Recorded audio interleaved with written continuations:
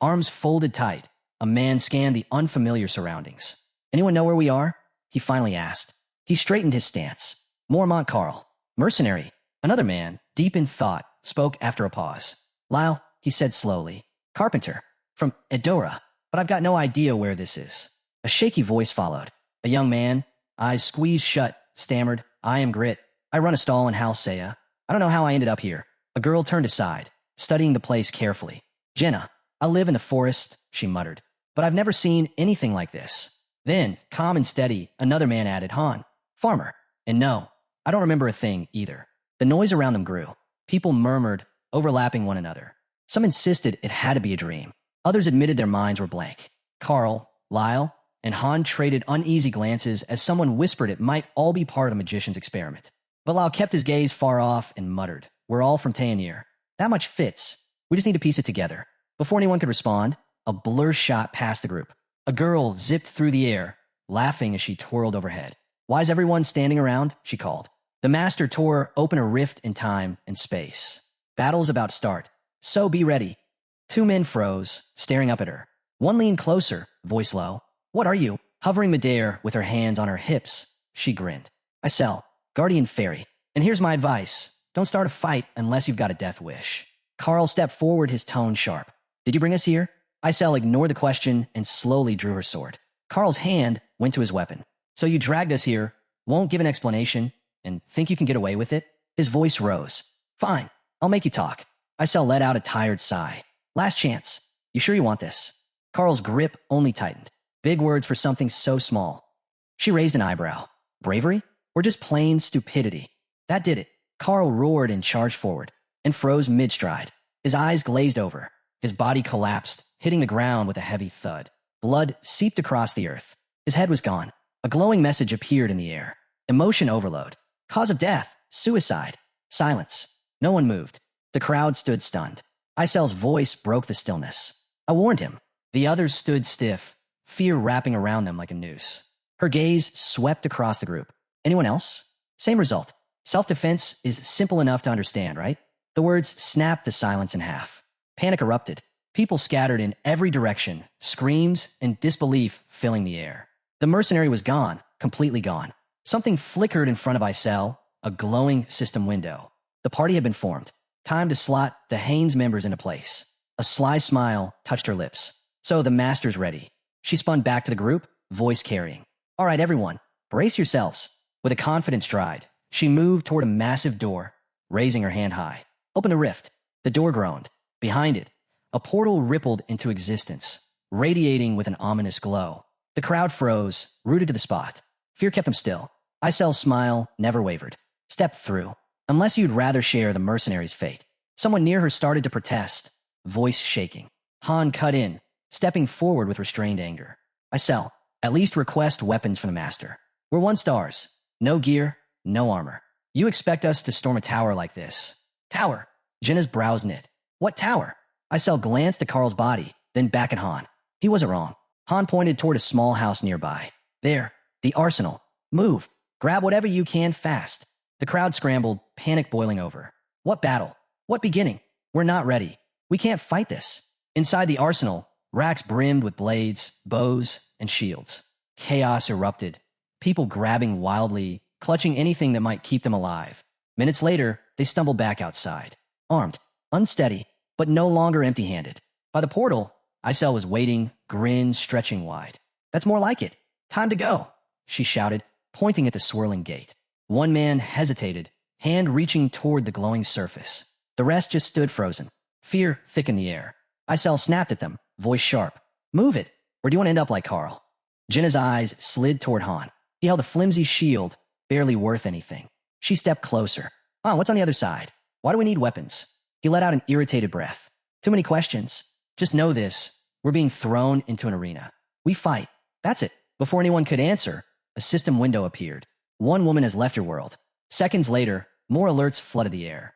Multiple members have perished. Han's jaw tightened. As expected, 1 stars don't last. Even Isel's grin faltered as another brutal message appeared.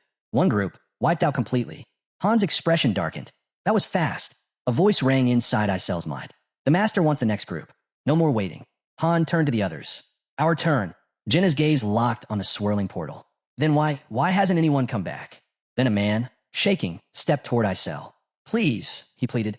I have arthritis. I can't. Before he could finish, Jenna grabbed his shirt, pulling him close. No one makes it alone. Stay with us. With that, the group surged forward, straight into the unknown. Isel's voice rang out behind them. You'll be fine. They landed hard. Feet slammed against solid ground as their eyes darted around, trying to take in the strange new world. Whispers spread as they struggled to process it. Towering above them, glowing words stretched across a massive door. Main dungeon, floor 1. A system window blinked, gate opening. Prepare yourselves. Don't lose focus now, Han shouted, steadying the group. Stay together. The world shivered. Everything shifted. Light burst around them, and in the blink of an eye, they were somewhere else entirely. Soft grass rippled beneath their feet under a calm, endless sky. But that peace only made the dread worse. They stood in an open field, and the weight of fear sank into every chest. Haynes scanned the horizon, lost. Where are we? There was no time to answer. Goblins erupted from nowhere, charging fast. Bright numbers floated above their heads, displaying their levels.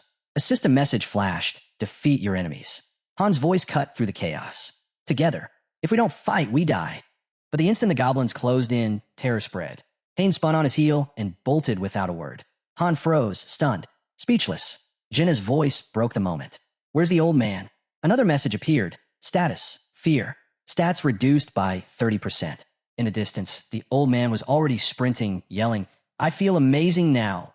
3 others panicked and ran after him. Windows popped up one after another. Status. Fear. Minus 30% stats. Jenna turned just in time to see them slam straight into a wall. They reeled back, dazed. Reality sank in. They were trapped. No escape. One man pounded the wall with his shield, screaming to be let out. Han glanced over, his voice sharp. Pathetic cowards. Jenna steadied herself and looked at him. If we take down the goblins, will the wall fall? Han's eyes stayed forward. That's the only way. I'll go in close. You cover me from range. Jenna hesitated. What about the others? Han didn't bother turning. Forget them. Dead weight. The goblins shrieked, fangs bared, claws swinging as they charged. Han braced himself, muscles tensed. He rushed forward, while the truth gnawed at him. He had never held a real sword or shield before this moment. The goblins lunged, claws slashing. Han gritted his teeth, muttering low, names Han. Steel clashed.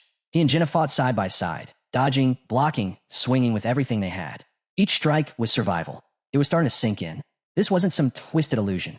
They were trapped, inside the very game Han once played on his phone. Game Choose Me. The memories came rushing back. Climb the tower. Reach the 100th floor. Forge weapons. Strengthen heroes. Plan every step with care. Just yesterday, he had been sprawled on the couch, scrolling through a new event, the paranormal dungeon. Back then, 7-star heroes were the ultimate prize. Everyone had one. Everyone but him. He'd burned through thousands of summons and still nothing. His luck was rotten. Han had thought it unfair, brutal, even, because in Game Choose Me, there were no second chances. A fallen hero stayed gone. Forever. He remembered the red warning flashing across his screen. His team shivering, all of them marked with the status, fear. Even his strongest fighter was trembling. Then it happened. A boss appeared, level 999. It ripped through his squad like paper. Han had blinked in disbelief. A glitch, he wondered. But before he could react, the monster struck, fast, merciless. His entire party was erased before the attack animation even ended. And then, a shadow burst out of his phone. A voice thundered. There you are. Han froze. Impossible. The game was over. None of this could be real. Darkness swallowed everything. In the pitch black, a window glowed. Create your account. Another prompt followed. Choose your name. Before he could even touch the screen, his nickname appeared automatically. The game loaded. Windows stacked in front of him, flooding his sight. Welcome, player. Another flashed. Would you like to begin training? Accept to receive a reward. Han stood motionless, sword gripped tight, staring into nothingness. His heartbeat thundered in his ears. The system spoke, its voice echoing. In a small, forgotten town lived a boy named Han. The screen displayed Hyam territory, where people lived alongside slaves. Then another message appeared. An unknown force has invaded. To protect this world, you must climb the tower. Han pressed a hand against the wall beside him, staring out at the field ahead. His chest tightened. This wasn't a tutorial. This was war. A new directive appeared. Eliminate the goblins attacking the city. One lunged. Han had no time left to think. Han's grip tightened. He swung his blade once, twice, again. He forced himself past the panic, past the disbelief, and kept striking. His arms burned. His leg screamed, but he didn't stop. With a final shout, he cut another goblin down.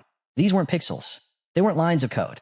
They were alive. Still gasping for breath, he stumbled forward. A message flashed before his eyes. Mission complete. He froze. The main square, the very one from game, choose me. And now he was standing in it. His throat went dry. His voice cracked as he shouted into the empty air. What the hell is going on? A new prompt appeared, glowing faintly. Summon players from the main menu. Then, a door creaked open ahead of him. Blinding white light spilled out. Inside, a shadow stirred. A figure began to take shape. Han watched as the outline stepped forward, his first summon. She approached, steady and direct. You summoned me, didn't you? My name is Shay, she said. Knight. There was no time to waste. Together, they entered the dungeon. Han was clumsy, unsteady with his weapon. Shay was not. Her strikes cut sharp, precise, merciless. Goblins fell before her blade like wheat before a scythe. Han panted hard, lifting his head just as another notification appeared. Mission complete. He glanced at her stats. 3 stars above him. The gap was undeniable. Another window flickered to life. Use synthesis to strengthen your heroes. Han's jaw tightened, already falling behind. Suddenly, Isel zipped into view, pointing sharply toward the door. Move it. The master's waiting. Han steadied himself and looked at her. Isel, that's your name, isn't it? The fairy froze midair, stunned. Wait, how do you know that? He introduced himself, calm, deliberate. But she didn't answer. Her eyes darted across the player cards in the system. Then her face twisted. There's no one named Han here, she snapped, glaring. You don't even look like a player. Unfazed, Han replied evenly, I'm Han. From Seoul, not Tanir. The moment he said Earth, her expression shattered. What? She screamed, her voice rising with fury. That's impossible. She shot upward, frantic. This shouldn't be happening. Their voices clashed. Isel shrieking that he had to go through the door. Han refusing, calling it suicide. She didn't care. She shoved him toward it, her voice echoing like a command. Get in. Then Shay stepped forward, calm and unshaken. You barged in without warning. Now your body's reacting, absorbing magic. Han stared at his hands in horror. No, this is synthesis. It was happening, and he knew exactly what it meant. One hero would be consumed, so the other could grow stronger. The truth hit hard. Shay was 4-star. He was only one. No sane player would ever trade her for him. Shay stood aside, eyes closed, head bowed, jaw tight. Han shut his own eyes, fists clenched. He knew what was coming. He was about to absorb her. The screen lit up, synthesis complete. His eyes snapped open. Shay's body was glowing, her form dissolving into pure light. Han froze, stunned. Why? Why are you disappearing? She met his gaze, voice calm. This is how it ends. The system chose you. Her lips curved into a faint smile. Good luck. And then, she was gone. Han stood in silence, the emptiness around him crushing. He'd survived, but the cost was unbearable. A scream ripped through the battlefield, Grit's voice. From the chaos ahead, Han's voice rang out, commanding, stay sharp. If we run, they'll rip us apart. Blood sprayed, blades clashed. Han forced his way through the goblin swarm, sword flashing. He was still alive, and now he understood. Synthesis wasn't just about growing stronger. It was sacrifice. One life fed to fuel another. Power didn't come free. Someone else had to vanish for it. His stomach twisted. The only reason they were still alive was because the so-called master running this nightmare was clueless. This world, it was broken. Jenna fought at his side, calling out, got one, but another's coming. A goblin's teeth sank into Han's shoulder. He didn't scream. He clenched his jaw, forcing himself through the pain. Nothing made sense. How'd he ended up inside this game? But then the truth struck. Han himself had been summoned by a 1-star hero. Snarling, he slammed his shield into the goblin, sending it tumbling away. And in that moment, he remembered the level 999 boss. Its gaze had locked on him, and then it had walked away. Blood on his hands. Monsters closing in. Now it all clicked. He had crossed paths with something, or someone he was never meant to. Across the field, Jenna crouched beside a man, trembling on the ground. He wouldn't move, wouldn't even look at her, just muttered to himself. It'll heal once we're back. Han collapsed into the grass, clutching his bleeding side, his breath ragged. Memories churned. Players didn't even control the combat. The AI always took over once the fighting started. And yet, this game had over 1 million downloads. There was only one reason for that. Han lifted his head. Above, high in the sky, it was there. The eye, watching, always watching, like a god peering down at its creation. Han let out a bitter laugh, tilting his head back to scream at the heavens. You enjoying the show up there? Slowly, he pushed himself to his feet. The truth weighed heavy, but undeniable. He was a player now, same as the rest. And he knew the system. Crafting, leveling, strategy. This wasn't new to him. He turned away, mindset, Whoever's watching, keep your eyes open. I'm climbing to the top. A window blinked into view. Floor cleared. Another followed. Battle rewards unlocked. Then, at the top of his vision, the MVP card appeared. Han. Beneath it, a grim list. Dozens of names, grayed out. All perished. Only 2 names remained lit. Han. Jenna. The last one standing. Training resumed. Han accepted it. No whining. No complaints. Complaints didn't change a thing. They never did. Slowing down meant death. If he wanted to keep going, he had to fight. Han ran. This world wasn't real, but it felt real enough. And he was trapped here as a 1-star. His voice carried into the emptiness. In this place, you either die fighting or die in synthesis. That was the truth. 1-stars were fodder. Sacrifices. Disposable pieces meant to fuel the stronger. But not him.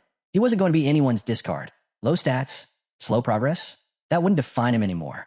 He gritted his teeth, eyes locked on the horizon. He didn't just want to survive, he wanted strength. Strength for revenge. Strength to find a way home. As he ran, thoughts churned. He didn't know what lay ahead, but he knew one thing. If he didn't adapt, the system would devour him. Training dummies stood scattered across the field. Han threw himself at them, ignoring the sting in his muscles. This grind, it wasn't new. His whole life, no one had helped him. He had always been alone. And here, nothing had changed. Dropping down, he started push-ups, driving himself harder. That's when Jenna appeared, stopping nearby, her gaze fixed on him. "What are you even doing?" she asked. Han shot back a sharp reply, but she didn't flinch. "I was just looking for you," she said simply. Without another word, she lifted her bow. Still facing forward, she spoke. "I've been thinking. We need a plan. My dad was a hunter. He taught me archery." She knocked an arrow, drew, and let it fly. It sank straight into the scarecrow's head. "No point crying about it," she said. "That won't change anything." Han wiped sweat from his face, eyes narrowing. "How good are you with that thing?" Watching her form, he could tell her stats had climbed by 4 points since yesterday. She was still low-ranked, but her accuracy was sharp. No wonder she hadn't faltered in that first fight with the goblins. Han studied her more closely. How quickly she steadied herself after losing her whole team. She wasn't just surviving. She had focus, direction, and that was enough for him. He held out his hand. Jenna smiled and clasped it. "My dad always said bonds mattered more than anything," she said softly. And this time, he was right. A system message blinked into view. Relationship bonus granted. Han froze, eyes flicking across the screen. Then he shouted, "Isel." With an annoyed huff, the fairy zipped into sight. "What now?" "I'm busy." She glared, snapping. "Don't expect answers from me. If you want them, climb the tower yourself." Han glanced at Jenna. "Am I the only one who can see these system pop-ups?" She turned away, shrugging. "No idea what you're talking about." But Han didn't take his eyes off Isel. "You're level 257. She said nothing, but the flicker in her expression told him enough. The messages weren't for everyone. They were for the master. And somehow, he could see them. That changed everything. His voice dropped low. Then what happens if the master just stops playing? The question hung heavy in the air. Pieces started to click. The synthesis with Shay, it hadn't been his choice. Just a careless tap. A mistake made by someone outside the screen. A 4-star hero wasted. And this account? It was locked to one phone. No resets.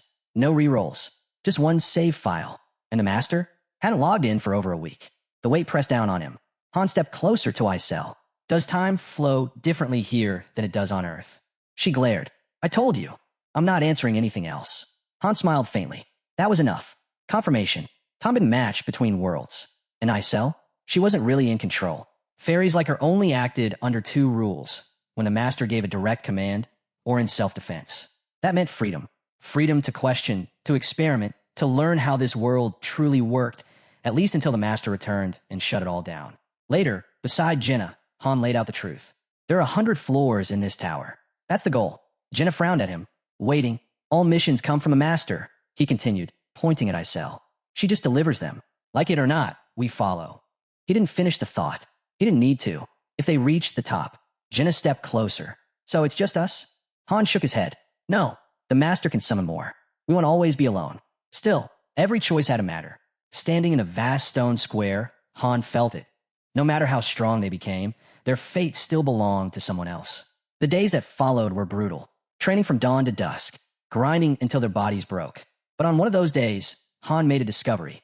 Inside the house, essentials reset daily. Food, water, supplies, always replenished. If he pictured something specific, it appeared, by the fire, tucked in a drawer, wherever it fit. But only survival basics. Weapons, gold, gear. Those stayed locked behind the system's rules. Even so, something mattered more. This world was teaching him things the game never did. Real mechanics, hidden rules, the kind of details players never saw through a screen. Among the 1-stars, some began to stand out. Not because of stats, because of effort. Training didn't raise their levels, but it sharpened instincts, unlocked abilities, revealed potential buried deep. Patterns surfaced. Han started to see how the master judged them. First, fortitude. Fear killed faster than any monster. Shay had proven that. Second, skill. Higher-ranked heroes spawned with powers already unlocked. 1-stars had to claw their way forward. Third, conditioning. Limits had to be shattered over and over again. By day 3, Han was still pushing every rep, every swing, every ounce of sweat. And when a master finally logged in, Han lifted his gaze to the sky. They're back. Han called over to Jenna. Get ready. He pulled up his status screen. 2 skills. That was it. That was all he had to work with for now. A system window materialized in front of them. The master is initiating a summon. Han didn't need an explanation. The party was meant for 5, which meant 3 more were about to appear. Right on cue, glowing silhouettes took form in the training grounds. 3 new figures solidified. Jenna wasted no time. She sprinted toward the arsenal, shouting, "Gear up! A fight's coming!" At the rift, Isel buzzed impatiently, snapping at it to open. Han and Jenna grabbed what they could. Time was slipping, but as Han approached the portal, he noticed it. No new weapons. The recruits were left with scraps, the abandoned gear of fallen heroes. One of them, Toby, sneered at Jenna. "You just another 1-star like us." Han stepped through the portal without turning back. "You'll figure it out soon enough." He didn't slow down. "Jenna, leave it. Not our problem anymore." Isel shoved them forward with a snap. "If you want to stay alive, try following instructions for once." The door sealed shut behind them. Her smirk lingered. "Have fun." Inside, a message appeared. Second floor reached. Han turned to Jenna, gave her a steady nod, and ignored the panic building behind them. From every direction, beasts slinked through the tall grass, circling slow. The recruits froze, paralyzed. One of them whispered, trembling, "What is this place?" Han's face darkened. He glanced at Jenna. Her stats had plummeted. Fear status, minus 30%. Without warning, he rammed his shield into her side. "What? Didn't eat enough porridge this morning." Jenna spun on him, furious. Han didn't blink. He pointed ahead. 2 goblins. "Yours. I'll handle the wolves." One glance at the rookies told him everything. They were useless. The wolves struck first. Snarling, one lunged. Han didn't hesitate. He sprinted forward, bellowing, and drove his blade into its open jaw, piercing clean through its snout. The steel was sharp, the strike heavy, but one hit wasn't enough. He ripped the weapon free and slashed again, cutting in every direction. Blood sprayed, muscles burned, but he kept moving. This was the edge, his breaking point. One final swing, and a last wolf's head dropped to the dirt. But there was no break. Another beast launched itself at him. Han didn't even blink. He met it midair, shield first, jamming it deep into the wolf's mouth with a bone-crunching crack. Teeth clenched, he stared it down, just as another came from the flank. He turned sharply, blade flashing. Steel met flesh. Blood arced wide, breath ragged. Han scanned the chaos. "Jenna," he shouted, eyes narrowing. "Status on the goblins?" His gaze locked on the fallen goblins. Something was off. Every single one of them, armed. Han turned to the girl beside him, disbelief in his voice. "How many times did you shoot them?" Haynes just stared at the pile of bodies. All of them, already down. The battlefield was silent now. Power still hanging thick in the air. Above their heads, a message appeared. Floor secured. Han and Jenna moved forward. The 3 newcomers trailed behind, saying nothing. Then the ground trembled. Jenna stiffened. "What was that?" Han didn't break stride. Second floor is cleared. We're heading to the third. As the platform beneath them shifted, carrying them higher, he glanced at the new players. And in that moment, he understood. The master wasn't going to stop. Not now. Not ever. They'd keep climbing. Han looked ahead, wondering what the third floor would bring. Harder? Easier? Would any of them survive? A slow breath escaped him. Then a new message appeared. "The master has logged out." Behind him, Isel stretched out and groaned. "Finally, I'm exhausted." Han turned toward the portal, fitting the pieces together. 1 floor per day. Time here flowed 3 times faster. That meant they had just 3 days before the master came back. He dropped his shield at the arsenal, then froze. His stats had shifted. -1 intelligence, +2 strength. Total gain, +4. Leveling speed, increased. He was getting stronger. So caught up in the numbers, he barely registered the 3 arguing with Jenna. Their voices blurred in the background. Han's mind was elsewhere. Why wasn't the master rushing? Charging blindly would lead to failure. So why hold back? The answer hit him. 1-star heroes weren't fighters. No training. No instincts. Just people.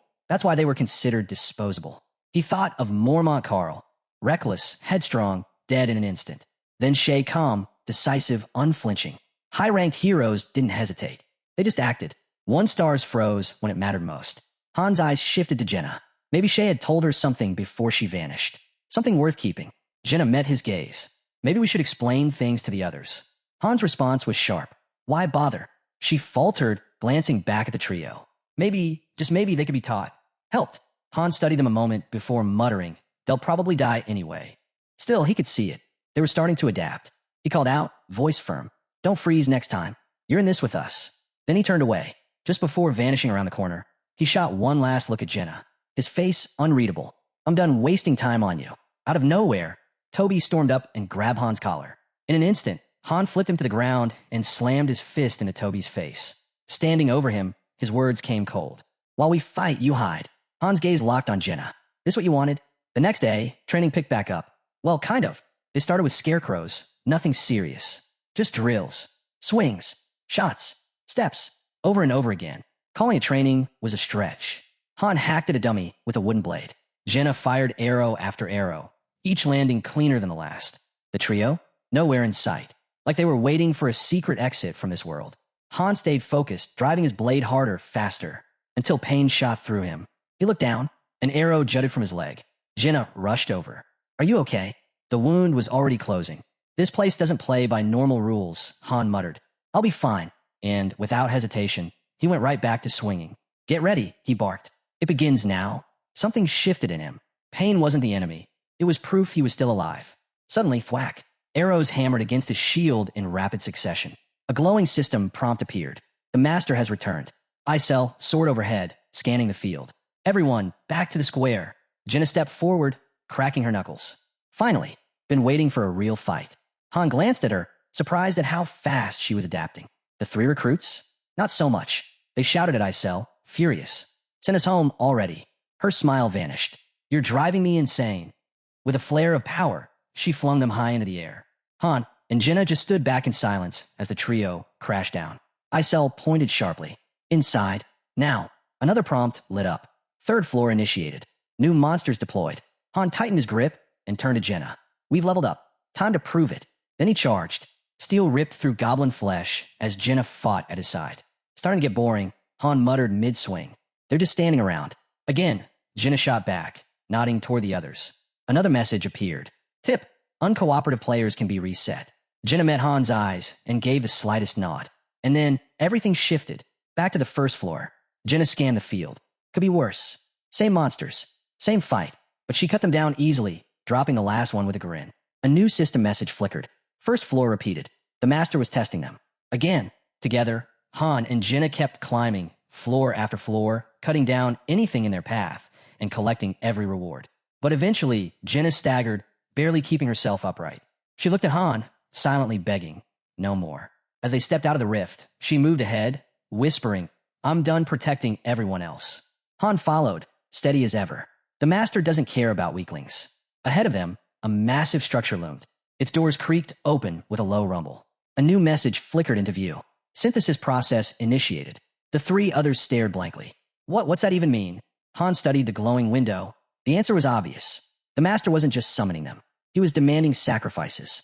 He glanced at the others. They'd had chances, plenty of them, and wasted every single one. A map unfolded before them, tracking their every move. Where they trained, where they wandered, or more accurately, where they did nothing. And then, the gates creaked open. Han's eyes stayed fixed on the path ahead. So many missed chances. All gone. He could imagine the master screen. The little things faded, but the big ones? Always clear. Achievements. Damage dealt. Effort spent. Or effort never made. Isel motioned with a wave. This way. Han glanced at her. Relax. You're not the one being tested. One of the men faltered, voice trembling. What happens to us in there? Han didn't look back. His tone cut sharp. You'll get exactly what you earned. The man screamed suddenly, swearing he'd been forced into this. Han finally turned, cold as steel. No one cares about your excuses. The fairy added with a shrug. For once, I agree. Han's words sliced deeper. You've always hidden behind others. Never fought. Never even tried. And now, this is where it leads. The fairy snapped. Enough. Get in. The man stepped forward. The gates slammed shut. A new prompt appeared. Synthesis initiated. His voice rang out from inside, desperate. No, let me out. You can't. Too late. Blue flames erupted, swallowing the chamber. And then she appeared. A girl with blazing red hair stepped from the fire. Synthesis complete. She looked around in shock. Wait, where's that guy? He's gone. Han didn't flinch. That's what happens to dead weight. He turned toward the group. So who's next? The fairy pointed. Move it. One player froze, pale as ash. The next walked forward, grinning. They're sending me back. I knew it. I'm going home. Han's head stayed low. Whatever lie keeps you calm. Light burst. Synthesis complete. He was gone. Moments later, Han entered the chamber himself. His body surged with power. Level rising. A new trait unlocked. Cold-bloodedness. He brushed past another player, muttering, You got lucky. The red-haired girl stared at him. So, if the master decides we're useless, that's it? We're erased in there. Han looked back over his shoulder. Why are you surprised? You're the one who said you were tired of them. She trembled.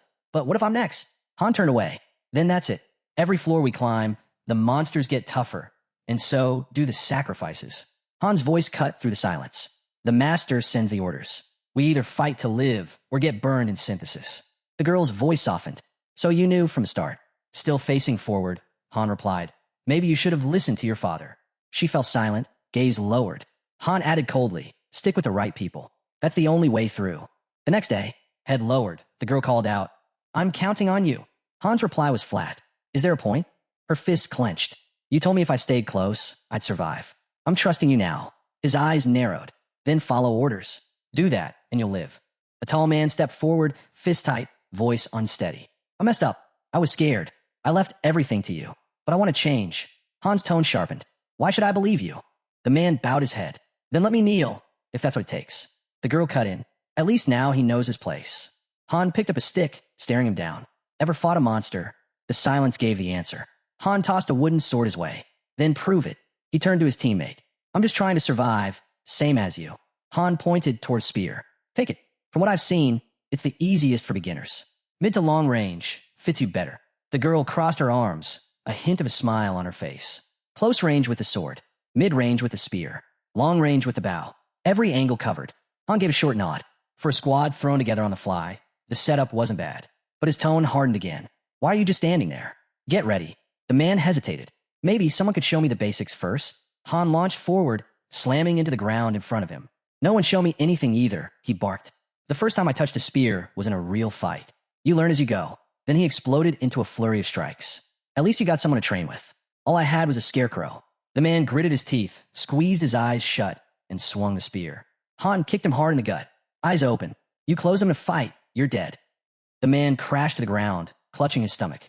Han looked down coldly. And that was me holding back. If it had been a monster, you wouldn't be breathing. Behind him, the girl's voice broke in. Is this really his first time? Maybe ease up a little. Han didn't bother looking back. Don't care. I don't need dead weight. If he can't keep up, I'm not wasting my time. He stepped closer, voice dropping. You got family? The man muttered, a younger sister, she's waiting for me. Han's tone shifted, barely. Then at least you've got something to fight for. He lifted the wooden blade to the man's throat, eyes steady. Now picture what happens to her if you don't come back. The color drained from the man's face. Han pressed harder. If you're going to die anyway, you don't belong out here. Monsters won't spare you. If you want the easy way out, step into synthesis. Decide now before it's too late. The man's jaw tightened. His fists shook with silent rage. Han smirked. There it is. That's the look I was waiting for. Scene shifts, base. 2 alerts blinked in the air. Arsenal unlocked. Forge complete. Cost, 500 crystals. Han scanned the new structure, nodding. A real forge. Finally, progress. He raised his voice. Hey, fairy, get over here. A blur zipped toward him, wings buzzing, face twisted in annoyance. Who do you think you are? Ordering me around? Han replied flatly. You're gonna need better comebacks. That act's getting old. Fuming, the fairy pounded his chest with tiny fists. Han stayed calm. Come on, you're the one sending those system messages, right? Just admit it. He studied her. They're worded exactly like those forum posts. You got internet access. She folded her arms with a huff. Yeah, I check the forums when I'm bored. So what? Han raised a brow. Then you've read the top strategy guides. First build a training center, unlock 10 weapons, then the forge. Her eyes narrowed. How do you know that? Han shrugged casually. Why wouldn't I? That guide's famous. Everyone knows it was written by Loki. Her eyes widened. Wait, even that. Of course, Hans said. I was a player too. The fairy's whole expression lit up, smiling wide. Loki, the legend. Once among the best, feared and admired. If only he pulled a 7-star hero, he would have reclaimed the top spot without question. Dreamy-eyed, she floated in circles, sighing. He could do anything. Nothing was impossible for him. Han suddenly broke her daze. Sorry. She blinked. Sorry? For what? His voice was flat, steady. Because I am Loki. Chapter 6. A system window appeared. Upgrades 6. The fairy froze midair, then zipped backward like she'd been struck. What kind of dumb joke is that? Han didn't flinch. Account number 46,631,900. Only the player and the server admins know it. Go on, check it. Or test me with another email. Her eyes went wide as she typed the number in. Seconds later, she gasped. This, no way. Her voice shook as she stared at the glowing screen. Then, in a burst, she shot upwards, spinning in the air. Sign something. Anything. I need your autograph right now. I'll be queen of the fan club. Han blinked. There's a fan club? She shouted at the top of her lungs. The fan club. Loki, master of all masters. Expression flat. Han muttered, never heard of it. The fairy stiffened midair, her voice cracking. I really said all that to the actual Loki. Han sighed, scribbling his name across the first thing she shoved in his hand. Great.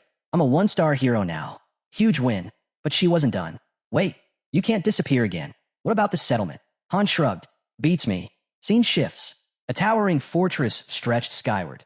30 floors tall, built to hold more than 20,000. Every building nearly maxed at level 22. A masterpiece of design, years of effort poured into it. And now, none of it mattered. Han was the dungeon master. The fairy hovered nearby, voice hushed. What's going to happen to all those people? Han didn't flinch. If you're that worried, disband the settlement. She faltered. I can't. Arms crossed. Han nodded slowly. Figured. Just a mid-level mod. Stuck babysitting. Then he tilted his head.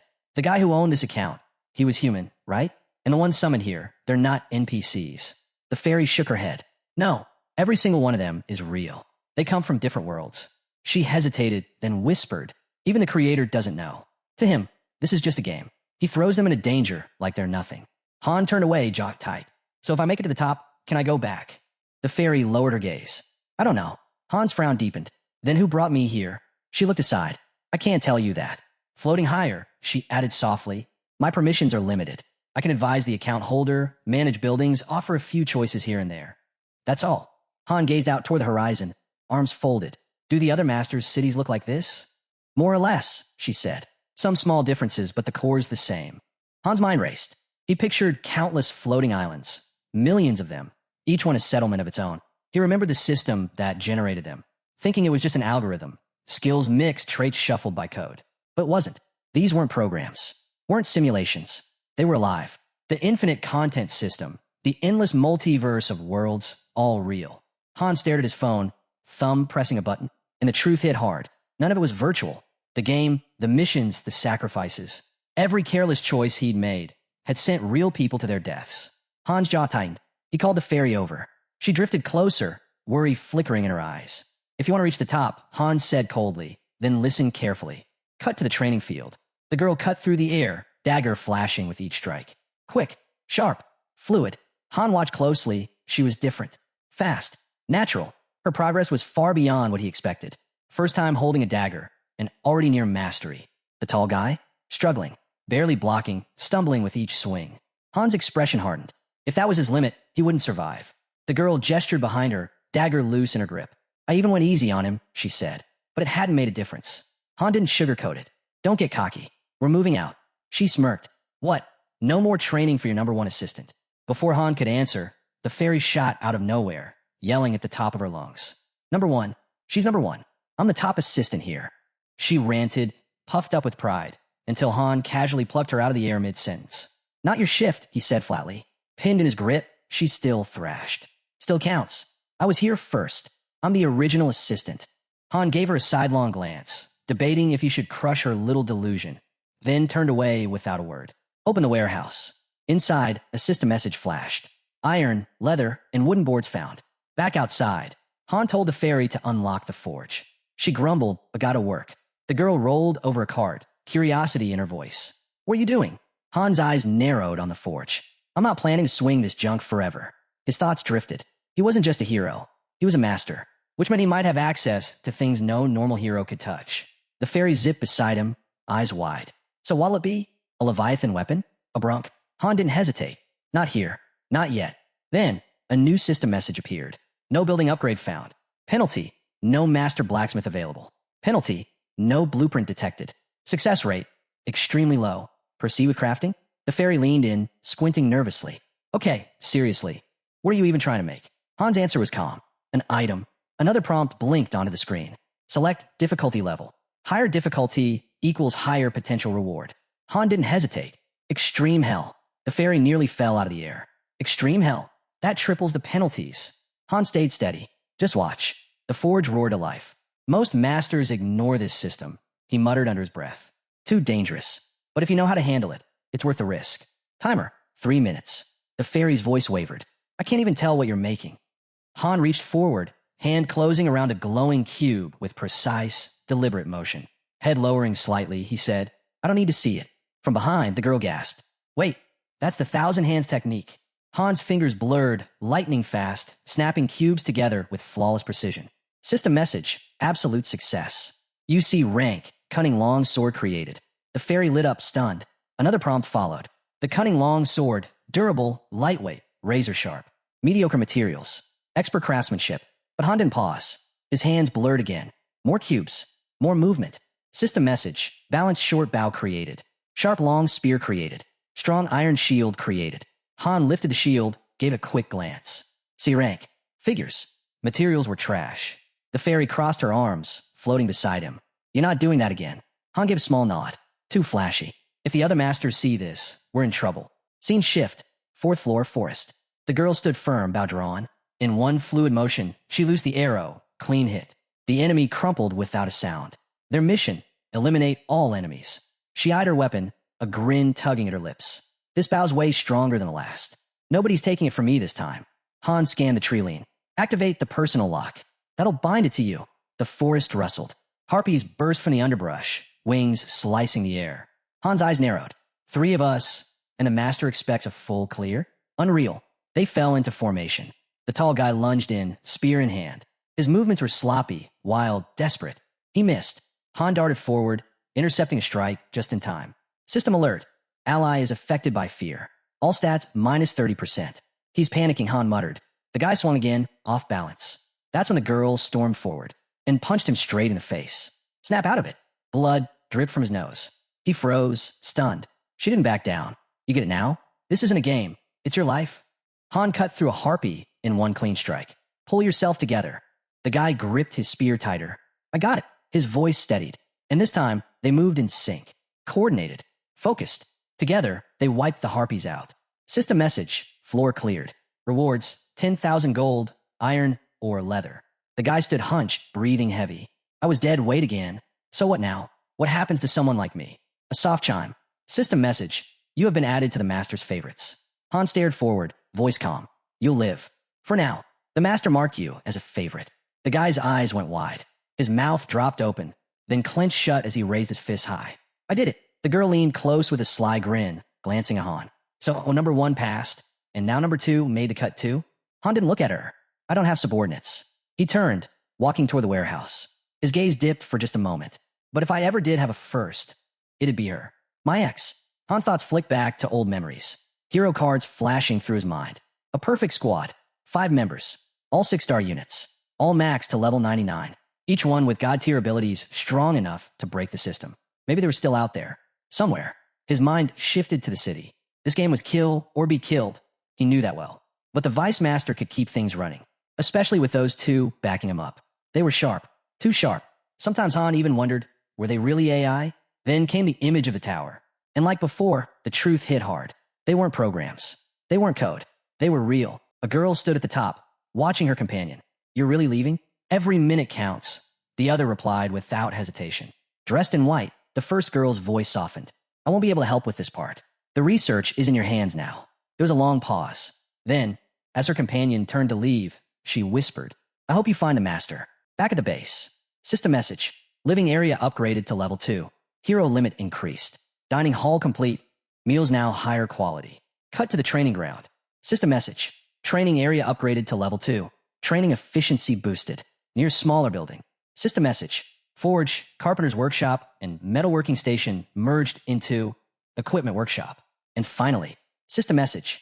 Settlement territory upgraded to level 2. The girl stood frozen, mouth hanging open. What is even happening right now? The guy beside her shook his head. This master's a monster. Seriously, who even does this much? Han glanced around casually. Just drop some funds. Guess he's really into the game. He studied the new buildings, the way the Hanes moved, fluid, alive, natural in battle. Not like NPCs. Not like characters. Like real people. The higher we climb, the better life gets here, he added. His gaze shifted toward the ferry. Player logs in on a schedule. Probably has a full-time job. Still finds time to grind and spend. Lucky it's not just some broke college kid. His girlfriend nodded. Yeah, he dropped $65,000 on one gear set. We definitely hit the jackpot. Han smirked, head lowering. This wasn't like other games.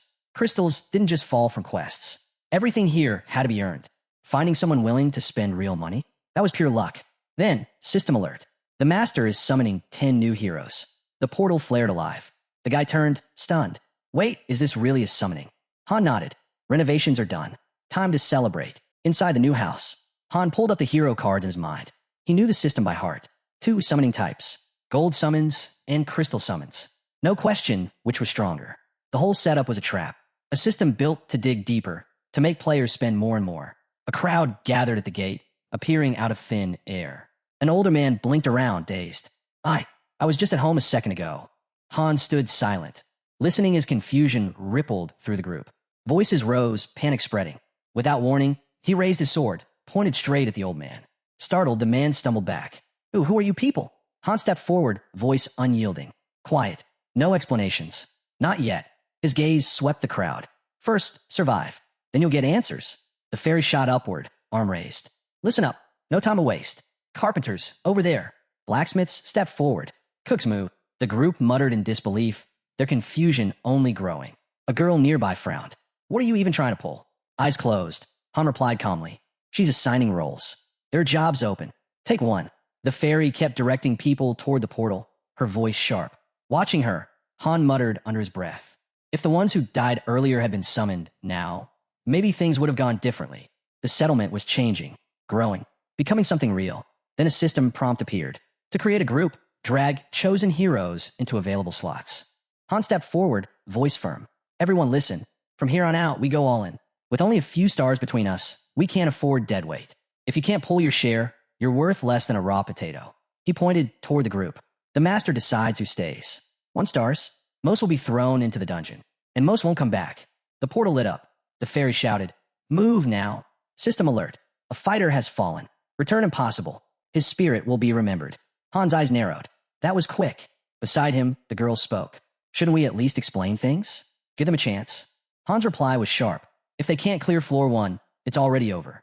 He stared into the glow. 2 are dead. Only 2 made it through. The crowd froze. Fear spread. One man stumbled back, voice trembling. I can't fight. I won't survive this. Suddenly, one of Han's teammates stepped forward. Then I'll go with them. But the fairy snapped. Don't interfere. That's not your mission. The girl at Han's side smirked. Was he always this intense? Han's tone was flat. Might as well count me in too. I'm barely better than a rookie. He turned to the volunteer. It's good you want to help, but don't get in their way. They need the experience. The girl threw her hands up. Forget this. I just want a real meal for once. All we've had are boiled potatoes. Han looked at her, realizing something.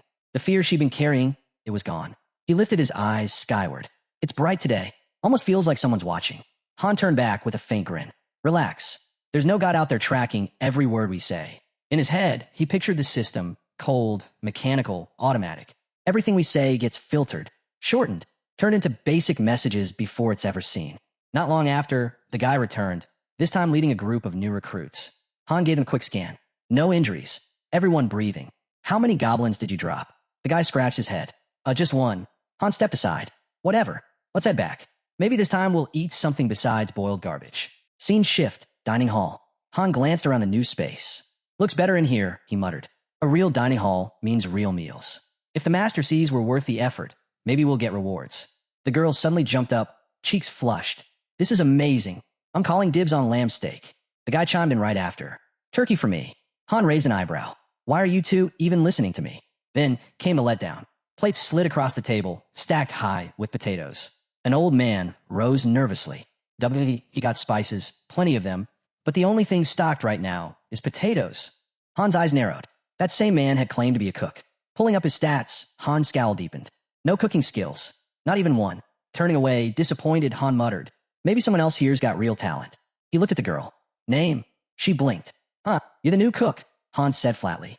Her eyes dropped, unease written all over her. The old man stammered. Wait, I could try making something else. Han's gaze cut sharp, quick to adapt. Fine, but lie again and I'll know. You get one free pass. Soon after, the table filled with steaming dishes. Still potatoes, but roasted, mashed, fried, and seasoned with spice. The girl took one bite, her eyes lighting up. This is insane. I didn't know you could do this much with potatoes. She pointed out the spice rack, overflowing. With it, the food tasted 100 times better. Han jabbed his fork into his plate. Eat, and listen. Closing his eyes, he added, I'm not repeating this. The new ones need to hear it. Their survival depends on it. Later that night, recruits huddled under the stars, wide-eyed. Is this stuff really true? Someone asked. The girl smiled. I'd never touched a weapon before coming here. If I can do it, so can you. The fat man folded his arms, serious. So what happens now? Just because I'm a cook, does that mean I can't help in other ways? I've done carpentry before. Han's gaze turned cold. Lie again, and you'll be first in line for synthesis. Honestly, you'd make a perfect candidate. He turned to the group, voice firm. Sure, settlement work feels safe. But don't fool yourselves. The moment someone stronger shows up, you'll be replaced and sent straight into the front lines. He let the words hang, picturing the settlement spreading wider by the day. The next morning, routine was gone. Han stood outside, facing the small squad gathered before him. His tone cut sharp. Only 3. He studied them briefly, unimpressed. The girl shrugged. Looks like the others bailed. Probably hiding. Han exhaled. Tired of the same drills, he muttered. Let's change things up. He threw down a challenge and crushed the recruits without effort. The gap was overwhelming. 7, maybe 8 stat points apart. In reality, it was like an adult sparring with toddlers. No way Earth could have allowed such a leap in power. His eyes shifted to the girl. Her arrow flew fast, crisp, archery already at level 5. Her dagger work? Level 2, but climbing steadily. Then he glanced at his teammate. Spear raised, form steady. Spear mastery sat at level 2, but it had stalled. No matter how hard he pushed, progress refused to budge. Looking back at the newcomers, Han noticed something. Each had already unlocked level 1 in ball control. Their growth lined up almost evenly, likely their age keeping pace.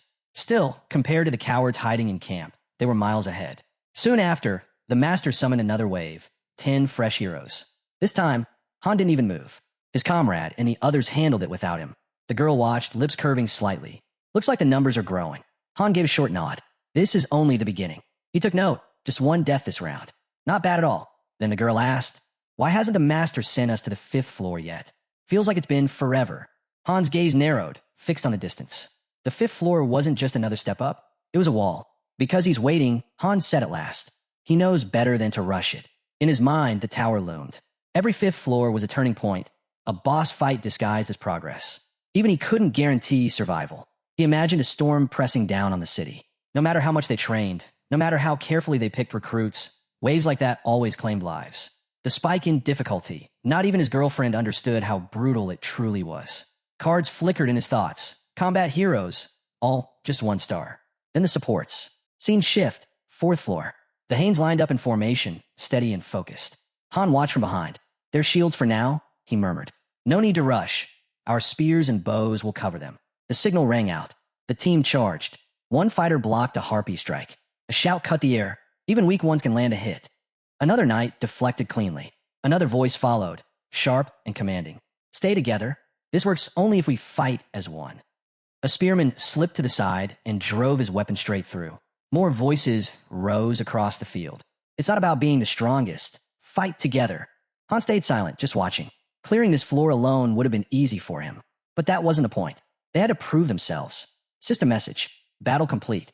Rewards. 2,000 gold, iron ore, and leather. The squad cheered, clapping shoulders and laughing. Small victories, but for them, they meant the world. Han studied their faces quietly. The 5th floor, what waited there? Maybe even a mission he couldn't handle alone. He pulled his teammates in briefly. So, how's it feel? The girl grinned.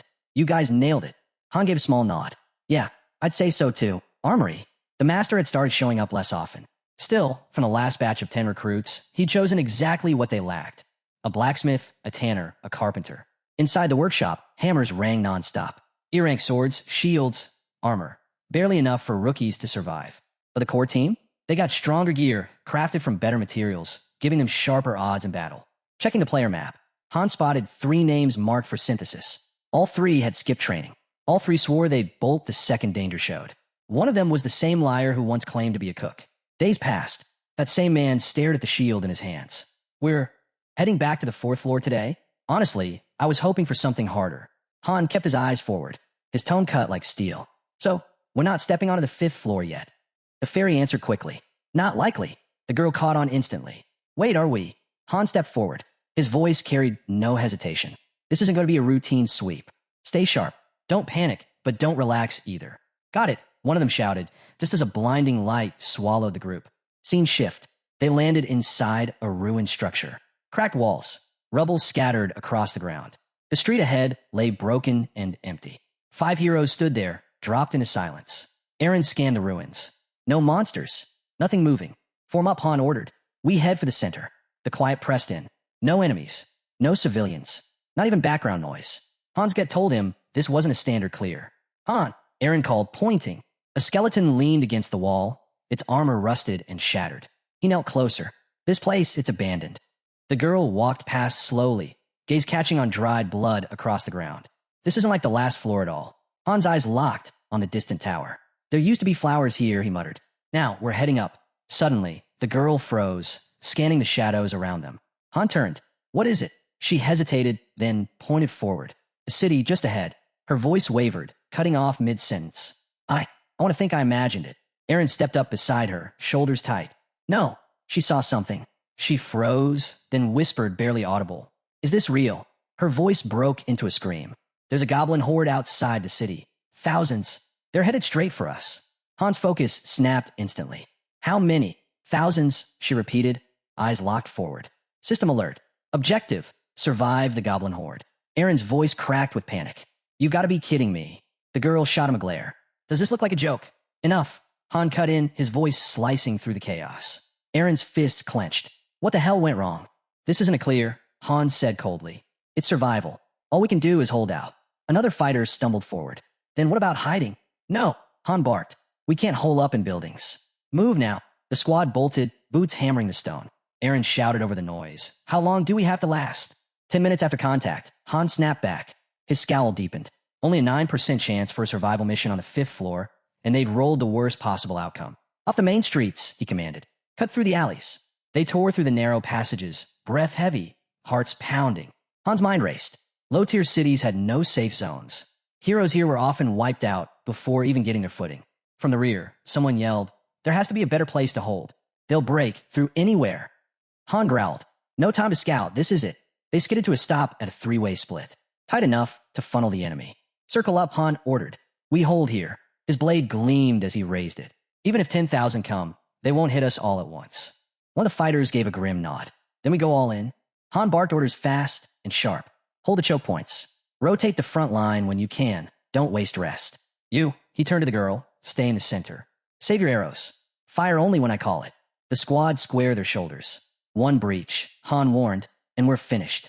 Block everything before it reaches us. He narrowed his eyes. 10 minutes. Was it game time or real time? Didn't matter. The clock would start the second they made contact. And then he saw it. A lone goblin slipped from the shadows. It stopped and grinned. The countdown had begun. Han roared.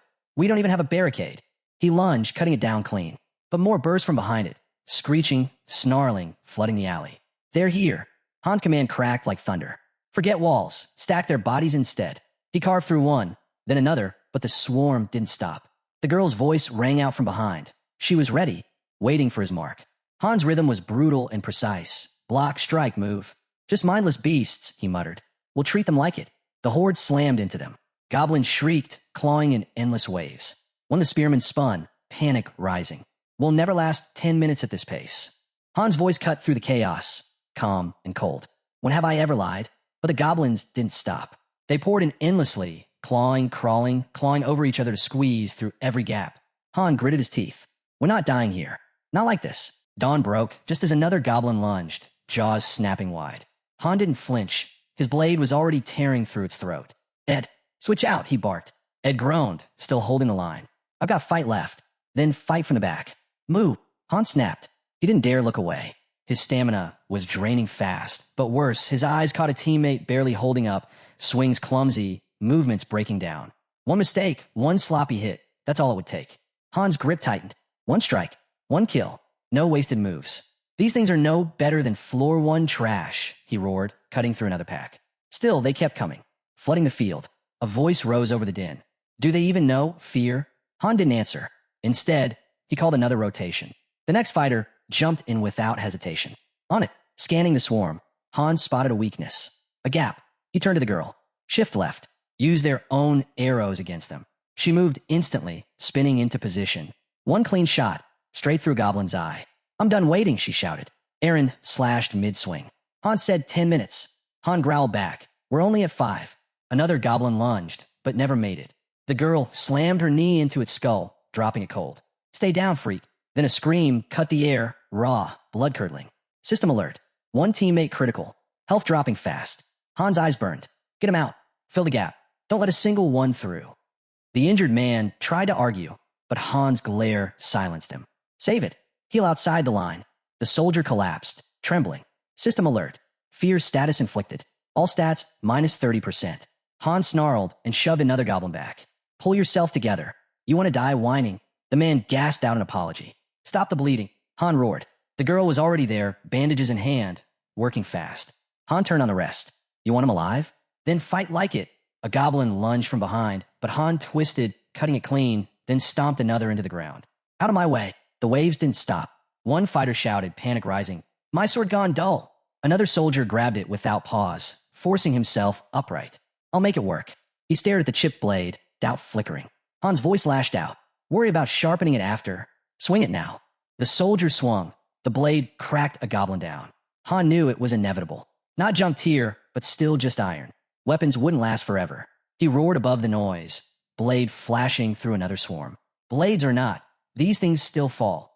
Han smashed a goblin's skull flat with a shield. No sword? Then use this. He spun. Aaron, swap out. But Aaron stood his ground, still holding. Behind him, the girl cut another goblin down.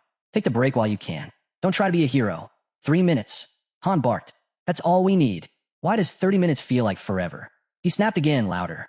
Aaron, move forward. The girl's eyes stayed locked on the fight. She looked rattled. 10 seconds, Han muttered, voice low. That's all we need. Then he raised his blade high. Cover us. But his gaze caught her quiver. Only 4 arrows left. His jaw tightened. Not good. Let him fly, he shouted. If they break through, none of this matters. She nodded. Understood. 2 arrows loosed, both hitting clean. But then, one goblin slipped through the line. Its eyes burned wild, clutching a jagged stick. On the ground, the injured soldier barely stirred. The goblin lunged, driving the weapon straight into his gut. Blood burst from his mouth. The girl's arrow dropped it instantly, but her eyes locked on the fallen. He wasn't moving. Blood pooled thick beneath him. System alert. Critical condition. Life at risk. Han's fury erupted. He tore through the horde, cutting down anything in his path. Jenna froze, panic clawing at her chest. Do I try to save him? But if I move now? Up front, a fighter raised a shield, shouting, hide. Just 30 seconds of cover. A beast surged forward, strike, aim to kill. Han intercepted, shield up, timing flawless. The impact rattled his arms, but he roared back, charging, blade tearing a line through the swarm. He reached the soldier. Left flank, move now. Han ordered. A young fighter hesitated. But what about Hyde? He's down. We move. Han snapped. Then the screen lit up. System message. The fallen warrior has returned to the arms of the Lord. His spirit will be honored forever. The soldier bowed his head for only a moment, then turned back, carving through goblins without hesitation. Han locked eyes with Jenna. His voice was flat, merciless. We can't save them anymore. Forget them. If you drop, we all die. She clenched her jaw, nodding hard. Got it. Han smashed another goblin aside with his shield. Jenna was right there, blades flashing, cutting down anything that slipped through. How many are left? She shouted. System alert. Basic dagger skill. Level 3. New skill unlocked. Fast movement. Han raised his sword high in signal. Unload everything. If you're watching the clock, make it count. More updates hit one after another. Heroic Awakening activated. Sword and shield technique. LV5. Pain threshold. LV2. Cold-bloodedness. LV3. Even as he blocked another strike, Han's thoughts pressed in. What's the point of these skills if none of us live through this? Then it came. Another scream, sharp and desperate. Another soldier hit the ground, blood flooding fast. System alert. Bleeding. HP dropping over time. The boy was cornered, eyes wide with terror. He raised a trembling hand, screaming, Han, Please, I don't want to die. Tears streamed down his face, voice cracking in raw fear. Han heard him. His jaw clenched tight, but he didn't turn back. The goblins swarmed, shrieking, ready to tear the boy apart. Still, Han pressed forward. Jenna, Aaron, with me. Jenna froze, her gaze flicking to the soldier about to be ripped apart. Faces of the fallen flashed through her mind. Han's voice cut cold. We mourn later. Not now. They bolted, weaving through a crumbling alley in the ruined city. Then came the system message. Your companion has returned to the arms of God. His spirit will be remembered. Jenna stopped dead. Her voice dropped to a whisper. Are we next? Don't say that, Han snapped. He pointed sharply. That wall. Climb it. She stared, breath shaking. You want me to run ahead, alone? We're right behind you, Han said. Then, as goblins rushed in, he added, we just need to carve a path first. Sword raised, Han stepped forward. One per swing won't cut it anymore. He charged, sweeping his blade in a wide arc, cutting through goblins in a single motion. From above, Jenna's voice rang out. I'm up. Hurry. Han leapt, grabbing the ledge. Aaron, climb. Jenna reached down. Take my hand. Aaron jumped, catching her arm, then cried out in pain. A goblin's blade jammed deep into his leg. Han dropped instantly, cutting the attacker clean in half. Don't let go. He barked at Jenna, locking eyes. Then he turned. More goblins. Dozens. No time, Han muttered. I've got to cut it. His sword flashed down. Aaron's scream ripped through the air, raw and unbearable. System alert. Bleeding. HP declining steadily. Han hauled him up, shouting at Jenna. Lift him now. Another message blinked across their vision. Critical condition. Life at risk. Then all of them froze. Below, a wall of goblins was rising, stacking on each other, clawing upward like a living staircase. They're stacking. When the boys screamed, panic exploding. They're figuring it out. His eyes widened wild.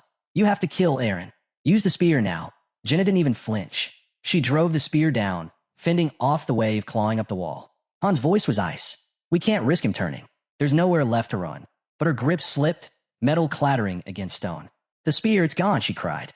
What do we do? Kick them. Han snapped, never breaking rhythm. Hands clawed upward, scratching, grabbing, dragging at anything they could reach. How much longer? Jenna shouted, panic breaking through. There's too many. 30 seconds, the boy yelled back.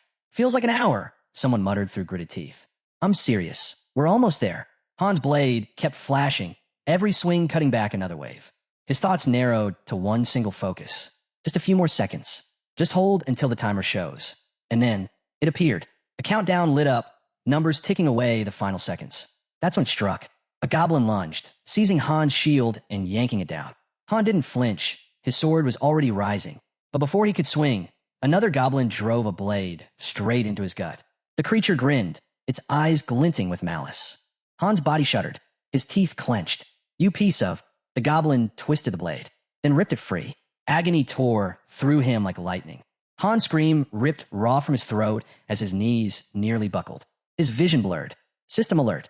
Bleeding. Health will gradually decrease. Not far off, Jenna stumbled, clutching her side. She'd been struck too. Another alert flared. Bleeding. Health will gradually decrease. Both of them on the brink. Amid the chaos, one boy knelt, staring blankly at the ground. So this is it. Dying here on the 5th floor. What a joke. His head sagged. Why? Why me? I never chose this. Not back on Earth. Not here. Despair clawed deep. But something snapped. His eyes tore open. Rage surged like fire through his veins. Why? He roared. He shot to his feet, his blade slicing a goblin clean in two. You freaks. System alert. Berserker mode activated. One eye blazed blood red. The other stared hollow and black. You think I fall here? On the 5th damn floor. His sword dropped low, hanging loose at his side. There's no reason, no meaning to any of this. A goblin rushed him. Han moved faster than lightning. One strike dead, another gone. 5 more, shredded to pieces. I'm not dying here. Limbs scattered. Blood drenched the stone. Han stood at the center, eyes wild, face locked forward. Come on, he roared into the horde. System update. New skill unlocked. Berserker. For the first time, the goblins hesitated. Jenna's chest heaved. Even breathing hurt. Feels like my body's tearing apart. Han's voice cut through, cold and feral. You want me dead? Then try. He slashed again, faster, harder. Each strike more vicious than the last. Then steel cracked. His blade shattered in his hands. The goblins howled with twisted laughter. Han didn't stop. Fine, I'll tear you apart with my fists. He lunged, bare hands clenched, eyes burning like fire. I'll never stop. He charged into the swarm, and at that exact moment, the timer hit 0. Everything froze. The goblins around him locked mid-motion. Their skin flickered, color draining until they stood silent, lifeless. Han staggered, chest heaving, surrounded by stillness. Not one monster moved. Jenna stared wide-eyed. Han's fists were still clenched, blood dripping from his knuckles. Neither could process what they were seeing.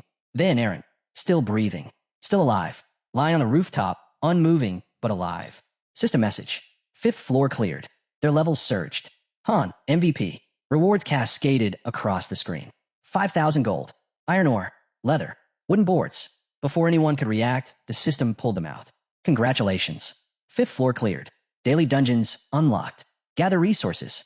Build your base. Train your heroes. Every weapon they still carried came with them. Jenna dropped to her knees, breath ragged.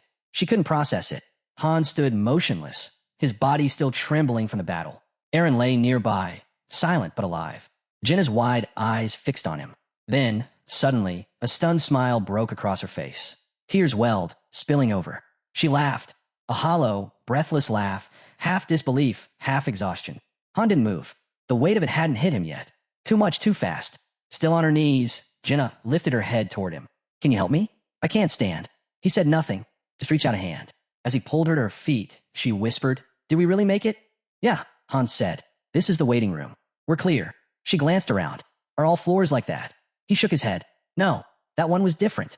Bending down, he picked up the shattered pieces of his sword. Missions like that, it comes down to your team. If the others had been a little stronger, maybe things would have ended differently. He turned toward her. With the right crew, those missions aren't impossible. But we got the worst timing. Jenna lowered her gaze, nodding quietly. They left the waiting room without another word.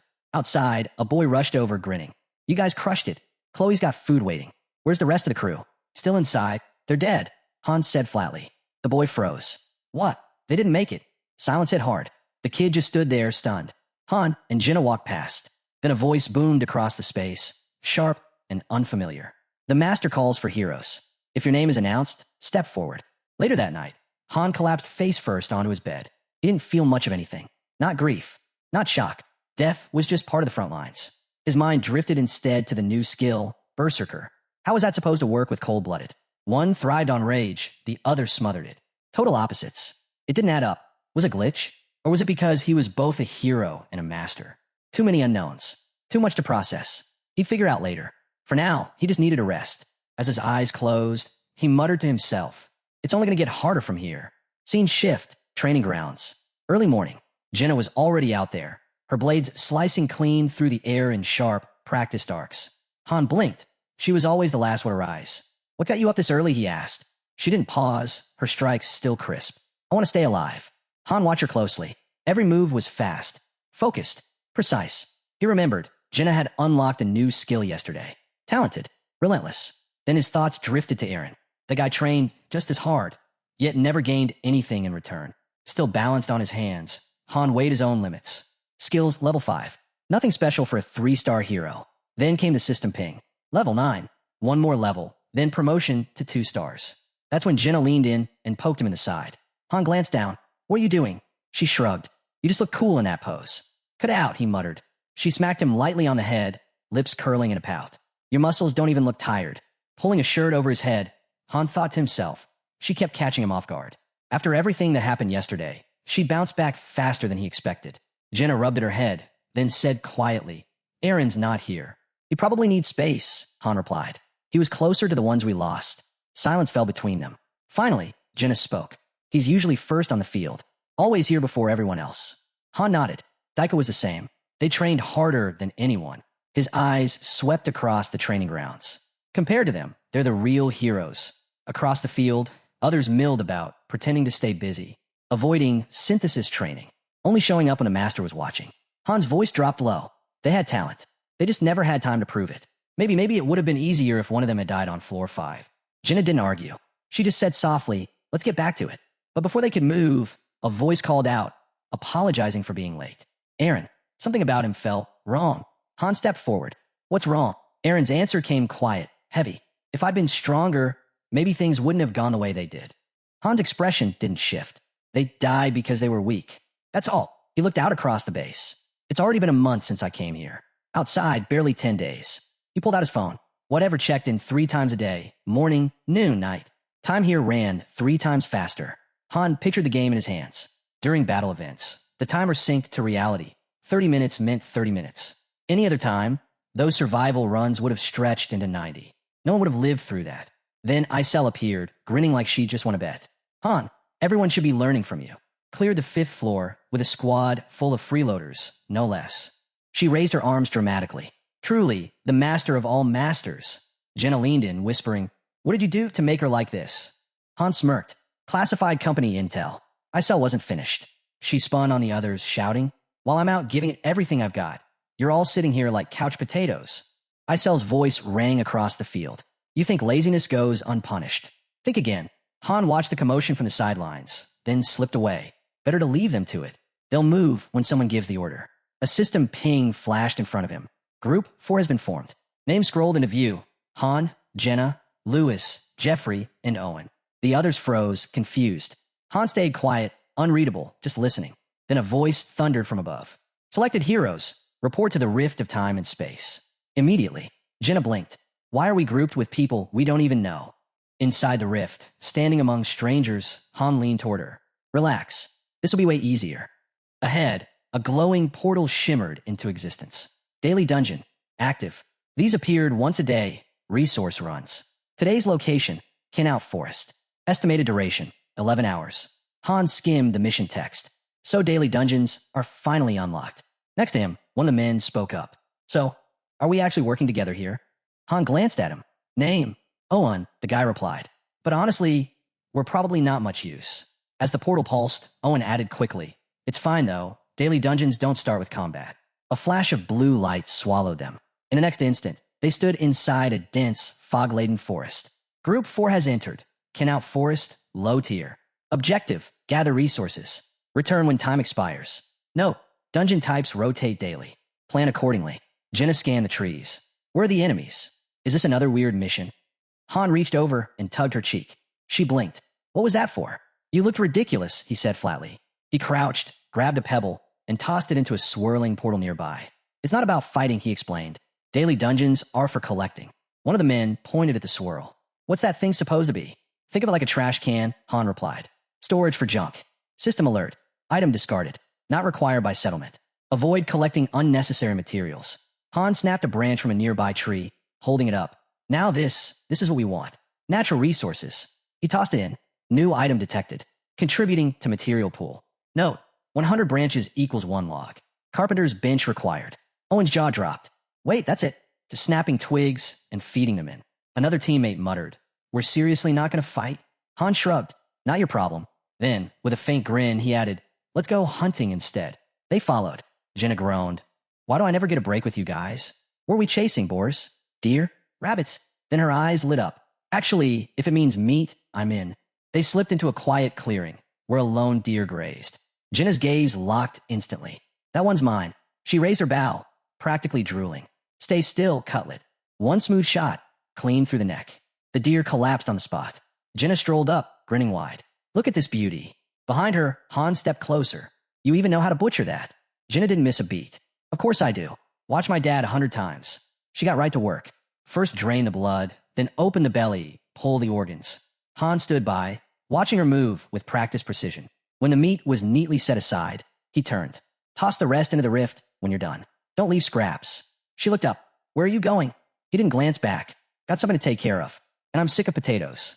Han disappeared into the trees, slipping deeper into the forest until mist from a massive waterfall blurred the air. He checked the timer. 30 minutes left before return. That's when he saw them. A cluster of deer, half hidden in the brush. He froze. There it is. One stood apart, the forest queen. Rare spawn, rare material, rare chance. Han drew his blade. Rare beasts didn't bother to hide. They didn't need to, and they were the source of attribute stones, essential for hero upgrades. No hesitation. He charged. The first deer lifted its head only to lose it in one clean strike. The rest bolted, but one turned, rage in its eyes, charging. Han met it head on, blade flashing until it collapsed. Now only the queen remained. Tall, snow white. Her gaze burned with fury. Han raised his sword toward her. Too late. They're already dead. She pawed the earth, unshaken. Come on, then. Narration shift, daily dungeon rotation. Mon and Tuesday, Israel to mine. Wed and Thursday, Kinout Forest. Friday and Sat, Cimeral Plateau. Sun all unlocked. Elsewhere in the forest, a sudden cry split the silence. There's something out there. A boy yelled, eyes wide. Owen squinted into the brush. Where? I don't see it. Then, just barely, they caught it. A pair of red eyes glowing in the dark. Owen yanked his friend back. Wait, something's not right. The leaves parted. Han emerged, dragging a massive carcass behind him. He smirked, expecting someone else. With a heavy thud, the forest queen's severed head hit the ground. Jenna's eyes widened. That thing's huge. Han exhaled. Yeah, I'll need help moving the rest. One teammate scrambled forward, storing the body into the portal. Han turned to Jenna. How much did you gather? Before she could speak, the system chimed. Item acquired. Queen's blood. I also dropped 2 deer and a boar, she added. Enough to feed everyone. She bent, picking up the queen's head, studying it. Why keep this? It's not edible. Han strapped his shield across his back. The horn. I need it. Only way forward is like this. Jenna leaned in, examining closely. It's a female. Han arched a brow. You can tell that just from looking. She gave a firm nod. Spent enough time in the woods. Right then, a system alert flashed across the air. Skill unlocked. Forest Hunter. Without hesitation, Jenna began carving into the head, her hands steady, like she'd done it 1,000 times. Han stayed quiet, watching in disbelief. Another awakening, just like that. His gaze shifted to her awakening stone. At this rate, she'd rank up easily. No obstacles at all. Another message appeared. Low-tier wind, attribute stone acquired. Infused with forest energy. Useful for crafting equipment that enhances hero rank. The scene dissolved, fading into the bustling tavern at Haynes' main camp. Tables overflowed with roasted meat. The air thick with rich, savory aroma. The room rang with laughter and cheers. Everyone celebrating the taste of real food. Jenna strolled in, grinning. They took down an entire deer. Han didn't even flinch. If you're done feasting, come with me. His mind had already moved on. Dungeon rotation. Today's opening. Cimeral Plateau. The perfect place to farm attribute stones. Not long after, the two entered the dungeon. System notice, 2-person team entered. Low tier, Cimeral Plateau instance. Jenna glanced around. You really think this place will make us stronger? Attribute stones are everything, Han replied. We just need to find them. They made their way to the cliff's edge. Jenna stopped, letting the wind curl softly around her. Han's eyes narrowed. Life flowers. Rare, valuable, essential for health potions. He marked their location in his mind. Then noise. A sharp howl split the air. A massive wolf lunged from the shadows. Steel clashed. Blood flew. The fight was brutal but short. The beast collapsed at their feet. Jenna caught her breath, smirking. That's it? Just one wolf. Han slid his blade back into its sheath. The blood might attract more. She crouched, already carving. What about the fangs and claws? Take them. Han answered, eyes still scanning the ridge. Another system ping lit up. Low-tier water, attribute stone acquired. Charged with plateau energy. Vital for crafting and rank progression. Still working, Jenna looked up. It's kind of peaceful out here. Han raised an eyebrow. Wait till I'm done draining the blood before you say that. She let out a quiet laugh. If life was always like this, hunting, gathering, eating, it'd be enough. Perfect even. Her words lingered. If not for the master. Han froze. He hadn't heard anyone say it aloud before, but once he thought the same. Her voice softened. I hope he never returns. Han's eyes flicked toward her. Do the people in Nibelheim feel the same? Jenna held a glowing stone in her hand. Its light dancing in the dim air. I don't see the point in endless fighting anymore. Synthesis is over. Jenna closed her eyes. If you could do something for me, something quieter maybe. Han didn't answer right away. Maybe. Depends on how things play out back at base. She turned toward him, sharp. Then why talk about peace if you've got no plans to leave the front lines? That cut deep. Han shut his eyes, a faint smile tugging at his lips. But he stayed silent. Days slipped by. Then light. The team materialized in the middle of a dense forest. System alert. Floor 6 reached. Mission type, reconnaissance. Objective, scout and assess the surrounding terrain. Another ping followed. Daika has joined Group 1. Daika flashed a confident grin. You got nothing to worry about. I got this. Aaron wasn't convinced. This doesn't feel like one of the daily dungeons. The squad leader cut in. It's not. Recon missions follow their own rules. Aaron swept his gaze across the tree lane. The forest was unervingly still. Feels like the 5th floor again, too quiet. Quiet, someone hissed. No talking, no movement. The group hit the dirt instantly. One teammate whispered nervously, Do we really need to be lying here? Han glanced at Aaron, his voice calm but firm. This isn't like before. Trust the process. Follow orders, we'll get through it. Aaron gave a slight nod, lowering himself further. Minutes crawled past. Then they saw them. 3 goblins. Level 8. Standard enemies. Nothing special. But Han's eyes locked on one detail. The horn strapped to a goblin's belt. Everything shifted. He lifted his head. Jenna was perched in the branches above.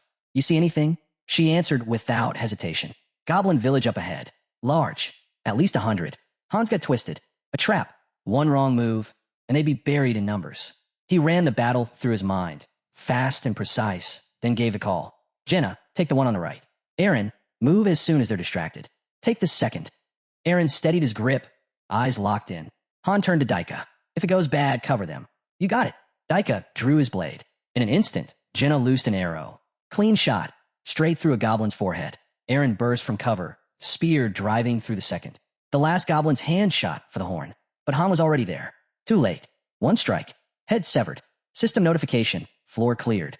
MVP. Han. Reward. 5,000 gold. In a blink, the forest dissolved. They stood in the waiting room. Daika blinked in surprise. Wait, that's it? We're done. Han shook his head. No, not even close. He didn't wait. He broke into a sprint, heading back toward the tree lane. Recon missions weren't just routine sweeps. They were previews. Hints. The future written in fragments. Patterns buried beneath the chaos. He pushed forward until the trees opened. And there it was. The goblin stronghold. Massive. Wolves chained to stakes. Goblins patrolling the perimeter. Not a camp. A fortress. Through the fence, Han caught something odd. One goblin suddenly snapped its head around, staring into nothing. But all that lingered was a faint shimmer of blue particles fading away. Then, flash. The whole squad was yanked back into the waiting room. Jenna's eyes found him right away. Why'd you run off like that? Han didn't look at her, just scouting ahead. But inside, his thoughts wouldn't stop. Main dungeons don't just appear. They follow a flow, one chain leading into the next. And those who read the flow, they know what's coming before anyone else. But that all hinged on one thing. Whether the master noticed. Han wasn't sure if anyone else had seen what he had. And not knowing, that unsettled him more than anything. The pace was shifting, faster than he expected. Right then, Chloe came running in breathless. No build-up, no pause, straight to the point. Strangers had arrived. Armed. Dangerous. And there was something unnatural about them.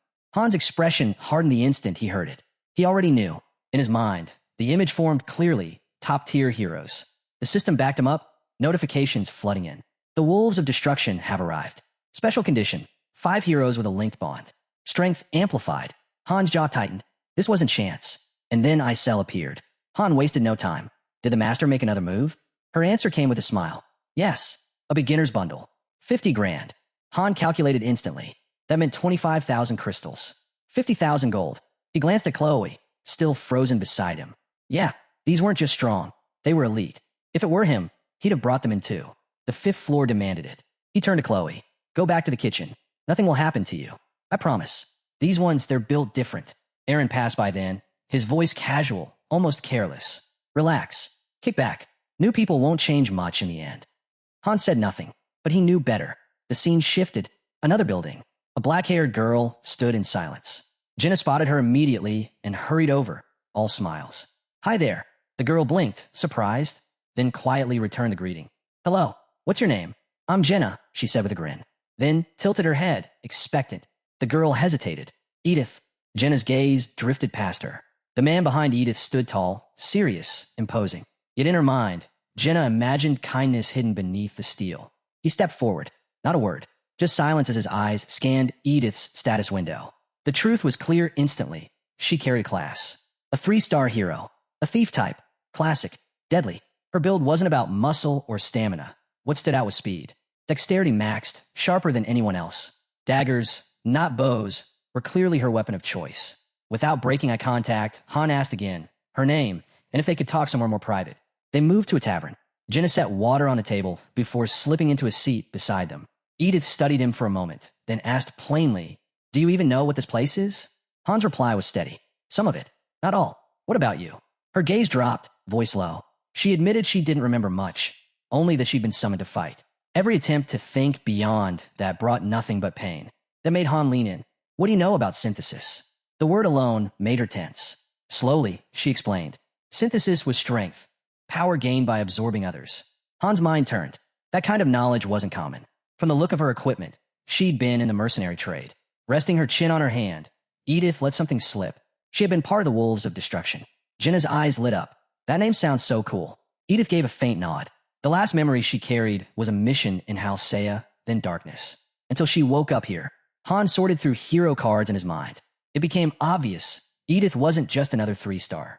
Her skills proved her history. She really had been a mercenary. But even with that, she was nowhere near the level of someone like Mormont Carl. Jenna leaned closer, fascinated. That actually is pretty cool. Edith didn't answer right away. Her head turned, voice dropping. Things aren't the same anymore. Then, voices rang out from the square. Loud, calling names. Avant, Jack, Kevin, Duck, Edith. The master wanted them outside. Han glanced at the window. Looks like we're headed to the square. Right then, a broad-shouldered man stepped out, face twisted in irritation. Who the hell called me? Edith rose calmly. The master. Time to go. Jack sat at the table, chewing through meat, grumbling under his breath. TSH, figures. With a master like this. He shoved the rest into his mouth and stomped toward the door. Moments later, Chloe rushed into the hall, panic written all over her. He took everything. Enough meat for 5 people. Jenna's eyes blazed. He better give that back. Han stood unbothered. Forget it. Let's just head to the square. At the same time, the newcomers began to gather. A decision was made. Group 5 would no longer exist. From this moment forward, they were the Wolves of Destruction. A system alert sealed it. Group name updated. Wolves of Destruction. Members. Avant, Edith, Dirk, Jack, Kevin. Leader, Avant. The 5 stood gathered in the square. Eyes followed them from the crowd. Something's off about this group, a man muttered. They even brought a gun. The boy beside him shrugged. I've got a gun too. The man hesitated, searching for a retort, until Han cut in. Doesn't matter. They're dangerous. That much is obvious. At that moment, Isel appeared, waving the newcomers forward. The master's waiting. As the wolves disappeared inside, the man finally nodded. Unease was natural. These weren't friendly faces. And they definitely weren't weak. Han glanced at Jenna, who had quietly trailed him. What do you think of them? She didn't hesitate. Edith seems fine. The rest? Hard to read. Han turned back toward the crowd. His tone sharpened. So, what is it you all want from me? Protection, someone blurted. Han raised an eyebrow. That's it? You just want me to protect you. A nervous voice followed. We came to you because you're strong. Han smirked, the edge in his voice cutting deep. You skip training, avoid effort, waste time, and now you come begging for help? Silence. No one could answer.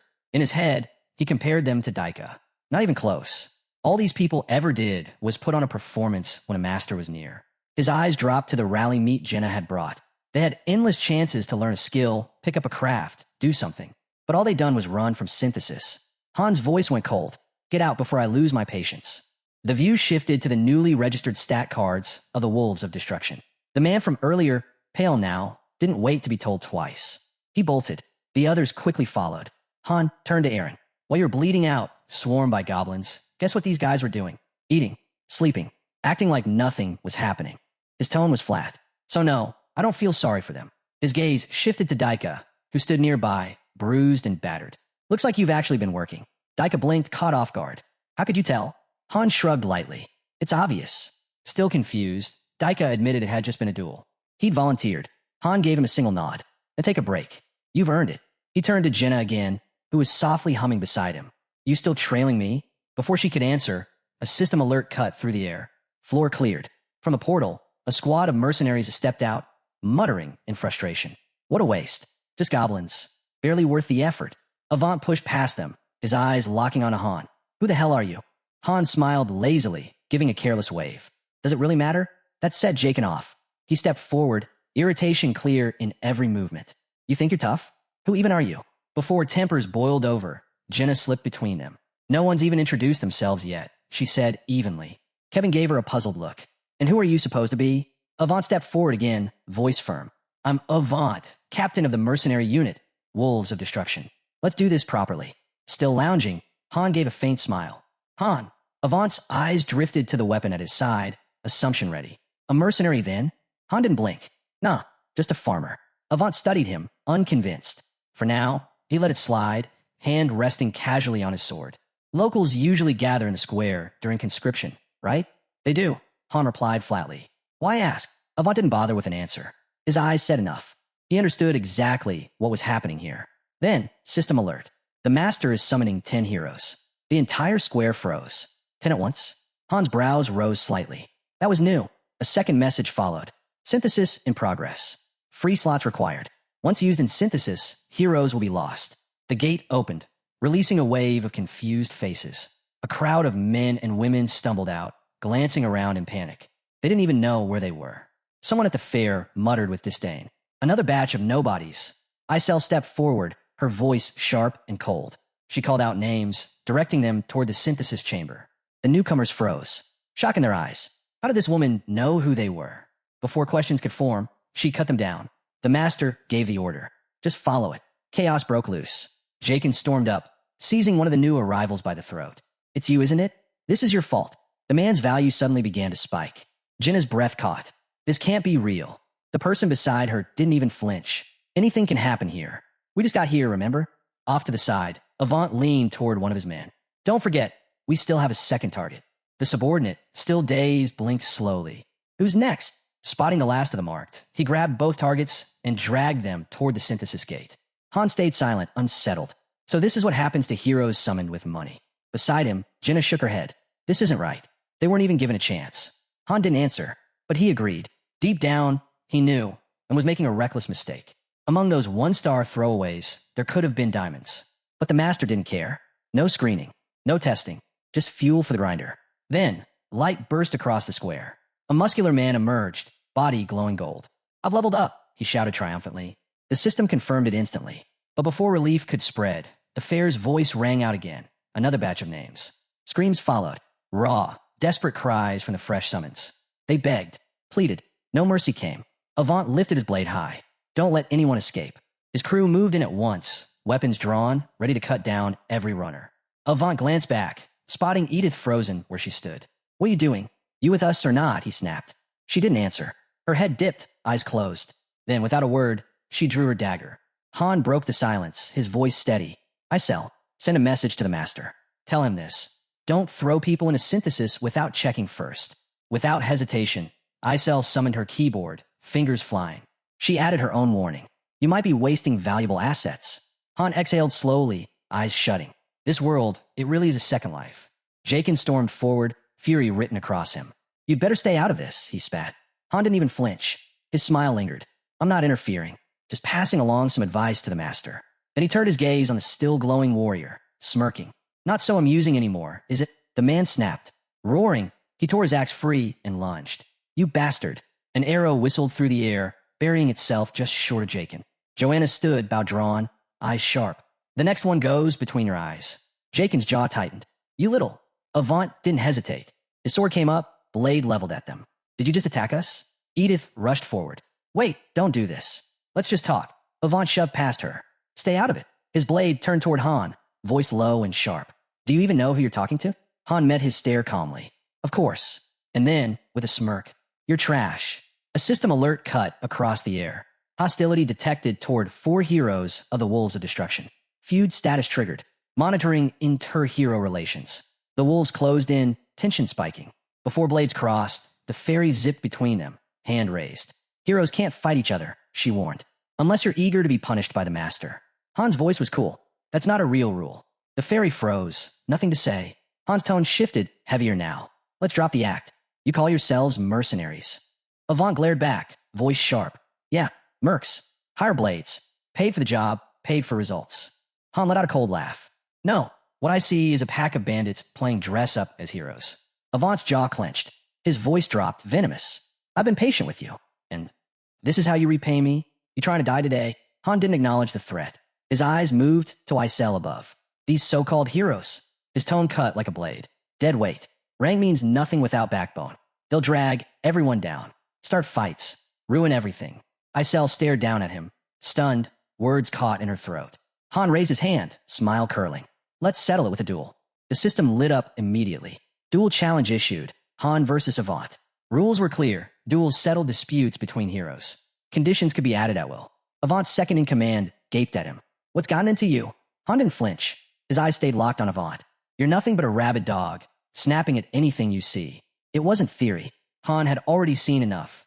The way the wolves carried themselves, how they prowled through the settlement. He turned to the crowd. All the residents are here, right? The moment the mercenaries realized there weren't any real powerhouses among them, their fear had evaporated. Han lowered his hand, eyes shutting briefly. The new recruits, they won't be able to stop people like this. Avant scowled. What the hell are you talking about? Even Jenna tilted her head, confused. Han opened his eyes. If I win, I absorb you. If you win, same deal. That's the condition.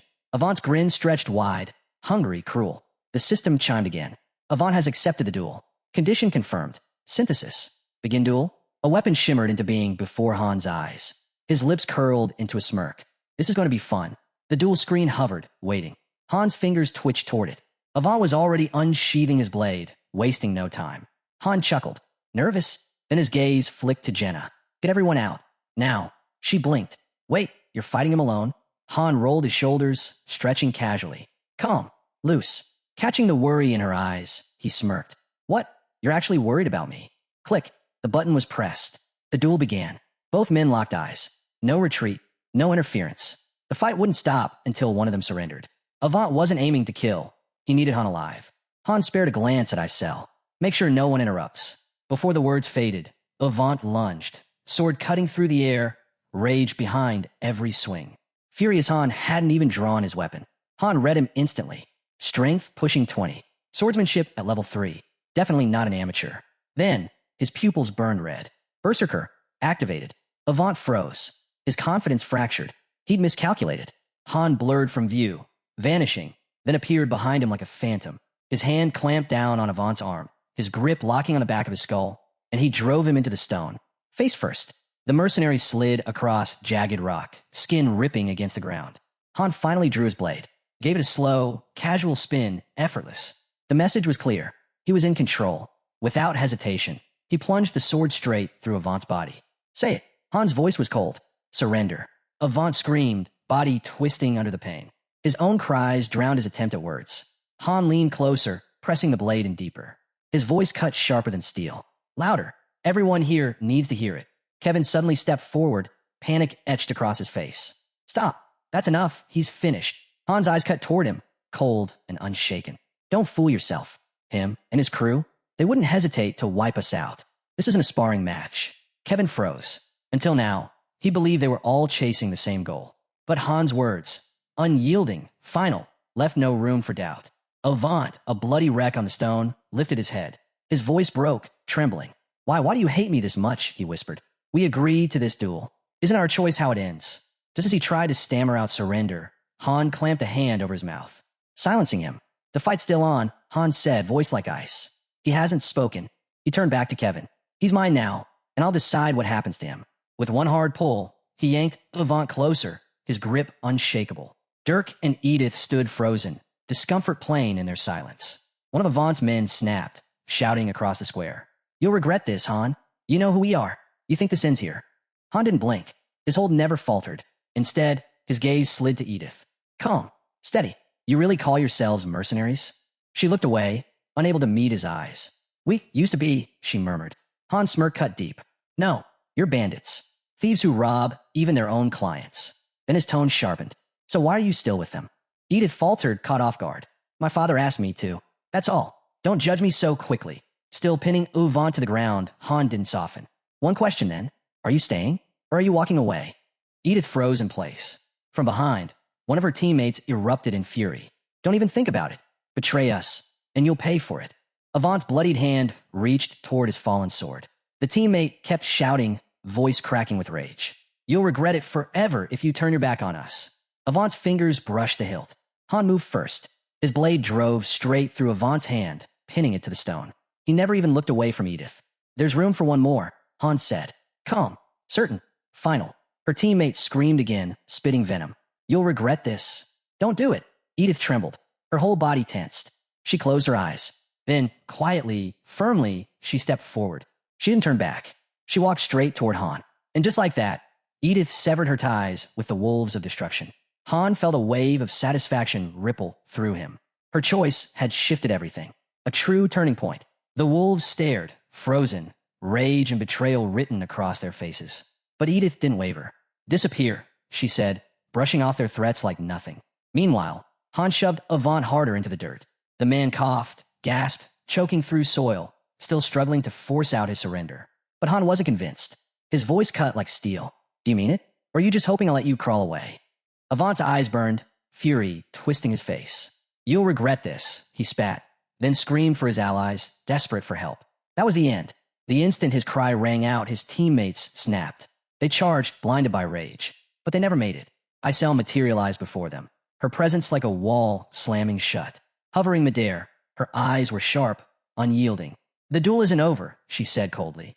"You have no right to interfere." They didn't listen. "Move!" one of them shouted, surging forward. Han's lips twitched, almost amused. He already knew they wouldn't get past her. Isel's gaze sharpened, a wild glint sparking within. "I warned you," she whispered. And then chaos. Screams ripped through the square. Bodies were hurled like toys, smashing against stone. Blood sprayed high, painting the air before raining down across the dirt. When silence fell, Isel drifted above the carnage, lowering her hand with calm finality. "You were warned," she said softly. "Now, you belong to death." Avant's body trembled violently. Trapped between Han's crushing grip and Isel's merciless judgment, reality crashed down on him. There was no escape. Isel floated back, serene once more. "Did I handle it properly?" Han gave her a small nod. "Perfectly. That was the breaking point." Avant's voice cracked, a faint whisper barely escaping his lips. "I surrender." Han heard it. The glowing symbol above them flickered, then dissolved. His berserker state faded with it. The crimson fire in his eyes dimmed, his hair settling as the wind passed through. But pain throbbed hard in his skull. The backlash was sharper than expected. Not worth it, he thought. I'll need to be smarter with this next time. Looking down at Avant, Han smirked faintly. "If you really understood the system," he murmured, "you never would have accepted that duel." Above, Isel's voice cut in. "The Master's been tapping nonstop," she warned. "He's furious with how this played out." Then a glowing card formed before Han. His skill level surged. He didn't react, but Isel did. Her expression twisted with concern. If he's this frustrated, he might drop the game altogether, especially after spending so much on a hero he barely used. Han stayed calm, voice steady. If he was going to quit, he'd already be gone. After all, he had just absorbed a 4-star heroine. Han pushed himself to his feet, something unreadable flickering in his eyes. So many summons, so many wasted. In the end, all of them, nothing but dead weight. His gaze swept over the broken corpses strewn across the square. Maybe one day, the Master will see how flawed his choices really are. But right now, the Master was livid. Han felt a shift inside him as he hit level 10. His stats had risen, solidly matching a 3-star hero. Strong, dangerous, but still not enough. Not for the summit, not for the tower. Unless the Master chose to synthesize him, Han knew he'd never reach the very top. He lifted his eyes skyward. Above, the Master's ever-watchful gaze lingered. "What are you thinking up there?" Han wondered. "What do you feel when you look at me?" He held the stare, unflinching. And in that moment, quietly, but with iron resolve, Han made a vow. "I won't let you vanish. Not now. Not ever." The sun burned overhead. In the distance, the city's towering wall loomed, sealing everything in. Han leaned against a nearby house, eyes closing for just a moment. He needed silence. But peace didn't last. The crowd gathered fast.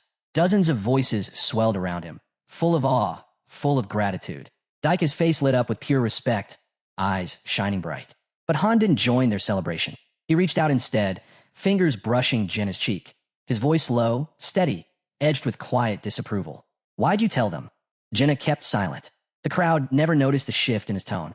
They kept cheering, their voices piling on praise. To them, Han wasn't just strong, he was a savior. Han sighed, long and quiet.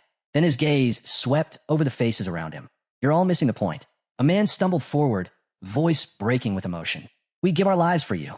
You saved us." Han's eyes went cold. "That had nothing to do with you," he said flatly, turning his back. Silence fell heavy. Someone dared to whisper, "What do you mean?" Han turned again. The Master's furious. That's why he summoned his allies. Confused murmurs rippled through the group. One man tried to calm them. "Maybe it's just another goblin wave." "No," Jenna interrupted, unease in her voice. "Why summon 6? Wasn't 5 enough to clear it?" Han didn't even look at her. It was for synthesis.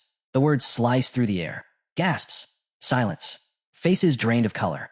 One man, shaking with rage, stepped forward. "We've always fought. We've done everything we could to survive." Han didn't move. Instead, he called Aaron and Daika forward. They approached, cautious. Han's gaze locked on them.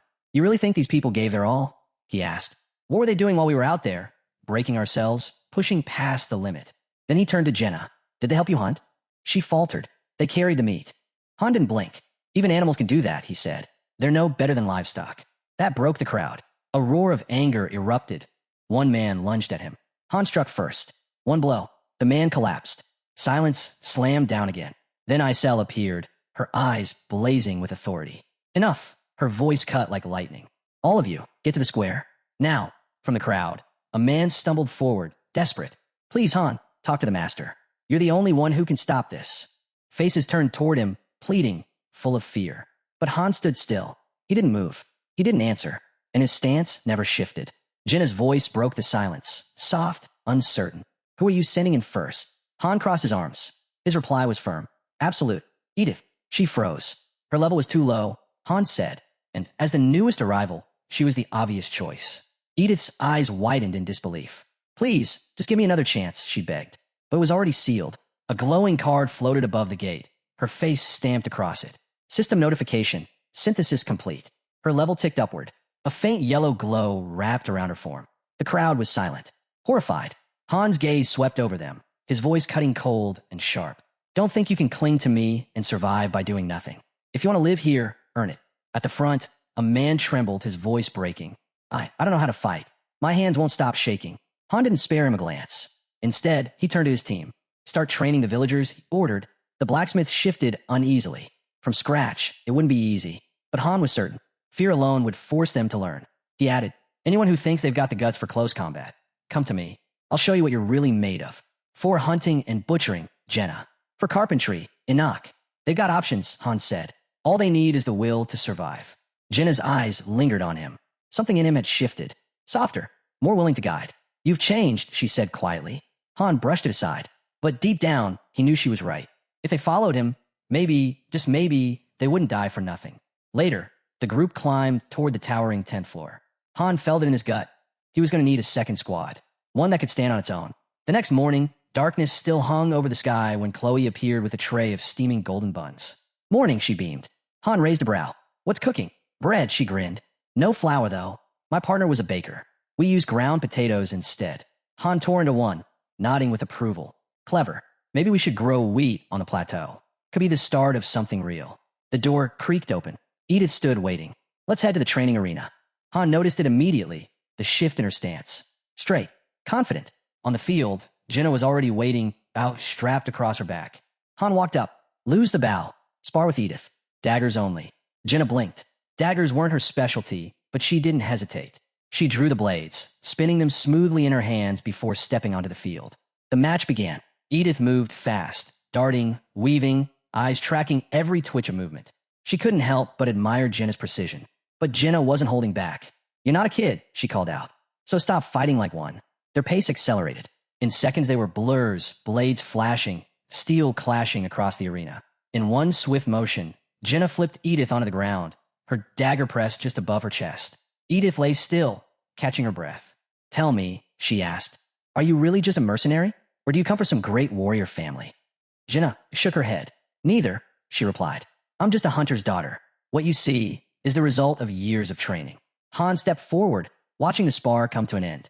If the wolves of destruction had worked half as hard as this, he said with a faint smirk, they might have been worth worrying about. His eyes shifted to Edith. You're behind now, yes. But your potential goes far beyond your current level. Keep pushing, and the gap won't stay for long. The moment was cut short as Aaron stormed in, his frustration boiling over. That's not fair, he shouted. I've been training nonstop, and I still can't catch up. Han's voice was calm, steady. It isn't just about effort, he told him. It's about how you train and how you grow. Then, turning back to Edith, his tone sharpened. I don't care who you were before. Edith wiped the sweat from her face, her voice barely above a whisper. I remember what you did. I remember the work you left behind. Aaron kept running laps, his breath ragged, while the others practiced against dummies. Han simply stood back, observing in silence. This wasn't about preference anymore. They had to raise their worth. Because if they didn't, survival wouldn't be an option. Even with a few stepping into support roles, they were still short. 2 spots remained, and someone was going to be chosen for synthesis. Han's gaze fell on a man lingering at the edge of the field, hands in his pockets, sweat glistening on his skin. Han approached. What's your name? Usher, the man replied. That thing, the master, dragged us here to fight. Han picked up a club from a barrel, sizing him up. The man's build was strong. He looked ready. So, who were you before this? Usher scratched the back of his neck. A porter, carried supplies for mercenaries. Set up camp, took night watch. Han raised a brow. You move better than someone who only hauled gear. Usher gave a small laugh. I always dreamed of getting promoted someday, becoming a merc myself. A faint grin crossed Han's face. Without warning, he raised a club. Then prove it. Show me what you've got. Not far away. Two angelic statues stood carved into stone, the markers of the trial every recruit would face. That night, the master made himself clear, volunteers didn't matter. Eren threw himself into fight after fight and still went unnoticed. Two were chosen for synthesis. Neither survived, but Usher's card glowed with light. He endured. He rose again, stronger, now level 3. The rest were sent to the daily dungeon. One terrified recruit barely escaped, sprinting from a monster's jaws. Meanwhile, far underground, the mine of firestones remained sealed untouched, and under the heavy silence of the night, the settlement slept. At dawn, the streets filled with restless voices once more. Han stood at the front, arms crossed, scanning the gathered crowd. Anyone want to guess why you're here? The group shifted uneasily until Daika raised a hand. Are you picking a new team? Jenna frowned. Wait, I thought only the master could do that. Han gave a casual shrug. He listens to suggestions. This one's mine. He lifted a glass filled with folded slips of paper. We're drawing lots. Murmurs rippled through the group. 2 teams, Han said with a faint smirk. 6 of us. 3 each. Daika's face tightened with doubt. Relax, Han added. There's no downside. Each team gets a leader. He tapped his chest. One team has me. Then, turning slightly, the other has Edith. Edith froze. Me? Not Jenna. Han's gaze dropped, his voice flat. I don't like Jenna. Edith hesitated. Why split us at all? Han's reply came sharp and clear. We can't put everything on one team. If they fall, it's over. We need backup. For a moment, he closed his eyes, the memory of the 5th floor flashing in his mind. The chaos, the raw power difference. They'd barely made it out alive. One weak link had nearly dragged the entire squad down. He pictured maps, routes, and strategies. In a perfect world, a single elite team could storm through every level. But reality demanded more. Some missions ahead would require dozens, maybe hundreds. And one unprepared recruit could ruin it all. This second group wasn't just insurance. They were the final safeguard if Team 1 ever collapsed. Han thought of ending, recklessly throwing money into summoning heroes without plans or strategy, yet still managing results. There had to be a secret behind their success, something he hadn't figured out yet. He shook the thought away and raised the glass again, the slips now color-coded. Red team's with me. Blue goes with Edith. The division was clean.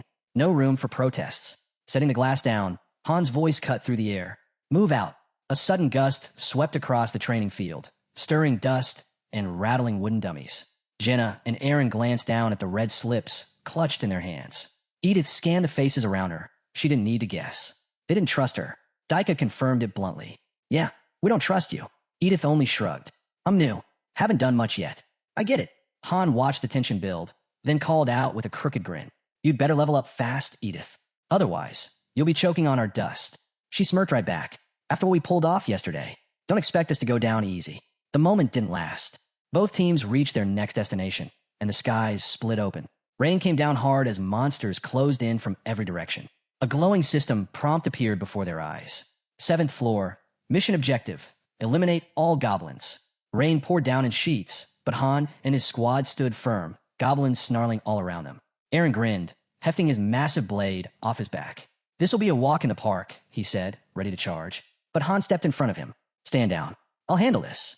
The goblins shrieked and lunged. Han closed his eyes, drawing in a steady breath. A glowing prompt appeared before him. Berserk mode activated.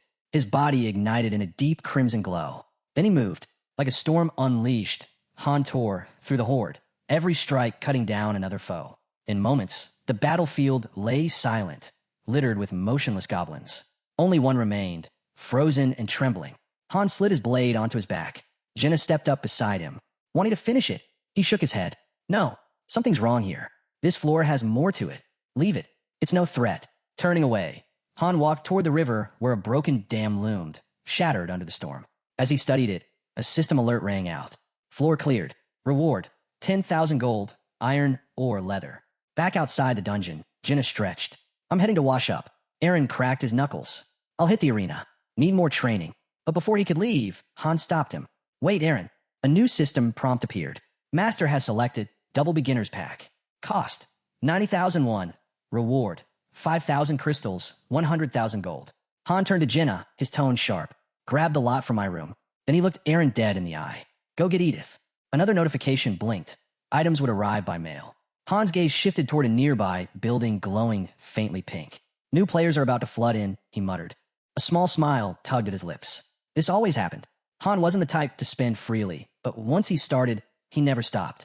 He remembered his first time logging in, how real it all felt. The AI alone had stunned him. Just watching Haynes move had been entertainment in itself. It wasn't just the battles or the synthesis system that drew people in. The game felt alive. Real players making real choices, even support heroes acting like they had minds of their own. Han had pulled plenty of friends into the game by now, and he always told them the same thing. The best part wasn't winning. It was watching how people handle the chaos. Memories of past players flickered in his head. Every floor harder than the last. Every wave, something new to manage. That was the thrill of being a master, guiding, planning, deciding every move. Then, two figures stepped into view. System IDs appeared. Ivalka and Roderick. The man scowled, glaring at the girl beside him. Who's she? Before anyone could respond, Ivalka stumbled, collapsing right in front of Han. Jenna walked over, frowning. What's with her? Why is she on the ground? Han brushed it off with a wave. Probably her clothes. Too fancy. Not made for moving. Edith stepped up, eyes scanning Ivalka. She's definitely noble, she said flatly. Edith glanced at Han. I've seen enough mercs to know people. So tell me, what's a noble doing here? Sunlight poured over the settlement walls. Han stood in silence, turning it over in his head. He understood summoning. He understood synthesis. But stats, skill trees, the finer mechanics? Still a mystery. He wasn't some high-level gamer, just a city guardian who happened to take things seriously. Then Roderick spoke up, uneasy. It's strange, like something's pulling the strings. Like there's an enemy right in front of me, and I'm forced to act. I can't shake the feeling. Han gave a slow nod. I'll explain everything. After the draw. He turned to Edith. It was time. The draw began. Blue team ended up with the old man. Red team drew the noble girl. Han stayed quiet, observing. A hardened veteran versus a sheltered aristocrat. The difference couldn't be clearer. Just then, Jenna rushed in carrying a glass. She sat down firmly. All right, time to draw your lots. Han didn't hesitate. He sprinted forward, hand shooting toward the glass, straight for the left slip. Ivalka's eyes tracked his every move. Then, something flickered in his mind. Fire? Edith reached at the same moment, her hand colliding with his. They locked eyes above the glass, both refusing to pull back. The same question hung unspoken between them. Who's letting go first? Han's gaze shifted to Ivalka. You a mage. A small flame danced in her palm as she raised her hand. Consider this my introduction, she said calmly. Neither Han nor Edith moved, neither willing to give up the lot. Han's thoughts raced. Warriors, rogues, even archers could be summoned in droves. But mages? Mages were rare. Too rare. Only available through donation summons. And even then, the odds were terrible. Caught in the tension, Ivalka looked shaken. Why are you all acting like I've done something wrong? That's when Jenna snapped. You peek at the lot, she shouted. That's cheating. She yanked the glass away. This was supposed to be random. No more bending the rules. Ivalka blinked, overwhelmed. What are you even doing? Han's reply was casual. Figuring out who gets you. You hesitated longer than the old man. Ivalka shook her head in disbelief. How am I supposed to understand any of this? It happened so fast. Roderick gave her a firm look. Think carefully. Did you claim a lot? Her hand flew to her mouth. This is awful, she whispered. Jenna folded her arms. This time, no tricks. We do it properly. Han gave Edith a nod. Let's draw again. Fair and square. Both pulled their lots. Han held his up, grinning. Settled. He turned to Ivalka. You're with me. With a quick motion, he sent her the party invite. Suddenly, Isel's hand shot out, dragging the other man away. His eyes widened in panic. You said we wouldn't get hurt if we worked hard. Han's tone stayed calm, almost indifferent. I'm not great with support types. Then, glancing back at Ivalka, his voice sharpened. If you don't want to end up like him, stay close to Isel. A message blinked into view. Synthesis complete. Ivalka's card pulsed with light, her level climbing. Han closed his eyes. That's what happens when you fall behind. He watched Isel walk off with the others. No choice this time. Better to follow the plan than get forced into it. Standing beside Roderick, Han gave a small nod. You're next. Then, almost casually, they were just synthesis material anyway. Another alert chimed. Roderick, level up. At the gate, Isel raised her hand. Open the space-time rift. Han's gaze sharpened. This was the rookie trial. Every step unfolding exactly as expected. Team 2, head inside, Isel ordered. Edith shot Han a sly grin before turning away. Looks like I'm leading Roderick this time. Guess that makes me your stand-in. Han's attention shifted back to Ivalka. What kind of magic do you use? She crossed her arms. Why do you need to know? His voice hardened. Answer the question. Ivalka flinched at the edge in his tone. Then she snapped back, voice trembling. This is disgusting. I shouldn't have to fight monsters at all. Han's reply was cold as steel. Disobedience leads to sacrifice. Fear flickered in her eyes as he stepped closer. His words dropped low, cutting. One last time, what's your magic? Later, Ivalka sat stiffly on a bench. Her voice finally broke the silence. Fire. Third circle flame. That's my strongest spell. Han stood in front of her, arms folded. Teleportation? Support spells. Ivalka lifted her chin. Any third circle mage can learn support magic. A grin tugged at her lips. But trust me, my firepower will blow you away. Han studied her for a long moment. Confidence, yes, but could she back it up? Flashy offense was easy. What mattered were shields, barriers, support, rare skills that actually decided survival. That was what he was hoping for. Still sitting on the bench, Ivalka didn't look rattled. Han's thoughts turned over. Why had he asked? She didn't show a visible skill window. Maybe she hadn't fully awakened. Unlikely, but not impossible. His tone dropped serious. You understand, don't you? From here on out, you will be fighting. Before Ivalka could answer, Edith's squad emerged from the rift, grinning. Roderick stood steady at her side. From the gleam in Edith's eyes, Han figured he'd held his own. Han turned to Jenna and Aaron. You're up. Get ready. Across the field, Isel's voice rang out. Team 1, prepare to enter the space-time rift. Han smirked. Let's move. They stepped into the glowing portal. Calm, calculated, Han guessed they'd be dropped on the 4th floor. As they walked, his voice stayed even. Nothing heavy yet. Harpies, goblins. Enough for us to gauge her abilities. Then he looked at Ivalka. When the fight starts, we'll hang back. Show us what you've got. His next words came almost lazily. Any one of us could solo this floor anyway. Ivalka froze, her earlier bravado wavering. But then she thrust a hand forward. Wait, just watch, you'll see. Isel blinked, a little amused, a little curious. She waved them off with a smile as a system prompt lit the air. Gate opening, 10 seconds. Isel's tone shifted, sharp and serious. Good luck. The gates creaked open. Han's eyes locked on the field beyond and froze. This wasn't the 4th floor. It was the 8th. His breath caught. Weapons out now. He scanned the tree lean, voice grim. This has to be punishment. Or a test. His teeth clenched. We might have to retreat. Ivalka's eyes darted around. I've seen this place before. Down! Han roared. An arrow split the air, whistling toward her. She froze.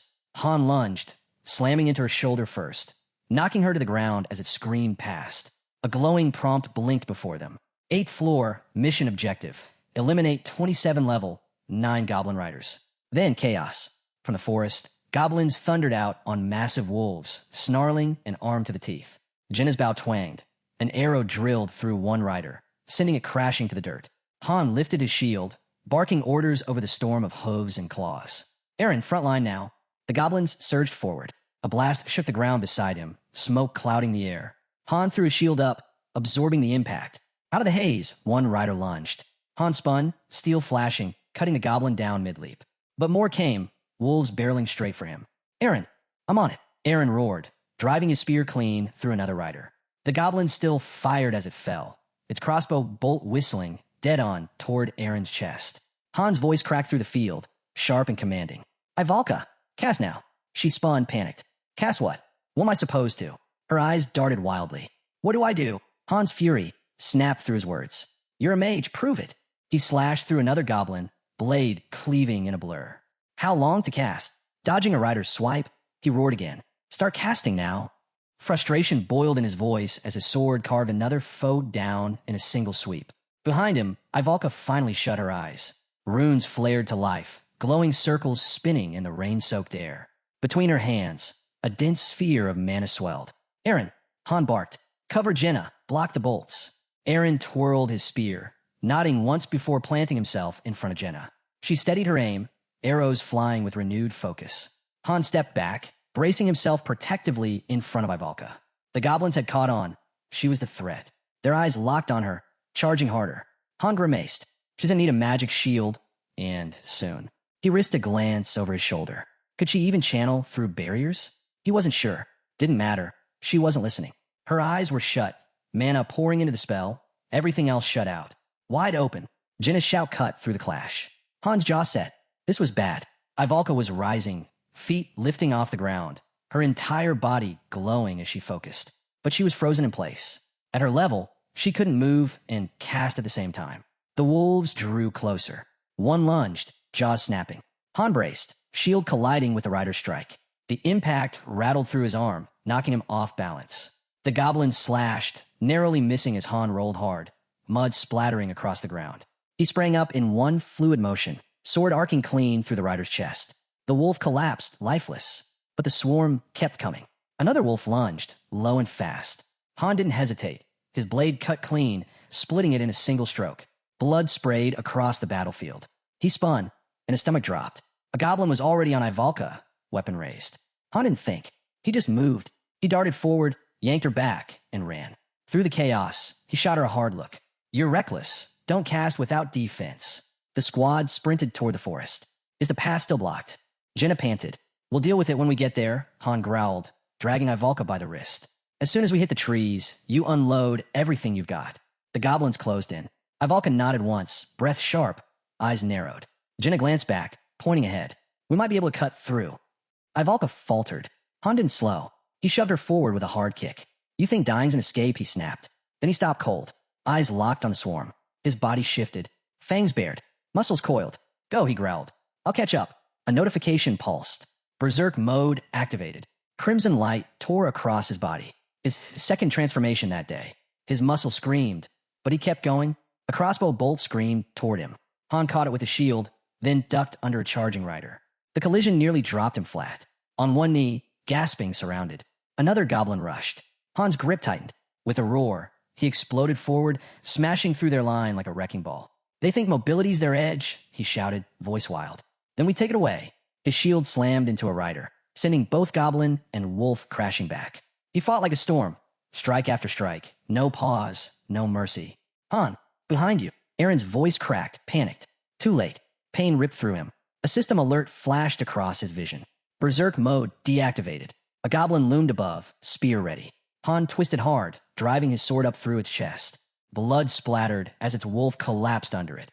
He tore his blade free, turning for the next wave. Aaron froze, helpless. Snap out of it. Han barked. I've got this, just hold your ground. He ducked another blow, dodged a wild flurry, striking back in brutal arcs. How much longer, Ivalka? He roared. She's done. Jenna shouted. Han bolted, bursting from the mob. He leapt high, vaulting across the battlefield.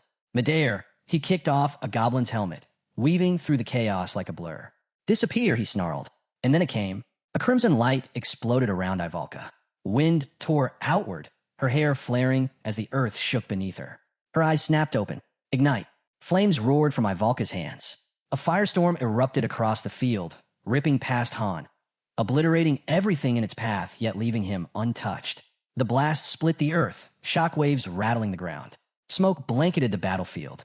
Han hit the dirt, eyes darting, stunned at the sheer force behind her magic. What is she? Another beam ignited from Ivalka's palms, raw energy tearing through the goblin line as if it were nothing. From cover, Jenna peeked around a tree, jaw slack.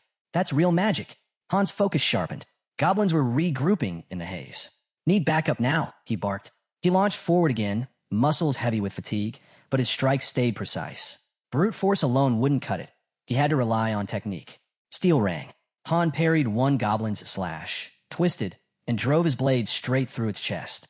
An arrow whistled, piercing another. Jenna grinned. Did that help? Aaron appeared at her side, his spear impaling a rider clean through. The wolf tumbled with its master. Need a hand, old man?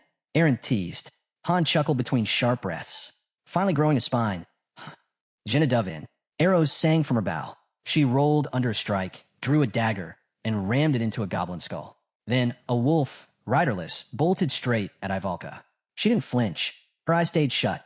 Before it reached her, a gunshot cracked.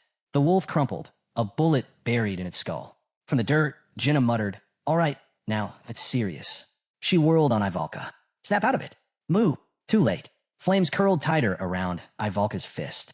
Strange runes burned across her face. Jenna's eyes widened. Panic. Retreat. Now. Han and Aaron yanked back, retreating fast. Ivalka's eyes opened slowly. They'll burn, she whispered. The ground sizzled, then detonated.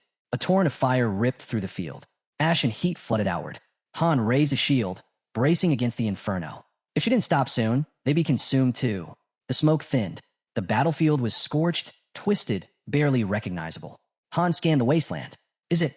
He stopped cold. More riders surged through the haze. And then Ivalka raised her hands again. Go beyond, she whispered. Ascent. A cyclone of fire exploded outward, spiraling into a storm that swallowed everything. Trees bent, earth shattered, the air itself burned. Jenna clung to a tree, nearly torn off her feet. The battlefield became a blazing maelstrom. When the flames died, only ruin remained. a massive crater, scorched black and smoking. At the center stood Ivalka, motionless, surrounded by charred earth. Han's eyes widened. A system prompt appeared. Floor cleared. Reward, 20,000 gold, iron, or wolfskin. MVP, Ivalka. No one spoke as they walked from the battlefield. Silence heavy around them. Finally, Aaron broke it. She wiped out over 20 riders. In one blast. Ivalka grinned, unbothered. That's the strength of fire. She pressed a hand to her chest, voice steady. And if I ever draw on my true power, you won't believe what you'll see. I carry the soul of the Rivel Witch. Ivalka's nose bled. Then she crumpled to the ground. Han dropped to a knee beside her, pulling up her stats. She's out. Mana's at 0. He studied her unconscious face and let out a long sigh. She won't be casting again for at least a minute. That meant only one thing. They'd have to protect her until she recovered. Her card blinked into focus in his mind. No support skills. Strength, agility, endurance, all barely 1 star. But Han had led mages before. He knew what made them dangerous. Still, this was different. She wasn't a fighter. She was a weapon. A living artillery cannon with no armor. Pure firepower, wrapped in fragile skin. Jenna slung Ivalka over her shoulder with a grin. Watching them, Han thought to himself, power like this didn't show up often. She was worth keeping an eye on. When they stepped out of the portal, the team carried a different energy, spirits high. Han glanced at the sky.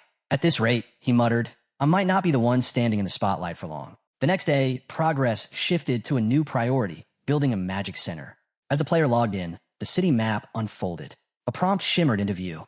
Select building. Research and Magic Lab unlocked. New research skills available. Alchemy Lab unlocked. Materials can now be synthesized. Library unlocked. Mages can expand magical knowledge. The map zoomed out, the 3 structures fusing into one sprawling complex. The Magic Hall. But as the city expanded, complaints came with it. Sweat dripping, Ivalka sprinted with the group, face twisted in frustration. Why should someone of my rank be doing this pointless training? She snapped. My brain is my weapon. Han watched her stumble along, shaking his head. She could rain fire like no one else, but if she couldn't move while casting, she wouldn't last. He picked up speed, pulling ahead. Quit talking and run. In a real fight, stamina matters, especially when swords and spears are flying at you. A smirk tugged at his lips as he glanced back. Besides, training gear looks a lot better on you than that stiff dress. Ivalka huffed between breaths. That stiff dress was custom-made by my family. It boosts my firepower. Han didn't slow. Yeah? Doesn't matter if you're too slow to live long enough to use it. He sprinted harder. And this barely even counts as training. 3 laps, no weights, jogging pace. Compared to my drills, it's nothing. With a grin, he surged ahead. You must really want potatoes for dinner, he called over his shoulder. Don't worry. I'll make sure someone hears about it. His eyes flicked to the side, spotting a guy still standing, just watching. Han laughed. You planning to stand there all day? Observation skills are great, but you'll need more than that. The scene shifted. Han stood before the newly finished Magic Hall. City map hovering in view, with Ivalka's data highlighted. A lucky break. Just before reaching the 10th dungeon floor, they had gained a mage. His eyes scanned the dungeon access routes. The newly unlocked Israelita mines widened their options. They could now clear 3 separate weekly dungeons in one run. Han pictured the loot vault. Dark, quiet, brimming with materials waiting to be forged into something greater. Time to begin potion production. A system notification flickered. Ending has logged out. Still jogging laps. Jenna raised her arms, shouting toward Ivalka. Come on, you've got this. Inside the magic hall, Han spoke half to himself as he worked. High-grade potions usually came from professional pharmacists or alchemists, sure, but with the mini-game system, anyone could craft them. Just like weapons. Just like gear. He glanced at his avatar. In the interface, it looked like he was holding a book, though he couldn't make out a single word on the pages. His gaze shifted to the cauldron. All right, he muttered. Let's get started. Flowers. Fangs. Tossed in. The interface blinked alive, the minigame sparking to life. Han tapped through each prompt quickly. Success messages lined up, one after another. Test tubes lit, glowing with bright, swirling liquid. 6 healing potions. 2 for mana. Isel stood off to the side, while Han ran through the numbers in his head. Maybe people would ask questions later, but better to be overprepared than dead. Night fell over the fortress city. Han stood at the brazier, fire crackling in the dark. His team circled around him. We've got a mage now, he said. His voice carried steady. He gestured to the flames. Guess why I brought this? With a sly smile, Han lowered his hand straight into the fire. Jaws dropped. What are you doing? Jenna gasped. Han didn't flinch. If Ivalka uses fire, then we'd better get used to fire. The flames licked at his skin. His grin turned sharp. almost feral, as he began to count. 1, 2, 3. Then he pulled his hand free. The skin was black and charred. He gripped his wrist, staring at his palm as the others froze. I'm fine. Before their eyes, the flesh began to heal, slow but steady. This, Hans said, voice low, is why it matters. He turned toward them, tone firm now. Her spells aren't just fireworks. If you're not ready, they'll cut through you the same way they cut through the enemy. If you want to survive, train for it. Jenna shifted uneasily. Do we really have to do this now? Aaron glanced down, nervous. How do we even know when to stop? Han raised his hand, scars still fading. You stop when the pain wins. He looked into the fire. We keep going until our bodies remember the flame. Aaron's lips twitched into a tight smile. 5th floor. I remember. His fingers trembled as he stepped toward the brazier. Han's hand shot out, grabbing his wrist. He leaned in close. Do it when no one's watching, Han whispered. No need to stand here proving yourself by screaming in front of the others. Aaron froze, then slowly stepped back. Jenna stood stiff, fists clenched. Her voice cracked. I can't. I'm not doing this. I fight from the back anyway. Han stepped toward her, smile softening. He took her trembling hand, guiding it toward the flames. If we do it together, it won't hurt as much. Just a little sting, like a mosquito bite. His tone gentled, but the weight stayed. You really going to keep running every time Ivalka casts? In his mind, Han saw it clearly. Ivalka surrounded, monsters pressing in on all sides. No teleportation, no shields, only fire, only her. Without them, she wouldn't even last a minute. She couldn't dodge, not even against the slowest foe. Han's eyes locked on Jenna. If you don't want to see her fall on the 10th floor, then it starts here. Now, steel rang as he drew his blade without warning. Sorry, Aaron, he muttered, turning. The sword spun once in his hand, then sliced deep across his own palm. Blood welled, dripping. He raised it high, a sharp grin cutting across his face. We train for pain too. He passed Aaron a smaller knife. You don't need to follow my lead. As long as it builds your resistance, it works. Even as he said it, a weight pressed down on him. It felt wrong, brutal, but survival demanded it. Han lifted his hand over the brazier. Heat pulsed against his skin. Wounds heal with potions, yes, but the agony stayed. And in battle, you needed to keep moving no matter how much it burned. His gaze flicked back to Jenna. This isn't mandatory. Not for you. But one day, it could mean the difference between life and death. Jenna bit her lip. Maybe I'll try later. Han gave a short nod, then turned toward the window. There's another option. Switching. With that skill, she could flow seamlessly between daggers and arrows. Close or long range. No hesitation. Unpredictable. Lethal. He pictured their formation. No fixed lanes, no rigid roles. From now on, they would move like a single body. A triangle with Ivalka at its heart. Training would start tomorrow. He met Jenna's eyes again. I know this isn't your style, but me and Aaron, we can't shield her forever. You're part of this too. In his mind, the image sharpened. Their party forming a wall of steel around Ivalka, knights circling their queen. Only then could her true power break free. 2 mages would have been ideal, one for attack, one for support. But they only had her. No backup. Han exhaled slowly. They hadn't even cleared the 9th floor yet. And chances were they wouldn't. The second team would likely claim that victory, gain the experience. Everyone knew it, even Inning. They were being molded into the fallback unit. Han set down a bucket of water and spread the cards across the table. Each bore a single word: subjugation, survival, guard, breakthrough, execution, defense, siege, pursuit, escape. It was clear now. The 10th floor wasn't for one team. It would demand 2. He struck a match, dropped it into the brazier. Flames roared to life. This wasn't just another dungeon. It was a joint operation. High stakes, high risk. Han thrust his hand back into the fire. His jaw clenched. No more mistakes. No more close calls. Smoke curled up, burning his throat. He coughed, eyes watering, but he didn't move. The scene cut to a small glowing house. A new message blinked in the air. Skill unlocked. Fire resistance. Inside the chamber, Han stood face to face with Ivalka. His words cut sharp and direct. As you are now, you're nothing but dead weight. She froze, eyes widening. If you're going to tone down your spells, he pressed on, then shortened the cast time. Save your mana. Otherwise, don't even bother. His gaze didn't waver. Well, can you handle that? Ivalka jolted, stumbling forward as though her body moved before her mind. I can. I'll do it. I'll follow your orders. Han watched her rush ahead.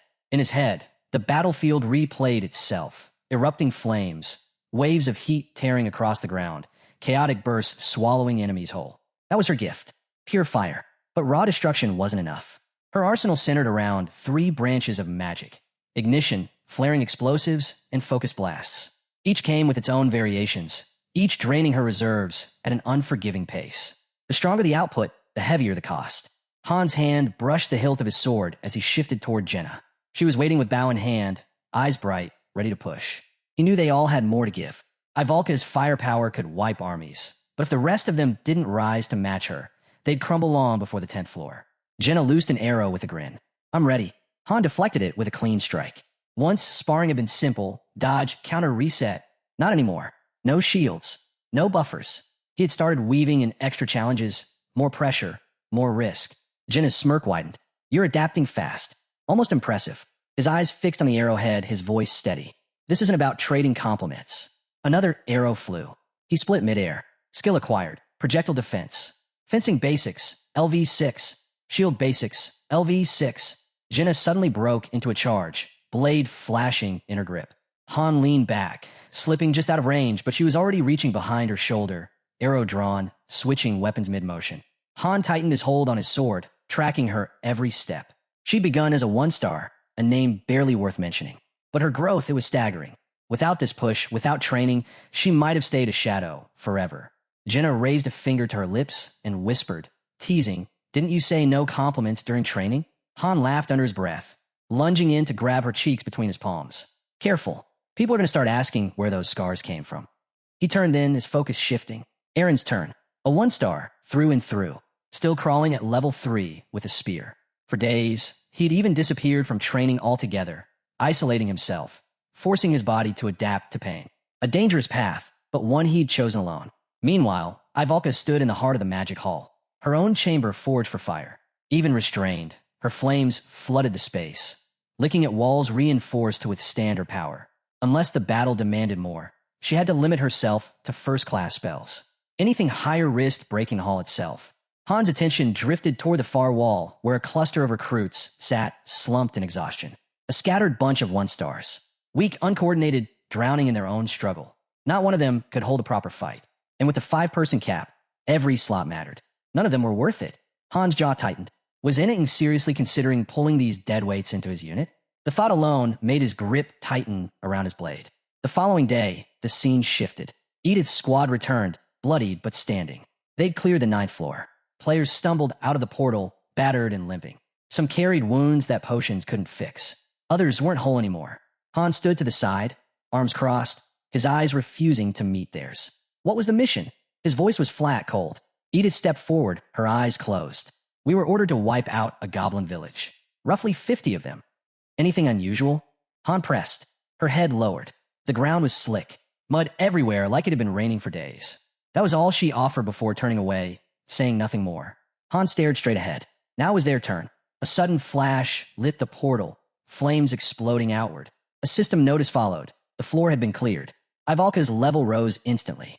Han emerged with his team, his mind already racing. The 4th floor had served its purpose. It wasn't a training ground anymore.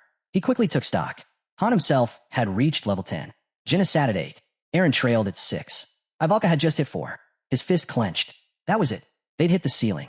Without access to higher floors, their growth stopped here. Later, another player approached to introduce his squad. Dagger production had begun in earnest, and equipment had been upgraded across the board. The flimsy D-rank leather was gone, replaced by solid D-rank iron plate. Han and Aaron now carried proper daggers. The guy even revealed Shern and Makin's cards. They'd been officially slotted into the 1st and 2nd squads. Still trailing behind, but at least they were moving forward. Han thought back to how long it had taken just to push this far, to scrape their way up to the 10th floor. Isel leaned back with a smirk. So what now? You turning into Loki? Planning to call all the shots? You think you can juggle something that complex? Han sat at a table buried in paperwork, stacks of documents closing in. If I could figure all that out, he muttered, I'd be a god by now. He shot her a look. Why do you always show up just to toss weird questions at me? If it were him, he would have already broken through all 100 floors. Han explained that the guy she was comparing him to wasn't just strong. He was chosen. The system itself had marked him. And even with that, it had taken him 2 full years just to claw his way up to the 88th floor. Dozens of teams had been erased along the way, caught by random traps and twisted mechanics. Han leaned against his hand, lost in thought. The Master of Choose Me only grew stronger every time a squad failed. And yet Ink had never failed. Somewhere deep inside, Han admitted it. Maybe their first true defeat wouldn't come until that man was gone. Meanwhile, out on the street, tension coiled. A group of men stood facing the guards. Ivalka looked away, uneasy. It's too crowded, she whispered. That little fairy hasn't summoned anyone yet. Han stayed silent, his gaze fixed on nothing. Half an hour had passed since Inning last appeared. That could only mean one thing. He was still deciding. Then, the system prompt appeared before them. Would you like to enter the 10th floor? The guy fixed his eyes on the dungeon gate. Should he step through now or hold back? Han folded his arms, a hard frown pulling at his face. The newest recruit wasn't ready. Even after hitting level 10, promotion hadn't come. His skills were still shallow, not nearly polished enough. With another week, maybe less, they could sharpen everything, max out the squad's basics. Then the 10th floor run would be smoother. But Han knew better. If this was Ennington's call, waiting wasn't on the table. Above the portal, Isel rose into position. The rift of time and space unfolded, shimmering with power. Han's jaw tightened. For them, this was survival. For the Master, just another trial. If they all burned out here, he'd summon replacements without blinking. Sharon glanced toward Han, uneasy. The order was simple when the fight began. Don't get involved. Stay back. Han clenched his fists. His swordsmanship was stuck at level 1. Even reaching level 3 wouldn't change much.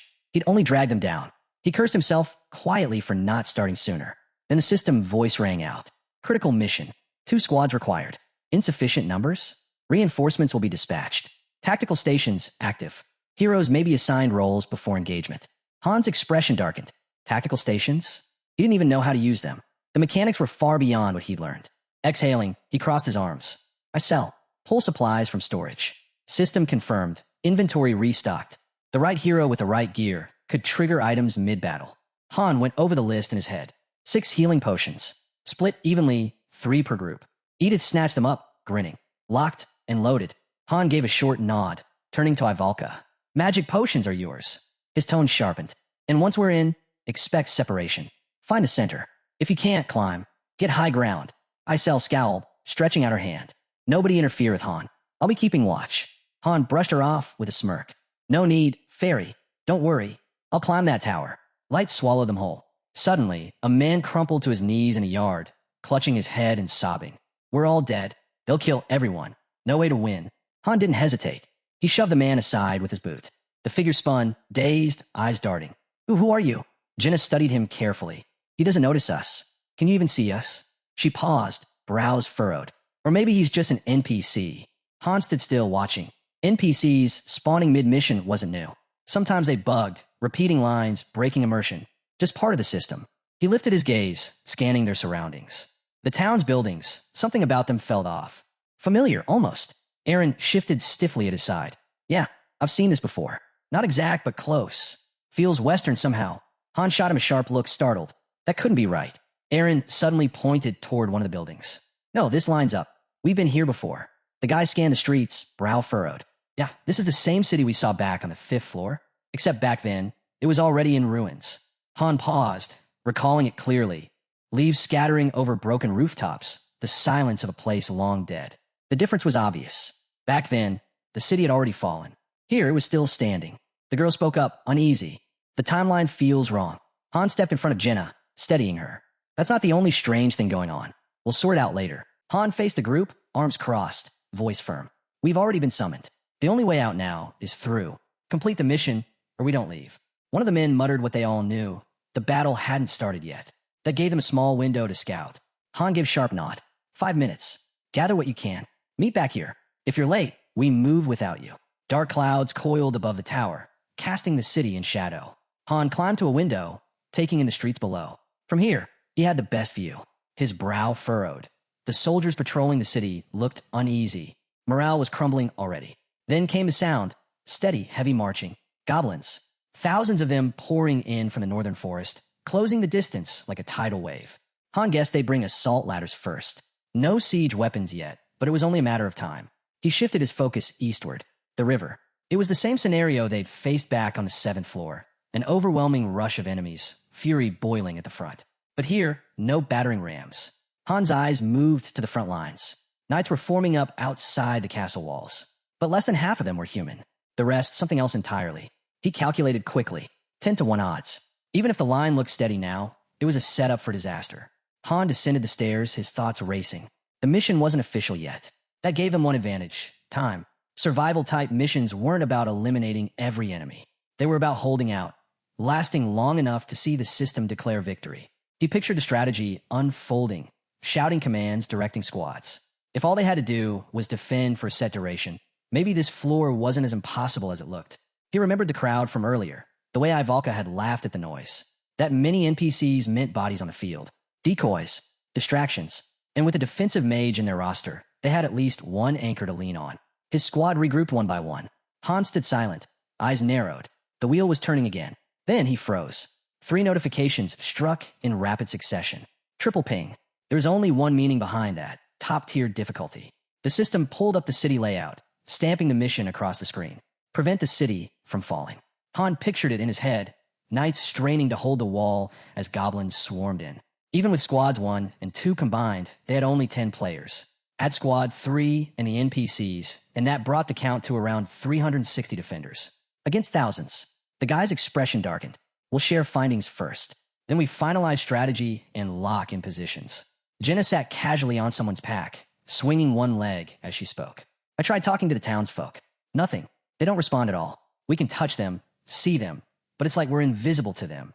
Aaron stepped forward and rolled out the map across the table. The attacks coming from the north and east gates. South and west are sealed. No escape routes. The meaning was clear.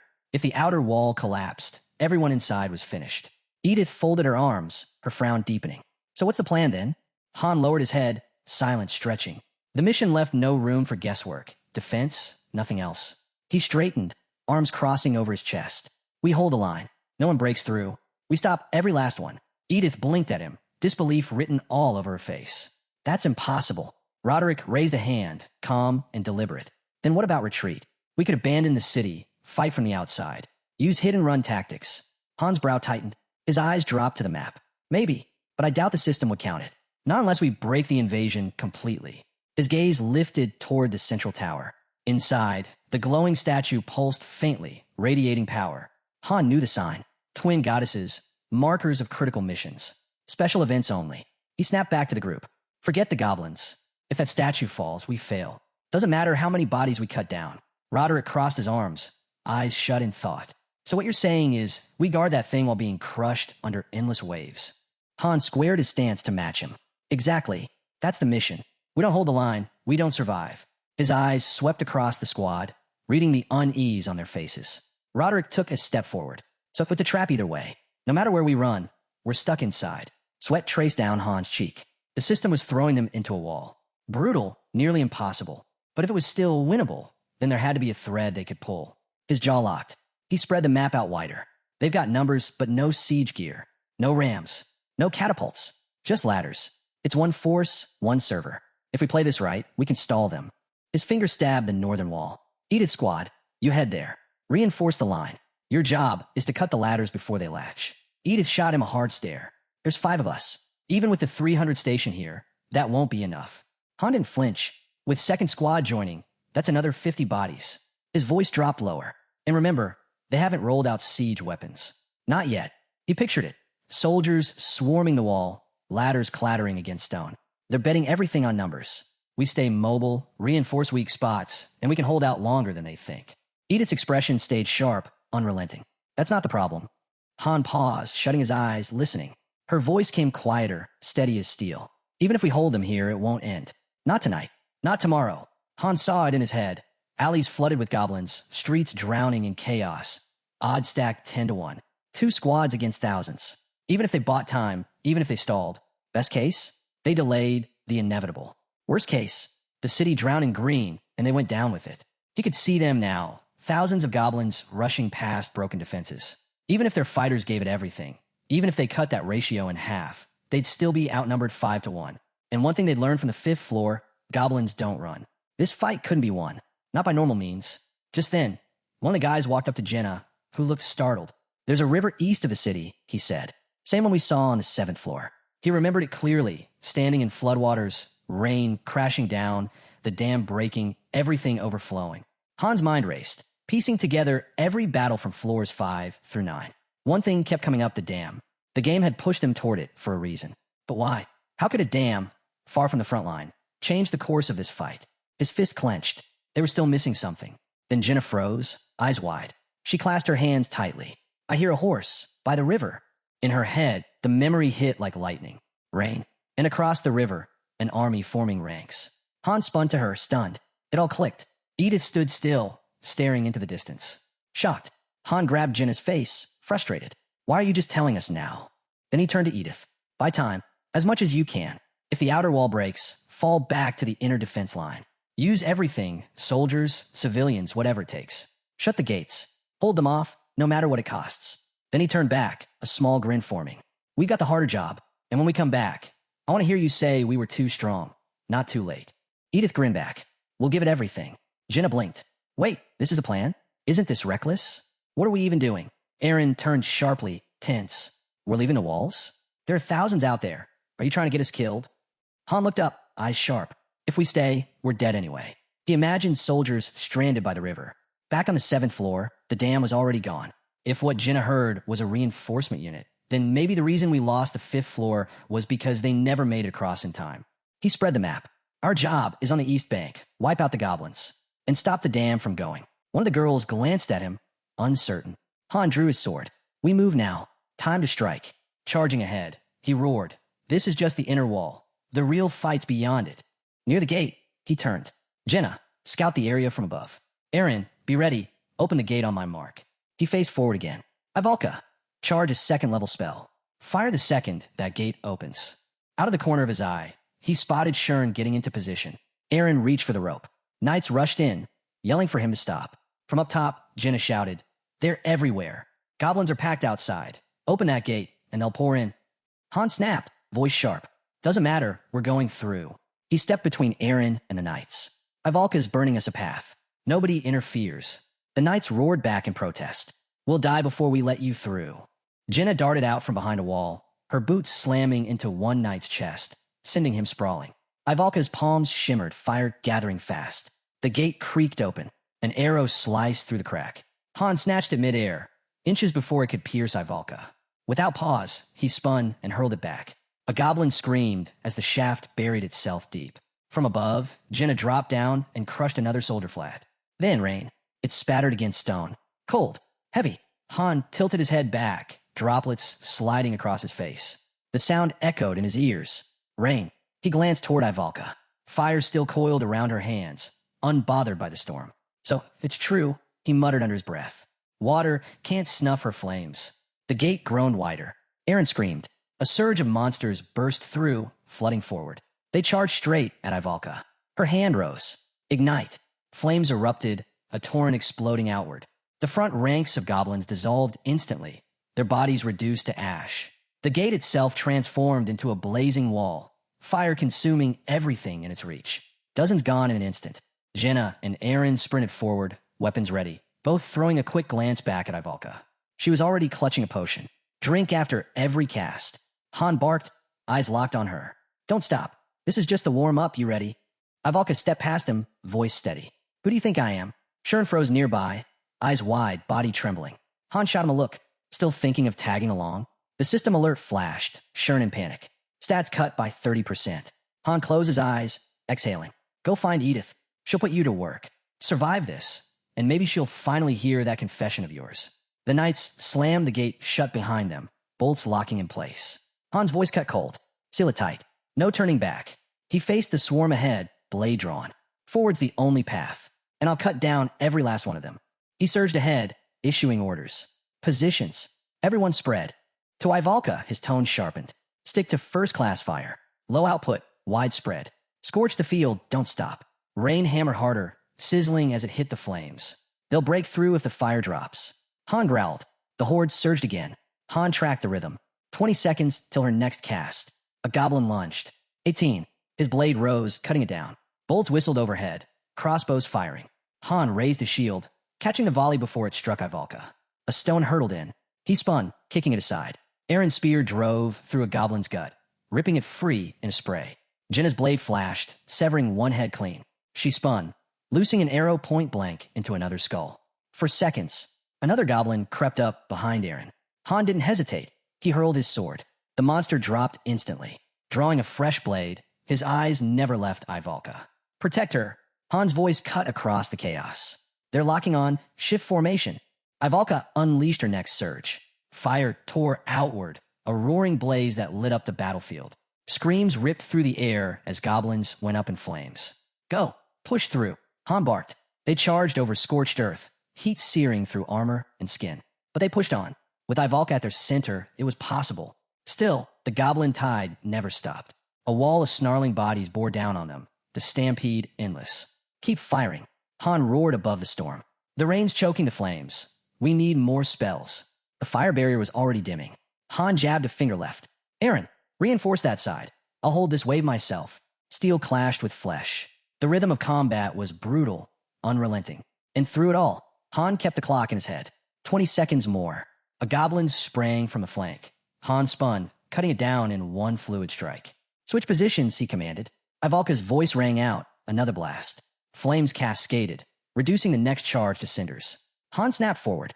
Move with the blaze. Step with it. Press on. The team surged ahead, fire their only shield.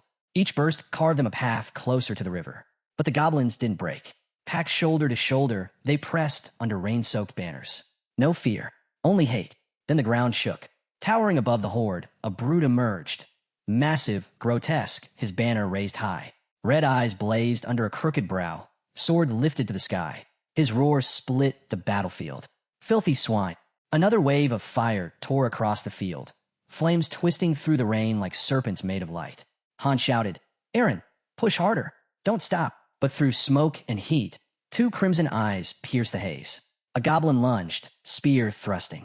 Han pivoted, sidestepped cleanly, then drove his blade deep into its chest. That's when he realized the goblins had shifted. No more hesitation, no more retreat. They were hurling themselves straight into the fire. They'd changed their strategy.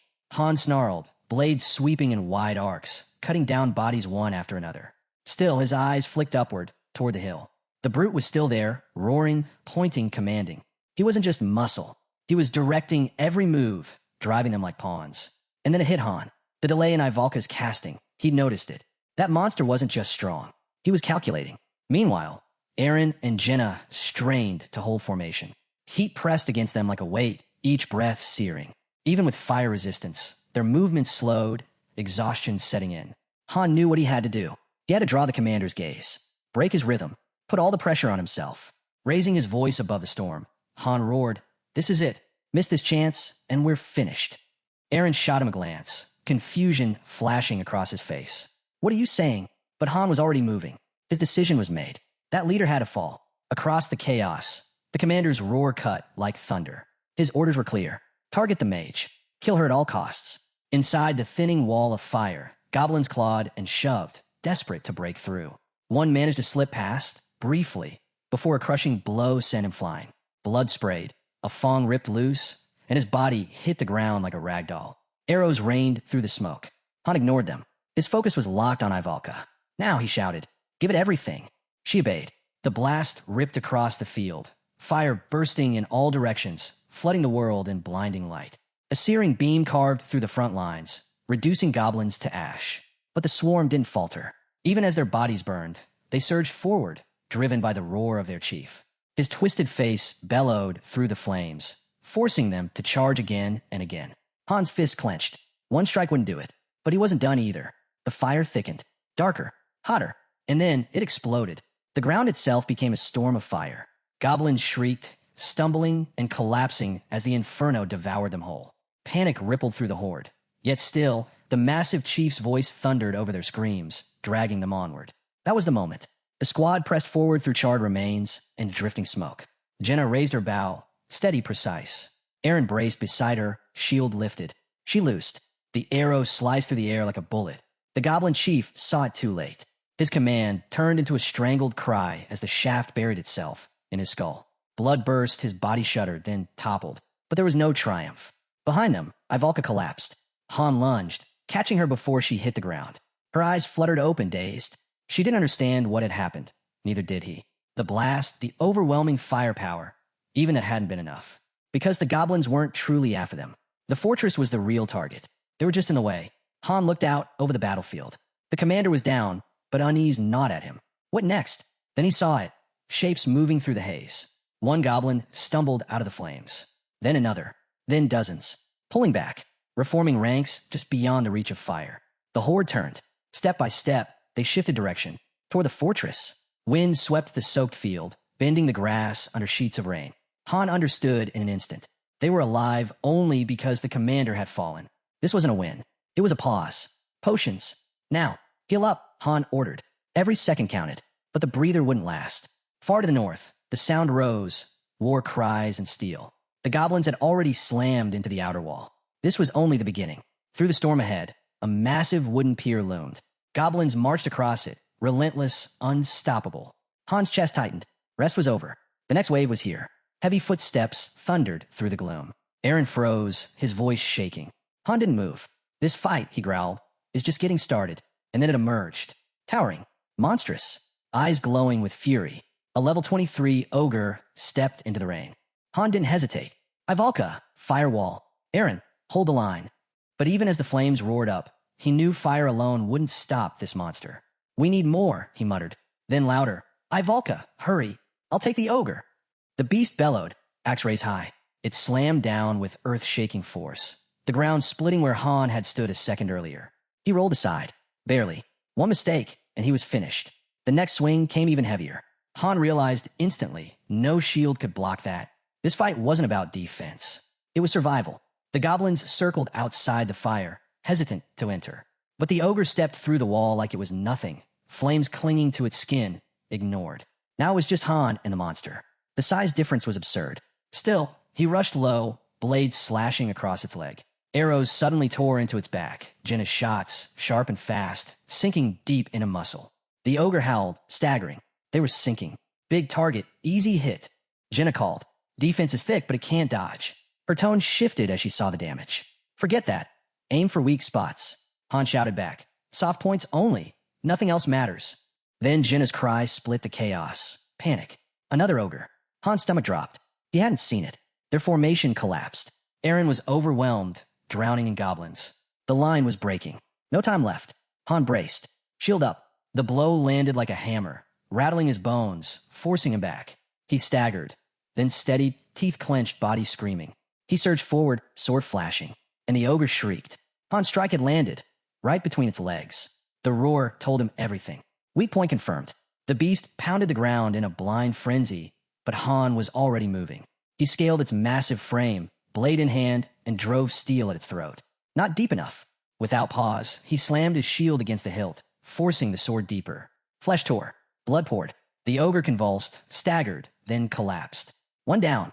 Han spun just in time to see the second ogre charging. Jenna, distracted. She fired instantly. Arrows flew, but the beast was already swinging. One massive blow connected with Aaron, hurling him through the air. Han's heart clenched. Too late. The ogre barreled forward, straight for Ivalka. Han screamed her name, but the strike never came. She stood untouched, confused, watching as the monster thundered past her. It wasn't after them. Its target was the dam. Before anyone could react, Jenna moved. No hesitation. She leapt, climbing the beast's back, scrambling toward its neck. Jenna, don't, voices cried. Too late. Her blade plunged into its throat. The monster shrieked and raged. Han rushed to her side, hacking into muscle, carving deep alongside her. Together, they struck again and again. Blood gushed. The ogre, howling in agony, staggered toward the river. With a final roar, the beast hurled itself into the river. Blood spilled out, curling through the current like dark ink. Han stood on the bank, drenched, lungs burning. It was over. Barely. Then ripples. The water shifted. A massive hand exploded out of the river, the ogre screaming as it rose again. Han's chest tightened. Before anyone could react, the creature drove its fist straight into the dam. Stones split apart, would snap like kindling. And then it gave way. The entire dam collapsed with a deafening crash. A wall of water surged forward, ripping through the field in seconds. Aaron rushed over, breath ragged. All goblins down, awaiting your orders. But Han didn't respond. He stood frozen, sword clenched tight, silence weighing on him. When his voice finally came, it was low and sharp. We made a mistake. Behind that dam, reinforcements have been waiting. Now, cut off. And the only ones left standing against 3,000 goblins were them. The others called out, but Han couldn't move. Shock had him locked in place. A hand touched his shoulder, grounding him. After a long pause, he muttered, "We'll pull back, think of something. If there's even anything left to think of." But just as he turned, Ivalka stepped forward. Her hand lifted, her bracelet glowing faintly. Purple light began to swirl, humming with power. She whispered a spell, and a nearby boulder rose clean off the earth. With one smooth motion, she hurled it. The rock soared across the battlefield and slammed into the broken dam's opening. The rushing flood halted instantly. Han stared, stunned. Ivalka only said, calm and simple, telekinesis. Basic spell. He blinked at her, caught between disbelief and relief. You could have mentioned that earlier. Her eyes flicked at him. I thought you already knew. Han groaned, then reached out, squeezing her cheeks. Next time, share the useful stuff sooner. She huffed, annoyed, but he just smiled faintly. We're still standing because of you. The team barely had a moment to regroup before Jinna's scream ripped through the air. The goblins were back, and this time, they weren't alone. One rushed Han, spear driving straight for his chest. He twisted, barely dodging, and his blade lashed out in a clean strike that dropped the attacker. But even as his sword cut true, his mind spun. No sign of backup, not a trace. And then, the chilling realization struck him. There had never been reinforcements. None at all. His pulse spiked. Ivalka, he shouted. Drink everything. We need your magic, all of it. But she never got the chance. A goblin lunged out of the chaos, claws stretching for her throat. Han's heart stopped. He shouted her name. And then steel flashed. A rider broke through, blade cutting the goblin down in an instant. A man in a lion-shaped mask surged past on horseback, hooves tearing through the soaked earth. But even with his sudden arrival, the goblins didn't falter. They regrouped, snarling, ready to strike again. Han stared, barely breathing. The masked rider sat tall in the saddle, armor catching the light, his blade dripping red. Then his voice tore through the storm. One word, charge. The ground rumbled. Thunder followed. Shadows burst out of the rain, dozens, then hundreds. Riders armed and armored surged into the field like a living tide. Han's chest tightened. It was real. A cavalry unit. The masked warrior called again, sharp and commanding. Protect the mage. At once, Aaron and Jinna rushed to Ivalka's side while the cavalry swept past, storming the front lines. 500 riders, fewer than the goblins, but trained, disciplined, relentless. The impact was instant. Horsemen ripped into enemy ranks like a blade through cloth, scattering goblins with sheer force. The tide began to turn. Whispers spread across the battlefield. They were breaking through. Han turned his squad, voice steady. Looks like our job's done. Maybe we finally get a breather. He paused, eyeing them. Anyone know how to ride? Silence. Then, I'll learn now. He pulled up his interface. Masters couldn't fight directly, but they could still support. Skill book, horse riding. Cost, 500 crystals. Painful, but necessary. Normally, he couldn't unlock non-combat skills. But with the book, restrictions meant nothing. He confirmed. Knowledge rushed in. Han swung onto a horse, steady in the saddle. And just like that, he was riding. His team followed, galloping into the fray. For the first time in hours, something sparked inside him. Hope. The cavalry pressed forward, already breaking toward the siege lines. It was their chance. Time to strike back. Han rode hard, scanning the chaos. Goblins clustered thick around the northern gate, pushing siege ladders high. The defense still held for now. He mapped the city in his head. North was critical. The cavalry saw it too, shifting formation, charging to reinforce the gate. But then, Han's instincts flared. If he stuck with them, maybe they'd win. Maybe. But nothing in this game ever stayed simple. He snapped the reins and turned sharply. Change of plan, he shouted. A spearman beside him blinked. Aren't we reinforcing the north gate? That was the plan, Han said, pulling hard on the reins. His eyes cut to the horizon. It won't be enough. His voice rose. Fall back. Out of arrow range. Head for the northern forest. Moo. The rain had stopped, the skies finally clearing. No time to hesitate. Han spurred his horse forward, leading his squad into the trees. But the moment they crossed into the woods, Han froze. Waiting in the shadows was a goblin force. Too clean, too precise. A trap, no doubt, lay by the riders. He gritted his teeth. If they struck fast with magic, maybe they could break through. But then the ground shook, and from behind the goblins, ogres stepped out. Massive shapes stepped out from the trees. Ogres. Each one towering, every step shaking the ground. The spearman beside Han froze. Han muttered under his breath, "This is gonna get ugly." If wolf riders showed up now, the cavalry wouldn't last. He leaned toward the girl at his side. How much mana left? Her answer was quick. Enough to cast, but not strong. That's fine, Han said. Forget strength. Just make it wide. If we're torching this forest, then burn it all. They charged toward the tree lean. Cut to the castle, goblins flooding the northern gate. A defender rammed his blade into a goblin's chest.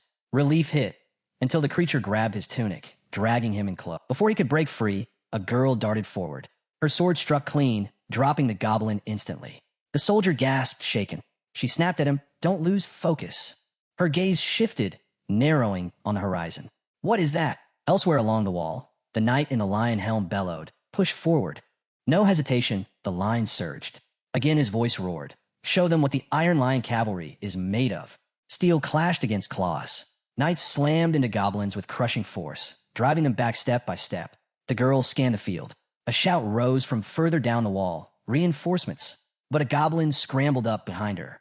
She spun, blade flashing, severing its hand before it could grab her. Then she called out, "Hold the line. We're close." Back in the woods, Ivalka raised her hands. Flames burst out, ripping through the underbrush, leaping from tree to tree. In seconds, fire devoured the forest. Chaos hit the goblin cavalry. Smoke swallowed the air. Horses screamed, stumbling into the flames. There was no escape. Still Ivalka pushed on. More fire, more heat, burning everything in sight. Han watched, jaw tight. This was her edge. One more spell, and she'd collapse. Any further, and the entire forest would vanish in a sea of fire. But then a thought cut through. Maybe that was the answer. That forest had always been a nest for goblins. Better to burn it. Let the fire wipe it clean. At the wall, the battle raged. A knight went down, but the line refused to break. Around 100 still stood on the northern ramparts. Many had fallen, especially during the ogre assault before the cavalry's charge. Han knew, without Ivalka's firestorm, those riders would have been wiped out too. On the field, a goblin froze, eyes wide, just before a knight's mace crushed its skull. Another rider swept in, sword flashing, cutting down his target in a single strike. From where Han watched, their discipline was undeniable. Their speed, their precision. They weren't many, but they didn't need to be. Bodies carpeted the field, and at its center, the knight in the lion mask thrust his sword high, voice thundering in victory. Han exhaled a long breath of relief. It was finally over. His team gathered on the ramparts, laughter breaking through exhaustion, hugs shared in pure relief. Above, a girl waved down at him. Han rode toward the wall, one thought echoing in his mind. Everyone made it. Not a single death alert. Hard to believe, especially after the hell they'd survived on the 5th floor. Behind him, a voice broke the silence. One of his friends laughed lightly. "We're nothing like we used to be." "Huh," she said with a smile. Then softer, "So, why are we still here? Isn't it done?" Han's smile slipped away. Something felt wrong. His gaze flicked forward, then back again. A memory flashed. The hulking goblin crushed beneath his strike. The forest engulfed in Ivalka's flames. The enemies they destroyed. The knights who claimed victory. And yet, no system message. No clear. Nothing. His chest tightened. Why wasn't it over? What was missing? Then, everything stopped. The battlefield froze mid-motion. A system prompt appeared. Loading. Han's jaw clenched. He spun. Another message blinked across the knight's shoulder. System recovery. His eyes darted around. Then a third. Error. Disconnected from server. He turned back. The girl was still frozen, hand lifted mid-wave. His teammates? Locked in place. Not a twitch. His heartbeat pounded in his ears. And then, behind him, a voice. "Turn around." Slowly, Han turned. Through the haze stood a shadowed figure. Still, silent, yet heavy with menace. And then he saw it. A towering form cloaked in darkness, aura pulsing like a heartbeat. Han's body locked. That face, he knew it, branded into memory. From the old days. From before. It was him. That same monster. Scene shift. Elsewhere, 6 elite players materialized inside a settlement. 6-star rank. Renowned. Korea's first to conquer the 88th floor. 5th in the world. Meanwhile, Han reconnected, logging back in, thoughts racing. This game was never about brute force. It was strategy, instinct, timing. He gave the orders, but the characters chose how to act. Sometimes they failed. Not from weakness, but because something didn't align. He pictured their cards, ran scenarios in his head. He knew. Luck hadn't brought him this far. This wasn't a game anymore. It was everything. Every battle. Every floor. His life was bound to it. And if he had the skill, not even hell could stop him. Back in the moment, the dark figure loomed. Han's eyes narrowed. That thing what rank? 7-star? No, it shouldn't exist here. Then the world bent again. Suddenly, he stood inside a store. Another figure emerged beside the shadow. Hooded, unreadable. Text glowed above it. Level 15, Dark Apostle. The figure smirked. Its gaze locked on his. "I'll be waiting." Han's eyes widened. And then, both vanished into the void. The world snapped back. System reconnected. Recovery complete. The girl unfroze, whipping toward him. Her voice shook. What was that? Before she could finish, Han jolted back into motion. "Everyone, get to the castle. Now!" His voice cut sharp through the air. She blinked, stunned. Han kicked his horse into a hard gallop. "Move," he roared. Behind him, someone shouted, "What's going on?" Han didn't turn. His voice dropped, cold and final. "It's not over. Flashes tore through Han's mind like lightning. Burning forests, mangled corpses, that twisted grin of the Dark Apostle. Whatever that thing was, it didn't belong here. Not on the 10th floor. Not yet. Then, movement. A corpse twitched. A knight spun, startled. The air itself seemed to pulse, heavy wrong. Across the battlefield, black ooze bubbled and writhed, sprouting grotesque growths. From the pile of fallen bodies, something began to rise. The knight stood frozen. Too late. The creature lunged, jaws tearing into him. His scream cut across the field. And then they all began to move. Goblins. Dozens of them, clawing back out of the grave. A man stumbled back, horror in his eyes as the dead dragged themselves up from the soil. Han's voice rang out from the saddle, sharp and commanding. Don't panic. Let them come. But inside his gut twisted. These weren't ordinary monsters. Triggered under the right conditions, they could reanimate corpses. Necrotic. And unless their skulls were shattered, they'd keep rising. Knights fell one after another, ripped apart. From the ramparts, a girl screamed, "Open the gate." The heavy doors groaned, splitting open. Han spurred his horse, racing through with her close behind. This isn't right, he thought. None of this should exist on the 10th floor. Inside, his horse skidded to a stop. The girl turned to him, breathless. Han leapt down, grabbed the sorceress by the shoulders. "You're staying here. Guard the statue. Protect the goddess. Seal the gate. Just hold until I return." She blinked, startled. "Wait, back. What do you mean?" Another voice cut in, shaky. "What are we supposed to do against that?" Han froze, eyes narrowing at the nightmare spilling past the gate. Undead by the hundreds. Then he turned, voice steel. "Get together. I'm bringing him back alive. Or I die with him." The man swallowed hard, then gave a single, grim nod. "I'll bring him back." The girl's gaze stayed locked on the battlefield. "Are you really coming back?" Han gave a faint smile. "Of course." He turned away, sprinting back into the storm. Her voice cut after him. "Then don't you dare die." Without looking back, he called over his shoulder, "Same to you." Step by step, Han pressed forward. Sword ready, eyes fixed on the undead. Twisted things, ugly things, but killable. The first lunged. His blade split its skull clean open. One down, 100 more waiting. If they swarmed him now, it was over. Suddenly, a thunderous crash. Han whipped around. The ogre. Back again, towering. Club raised high. The weapon came down, slamming into the gate with a deafening boom. Han's jaw tightened. It revived too. The gate won't last long.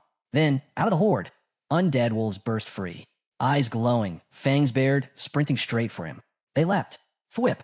Arrows cut the air, striking mid-flight. The wolves dropped. A lone archer stood in the distance, bow still raised. She turned her head, locking eyes with Han. He gave a single nod, brief but grateful. But the ogre was already lifting its mace again. The knights braced, bodies trembling.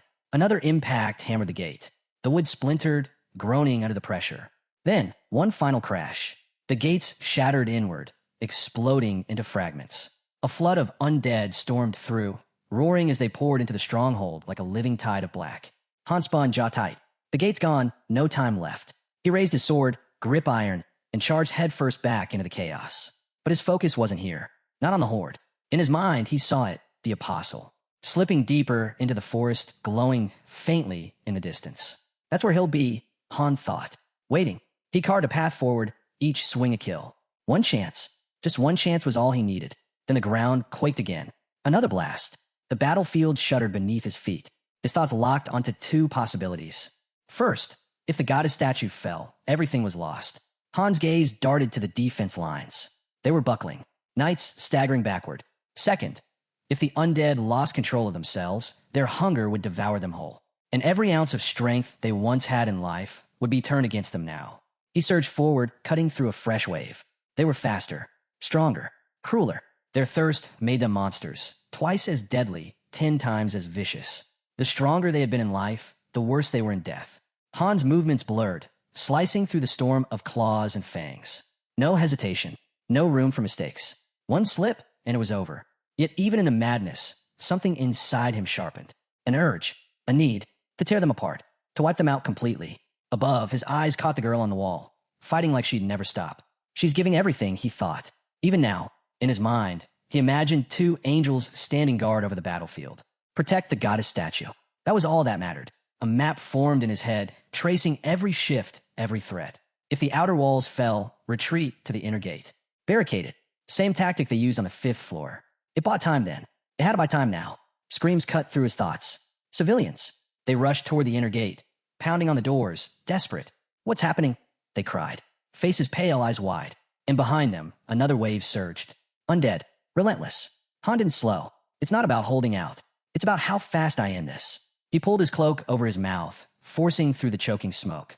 Flames roared on either side, devouring everything. A system alert blinked. Fire resistance. Skill up. 2 undead leapt through the blaze. Han's blade lashed out. 1 stroke, 2 heads gone. He reached for a red vial, downed it fast, blood pounding in his ears. Ahead, just beyond the smoke, the recovery zone flickered into sight. You're here, he thought. I know you are. System alerts lit up in rapid succession. Allies afflicted by fear, stats decreased. A soldier has fallen. His spirit shall live on. Han's eyes hardened. More warnings followed. Ally bleeding. HP dropping over time. Then a flash. Brilliant light ripped through the sky, screaming toward him. Han reacted instantly, shield raised. The arrow struck, tearing through the metal and grazing his shoulder. He staggered back, pain jolting through him. His teeth clenched. The apostle's not built for close combat. His eyes narrowed. So why is he here now? This early? Han's mind reeled. He's stronger than anything we've faced so far. Another flash. Another arrow. He barely slipped past it. Then an entire volley screamed through the air. Projectiles rained down. Han moved like lightning, blade whirling, deflecting, spinning, cutting aside each shot. But then, strike from below. Sharp, brutal. Pain tore up his arm. He stumbled back. The smoke thickened around him, choking every breath. His lungs burned as his eyes darted through the haze. If I didn't have a defense skill, I'd already be dead. A system prompt blinked across his vision. Ally bleeding, health dropping. Han scowled. This is spiraling too fast. Each breath grew heavier. Each step slower. Time was running out. If he collapsed here, it wouldn't just cost him. Everyone else would fall with him. Maybe I can talk, he thought desperately. Then, a voice behind him. I want to talk. Han half-turned, growling, fine. Then what? No reply. Just haze. His instincts flared. He slashed forward. From the fog, a calm reply echoed back. I'm not like the others. Then, boom. A crushing blow hurled him through the air. He crashed hard, rolled, came up swinging, roar ripping from his throat. A flash cut through the smoke, glowing projectile.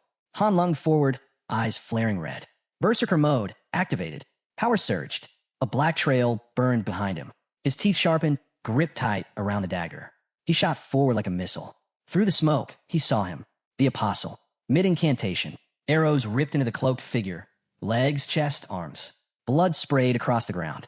Han screamed, rage tearing through him, and closed the gap in a blink. 1 strike. His blade slashed clean through the apostle's neck. But he didn't stop. He hacked again, and again, and again, until the body was no longer a body. Just a shredded pile of flesh and torn cloth. Only then did the fury drain out. Han staggered, panting, blood smeared across his lips. He stood still, waiting. Where is it? Where's the system message? Nothing. Silence. His chest rose and fell, each breath ragged. A bitter thought sank deep. It's not over. Not yet. Exhaustion swept through him. He collapsed back, slumping beneath a burning tree. Then we've already lost. It's over. His vision blurred. His head drooped. A faint message flickered weakly before him. A warrior has returned to the arms of the Lord. His spirit will live on. The fire crackled beside him. What a pathetic end, he thought. Dragged into a war I barely understood, only to die like some stray mutt. Images flooded his mind. Comrades still locked in battle. Torn apart. Blood-soaked ground.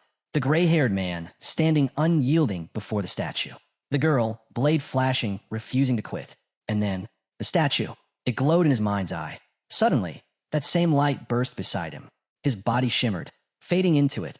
System message. Floor cleared. The world froze. Then, reward. 70,000 gold. Item acquired. Common fire, elemental stone. A card appeared on screen. Among heroes, a master awaits ascension. Combine ascension stones to unlock a forgotten memory fragment. New dungeon unlocked. Epic adventure series. Gather evolution stones and rare materials to proceed. The world shifted. System message. 10th floor cleared. Han's eyes shot open. A ceiling. Stillness. Breath filling his chest. I made it. Outside, life moved again. Inside, someone sat at his side. Han turned, voice rough. What happened to your face? The man blinked, caught off guard. So you're awake. We were worried. Han scowled. Then explain why you look like you've been dragged through 5 floors of hell. The man dropped his gaze, voice low. I was just trying to figure out why we're even fighting. Han's eyes narrowed. You're seriously looking for a reason now? Still avoiding him, the man said quietly. When I stepped outside the wall, the city was already corpses. Han sat in silence. Even the NPCs? His jaw tightened. Maybe I'm still too wound up to process it all. The man rose, stretching. Anyway, I'm turning in. Han lifted his drink with a dry look. But I'll see that same face tomorrow. A faint smile. Let's hope tomorrow's better. He walked away. Left alone, Han stared at nothing. Maybe we're okay, at least for now. Evening draped itself over the camp. The table was overflowing, platters stacked high, food piled across every dish. The girl blinked in awe. This is a little much for breakfast, isn't it? Her friend laughed. Han said use the best stuff we've got. No holding back. Han leaned back, eyes shut. So, not good enough for you. She paused, then smiled. If you're asking, I'd eat like this every day if I could. Han cracked an eye, glancing around the table. They're all right. That's enough. His gaze landed on the magician, slowly regaining her strength. Then on the quiet one, still shaken. He'll come around. Just needs time. Time press forward. System message. Welcome back to the game. New alerts appeared. Heroes await Ascension. Ascension room required. Link to synthesis room. The chamber lit up. Ascension room now connected. Construction begins. Moments later. Ascension room complete. Hero Ascension available.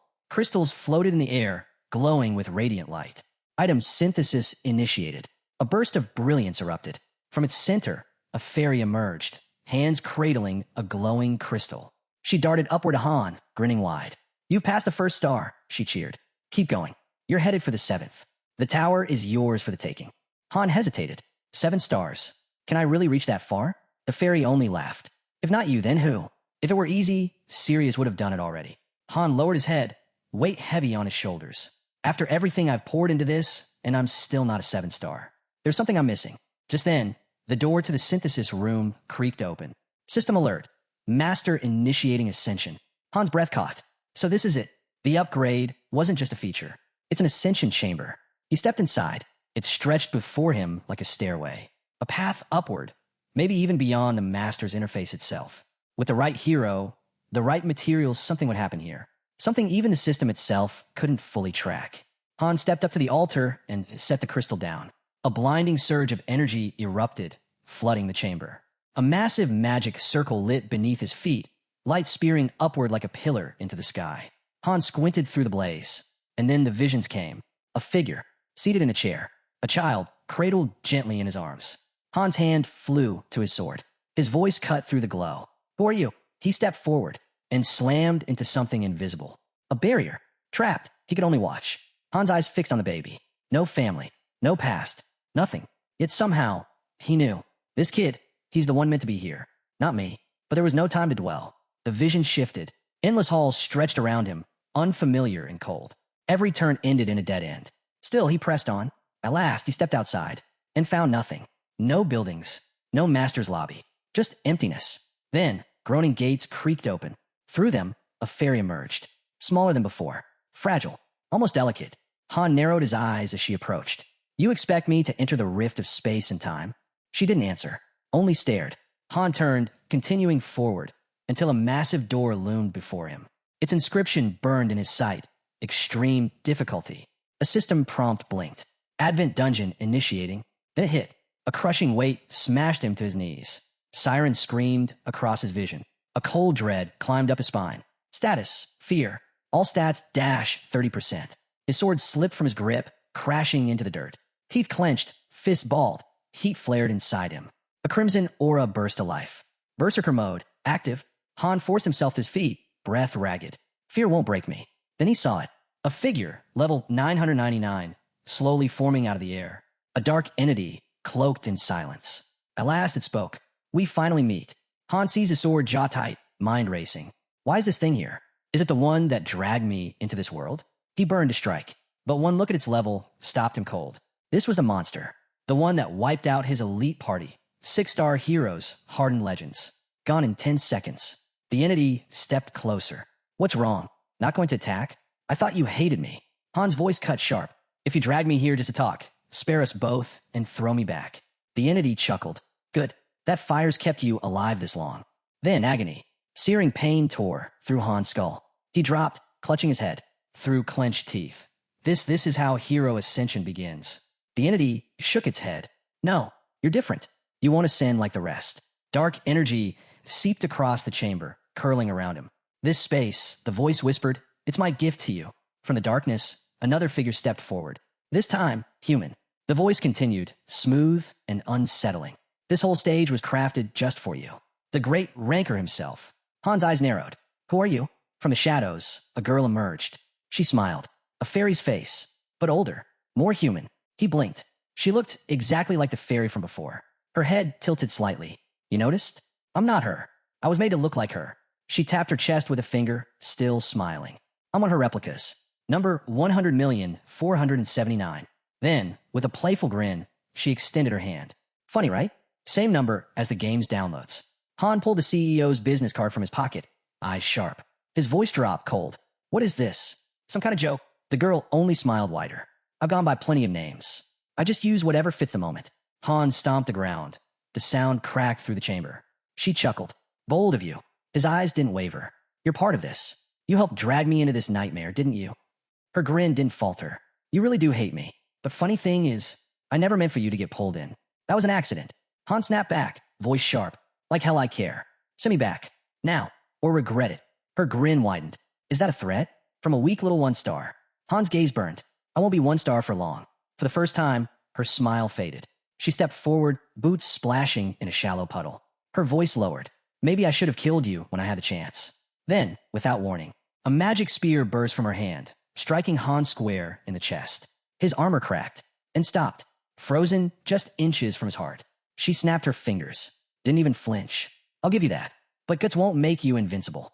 Han slid his sword back into its sheath steady. So, what do you actually want? He paused, thinking. She's had more than enough chances to kill me. But she hasn't. That has to mean something. She stepped closer. Her smile thinned. Nothing insane. I just want to talk. Her gaze sharpened. You're Loki, aren't you? The indomitable 5th-ranked master. I'm a fan. There was almost sincerity in her tone. You have no idea how many times I watch your runs back at HQ. We kept your city under surveillance. I had to see you myself. Then her voice softened. I came to tell you the truth about this world. She paused. Tell me, Loki, what do you think of the game story? Her eyes lowered. Most players don't even care. Gotcha stories? Nobody reads them. They just chase the next banner, the next event. Her hand lifted, her voice flattening. Let's be honest, the plot's a mess. Cliché, predictable, forgettable. She snapped her fingers. The space behind her warped and twisted. Masters stop caring about world building after a few floors, she said quietly. Look behind me. Do you recognize it? Han's eyes scanned the ruined landscape, his jaw tightening. He crossed his arms. I don't even want to know. She looked away, almost sheepish. Sorry, I get carried away. Then she pointed. This was the Peninsula City, from the 10th floor. But now it was nothing but ash and rubble. Scene after scene flickered into existence. Cities burned to dust, kingdoms in ruins, whole regions erased. This is what remains, she said. And you think this continent's any different? She stepped closer, her voice calm but sharp. More than 100 million worlds, all ended the same way. Her eyes narrowed. There was a book, a prophecy. It said this world would collapse. A bad ending. She didn't stop, but the heroes refused. They wanted something different, something better. Her hand lifted slightly, almost like turning a page. So they summoned outsiders. Characters from beyond this world. A flash seared across Han's mind. Himself bloodied, arm torn away. Her tone lowered. They forced the story to change. Broke rules. Bent time and space. Then her gaze locked with his. When higher beings are watching, even fate itself can bend. She smiled faintly. That's what this game really is. Han stared at her, silent for a long beat. Then a smirk tugged at his lips. That's it? Was expecting something more dramatic. He stepped forward. So why tell me this? She extended her hand toward him. Because I want to offer you a deal. Her words cut short. A dagger drove straight into her skull. Han drew his sword in the same instant. His voice was ice. I was curious where this was going. But it's just delusion. She kept smiling. Only now darker. So tell me, was that a yes or a no? Han's glare sharpened. You dragged me into this nightmare. Made me crawl through hell. And now you want me to cooperate. He stepped forward, sword raised. No chance. I'd never side with someone like you. She didn't move. Go ahead. Strike me down. But I promise, your head hits the dirt before mine does. Laughing softly, she leaned in. You're so intense. Honestly, kind of rude. Han's grip tightened. His thoughts spun. She can talk all she wants, but I'm not beating her. Not like this. Not as a level 10 1-star. He wasn't strong enough. Not yet. His voice went flat. I'm done talking. Send me back. Wherever you pull me from, I want out. Her smile spread slow, menace dripping in every word. Now that's just cruel. Do you know how much work it took to bring you here? Her eyes flicked to the horizon. You matter more than anyone else. More than the real masters More than the rankers, more than all of them. None of them compare to you. She looked back at him. Want to know why? Her grin curved sharp. Because like every master, you saw the message. Trust in your bond with your heroes. Han's eyes narrowed. That only shows up after the training arc. She nodded. Exactly. Out of hundreds of millions of players, only one ever truly believed it. The space around them warped violently. In an instant, the two of them stood on a barren plateau. The 80th floor. Her voice carried on the burning wind. Recognize it? 6 months ago, this is where you stood. She swept her hand across the scorched horizon. Only 5 masters have ever held this floor. That's why everyone else is still stuck choking on the 79th. Han scanned the battlefield, memories pulling at him. Yeah, this is it. The one that made me want to smash my monitor. He turned back to her steady. So why drag me here again?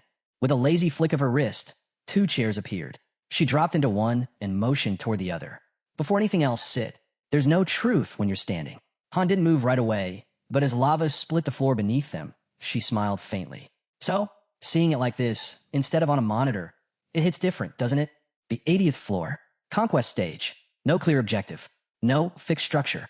Difficulty shifting every run. No one had ever beaten it clean. The community had a name for it. The Executioner's Wall. Han folded his arms. I already know how to clear this floor. What's the point of replaying it? Her smile never faltered. It's not what you think. Just watch. You'll understand. A cocktail materialized beside him. He lifted it absently, memory crashing back like a blade to the chest. After smashing through the 59th, he charged headlong into the 80th. It was a massacre. His squad, his aces, his core team gone. Now, watching the spawn sequence unfold again, only one word echoed through him. Hell, the floor wasn't just hard. It was punishment. First wave, 2,755 monsters. Each one, level 113. Then the Shards of Despair, 3,164 strong, level 108. And after them, the Shards of Hatred, 2,348 of them. Every single one, level 121. Han narrowed his eyes. So those shards, they're what make this floor impossible. She nodded, her knowing smile still there. Exactly. You're not just playing anymore. You're inside the system now. And everything. The floor's brutality, even your summon rates, it's all tied to your account. Han froze. Wait, all those failed 5-star pulls. That wasn't just bad luck. She lifted a hand, pointing toward the chaos crystals pulsing in the distance. Each one towered like a mountain. Marked level 322. There's a reason for that. In your world, there are no heroes left to summon. Then she gestured to a hulking beast, cyclopean and grotesque, lurking beyond the lava fields. The system sets the difficulty, sure. But your account? Your world? It had S-rank potential and a curse to match. Han lowered his gaze, silent. And yet, she continued, her tone soft but sharp. No one can explain how you reach floor 88. Suddenly, light burst across the volcanic sky. Han's head snapped up. Figures emerged, stepping onto the island. Heroes. Real ones. Could these be the legendary 5? Before he could take it in, the swarm hit. Monsters poured in, fast, brutal, relentless. The girl didn't even blink. System prompts flickered across the air. Tactical command effect applied. All item levels maxed out. A tactical map bloomed across the battlefield. Heroes ready to be dragged into position. Then action. One by one, they leapt from island to island, movements precise, formation perfect. Each strike carved through the horde like clockwork. Han moved instinctively, calling commands, setting defense points, placing units with exact precision. She watched him closely, expression unreadable. But just for a moment, pride flickered in her eyes. That's the same tactic you pulled back on floor 10, she said. Lock down the support nodes, fuel the push forward. Complicated on the surface, but the goal's as straightforward as it gets. She gestured toward the battlefield. Watch carefully. See how they move. See how they look at you. Han's eyes lingered on them, their stance, their discipline. Not a shred of hesitation. Trust ran deeper than words. That's why they call you their master, she whispered. From the front lines, voices echoed in perfect unison. Your orders, flawless as always. The girl straightened, gaze fixed ahead. Exactly. You were never ordinary. They know it. And you've always known it too. She lifted her hand, and the air itself seemed to sharpen. They swore an oath. One by one, they stepped forward. A girl with her bow drawn. I'm the king's arrow. The spearman, steady and unyielding. I'm the king's spear. A swordsman in steel. I'm the king's blade. A mage raising her tome with a grin. I'm the king's eyes. And at last, a knight, sword gleaming. I'm the king's flame. The clash erupted in the blink of an eye. The knight swung. Fire tore across the battlefield. Monsters dropped by the dozens. The girl laughed. Tell me that's not magnificent. They didn't just obey you. They gave you everything, she said, closing her eyes. Those are the 6 stars.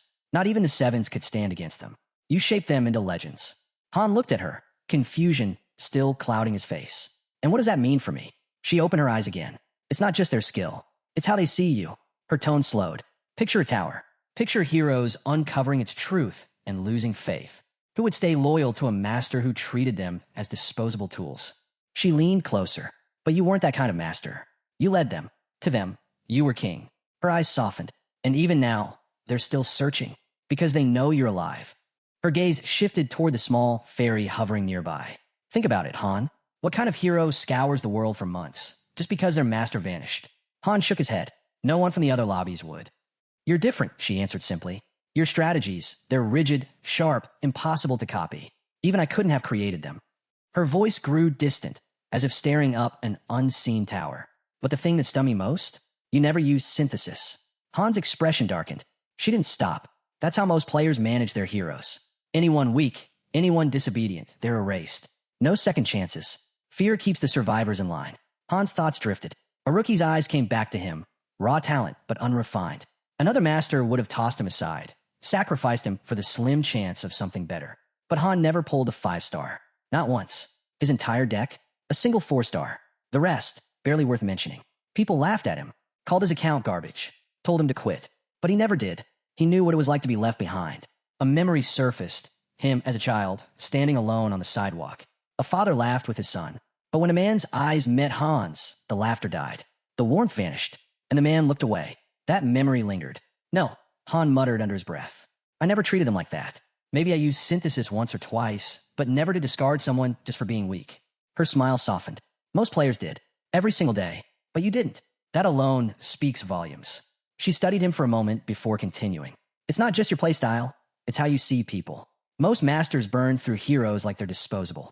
When the shine fades, they toss them aside. But you, Han's mind drifted back to the ones who had followed him. His team, the ones who stayed. He never let go of anyone who had potential. A system built on fear, he thought. That kind of leadership collapses eventually. He remembered his own way, rewarding effort, enforcing discipline only when it mattered. Always with purpose. The girl tilted her head. Do you even realize what you've done? Her faint smile returned. They're alive, Han. Every last one of them. She turned fully toward him now. You must have felt it, even if you didn't want to admit it. There's no way you led them like that without sensing something. Her eyes widened, not in fear, but in realization. It's the only answer that fits. Han straightened slowly, caught off guard. From across the room, her voice carried. Do you know what I think? Then, almost reverently, every hero here, they're real. She repeated it, firmer this time. No one could have fought like that, unless, deep down, they knew. Han turned, stunned. She met his stare, shrugged lightly. Just a theory. Han pulled out a sleek device, scrolling through profile after profile. He remembered the difference in response. Giving the same order to 2 heroes, yet their timing, instincts, even their subtle choices were never the same. It had amazed him back then. The system was brilliant. But he had never once considered, what if they weren't just data? What if they were real? Back then, all he cared about was execution, precision, winning. Arms crossed, he glanced back at her. So that's why you were watching me. She nodded. I always wanted to meet you. But on Earth? Nearly impossible. Han understood instantly. His voice softened, almost reluctant. Yeah, I felt the same way. But then his tone flipped. A grin tugged at his lips.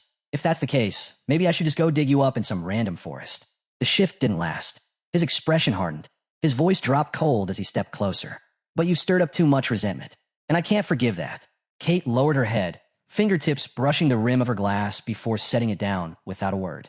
Han leaned in, his words sharp and final. He had no ties to Tonia, no ties to Nibelheim. He was nothing more than a man from Earth. Then he turned, heading back to his seat. But Kate's laugh stopped him in his tracks. Your heroes wouldn't let that slide, she teased. Without turning around, Han shot back flatly. I don't care. None of it added up. His team was thriving. They'd climbed to the 88th floor with barely any losses. There was no reason to drag him here, just to push higher. He had no interest in playing along. His anger snapped. Han spun back, voice sharp as steel.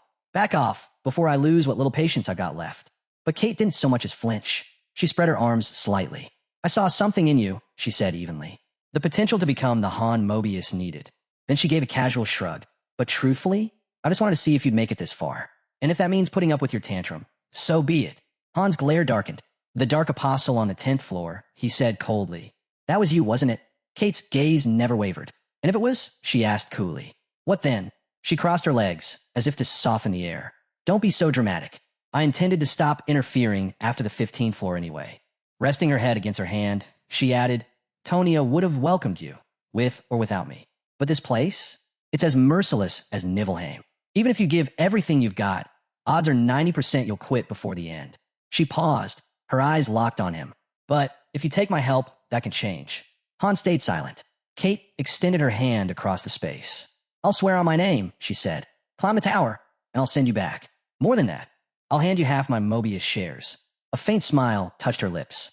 You become one of the most powerful shareholders in the entire corporation. You'd hold real control. Her gaze sharpened, steady. So, are you ready to make it official? Han's eyes narrowed. Don't test me, he warned. You swore you'd send me back, not empty-handed.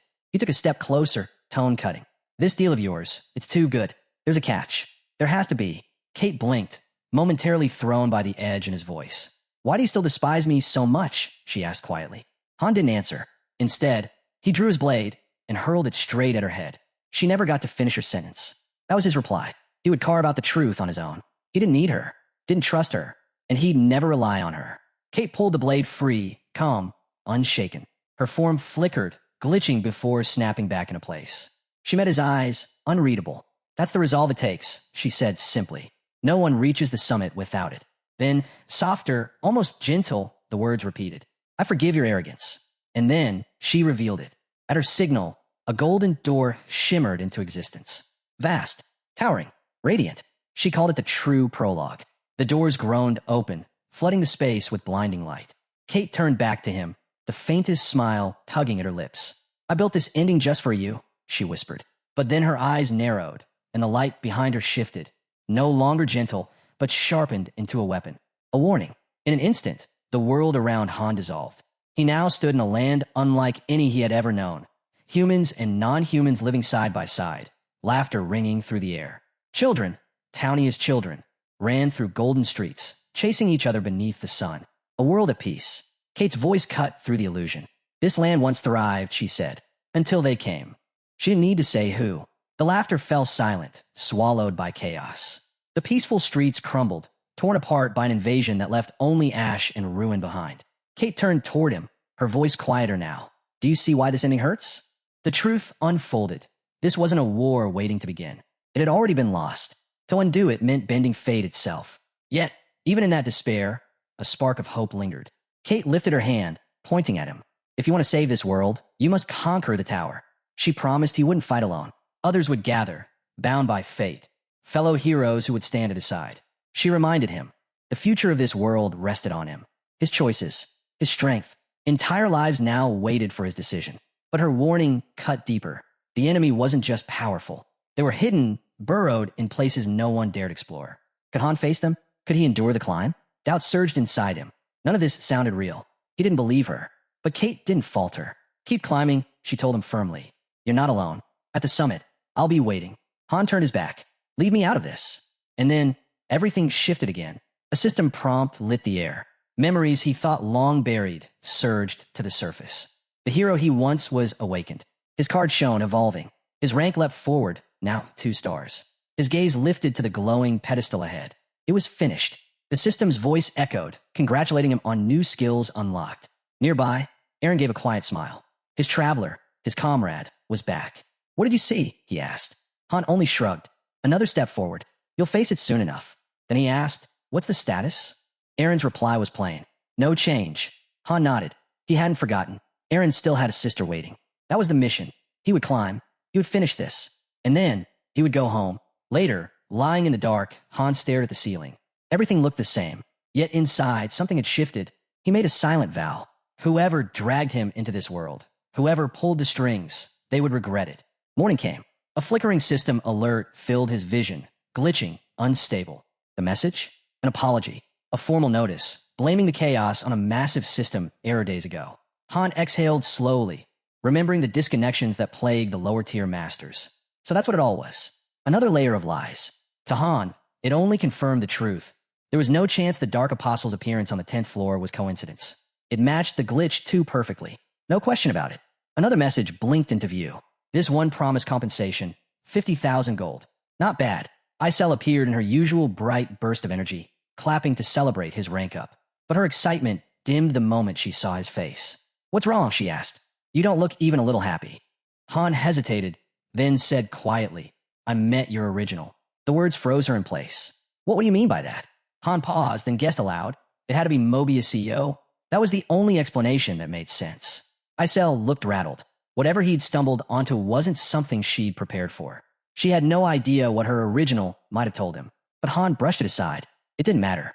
He wasn't here to dig into secrets. He was just venting. The only thing that mattered now was the tower, climbing higher. For that, he still needed her. Isel straightened, regaining her usual spark. Then let me help, she said, handing him something shiny. A gold coupon. Han blinked, confused. He hadn't even known such a thing existed. Isel stared at him like he was out of his mind. Wait, seriously? You don't know what this is? It's a gift card, she explained. You can trade it for anything. Han's eyes narrowed. And who sent it? The master, she said. He was impressed. This is your reward, a token of how much he values you. Han had heard of these cards before, usually given out during events. But this one felt different. Maybe the master was shocked they'd gotten this far without intervention. Even so, Han handed it back. Give it to someone else. I don't need it. Isel's jaw dropped. You're refusing? Do you have any idea? This can get you literally anything. But Han shook his head. 10,000 gold barely buys anything useful in the shop. Exhaustion edged his voice. Anything else? If not, I'm going to bed. Isel hesitated. Then the system chimed. A purchase had just been made, with a gift card. Han frowned. He hadn't bought anything. Isel pulled out a small wooden horse and placed it gently on the floor in front of her. A system message appeared. A gift from a hero you admire. Han stared at it flatly. What is this? What am I supposed to do with it? It's from a master, she said. Han looked at the wooden figure for a long moment, then let it fall to the ground with a dull thud. Without a word, he turned and walked away. Gifts should mean something, he muttered. As he left, his thoughts drifted to the others. Why reward just him?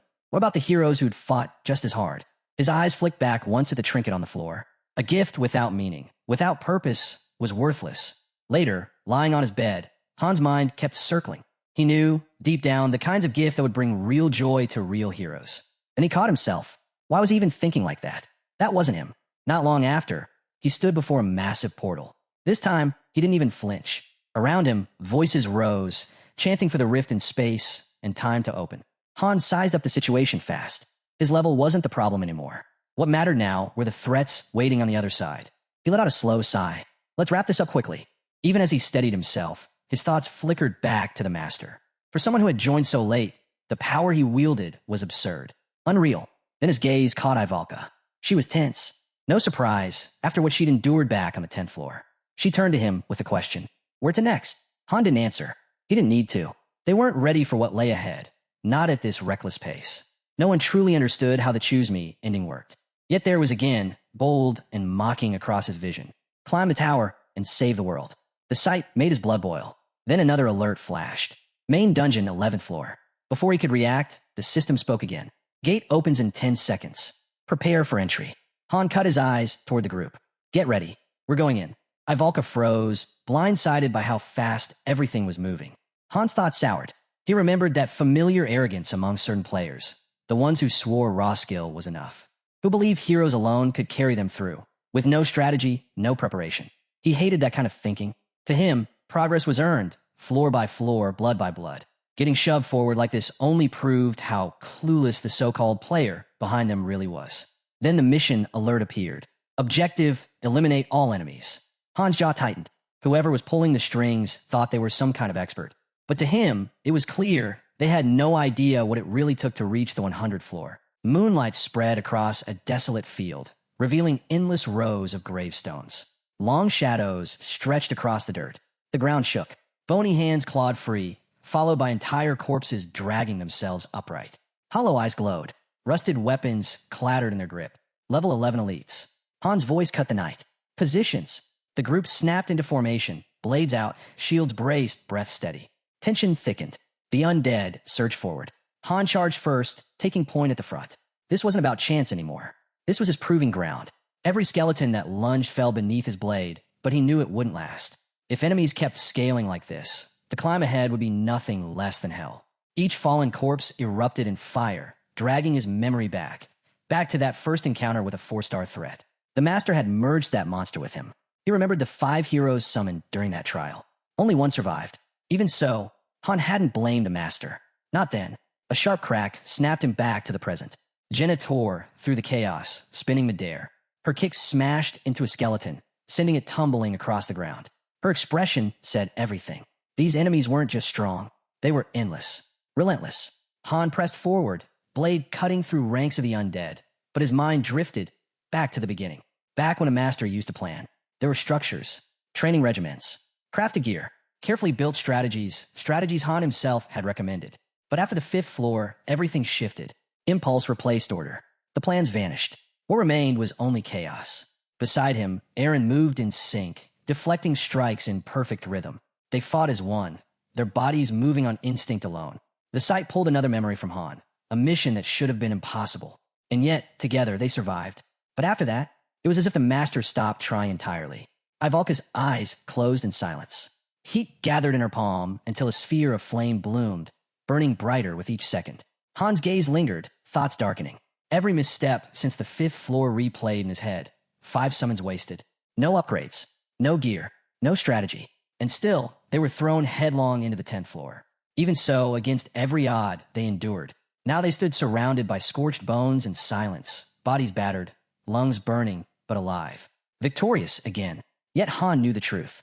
This wasn't the master's victory. The master had failed them. He had mistaken their strength for his own, leaning too heavily on their power, forgetting the role he was meant to play. No, this victory belonged to Han. Power surged through him. Light radiated, his level rising higher. It wasn't just numbers. It was growth he'd carved out for himself. A step forward he had earned. Night fell, draping the world in quiet. The wind stirred the trees, while lanterns outside the stone house flickered like fading stars. Han leaned against the wall, arms crossed. His voice cut through the stillness. Isel appeared instantly, as bright and sharp as ever. Han met her eyes. "Do you always come when I call?" She nodded. "Always." "Good," Han said, "because I have questions." Isel hesitated, her tone shifting, cautious now. "There are limits. I can't tell you everything." "I'm not asking for everything," Han said flatly. "Just get me close." Clearly flustered, she shut her eyes, shouting, "Fine, but this is the last time." Han wasted no time. "What's the name of the original fairy?" The question stunned her. She tapped a finger to her chin, thinking hard. "The directors had a lot of names," she said at last. "Over 100 million, actually. A new one for every world. In Tonia, she was Kate." Han repeated it under his breath. Kate. And then the thought followed. If she was Kate here, she'd have been someone else in Nibelheim. Pieces began to click. After the 10th floor, every master was granted their own lobby. The world itself changed with each rating, reshaped by its master. If Isel was telling the truth, then every single world's fate hinged on the master at its center. Hundreds of millions of worlds, all turning, all under different hands. The scale of it was staggering. But he wasn't done. "What is Mobius?" Han asked. Isel blinked. "You'll need to be more specific." "I'm not talking about the company," Han said. "I mean the spiral galaxy.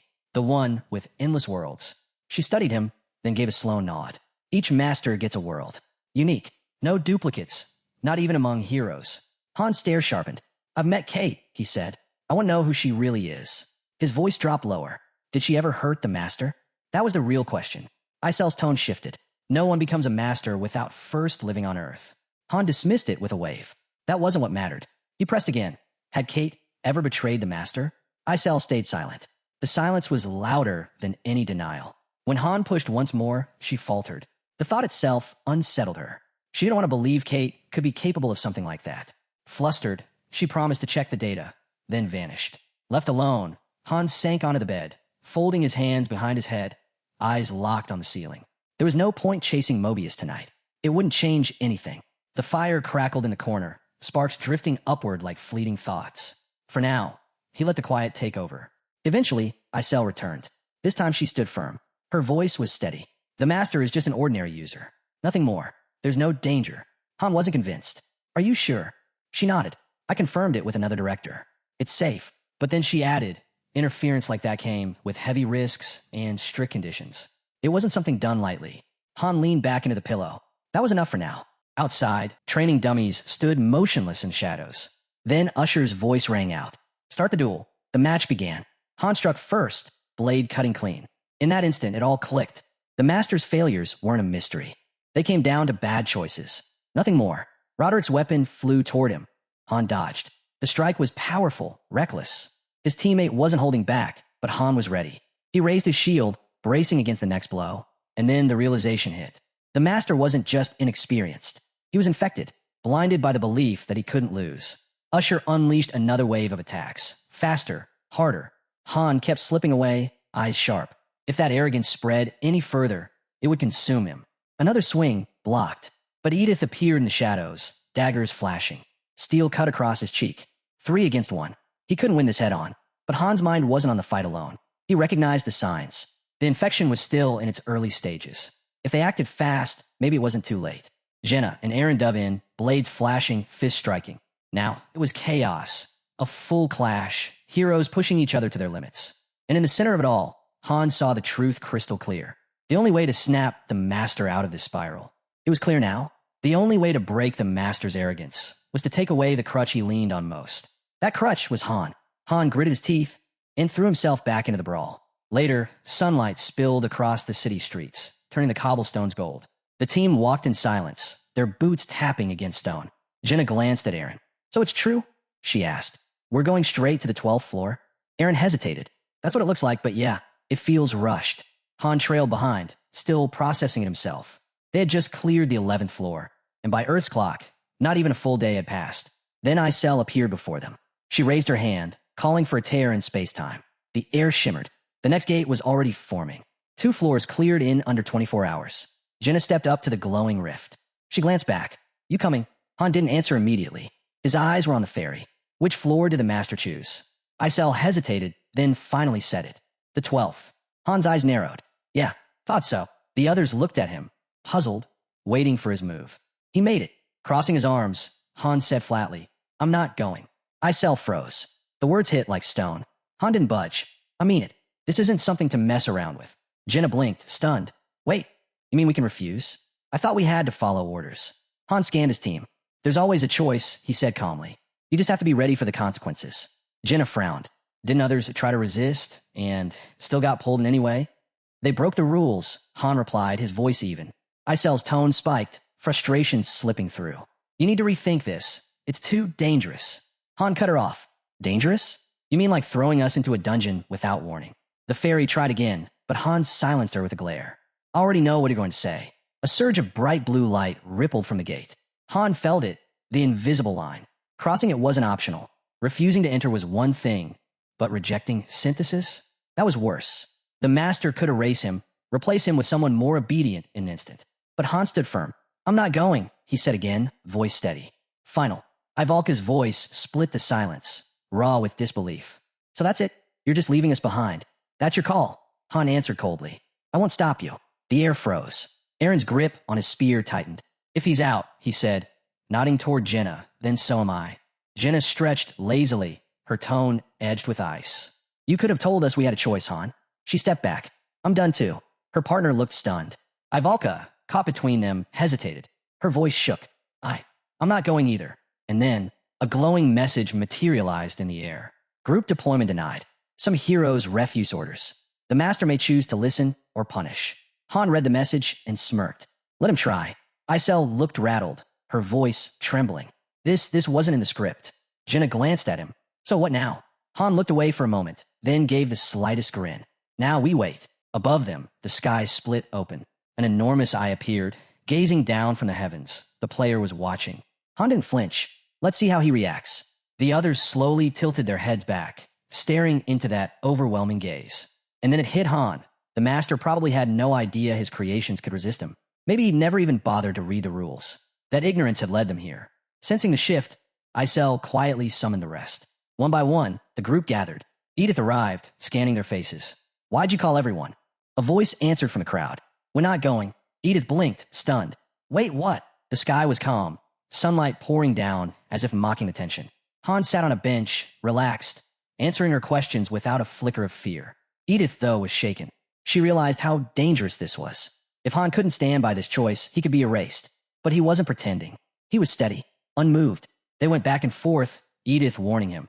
The player wouldn't let this slide. Han cut her down with one line. "So what?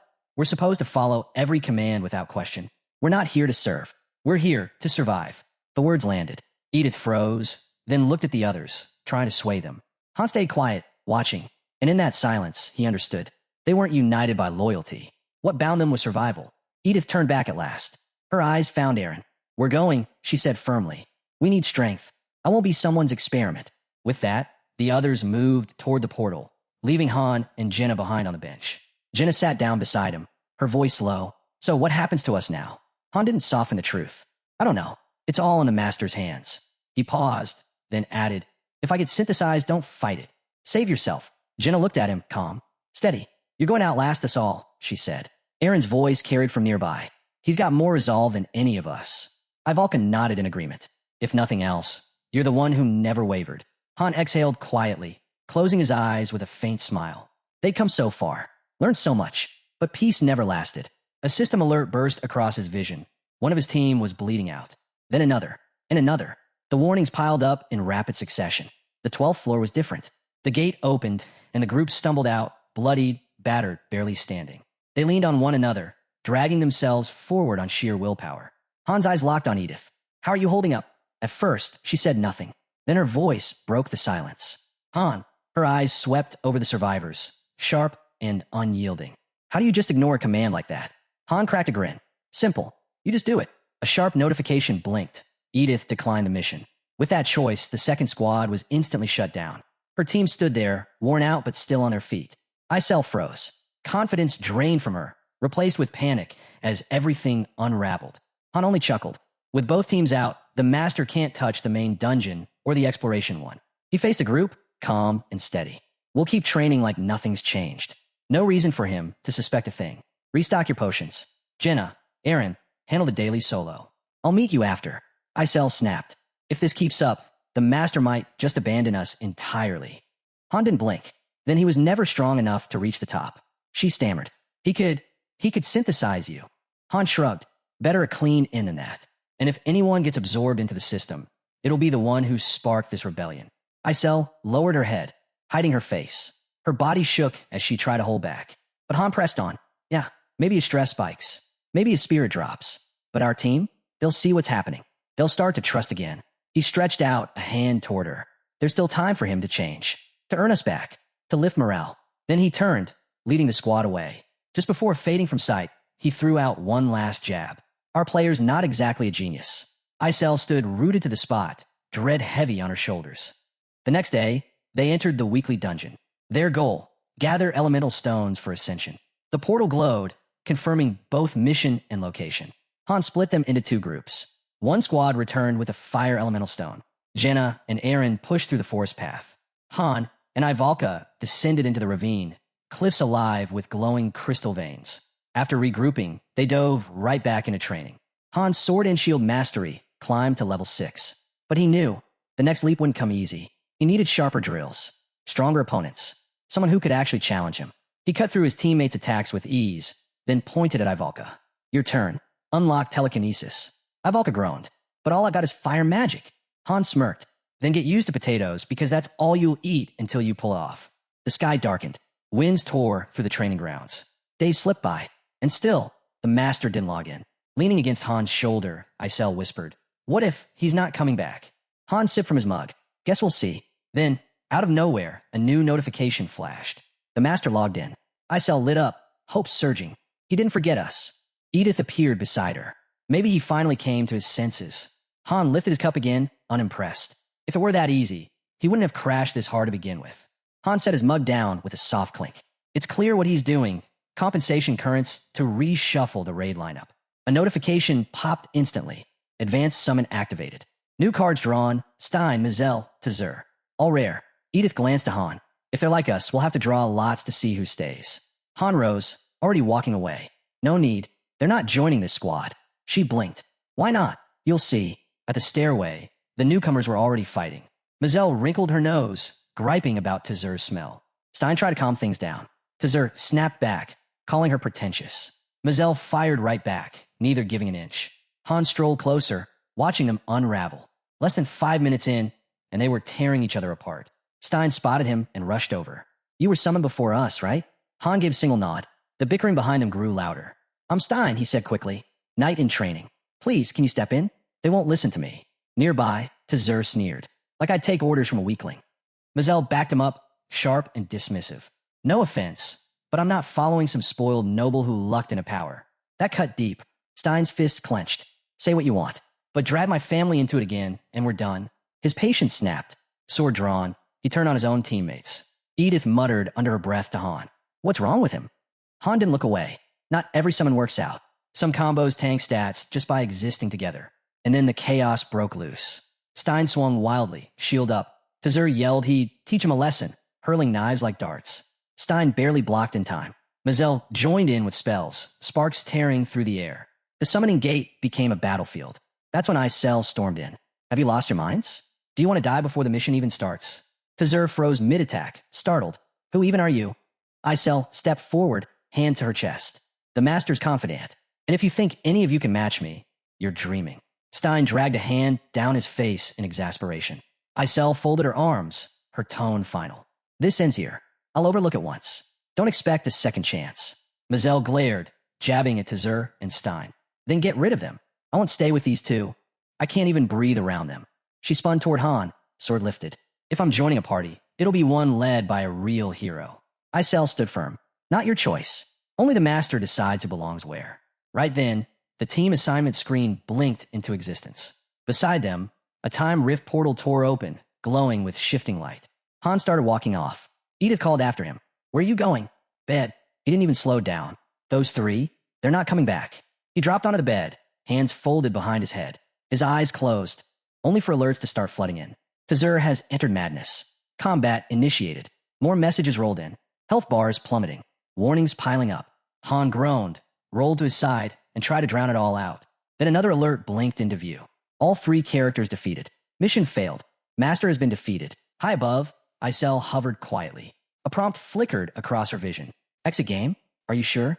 The system's flat goodbye message followed, and Isel screamed, throwing her arms wide in frustration. She dropped down, hovering inches above Han. What are we supposed to do if he never comes back? Han cracked one eye open. It's possible. Isel yanked his hair hard. Possible. What about me? What about everyone else? Her voice shook. If he's gone 6 months, the account gets deleted. You know that. Her tone broke into pleading. He can't just abandon us. Han's voice lowered. 6 months there. But for us? That's a year and a half. Isel's wings trembled. Her voice softened to a whisper. We can't build anything without a master. I'll lose my power. I'll disappear like I was never here at all. Her words cracked. I haven't even been alive that long. Han sighed, eyes still shut. Drama queen. Quit it. We don't even know if he's leaving. Isel wiped her face. Han opened one eye at her. Relax, he said. If he were that weak, he'd already be gone. She hesitated. You really think so? Han met her eyes. She nodded faintly. Then, I'll trust you. Han arched a brow. So why the meltdown? You actually think it's that bad? That you'll really vanish if we don't climb the tower? She hovered there, wings flickering in the air. Yes, I'll fade away. Han stopped, gaze fixed on the ceiling. A bead of sweat slid down his temple. Half a year, he turned toward the window, eyes drifting to the towering outer wall of Nibelheim. Time was slipping away. The next morning, a prompt appeared on screen. Purchase now. Mobius is cheering for the master's success. A new alert followed. Triple gold pack selected. Includes 5,000 diamonds plus 3 gift cards. Cost 90,000. Another window blinked up. Proceed with 90,000 deduction. Before Han could react, golden light erupted in front of him. A tall blonde man materialized as the system announced. Advanced summoning activated. Master is eager to see who answers. Thunder shook the room. Light burst again. The first hero landed, Noken. A wide grin stretched across his face as he glanced around. Where are we? Wait, are those girls? Rare hero acquired. Then another figure stepped through, a bearded man, calm and steady. His eyes swept the area. Looks interesting. But first we eat. Rare hero acquired. A third man appeared, gray-haired, posture sharp. His eyes swept the area. Who's in charge? Take us to the shelter. Rare hero acquired. Han turned to the blonde. Fresh recruits. Think they deserve a welcome. The blonde answered flatly. No. From behind, Noken stepped in, voice loud. Who are you people? Looking to get yourselves killed. Han shot him a glare. You talk too much. Shut up and listen. At the training field, a red-haired girl turned toward Edith, just as Han called her off. Stand by. From the sidelines, Jenna muttered, this is even worse than when my squad got summoned. Noken raised his sword, pointing it straight at Han. Who do you think you're talking to? Han didn't move. His bangs shadowed his eyes. Someone nearby whispered, It's not about the recruits, it's about him. Han didn't reply. He just drove his fist into Nokin's face. Once. Twice. Again. Across the field, frustration boiled over. A dark-haired girl punched the screen in anger, sick of bad pulls. 3 failed summons in a row. No strategy. No synergy. Just filler heroes. Edith stepped in, firing back at the player while Han held him steady. Some players knew how to blend 1 stars and 5 stars into a real team. That took planning. Understanding. This was just noise. Sometimes the smarter move was to burn through 5 spins and pray something stuck. Another update flashed across the system. Nokin, Winard, Jelen, Robeal, Jian added to Group 3. Han rested a hand on his belt. Welcome aboard. Sorry, no warm-up. You'll figure out as we go. First real fight hits in seconds.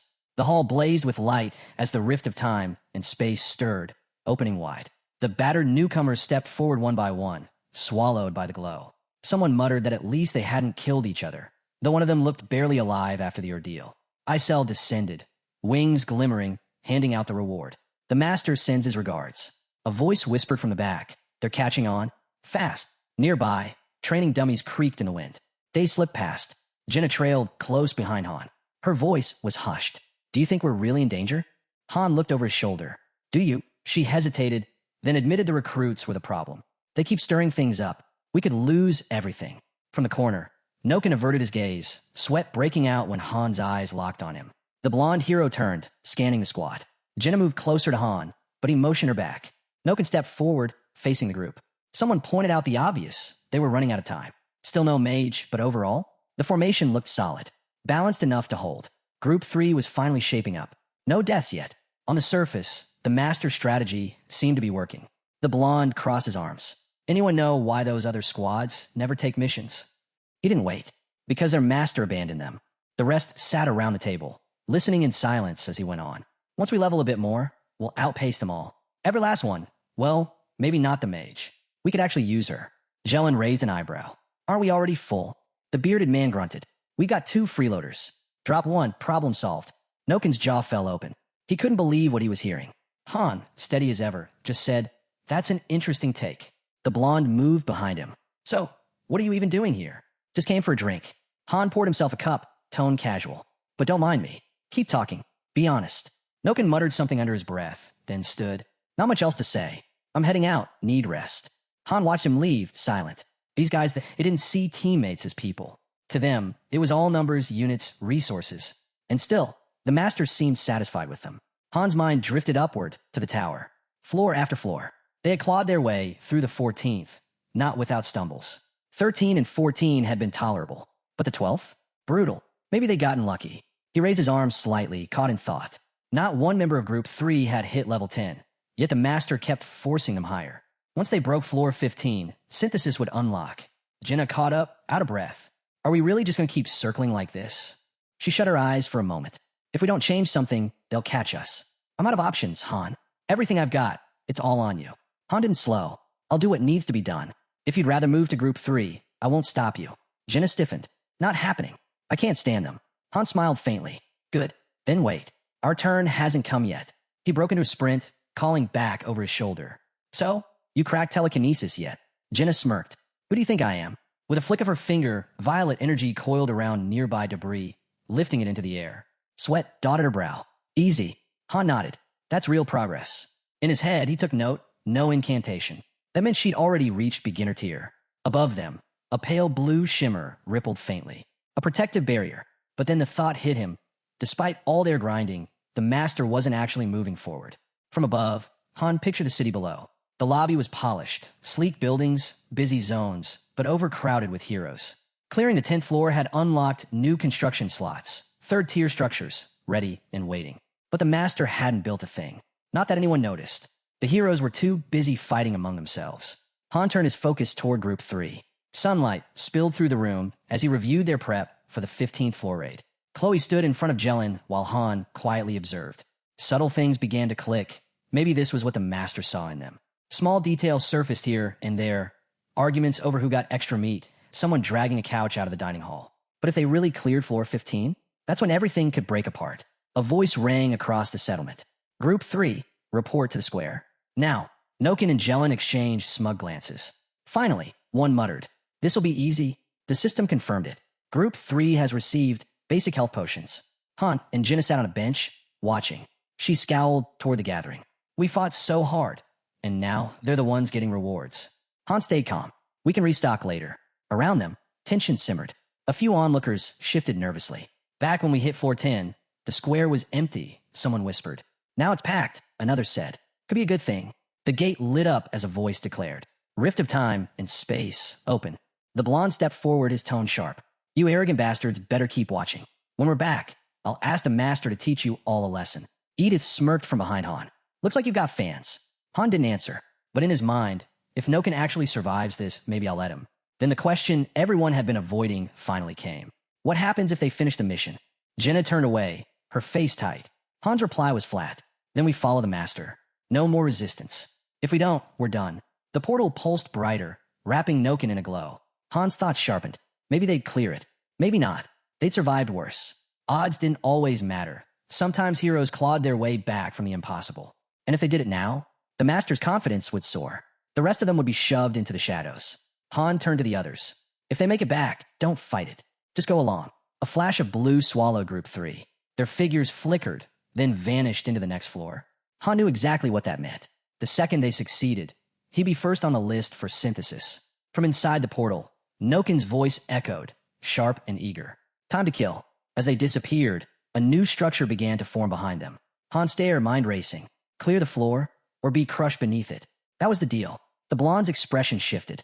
His bravado cracked as reality hit. They had no idea where they'd landed. The dark-haired man stood with arms folded. Jenna sat stiffly across from Aaron, both uneasy. Edith lingered nearby with a few others. Another blonde watched in silence. Han stood off to the side, arms crossed, waiting. 5 minutes passed. No alerts. No messages. Maybe it meant they were holding on. Then, system message. Mission failed. Entire group eliminated. Han's eyes snapped open. Noken, Winard, Jellin, Robeal, and Jian have returned to the embrace of God. Their fighting spirit will be remembered until the end of time. Han stared at the screen, blank. Winged figures drifted near the gate in silence. Did Group 3 just get wiped? The next alert confirmed it. Group 3 has been destroyed. The master has failed. He stood frozen. A special mission, over before it even started. Not even 5 minutes. Beside him, Jinna's voice broke through. What's happening? A prompt appeared. Does the master wish to exit the game?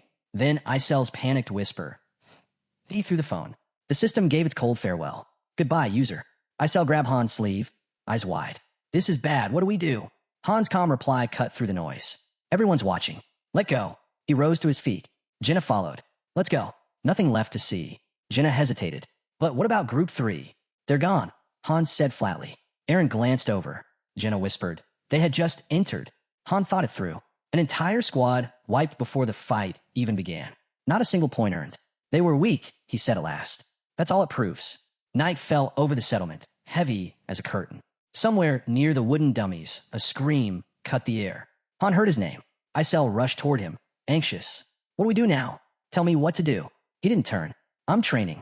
You should rest. Weapons lay scattered across the field. Life goes on, Hans said. Wake, eat, train, eat again, train more, dinner, repeat. Isel stared, stunned. It's been 10 days, she shouted. And the 1 stars? They're already slacking off. She imagined them sprawled around the dining hall, doing nothing. No master, no synthesis. Just a few still forcing themselves through the weekly dungeons. Han touched his chin, thinking, 10 days here, 3 days outside. Then a system alert broke the silence. Download complete. Time to take action. Welcome back, user. Isel gasped, tears welling. She turned toward the glow. Master. Han looked up. He's back. A flash lit the sky. Screenshot captured. Save the gallery. Another prompt. Would you like to exit the game? And finally, goodbye, user. Isel's fists clenched. That's it?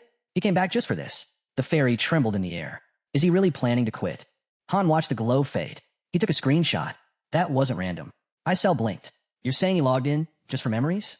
Han turned away. Looks like it. Silence stretched before he spoke again. What's your hobby, Isel? She frowned. Your hobby, he repeated. What do you like doing? She crossed her arms. Digging up stuff online. Han's eyes lit up. So you really can access the internet? Isel nodded.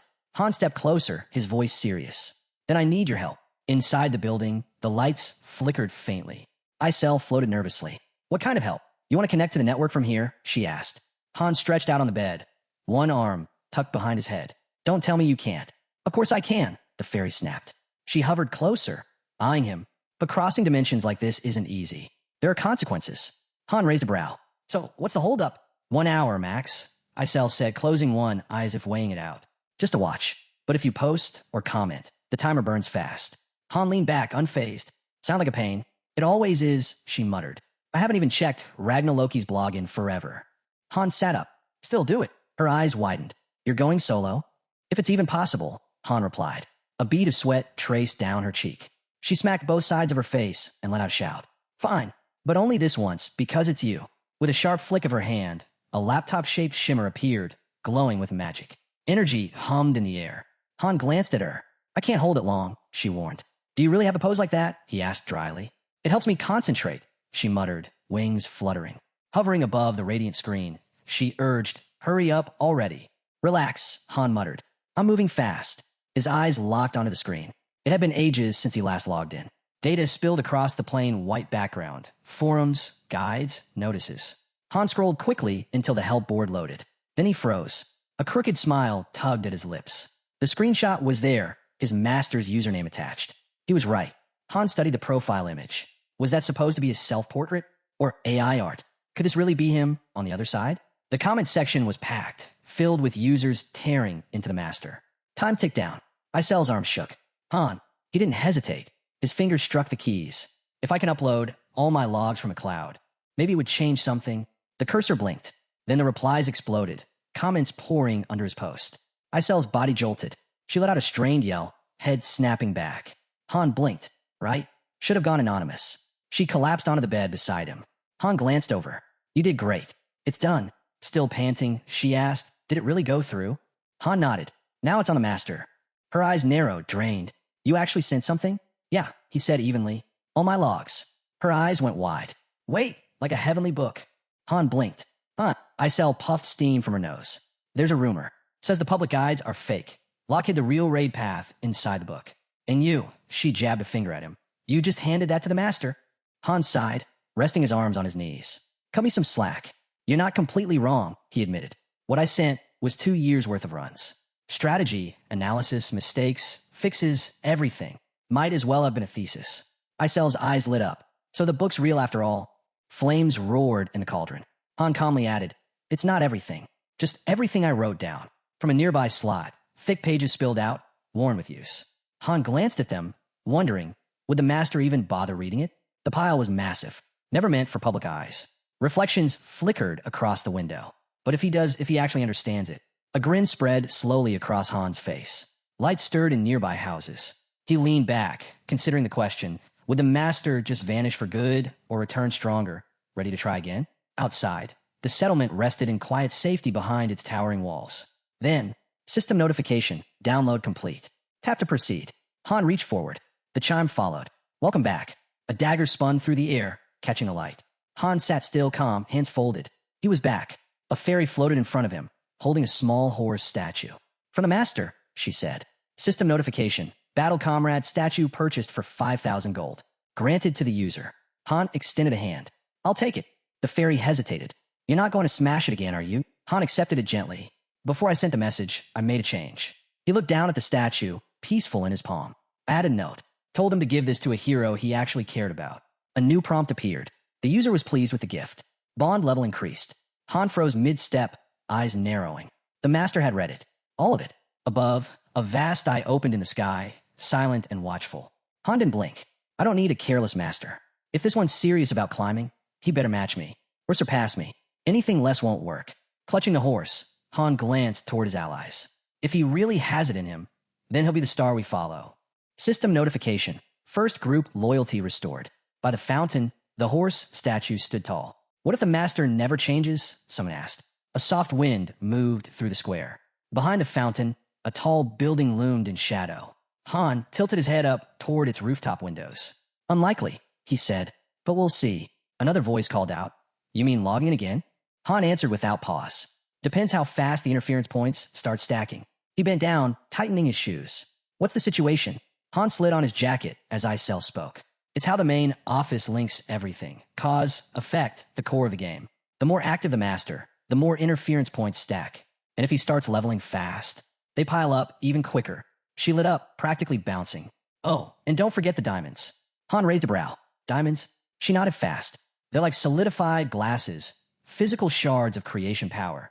With his back still turned, Han asked, same kind tied to real-world money? Exactly, she said. Cash hits harder than anything. Virtual funds are okay, but real money? That's power. And the system sweetens it. A 1% bonus for every deposit. Han took a slow step forward and snorted. 1%? That's a scam. He kept walking, calling out to his teammates. Shake off the rust. Enough sitting around. Without breaking stride, he dropped the verdict. They were back in the fight. System alerts lit the air. First group reactivated. A new notification praised the master for flipping their mindset. Jenna and Aaron followed close behind. Jenna gave a shrug. Whatever. At least we're not stuck in limbo. Not fired up? Huh, someone teased. Before Jenna could answer, Ivalka blurted out. Loud and clear, nope, not at all. Then she froze, flustered, sweat dotting her face. I mean, yeah, totally fired up. Been waiting for this. Aaron eyed Han. Even with the master stepping in, we're still one short. That's 4 of us. Han waved it off. Don't worry. Nearby, a dark-haired girl turned away as the system confirmed it. She'd be filling in with Group 1, at least for now. Edith descended the stairs. So you really ditched the refusal? Han gestured at the system prompt. See for yourself. And the master? She pressed. You'll meet them soon enough. Right on cue, a system ping, Group 2 unlocked. Edith grinned. If you say so, I'm in. Another message locked it in. She was officially part of the first squad. Then the air split open. A white glow rippled wide as the rift stirred. Edith glanced at the team. Don't get used to me being around. Han shrugged. Didn't ask you to. You'll rejoin Group 2 once we clear floor 15. A sharp alert cut across the field. Current stage, 8th floor. Gate opening in 10 seconds. Light flared, revealing a sprawling city stretched behind them. Mission type, Conquest. Eliminate all enemies. Aaron squinted ahead. 8th floor already? Han nodded. Time to put training to work. The ground shook. A hulking beast slammed its paws into the dirt. Behind it, goblin riders poured forward, howling. Spin them. Ivalka shouted, raising her hand. The goblins roared, jaws wide, as a wall of mud ripped across the battlefield. Jenna's bowstring thrummed. Arrows slicing the air, striking true. Ivalka thrust her arms forward. Ignite! A torrent of fire roared out, swallowing everything in its path. Han shielded his face from the heat. She used to take 40 seconds to cast that spell. Now, barely 10. This is it, he shouted, his blade cutting through enemies in a blur. Final stage. Blood sprayed across the floor. Edith, already drenched in gore, muttered, Remind me why you even dragged me here? A soft chime echoed. Floor cleared. Aaron and Ivalka shot up a level. Their rewards? 5,000 gold and a bundle of leather gear. Han's gaze shifted. Jenna was holding her ground so well now. He could finally trust her to guard the rear. The girls shared a glance. Jenna smirked. Getting bored yet? Edith shook her head. Not really. Watching this mess is actually entertaining. Han figured she hadn't meshed with the group yet, but she was sharp. She'd settle in soon enough. Ivalka drew a long breath, shutting her eyes. That's it, right? I'm spent. Can't keep casting forever. But just then, a system notification lit up. Top performer. Ivalka.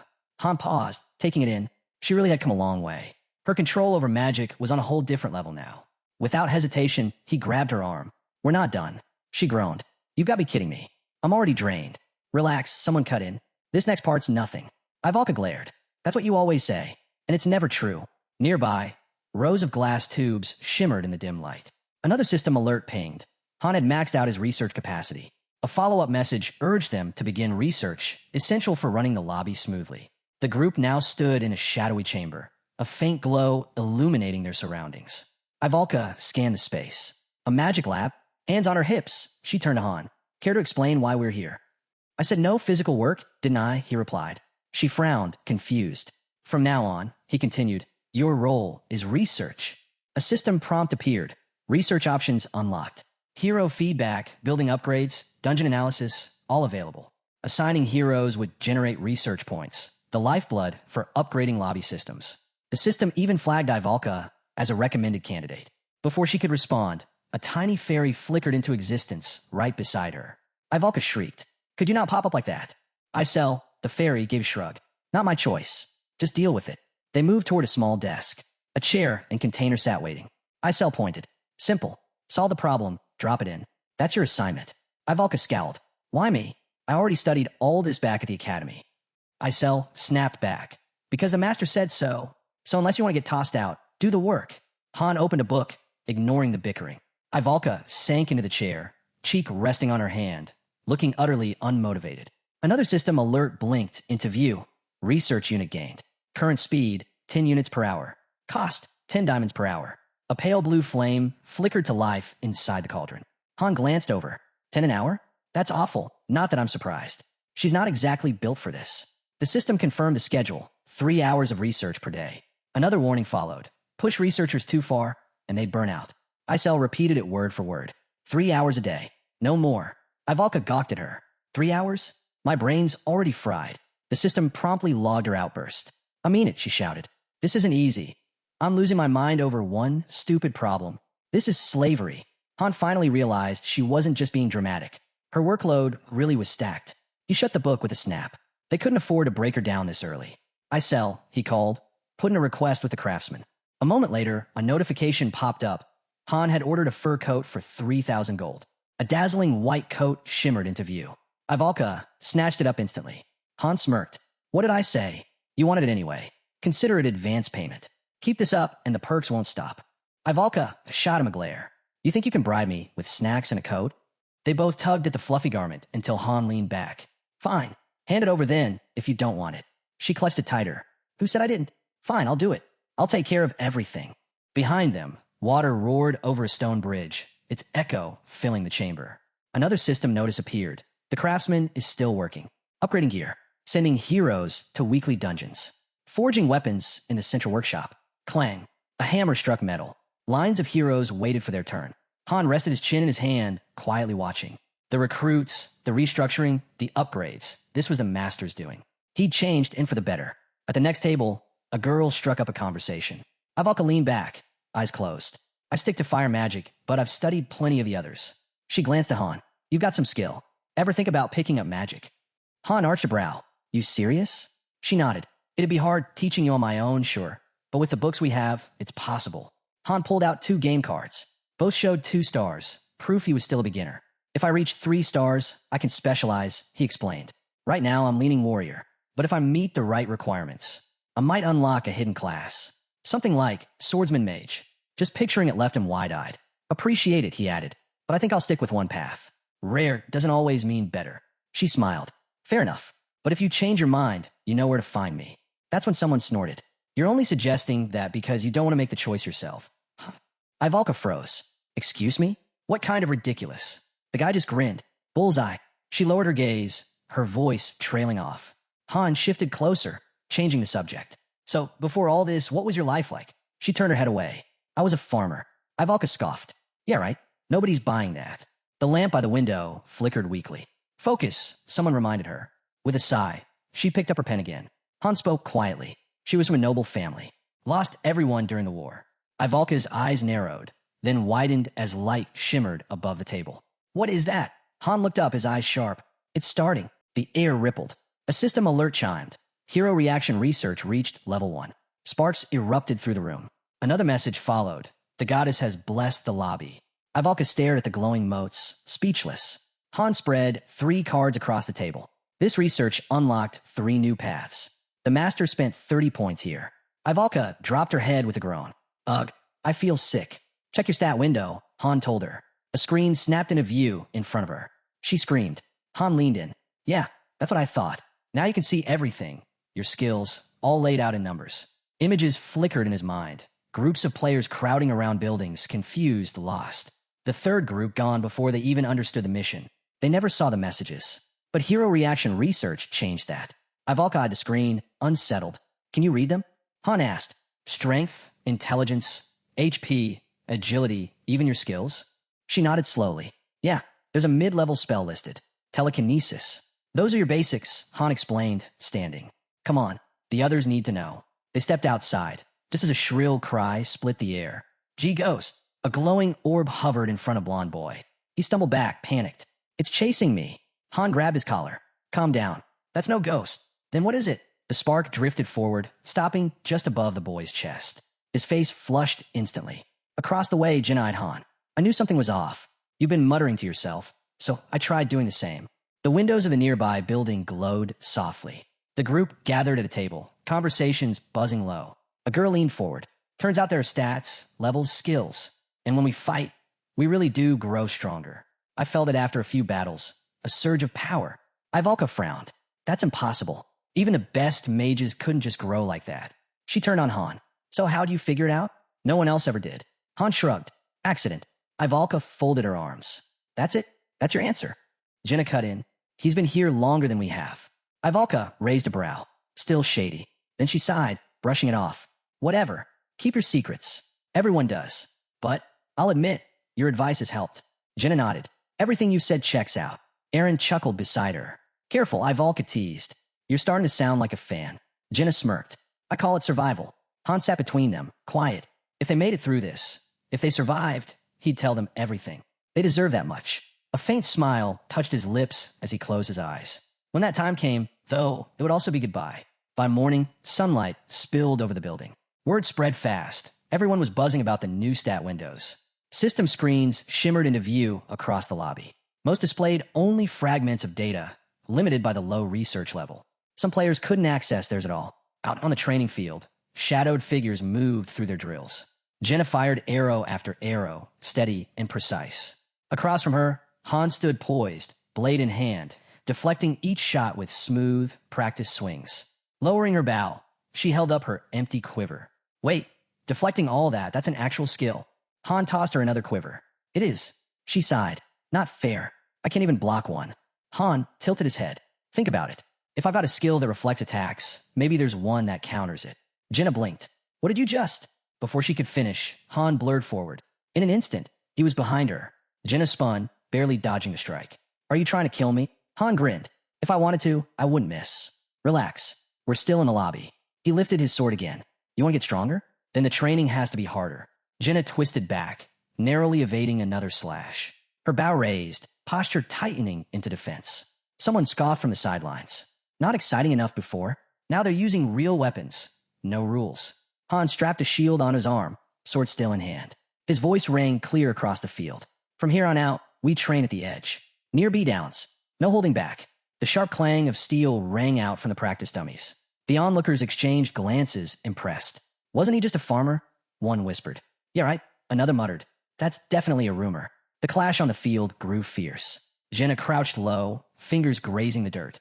What even is this training? She muttered. Ahead, Han's eyes locked on her. Giving up already? Aaron's waiting. The blonde, quiet until now, gave a small nod. I can wait. Jenna steadied herself. Fine. One more try.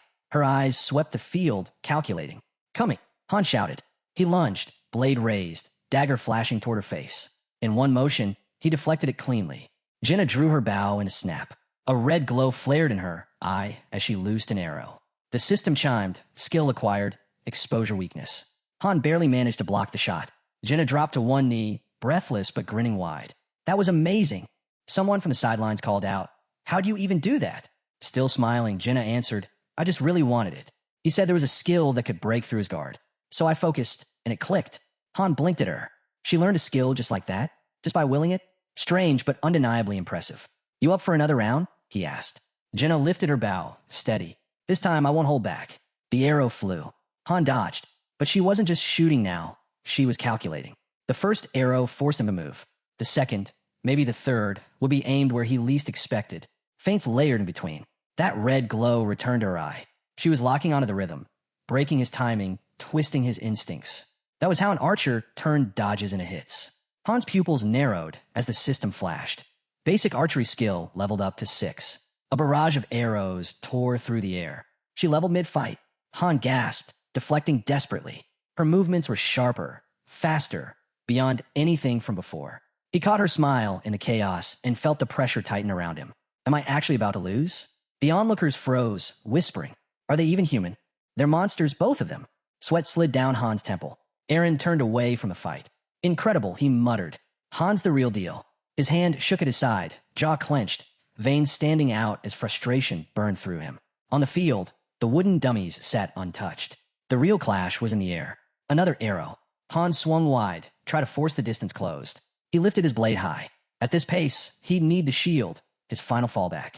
But this wasn't about winning anymore. It was about breaking past limits, unlocking something greater. As another arrow streaked in, the realization hit. Tracking the target wasn't enough. He had to read the shot before it even existed. One after another, arrows flew. Then came one wrapped in a crimson aura. Han's eyes narrowed. What if? I could sense it before the bowstring even released. A faint glow rippled across his body, circuit-like lines sparking to life.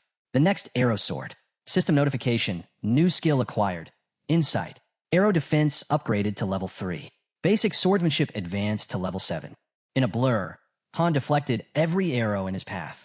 Dust exploded under his feet as he closed the distance. In the blink of an eye, he was standing before her. Jenna held her ground, jaw tight, eyes locked on him. Lowering his blade, Han asked evenly, "So, does that make one number 19? She glared. "You're a monster." Han glanced at his system window, scanning the new skills now etched there. Jenna turned to Aaron. "What about you? How many skills do you have?" 3, he answered. Spear mastery, pain threshold, and fire resistance. Jenna leaned closer, scanning her system screen. Han raised a brow. "What about you?" She listed them off without pause. Bow mastery, dagger mastery, weapon change, rapid fire, weakness identification, Hawkeye, and dexterity. Aaron, standing just behind Han, gave a nod. "That's plenty." But Han cut in. "Don't get carried away. A long list doesn't mean much if your level can't back it up." 2 dark-haired heroes approached, and Han gestured toward them. Sometimes skills clash. Pick the wrong combination, and they'll backfire. Take mine, Berserk and Cold-Blooded. Bad mix. He paused. "But my case is different." Jenna swiped the sweat from her forehead. Han studied her in silence. 9 skills. No doubt about it. She was top tier. Aaron's gaze lingered on her, thoughtful, as dry leaves drifted across the quiet settlement. A sudden alert appeared. Item combination in progress. 3 elemental stones, fire, water, and wind, hovered in a glowing circle. Target, normal exaltation stone. Success rate, 87%. A prompt blinked. Proceed with fusion? The stones shone brighter as fairy magic surged through them. Then, system notification. Combination failed. Items destroyed. Later, Han and Jenna sat on a bench in silence. Han's eyes were fixed on nothing, bitterness etched in his face. 87%, and it still failed. Jenna broke the quiet. "So, can I ascend now?" The fairy hovered nearby. "Time's moving fast. You've already reached 2 stars. System notification. Combination complete. Item acquired. Common ascension stone." The palace gates creaked open. System message. "The master has begun the ascension." Jenna turned to Han, voice low. "Am I going to die?"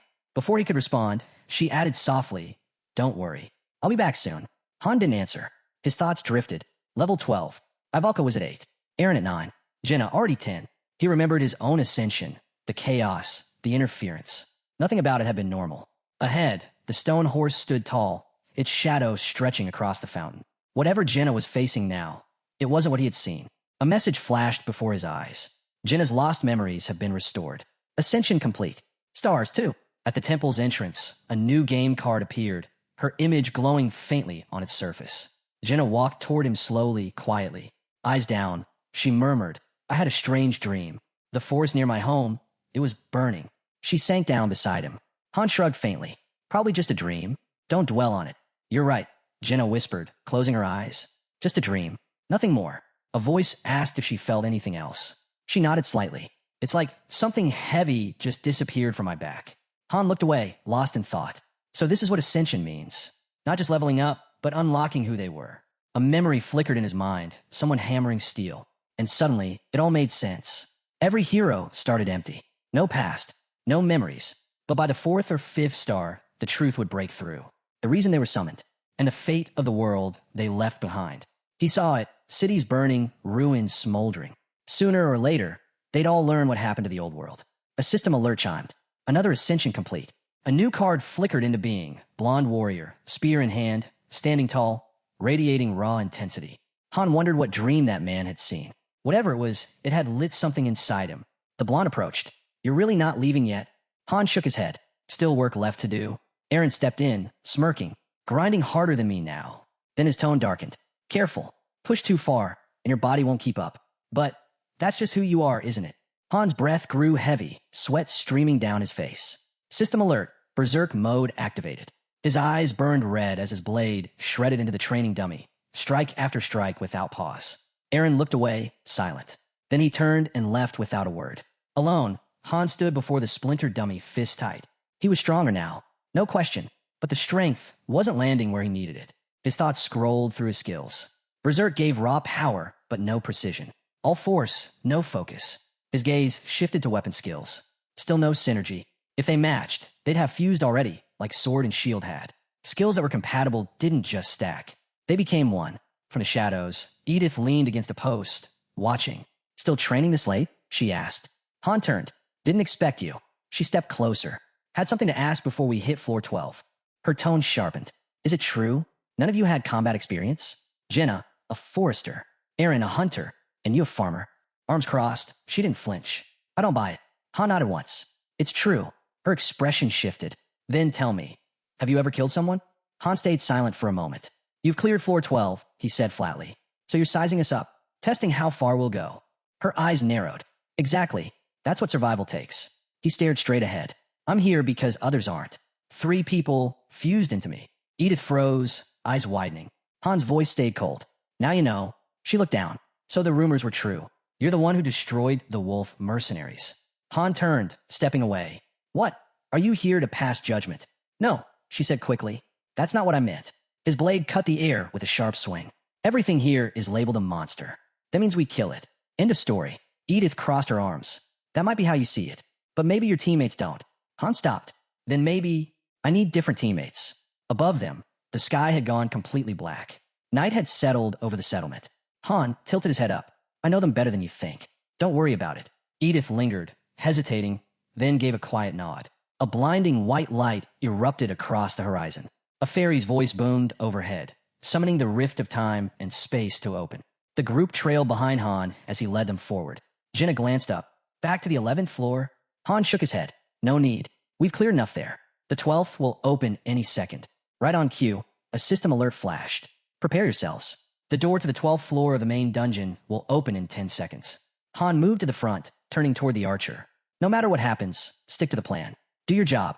I got it, Jenna answered quickly. Then do it better than usual, Han pressed. You know what's at stake. Light burst around them. A soft blue aura wrapped the team as another message appeared. Mission type, suppression. Objective, eliminate all enemies. Jenna scanned the surroundings. Where are the enemies? If this is suppression, she froze. Her pupils shrank. Slowly, she raised a hand, bracing herself. Han's voice cut through the silence. Stop. Everyone hold. Ahead of them stood a formation of spear-wielding warriors shouting. Drop your weapons. Identify yourselves. Above their heads hovered the words. Level 11, human soldiers. Sweat rolled down Jenna's temple. What is this? 45 of them, fully armed. The soldiers held their line, unwavering. Edith turned her face away, irritated. Jenna stood frozen in disbelief. All eyes locked on the standoff. They're not monsters, Aaron said at last. They're people. The blonde behind Han stepped forward. You're not seriously thinking of fighting them, are you? I never said that, Aaron replied. But we can at least try talking. From the rear, Ivalka added. He's right. We should see if they know anything. No point rushing in. Han turned to her. You believe that? Ivalka nodded firmly. Yeah, we avoid bloodshed when we can. Then he looked at Jenna. What about you? She didn't answer. Her face gave nothing away. But images raced through her mind. Armored soldiers. Real ones. Aware. Conscious. That only meant one thing. Enemies. Aaron stepped closer to Han. So, what do we do? Han's eyes narrowed. Raise your weapons. He unsheathed his sword, steel gleaming in the blue light. If you don't want to fight, he said coldly, then stop me yourselves. He faced the soldiers, blade ready. Ivalka faltered. Edith stayed unflinching. Jenna bit her lip. Aaron clenched his fists but stood firm. Then Han exhaled slowly and looked away. Do what you want. Aaron gave a small nod. Thanks. He stepped forward. I'll try talking. His voice rang out. I'm Aaron. We don't want to fight. Can we talk this through? One soldier broke rank and stepped forward. We're listening. We were dragged into this without warning. Aaron halted a few steps away. Dragged? What do you mean? It's complicated, the man said. Not something I can explain from here. Come closer. Aaron stepped forward, only for 3 soldiers to level their spears at him. Drop your weapon, one barked. We're just being careful. Aaron's grip tightened on his spear, torn between instinct and reason. The soldier's voice broke the silence. We don't want to fight. We just want to go home. After a long pause, Aaron crouched and set his weapon on the ground. That's when Han's hand clamped down on his shoulder. Are you out of your mind? He snapped. Just going to follow their orders? He turned to the soldiers. You want to talk? Then you come here, unarmed. The lead soldier hesitated. That might be difficult. Han stepped forward, eyes hard. Oh yeah? So we drop ours, and you keep yours? That's fair. Another silence stretched, brittle as glass. Then, Slowly, a few soldiers planted their spears into the ground. 3 of US will come forward, one said. The leader raised his empty hand. We've disarmed. Your turn. Han exhaled, tossing his blade aside. Fine. Good enough. The soldier gave a short nod. Now we talk. Aaron stood rigid, muscles taut. One soldier stepped closer, face pale. Do you hear it? He whispered, eyes twitching. The voice. It doesn't stop. Another, bearded and trembling, added, It's talking now. Right now. Han gave a dry smile. And what's it saying? Black veins ripped across the man's skin, his face contorting.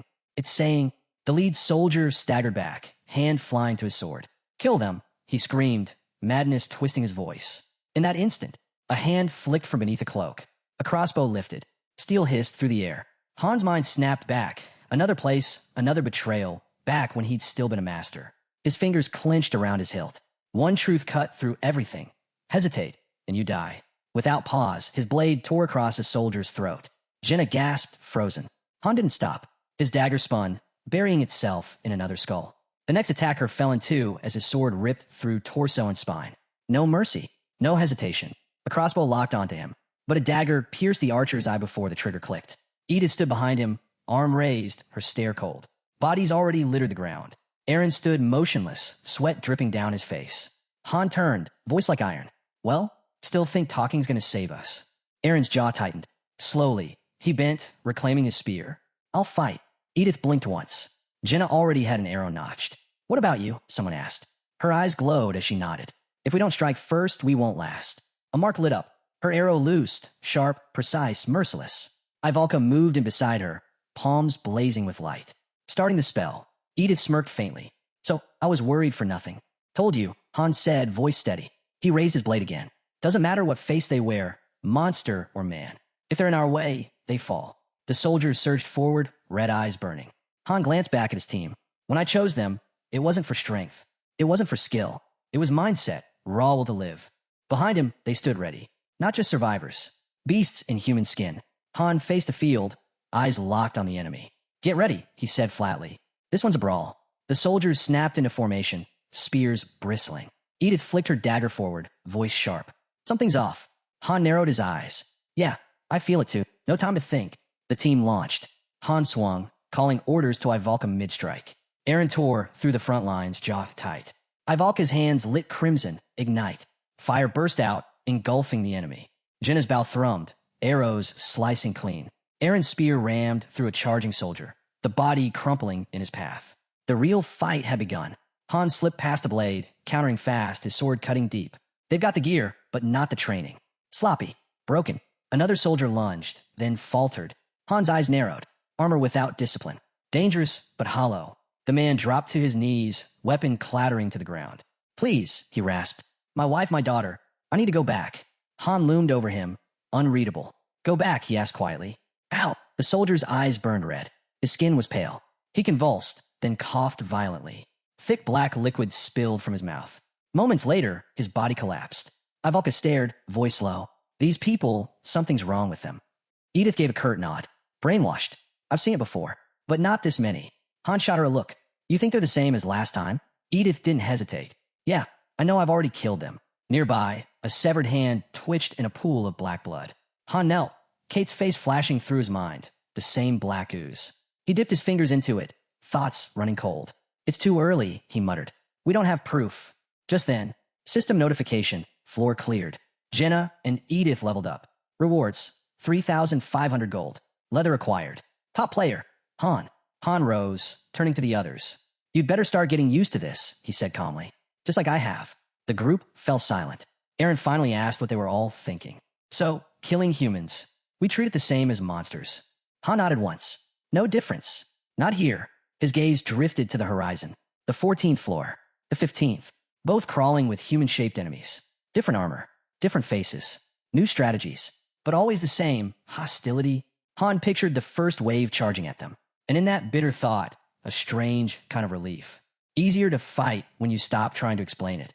They crossed the quiet grassland, boots rustling softly in the breeze. Han couldn't shake the thought. Facing enemies that looked human always weighed heavier. Even their master had sensed the strain, giving them a full day just to recover. When Han opened their updated game cards, the numbers told the truth. Their levels were finally high enough. The 15th floor was within reach. But not everyone had it easy. Ivalka and Edith, strong as they were climbing slower. Starting at a higher rank came with its own burden. That's when a small bag appeared outside their house. Han picked it up and glanced inside.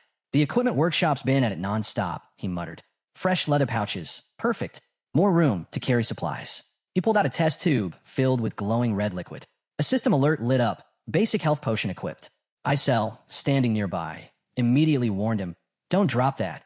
It's expensive." Too late. The potion slipped from Han's grip, hit the ground, and shattered. Another system alert. Item destroyed. Followed by a cold reminder. Items could break if handled carelessly. Han turned away. "Didn't you just say that was expensive?" Isel froze, then blurted out, "Actually, it's not. I didn't know." She didn't stop there. Without missing a beat, she deflected the blame. If the master hadn't stuck her with recycling duty, none of this would have happened.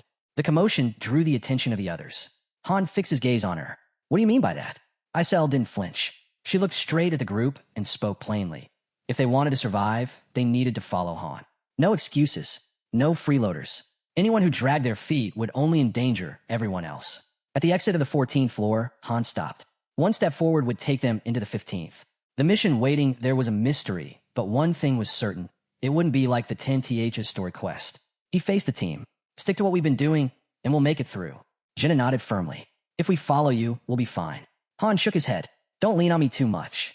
Edith cut in without hesitation. "You're reliable. Your calls are always right."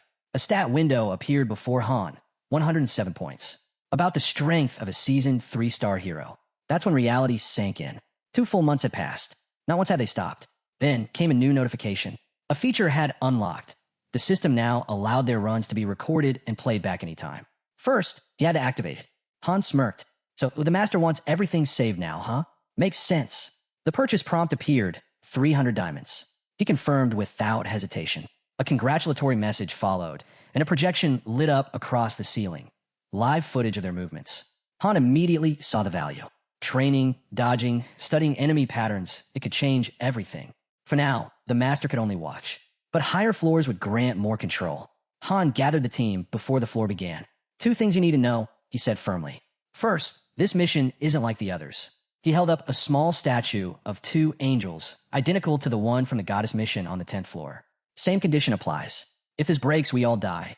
That's the rule here." His thoughts drifted to the last squad. They'd vanished in a burst of blue light. Not because of a fight. Not even 5 minutes in. They failed instantly. No enemies. No combat. Just complete failure because they didn't understand the mission. Han turned to Edith. "Step 1 is figuring out the goal. Fast." Then he looked to Jenna. "We've got 15 minutes. She pressed him for clarity, but Han didn't budge. The third group didn't last 5. "Do you understand what that means?" He turned his gaze aside, his voice steady but absolute. "If we stand here doing nothing, the mission auto-fails. Total wipe. Everyone dead. That's the second thing you need to remember." His mind flicked to the tower itself. Time flowed differently here. Minutes spent on the floors stretched into long pauses in the lobby, which meant they really did have only 15 minutes. Their tiny base camp was proof. This mission was built on a strict timer. Just then, system alerts appeared. 15th floor reached. Door opening in 10 seconds. Another alert followed. 3 minutes to gather information before the mission officially triggered. The world burst into blinding light. When it cleared, Han opened his eyes to a bright blue sky. Sunlight spilled across rooftops. Cobblestone streets rang with footsteps. Citizens moved through a lively square, chatting, walking, going about their lives. Han's team now stood right in the center of it all, scanning the crowd, his attention locked on a bearded man. Instinct told him the truth. This floor was another city-type mission. Around them, whispers spread, townsfolk murmuring about whether it was really him. An old woman brushed past Aaron without even glancing his way. That's when Han realized they weren't visible. The villagers were NPCs. The town bustled with warmth and noise. Nothing like the tension that had weighed heavy on the 10th floor. Then the system message appeared. Mission type, defensive. Objective, protect someone. Han rubbed the sweat from his forehead. One thought pounded in his mind. Surrounded by this many people, how were they supposed to track down one person? His thoughts flashed to Noken's team. They must have panicked the moment they saw this mess. Without knowing the mission's true goal, they would have assumed the townsfolk were enemies. If they'd skipped the 10th floor, they never would have known the rules. Chances were high they'd attacked the villagers outright, or completely ignored what really mattered. Han tilted his head back, watching clouds drift across the sky. In the end, it came down to 2 possibilities. Either the last group had slaughtered innocent townsfolk, or they'd failed to protect their target in time. Different mistakes, same outcome, instant failure. He turned back to the team. This mission's about protection, but it doesn't matter unless we find the one we're supposed to protect. If we don't figure that out fast, we're finished. Jenna frowned, her eyes darting to the bustling streets. But how are we supposed to search? There aren't any monsters here, just people. Han crossed his arms. Does anyone know this place? Aaron stepped forward, sunlight glinting off his armor as he scanned the square. I've been here before. Traded goods around this region. This is a Dilf, a major crossroads. Always packed with travelers. Han's eyes narrowed. So we're still in Tonia? Aaron nodded. Han pointed across the plaza. Any landmarks? The sun's rays gleamed against a distant temple, its silver-white walls casting sharp shadows. Aaron spotted it immediately. There. That's one of the 3 largest temples outside the holy city. Jenna's eyes widened. I've heard of that place. It's supposed to be enormous. Han moved closer to Aaron, watching the flow of the crowd. Everyone's heading that way. Something's happening. Aaron agreed. Definitely an event. Han turned to Edith. We're moving to the temple. Stay sharp. Without a word, Edith vanished, her body gliding between walls, leaping until she reached a wooden platform high above the city. From there, she had a clear view. The square below swelled with townsfolk pressing toward the temple gates, where armed guards stood in formation, spears raised. One of the guards stiffened, his eyes locked on something unseen. Han reached the gate just as the man barked. You're not Aloe. Steel flashed. Han struck before the sentence even finished.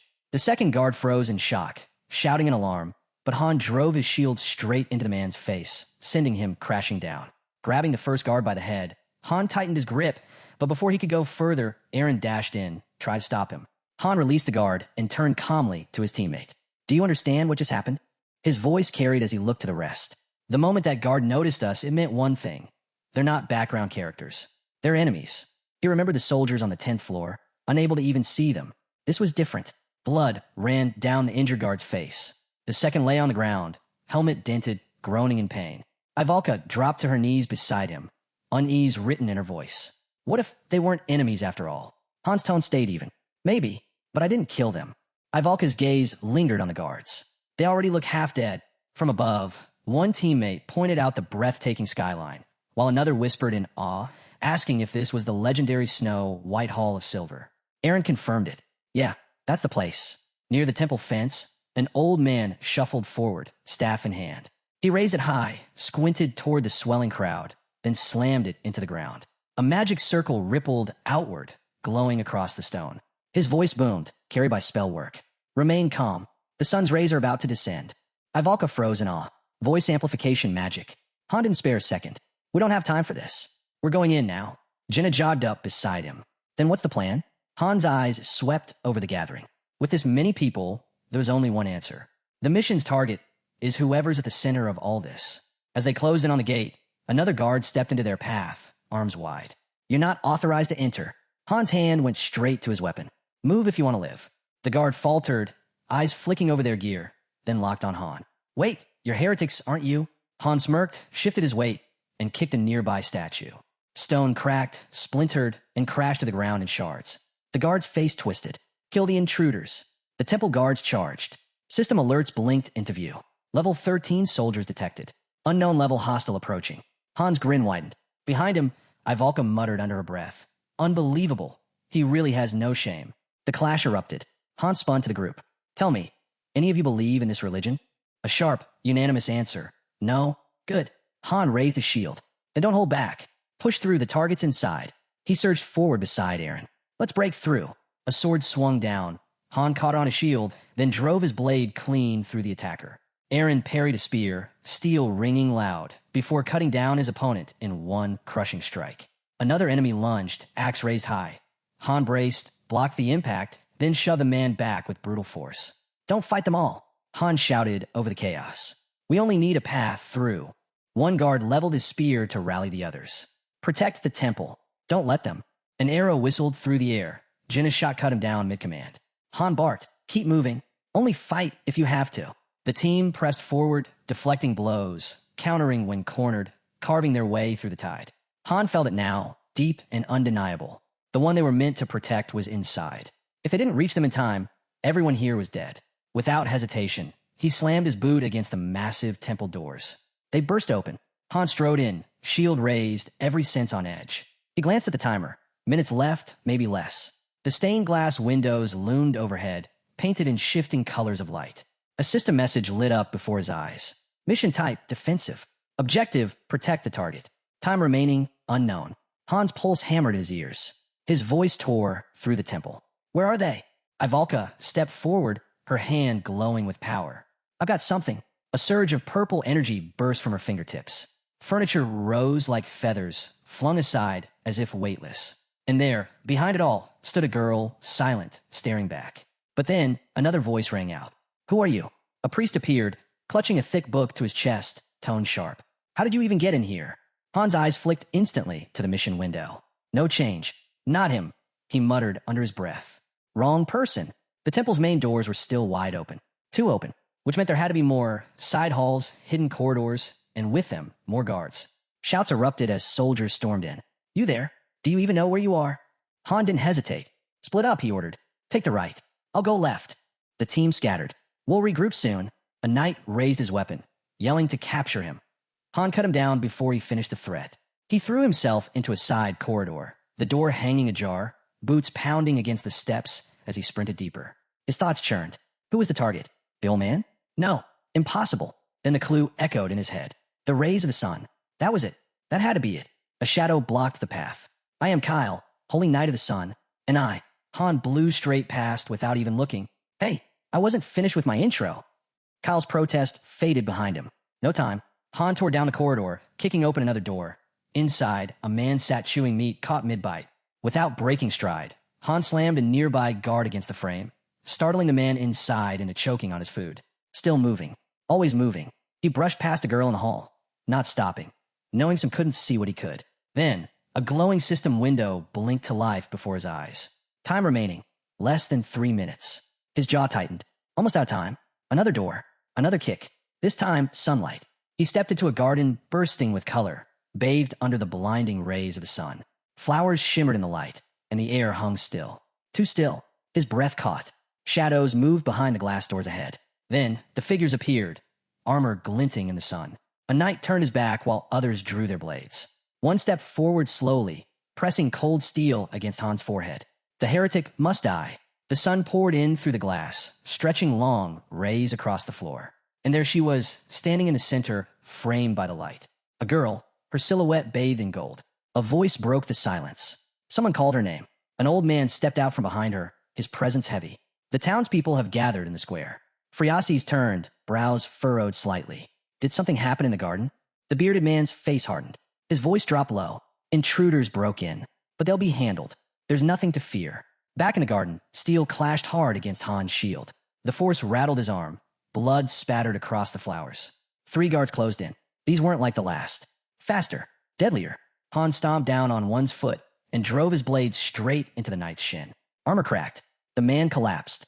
Han slipped free, pivoted, and with one clean swing, his blade took the enemy's head.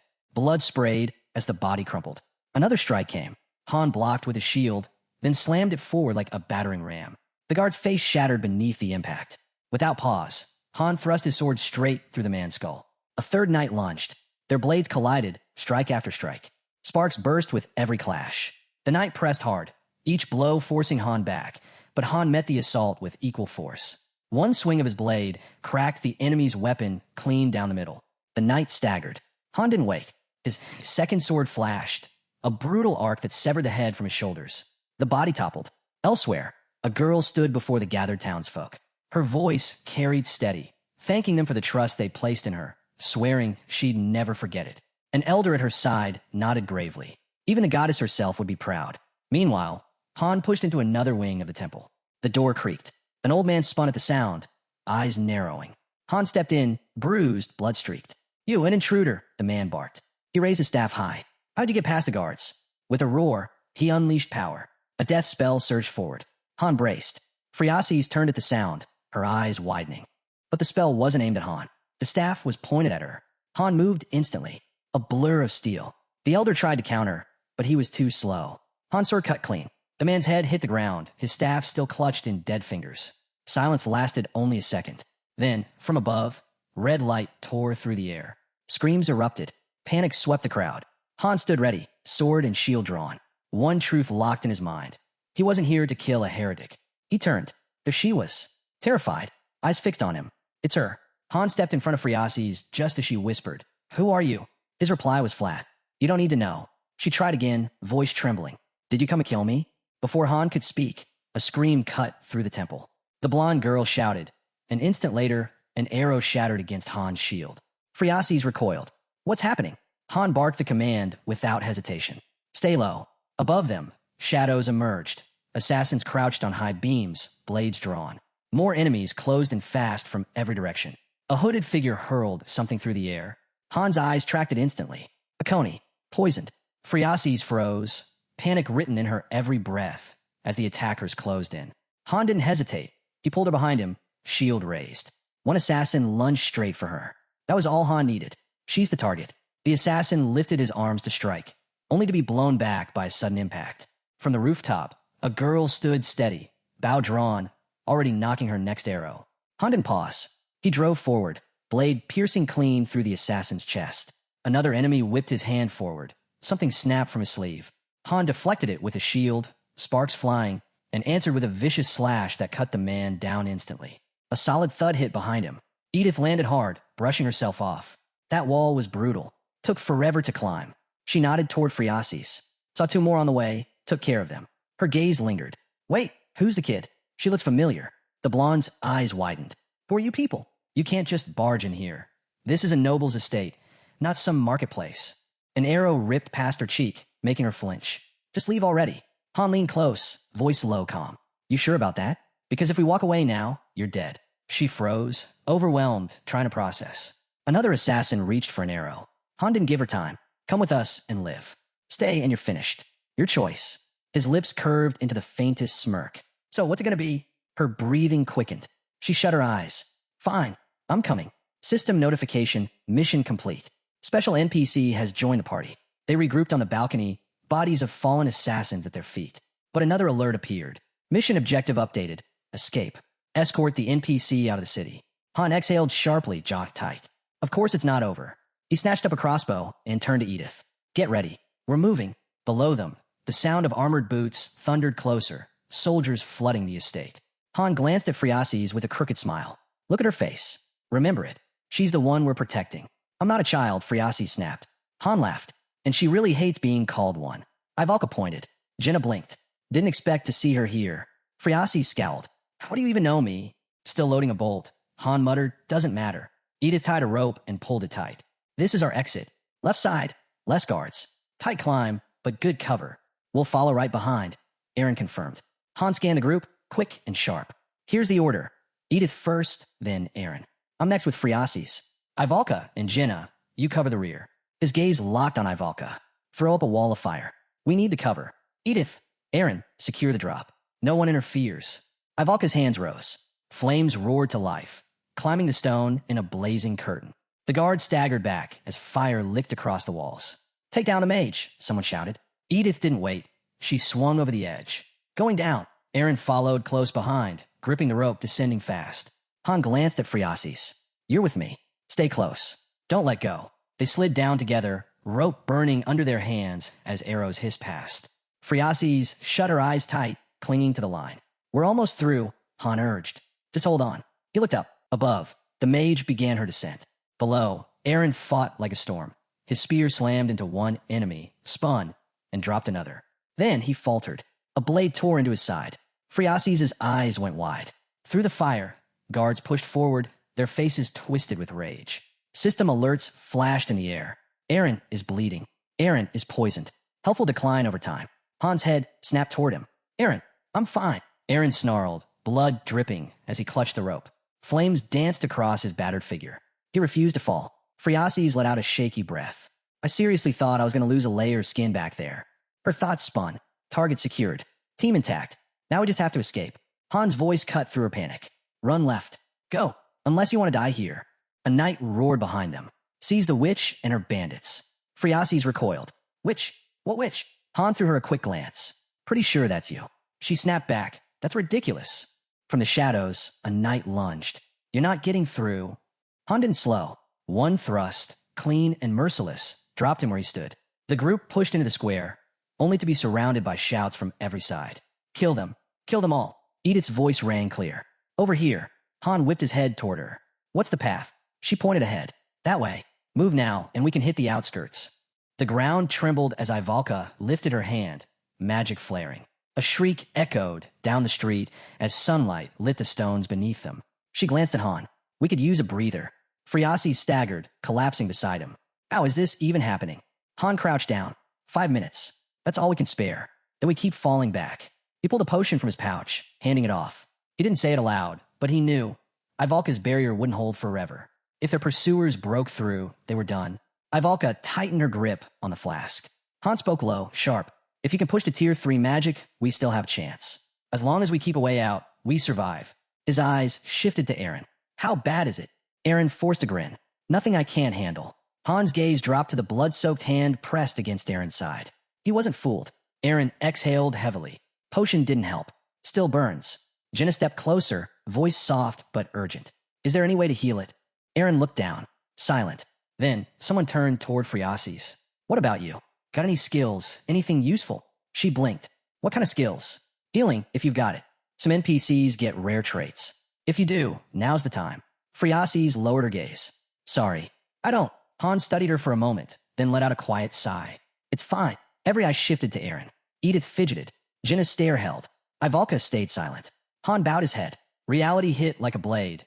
This wasn't just a wound. It was poison. Normal potions were useless. No antidotes. No healer. No NPC nearby. Aaron's hand trembled as he pushed himself upright. If I can't keep up, I'll stay behind. The words dropped like stone. Looks like that time's come. He stood, breath ragged. I'll buy you time. You keep moving. Johan's hand covered his mouth. Jenna stepped forward, voice breaking. No, no way. We can all escape. Together. Aaron shook his head. Not happening. A flicker of memory flashed through Han's mind. Too fast, too faint to hold. Silence followed. Jenna raised her bow, forcing a smile that barely held. Aaron's body shook.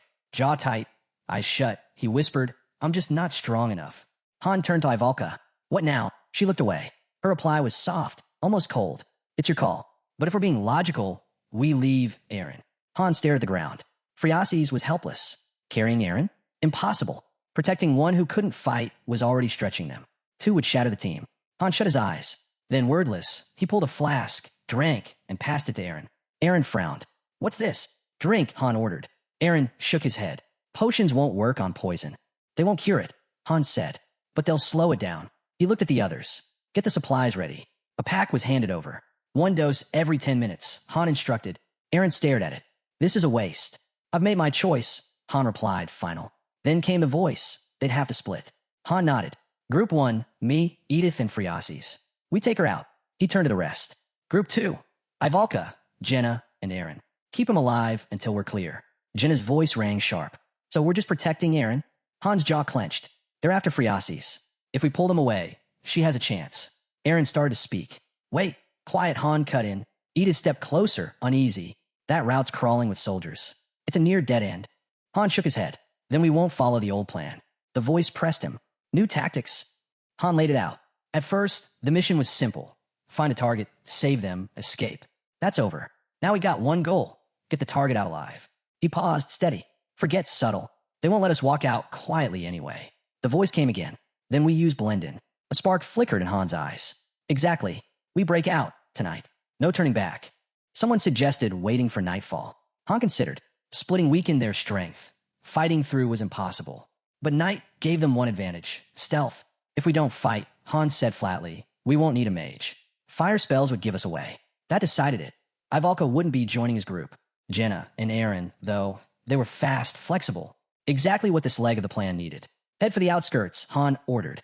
The place will be crawling with search teams. No hesitation. Just move. Aaron lowered his head. I'm sorry. Don't flatter yourself. Someone cut in. We're not doing this for you. Han's gaze shifted to the girls. His words were sharp, leaving no room for argument. If it comes to the point where you can't protect Aaron, leave him. No hesitation. Your lives come first. Break time was over. Group right, Han commanded. We go left. The team split, Aaron's group vanishing into the shadows while Han's party slipped in the opposite direction. As they moved, Han asked about shelter. Edith answered quick. There are a few spots. Mostly park alleys, some abandoned buildings. You checked. Yeah, earlier. The streets felt different here. Not worse, just strange. Unlike the fifth floor, this place carried an unfamiliar weight. A man sat slumped on the pavement as they passed. Edith kept her eyes ahead, but Phreases glanced back. The man's arm stretched toward her. Are you lost, little one? His voice was low, rasping. She flinched, a tiny hiccup slipping out. Ran away from home. Huh? I'll take you back, the man muttered. Edith didn't hesitate. One sharp kick dropped him flat on his back. The air left him in a grunt. These slums stink, she muttered, eyes scanning the twisting alleys. But they're perfect. Too many turns, too many buildings. Easy to vanish. She moved on without a glance. I'll scout ahead. Find us a place to hole up. Han's mind flicked to the system. A mission tip lingered. Long missions sometimes hid dungeons, stretching the objective. Even if the master logged out, the Haines kept running. That meant downtime, something no master wanted to sit through. But when he looked at the girl beside him, no panic, no breakdown. For all her fear, she was holding steady. If she were just some spoiled noble, she'd never have agreed to follow. But she had. Phreases understood. Her best shot at living was staying with them. The sun dipped low, shadows stretching across the broken streets. Han nodded toward a rundown building. That one. Solid walls. Back door too, in case we need a bolt. Edith scowled. We'll hole up here until nightfall. I'll rig traps near the entrance. Warn the others to watch their step. Phreases let out a shaky breath. So we just wait? Edith's eyes cut back. I'll be back soon. Han asked. You heading out again? She smirked. I've got jobs to do. You? You'll be fine. Keep her safe. I'll find us a way out. Without another word, she slipped into the alleys and was gone. Han dropped into a chair. Doubt gnawed at him. Maybe Jenna would have handled this better. Right now, he felt useless. Then a voice sliced through the quiet. Phreases. Han's head turned. She looked him straight in the eye. That's my name. Phreases. Second in line for the Imperial throne. Han blinked. Wait, what? She nodded. You heard me. Not that you seem to care. He didn't answer. She tilted her head. So, where are you from? Han shut his eyes. Doesn't matter. Oh, come on. I told you who I am. You can't do the same. His voice stayed flat. Even if I did, you wouldn't understand. She studied him. You mean you're from somewhere I can't even imagine? Maybe. Phreases nodded slowly. Could be. Then her tone shifted. I think you're the squad that saved Nelsa. Han's gaze narrowed. Nelsa, the city on the 10th floor, she said quickly. I heard whispers. NPCs talking about it. She adjusted the crown on her head. It feels familiar, like something I saw in a dream. Han's eyes sharpened. Dreams? She nodded. I keep seeing soldiers fighting to protect a city. Their faces are blurred, but I'm sure one of them was you. She removed her ceremonial headdress, setting it aside. The survivors from Nelsa said someone saved them. But no one ever got a good look. Just stories. Ghost stories. Her voice dropped. I've been having dreams like that for almost a year now. Horrible ones. As if the whole world is about to burn. She looked away before meeting his eyes again. Sharp, unwavering. The Empire. The 4 founding families. Every city. Every village. All of it swallowed by fire. She leaned closer. Something terrible is coming. Maybe to this world. Maybe to all of them. Then quietly she asked, do you know what's happening on Earth? The sicknesses, the parasites, the monsters. They're getting stronger, aren't they? Han froze. Phreases pressed on. I believe the invasion of Nelsa was only the beginning. A fragment of something much bigger. Monsters don't just wander into human lands. Not without a reason. Han's eyes narrowed. Why tell me this? She stared back, unshaken. Because I need power. Power. Han echoed. The power to save the world. Her words cut like steel. Han raised a brow. So you want my help? Yes, she said without hesitation. I do. He leaned back, doubtful. Aren't you royalty? Don't you have an army? Resources? Shouldn't knights be lining up to serve you? Phreases looked down. Her voice was quiet, bitter. I'm a figurehead. A princess in name only. No one listens. No one follows. Han folded his arms behind his head. Then hire mercenaries. You got the goal. I'll pay you whatever you want, she said instantly. I may be a puppet, but I still control funds. Han closed his eyes. Not interested. Plenty of people would take your money. She gripped her crown tighter. But no one believes me. They laugh when I talk about my dreams. Her voice softened. You didn't. A faint smile crossed her lips. That's why I want to hire you. Han frowned, eyes drifting off in thought. This was a pain. If what he'd heard was true, this place wasn't just another battleground. This floor was Kate's memory, twisted into a mission. The point wasn't to play by the rules. The point was to break them, bend reality, rewrite everything. But in the end, even if he helped, it wouldn't change a thing. Because this girl, she was only an NPC. And once the mission was done, the world would reset. Phreases glanced at him. So is that a no? I've got my reasons, Han replied. What reasons? She pressed. He gave the faintest smile. You'll probably laugh. Her eyes flickered with curiosity. We're from another world. Han said. She blinked, and Han tilted his head toward the sky. Not much to do until sunset. Might as well talk. His voice was casual, but heavy with weight. Our world's broken. We get missions. If we fail, we die. This one, he paused, then continued. It's about protecting someone. At first, we didn't know who, but now we do. His eyes locked on her. It's you. Friasis froze. You came here from another world, for me? Han nodded. Once the mission's over, we're pulled back. That's why I can't stay, no matter what you offer. She let out a half smile, tinged with disbelief. Another world, huh? Sounds like a dramatic excuse just to turn someone down. Han shrugged. Believe what you want. Doesn't change the truth. To his surprise, she smiled again. I believe you, she said. He stared at her. You didn't laugh at my story, she continued. So I won't laugh at yours. Her voice lowered. I won't try to change your mind anymore. You've got your mission. I've got mine. Han tilted his head. And yours is? She frowned lightly. Isn't it obvious? I won't let those dreams take shape. He studied her. So you're the one who gathered everyone in the square? You mean the Hall of White Silver? She asked. He nodded. Yes. I'll be giving a speech there. Why? To gain influence, she said without hesitation. Right now, I'm nothing compared to my brother. Han considered her words. This girl, who would have been dead if not for them, was already thinking about power. If these so-called choose me missions had meaning, maybe it was this. Maybe Friasis wasn't just another NPC. Maybe she was worth betting on. He looked to the horizon, then stepped into the hall. Han, he said, finally introducing himself. Han, she repeated, letting the name linger. Again, softer. Han. Thanks, she said. I'd be dead without you. We're not out of danger yet, he reminded. I know. Any idea who's after you? She shook her head. None. Han handed her a bundle. She blinked, caught off guard. You stand out too much, he said flatly. Might as well wear a target on your back. Target, she echoed, staring at the clothes in her hands. You want me to wear this? What about what I'm wearing now?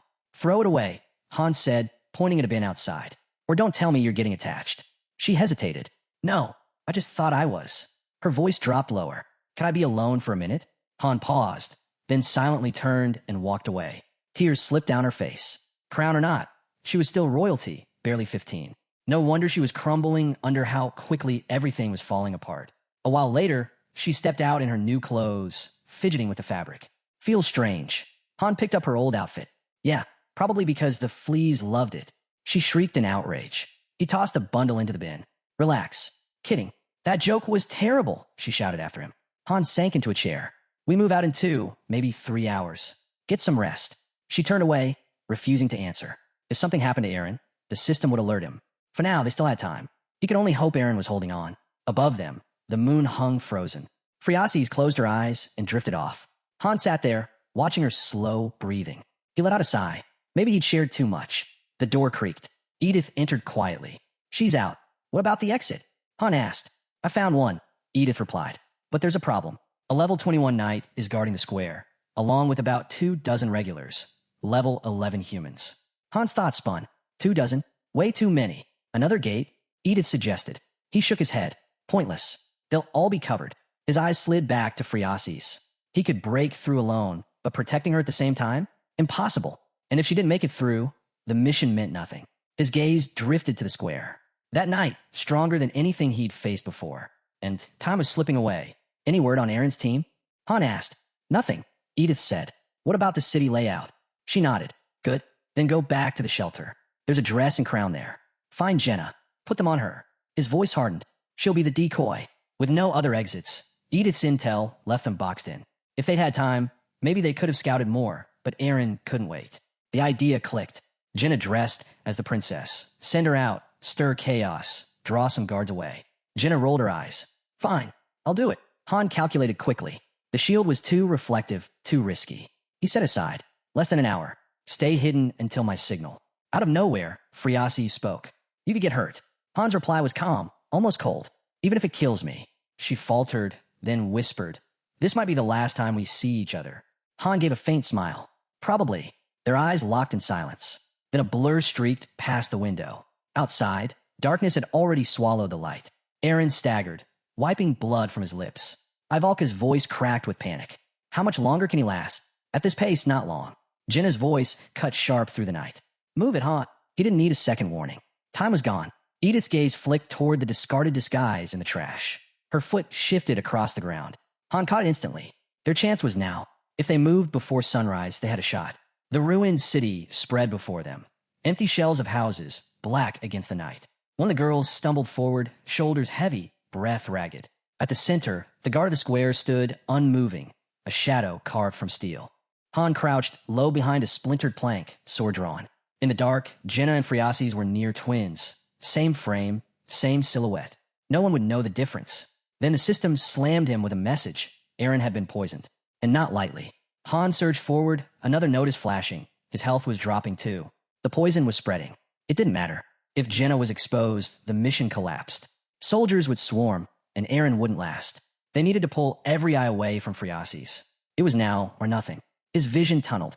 Delay even for a breath, and they'd lose it all. Then another alert flickered across his vision. Skill awakened.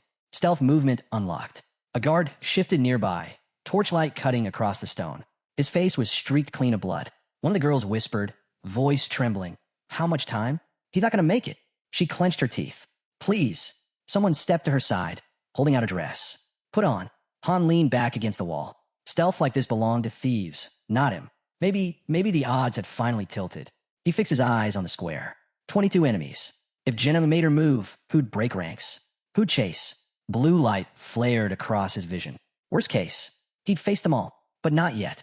First, the signal. The air shifted. Beyond the wall, a storm coiled into existence, a typhoon rising with violent force. Shouts erupted overhead. What's happening? A knight pointed toward the chaos. There, white dress, gold crown, exactly as reported. The captain raised his sword high. Advance. Protect her. The knights thundered into motion. Han counted under his breath. 2, 3, 5, 10, 15, 18. For left. But one knight hadn't moved. He stayed at his post. Dangerous. Still, better odds than before. Han launched forward. A guard barely lifted his head before Han's blade cut him down. Another knight swung, but Han was faster. One step ahead, one strike quicker. Blood spilled. Armor clattered. Standing tall over the fallen, Han leveled his blade. "Back off now, and I'll spare you," he said evenly. The last guard didn't budge. His grip only tightened. Han's eyes narrowed. This won't work? Not with my current power. His sword couldn't cleave that armor. He'd have to find the gaps. Small, fast, precise. No hesitation. Han burst forward, eyes sharp with resolve.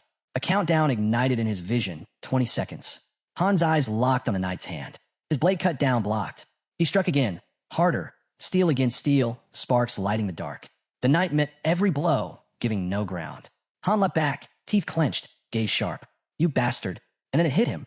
The knight wasn't even fighting back. Twice now, he'd left himself wide open. No counters. No retaliation. Han rested his blade across his shoulder, muttering, "He's not trying to win. He's stalling." His grip tightened. "Fine, let him." A system notice flared. Jenna is bleeding. Health will decrease over time.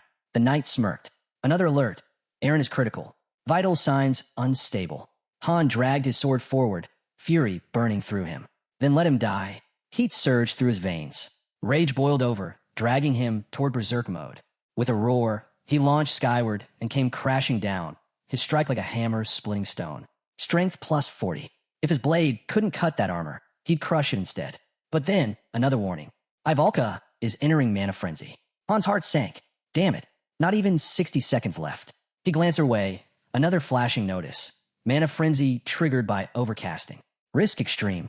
Ivalka darted past him, footsteps ringing across the stone as she bolted for the square. Han shouted after her. "Don't stop. Head for the gates. Main road. Go!" His blade slammed into the ground, shockwaves blasting the knight back. "Fall behind." Han barked. The guard lunged for Ivalka, weapon raised high. Han intercepted mid-swing, steel clashing, sparks scattering, and then a shadow dropped from above. A cloaked figure descended, weapon flashing. Straight for Ivalka. Instinct took over. Han threw himself into its path. Steel bit deep into his side. Ivalka screamed. The system pulsed. Han has been poisoned. Health will drop continuously. Blood flooding his throat. He still roared. "Keep moving. Don't stop." More alerts burned his vision. Team status. Critical. Danger level. Extreme. His wound spilled crimson. Han is bleeding. Immediate health loss. The knight swung again. Han caught it, parrying with raw fury. The enemy drove forward, boots slamming the ground, forcing Han down hard. Pain shot through his ribs. He gasped. "If not for this plate, my ribs would be gone." But even half broken, he smirked. "Bet that hurt you too." The knight staggered back, clutching his head. Han sneered. "What's wrong?" "Didn't like that." His satisfaction ended instantly. New alert. Edith is poisoned. Health will drop over time. No time for this. Han forced himself up. The cloaked man raised his weapon again, aiming at Ivalka. The shot fired. Han's blade cut through the air, smashing straight into the attacker's face. He stood over him, glaring. What are you staring at? Another swing came from the night, but Han launched upward, body coiled like a spring. He crashed down, knocking the armor guard flat. The man scrambled for his weapon. Han didn't flinch. Sword raised high. He brought it down with full force, steel on steel, the clash splitting the knight's armor wide open. His opponent's blade clattered to the floor with a heavy clang. Han dropped to his knees, hacking blood onto the stone. It's spreading too fast. He slumped against the wall, whispering under his breath, "This place is hell." Through the haze, he caught a glimpse of the girl, already sprinting from the castle gates. His eyes slipped shut. Goodbye. A faint blue light coiled around him. His thoughts blurred, fading into darkness. So tired. Out in the streets, chaos erupted. Guards cornered Jenna from every direction. Panic drove her feet. She bolted, desperate to survive. Ivalka staggered, clutching her head, overwhelmed. Han stirred, eyes flickering open. Jenna kept running, but the crown tipped, and she crashed to the ground. And then, a glowing blue aura erupted around her. The system lit up. Target has escaped the city. Best player, Han. Summary scrolled across his vision. Floor cleared. Jenna, Aaron, Ivalka, Edith. Reward, 100,000 gold plus iron ore. Light washed over the team. Jenna exhaled hard. I thought I was done for. You're the one who made me wear that ridiculous getup. Han, still slouched against the wall, managed a faint grin. Didn't like it? That's not the point, she snapped back. At least you knew they were after blood. Han shrugged. No one died, right? Another prompt appeared. Recording complete. Video saved. Save the gallery. Shareable with other players. Han nodded slowly. We made it. Floors cleared. A final message blinked. Exit game? Yes was selected. Edith smirked. I gave it everything. Without me, you be toast. Han met her gaze. You're not wrong. She waved it off. Just did what needed doing. I'm heading back to my squad anyway. Master's probably already picked my replacement. Han watched her leave. The bait, the layouts, the intel. None of this would have worked without her. MVP, without question. Jenna flopped back with a groan. Every time we play, you nearly get us killed. I swear, I need 10 hours of sleep just to repair my skin. Then she smirked. Relax. You weren't dead weight. You just attract the worst luck. Aaron turned slowly. Han stood right behind him. I'm sorry, Aaron said, voice low. This all happened because of me. Han didn't hesitate. I get it. Just don't screw up again. Next time, I'm not saving you. Aaron's tone hardened. There's no guarantee there won't be a next time. Han narrowed his eyes. What do you mean? Aaron didn't move. His jaw clenched. You're dragging me up this cursed tower. But no matter what I do, the gap between us keeps growing. Every day, a projection flickered into view. A girl's portrait appeared in the light. Aaron whispered her name. Ivalka. Off to the side, Jenna fired off a storm of arrows. Aaron repeated it again. Ivalka. Red particles swirled around Han. You're something else, Aaron muttered. Han frowned. What? Aaron shook his head. Forget it. Just rambling. Han studied him for a moment longer. This mission had been chaos, and Aaron was a big reason why. If he hadn't gone down, they wouldn't have had to take half the risks they did. Still, Han had made that choice. He'd jumped in to save him. Maybe that had been the real mistake. Acting without thinking. On paper, Aaron was level 14, same as the others. In reality, his stats were trash. While Han and Jenna gained 5 or 6 points each level, Aaron barely scraped by. His skills? Average at best. Nothing game-changing. And worse, he wasn't even using them properly. Han's gaze lingered on him. We're still holding it together, but the gap's only getting wider. Sooner or later, Aaron wouldn't just lag behind. He'd drag the whole team down. Low stats, poor execution, it didn't matter. The result would be the same. Dead weight. Han stepped through the portal. One thought stuck in his head. There isn't much time left. He wasn't keeping Aaron around out of pity. They'd just grown up together, that was all. But Han wasn't stupid. He wasn't going to carry someone who couldn't keep up. Leaves rustled in the breeze as he stared ahead. If Aaron couldn't stand on his own, he'd be left behind. That was the rule. That was always the rule. The camp came into view. A girl waved him down with a grin. Wait, you're not seriously feeding me just potatoes, right? I skipped training for this. Han stopped in front of her and gave a curt nod. Yeah, that's the deal. She gasped in mock betrayal. So, I've been lied to my whole life. For now, he said, train however you want. No strict routine. His eyes swept over the squad. It's only 3 days. Call a mini break. The master wasn't planning on throwing them into combat anytime soon. When she heard that, the girl smirked and asked what they were supposed to do in the meantime. Han kept it simple. I'll train until dinner. Then sleep. That's it. She tilted her head. Why push yourself that hard? Han didn't blink. Because no one else is going to do it for me. Weights strapped to his legs, he broke into a sprint, 10 kilos on each side. By now, running without them barely strained his stamina. His body had already hit peak human capacity. Must be the interference points, he thought. That's what Isel meant. Ever since he'd handed the manual over to Enning, the whole lobby had shifted. New recruits, low rankers, they all kicked in high gear. Training harder, grinding harder. Everyone knew cuts could come at any time, but it didn't last. The drive burned out quick. No pressure, no spark. Enning wasn't chasing synthesis profits anymore. And without that push, the fire just died. Han spat to the side and turned. So, what does the famous third group want with me? A smirk tugged at his mouth. I overheard something when I first got here. Walking alongside the girl, he spoke evenly. It didn't matter who anyone used to be, noble or nobody. Here, there was only one rule. Prove it. He stretched out his hand, remembering where those words first struck him. That moment had lit a fire inside him. Here, anything was possible, if you could prove yourself. He'd even grown to love battles that pushed him past his limits. But now he slowed, and for the first time in a long time, he hesitated. Eyes narrowing at the distance, Han spoke quietly. I hear fools laughing. Then there was Belkist. Second generation. Wild. Unpredictable. No one told him to train. He simply threw himself in head first. That hunger reminded Han of Eren. Except Belkist had the talent to back it up. The girl shut her eyes, and Han couldn't help thinking. Neriza once had that same fire. Belkist's grip tightened on his weapon. A mutter slipped out. He regretted not coming sooner. Everything here was so different from the lies they'd been fed. He dragged his tongue across the edge of his blade. If they'll let me, he said, voice low, I'd love to teach them a lesson. Han was asked if that was even allowed. Without turning, he said flatly, don't interfere. Belkist only grinned. I'll stop right before they die. He raised his sword, eyes glinting. Scary, isn't it? Then go on, forgive me. His voice dropped cold and steady. Tell me, wasn't everything you said a lie? Belkist wasn't here to talk. He was here to prove he belonged. By the fountain, a handful sat chatting. One guy finally spoke. Honestly, I don't think any of this matters. Synthesis was supposed to weed out the weak. But the master doesn't even bother with it anymore. Han's jaw tightened. Let them talk. They'll find out soon enough. The guy shrugged, stood, and walked off. All right then. I'll be waiting. Han didn't move. Just watched. Up ahead, a massive structure loomed into view. A familiar thought surfaced. Synthesis isn't something to use lightly.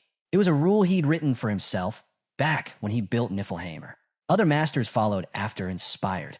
But in the end, they all failed. Fear. That was the real engine of progress. Without synthesis, heroes grew comfortable. Then careless. Then reckless. Discipline unraveled. That's why, despite their numbers, so few heroes were truly active. Han kept walking. His team was just returning from a dungeon run. Among them, Enoch the carpenter. What's going on? Han asked, noticing Enoch heading toward the warehouse alone. Enoch let out a sigh. Nobody's helping. We hauled back materials, and now everyone's off fooling around in the woods. He shoved the warehouse doors open. So, yeah, it all lands on me. Elsewhere, another group lounged in a circle, swapping old stories. Things have really changed, someone said quietly. Back then, we'd all be dead already. Another man lowered his voice. You think the world's actually gotten better? Han stood nearby, listening in silence. And suddenly, it clicked. Enning should have realized it by now. Progress was slowing. Even his own stats were stalling. A faint grid spread across his vision. The barrier system activated, projecting the lobby in real time. Only two paths remained. First, go all in on synthesis. Cull most of the second gen. Efficiency would skyrocket, training would sharpen, but the price? Mental collapse, panic, ruin. Second, find a new way to light the fire under these hamsters. The display flickered. A new prompt appeared. Current development. Research options. Hero reaction study, LV1. Lobby expansion research, LV0. Deep dungeon analysis, LV0. Han tapped lobby expansion research. Cost, 150 research points. The lobby pulsed with light. Expansion level 1 unlocked. 3 new cards appeared. New building options. Customization unlocked. A faint glow rippled across the base. Walls, halls, and structures shifting. The game had just changed. A new tab blinked into view. Customization settings unlocked. For the master alone, a chance to mold the lobby however he wanted. Adjust buildings. Reshape the space. Create a base in his own image. Han lifted his head, a grin tugging at his lips. A new squad's about to be born. Just then, someone approached. Got time for a spar? Han raised a brow. Right now. I just finished a round with Edith. I'd last maybe a minute. Eren stepped forward. I'm good to go. Han turned on him. You really think forcing past your limits is going to make you stronger? Before Eren could answer, a message flashed. General assembly at the square. Han stopped. Training can wait. The master's calling everyone? The girl asked, surprised. That's never happened before. Edith folded her arms. But it's about the synthesis. Above the square, Isel floated higher, scanning the crowd. Is everyone here? Aside from the one still stuck in the dungeon. Someone muttered. If they're skipping this, they're in for it. Isel nodded. All accounted for. Perfect, Fairy said. Warehouse time. As the warehouse came into sight, a man glanced at Isel. What's going on? She raised a finger skyward. If you get swept up, you'll disappear. Swept up by what? Renovation, she replied. It starts now. Every gaze shot upward. A new alert blazed across the sky. Construction has begun. Select the type of building to place. Golden light spilled through the lobby. Dwelling number 3 selected. Expansion initiated. Training center number 3. Expansion in progress. Isel lowered her hand. We've done this before, but now we got more people. Time to scale up. Another system message followed. Dwellings upgraded to level 3. Hero capacity increased. Edith arched an eyebrow. Renovation, huh? Isel shrugged. The master likes to drop upgrades out of nowhere. Someone nearby grinned. Wouldn't mind a bathhouse. One with hot water. And right then, bathhouse selected. Construction continues. The guy blinked wide-eyed. Wait, seriously? What do you think we'll get this time? Another system ping followed. Recreation area and cafeteria expansion in progress. Han watched the upgrades roll in. Who knows? A sudden flash lit the entire lobby, blinding white. A new message rang out. Great news.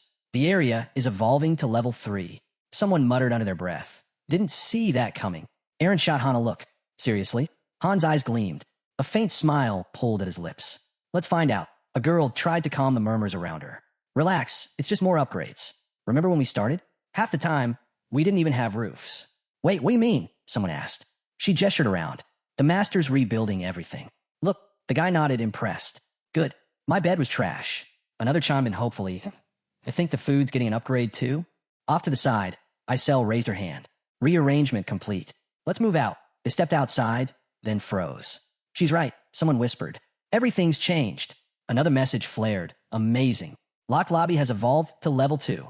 The view ahead was unrecognizable. 2-story buildings stretched across the horizon. A wide staircase twisted upward into the sky. Where's that lead? Someone asked. The answer was obvious. This was home now. Bigger. Better. A full island. Vast and alive. Another alert followed. New floors unlocked. Additional areas accessible. A map scan swept across the city. Entire new districts flickered into view. Buildings rearranged. Zones expanded. Then the final message hit. Bathhouse constructed. And just like that, the game world leveled up. Han's satisfaction sharpened. The recreation zone would speed recovery. The cafeteria, now level 2, better food. More of it. The bathhouse is real, the girl shouted, nearly bouncing. No way, Edith blurted. Aaron laughed. Let's go see it all. Nearby, a new residential block stood tall, this time fully furnished. One of the guys peeked inside, brow furrowing. Where's the furniture? Sofas? Rugs? Carpets? He looked around. They even got rid of the fireplaces. They stepped into the first room. There aren't any beds, someone muttered. So floor. Jenna groaned, palm to her face. You've got to be kidding me. Han smirked. Why not? He tilted his chin toward the stairs. Check it out. The second floor is open. Let's see. The girl shot ahead, cheering. Upstairs, the new room stretched wide, and it was leagues better. The kind of space people would fight for. All right, but how are we picking rooms? Someone asked. A full bed sat neatly at the center. Another voice added, yeah, no way he's sleeping on the floor now. They pushed deeper into the new halls, reaching a fresh dining area. Already set, food laid out waiting. If he starts complaining, everyone else will too, one muttered. So who's stuck downstairs? Another suggested, we could just move beds around. Whoever needs it most gets one. Sure, but what about the rest of the space? How do we divide it? And then, they opened the bathroom door. I call the second floor, one guy blurted. I'm the one who bathes every single day. Another snapped back. What, like the rest of us don't? Voices flared, arguments breaking out fast. A girl stepped in. What does the master say about all this? Above, Isel zipped past and barked. You're really wasting time arguing over this nonsense? Before anyone could fire back, a woman cut in, calm but firm. Room assignments matter. She pointed upward. The general assembly's upstairs. The master will decide. Everyone gathered in the new meeting hall. The system kicked in instantly, tables, chairs, even books shifting into place. A fairy flipped open a massive ledger and began reading. Review begins. Just 35 pages. Master's orders are. Her voice echoed as she read aloud. Housing, building 2.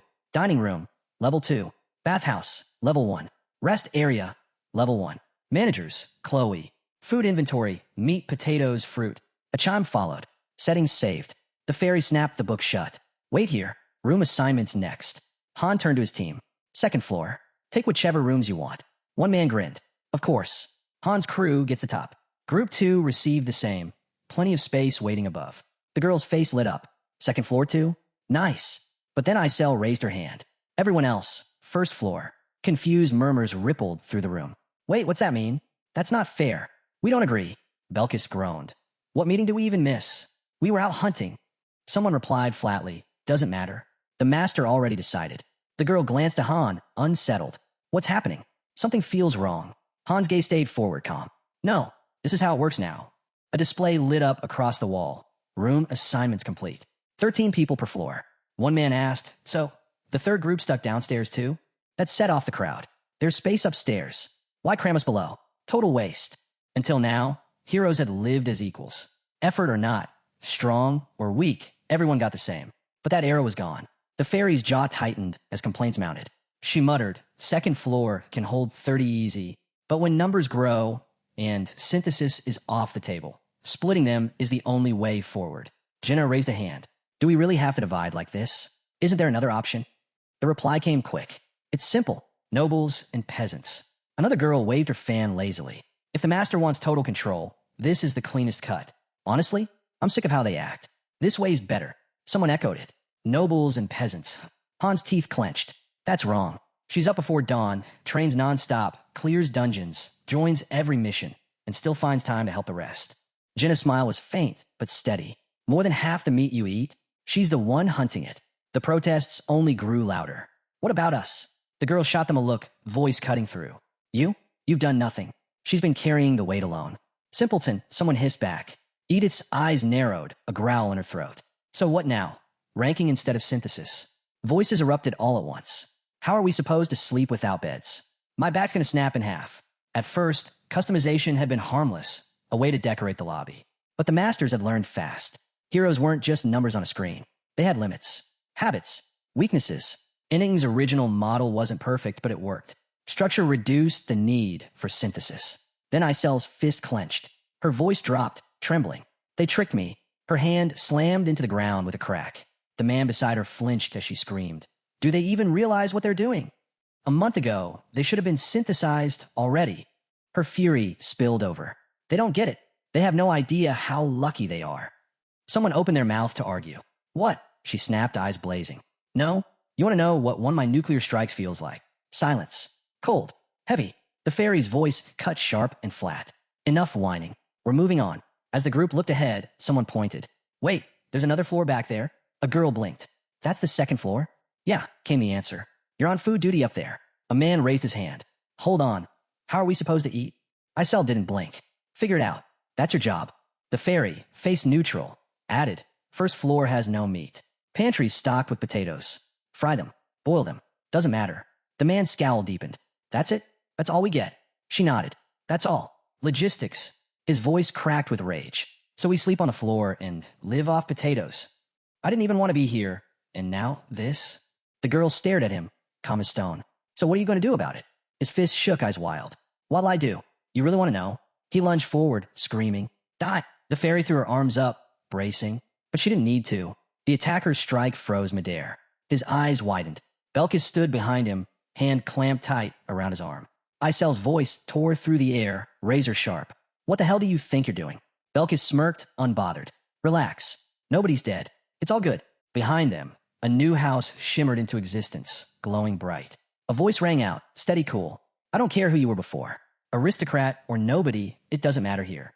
A man sat at the table, tone like ice. If you want to survive, prove your worth. That's all that counts. His grin widened. Just like Mr. Han said, one finger lifted. Stick to the rules if you want to last. And don't cross group 1 or 2. They're not just strong. They're monsters. Nearby, a man rubbed his face, looking exhausted. I've seen their training. It's insane. If that's how they spar, maybe I could take Eren in a fight. But Han? That's different. He leaned forward, hand pressing against the table. Tell me straight, how strong is Han? The other man answered without hesitation. No clue. Never fought alongside him. The guy frowned. Then how do you even know all this? One word. Jenna. She actually talks. Across the table, Belkis leaned in with interest. You ever witnessed fusion? No, the man replied. I joined after it ended. Probably the only reason I'm still alive. The guy muttered under his breath. Fusion growing stronger after every battle, stacking skills endlessly. A grin spread across his face. And the one running all of that? Han. He pushed back his chair, standing up. Got it. That's all I needed. The man gave a short nod. Name's Alan. If you want more. Not interested. Belkis cut him off, already walking away. The fairy watching him raised an eyebrow. What are you even trying to do? Belkis smirked, lifting his sword casually. As long as nobody dies, anything goes. Heard about what the elders went through. It sounded wild. Shame I missed it. Alan just lifted a hand, completely unfazed. Belkis muttered to himself. Word is, this place used to have first-class trash removal. So why the master shut it down? Then he tossed something toward the attacker. His own severed hand. Press it hard, Belkis said with a grin. It'll grow back. The crowd gasped. The guy stared at the hand in shock. He hadn't even known regeneration like that was possible. He'd never lived long enough to see it. Belkis stretched, grin widening. Right on schedule. This place isn't bad. Gets boring, though. He scanned the room. Anyone else curious what it feels like fighting with one hand? Someone muttered, this guy's insane. Belkis shrugged. Better insane than useless. Han's eyes narrowed. Why are you interfering? Belkis waved him off. Relax. Couldn't help it. Whole thing was too disgusting. My body reacted before I could stop it. Han glanced at the attacker. A lucky break. Without Belkis stepping in, Isel probably would have taken his head. The fairy turned to the guy. What were you asking about? He swallowed hard. Just the difference between the floors. His tone soured. First floor's a dump. Second floor? Like paradise. She nodded. Yeah, our squad stuck on the first floor too. Belkis smirked. Not for long. Isel's jaw tightened. Let me put it simple. Out of 35 of us, only 13 made it to the second floor. The rest, still crawling down below. When they entered the lobby, the rules became painfully clear. Second floor residents could go anywhere. First floor residents? Step out of line, and they'd be erased instantly. Isel's voice rang out. If you want to survive, you get stronger. No shortcuts. Look at him. Our AC. Try keeping up. Han suddenly reached out and grabbed her face mid-sentence. Isel didn't flinch. You all saw it on the 15th floor? Moves like his aren't for show. Han turned to the crowd. You want better treatment? Earn it. The master's watching. He stepped forward, voice calm but cutting. If he thinks you're ready, you'll earn your place on the second floor. A voice broke out from the crowd. This is insane. We were thrown in here without warning. Why should we live like this? Belkis tilted his head, puzzled. Han's fist tightened. That's enough. The boy laughed, sharp and cold. You think you're special? We had no choice either. If anything, we had it worse. Han looked to the girl at his side. Tell them. She gave a short nod. No food. One mistake, and you got fused. The man went pale. Now he understood. They hadn't trained for fun. They trained to survive. But what does that even mean? He whispered. Light flickered faintly around Han. You really want to know why they fight like that? Han's answer was steady. Because right now, we don't need scouts. We don't need gatherers. We need fighters. And only a handful of you will reach the second floor. Whispers rippled through the group. Half seemed resigned. The rest? Ready to explode.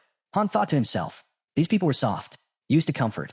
Throwing them straight into this was bound to blow up. A smoother start, a free gotcha pull, maybe a small taste of reward, would have eased them in. Change never sits well with the comfortable. Suddenly, one man snapped. You expect us to fight while we're treated like dirt? This whole system's broken. We won't accept it. The boy grinned. You didn't fight when life was easy, either. A voice from the back shouted, yeah, preach. Another joined in. We're done being pushed around. The man's grin twisted wider.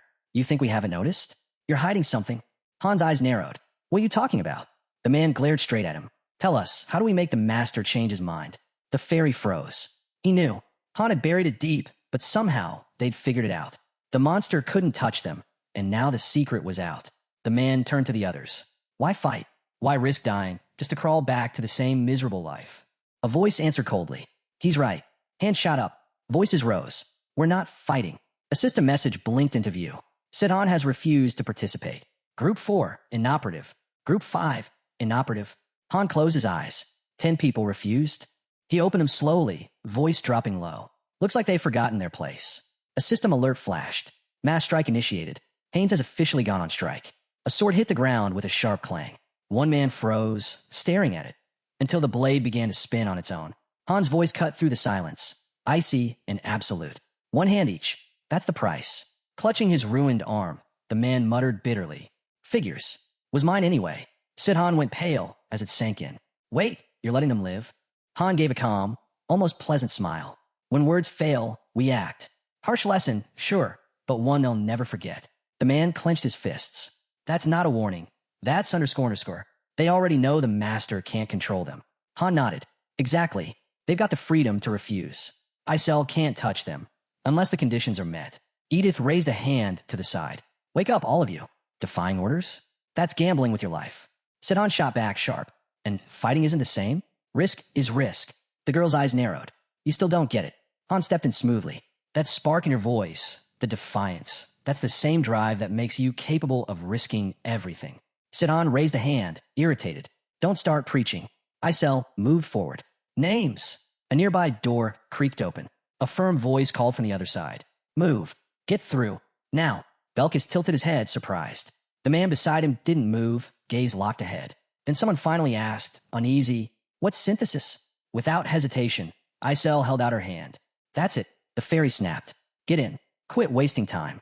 The man hesitated. But what is it? Synthesis, someone muttered, voice low, eyes darting away.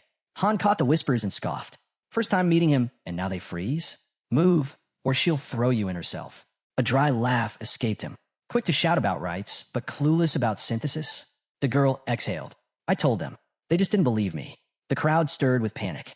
The word spread fast. Synthesis hadn't been used in ages. Most had only heard rumors. As the doorway pulsed with light, several people dropped to their knees, overwhelmed. This can't be real, one whispered. Then another system message lit up before them. Synthesis initiation ready. Belkis' gaze shifted. Oh, him? Alan. Good seeing you again. Thanks for last time. Alan pressed a hand to his face, puzzled. Didn't he say I could ask something? Then his expression twisted into a grin. Forget it. Looks like I won't be getting answers now. His shout ripped through the air, just as the atmosphere warped.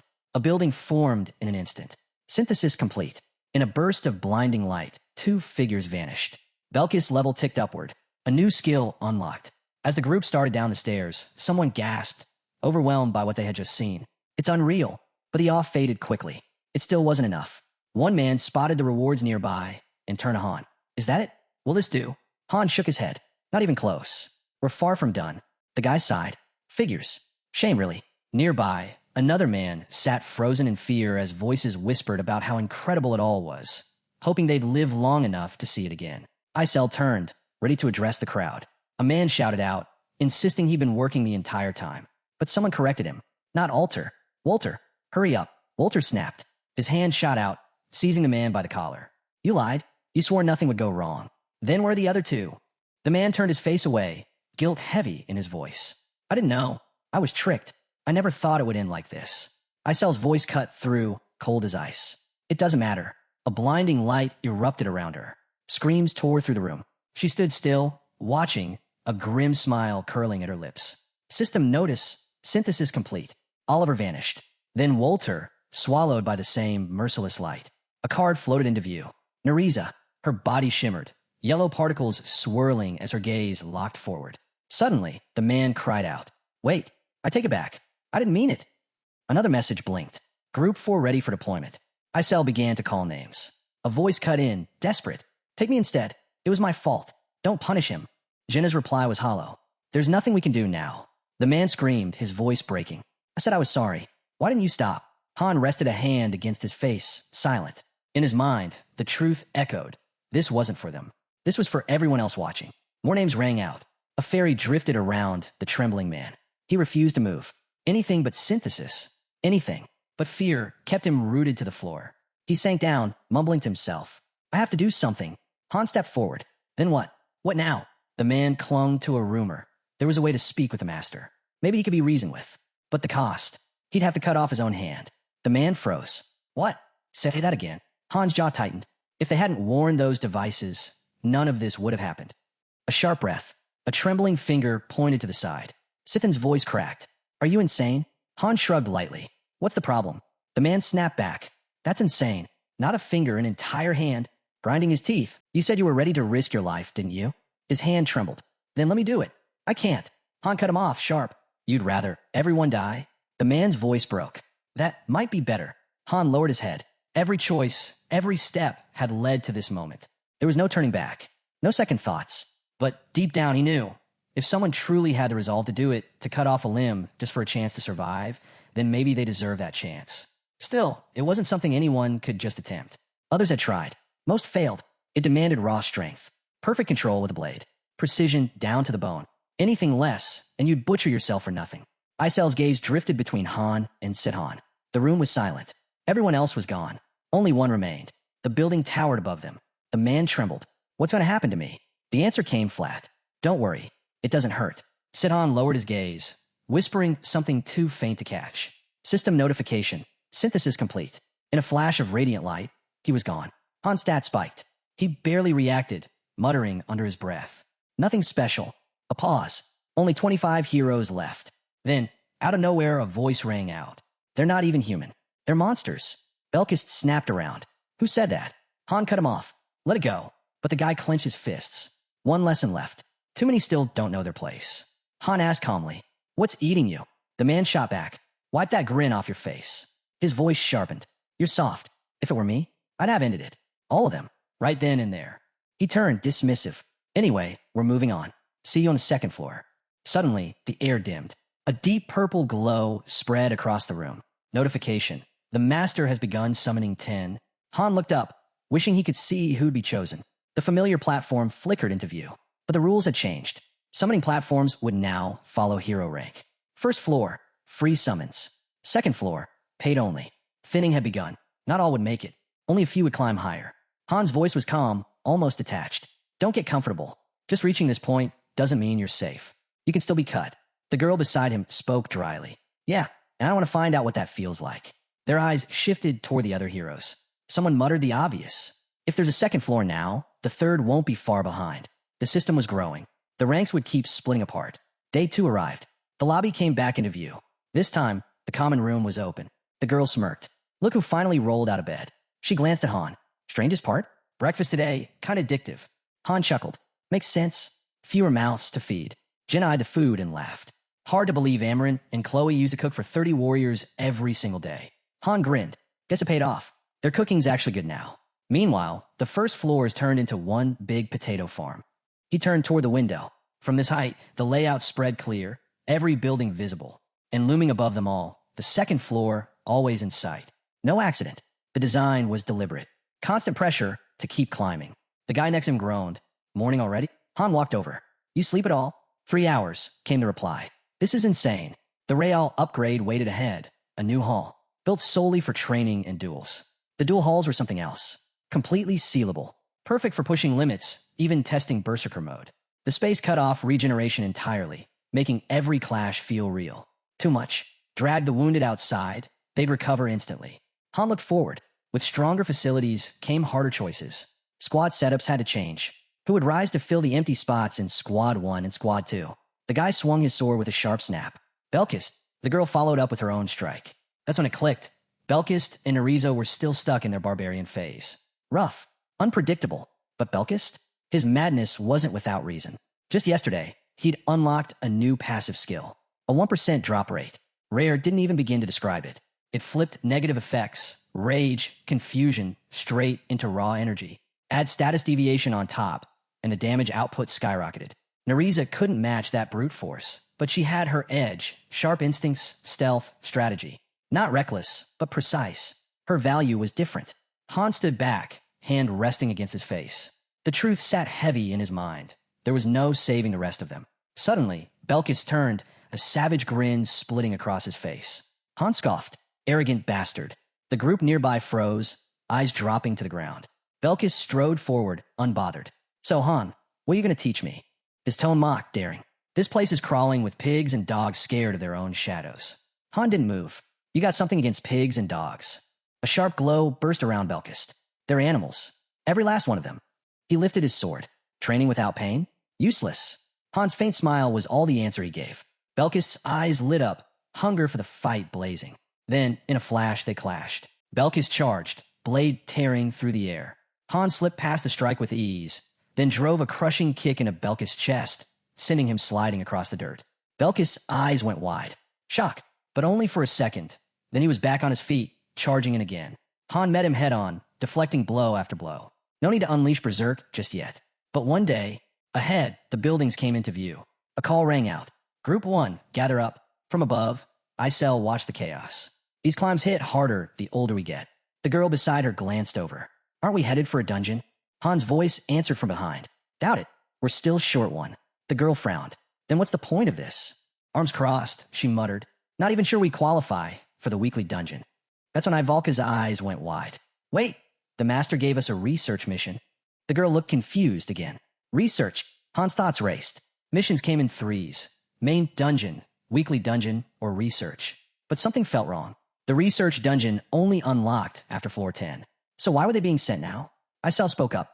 I already opened the rift of time and space. We can return to the first floor anytime. She pointed at a glowing gate in the distance. The girl spotted another gate nearby. What about that one? Can we use it? Han stared at it. No. One of the men tightened his grip on his weapon. Is this research really worth it? Han kept walking. Not really. He stepped down the stairs without slowing. For now, we eat. 2, maybe 3 days. Then, with a glance toward the lobby, he added, and wait, it's not empty. The girl raised a brow. Why are we hanging around this long? You'll see, Han answered simply. She shot him a look. Wait, there's actually something you don't know. Before he could respond, a flood of system alerts flashed in the air. Recommendations to support heroes during research. A new goal appeared. Reward each hero with 3,000 gold. Han lifted 2 heavy bags. A gift from the master. 3 shares each. Jenna threw her arms up with a grin. Gold. Hold on to these, and we'll be loaded. Han cut in steady. Don't get too comfortable. Battles are still ahead. They stood before the research dungeon when another message lit the sky. Research initiated in Heim's zone. Time until return, 48 hours. A footnote followed. Longer stays possible if they dared to dig deeper. Rare materials could also be found with luck. As the dungeon shimmered to life, the girl muttered. Here we go. The scenery unfolded before them. Winding rivers, rolling hills, and a distant castle rising above it all. Someone whispered, Nelsa. Jenna's eyes snapped open. Wait, isn't this the same place as the 10th floor? Yeah, someone confirmed. But last time was wrecked. Fires everywhere, bodies everywhere. Ivalka pressed a hand to her face. Now it's spotless. Figures. Not even worth being surprised anymore. One of them turned to Han. So what now? Hunt. Han shook his head. No rush. We look around first. Research zones weren't like main or weekly dungeons. No set objectives. Sometimes nothing. Sometimes rare treasures. Scanning the area, Han wondered aloud. Think the NPCs can see us this time? A guard stepped forward, hand out. Entry permit. Han slipped him a coin. You charging me? The guard shrugged. Didn't say that. Han smirked. All right, I'll check the northern gate. The guard waved him on. Just don't cause trouble. Jenna clenched her teeth. These people are idiots. Han answered evenly. Gold's worth more to them than blood. Back before clearing the 10th floor, Nelsa had already been crumbling. Enemies had breached the castle walls. But here, no scars, no smoke, no battle. The silence was worse. A system ping followed. Group 1 is now exploring Heimer. Time remaining. 47 hours, 48 minutes, 22 seconds. So what? We just wander, the girl asked. Aaron cut in. What kind of info are we even supposed to gather? Han shrugged. Whatever feels right. Jenna blinked at him. The whole group turned to stare. Han nodded. Yeah, walk. Collect what you can. Relax. The master gave you money. Spend it. Eat something good. Breathe. Jenna gawked. You're actually serious? Ivalka leaned closer. We could just do what we want. Their faces lit up when Han confirmed it. Exactly. Have fun. I'll take care of the rest. One of the girls glanced away. I'm heading outside the city. Don't follow. I'm going far. Han smirked. Fine. But remember, you're still responsible for your own state. No breaks once we hit floor 20. Don't forget it. She grinned. So, I can really go? I want to see the ocean. Han nodded. Go. In 2 days, I'll teleport everyone back to the lobby. The guy muttered under his breath. Guess I started this. Jenna chimed in quickly. Then I'm tagging along. But Han shut her down immediately. He turned away, just as news reached him. His scheduled raid was being scrapped. They'll cancel it, he thought, uneasy. But why are there so many mercenaries here? His eyes landed on the notice board. One poster stood out. Her. A wanted notice, stacked with crimes. Heresy, demon summoning, slandering the imperial family, murder, arson, theft, assault. Han smirked. They really threw the book at her. The final line sealed it. Her royal title stripped. Imperial bloodline erased. Someone nearby spoke up. You chasing the witch too? Without even turning, another man answered flatly. Keep dreaming. Everyone's hunting her. No one's even come close. If he's a real bounty hunter, he should already know that. Han's jaw tightened. Why'd you call her a witch? The man shrugged. Well, she ripped out baby hearts for sacrifices. Dabbled in dark magic too. That caught the room's attention. Wait, dark magic? Someone asked. Yeah, the man nodded. She summoned 4 forbidden beasts. Don't ask me what that means. Han's gaze lingered on the poster. Tell me everything. The man flicked him a coin. I'm busy. Han didn't move. Start talking. The man smirked. Fine. I've got time. A building came into view as the tale continued. Her name was Phreases, once the rightful heir to the throne. Now stripped, hunted, a fugitive. Across the table, Han leaned forward. So, what's your take? The man shrugged. These posters started showing up about a year ago. Han nodded slowly. That's when the decree dropped. He tapped the notice. And this seal. Crossing his arms, Han sank into thought. Just a year ago. Yet only a week had passed since he'd first met Phreases on the 15th floor. That same symbol, he'd seen it before. Etched into the armor of enemies he'd fought. It clicked. The purge had begun the moment she escaped the city. She had to be alive. At the table, Han asked quietly, monsters ever attack this city? Yeah, the guy replied. Goblin horde. Couple years back. The order crushed it quick. He leaned in, lowering his voice. But rumor is it wasn't random. A witch stirred it up. Goblins don't swarm like that without help. Han's eyes narrowed. They were blaming her. Every disaster dumped at her feet. Plates clattered onto the table. But Han kept pressing. What happened after that? The man ticked them off one by one. A plague. Monsters went rabid. Weather broke. Total chaos. But then his voice dropped further. The biggest change was in the dungeons. Han straightened. Dungeons? Right on cue. An entrance shimmered into view nearby. The man explained. A couple years back, strange inner spaces started appearing. Like ruins, but buried inside places that already existed. Not built. Not man-made. Just uncovered. They call them dungeons. But the strangest part, the man added, eyes narrowing. Normal people can't even get inside. Han leaned forward. Then who can? The man smirked knowingly. Exactly the ones you're thinking of. Han's expression darkened. Rumors spoke of a stone buried deep within. One that could grant immense power. Han froze. That had to be it. In his mind, the image burned bright. The glow of the stone of Advent tied to his third skill. Josh's voice broke the silence. Wait, there's one here too. Han muttered under his breath. It lines up. His gaze swept the room. Mercenaries everywhere. He smirked. All this talk is worthless unless you can prove it. You want payment? Earn it. Nearby, a man lay on a stretcher, arm severed clean. Josh followed Han's stare, voice low. That's why I didn't want to come. Han rose to his feet. The dungeon, it's inside the city, isn't it? His eyes locked on the towering temple at the city's heart. That had to be it. The dungeon must have surfaced right after the invasion. Tall iron fences now walled off the entrance. Josh pointed toward them. No way something like that gets ignored. Guards posted means one thing. There's something inside. Han studied the gate. Ordinary at first glance. But adventurers were already gathered, negotiating with the guards. Josh explained quietly. These dungeons are loaded gold, artifacts, rare gear. And with this many here, it's packed with treasure. He hesitated. But people still die in there. One of the guards handed a flat, square tablet to a waiting adventurer. Josh continued. The order controls it. They sell passes, skim a cut of the loot. Easy profit. Scammers, he muttered. The informant stretched, brushing it off. Anyway, that's all I've got. Need me again, find me. Han's eyes narrowed. Ow, exactly. The man waved him off. Not my problem. Just bring bonuses next time. Left alone, Han studied the flow of adventurers at the gate. Judging by their gear, they weren't here for a quick run. They were preparing for long stays. He crossed his arms, watching. The mercenaries were sharp, alert, eyes scanning everything.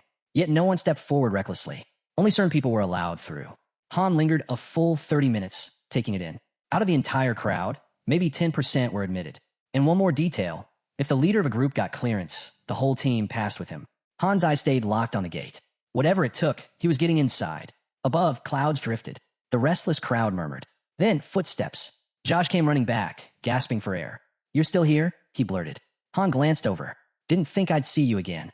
Josh held up a small pouch, breath still heavy. I ran to get that coin you tossed me appraised. Turns out, it's worth way more than I thought. Something ancient, possibly rare.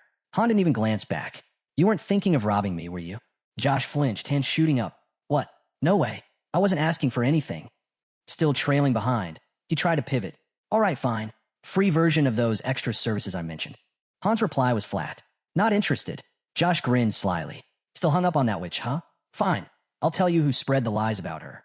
I already know. Josh blinked. What? I spent days digging that up. Han wasn't listening. His eyes had shifted upward, scanning the rooftops. Trying to stay relevant, Josh offered quickly. How about a tour? I used to be a city guide. Best food spots, hidden corners, I know them all. Han cut him off with a sharp look. I said no. Why are you still following me? Josh hesitated, then blurted out, You remind me of a younger one. Han stopped cold. He turned slowly. The younger one? Josh clenched his fists. You're from the east, right? His words drifted, eyes distant. Back east, he'd known a boy, small, quiet, black hair, sharp stare. Looked just like Han. That's why I came up to you in the first place, Josh admitted. You reminded me of him. Honestly, you're the first person I've seen from the east in years. He tapped his lip, ready to say the name. Don't. Han's voice cut like a blade. He turned his back. Josh froze. The name died in his throat. Keep it to yourself, Han said quietly, his expression shadowed. Josh tried to ease the tension. Your name's kind of plain, you know. Han ignored him. Take me to the armorer. The armory was packed wall to wall. Blades lined the walls like trophies. Armor filled every rack. In a corner, shields leaned against a barrel spilling over with swords. Jenna spotted them first. Her smile flickered at Han, then slid toward the unfamiliar face trailing behind him. Without missing a beat, she raised a new bow. Check this out. Han arched an eyebrow. She reminded him he'd been nagging her for a longbow. So she finally grabbed one. Might even be enchanted. Best part? Only 2 coins. The system beeped. Item, stylish longbow D rank. It looked sleek, but stats? Pitiful. Barely a stamina boost. Han didn't sugarcoat it. Trash. He pointed behind her at a pile of stones. That's where your coins should have gone. Jenna turned and froze. Among the pile sat an elemental stone. Han nodded. That'll make our master very happy. These are key for ascension. Still holding the bow, Jenna asked, So what do I do with this? Ditch it, Han said.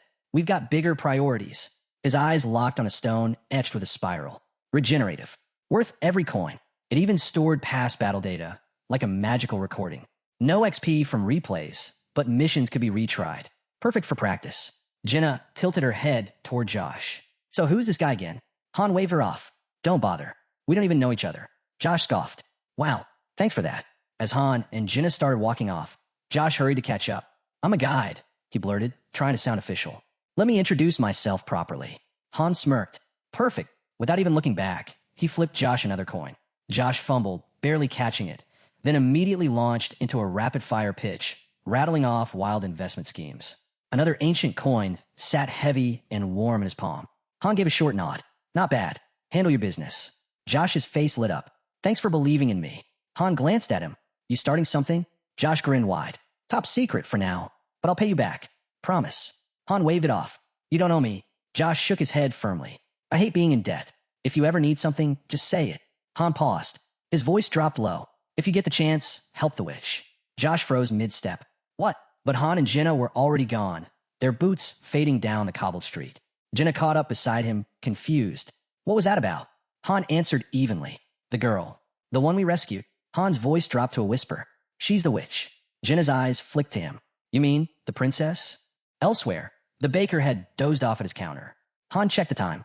We got plenty left, he said. If you want to wander, go ahead. A dry wind swept through the streets, scattering leaves across the stone paths. Ivalka kicked one aside. Still haven't made it to the beach, she muttered. Not since the lockdowns. Han gave her a look. You actually try? Of course I did. For now, their team's access was limited. The rest of the city sealed off. Han pieced it together.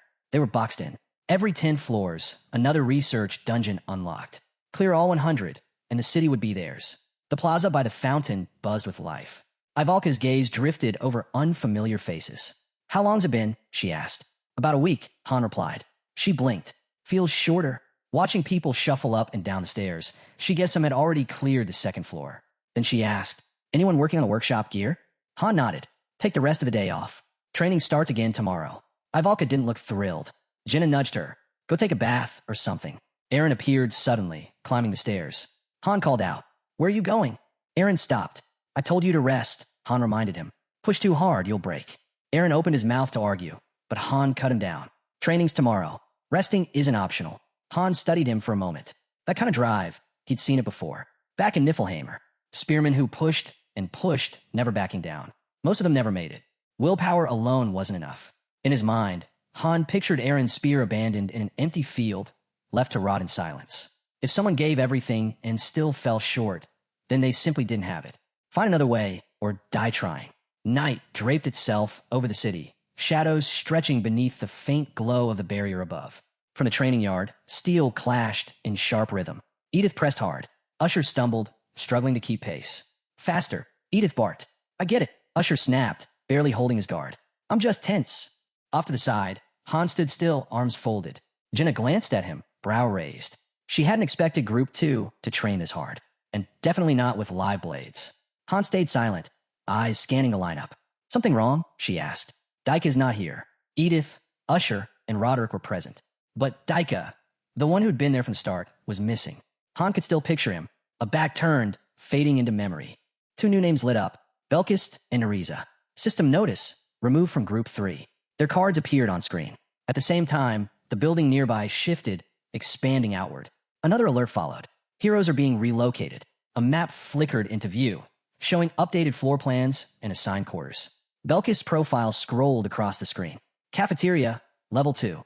Bathhouse and rest area, Level 1. Han looked up as the newcomer stepped in. Belkist strolled with his hands shoved in his pockets, eyes sweeping the space. Now this is something else, he said, clearly impressed. Way better than the first floor. Han slid his sword into its sheath. Time to resupply, he muttered. Jenna offered to escort the lottery picks, but Han shook his head. His gaze stayed fixed on Belkist and Neriza. It was obvious. The master wasn't interested in swelling the numbers. He wanted one elite unit. Arms crossed, Han finally turned to face them. His mind flicked back to Daika, left behind, stuck on the first floor. The truth weighed heavy. Daika hadn't been able to take a life when it counted. Nearby, Edith stiffened jaw tight. Han could tell her squad was down a fighter, and with no reinforcements coming, the only path left was forward, train harder, push further. Han silently hoped the master might send more veterans their way. Edith rubbed at her forehead with a sigh, but Han wasn't holding his breath. For now, they make do. Belkis smirked. Why the killer stare? I just came to say hi. Neriza didn't waste time on greetings. She cut straight in, uninterested in small talk. Han said nothing, arms still folded. Neriza seemed to assume she'd be slotted into Team 1 or 2. Pointless speculation. Then she surprised them both. I want on the first team, she said evenly. I won't slow anyone down. Belkis scoffed. You serious? That's insane. Don't get ahead of yourself. Neriza's gaze sharpened. Strength alone doesn't win battles. I've got more than raw force. And if you've been paying attention, you'd know that. Before things could heat up further, Han stepped forward. The rest of the group stayed back, silent. Team placement isn't our call, he said firmly. Neriza gave a small nod. Right. Only the master or team leaders decide that. Jenna leaned close to Han, voice low. So what do we do with her? And why she's so desperate to join us? Han didn't bother softening the truth. No idea. He turned back to Neriza. Why don't you explain it yourself? Neriza closed her eyes briefly, then pressed a hand against her chest. At first, I thought the stories about you were just hype. Exaggerations. Her tone shifted, but I was wrong. Han had a guess. It had to be the Regeneration Stone, the artifact that stored battle records. With it, anyone could replay completed floors or rewatch old fights. A training tool for most, but devastating in the right hands. He'd shown it to Belkist and Neriza both. How much did you see, he asked. Neriza didn't flinch. Everything. And she added, those tales people spread didn't even come close to reality. If anything, they downplayed what this team could do. Jenna and Aaron stood steady behind Han as Neriza continued. If survival's the goal, then the smartest move is obvious. Join the strongest team. Across the field, Edith called out. Then why not the second team? Neriza didn't miss a beat. I want the first team. Usher's jaw tightened. We're just as strong, he snapped, though the words stumbled on their way out. His frustration bled through more than his conviction. Belkist gave a careless shrug. To him, the answer was simple. Only the strongest endured. If Usher hadn't figured that out by now, that was his problem. Han met Belkist's eyes. Belkist didn't look away. I wanted to, and I'll be more useful than she ever will. Neriza dismissed the jab with a flick of her hand. She called out the obvious flaw in the lottery system. Luck decided placements, not skill. There had to be a better way to see who truly belonged. Edith turned away, then looked back at Han. Decide, she said quietly. Han stayed silent. Edith exhaled. I don't want anyone on my team who doesn't actually want to be there. Simple. Han reminded her she was still short a member. Like it or not, her team wasn't complete. Jenna broke in, cutting the tension. So, got anyone in mind? She asked Han. He answered honestly. Not sure. If Belkist weren't so hostile, I'd have chosen him already. His eyes shifted between Neriza and Belkist. You both refuse to leave this to chance. You want control over where you end up. Fine, prove you deserve it. Han pointed at the training cage. You want in? Earn it. He laid out the rules. No healing, no resets. The fight would go until one of them dropped. Only then would a choice be made. Belkist didn't hesitate. He shoved the gate open and stepped inside, cracking his knuckles as he went. Been too long since I had a real fight, he said, eyes fixed on Neriza. Mind if I kill her? Han's reply was flat. If you can. Belkis' grin twisted wild. He moved to his spot and raised his blade. Go all out. Show me everything. Nereza didn't flinch. She calmly pulled a small vial from her bag, uncorked it, and poured its violet liquid across her weapon. Belkis' smile wavered for the first time. You serious? She didn't look up. I was told to fight my way. The poison shimmered against the steel. Paralysis, strong enough to send its victims into violent convulsions. This was her craft. Her edge. Her blade rose. I've used this on monsters. You'll be the first person. Belkis' teeth flashed. You won't get the chance. He activated the system, sending the challenge. Nereza accepted without pause. On the sidelines, Jenna stayed quiet, her chest tight with unease. The tension in the air was razor sharp. Someone might not walk away. Han had the same thought. The system asked for confirmation. Han gave a single nod. The match began. Belkis exploded forward, faster than most could follow. Nereza met him head-on, striking in tight, quick bursts, but Belkis slipped through every angle, countering hard, driving her back step by step. His grin widened with each exchange, predator closing on prey. Han and Jenna kept their eyes locked on the fight. Even Usher froze where he stood, stunned. His eyes widened. This wasn't the Belkis he remembered. Was he holding back before? Edith muttered. Han gave a quiet command to Jenna and Aaron. Watch carefully. You'll learn something from this. Belkis pushed harder, clearly enjoying himself. Both of them wielded level 4 weapon skills, same as Usher, but the difference in mastery was undeniable. Belkis' blade smashed into the wall, missing Nereza by inches. She countered instantly. Her strike aimed for his ribs, but he dipped low and dodged like it was nothing. At the arena's edge, Ivalka appeared, silent as a shadow. She studied the fight, her voice calm but intrigued. Not bad, especially with their levels and gear. Han didn't look away. Weren't you supposed to be doing research? Inside the cage, Belkis' relentless grin never faded. He pressed forward, blade flashing. Ivalka idly flipped a knife in one hand, watching as the air thickened with each clash. Then Belkis stiffened. A twitch of recognition, too late. Nereza's knife cut through. The blade sliced the air. Belkis dodged, but not cleanly. Her knife grazed his cheek. A system alert blinked to life, bleeding. His health began ticking down. Nereza's voice cut through the cage. Poison. Paralysis. In a few seconds, your body won't even listen to you. Her calm edge made it sound final. Maybe too final. In that same instant, Belkis drove his sword straight into her stomach. Her breath caught. She'd been too focused on the setup, blind to the gap it left. Belkis followed through, slamming the hilt of his weapon against her ribs. She crashed against the cage wall, crumpling pale and trembling. Belkis wiped blood from his cheek, glaring down at her. Your own poison's what's tearing you apart. That's on you. You lose. He turned to Han. You saw it. Any objections? Han's expression didn't change. It was a solid fight. Belkis squared his shoulders. Then, give the verdict. Han's jaw tightened. I already have. On the floor, Nereza let a faint smile slip. She's in the first group, Han said. Belkis' face twisted. What? Aaron blinked, stunned. Jenna smirked. She's sharp. Usher's confusion was obvious. Edith stayed silent, eyes narrowed, thinking it through. Han studied the group. He figured only Jenna, Edith, and Roderick had caught the truth. Nereza hadn't lost at all. She'd staged the stumble, played the part of being overwhelmed, just enough to make Belkis drop his guard. Han knew at the moment her blade nicked his cheek. That poison strike was her win condition. Everything else, her flashy dual knife assault, her calculated retreats, it was all just bait for that single trap. Most of them had been caught up in the spectacle. Han had seen the strategy. Belkis, still burning with frustration, barked for a rematch. Han's eyes narrowed. Run 100 times. The result's the same. She's in. Belkis' fists clenched, rage bubbling close to the surface. What? Han's mind went back to the battles that defined their survival. Sword, spear, magic, arrow. Each roll sharpened by trust. Each move linked into the next. That was what made them unbreakable. Nereza wiped blood from her lip as Han answered. We need someone who adapts fast. Someone who can flip a fight when it matters most. He looked through the fence. Belkis' head dipped slightly. He thought maybe he could bend here, let slide. But now he knew he couldn't. Not on this. Deep down, he still believed that without Nereza's tricks, he would have ended her inside 5 minutes.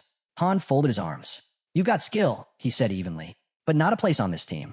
Then fight me. 1 minute. If you're still standing, I'll walk away. Han didn't blink. The lack of reaction caught Belkis off guard. Instead, Han turned toward Aaron. Let's move on. Time to settle the last member. As if on cue, Ivalka stepped closer. Han shifted the discussion, explaining what mattered in their group's formation. Swordsmen and spearmen weren't about brute strength alone. It was synergy. Positioning. Knowing how every roll locked into the hole. Belkis gave a slow nod. All right, fair enough. But then his eyes shifted to Aaron. His tone flattened. Doesn't change the fact you're not pulling your weight as a spearman. Aaron stayed silent. The victor of the earlier duel just stood still, gaze fixed on the first team. Belkis locked onto him like a predator. Honestly, he continued, I don't know why they keep you around. You're dragging them down. The air snapped when Jenna's voice cut in. Enough. Aaron's doing just fine. Belkis didn't blink. You, of all people, should know better. Pretending failure isn't failure only makes it worse.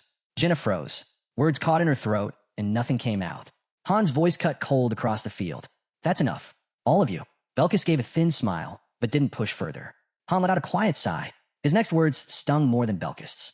Maybe we don't need a spearman. With the right swordsman, we might still make it work. Jenna's eyes widened in disbelief. Belkis stepped out of the cage, casually patching himself up. Han approached him. You really think you'd add more to this team than Aaron? Even if you're stronger? Belkis didn't hesitate. Wouldn't have said it otherwise. Then he turned and leveled his blade at Aaron. A challenge. The entire field fell silent. Jenna stood frozen. Narise's eyes narrowed, though she kept her thoughts to herself. Han's tone hardened. You sure about this? He reminded Belkis. Aaron had been with them far longer. But if Belkis wanted to prove it this way, fine. He'd consider it. Belkis' reply was steady. If I lose, I go to the second team. No complaints. Aaron still hadn't said a word. Han's gaze shifted. You don't have to do this. Aaron lifted his eyes to the sky, quiet as ever. Han could feel it. The weight Aaron had been carrying, burning himself out just to keep pace. Maybe this was too much. But then Aaron's hand tightened around his spear. Han watched him closely. He still believed in him. Years of fighting side by side didn't vanish just because he'd stumbled. He wasn't finished yet. Aaron straightened, shoulders square. I'll do it. Han's chest eased. That was the spark he'd been waiting for. Belkis smiled faintly. Finally, it was happening. The system lit up. Challenge accepted. Aaron stepped into the cage. Han's voice carried across the field. Only one of you stays in the first group. Both men nodded. No turning back. The gate slammed shut. The system awaited Han's final confirmation.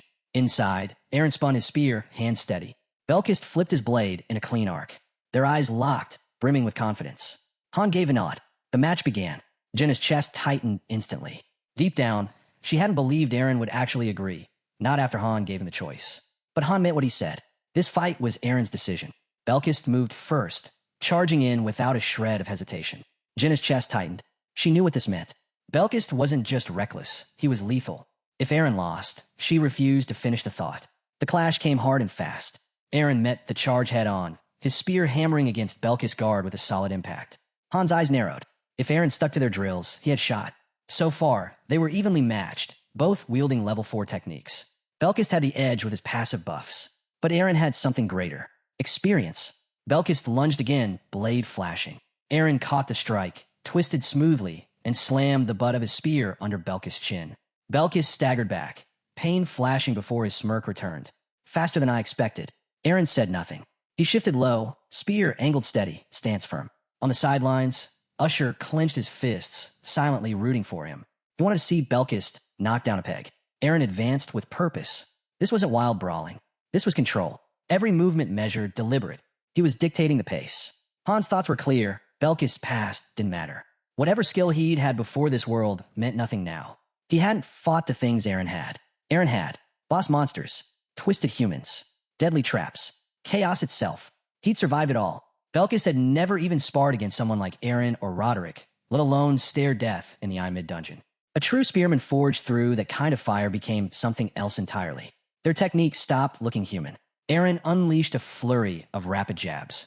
Belkis moved to dodge, but the spear curved unnaturally, grazing across his back before smashing down in a crushing strike that forced him to retreat. From the edge of the field, Usher pumped a fist. If he makes first team, I'm making him wash dishes for a month. Pages of old records stirred in the wind, sketches and notes tracing the spear's history. For centuries, the weapon had been built for reach. On open fields, its long shaft made it king. But in close quarters, in one-on-one combat, that reach shrank. Swords pivoted quicker, daggers faster still. The difference between life and death could be less than a meter. Unless mastered perfectly, a spear turned into dead weight. Aaron wasn't using it like a novice. He commanded it. Every thrust, every swing was sharp, deliberate, precise. The clash wasn't just two fighters trading blows. It was a duel at a level few could truly follow. These weren't rookies. These were heroes pushing well beyond mortal limits. Aaron drove his spear into Belkis' guard again, following with a brutal downswing that sent him stumbling. The weapon cut through the air like execution itself. Belkis flipped backward in desperation, twisting into an aerial spin to narrowly avoid the strike. Han never looked away. Belkis might have entered this world with raw talent, but raw talent wasn't enough here. Not anymore. Han knew this fighter. He'd sparred with him countless times. And right now, he could tell, Aaron was only just beginning. He was a man trained to face threats beyond human, even monsters. Aaron's spear cut through the air with deadly precision, each motion honed by battles too many to count. Han studied closely. Swordsmen and spearmen fought on entirely different rhythms, with instincts worlds apart. And right now, Aaron was executing his role nearly flawlessly. But Jinna's silence said otherwise. Her brows tightened. Aaron looked sharp, but something wasn't right. Ivalka leaned in. What's got you muttering? Jinna didn't look away. If it keeps going like this, Aaron wins easily. And then it happened. Belkis slid along the spear shaft in a flash, collapsing the distance in an instant, grin stretched wide. Look again, Jenna whispered. The fight's tempo shifted. Aaron's clean, controlled strikes, the very rhythm that made him look untouchable, suddenly weren't landing the same way. Ivalka narrowed her eyes, then nodded slowly. You're right. Across the field, Edith folded her arms. She felt it too. Belkis was adapting. With a heavy step, Belkis hit the ground and scoffed. This is getting boring. Aaron steadied his grip, jaw tight, eyes locked forward. Han saw it as well. Aaron's technique was flawless, but too flawless. Too rigid. No unpredictability. A rhythm like that became predictable, and Belkis thrived on predictable. He'd already dismantled Narise's style in minutes. His instincts were sharper than steel. If this pace continued, Han knew it, Belkis could evolve into something resembling the spiritual eye. The swordsman pressed forward, crowding Aaron's space. Is this really all you've got? He growled. Sweat rolled down Aaron's chin. I'm not playing games. They broke apart, steel clashing one last time before Belkis slid back toward the edge of the cage. His eyes narrowed. Then why aren't you going all in? What are you saving it for? Aaron said nothing, jaw set, face shadowed with strain. Belkis' voice cut sharper. They say the first team trains like killers. This doesn't look like that to me. Aaron's grip tightened, but he still held back. And when Belkis pressed harder, asking why he kept dodging the vital points, why he refused to strike to kill, something inside Aaron cracked. Han's voice tore through the arena. Aaron, the spearman froze, startled. Han's eyes burned. When did you start worrying about killing your opponent? He stepped forward, every word like a blade. You're strong now. Too strong to be holding back. Stop hesitating. Fight for real. Han wasn't just urging him. He was daring him.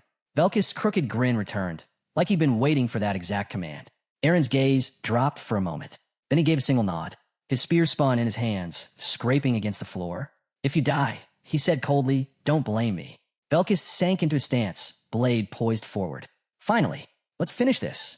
The air turned heavy as both fighters locked into position. Then they moved. Aaron surged ahead. Belkis charged to meet him. The spear's tip sliced the air, brushing Belkis' nose by a hair.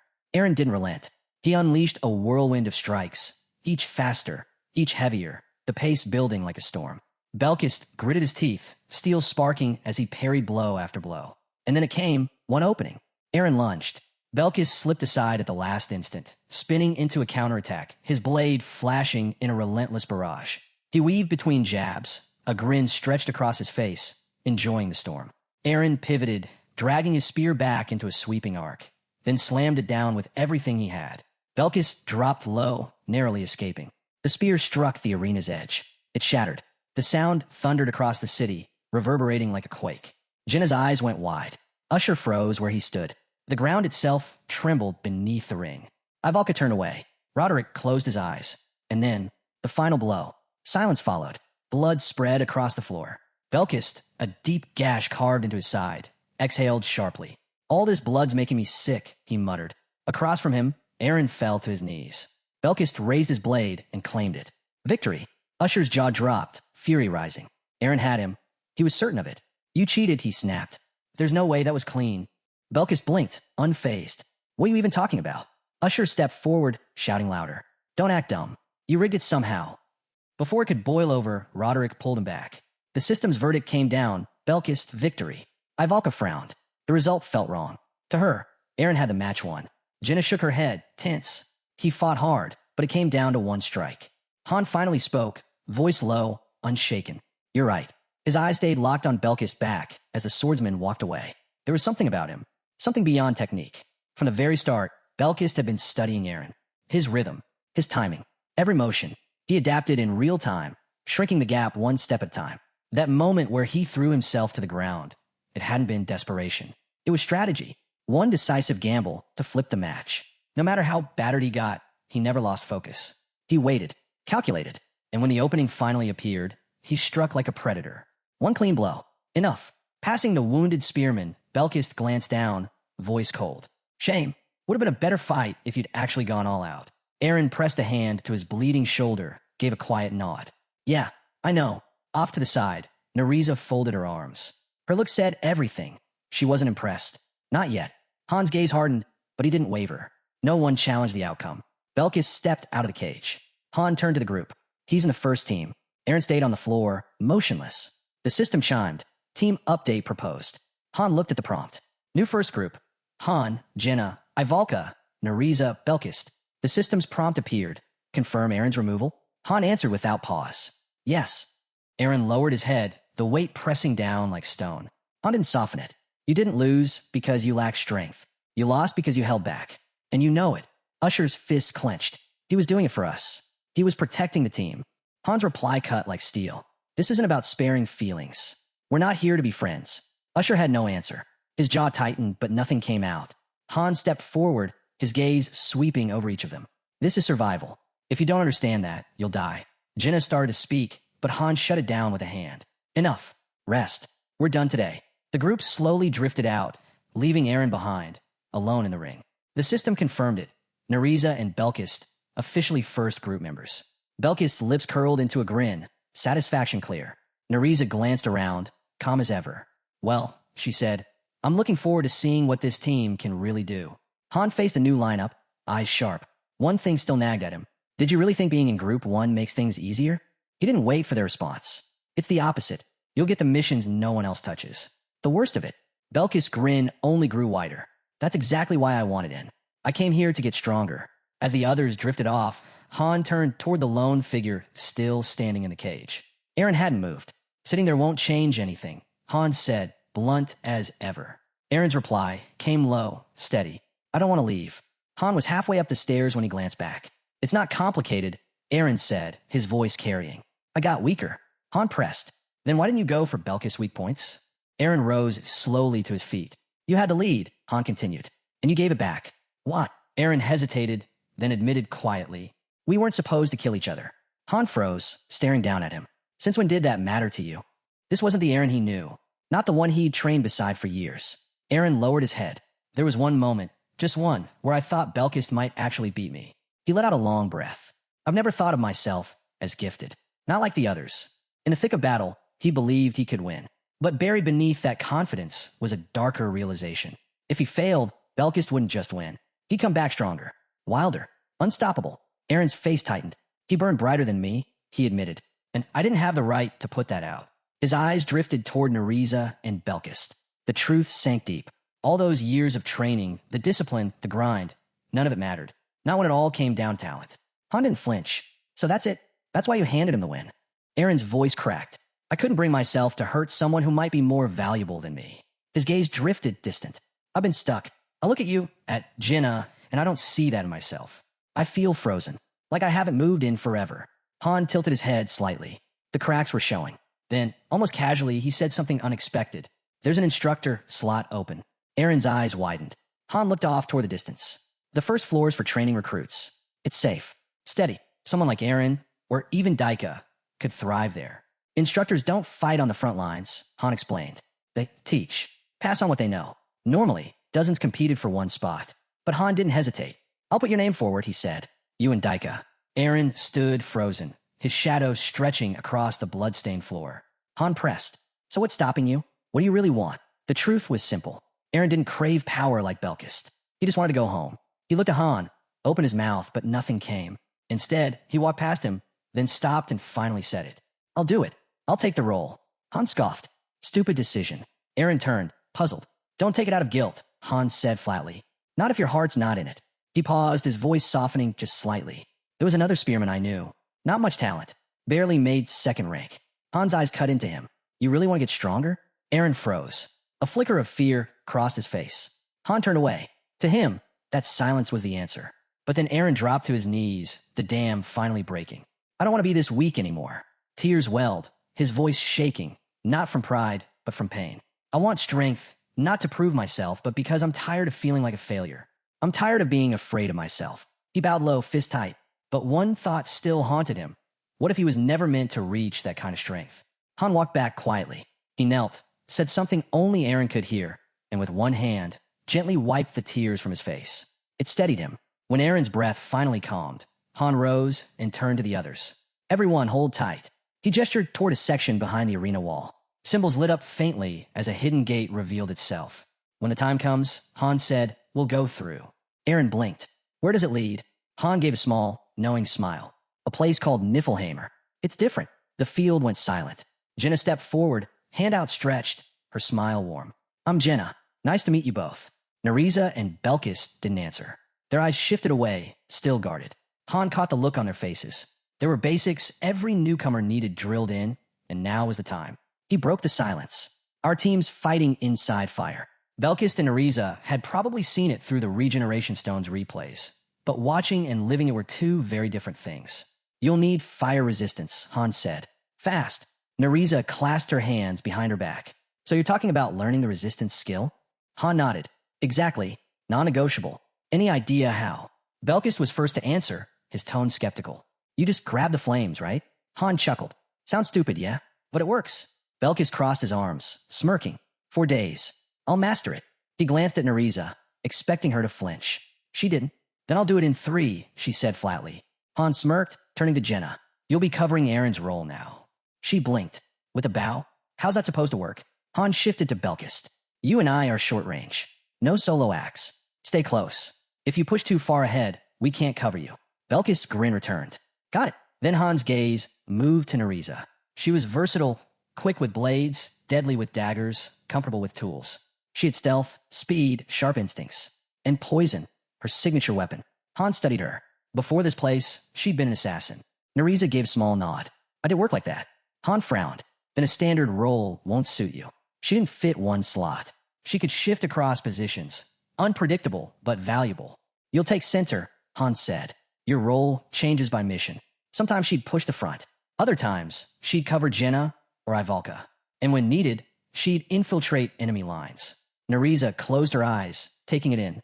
"I'll remember." "One more thing," Han added. "When I call for it, you're scout. Intel comes from you." His eyes stayed fixed on her. He'd seen her type before. People who knew how to say the right words, but didn't always mean them. If her loyalty wavered, she'd be dangerous. And something else gnawed at him.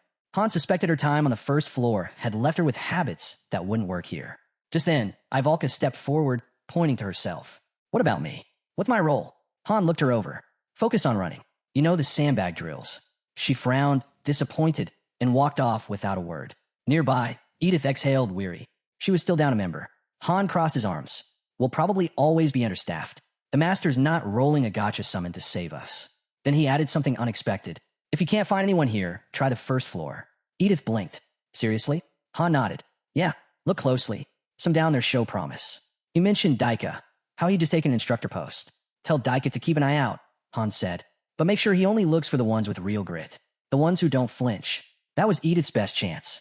At least until the Master pushed out more summons. Not far off, a girl with striking blue hair was training, blades slicing the air as she carved into a practice dummy. Han's gaze lingered for a moment. The free gate system was working smoothly now. Over 20 recruits already placed on the first floor. With numbers like that, someone was bound to stand out. Edith tapped her chin, thinking. After a moment, she nodded. "I'll go." "Good," Han replied. "But if you spot someone worth pulling up, keep it quiet. Don't draw eyes." Edith tilted her head. "You mean bullying?" Almost on cue, 3 smug-looking guys swaggered toward the training girl. Smirks plastered across their faces. Han didn't even look surprised. Here, it's common. Do too well, and you paint a target on your back. Especially if you don't have connections. The arena sealed with a heavy echo. Han folded his arms. "Time to test your limits. Get a read on each other." His gaze shifted to Nereza and Belkis. "No rules. Real weapons. Show me what you've got." Belkis' grin stretched wide. "I like the sound of that." Han raised a brow. "You planning to take me on alone?" Belkis' eyes gleamed. "If Nereza joins in, I'll hold back. But if it's just me..." He stepped forward. Then yeah, I want that. Han narrowed his eyes. You're serious? A straight one-on-one. Velkis didn't blink. Dead serious. Let me try. Han gave a sharp nod and drew his sword. System alert. Berserk mode activated. The arena trembled as energy rippled outward. Not long ago, Chloe had told him something unsettling. 3 members from the third group had challenged Belkis after his last defeat. The result was brutal. Arms crushed, legs shattered. Not one of them landed a clean strike. Now those same men wandered the first floor, bullying second-tier hopefuls. And while the new recruits could handle them, Han knew the truth. None of them were ready for what was coming. Belkis struck first, his blade cutting fast through the air. But mid-swing, hesitation. A flaw. Han saw it instantly. With one precise strike, he batted Belkis' weapon clean out of his hands. The blade spun, embedding itself deep into the dirt yards away. Han said nothing. He didn't need to. The lesson was clear. Beating weaklings meant nothing. Here, strength had to be earned. Belkis still wore his grin, but the edge was gone. He exhaled sharply. You're a lot stronger than I expected. From the sidelines, Neriza crossed her arms. Reckless, she said flatly. The result was obvious. Belkis retrieved his sword, chuckling under his breath. Still glad I made the first group.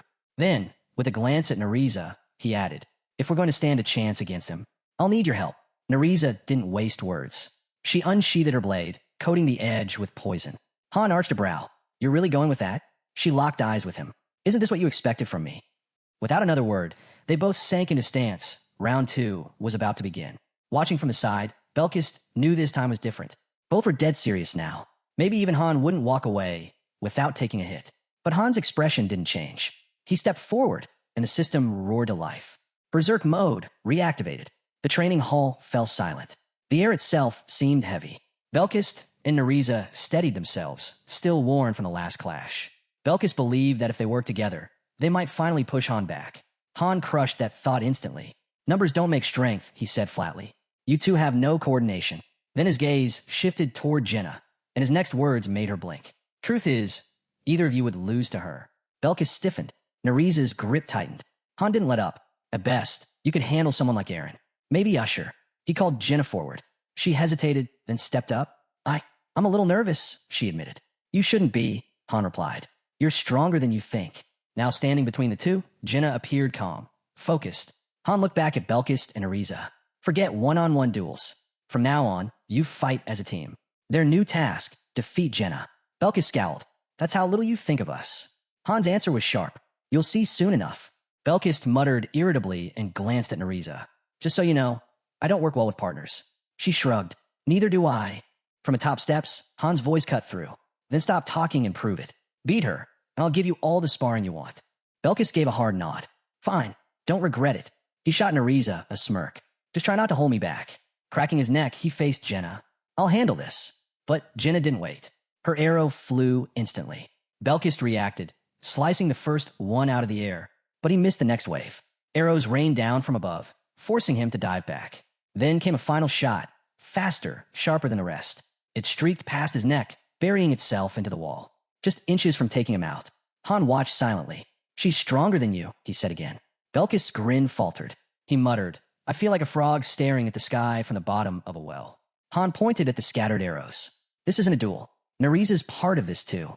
They had 2 days. 2 days to learn how to fight as a unit. Han remained at the bottom of the steps, observing. Belkis had seen countless mission logs. He should have known the truth by now. Lone wolves didn't win real battles. And so far, these two hadn't even touched the basics. Then Neriza stepped forward, blade in hand. My turn, she said. Han closed his eyes. Stubborn, he muttered. The arena fell quiet once more. Only Neriza's breathing broke the silence. The ground was littered with Jenna's arrows, a sharp reminder of just how far they still had to climb. They were boxed in, cornered on all sides. Han watched from the sidelines, his expression unchanged. Neither Belkis nor Neriza had lasted even a single minute. Both looked worn down, bruised, drained, barely able to stand. Belkis muttered to himself.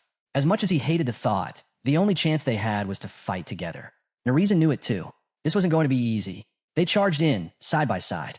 Han didn't even shift from his perch. Pathetic, he said. Neriza knocked aside one flurry of arrows, only for another to cut in right behind it.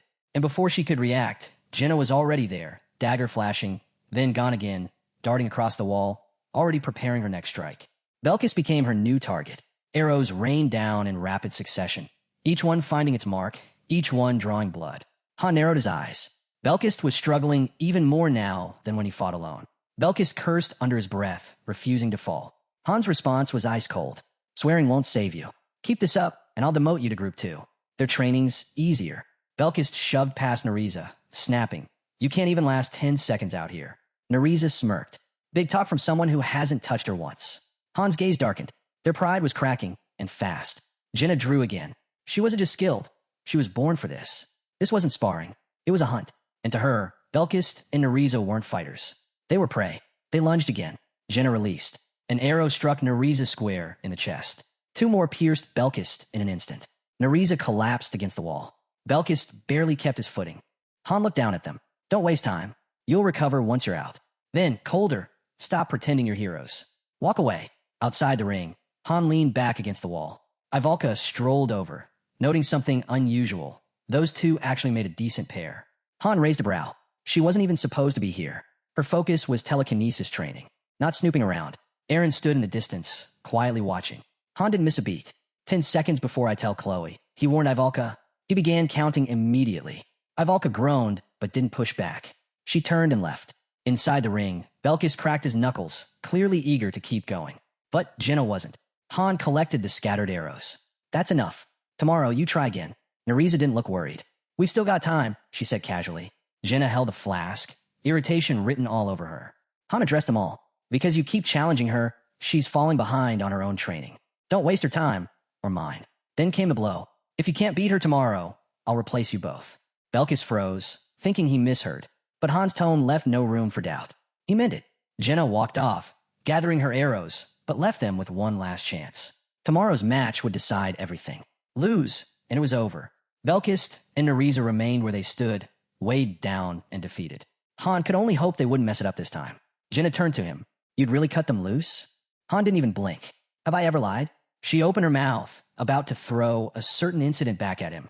Thwack! A stray quiver smacked her in the head before she could finish. Han didn't bother to look. He kept walking, chin raised. Talent means nothing if you can't work with others. Jenna rubbed her head, muttering under her breath. Who could possibly replace Belkis and Nariza? Maybe Han was betting on Aaron coming back? But Han shut that thought down immediately. Not even close. On the sidelines, Belkis' grip tightened around his sword.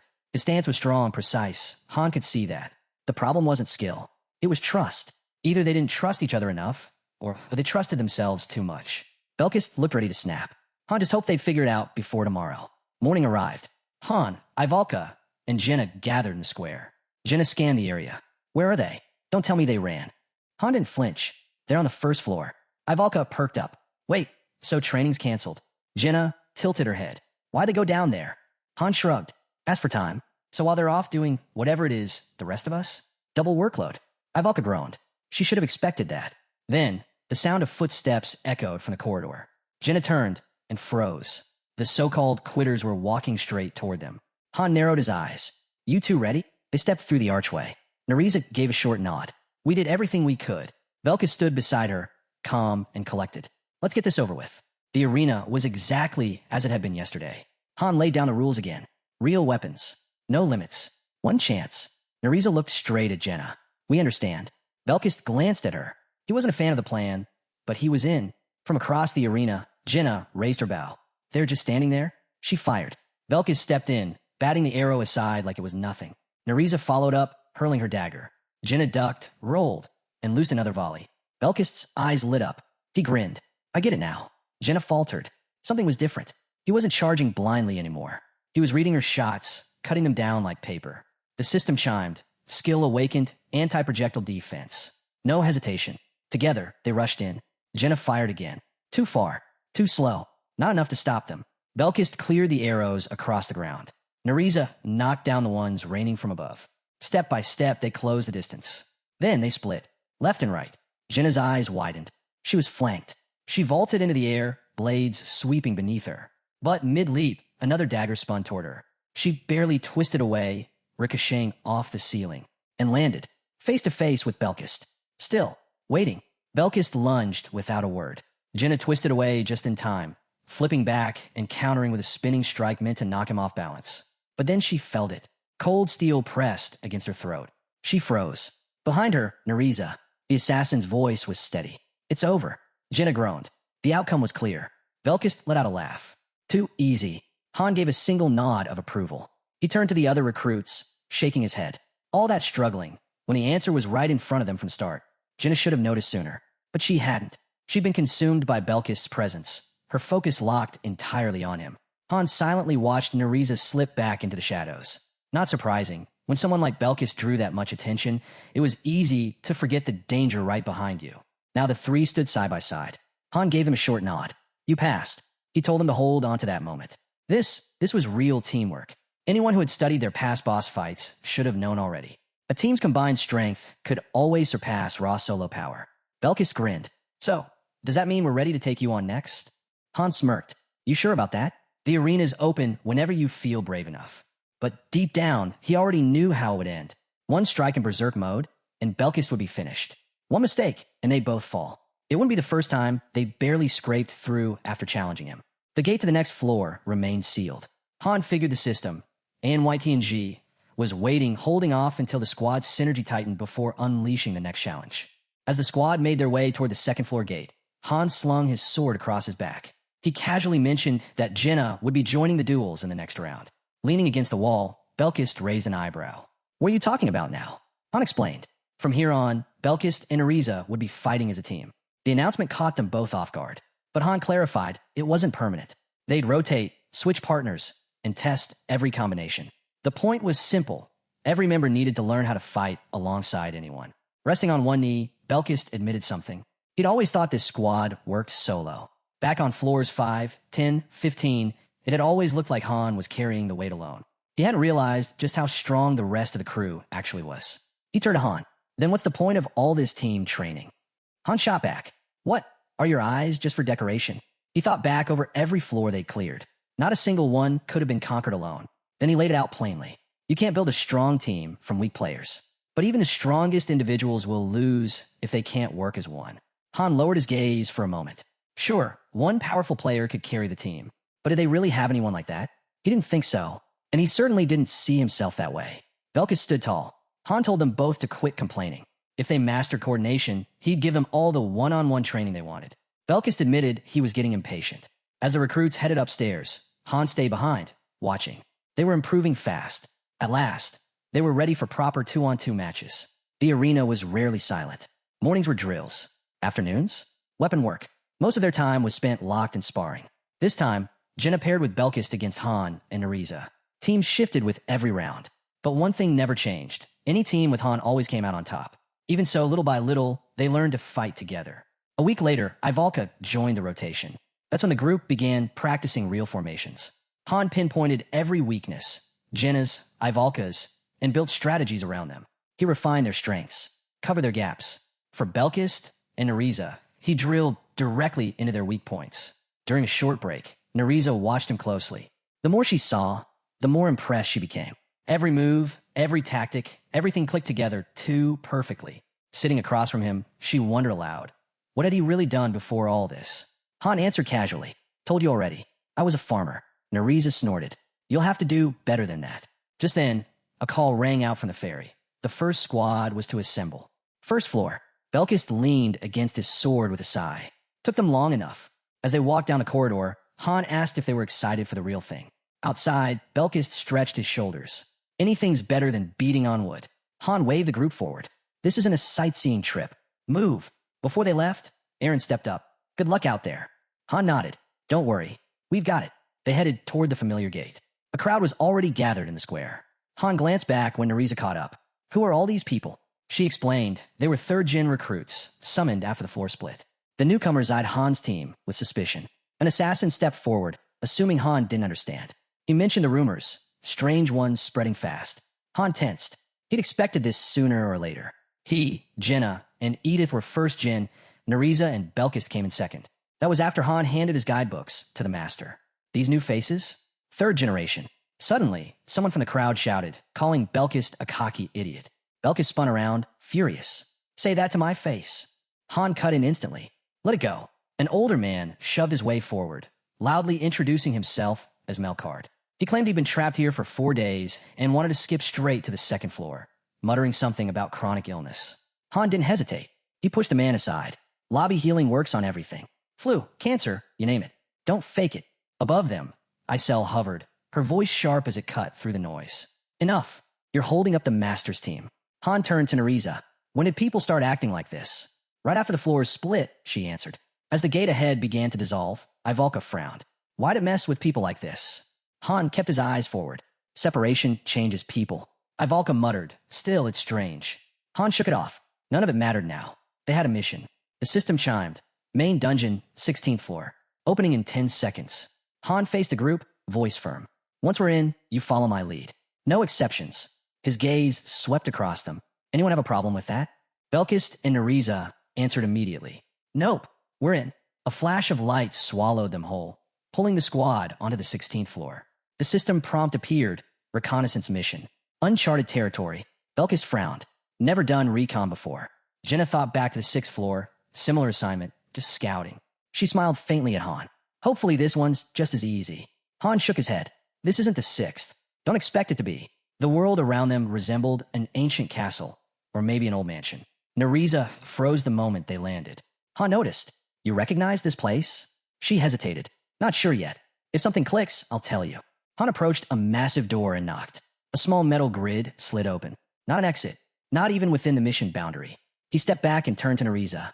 You're up. Stay out of sight. Signal us if you see anything off. She nodded once and melted into the shadows. Han drew his blade. Formation. Let's move. The hallway stretched long ahead, dim lanterns flickering against stone walls. Rows of statues lined the path, frozen in place, their gaze cold and empty. Belkist held the rear. Ivalka scanned the eerie corridor. This feels like a haunted mansion. No way this is normal. Han noted the strangest part. Everything was pristine, polished. Someone had been maintaining the place. It wasn't abandoned. He tested a few doors. All of them locked. Ivalka's eyes widened as she looked down the endless passage. This place is massive. It feels endless. Belkist muttered. The floor plan's off. Distorted. Even the spacing feels wrong. Ivalka smirked. Smarter than you look. Belkist stiffened. Okay, bad joke, she admitted. Han's voice cut through the air, low and sharp. Quiet. Jenna moved ahead, gaze fixed on the corridor stretching before them. The hall split 3 ways, left, right, and straight. Endless. Han's voice cut in. We're in a labyrinth. This wasn't just some mansion. It was a maze deliberately designed to mislead. Ivalka frowned. So, where do we even start? Han leaned back against the wall, calm. We wait for Nariza. No sense getting lost before we know what's ahead. Jenna's eyes roamed the walls. I've never seen anything like this. It's way more complicated than anything we've faced before. Belkis gave a short nod. And way too quiet. Feels wrong. Han shot him a dry look. What? You thought these missions were supposed to be fun? Belkis shrugged. Hard to enjoy when there's nothing worth fighting. Han closed his eyes, letting the group catch a breath. But his warning was sharp. Stay ready. He could feel it. The monsters were close. Without turning, he spoke quietly. They're here. Belkis' lips curved into a grin. Excellent. 5 long minutes passed. Shadows crept along the stone walls. Then Nariza emerged from the dark. Han straightened instantly. She reported, I scouted the middle path. All the corridors lead to the same place. It's not a maze meant to confuse. It's connected. Strange. No traps. No enemies. But something else. Han's eyes narrowed. What kind of something? Nariza hesitated. I saw a maid. Bleeding. Crying. You'll understand when you see her. A nearby door creaked open. Inside, a girl sat collapsed, sobbing into a pool of blood. Head low, body trembling. She hasn't reacted to anything, Nariza said quietly. It's like she's not really here. Then, suddenly, the girl vomited blood. Han turned away without hesitation. His voice was calm, but sharp. This isn't right. If someone wanted her dead, she'd already be dead. And if we're not here to finish the job, then we don't interfere. He added, sometimes when something feels wrong, the smartest choice is to walk away. Jenna's eyes lingered on the girl. She looks like she's in pain, like she's dying. Han glanced back. You planning to heal her? Jenna paused. Not that nice. Then we move, Han ordered. They passed her by. Further down, iron railings came into view. Ivalka groaned, lifting her hand. This is getting old. Someone muttered nearby. There has to be a way through. One of the team lowered his head in frustration. Han didn't even look at him. Quit whining. Something will happen soon enough. And right then, the floor shifted under their feet. They passed 3 nearly identical rooms already. The labyrinth wasn't hard. If anything, it had been almost a straight path. Until the 4th corridor. Nariza's voice cut through the air. Enemies ahead. Han's jaw tightened. How many? 7, she answered. Swords, spears, crossbows. Han nodded grimly. The moment we step in, they'll attack. His orders came fast. Nariza and Jenna, take out the crossbows. The rest, lock down the front line. Through the cracked door, they saw the guards waiting. Han raised his hand. 3, 2, a single finger. 1. He clenched his fist. The squad surged forward. One soldier turned his head too late. Han was already there. His blade flashed once. Clean. Silent. A voice barely rasped. Who? Before the body hit the floor. Belkis charged in right behind him. Strikes heavy and merciless. When the clash was over, corpses littered the room. All eyes turned toward the staircase ahead. But something was wrong. Han's gaze sharpened. The floor above, it didn't feel right. Then, slam. The doors behind them locked shut. Han raised his shield, hurling it against the barrier. A harsh clang. No movement. He stretched out a hand, clenched his fist. Nothing. They weren't being allowed through. Not yet. Ivalka, Han ordered. Level 1 magic circle. By the exit. She hesitated.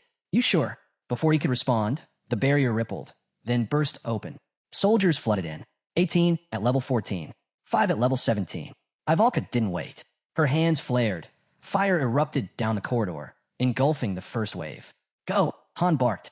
Belkis and Nariza rushed forward. Han charged, blade tearing through armor. Jenna loosed arrows in rapid succession as boots thundered closer. A burning knight screamed. Han's strike cut him down, another charred body collapsing into the flames. Then Han's voice rang out, calm. Everything's ready. The team regrouped at his side. A girl asked, how'd you know? Han's gaze flicked back. Shouldn't I be asking you that? She gave a short nod. More are coming. Han hurled his shield again. It smashed into the barrier. Still holding. He scanned the burning hall. Smoke twisted upward. The air stilled. Then silence. The barrier dissolved. Move. They climbed the stairs. Han's reminder was sharp. Stay alert. We're not ready for level 17 yet. Someone groaned. That last fight was boring. Han raised a brow. What do you even do for fun? Blow things up? Yeah, pretty much. Han stepped into the portal. Floor cleared. Belkis and Nariza leveled up. Reward, 50,000 gold. Top player, Ivalka. The lobby reformed around them. Off to the side, Jenna asked, think floor 17 LL be like that too? Han shrugged. Maybe. She frowned. I hope not. I prefer quick, clean missions. The others drifted away. Jenna stretched with a sigh. I'm heading to the baths. It's late. Han nodded. You did good today. His gaze shifted. You're still here. What's on your mind? Nariza stepped forward, her tone heavy. It's about that place we were just in.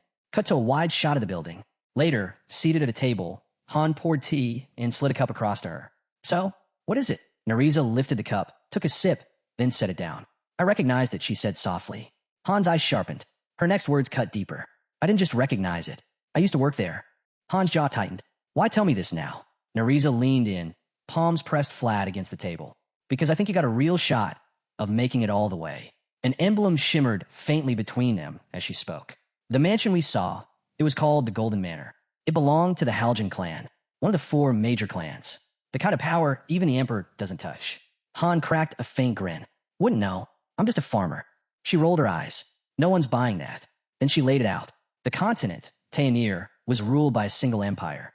And within it, 4 great clans existed, each strong enough to rival the throne itself. Even the Emperor doesn't cross them, she added.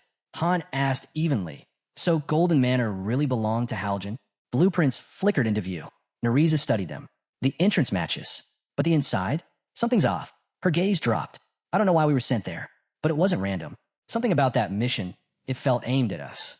She paused, then said firmly, I checked the records. I'm sure of it. Han's jaw clenched. So what exactly are you saying? Nariza leaned forward. Golden Manor, it has 5 floors. And the bloodlines tied to the 4 clans? They're not human. Han's eyes narrowed. Not human. She nodded. They carry monster blood. At least, that's the rumor. And not just any kind. Her voice dipped. Some say it's dragon blood running through their veins. Han lifted his cup, staring into the surface as his thoughts churned. Dragon blood? What does that even mean? His mind shifted straight to the 20th floor, a turning point in Pick Me. That floor was the wall, the line that separated rookies from the elite. Anyone who cleared it became a true player. Why? Because the 20th was the same for everyone. No random layouts. No easy paths. Just one custom boss. A trial built for them alone. The 5th floor had been the first wall, where a third of players washed out. The 20th was the second. Only half ever reached it. Nariza sat quietly, watching him. I saw you save the Imperial Princess back on the 15th, she said softly. But I still don't get why Golden Manor appeared right before the 20th. Han exhaled, steady. I don't either. Or why you were tied to it. Then his gaze locked on hers. If there's more you want to say, this is the time. Nariza smirked faintly. I'm not going anywhere. And those people? Every last one of them deserves what's coming. She rose to her feet. That's all I've got.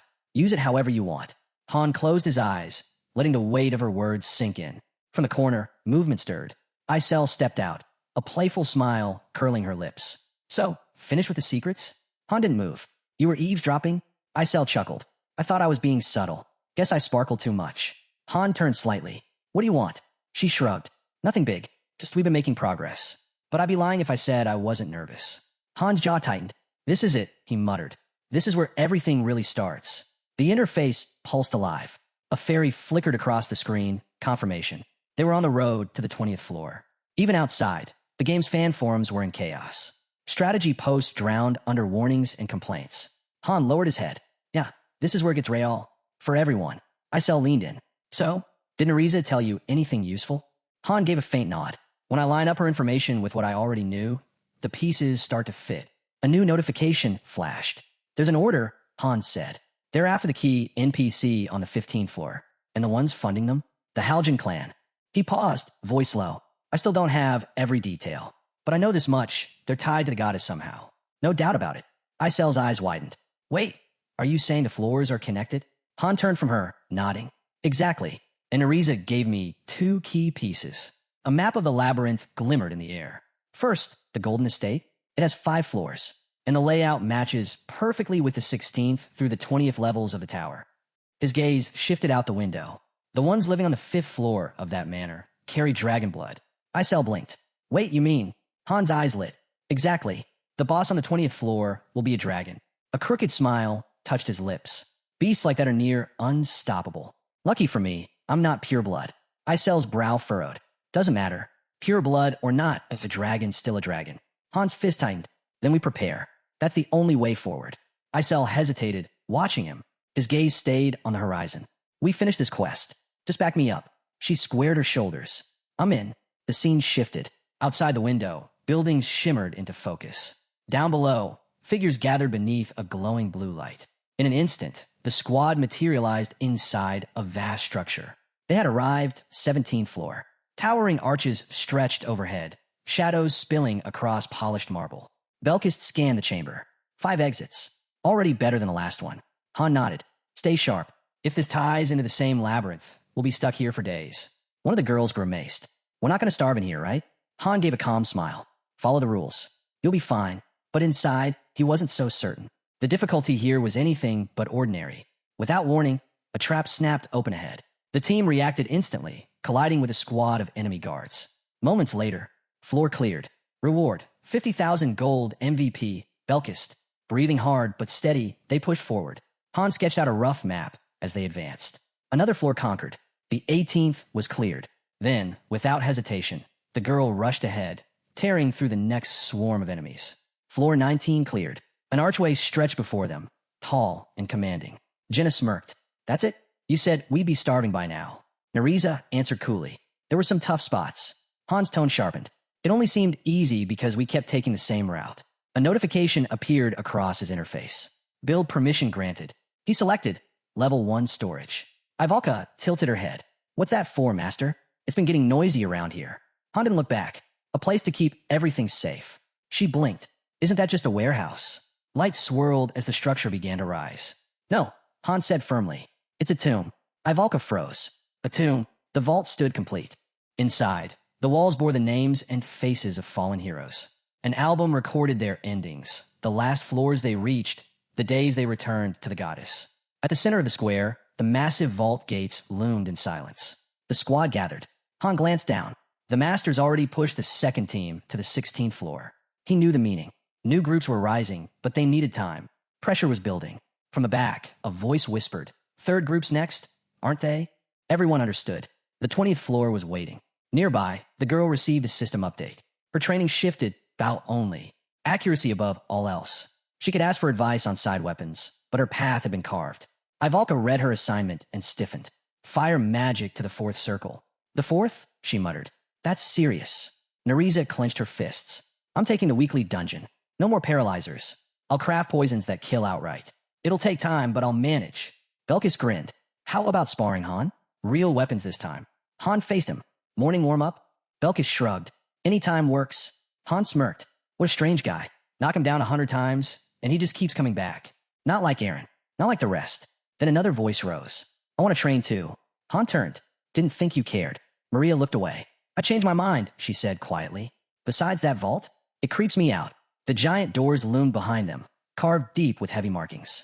Maria's voice hardened. What is this place supposed to be? Han answered calmly. The master's putting everything in place for the 20th floor. Maria frowned. By building a tomb? That's not preparation. It's a warning. Why call it vault? Inside, torchlight flickered against the stone walls, shadows stretching long across the chamber. Someone whispered it wasn't really a tomb at all. Not for bodies. They were never recovered, but for weapons, gear, and the memories of those who never came back. A voice scoffed. What's the point of that thing? We need a training field, not some shrine for the dead. Jenna gave a faint smile. I don't mind it. Shows the master cares. Ivalka crossed her arms. Enough already. All this talk makes it sound like someone's bound to die on floor 20.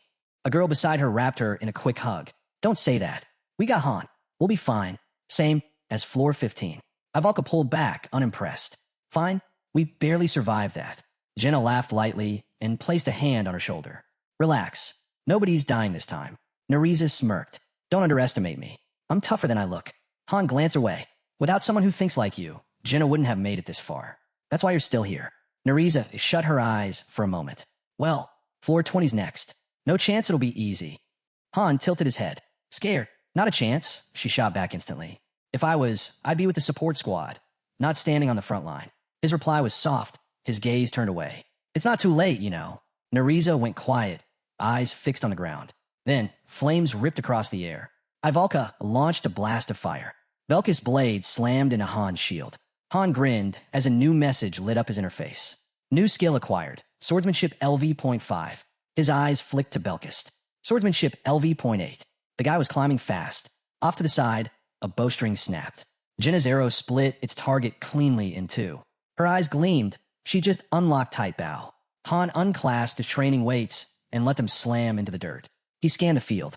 Everything was falling into place. They were almost ready. A battle card blinked across the interface, listing fresh support upgrades. New recruits stationed on the second floor. A skilled apothecary assigned to the magic hall, brewing healing potions. Daika promoted to full instructor, already back upstairs, and even thanking Han for the referral. With the 20th floor looming, support was everything. Interns joined the ranks. The blacksmith leveled up, now forging D+ rank weapons and higher, finally meeting the needs of the war ahead. Meanwhile, the third group kept climbing. After this run, they'd earned their spots on the second floor roster. No longer just candidates. They were on the verge of becoming full walkers. The armory gleamed, fully stocked. The scene shifted to the house. Han sat at the table, lost in thought. The 20th floor. No ordinary climb. Even when he was master, his parties had been wiped out here 3 times. No second chances. No mercy for mistakes. The true gauntlet began now. And at last, the massive gate stood before them. Han looked ahead. Take care of whatever you need before we go, he said. Whatever it is, finish it now. He paused, fist clenching tight. And if anyone leaves a will, his voice hardened. I'll tear it up myself if you die. Someone smirked. Pretty sure Ivalka's already scribbling something. A guy scoffed. Scribbling what? She snapped back. None of your business. Nereza stayed quiet, eyes locked straight ahead. Han stepped forward. We're all walking out of this. You trust me, don't you? Have I ever lied? Ivalka rolled her eyes. Only about 1,000 times. A system alert blinked. 3 groups required to complete this mission. One of the girls narrowed her eyes. Wait, a boss raid? It looked that way. But the objective showed only one target. Another alert lit up. Teams may enter when ready. Her eyes widened.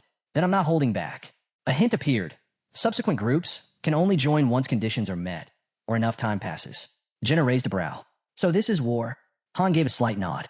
Strange, though. Why would a mission need this many teams? Then the ground trembled. The announcement came. Someone had already gone in. A lone scout, thrown in as bait. Sacrificed to gather intel on floor 20. Han muttered. This started back on the 16th, didn't you notice? Isel snapped. So what? You let him walk in alone? He didn't last minutes. Han only grinned. Our turn now. Group 1 selected to enter first. As the portal shimmered, Isel knelt beside the fallen scout. Listen, Han. Stay sharp. The guy groaned. Still worshipping him. Huh? What's he done to earn that? The girl smirked. Go on ahead. We'll follow. Han met her gaze for a second, then turned forward. The entrance materialized. The 20th floor of the main dungeon. The portal pulsed with blinding light. A prompt appeared. Mission recording active. Progress will be saved. They stepped through. Han's voice cut through the silence. Once we're in, that's it. Follow your training. He shoved the doors open. Warning screens flared crimson. They entered a vast, dim square drowned in shadow. Mission type, suppression. Objective, eliminate all hostiles. One of the girls shivered. This place, it's wrong. Ivalka lowered her eyes, already weaving a spell. Then, laughter echoed. Cold, shattered. A man's voice roared. It's all your fault. All of it. Han's eyes narrowed. He's burning up. Jenna loosed an arrow. Ivalka's flame surged. The blast swallowed him whole. He vanished in fire. Han's gaze lit with urgency. Keep firing. Flank it from both sides. The squad rushed forward, charging straight through the inferno. A roar thundered out, shaking the square. From the flames burst a half-black dragon. Level 42. A system alert flashed. Unique monster detected. Han shouted, "Don't freeze." The girl's bow drew tight, red energy sparking across the string. She fired. An arrow streaked through the air, only to slam against an invisible wall and ricochet away. The dragon's burning eyes locked onto them. Another alert. Monster is resistant to physical attacks.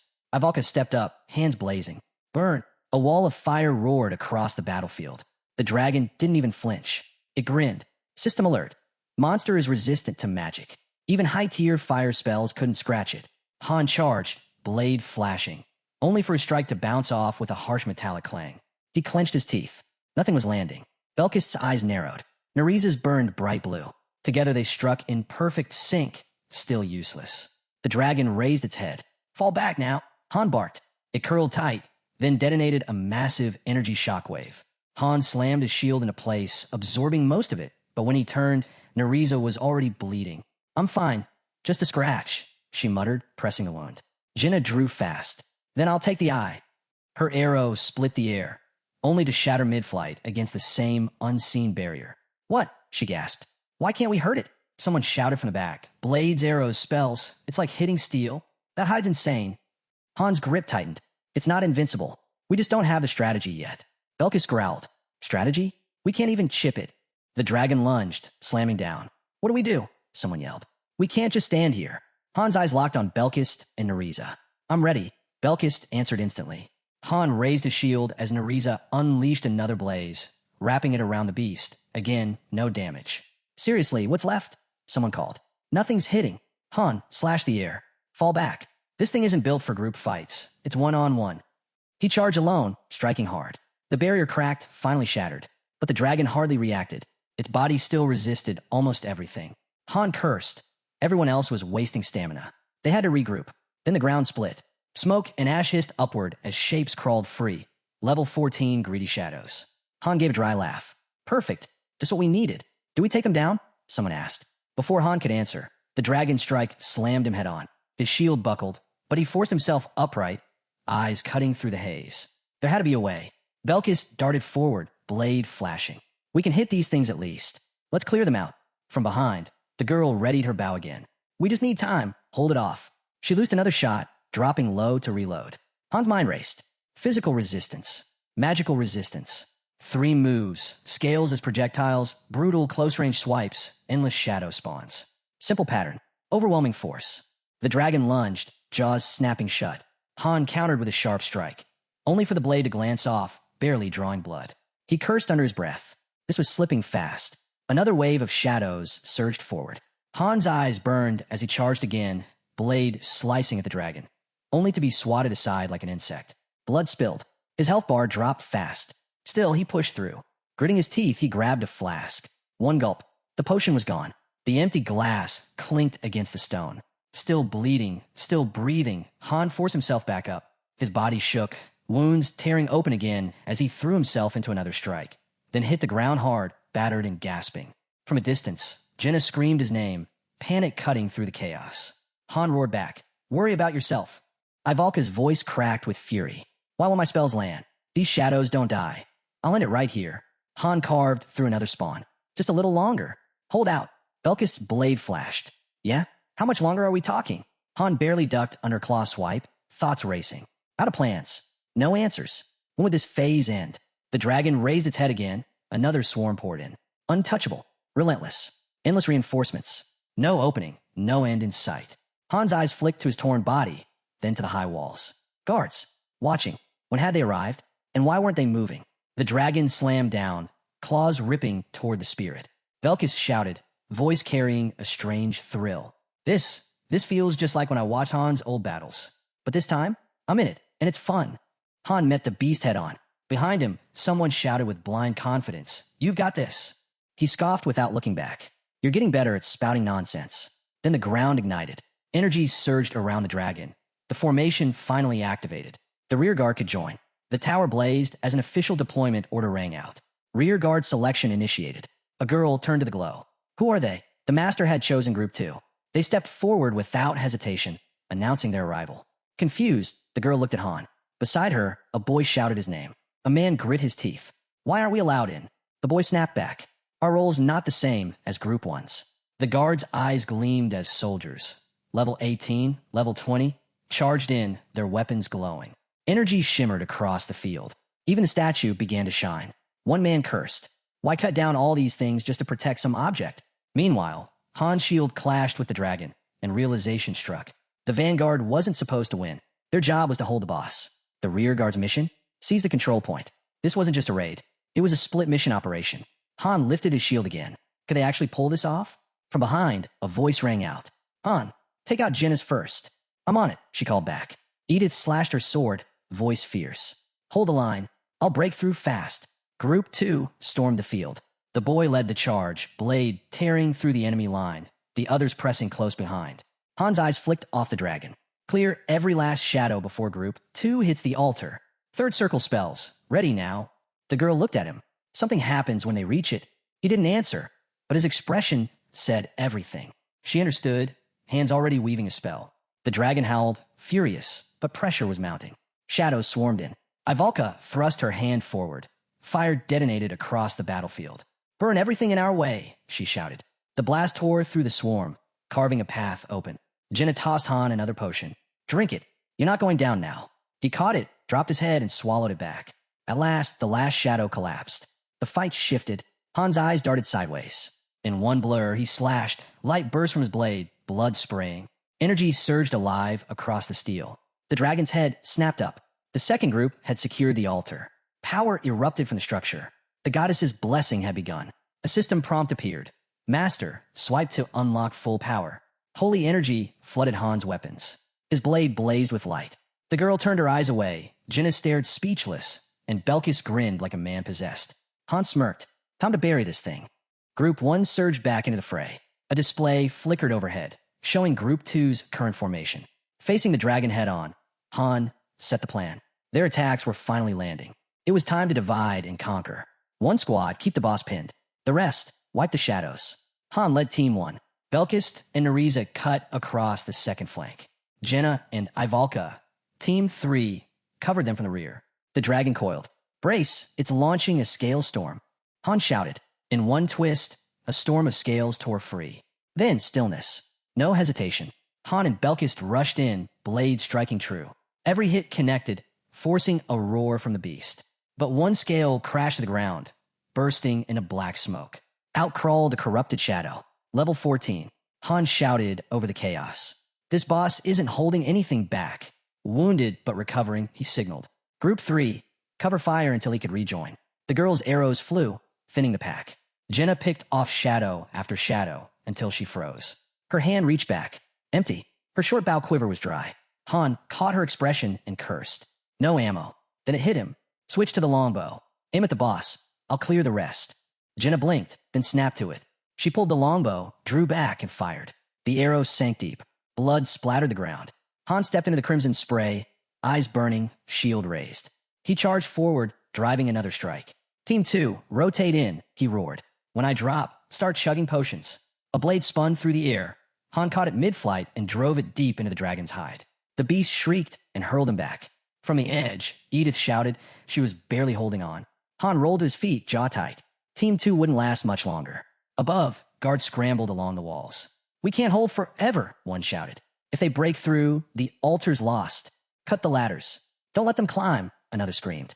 Han turned just in time to see a spear tear through a boy's side. Blood poured fast. The girl spun, eyes wide. "Someone help him." Ivalka raised her hands. This is spiraling out of control. Han's thoughts hammered. I know how bad this is getting. Near the altar, the group clustered tight. A bitter truth sank in. They were burning out fast. If the altar fell, everything was over. Only 4 left standing. The second group was hanging by threads. 5 minutes, maybe less. Han's gaze shifted. A soft blue glow spread across the fortress walls. Edith froze, staring as light shimmered at the gates. The formation was complete. The rear guard could finally enter. Edith rallied the guards, and Group 3 stormed forward. Run! Han shouted. The girl blinked. What are you talking about? Are you blind? He snapped. Climb the tower, move. Above, a crossbow locked into place. The ballista was aimed dead center on the dragon. We're ready, a guard yelled. Then fire already. Han barked. The girl raised her weapon, Belkis beside her. Time to switch, he said. Han gave a sharp nod. Do it. The dragon reeled under another strike. Will the poison hold? Edith hissed through clenched teeth. It'll work? At least enough, Han answered. The beast roared, stumbling. Then use it. Hit while it's open. The girl drew back and fired again. Han blocked a burst, turning his head. How many left? 5. Spend them all. Near the altar, the battle pressed harder. Everyone knew the truth, and this before the second group collapsed. Aaron, hold the climbers. Dylan, front line, someone barked. The girl sprinted for the ballista. They're here. Everything was reaching its limit. The players spread across the grounds. One thought heavy in the air. If the altar fell, the monster's immunity would return. Their odds of survival would nosedive. Not 0, but close. The girl froze. Someone was already manning the ballista. Others blocked the doors. How do you even use this thing? She asked. On the field, Han growled. What lesson are we supposed to take from this? She didn't blink. I'll fire. You hold them off. Faster. Edith screamed. The girl loosed her last arrow. That was it. The final one. Han called out. I'll deal with the shadows. Cover Ivalka. Nothing gets through. He bolted to the front, blade cutting the swarm apart. The girl dropped into the ballista seat. Looking down, her chest tightened. Han was already weaving through enemies too fast for her to follow. Group 1 stormed back in. Group 2 pushed close behind. Then the interface lit. Group 3's formation engaged. Han spun toward Belkis and Ariza. Hold that thing, just for a second. Already crouched, the girl shouted back. We'll buy you time. The dragon's massive arm swung wide, tossing them like ragdolls. Han's eyes lit. He braced and slammed a kick straight into its claw. The beast howled. The opening was there. Fire, he roared. Sharon's hands shook on the trigger. I've never fired one of these before. Her voice faltered. When I got here, I was already breaking. She wasn't the only one. In this world, survival demanded speed. Only those who adapted lived. She had grown up with nothing. No meals. No warm clothes. Only her sister, until even she sold Sharon off once she came of age. From there, it was endless labor, trapped among criminals with no way out. Her mind flashed, splintered dolls, muffled sobs, betrayal. The echo of a man's voice thundered. What are you waiting for? Don't just stand there. Fire. Sharon, clench your jaw. Another shout tore through the battlefield. Now. She shut her eyes, then snapped them open. Glaring sharp, she yanked the trigger. The ballista fired. A deafening crack ripped the air. The bolt tore straight across the field, slamming into the dragon. Sharon exhaled, muttering it hit. A sly grin tugged at her lips. She could do anything if she refused to bend. Raising her sword, she thought this world didn't demand kneeling. Not when she had allies at her side. Han shouted behind her. The battle wasn't over. Not yet. They could still fight. Then his eyes widened. Sharon was gone. Returned to the gods. Her name etched into memory. Jenna froze in shock. One of the boys screamed, panic breaking loose.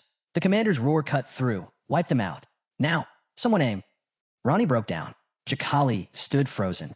Han growled between his teeth. These kids. Belkis' voice was low grim. Everything was unraveling. Ronnie and Naden were already gone. A cry ripped out. He's unconscious. This is it. Finish him. Be ready. Another shouted. What about Group 3? Pull them back. Mid-spell, Ivalka shrieked. She couldn't contain it. The swarm was too much. Rodel dropped. Jakali too. Group 3 had fallen. Han roared for retreat. He would hold the line alone. Usher was barely standing. Someone muttered he wasn't one of them anymore. Usher admitted it himself. He was only a mercenary now. The hero surged forward, sword raised high. One chance. Straight for the heart. The ballista bolt was still buried in the dragon's chest. The impact had cracked its scales. If he drove his blade deep enough, buried to the hilt, it would reach the heart. Behind him, Edith screamed, "Stay alive. Just a little longer." He roared back, "I plan to. I'll walk this whole damn continent if I have to." Dylan gritted his teeth. Orders flew around him. When he signals, "Charge," Edith, hold. Han moved. Then from nowhere, steel pierced his side. Blood poured. A swordsman stood behind him. Dylan staggered, vision swimming. Usher gasped. It's cold. Why is it so cold? His eyes darted around, lost. Where are we? His hand shook as he reached out. Help! Then came the whisper. No, he didn't want to die, but his body slumped. The cries around him blurred. The guard lifted his blade. Dylan was gone. The killer slung the bloodied sword across his shoulder. Quit staring, kid. What are you even looking at? The boy stammered something about being a mercenary. The man barked out a laugh. You? A merc? You don't even know how to hold that thing. The laughter echoed. Usher lowered his eyes to his hand, gripping the weapon. His voice was low. Yeah, I know. Then he clenched the hilt tight, lips curling into a grin. But I do know how to use a sword. Han cut through a storm of claws, eyes sharp. He landed a strike, his blade shattered on impact. The dragon didn't even flinch. Nearby, a girl sat slumped against the ground, voice hollow. The altar was gone. The goddess's blessing had faded. Usher had fallen. Heroes lay scattered like broken dolls. Reality set in. Group 3 was wiped out. The ballista silenced. Soldiers clustered near the altar, lost and uncertain. Group 2 wasn't faring much better. No one knew how long it would take to retake the altar. But for now, it was gone. Han stood in the wreckage, chest heaving, eyes locked forward. The dragon towered ahead. The survivors staggered. 2 for Group 2 were already dead. Group 3 erased. The dragon lunged. Han braced, shield high, then was blasted back, sliding across stone. From behind, Jenna spoke, almost steady. This happened before, back on the 5th floor. So what now? Do we push the altar? Han shook his head. No, moving the second group gets them killed. They hold their ground. He turned to Belkist. Give me your sword. Belkist hesitated, then handed it over. The girl's voice cut in, uncertain. What are you planning? Han's eyes burned. Set it on fire. Then he looked back at her. Can you make sticky flames? With your hands. A faint purple glow sparked across her palm. I'll try, she whispered, with psychokinesis. The blade began to glow. She glanced down. The goddess's blessing let her shape the fire, but it wasn't enough to fully restore the weapon. Still, she could force it further, channel a spell to amplify the blessing. She just needed time. Han smirked. Good enough, she asked quickly. Would a 4th circle spell be enough? If I land a hit, he said, it will. Another fighter called out. What about me? Guard Ivalka, Han barked. Nothing touches her. A faint glow wrapped around him. You really think you can pull this off? Someone asked. Han didn't even flinch. I know I can. The girl shut her eyes and began the incantation. Han bolted for the dragon. Its gaze flared. It had him sized up, reading every weakness. He struck. The beast's barrier blazed to life. The impact reverberated. His blessing wasn't enough. No matter how hard he hit, the shield wouldn't break. Not like this. Near the altar, the girl stood frozen as Han swore he'd reclaim it. He fired the ballista again. The dragon swung down. Han braced, absorbing the crushing weight. Even bleeding out, he refused to buckle. Teeth clenched, he hammered strike after strike. No time for plans. No time for doubts. Just keep pushing until that monster dies. Watching him, Belkist muttered under his breath. Still a badass, even now. Nereza snapped. Really? Now you get sentimental. Han roared and charged again, then froze. His eyes locked onto something. The dragon was bleeding. His focus sharpened. Weak spot detection. The wound lit in his vision. Without hesitation, he darted beneath the beast. Han's blade tore into the opening, ripping it wider. No system warning popped up. Perfect. The invulnerability was gone. This was the moment. He raised his shield, countering the beast's next strike. The impact tore the shield from his grip, flinging it away. The dragon's eyes blazed bright. Then Ivalka's spell detonated behind him. An explosion of magic that yanked the dragon's attention. Han's eyes widened. The beast snapped, thrashing at its own body, ripping scales loose in a frenzied attempt to break the spell. Han didn't blink. He dove in, cleaving the falling scales midair. A brutal blow smashed into him. He staggered, blood spilling down his side. Jenna rushed to his aid. Are you okay? Still bleeding, he snarled. Worry about yourself. Protect Ivalka? I'll handle the shadows. Flames spiraled around Ivalka, her magic flaring wide as screams echoed across the battlefield, holding enemies at bay. The dragon shrieked, berserker mode triggered. Han's eyes burned. His rage answered in kind. He hurled himself skyward, locking eyes with the monster. A white-hot flash split the air between them. The dragon's tail whipped around. Han slammed into the ground, sword clutched tight. He swung. Steel met scale, then split apart in his hands. The weapon shattered. Without pause, he roared, Nereza! She tossed him blade. It's all I've got. He snatched at midair. Light surged across the steel, glowing from every edge. Han charged. eyes burning crimson. His strikes tore into the dragon, ripping screams from its throat. But the blade wasn't his. Fragile. It could snap at any moment. Throw me everything you've got, he shouted. The dragon lunged for Ivalka. She hurled another sword. Catch. Han caught it, pushing forward again. His body trembled. His vision swam. His legs felt like stone. But Ivalka's flames roared higher. One thought hammered in his skull. If I stop now, we lose everything. The blade split against the dragon's strike. He held firm, teeth clenched. Then the light shifted. Blue fire erupted, blinding, searing alive. The dragon charged for Ivalka. Han roared, slicing through the blaze. The battlefield lay in ruins. Group 1 clung to life. Group 2 bled out, missing 2 fighters. Group 3 gone. Han stood bloodied, staggering. And then, new skill unlocked. Indomitability. Power surged through him, breaking every limit. Scales split his skin as Berserk flared, 2 levels at once. He raised the blazing sword. A beam of blue fire cut the air.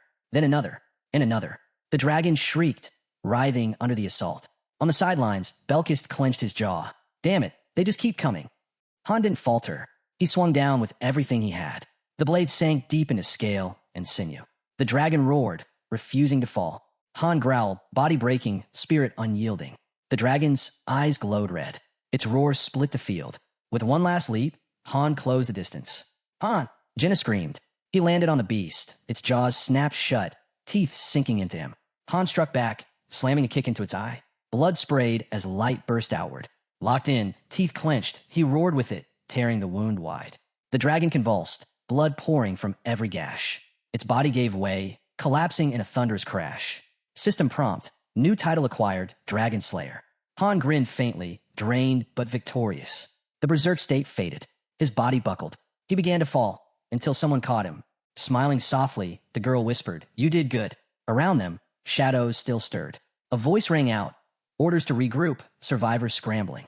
Not everyone had made it. Then, the dragon twitched. Its claw lashed out. Jenna bolted, eyes wide. Nereza gasped, horror spilling from her lips. No, its throat was cut. How is it still moving? Belkis shouted. The blessing's gone. We tried everything. Han, barely on his feet, let out a faint smirk. Don't sound so dramatic. The girl looked down, and that's when it came. Ivalka's chant reached its end. Her spell launched. A wave of fire ripped across the battlefield, engulfing the dragon. But it didn't stop there. The blaze spread, fierce and uncontrollable. The girl's breath caught. This was Ivalka's 4th circle fire spell, unleashed in full. Han's gaze followed the storm. Never thought I'd see it up close. Ivalka raised her hands high. Her voice rang out, one word, unification. A burning orb shot forward. The dragon's head vanished in a blink, obliterated into nothing. Light tore across the skies. The nearest fighter turned away. Nereza stood frozen. Everyone along the wall stared, stunned. Jenna didn't move. She could only stand there, awestruck. Then came the blast. The ground shook as if the heavens themselves had struck. The floor was cleared. System messages lit the air. Everyone leveled up.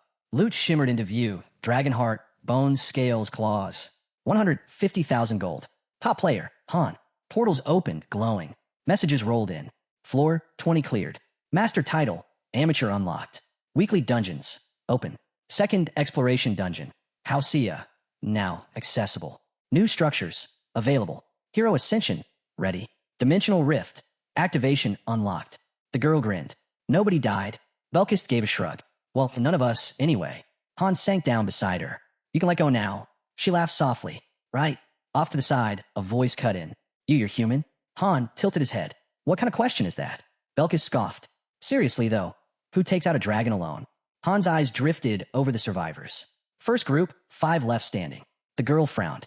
They failed their roles. Forgive them. Han's voice hardened. Second group, only 3 survived. And what are you saying? We're here because of them. He turned to her. Protect your team. Don't let something like this break them. She gave a firm nod. Understood. Nereza stepped forward. 15 heroes went in. Only 8 returned. Han added, the third group's gone. Not a total loss, but we lost crucial support. He rested his hands on his hips, a grin tugging at his lips. Still, we pulled it off. Let everyone rest tomorrow. They've earned it. Then, another voice rose. I challenge you. A duel. Han waved him off. Save it. Rest first. Suddenly, a soft blue glow appeared. Isel stepped forward, a statue cradled in her arms. Her voice was steady, almost reverent. Floor 20 is cleared. What you've done, it's extraordinary. She held out the statue. A gift from the master, for the Dragon Slayer. Han stared at it, puzzled. And what exactly am I supposed to do with this? The scene shifted. At a doorway, a girl stood still. Edith drew in a breath, eyes closing before she stepped inside. I'm back, she whispered. Made it through. Again, Edith dropped to her knees. Only you, it's just you again. From deep within the house, a scream tore through the silence. Back at base, the reports came in one after another. 2 more gone from the second group. The third group, completely wiped out. Han turned his head. Didn't I say today was for rest? Why are you still here? The girl stood with her hands on her hips. Thought I'd take a peek at the storage room. She gave a lazy shrug, then closed her eyes. Besides, too tired to train. Then go, Han said flatly. Just then, the storage room's door shimmered into view. Jenna spotted it. What's that? Where are you going? Han didn't slow down. I'm busy. The last mission had claimed too many. Usher from Group 2, a natural 2-star, sharp, adaptable, dedicated. Edith had liked him. He could have gone far. Dylan had only just joined, but he and Usher might have been a powerful duo. As for Sharon and the others, skilled, yes, but not seasoned enough for real boss fights. Their deaths showed the gap clearer than anything else. The lobby was heavy with silence. Heads bowed. The girl's gaze stayed fixed on the floor. Then the system's message appeared. Hero ready for ascension. Han. A new structure was chosen. Conversion room within the synthesis chamber. Once built, a new feature unlocked. Hero conversion. Ascension reached level 2. Efficiency climbed. The master activated the conversion. A new tab appeared. Conversion unlocked. It was the second way to recycle underperforming heroes. Inside the chamber, a voice cried out, fearful, begging for mercy. Light burst from the entrance. Transformation complete. Item acquired. Basic spirit stone. Han sat on a bench, silent. Heroes reduced to materials. Conversion wasn't pleasant, but when the power gap was too wide, normal synthesis failed. That's when conversion filled the role. Now, all 3 core functions were in place. He stared at the stone. Not even worth synthesizing. The process was brutal to watch. Still, the next phase began. Synthesis initiated. Success rate, 91%. Fully automated. Machines whirred and clashed until the result appeared. Item acquired. Medium exaltation stone. Isel's eyes lit up. Nice. That's a 3-star stone. Han studied the glowing crystal. So, that's the second one. Yep, she said cheerfully. 2 down, for more to go. Right? His eyes narrowed. And how many intervention points do you have left? Isel froze. Han's tone sharpened. What did you do? Don't tell me you burned through all of them. The fairy fidgeted, looking guilty. It wasn't my fault. It was YouTube. I only clicked on a few videos. Han stared. She threw her hands up. Okay, fine. I used them all. But I had to. There were too many heroes. I was buried in work. I thought I was going to collapse from exhaustion. How much time do you have left? Han asked. His tone sharpened. Don't tell me you wasted it all. Isel looked away. About 30 minutes. She reminded him, 1 message, 1 post, and the rest of that time would vanish. Han tightened his grip on his weapon. That's enough. Just get everything ready. Without another word, he turned and stepped into the storage room. The space was silent.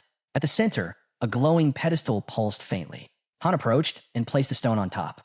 It flared to life in an instant, light searing his vision. He raised an arm to shield his eyes. Same as last time, he muttered. Then a sound. Movement behind him. Han spun. A boy sat on the floor, sobbing. Not again. Han strode to the barrier, pressing his hand against it. Sealed. No way through. Not from this side. He let out a low sigh. Can't move forward, can't go back either. The boy's cries grew louder, echoing through the chamber. Calling out for his parents. Han clenched his jaw, fist slamming against the barrier. He stood there with arms crossed, eyes fixed forward, testing my patience. And then, something stirred. A memory long buried flickered awake. Ascension complete. Han rose to 3-star hero. He stepped forward and the system shifted. A path opened. His level cap lifted. His ceiling expanded. Class selection unlocked. Back outside, Isel was curled up on a bench, already half asleep like none of this mattered. Han raised an eyebrow. Seriously? I was gone 10 minutes and you're napping already? He glanced around at the noise building nearby and muttered, Let's talk in my room. Sure. Isel answered, eyes still closed. Summons were underway again. 1, 2, 5 new heroes poured in, the master filling the holes left by the fallen. Han stood watching silently. You sure you don't need to be somewhere? He asked the fairy. She yawned. Later. Next drafts tomorrow. A soft glow lit up a nearby building. Isel shifted, then turned to him. There's something I need to tell you. She hesitated, then admitted she hadn't just been wasting time on random videos. She'd been searching, digging for anything useful. Han began loosening his gear. And, you want to know, don't you? She teased. Because this one's big. She stretched her hand out dramatically. The master subscribed to your channel. Han froze. What? Her grin widened. You're on his radar. His Majesty himself noticed you. He blinked. Run that by me again. Her eyes lit up. The master joined your fan club. Not just any fan club, the National Association. The highest tier. The top of the top. She beamed. Surprised? Don't be. That last raid of yours? It was insane. Even I'm jealous. I want a moment like that too. Han looked sideways at her. A moment like what? Then his expression shifted. His eyes widened sharply. This is about Niflheim, Isel said with a laugh. They're running ads now. Recruiting new students. The details flashed across the screen. Minimum entry. 3-star rank, level 20, second-tier heroes ready for class advancement. Han's eyes narrowed. Students, see for yourself, Isel replied, pulling up a glowing panel. The recruitment notice spread across the display, Niflheimer's elite training center boasting their strength. With mock drama, she spread her arms. Ridiculous, right? They're acting like they own the place. Her eyes locked on him. That's all? No shock. I thought this would blow your mind. Han shrugged. I already saw it. On your feed. They're just doing what we're doing. Doing what we're doing, she echoed, leaning against his shoulder. Niflheimer's heroes, he said simply. And then, out of nowhere, a letter appeared in front of them. Han blinked. He was right here, yet the signature carried his name. Only someone inside Niflheimer could have pulled that off. He dragged a hand over his face. They'd tampered with the user system. That level of access was insane. Maybe the Vice Master's reach was far greater than he thought. Another notification hit. Requirements for the second server revealed. Level 20 and above, still unclassified. Han's eyes widened as a new building shimmered into view ahead. It's like they're calling me, he muttered. His hero card lit up. Isel pointed at it. Redigen hasn't posted in ages. We should check in. A voice chimed, answering for her. 5 months. Exactly, Isel said quickly. 5 months Earth time. But you're standing here right now. So who's actually running this? Han's expression darkened. Only 2 people could have inherited his powers when he disappeared. Ceres, the #1 hero. And Urnit, right behind her. His gaze hardened. This reeks of Urnit. That service they mentioned, the one allowing transfers between lobbies. It granted access to elite buildings, advanced instructors, all based in Niare. The pay was incredible. Han had used it more than once to rack up diamonds. Where do we get in? Isel asked. You register, Han replied plainly. She exhaled. Odds are brutal. 100 applicants for every seat. But maybe the master would let you skip the line. The price is steep, Han reminded her. 500 diamonds per hero. Then he smirked. Didn't you say Enning subscribed to me? You already know the answer. And in that moment, it clicked. If Enning was part of his fan club, then he was the one who had sent those files. Han turned to Isel. Can I send a letter? She nodded firmly, then raised her arms high. Power of the fairies. A glowing, magical computer materialized at her side. The effort made her tremble, wincing as she held it steady. Han thought back. His last message had gone unanswered. No hello, no goodbye, just silence. And now, there was nothing more to say. Outside, the streets were deserted. A girl stepped out of the building. Edith turned. Han was there, waiting, inviting her along. Inside, faint light spilled from the windows. They sat across a table together. Did you rest at all? Han asked. Edith turned her face away. I don't know. Han studied her closely. Something fell off, like she was holding back. How's your squad? She looked down. The old man's fine. Aaron, still pushing himself. Training nonstop, like always. Her voice shifted, heavier now. But the first 4 group, some of them are shaken. They used to dream of becoming warriors. After what happened with Group 3, a few say they'd rather farm potatoes the rest of their lives than ever touch a sword again. Han nodded. That tracks. Survival rates for fighters are brutal. Right now, the balance between frontline, support, and reserves is completely broken. Edith asked quietly, can it be fixed? Han leaned back. Maybe. With better training. Real combat. That's the only way any of us grow. A voice in the background echoed like a system log. Cold, factual. Group 3 collapsed because they lacked boss-level experience. If they had more reproduction stones, they could have simulated fights. But they didn't, and their training setup wasn't enough. Han added, in the end, it's all up to the master. Depends where he decides to invest. Edith's eyes widened. How do you even know all this? He muttered something under his breath, brushing it aside. She shook her head. No, I mean it. You always seem to know exactly what you're doing. You make the right calls. You fight like this isn't your first time. I never thought I'd survive that dragon fight. Not alone. Her fingers fidgeted. Compared to you, I feel like I haven't grown at all. I thought I was keeping up. But now, I just feel stuck. Han looked at her steadily. Why think like that? Didn't I tell you already? None of this would have worked if I'd been alone. Her shoulders lowered. Yeah, you're right. Sorry. He let drop. Then he spoke. I'll be gone for a while. A month, maybe more. Out of the lobby. Her head snapped up. A whole month? What is this, an expedition? No, his eyes closed. Somewhere farther than that. He told her she'd be in charge until he returned. Things would get messy, but she'd have to manage. Edith gave a small smile. So you're handing it all to me because of what's coming? Han nodded. Yeah, as long as we don't carry dead weight, we'll be fine. She hesitated.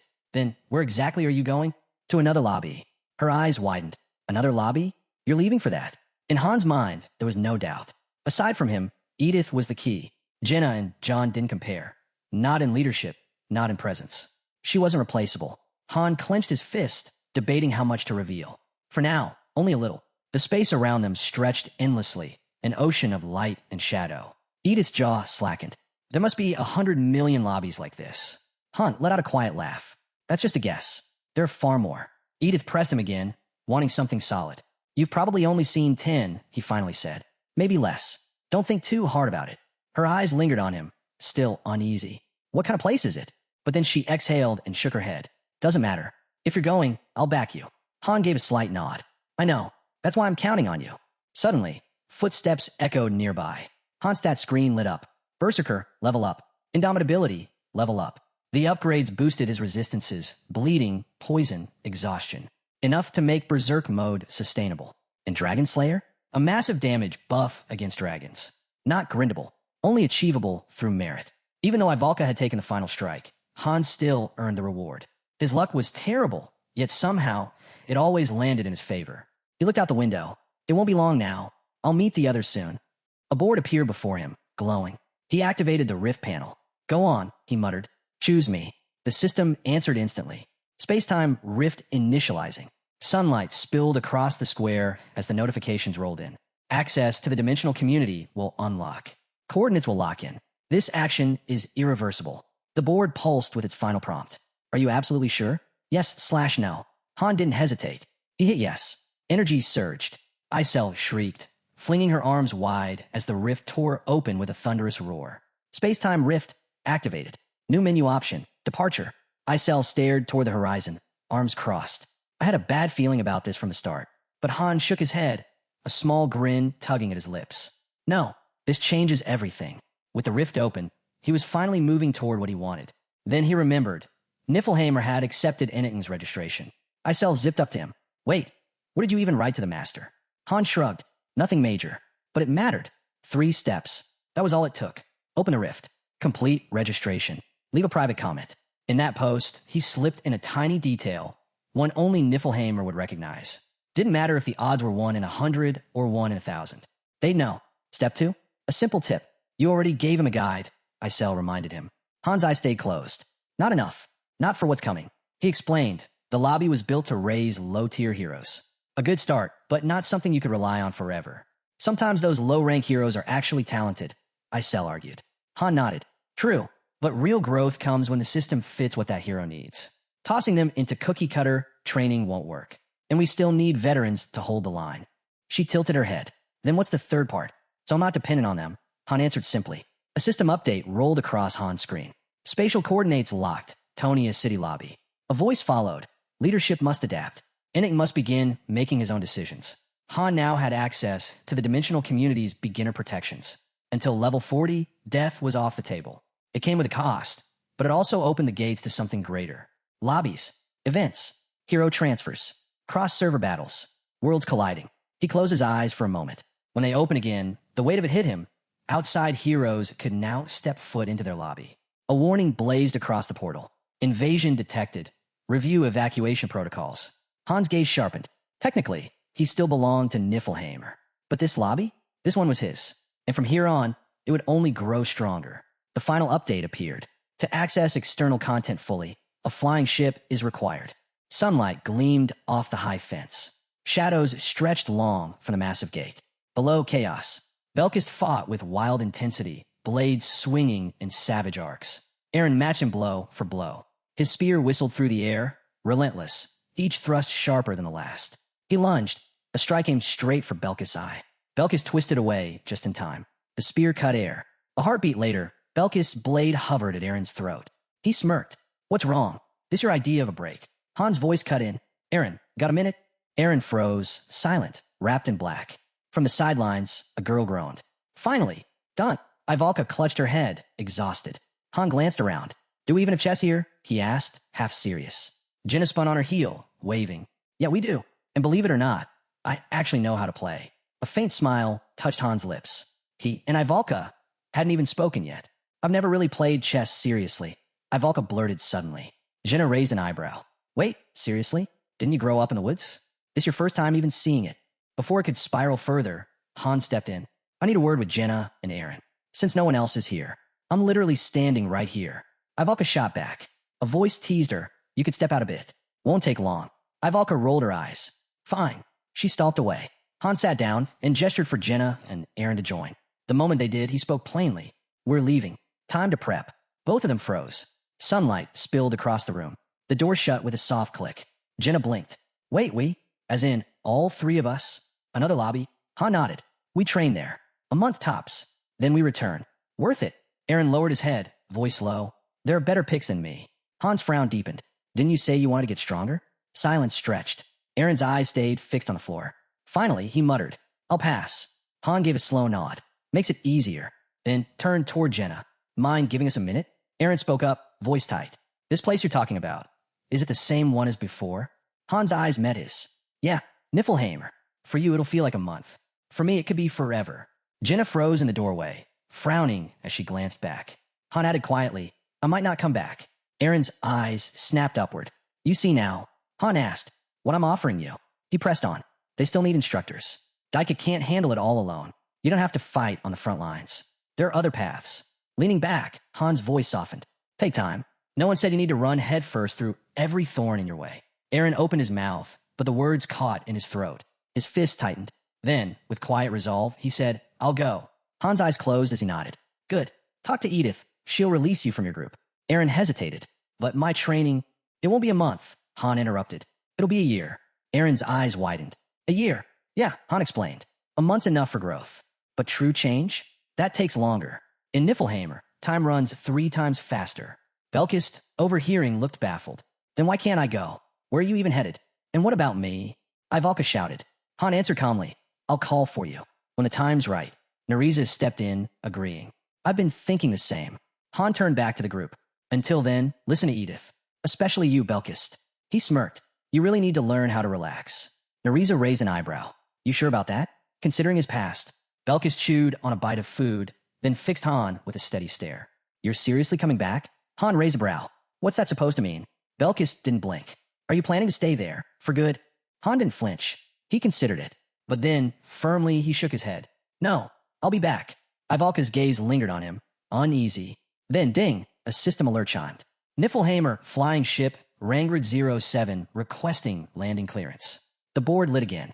Another vessel, from a separate account, had also submitted a docking request. A rift shimmered open in spacetime. A new message flashed. Incoming trade request, 1,500 diamonds.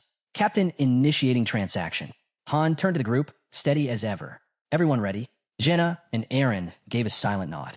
From the side, Edith and Roderick watched closely. You're leaving already? Edith asked. Roderick crossed his arms. It's going to be boring without you. Belkis grinned. Try not to die of excitement out there.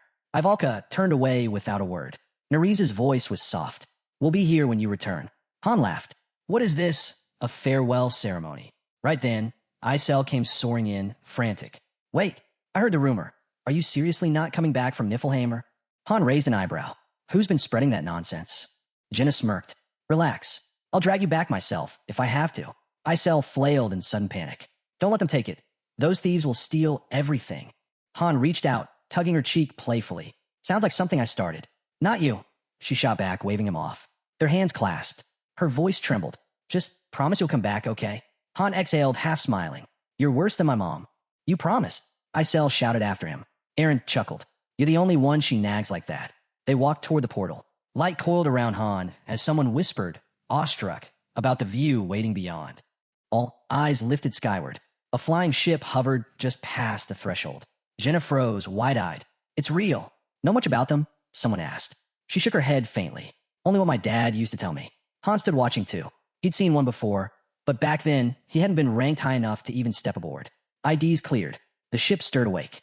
The voyage to Niflheim was officially underway. Han guessed it was a newer model. As they climbed aboard, a guide greeted them warmly. She'd stay with them the whole ride. He didn't recognize her. Not surprising. Too many guides, too many journeys.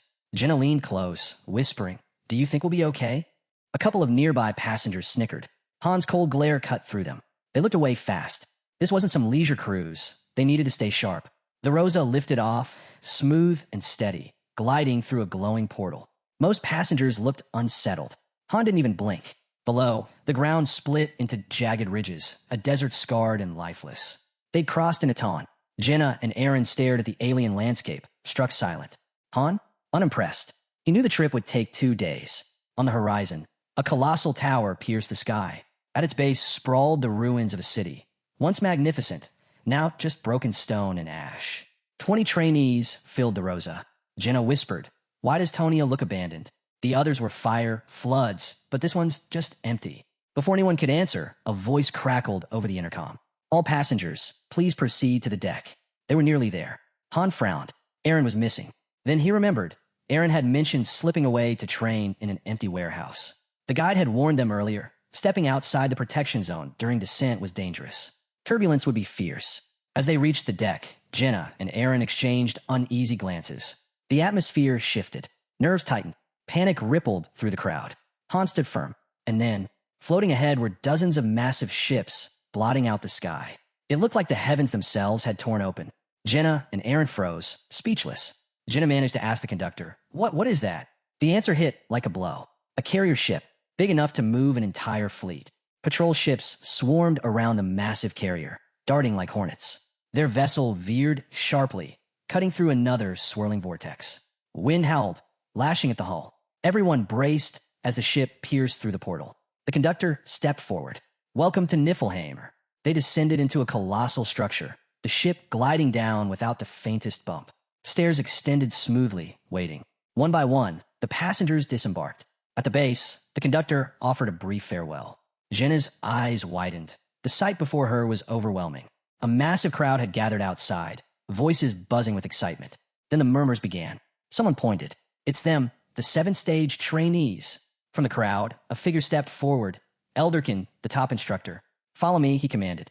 Han recognized him instantly. To Han, he was a powerful instructor. But to the others, he was something far more terrifying. Aaron's eyes darted around the sprawling complex. This place, it's huge. But he was wrong. It was bigger than huge. It was endless. Elderkin's voice cut through the tension. Single line, one at a time. A nervous trainee opened his mouth, stammering, sir, I... He never finished. Elderkin moved like lightning. One brutal strike, teeth shattered, blood sprayed. The boy crumpled, screaming. Without hesitation, Elderkin seized his face and flung him aside like trash. His voice was cold. One, at a time. The line froze. No one dare move. The air itself felt suffocating. Han's gaze narrowed. Elderkin wasn't just strong. He was faster than him. And there was something else. Han couldn't open his status window. That only meant one thing. Elderkin was beyond them. Untouchable. Jenna whispered, stunned. "He's stronger than you?" Han cut her off sharply. "Don't talk. Just do as he says." Nearby, sleek platforms resembling glass elevators lowered from above. The trainees filed in. Han's group stepped onto one bound for the 5th floor, but it didn't stop. The platform kept descending. Finally, it settled on the 4th. Through the transparent walls, they watched the sprawling city of Niflheim stretch out below, breathtaking in scale. Han didn't bother trying to memorize every face. He'd already crossed paths with thousands of heroes. The platform glided to a halt on the 2nd floor. Niflheimer's elite training level. Jenna and Aaron froze, awestruck at the enormous training ground spread before them. Another order. Another line. The major general was coming. Nearby, a woman scoffed. "What a joke. This whole thing's a waste of time." A second later, her body buckled. She collapsed to her knees, trembling. Elderkin's fear skill had hit her full force. Han stayed silent. Elderkin stepped forward, his voice ablade. "Next time you act up, I'll bury you." This was no place for rebellion.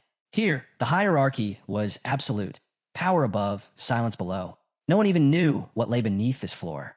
From the back, a hushed voice asked, "Can anyone really improve here?" The reply came sharp and certain. "Follow the rules, and you won't regret it. We don't demand perfection, just discipline." Han's shoulders tightened. Then, calm and composed, a figure stepped into view. "I'm Eclair, head of training here." Her voice was steady, almost inviting. "You have a choice. Train or walk away. But if you're serious about becoming stronger, everything you need is right here." She scanned the group. We all begin at the bottom. I once stood exactly where you are. Then her gaze fixed on one man. How many ships does your world command? He hesitated. 2. Her reply cut like steel. We have 427. The man bristled, thinking Eclair was mocking him. She didn't flinch. That makes us 3,000 times stronger. And your masters? They're watching. They demand results. Her eyes swept across the trainees. So, tell me, are you ready to die for them? Jenna leaned toward Han, whispering, confused. Neither of them understood what she meant. But Eclair pressed on. Do any of you truly believe your masters stand on the same level as someone like Loki? Han froze. That was it. The truth hitting him all at once. The scale. The purpose. The sheer size of the force here. Eclair didn't soften the blow. Out of every 100, 90 are worthless. Tools to be tossed aside. But here, you'll claim only what you can earn. Her voice rose. This is your chance to join Niflheim. Then she laid it bare. They were brought here for 2 things, diamonds and fighters. Their past didn't matter. Their masters didn't care. Han remembered. Eclair had once been his enemy. He'd fought her, taken her lobby, and only recruited her out of desperation. Jenna looked lost, so Han explained quietly. Top 3 performers get in Niflheim. That changes their lobby. Every single person here was chosen by their master. This wasn't just training. It was survival, an arena for elevation. Perform well, and eventually an invitation would come. The price was steep. Around 1,500 could land you a 3-star hero. That's why Isel had been so tense. Eclair studied them. Think carefully. Niflheim isn't a camp. It's your future. Elderkin stepped forward to sort them. Warriors red, bandits blue. Han explained to Jenna that once training ended, they'd be assigned class. But for now, Jenna was placed among the bandits, separated from Han and Aaron. In the distance, a vast palace rose against the sky, carved like stone and flame. Line up, Elderkin commanded. Skill evaluations begin now. Their performance would decide placement across 4 levels, a system Han himself had once helped design. Aaron went first. His spear work faltered, earning him a low rank. Then came Han. Elderkin studied the results, eyes narrowing. Above average, he muttered. His assistant checked the same data, then froze in shock. Elderkin gave a firm nod. We'll discuss this privately. Step aside. He added, you'll choose your class alignment. Though, I think you already know what you'll pick. Han's thoughts spun. What kind of private talk was this really? Elderkin ended the mystery. Not with me. The Major General wants to see you. Then, almost as an afterthought, he added quietly, I was born a 1-star too. My first battle. I froze. Couldn't move. Han stayed silent, a tight knot forming in his chest. The heroes he trained were already out there, on missions, moving forward without him. A woman stepped up. Port received. Then Eclair appeared again, her eyes locking onto him. You're Han, aren't you? His hand moved instinctively to his sword. Something felt wrong. In an instant, Eclair struck. Steel clashed. Han blocked, swung back, only to be deflected with blistering speed. No small talk, she said, pressing a blade to his throat. This wasn't training. It was an interrogation. She smirked. You've kept yourself sharp, but against me? You wouldn't last. Han didn't deny it. He knew she was right. She demanded answers he didn't have. Then her tone twisted, her eyes wild. How did you know Master Loki vanished? She hissed. Answer or die. The blade dug closer. Who are you really? Han exhaled, muttering. Someone should probably stop her. Right on cue. A fierce wind ripped through the hall. Heavy steps followed, the air itself tightening with pressure. Someone strong was coming. A figure emerged from the storm, white robes flowing. Urnit, Niflheim's second in command. 6 stars. Her presence said everything. Han narrowed his gaze as she gave him a formal nod. Behind her, the city rose, fortified walls gleaming, cold and unshakable. Another figure approached, Gilbert. His smile was disarming as he extended a hand. Gilbert, instructor here. Good to meet you, Daika. He looked barely older than a trainee, but his presence carried authority. The place is brutal, he admitted. If you can't adapt, it'll eat you alive. Daika blinked. You're the instructor? Gilbert chuckled. Mountain kid. Out there, even toddlers teach. But his tone hardened fast. I've been here longer than you. This place has its own rules. Follow them, and you'll grow. Maybe even surpass me. His grip tightened suddenly, crushing. Gilbert's scream tore through the air. The man didn't budge. If not, you die.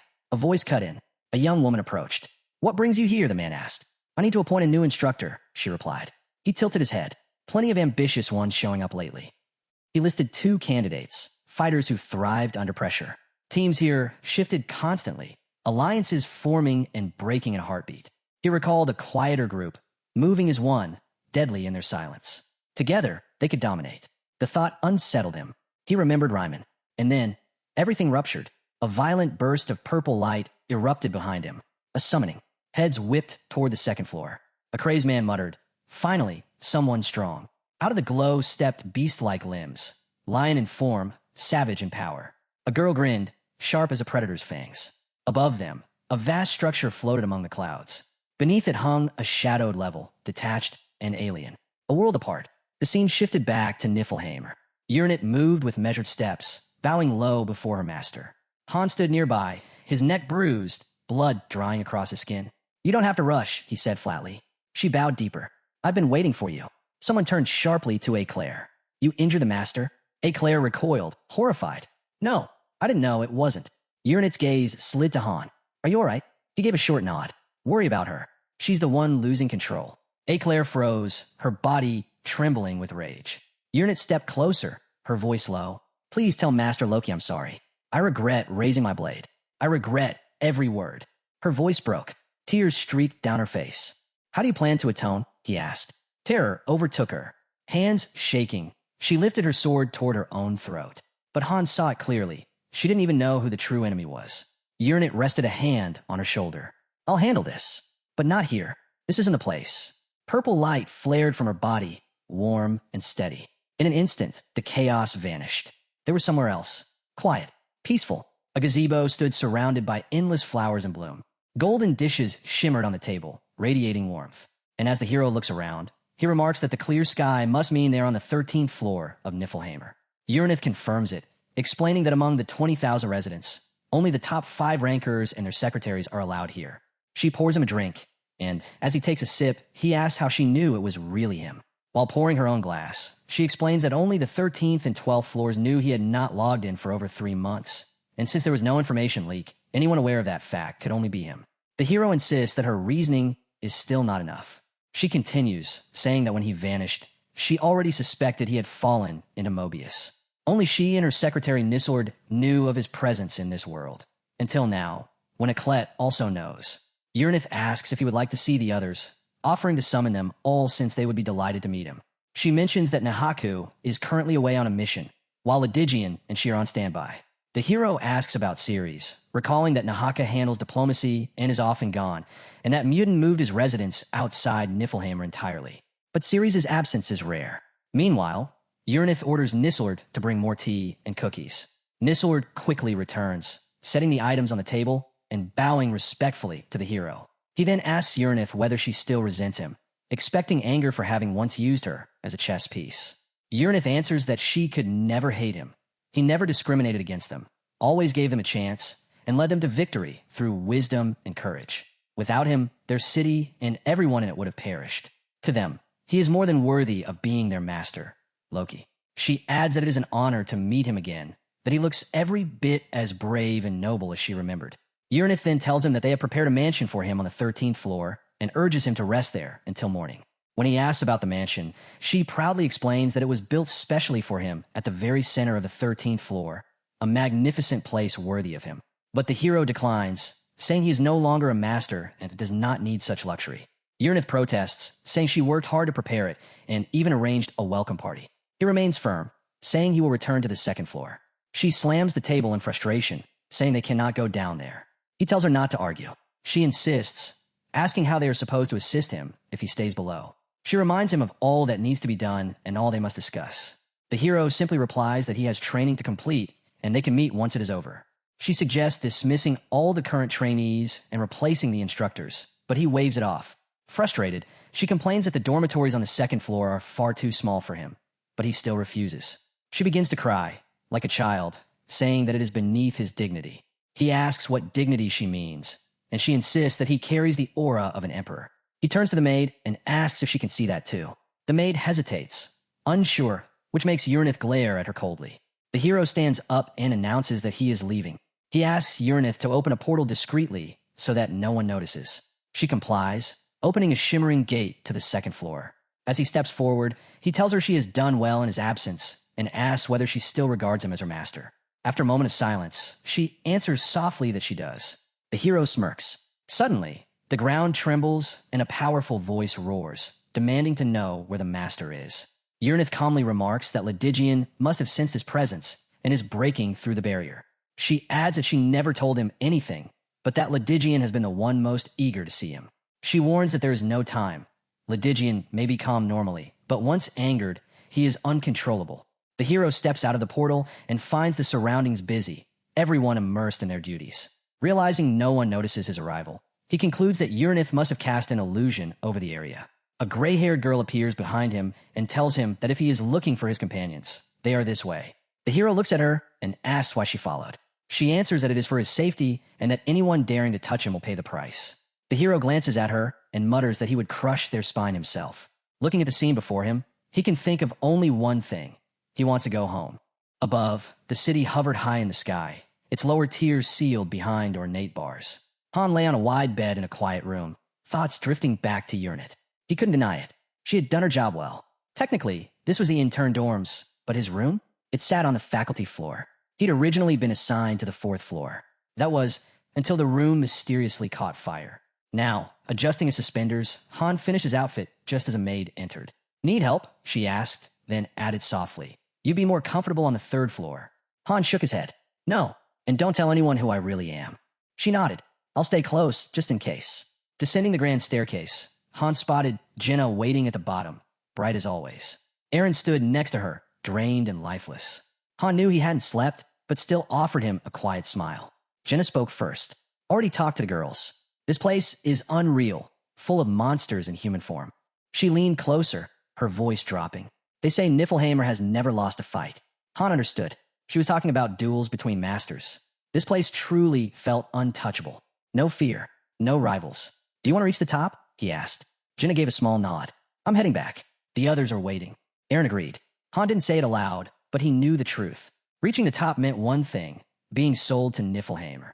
And he didn't have a choice in the matter. Inside a wide hall, Elderkin stood before a massive board, his eyes sweeping over the trainees. "What's the one thing you need to survive?" he asked. Han answered without hesitation. "Knowledge." Elderkin gave a slow nod. That was it. They had to learn how this world worked, what mattered, what didn't. Every step here was a test. Jenna muttered. "This all feels familiar." Han smirked. "I've said this before." Elderkin's thoughts drifted as he lectured. He saw a chessboard, pieces arranged in order. That's what this place was. Every trainee, every hero, pawns. Nothing more than tools in a master's endless game. Without them, none of this would exist. The so-called beautiful garden, just a playground built on control. Outside, flower petals drifted soundlessly through the air. Far away, Uranith watched. She whispered to herself, "I know what I am a pawn. Maybe nothing more than entertainment in the hero's eyes." Han stepped into view behind her. "How did you know I was here?" She turned slightly. "I told you yesterday. The bond between a master and their hero runs deep." She explained interference points, how the higher the rank, the stronger the link. "When you were dragging a Mobius, 5 of us felt it instantly. Only those on the 13th floor." Han asked. Uranith shook her head. "It depends on the vessel. Eclair and I are both 6 stars. But our strength? It comes from everything we've poured into this." A glowing interface blinked to life before them. Han's eyes widened. "You can access the system? With enough power," she said, "you can create interference points." It struck him. They weren't just high-level heroes anymore. They were evolving. Uranith smiled faintly. "We're like 6.5s now, on the edge of the earthly kingdom. You made that possible." Han stood stunned. He hadn't realized his influence had reached that far. "How do they even see me?" he asked quietly. Her answer was immediate. "The closer we are to you, the stronger we become. That's the law." A thought clicked in Han's mind. 7 stars weren't just stronger. They were something entirely different. Uranith nodded. "Exactly. 7 stars are hybrids. Half hero, half master." She recalled the system failure. The fight with a true 7-star. His power had been overwhelming, beyond anything she'd imagined. And she believed Han could reach that level, without anyone's help. But Han only chuckled, brushing it aside. "You're getting ahead of yourself." He changed the subject. "What about Ceres?" Uranith lowered her gaze. "I didn't search for her. She left." That explained why the fairy had vanished too. Uranith had taken her place without a word. Still, Han wondered, how long could Niflheimer survive like this? Uranith caught the thought instantly. "You're thinking about deletion," she said. "Inactivity penalties." Han gave a small nod. Her tone steadied. "We've secured enough interference points. 10 years at least." It eased his mind. Slightly. Above them, a chandelier burned bright, light reflecting off polished stone. Pillars rose high, framing the grand hall. All of it built for him. Across the far wall hung a vast painting. His battle. His chaos. Uranith's expression was unreadable, joy mixed with disappointment. She looked at him, and said quietly, "The time's come. It was time for him to take the throne." "Stay," she pleaded. "You're not just a hero anymore. You become something more." She dropped to one knee. "Become our master. Let us. We need you." Light from the chandelier poured down, casting a glow over the scene. Han standing silent, Uranus kneeling before him. Then, a system prompt appeared. Title transfer request. Vice Master. Uranus has offered her rights. Awaiting decision. Another figure bowed low beside her, waiting. Han frowned.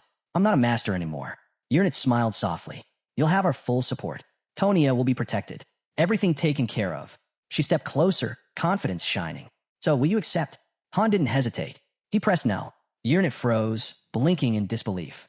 As he turned away, she reached out. "If something's wrong, we can fix it. It's not you," Han said firmly, his voice low. He turned back, meeting her eyes. "I'm just not strong enough right now." Uranus stepped forward. "Then let us fix that. We'll rebuild you." Han shook his head. "I'm going back to Tonia." He stopped at the doorway. "It's not because I hate you, or this place." He looked back over his shoulder. "Is that really so hard to understand?" Uranus slowly rose, her tone softer now. "I understand, but we won't give up on you."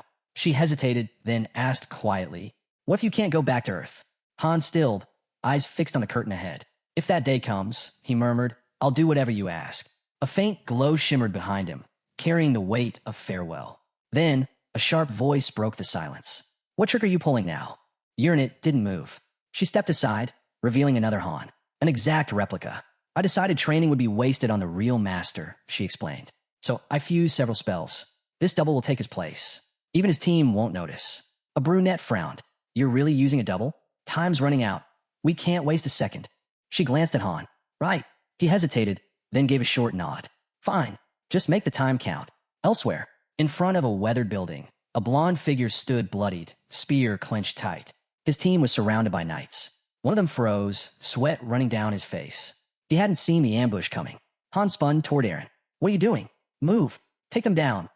Eren shouted back, strained. "I'm trying. We can't hold out much longer." Then the system chimed. Eren, 2-star hero. Hidden potential unlocked. Awakening. His grip tightened on the spear. Another notification followed. All stats greatly increased. Eren surged forward without hesitation, his spear sweeping in a wide arc. Enemies were hurled into the air, crashing down like broken dolls. Jenna stared, stunned. When did he get this strong? Belkist, arms crossed, muttered darkly. "Didn't expect that. Maybe I underestimated the kid." Even a grizzled knight gasped aloud.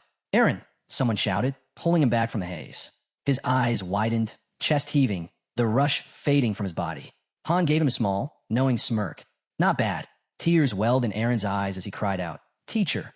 Later, he stirred awake. Eren blinked slowly, finding himself stretched across a couch in what looked like a hospital room. Was it all just a dream?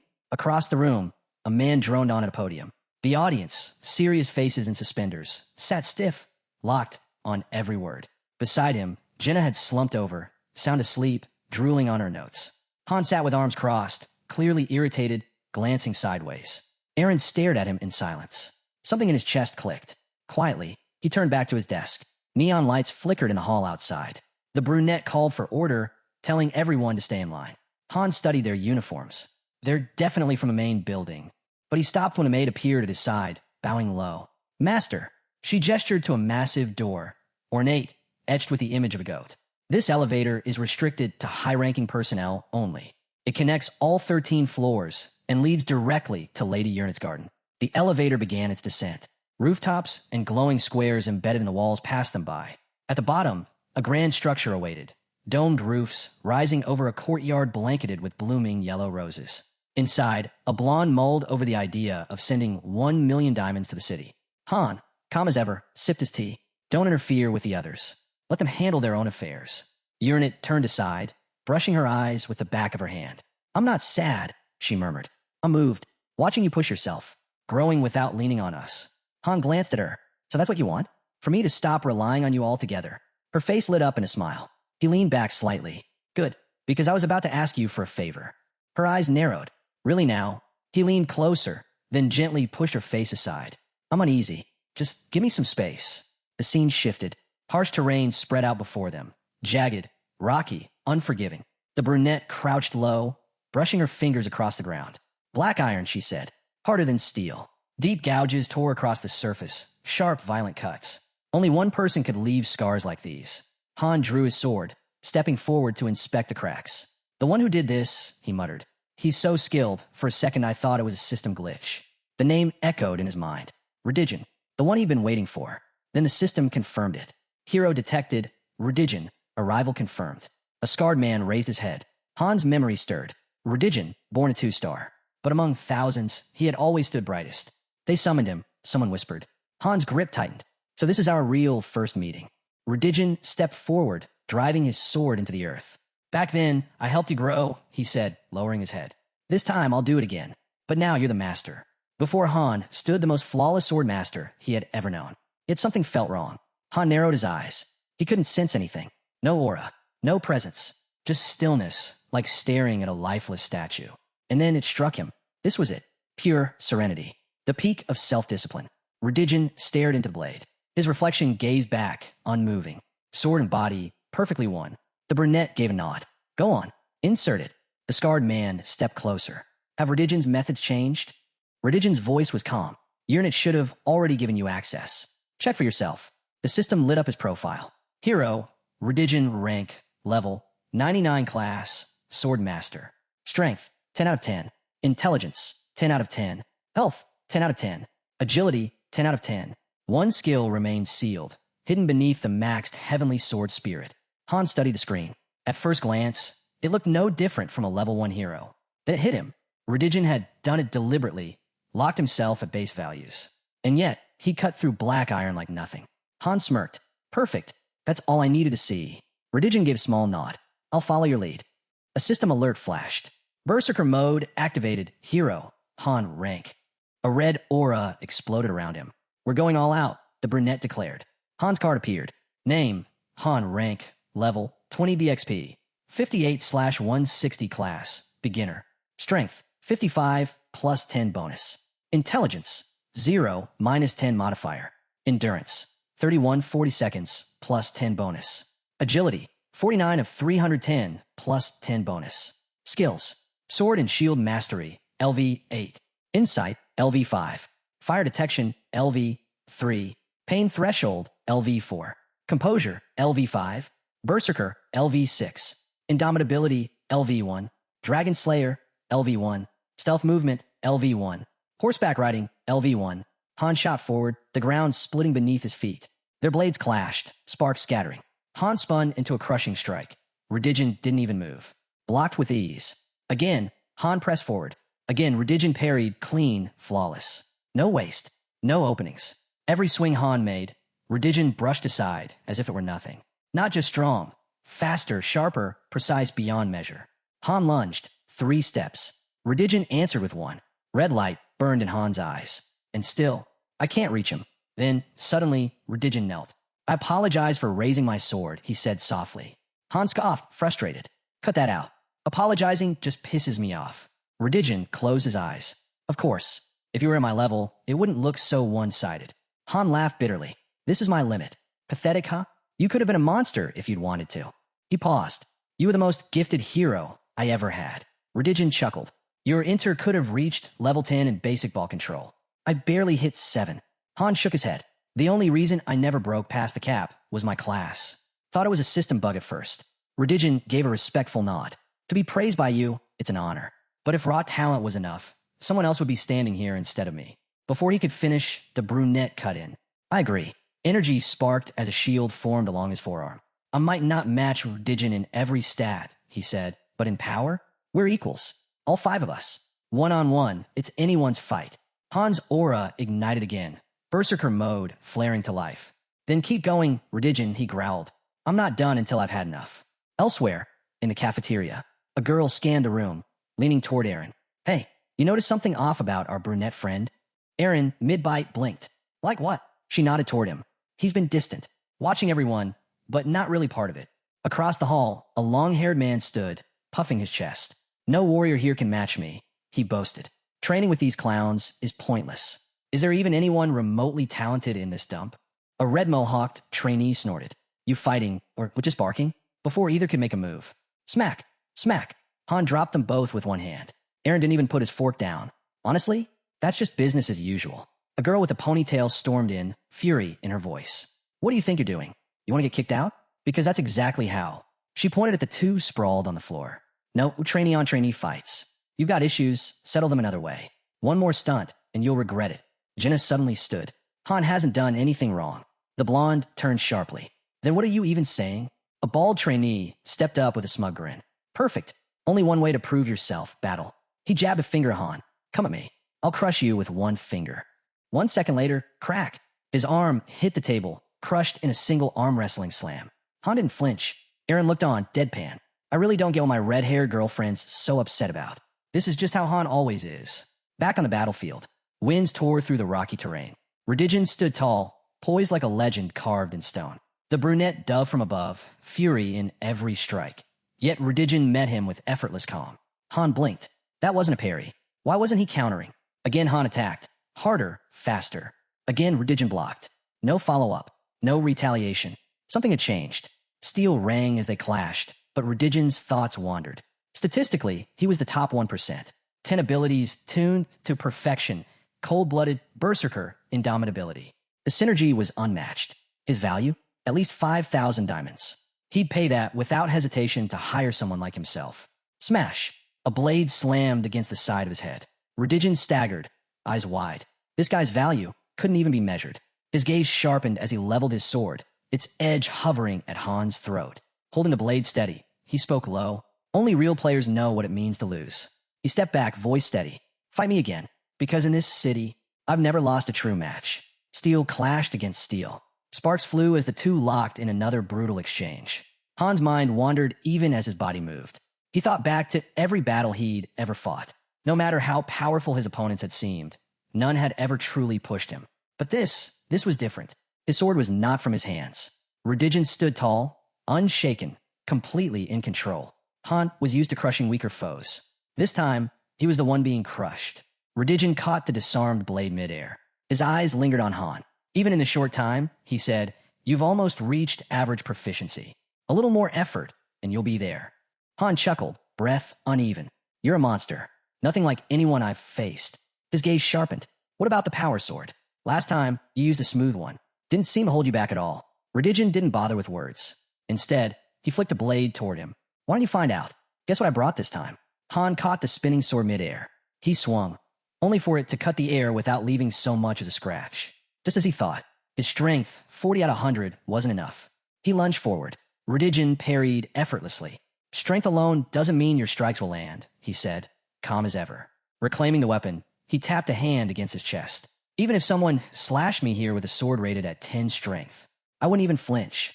Han grinned wider and charged again. Every swing was turned aside. Every angle answered with perfect precision. Redigen barely needed to move. Between strikes, Han called out, "So what's the strength stat on that sword?" 8 units, Redigen replied. Then after a pause, "But in my hands, it cuts like 3 times that." Han landed lightly after a backstep, eyes locked on him. "You really are as strong as I imagined, Redigen." Elsewhere, an old corner building. A man in gloves lifted his fist to knock on the door, then froze. Inside, a cloaked figure stared at the still-closed entrance in silence. Nearby, a girl leaned back, thoughts drifting. Days had passed. She hadn't seen him since. Not that she could just message a trainee. Intensive schedules made that impossible. She smirked faintly. After how sharp her words had been last time, how could she even face him? Off-screen, someone shouted, "Master!" Back on the training grounds. Redigen's voice carried through the clash of blades. If he trained here for half a year, or even just one, he'd be many times stronger than he is now. Han pressed harder, each attack faster, heavier. He knew Redigen was right. Blocking with ease, Redigen analyzed between strikes. "Your fighting style, it's not like mine. You got clean swordsmanship, but it's reinforced with layered skills. You fight like a swordsman. I'm a generalist," Redigen said flatly. "I adapt to whatever comes at me." Han roared forward, unleashing a storm of slashes. In his mind, only a handful of 3-star heroes across the entire game world could even hope to stand toe-to-toe with this man. Redigen twirled his blade as if it weighed nothing. "Keep this pace, and you'll become the strongest." Han's breath came heavy. Easier said than done. But deep down, he knew this man might be the only one capable of taking him down. Redigen's silence stretched. Han studied him closely. A dueling expert. In close-range combat, especially against people, he was almost untouchable. Han broke the silence. "The only thing saving me right now is that I can trigger Berserker mode without losing control." He called him Master, believing that had to be the only reason such a feat was possible. But as Han watched, his thoughts shifted. Redigen wasn't just a hero anymore. He was something beyond that, half hero, half master. And beneath it all, a storm was brewing. Then the realization struck. Redigen was pulling off the impossible. Cold-bloodedness, running with Berserker mode. Two skills that should never coexist. Han narrowed his eyes. No doubt about it. He's bugged. A character who's broken past the system's limits. Redigen finally spoke. Right now, I'd say I'm closer to 7-star rank. They're all above level 100. His gaze locked on Han's. You probably fall into that category too. When skills that should clash start syncing together, it's the sign. Han squinted. That kind of thing breaks the system. It's basically cheating. Redigen shrugged. If skill slots really are unlimited, then everything changes. His tone sharpened. I've also learned something about the 7 stars. Han raised a brow. What is it? Their efficiency rate, Redigen said. It's absurdly high. Han froze, caught off guard. Redigen explained. In a normal synthesis, more than 90% of a hero's data gets lost. Even if you sacrificed a hero with 100 strength, the result might only carry 10 points. Han's eyes narrowed. But 7 stars, they're different. Redigen nodded. Take you, for example. It looks like you're getting advanced sword training. Stuff like this never happened back on Earth. From the sidelines, a girl spoke up, eyeing Han carefully. He's a rookie, right? Han replied simply, yeah. First time here. She studied his form. I can see traces of nighttime swordsmanship in your technique. That's when it hit him. She must be the 4-star heroine fused with him. That would explain his sudden leap in skill. Still, doubt lingered. Is this power only because I was synthesized with a higher tier hero? Redigen shook his head. If that were it, your swordplay would look completely different. Sure, fusion helps. But there's more to it. He continued. From what I've seen, your swordsmanship is only average right now. His eyes narrowed. But can you use your sword technique? Han tightened his grip. Redigen's reflection gleamed in the blade's surface. I'll try, Han said. The brunette closes her eyes. In Han's mind, her voice drifts in. This is destiny. You were chosen. She offers him a soft smile and wishes him luck. Then, like a strike of lightning, a white flash cuts across the sky. Han's eyes snap open. His body surges with energy. He bursts forward, blade tearing through the air. Redigen doesn't flinch. The system chimes in. It's an awakening. Han's swordsmanship, once a simple 3-star skill, has leveled up. In midair, he spins, driving his next strike straight toward Redigen's chest. The swing is faster, sharper, heavier. This time, Redigen raises his blade and blocks with ease. He nods. Much better than before. Sliding his sword back into its sheath, he studies Han. This isn't just copying someone's skill. Your synthesis, it runs far deeper. His gaze sharpens. Efficiency isn't always a gift, he warns. There's danger in it. Push too far, and your data could fuse with hers, maybe even corrupt. Han's grip tightens. If he takes synthesis to the limit, his very core could twist, maybe even be overwritten. Redigen rests his hand on his sword hilt, almost speaking to himself. Perhaps that's why I never mastered defense techniques, even after gaining every scrap of knowledge about sword and shield combat. Han nods in silence, firm in his resolve.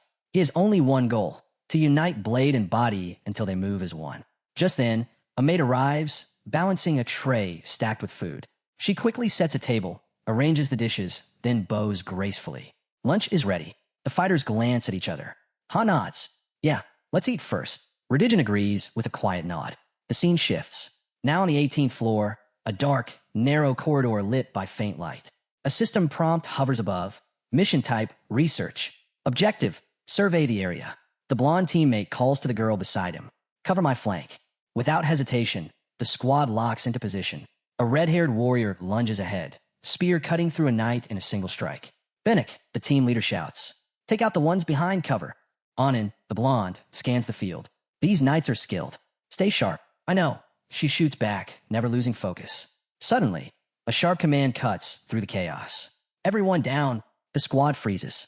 In an instant, a shadow blazes past, cutting down multiple knights in one sweep. The blonde exhales as the system announces, area secured. 2 teammates, both 3 stars, level up. Each hero earns 50,000 gold. The MVP, Ryman. He nods to the squad. Good work holding steady, even against human-type foes. One girl replies, I got used to it on the 12th floor. When it's life or death, you learn fast. Rosa glances at Lilini. You did well out there. Flustered, Lilini stammers. It's only because you guided me. And elsewhere, high above on a rooftop, a dark-haired girl stands quietly, her gaze fixed on the distance. Nearby, voices ripple through the group.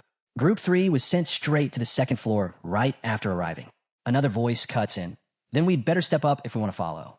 A third groans, I'm so sick of these potatoes. That sparks a laugh. Maybe they'd taste better if someone else cooked them. Didn't I hear Julia's got 3 kids? One teammate asks. Doesn't mean she can cook, another replies. She just throws random things in a pot and hopes it turns out edible. At the back, a brunette watches one of the girls stew in silence, clearly annoyed. With a sigh, she mutters, guess decent food's off the menu while we're stuck here. Then she steps forward, her tone sharpening as she addresses the squad. Listen up. Here's how the raid units are divided. She explains. Groups 1 through 3 form the tower's frontline squads. The elite, top-tier heroes tasked with defending each floor. Only they're allowed to live on the second floor, the heart of the central base. A system prompt appears. Groups 4 and 5, support units. These teams back up the main raiders. Built around potential instead of rank, their members rotate often, no permanent squads. Another update flashes. Group 6, temporary reserve. This group handles recon and dungeon analysis. Usually, one member is sent ahead to scout and verify missions. It's where the inconsistent, the underperforming, and the unproven end up, the ones who haven't earned their place among the stronger teams. Then the system delivers its final, brutal message. Unfit heroes, those marked for synthesis or conversion, don't gather here. They've already been dealt with, recycled, or transformed. The scene shifts. In the distance, a playground comes into view. At its center rises a strange structure, a caged core glowing with pulsing energy. Battle erupts around it. The brunette charges headlong, attacking with relentless fury, her strikes crashing against the blonde. Not far off, a gray-haired man readies his blade, steel clashing with screams echoing through the air. The brunette roars, her voice sharp with rage. Why are you all holding back? A yellow-eyed girl snaps back, cold and unyielding. I told you, fight like you mean it. Fight to kill. Anything less, and you're the ones who will die. She warns them again. Don't relax just because it's 5 against 2. Even then, the squad struggles, barely managing to bring down a single enemy. The blonde, sweating and lost in the chaos, shouts, Wait, what were the instructions again? No time. A sword whistles through the air, straight for him. At the last moment, one of the girls deflects the strike. A redhead isn't as lucky. She takes a blade straight to the neck. Another girl drops right after, struck down the same way. Ryman charges forward, sword arcing down, but the yellow-eyed girl blocks with ease, countering low and slamming a strike into his jaw. He swings again, this time from above, but she's already read the attack, moving before his blade can land. She studies him closely as he fights. The strikes are sharp, the movement's precise, but she can see it. He's still holding back. He can't bring himself to go for the kill, not against his own squad. He's close, but not there yet. Still, she isn't disappointed. In her mind, 5 names are already marked for the second group. Later that day, the team gathers inside a warm, 3-story house. A table packed with food fills the center of the room. The brunette leans forward, her voice casual. So, how's the food? The response is instant. Cheers, laughter. The meat is delicious, and for the first time in a while, spirits run high. She smirks. Good, because you're joining the second group. The celebration halts. Silence drops over the table. Everyone stares, unsure if they heard her right. She rises, ready for objections. The man across from her speaks first. He shakes his head slowly. Sure, moving to the second floor sounds amazing, but that's a massive leap. For someone like me, it feels like a once-in-a-lifetime shot. The archer rolls her eyes. Don't be so dramatic. But the redhead cuts in. No, he's right. The second floor isn't just a step up. It's a battlefield. I heard someone died right after getting promoted. Her tone hardens. Honestly, I was terrified the moment I set foot there. Being placed in the second group already feels like too much. The dark-haired girl exhales. Then just stay on the first floor. But the yellow-eyed one speaks, calm but grim. Doesn't matter where I end up. Death will find me either way. She slices into her food. I've already watched teammates die. If it's not on the front lines, then it'll be on some solo recon, or worse, used as an experiment. The table falls quiet. She leans back, almost amused. Honestly, ever since Group 3 formed, everything's shifted. We already cleared the 14th floor. The 18th isn't far. Once we reach it, competition for the second floor will skyrocket. If you're not fast, you'll get left behind. Looking down at her plate, she mutters, I've got to be smart about this. Night falls. The mood turns heavy. Rosa leans back, arms crossed, irritation clear in her posture. From across the table, Lilani watches her, worry written in her eyes. A hand settles on the blonde's shoulder. It's Ryman. He gives a quiet nod. Congrats on making it to the second floor. Across the room, uneasy glances flicker between teammates.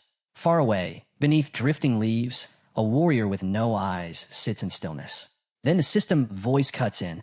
The master has begun transformation. A pillar of light erupts from the building, stabbing into the night sky. A young man, left behind, reaches out helplessly. His voice cracks. Why wasn't I chosen? I gave everything. You told me I'd make it if I pushed harder. Desperate, he stumbles closer to the light, pleading. What do I do now? Please let me out. But the system responds without pause, without mercy. Transformation complete. The user has obtained the main spirit stone. Another prompt follows. Synthesis commencing. Spirit stone and enhancement stone will combine. Success rate, 91%. Process automatic. From somewhere nearby, a cheer erupts. Synthesis complete. Result, mid-level enhancement stones. One by one, the announcements follow. The blonde, a 3-star hero, has been promoted. His card updated with a new image. The brunette leaps forward 3 full stars. Her image, too, is refreshed. The third member climbs to 3-star rank, granted a brand new card. The young man stares, bewildered. Where they go? A calm voice answers, they'll finish eventually. But another cuts sharper. With your skills? Forget the second floor. You're not making it. Suddenly, bam, the blonde takes a brutal hit to the solar plexus, thrown back hard. A man wrapped in bandages scoffs. Didn't you say you had to surpass me just to survive? Time's running out, even for you. The blonde wipes the blood from his mouth, forcing a nod. Yeah, you're right. He forces a weak smile. Congrats, though. Sounds like the master's putting you in group 4 or 5 soon. The bearded man smirks, his gaze shifting to the brunette. So, you're bound for the second floor now, huh? Then his eyes return to the struggling man, gleaming. You reach the 11th floor barely 2 weeks after showing up. That says plenty.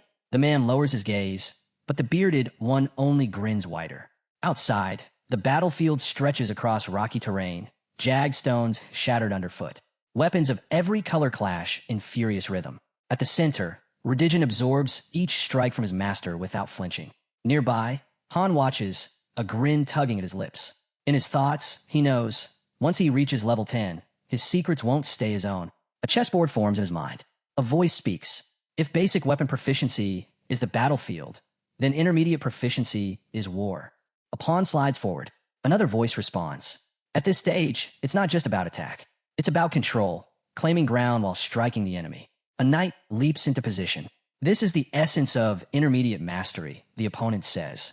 Glowing zones spread across the chessboard, each one marking territory claimed. Weapon mastery is war itself, and I've already drawn my front line. The knight moves again, and this fight isn't over. Then comes the queen. Placed with precision, it radiates light across the board. Reorganizing narrows his eyes. The queen demands perfection. Fortresses that won't crack, walls no enemy can breach. The system interrupts. System message. Sword and Shield Mastery. Level 10 awakened. Basic Sword and Shield Mastery has reached maximum level. Skill evolution unlocked. New paths available once conditions are met. Han Strike slams through, clean and powerful. But Reorganizing just grins, brushing it aside as if it were nothing. The ground trembles as green energy bursts around Han, shaking the rocky field. Yet Reorganizing stands unshaken. His voice is steady, low, commanding. Once I master the art of the ball, I won't even need to swing. Just standing here will be enough to split mountains. As shards of stone scatter outward, he adds, but that kind of power, you don't actually need it to win.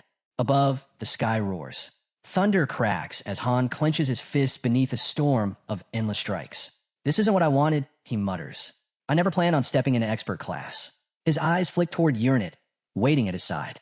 Sweat slips from his palm as he asks, how far did your training go while I was gone? Pulling his clothes on, he doesn't hesitate with his next order. Open a portal. I want it ready by tomorrow night. Dimension 0584. Urinate asks, confirming. Han nods. His thoughts drift toward a certain blonde man. I've got something I need to send. The scene shifts into a sprawling estate. A heavy knock echoes against the massive doors. Inside, a maid waits. At Han's nod, she opens it. The master's already awake, she informs the visitor. Deeper inside, the boy notices Niled, cleaning with near desperation. You're going all out, he remarks. Without looking up, she replies, it's the least I can do for master. Satisfied, he turns. Urinate, drop the illusion. We don't need it anymore. The system chimes in. Heading to training now? Yeah, Han answers, already fading from sight. I've got people to check on. Long day ahead. Moments later, he reappears beside his group. Jenna is the first to notice. There's something different about you today, she says, smiling faintly. Oh yeah. Han steps closer. Like what? She tilts her head, thoughtful. Not sure. Your energy just feels different. Not bad, just changed. Aaron raises a brow, curious. Han notes silently. Jenna's perception has sharpened. Nearby, the archer stretches with a groan. Ugh, these lectures are turning me into stone. We'll switch gears soon, Han reassures her. Next part should be more interesting. That perks Jenna up. Still weird, though. Every lesson so far matches what you've already told us. It's like you're a prophecy in motion. Han pauses, caught off guard. She really is that sharp. Even an average observer could see it. He didn't fit the mold of a standard hero. Not with what he'd done. He turns to the spearman. When you're finished here, meet me in the backyard. Got it. The spearman answers without hesitation. The story shifts again, this time to the Academy's training hall. Armed heroes stand ready across the floor. No more lectures. No more theory. From here on, it's combat. The instructor's voice rings out. From here forward, it's solo. No teams. No support. Just you against your opponent. The fighters take their places. If you paid attention, the instructor continues. You'll be able to hold your own. The signal drops. Sparring begins. From the stands, Han watches in silence. His eyes fix on Jenna. Her growth is unbelievable, he thinks. From a single star to this. Arrows fly like lightning, loosed in a blur. Her form is flawless. Each movement smooth, precise. Her agility cuts sharper than before, and every skill she uses lands perfectly. As the teams clash below, Han's gaze never wavered. Something about Jenna stood out. Her teammates were ranked the same as she was, yet none of them could keep pace. If she used one of them as bait, she could take down the entire enemy squad by herself, Han thought. His eyes drifted toward Aaron, locked in a heated duel of his own. Then, without warning, the scene shifted. A long corridor in the academy stretched ahead. Han walked with steady steps, Aaron trailing behind, confusion on his face. Where are we going? Aaron finally asked. You'll see. Han answered without slowing. Just follow me. Aaron froze mid-step, his eyes going wide. A portal shimmered open right in front of him. Han glanced back with a faint grin. Go on in. Still processing, Aaron hesitated, but then stepped through. On the other side, a vast, misty garden spread out before him. Aaron's voice carried awe. Where are we? Nild, who had silently joined them, answered evenly. The 13th floor of Niflheimer. Misty Gardens. Aaron stiffened. Wait, isn't this where the top elites train? Niall gave a firm nod. Yes. Just then, a cloaked girl stepped forward. Placing a hand to her chest, she greeted them with a soft smile. I'm Urnit. It's an honor. I serve as the master's right hand. Niall's eyes narrowed sharply. Right hand? But that's serious. Urnit's gaze turned cold, her smile fading. Aaron leaned toward Han, whispering, What's going on here? But Urnit had already caught it. Did you just call him your friend? Han ignored the tension and spoke instead. Is the portal to Mutant ready? It's open. Urnit replied with a nod. Aaron glanced between them. He noticed it, the way Urnit seemed to brighten whenever Han spoke. But whatever connected them, he couldn't piece it together. Han turned his focus back to Aaron, his tone shifting. You said you wanted to get stronger, right? Aaron's shoulders tensed. Well, Han continued. This is me helping you. Aaron hesitated, torn. If you're not ready, that's fine, Han said calmly. You could stay here. Become an instructor. Train others when you're prepared. Before Aaron could answer, Urnit cut in, her voice sharp and cold. That might be the smarter choice. I've seen plenty like you, no natural talent. They break themselves working twice as hard just to survive. Aaron stayed silent, eyes lowered. And eventually, she added, they hit a wall. And when they do, that's the end. Han glanced at her, then back at Aaron. Don't take it personally. That's just reality for most people. But Urnit wasn't finished. There was one fool, she said, had even less talent than you. And yet, he reached our level. Aaron's head jerked up, eyes wide. Urnit gave a slow nod. Mutant, couldn't learn a thing. No matter who trained him, nothing stuck. Total failure. Aaron stared. Then how did he? Urnit raised her hand. A spell flared, tearing open another portal beside her. This leads to dimension 0584, she said evenly. Luanon. Han's eyes narrowed. Luanon. He remembered well. That was where the global raid happened 2 years ago, and a place Mutant now called home.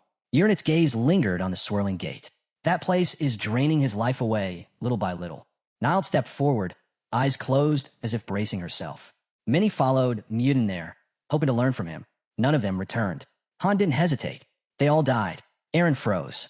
The words crashed into him like a hammer. His eyes locked on the glowing portal, grip tightening around his weapon. Han turned toward him. Survival rates under 3%. If you want to live, don't step through. Aaron said nothing, but his fists clenched until his knuckles turned white. But what if I make it? He thought. What if I come back stronger? He drew in a deep breath and stepped closer, gaze fixed on the light ahead. I'm going, he declared. I don't plan to die. I just want to give everything I've got. Uranit moved toward him. Time flows differently there, she warned. Don't forget it. Aaron shut his eyes, letting it sink in. When they opened again, they were clear, steady. The hesitation was gone. Without another word, he walked straight into the portal. Just before the lights swallowed him, he glanced back at Han. Take care of things while I'm gone. Their eyes met. No words, only a silent understanding. As the portal shimmered behind him, Han turned to Uranit. How do you expect him to survive? She answered calmly. He probably won't. Mutan's already been told. Han stared into the swirling gate, his voice quiet. If he does come back, send him to Tonia immediately. Uranit gave a small nod, assuming he returns. Han said nothing. The weight in the air was enough. Everyone already knew the odds. As Aaron vanished into dimension 0584, on, Han realized this wasn't just Aaron's path anymore. It was his as well. The scene cuts to the highlands. Up in the mountains, blades clashed. Redigen blocked a fierce strike, boots grinding across the rocky ground. Across from him, Han stood firm, breath heavy. Was that enough? He asked. Uranit's sword gave a short nod. You've hit your goal. Still catching his breath, Han pulled up his stat window. His level hadn't budged, still stuck at 20. His stats were the same. Yet deep down, he could feel it. Something inside had shifted. The system showed the same numbers, but in his mind, he saw it clearly. His basic swordsmanship had evolved to the intermediate tier. The price, fragments of his earlier mastery stripped away, including his shield techniques. Even so, his style was sharper now. His discipline, composure, and grit under pressure had all grown stronger. Han looked down at the emblem in his hand, a warrior's crest, etched with a shield, a blade, and twin axes. The biggest change? He had unlocked the warrior class. New skill routes were now open to him. But to move forward, he had let go of hidden movements. Han didn't regret it. That skill had never been his. As the emblem of the rogue faded from memory, his thoughts turned to Jenna. Jenna had earned her profession too. After racking up 37 straight victories in relentless sparring, she was granted exemption from group training. Her archery had already broken into the intermediate stage. Now she worked on merging pinpoint accuracy with blistering speed. The next step was clear, training under Sarah, ranked 13th among the top archers, right behind Lisa. That was when Han remembered Uranit. She had once placed a ring in his hand, legendary grade, forged from Star Iron Mind in Niflheim, a relic of the fallen heavens. It wasn't just strong, it shattered the very rules of the system. When she gave it to him, she said it marked him as a master. Anyone who saw it would know exactly who he was. The ring also linked their minds. Distance didn't matter. As long as he wore it, they could always communicate. But Uranit's sword had once told him the ring wasn't even needed anymore. Maybe because words weren't necessary now. Han looked at the artifact glinting on his finger. Uranit began to explain. The ring was built using an advanced information manipulation spell. It could bend elemental data, mask stat readings, even rewrite system records. Han turned it slowly in his hand. How long do the effects last? The system chimed in before she could answer. Item acquired. Ring of Darkness. Classification. Low rank. Han blinked. That's unexpected. Uranit remained calm. Its power will fade once Master reaches the 50th floor. Seated across from her, Han nodded, impressed. Crafting something like this alone? That must have been brutal. Her voice softened. I actually started before you ever arrived. By the time he got here, it was nearly finished. Then, without warning, her eyes filled with tears. I can't bear the thought of you leaving again, she whispered. Han's reply was steady. Don't be so dramatic. We'll meet again. But Uranit leaned closer, hope flickering through her worry. Her emotions spilled over. Han scratched the back of his neck, uneasy. I only came to check in before heading back to Earth. That's all. She looked down, disappointment clear. That's not what I wanted to hear. At that, Han suddenly stood. There's something I forgot. Uranit looked up, startled by his sudden shift. Eyes sharp, Han pictured the weapon vault. Open the armory, he said firmly.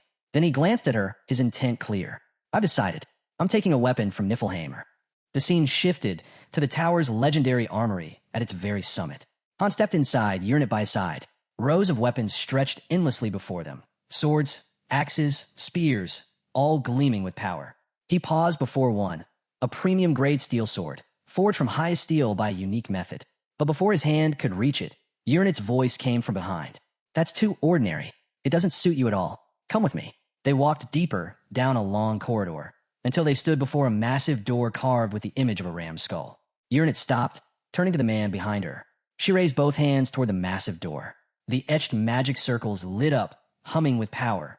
Everything beyond this point is S rank or higher, she explained. True masterpieces, every one forged by my master. With a deep groan, the colossal doors pulled open. They stepped inside. Each footfall echoed across the chamber. Han's expression hardened as his eyes adjusted to the glow. Is it true there are 132 weapons in here? He asked. Urnit closed her eyes, nodding once. All accounted for. Before them stretched a vast vault. Walls lined with weapons, each a creation of the legendary blacksmith himself. As they moved deeper, Urnit's gaze lingered on one blade resting on its stand. Miss Stiltine, you're not actually planning to take that, are you?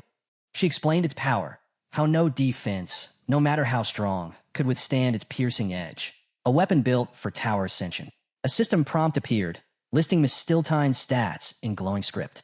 Han lifted the dark sword, studying its edge. A memory stirred. The black dragon on the 20th floor, its body resistant to both magic and steel. Miss Stiltine had been the key to victory. Yet after a long silence, he set it back. It's strong, but too specialized. I need something with reach. Urnit gestured to another rack. Then consider this. Before them lay the Baselar blade, S+ rank, crafted from the horn and scales of the Shadow Demon King. Its trait is rare, she explained.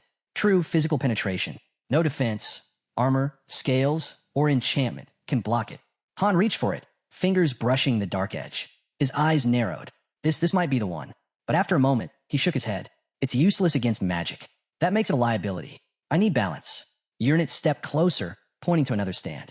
Then perhaps. Gungnir. Han's eyebrow rose. You're certain about that? She nodded with quiet conviction.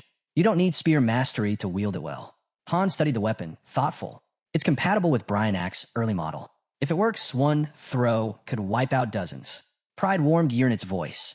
You deserve every weapon here. After all, you're the one who created them. Han smirked faintly. Not alone. His gaze swept the armory, steady and sure. If it weren't for all of you, I'd have stopped at A rank. S rank and higher? That's because of your work. He looked around the vault once more. Besides, most of these are already in use. I can't just strip them away. And the weapon I truly want. I doubt it's here. Urnit's expression softened. I see. These are mighty, yes, but none match what you're searching for. Then Han turned to her, decisive, without hesitation. She stood poised, eyes locked on his shoulder square, waiting for his command. I'll forge a new one, Han declared. Without hesitation, Urnit raised her hands. A portal bloomed open, molten light flickering within its swirl. She bowed with reverence. Together, they stepped through. At the Summit Forge, Niflheimer's highest tier facility, the system prompt confirmed their arrival. Prime blast furnace activated. Han peered into the roaring core. His voice was calm, steady. Begin all preparations. Urnit moved behind him, hands resting lightly on his shoulders. She gave a single nod. Han lifted his hand. The verification skill roared to life. From the ring on his finger, black lightning erupted, tearing across the forge like a storm. Power surged, rattling the chamber walls. Urnit's voice echoed in his mind. The rite of the master of Niflheimer has begun. System prompts flared into brilliant pink notifications. Permission granted. You may now craft a custom weapon. Urnit reached out to him mentally. What kind of weapon will it be, master? Han kept his gaze on the furnace. A weapon that grows. The system blared a warning. The casting method was unstable. Failure would bring severe penalties. Han didn't flinch. Proceed. A list of materials unfurled. He confirmed his choices, and the storage portal tore open, releasing the resources into the molten blaze below. The magma surged violently, sparks scattering like falling stars. All ingredients in. Furnace stabilized. Urnit confirmed. Summoning workers now. A portal opened at her side. From it, a plump, gray-haired blacksmith stepped out, blinking in confusion. Why'd you drag me here?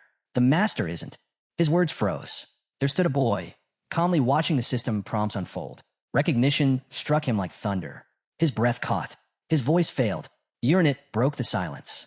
We're initiating the first class. All blacksmiths ranked first or higher. Report immediately. The old man bowed, trembling but firm. Understood. Above the furnace, Urnit turned to the gathered crew. Give it everything you've got. Right then, the system chimed again. Confirmation. Peak tier forge conditions met. With this setup, the potential to create a weapon beyond imagination was real. Urnit's voice cut through the heat. The first phase was starting. On her signal, ultra-rare materials streamed into the roaring blaze. The old blacksmith spun for instructions. Urnit didn't pause. Magic circles erupted around her, glowing with raw power as she triggered the creation sequence. She declared the enchantment type, a self-adapting system.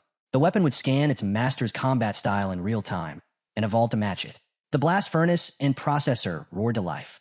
From the control station, the old blacksmith relayed updates. The crew was in place, working at full tilt. But a snag appeared. The fusion of all 13 minerals wasn't syncing properly. Still, the team pressed on. Uranet's tone was steady. Stand by for the next phase. Uranet turned sharply toward her master. Her voice cut through the furnace's roar. Are you truly ready for this? The forge is far more complex than we imagined. Han glanced at her. How bad? Her answer was flat. Harder than breaching the gate to hell. Han smirked, rolling up his sleeves. Then it's like crafting 5 divine tier weapons at once. Still shifting the unstable magic circles around her. Uranet replied, no, it might be even tougher. Han faced the blazing furnace. Ready to cast the bells? She nodded without hesitation. He stood at the first station. This wasn't automated work. This was the real process. 8 layers of difficulty, each one a monster. Standard for a top-tier artifact. He tapped the interface. The system's reply was blunt. To pass through the gates of hell, you must first make a sacrifice. The furnace roared alive. A new prompt appeared. Choose the offering. Choose right, and a hidden difficulty will unlock. Han didn't blink. Stormbringer. Vigalta. Azoth. Uranet froze. You're sacrificing those? He confirmed without hesitation. Uranet stepped forward and cast the legendary blades into the molten core. The system flared. Sacrifice accepted. Gates of hell open. The forge's difficulty spiked instantly to highest divine rank. Han's expression darkened as the updates poured in. Penalty triggered. Weapon's final power will be reduced by 33%. Success rate 0. Then came the final prompt. Do you still wish to continue? Han grinned at his subordinate. The system keeps telling me to quit, but I've already thrown everything into this. No turning back now. Heat rose from his hands as he cracked his knuckles. The riddle, does it mean anything? Uranet's voice was firm. It means everything. Something clicked in Han's mind. His expression sharpened. He pulled up the system window and locked in his choice. Puzzle initializing. A lineup of supreme deity-level trials flickered across the interface. The system asked, are you ready? Han folded his arms, choosing the first challenge, a cube. Then he looked at Uranet. You ready? Her eyes sharpened. She raised her hand in a steady nod. Words weren't needed. They were locked in. The air rippled.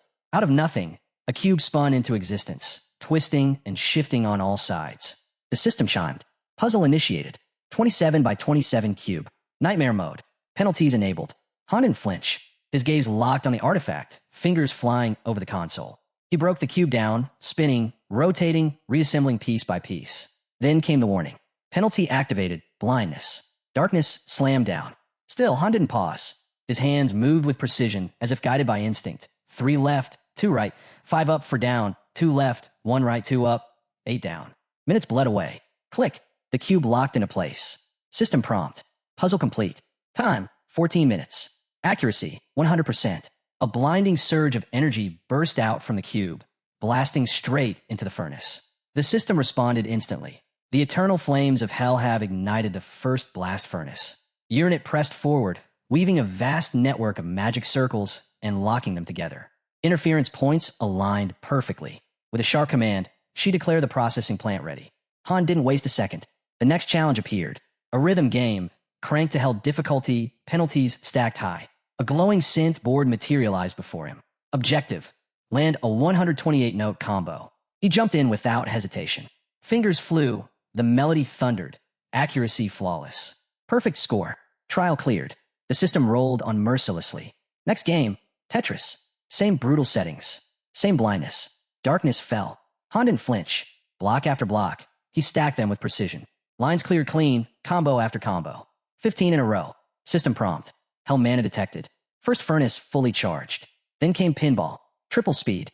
Han guided the ball like it was an extension of himself. Every target struck, no misses. No pause. The system dropped the next challenge, solitaire. Cards flew across the board under his hands, disappearing in rapid succession. Another clean clear. Then, spot the difference. From the sidelines, the old blacksmith stared wide-eyed. It was really him. Han had returned. Uranet lifted her grimoire, casting a binding spell to finalize the fusion process. Without delay, she threw fresh materials into the raging fire. Meanwhile, Han tore through the puzzle, marking every difference with flawless precision. Trial complete. 7th test, mosaic. Solved in an instant. 8th maze. Clear without pause. 9th, hidden objects. Tap them all. 0 mistakes. 10th, minesweeper. Every bomb marked. Perfect run. 11th, classic puzzle. Shattered it. 12th, password riddle. This one slowed him down. A single wrong key could reset everything. He steadied his breath, broke the logic apart, and entered the code. Success. Then came Trial 13. blocks, and shifting shapes, twisting into a nightmare puzzle. Han's hands raced across the keyboard as he muttered under his breath about the insanity of it all. Still, he locked in, tuned out the chaos, and pieced it together. Bit by bit, the solution clicked. Stretching his fingers, he smirked. For someone who's already broken past human limits, this barely counts as a warm-up. System confirmed. Stage cleared. At the forge, molten metal roared as flames surged higher. Blacksmiths rushed in to check the results, confirming everything was stable. Uranus stood frozen, stunned beyond words. Han had crushed 13 nightmare-level trials in just 5 minutes, and walked away with power that defied belief. He cracked his knuckles. Just getting started. The system wasted no time. Trial 14 initiated. A colossal 35 by 35 cube materialized, spinning wildly. Hell mode. Double penalties. Its countless parts shifted non-stop, a divine tier challenge. Han narrowed his eyes. No hesitation. Hands blurred, left, right, up, down. The logic held, but the margin for error? None. Click.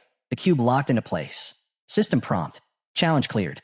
The spirit of hell surged into the molten core, flooding the first blast furnace. Within the flames, a blade began to take shape, its glowing silhouette carving itself out of the fire. Uranus's voice cut through the roar. The molding was complete. The next step had begun.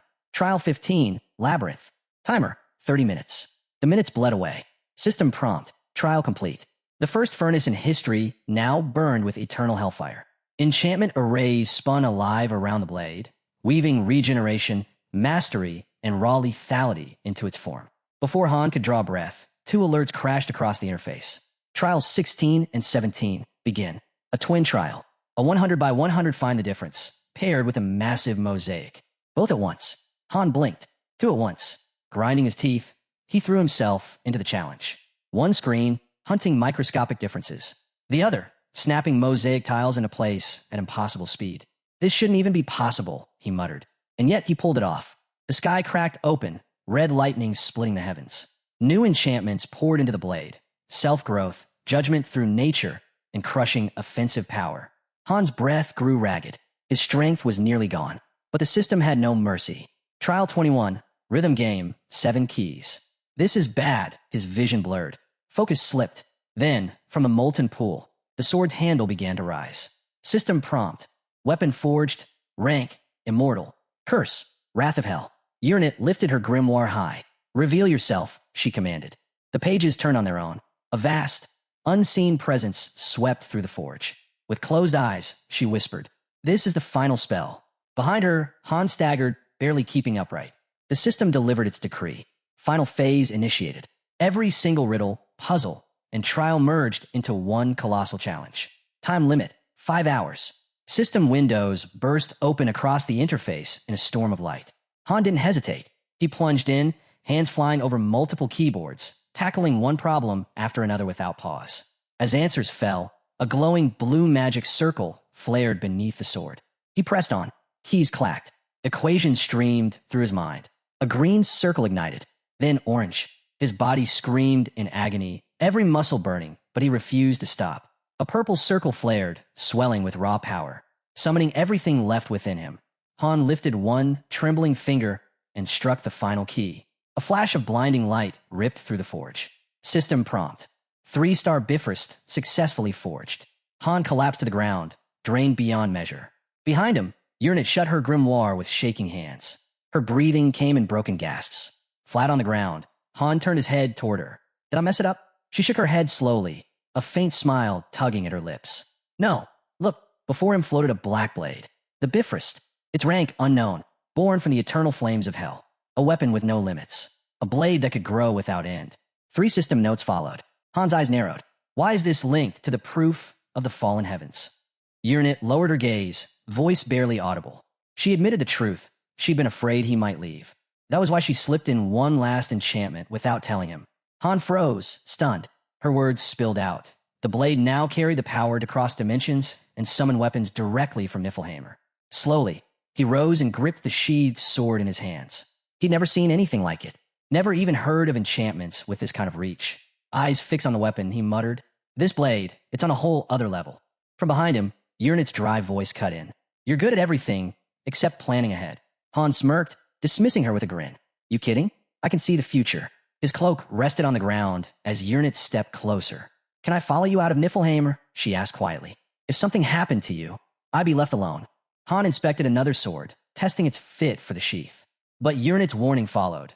Summoning a weapon from Niflheimer would only work 3 times. His gaze sharpened. 3 pulls from my world's arsenal. Got it. What other restrictions? Her expression softened. She said nothing. Her silence was answer enough. Han gave a small nod. So my strength is capped for the mission. Huh? She explained further. The distance was too far. Unless granted more access, the blade could only be summoned once. High above, bystanders near the forge stared down at the boy who had forged the impossible. Han turned back to Uranet. Doesn't matter. Once this weapon's drawn, no bug report or system error will stop me.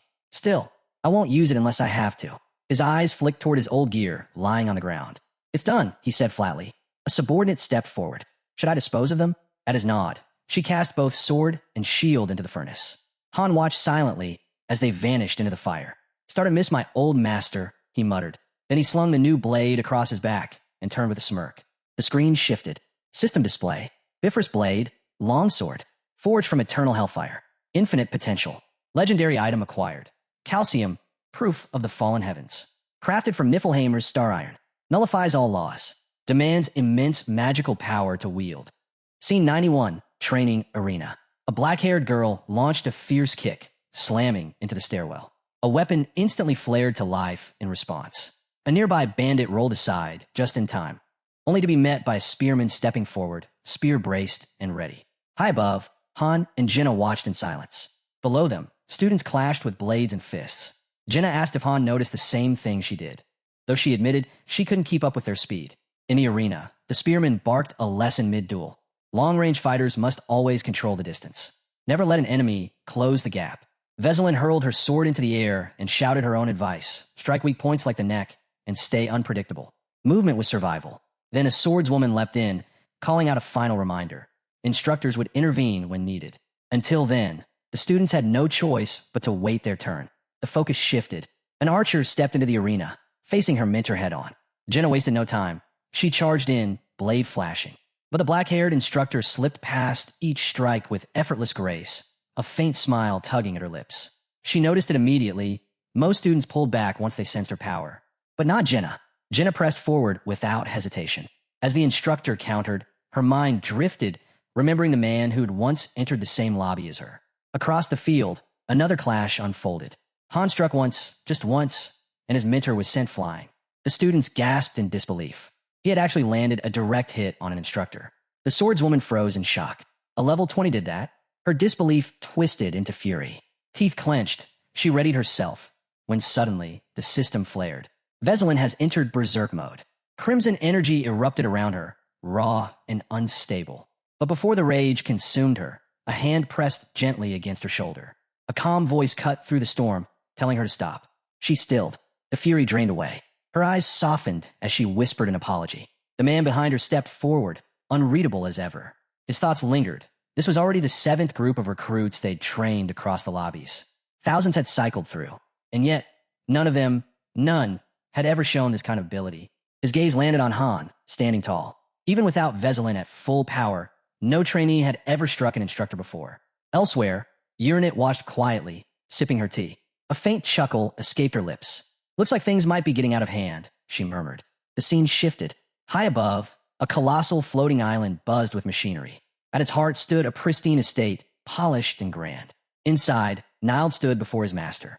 Her expression was calm, almost dismissive. You ready? She asked. He slid his sword into its sheath and gave a small smile. It's my last day. Might as well leave the place spotless. Then he remembered. The system had broadcasted a message, congratulating him for taking first place. He turned to his subordinate, brows furrowed. Why me? What did I even do? She answered plainly.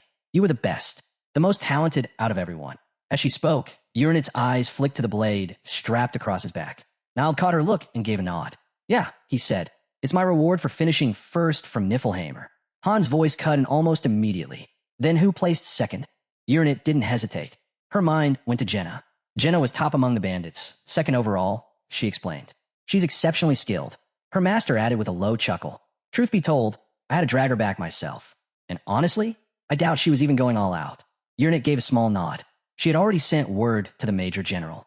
Han accepted the letter, his expression turning thoughtful. His mind drifted to Edith. What did she say about me? he asked quietly. Uranet's reply was simple. She's been hanging around trying to gather the courage to apologize. Han scribbled a short note, quick and direct. Give this to her. It should calm her down. Then, glancing at the maid beside him, he added, You've done well too. She bowed deeply. It's an honor to serve you, my lord. The scene shifted. In a quiet garden gazebo, Uranet sat at a tea table, her expression weighed down. Are you really going back to Tonia? She asked softly. You could have stayed here. Her gaze dropped. I thought my feelings were real. Across from her, Han's reply was steady. Thank you. If not for you, I wouldn't have come this far. He looked out at the garden. Everyone here is incredible. If I were them, I'd be furious. I've pulled strings, forced them into brutal battles, bent their nature to my own goals. Yet, no one has ever pushed back. A pause. Well, except Ceres. A quiet smile touched his lips. I wish I had something to give back, but there's nothing I can offer. Uranet's smile was gentle. Don't say that. If you want to make us happy, just send a message now and then. Han lowered his teacup. I wouldn't even know how. She reminded him of the ring she'd given him. It carried a messaging function. It won't last forever, she admitted, but once a week would be enough for me. Her hair swayed as she lifted her gaze. I'd be happy just knowing how you're doing. If you're safe, if you're hurt or in trouble, we'd come running. Han rose, voice steady. I'll send word every week. As he turned to leave, Uranet called after him.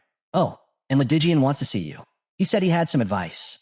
Han's last stop before departure took him into the mountains. There, before the silent blade that once belonged to Uranet, he stood still. The sword offered him a few final techniques before he left. Clad in full gear, Han spoke one last time. I've said everything that needed saying. Now, all that's left is to answer when the call comes. The scene shifted again. A massive magical airship hovered on the runway, ready for departure. In front of the students, a red-haired girl stood firm. Hard to believe it's already been a month, she said. Hope you learned something useful. Her eyes swept the group. Whatever you do, don't lean on the rails. It's still dangerous out there. The ship lifted into the skies. Jenna leaned against the railing, gazing out. So we're finally leaving, she murmured. I just want a proper bath. Han stood beside her, watching.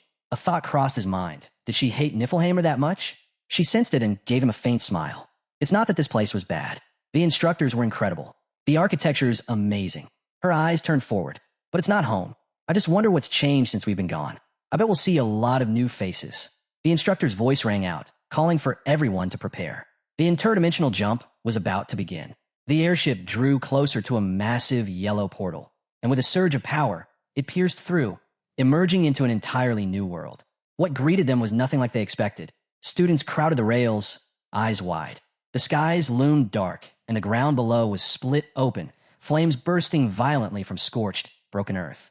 Han stood silently, a faint smile tugging at his lips. The flames of Levitan, he murmured, still burning strong. His gaze drifted down to Ceres, blazing in her elemental form far below. But this wasn't their time. Not yet. If they were to meet again, it would be when he was stronger, far stronger. The airship pressed on, gliding across the hostile realm. 2 days later, under heavy, rolling clouds, the vessel soared over a barren desert. The instructor addressed the group. We're nearing the destination. If this is your stop, no need to come up top. A system message flashed before them. Now entering dimension 1935, Tonia. Ahead, a massive structure loomed on the horizon. On deck, a girl approached 2 students preparing to depart. You 2 were the top trainees, she said. First and second place. She smiled faintly. Honestly, maybe it would have been better if you stayed in Niflheimer. But Jenna shook her head. Our comrades are waiting. System update. Dispatch complete. Han and Jenna, status active. Check character tab for full updates. The instructor lifted a hand in farewell as they disembarked. Take care of yourselves. Their feet touched down. The world around them was silent. Jenna glanced around. Is anyone even here to meet us? Han kept walking. I didn't tell anyone we were coming back. Doubt they'd know. Then a voice cut through the stillness. Isel shot forward like a streak of light, tears brimming in her eyes. She threw herself at him, clutching his face tightly. I thought you weren't coming back. You just vanished. Han looked at her, expression flat. You're the one who told me to go. Flustered, she quickly wiped her tears with a handkerchief. Anyway, Niflheimer must have been amazing, right? But they begged you to stay. He scratched the back of his neck. They kind of did. Her eyes widened. You turned them down? Was it because of me? Han blinked, caught off guard. Because of... Isel dodged the question, her tone shifting. You must be exhausted. You should rest. She looked around, voice lighter now. The city's changed. This isn't the old Tonia anymore. Han raised a brow. Change how? With a grin of pride, she answered. A lot. You'll be shocked. Cut to the city. Han stared up, eyes widening. A third floor had been added. Isel hovered beside him, arms crossed. Yup, you're seeing it right. A low breath escaped him. I was worried enemies might breach the place. But this works. She floated higher, ready to break it all down. First floor's full of slackers. Isel explained with a shrug. Not worth mentioning. The second floor is for support units and trainees still trying to figure things out. Han cut in. So the third floor is combat. She nodded. Exactly. Better food, better beds, and plenty of ways to relax. Han stayed quiet, processing. His thoughts drifted to the letter he'd sent Edith. 2 clear suggestions. Lean harder on extended summons to cover for the lack of top-tier heroes, and focus on personal growth instead of relying too much on him. Mid-flight, he turned to Isel. How many are stationed on the third floor right now? 15, she replied instantly. He gave a small nod. Nearly double. At this pace, both the second and third squads would fill soon. After a moment, he made up his mind. Tomorrow and the next day, we train together. Full synergy. A pause. After that, we head for the 21st floor. Isel flew beside him in silence. Then, cautiously, she spoke. Don't take this the wrong way, but things have changed. Han's eyes narrowed. Go on. She looked down. While you were gone, Tonya moved forward. His gaze slid toward the teleportation portal. He pieced it together. They kept climbing. She gave a single nod. Han's voice stayed calm. You look nervous. Why? As long as no one's dropping dead, I don't care. Isel rushed to clarify. No one's died. Hands in his pockets, Han kept walking. What floor are we on now? Her answer came slowly. The 25th. Han stopped mid-step. We're already on the 25th? She nodded again. Not the 24th. The 25th. He glanced out over the third floor, taking it in. They had actually cleared the floor boss. He had underestimated them. Everything really had changed. His eyes shifted toward the summoning gate. When did the master use the extended summon? A month ago, Isel answered. Right after you left for Niflheimer. Show me the logs. She summoned a towering wall of system notifications. Han scanned them quickly, eyes narrowing as the details sank in. 25,000 diamonds. 5 consecutive extended summons. An entire stockpile drained. Even bought the bonus pack. Then his eyes froze. Buried deep in the alerts, one message stood out. 4-star hero acquired. Han scowled. Initon's second 4-star. Lucky bastard. A 1% drop rate. 2 4-stars. Ridiculous. If they'd been summoned earlier, he could have handled them easily. But now, they'd probably grown far stronger. Were they the ones who cleared the 25th? Isel nodded. They gathered enough recording stones. If you want, the master can show you the raid video tomorrow. Han smirked. Yeah, I'll watch. Can't wait to see what they're made of. The scene shifted. The training grounds. A mannequin stood tall, clad in heavy, metallic armor. Then, impact. A brutal strike crashed into it, clean and precise. The blow came from Belkist. His blade flashed in relentless rhythm, each strike sharper than the last. He drew back for another swing when footsteps echoed nearby. He stopped, glancing over. Belkist glanced over as Han approached, voice low. What are you doing out here this late? His tone shifted darker. So, you're finally back. After a whole month. Han gave a casual nod. Yeah, just got in. What's going on? Belkist turned away. Nothing. Just training. But Han caught it. The blood on Belkist's grip. His eyes narrowed. Doesn't look like training. More like you're working something out on that dummy. Belkist didn't argue. He tightened his stance. I'll wrap it up soon. Unless you feel like sparring. Han's voice came from behind him, calm and dismissive. I'm heading to bed. But Belkist pressed. A heavy sigh, followed by a firmer tone. Just one match. Han didn't respond. He only watched. Belkist lifted his sword again, eyes locked forward. Then, in a sudden burst, he unleashed a storm of strikes. Blades hammered the mannequin. Each blow faster, sharper, until the armor cracked apart and collapsed in fragments. Turning back toward Han, sword steady, he said simply, I'm ready. The shards clattered behind him. Belkist glanced down, muttering, that didn't count anyway. Then his gaze rose. So, did you really leave everything behind? Han's reply was plain. A lot happened this past month. Without another word, they stepped into the training hall. Belkist took position, eyes on Han's weapon. That sword looks unique. Han smirked. Jealous. Belkist shot back without hesitation. Would you give it to me if I said yes? Han didn't even blink. No. Belkist lunged. Steel slashed forward, fast and precise. Han blocked with ease, sparks flying as their blades clashed. One strike led to another, the rhythm building into a relentless exchange. Han grinned mid-spar. He's improved. Could be sword mastery level 9 already. He's fighting like a man with something to prove. Belkist pressed harder, blade driving forward with raw aggression. Between strikes, his voice rang out. I'm fighting angry. Han's expression hardened. He struck back. One swing. His blade crashed through Belkis' guard like a hammer, the impact blasting him across the hall. Belkis slammed into the wall with a heavy thud, a cough escaping as he slid down, wincing. Han rested his sword on his shoulder, calling out casually, "If you're going to ask for a spar, at least wipe off the sweat first. You won't last long, already drained." Belkis chuckled weakly from the floor. "You've gotten stronger. What kind of training was that?" Han walked closer, shrugging. "Trade secret," he added dryly. "At one point, it didn't even feel like fighting a person. More like getting hit by a battering ram." Then, another voice echoed through the hall. Funny how unpredictable the world's gotten. Footsteps emerged from the shadows behind Han. "Never thought I'd lose that badly to a boy." Han turned slightly, eyes cold. "You just call me a boy?" From the side, Belkis smirked. "Easy mistake. Even I made it once." Belkis turned toward the exit, pausing just long enough to toss a warning over his shoulder. "Be careful, Han." Han said nothing. He simply watched as Belkis disappeared into the night. The scene shifted to the dorm building. Inside, Ivalka had dozed off at the table, clearly knocked out after a heavy meal. Han passed by, pausing for a moment. Why was she asleep there instead of in her own bed? He didn't linger. The thought stayed with him as he moved down the corridor. The new dorm layout came to mind. 3 hallways, 5 rooms each. Looked like the master had reorganized them into proper teams. Entering his room, Han collapsed onto the bed without hesitation. Arms folded behind his head, his mind drifted to the third group. What were they really capable of? The next day, Taunia's meeting room came alive. A warm chandelier glowed overhead as Han walked in, taking in the familiar space. It had been a long time since the entire squad gathered like this. Then a sharp voice broke the quiet. "I wanted to see you." Ivalka snapped, clearly annoyed. "You vanished without a word." Han gave a small nod. "You're right. Sorry for not waking you." She crossed her arms, eyes locked on him. "Then why aren't we celebrating? You're back, we've got a 3rd floor now, and the food's finally good." Han's reply was flat. "There's no celebration. Training starts today." Ivalka pouted, displeased. "That's just mean." "No time for fun," Han said coldly, quietly observing. Finally, he spoke, mentioning the exact time the master logged in. But Han's eyes narrowed before he could finish. Something moved under the table. A clawed foot. Without hesitation, Han kicked hard. The table flipped over, dishes and papers scattering across the floor. He didn't even blink. "A rat snuck in," he said calmly. "Not a very good one either." Everyone turned as a beastkin girl crawled out from beneath the wreckage.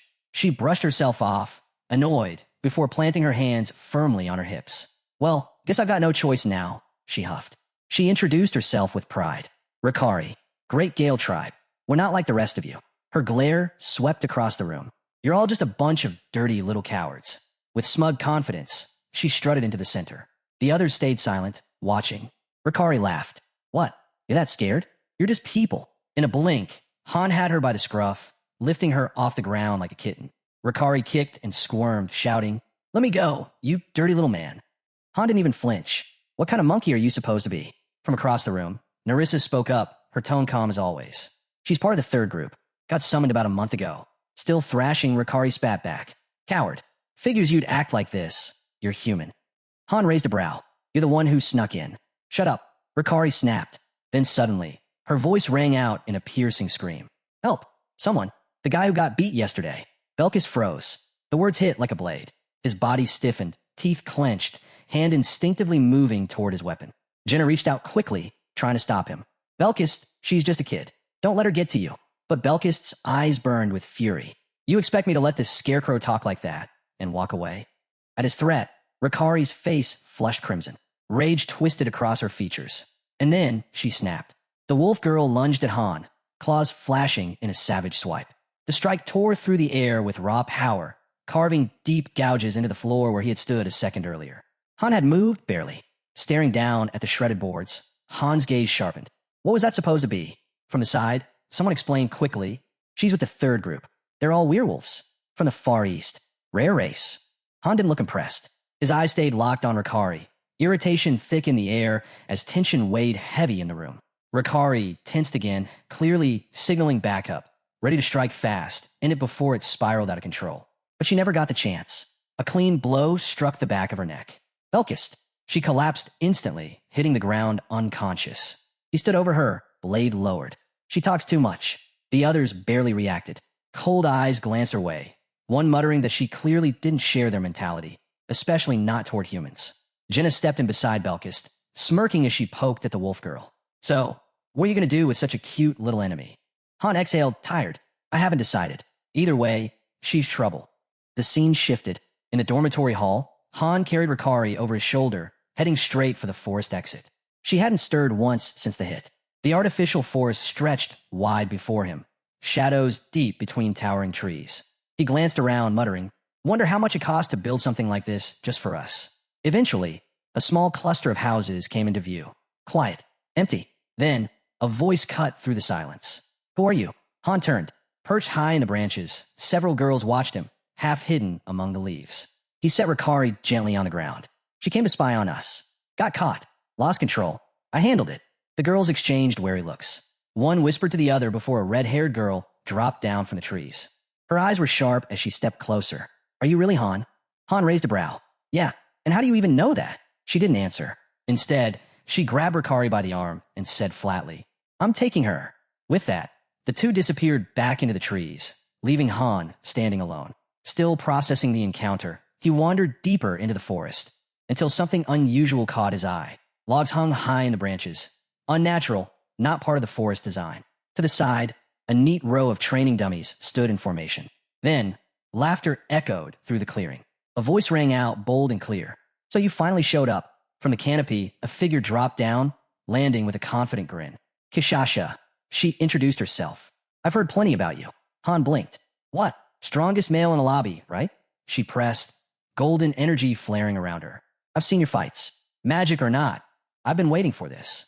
Before he could reply, she lunged. No hesitation, no warning. Claws tore through the air, fast and sharp. Han blocked just in time, his sword ringing under the impact. The strength behind her strike surprised him. Then came the kick. He barely dodged, ground exploding beneath her heel, leaving a crater where he just stood. Han stared at her, grinning. "You're seriously picking a fight with me?" Kishasha didn't flinch. "I've been waiting for this moment. For me, this is everything." The clash ignited. She lunged again, claws slicing like blades. Han met her head-on, sword raised. The collision shattered the earth beneath their feet. Each strike pushed harder, faster.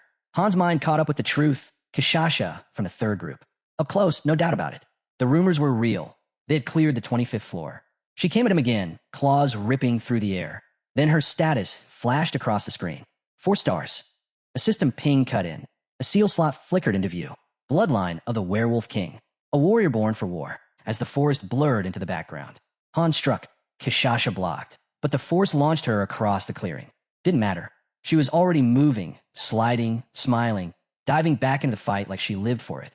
Han looked down, blood. A fresh wound.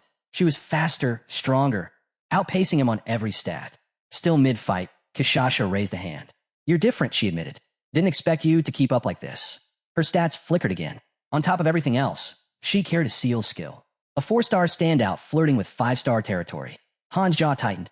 Without his mastery of body and blade as one, he'd already be finished. Then, Isel appeared, voice cutting through the clash, calm and unimpressed. "What exactly are you two doing?"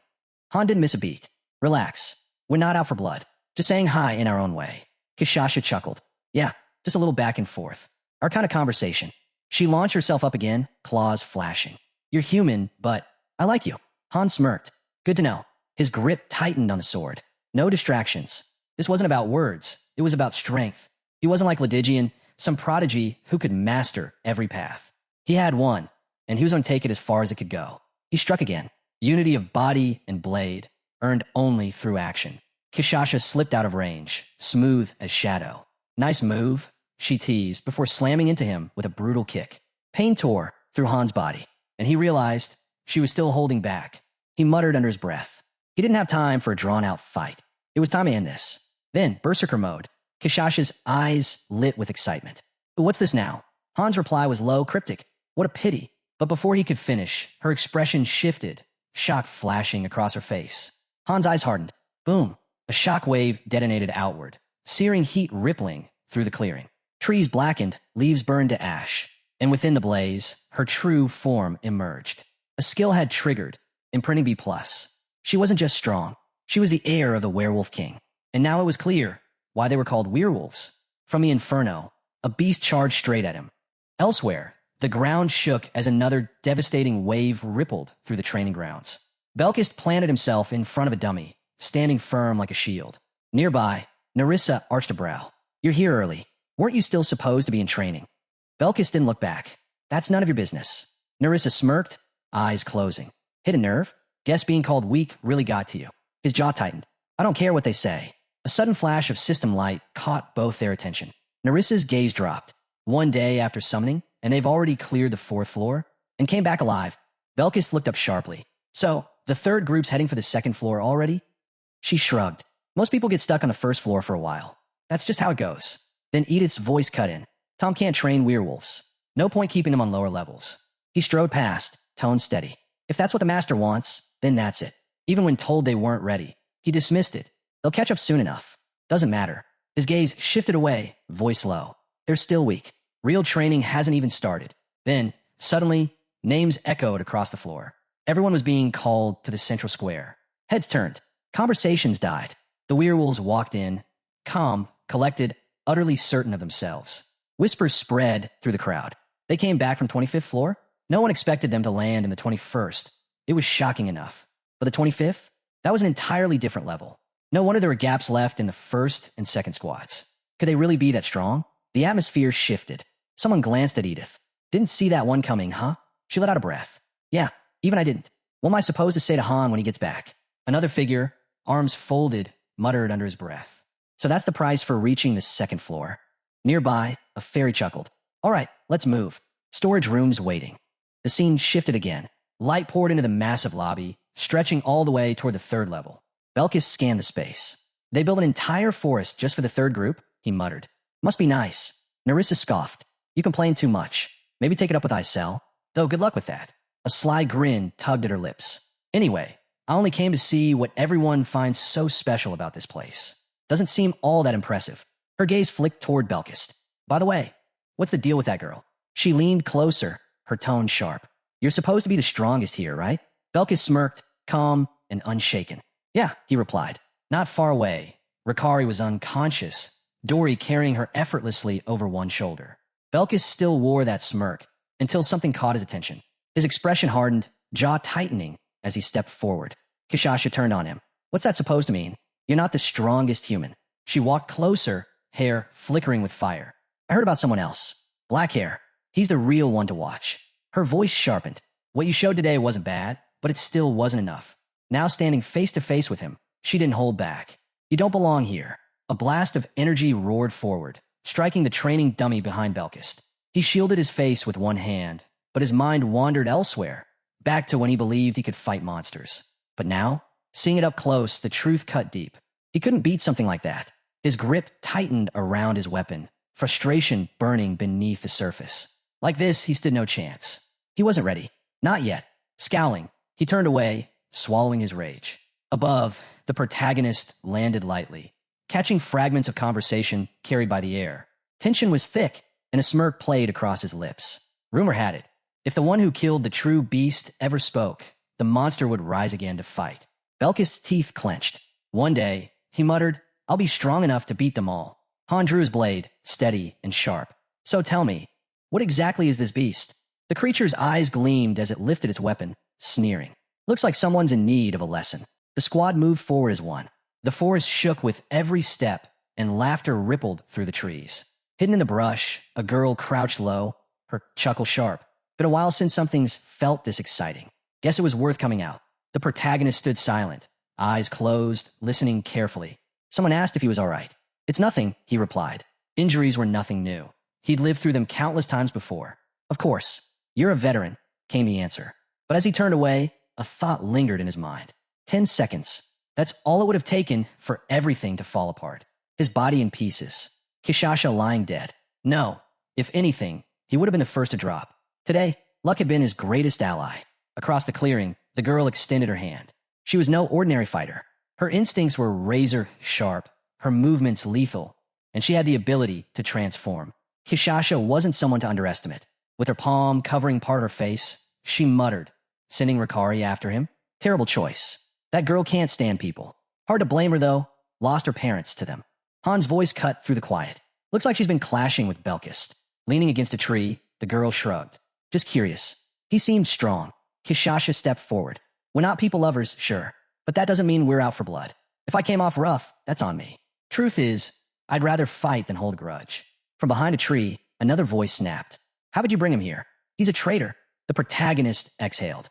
Too many voices. Too much noise. Kishasha lowered herself onto the grass, shifting the mood. I like meat. This forest has plenty of game. Just grab some fresh. She motioned toward the cuts of raw meat laid before them. The protagonist glanced at it. She offered. He declined.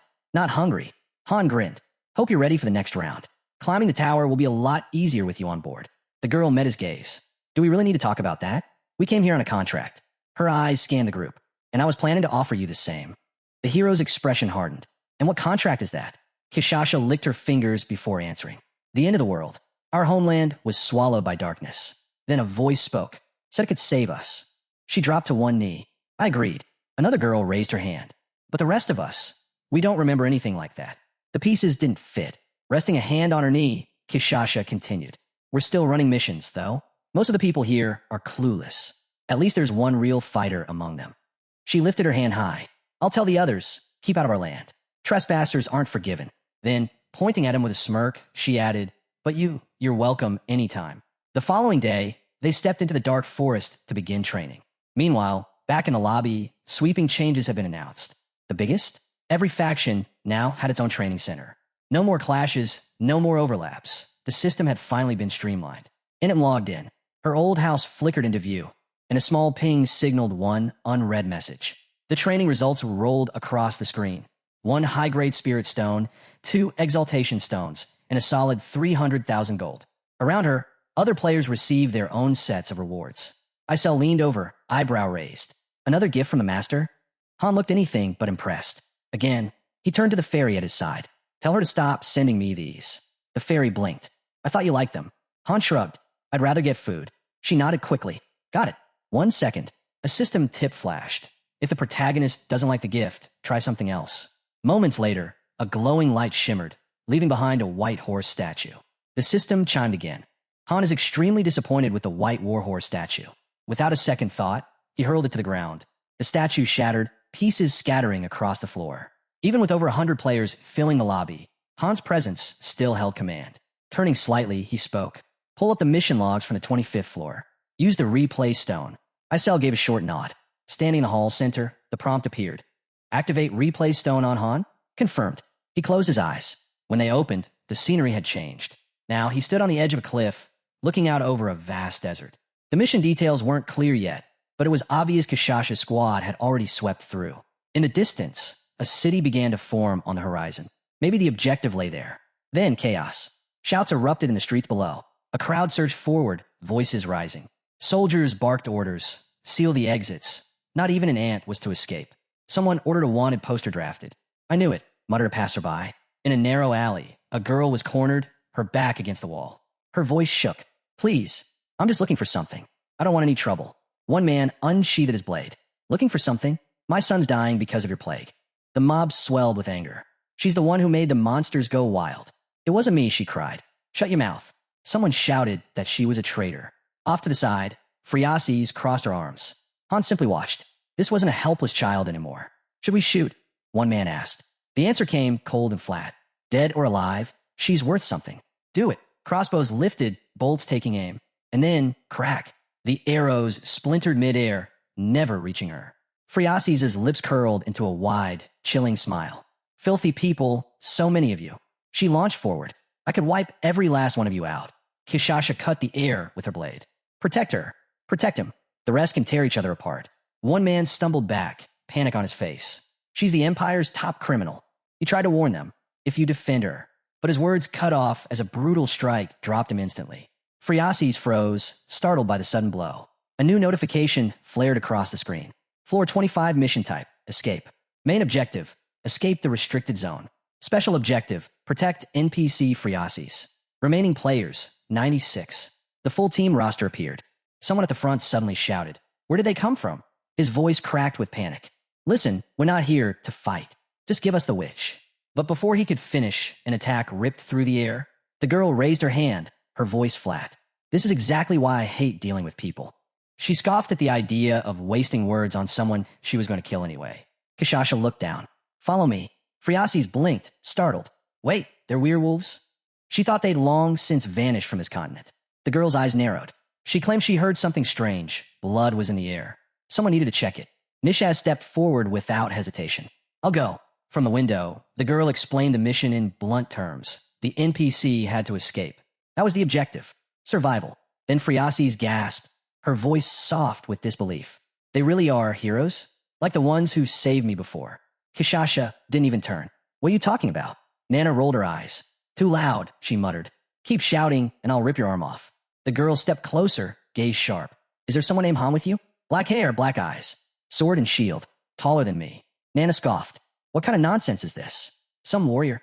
Friasis gave a faint smile. If you know Han, I want to know how he's doing. She pointed toward them. Did you come from the same place as him? Kishasha answered without pause. He was there. Not anymore. That hit the protagonist hard.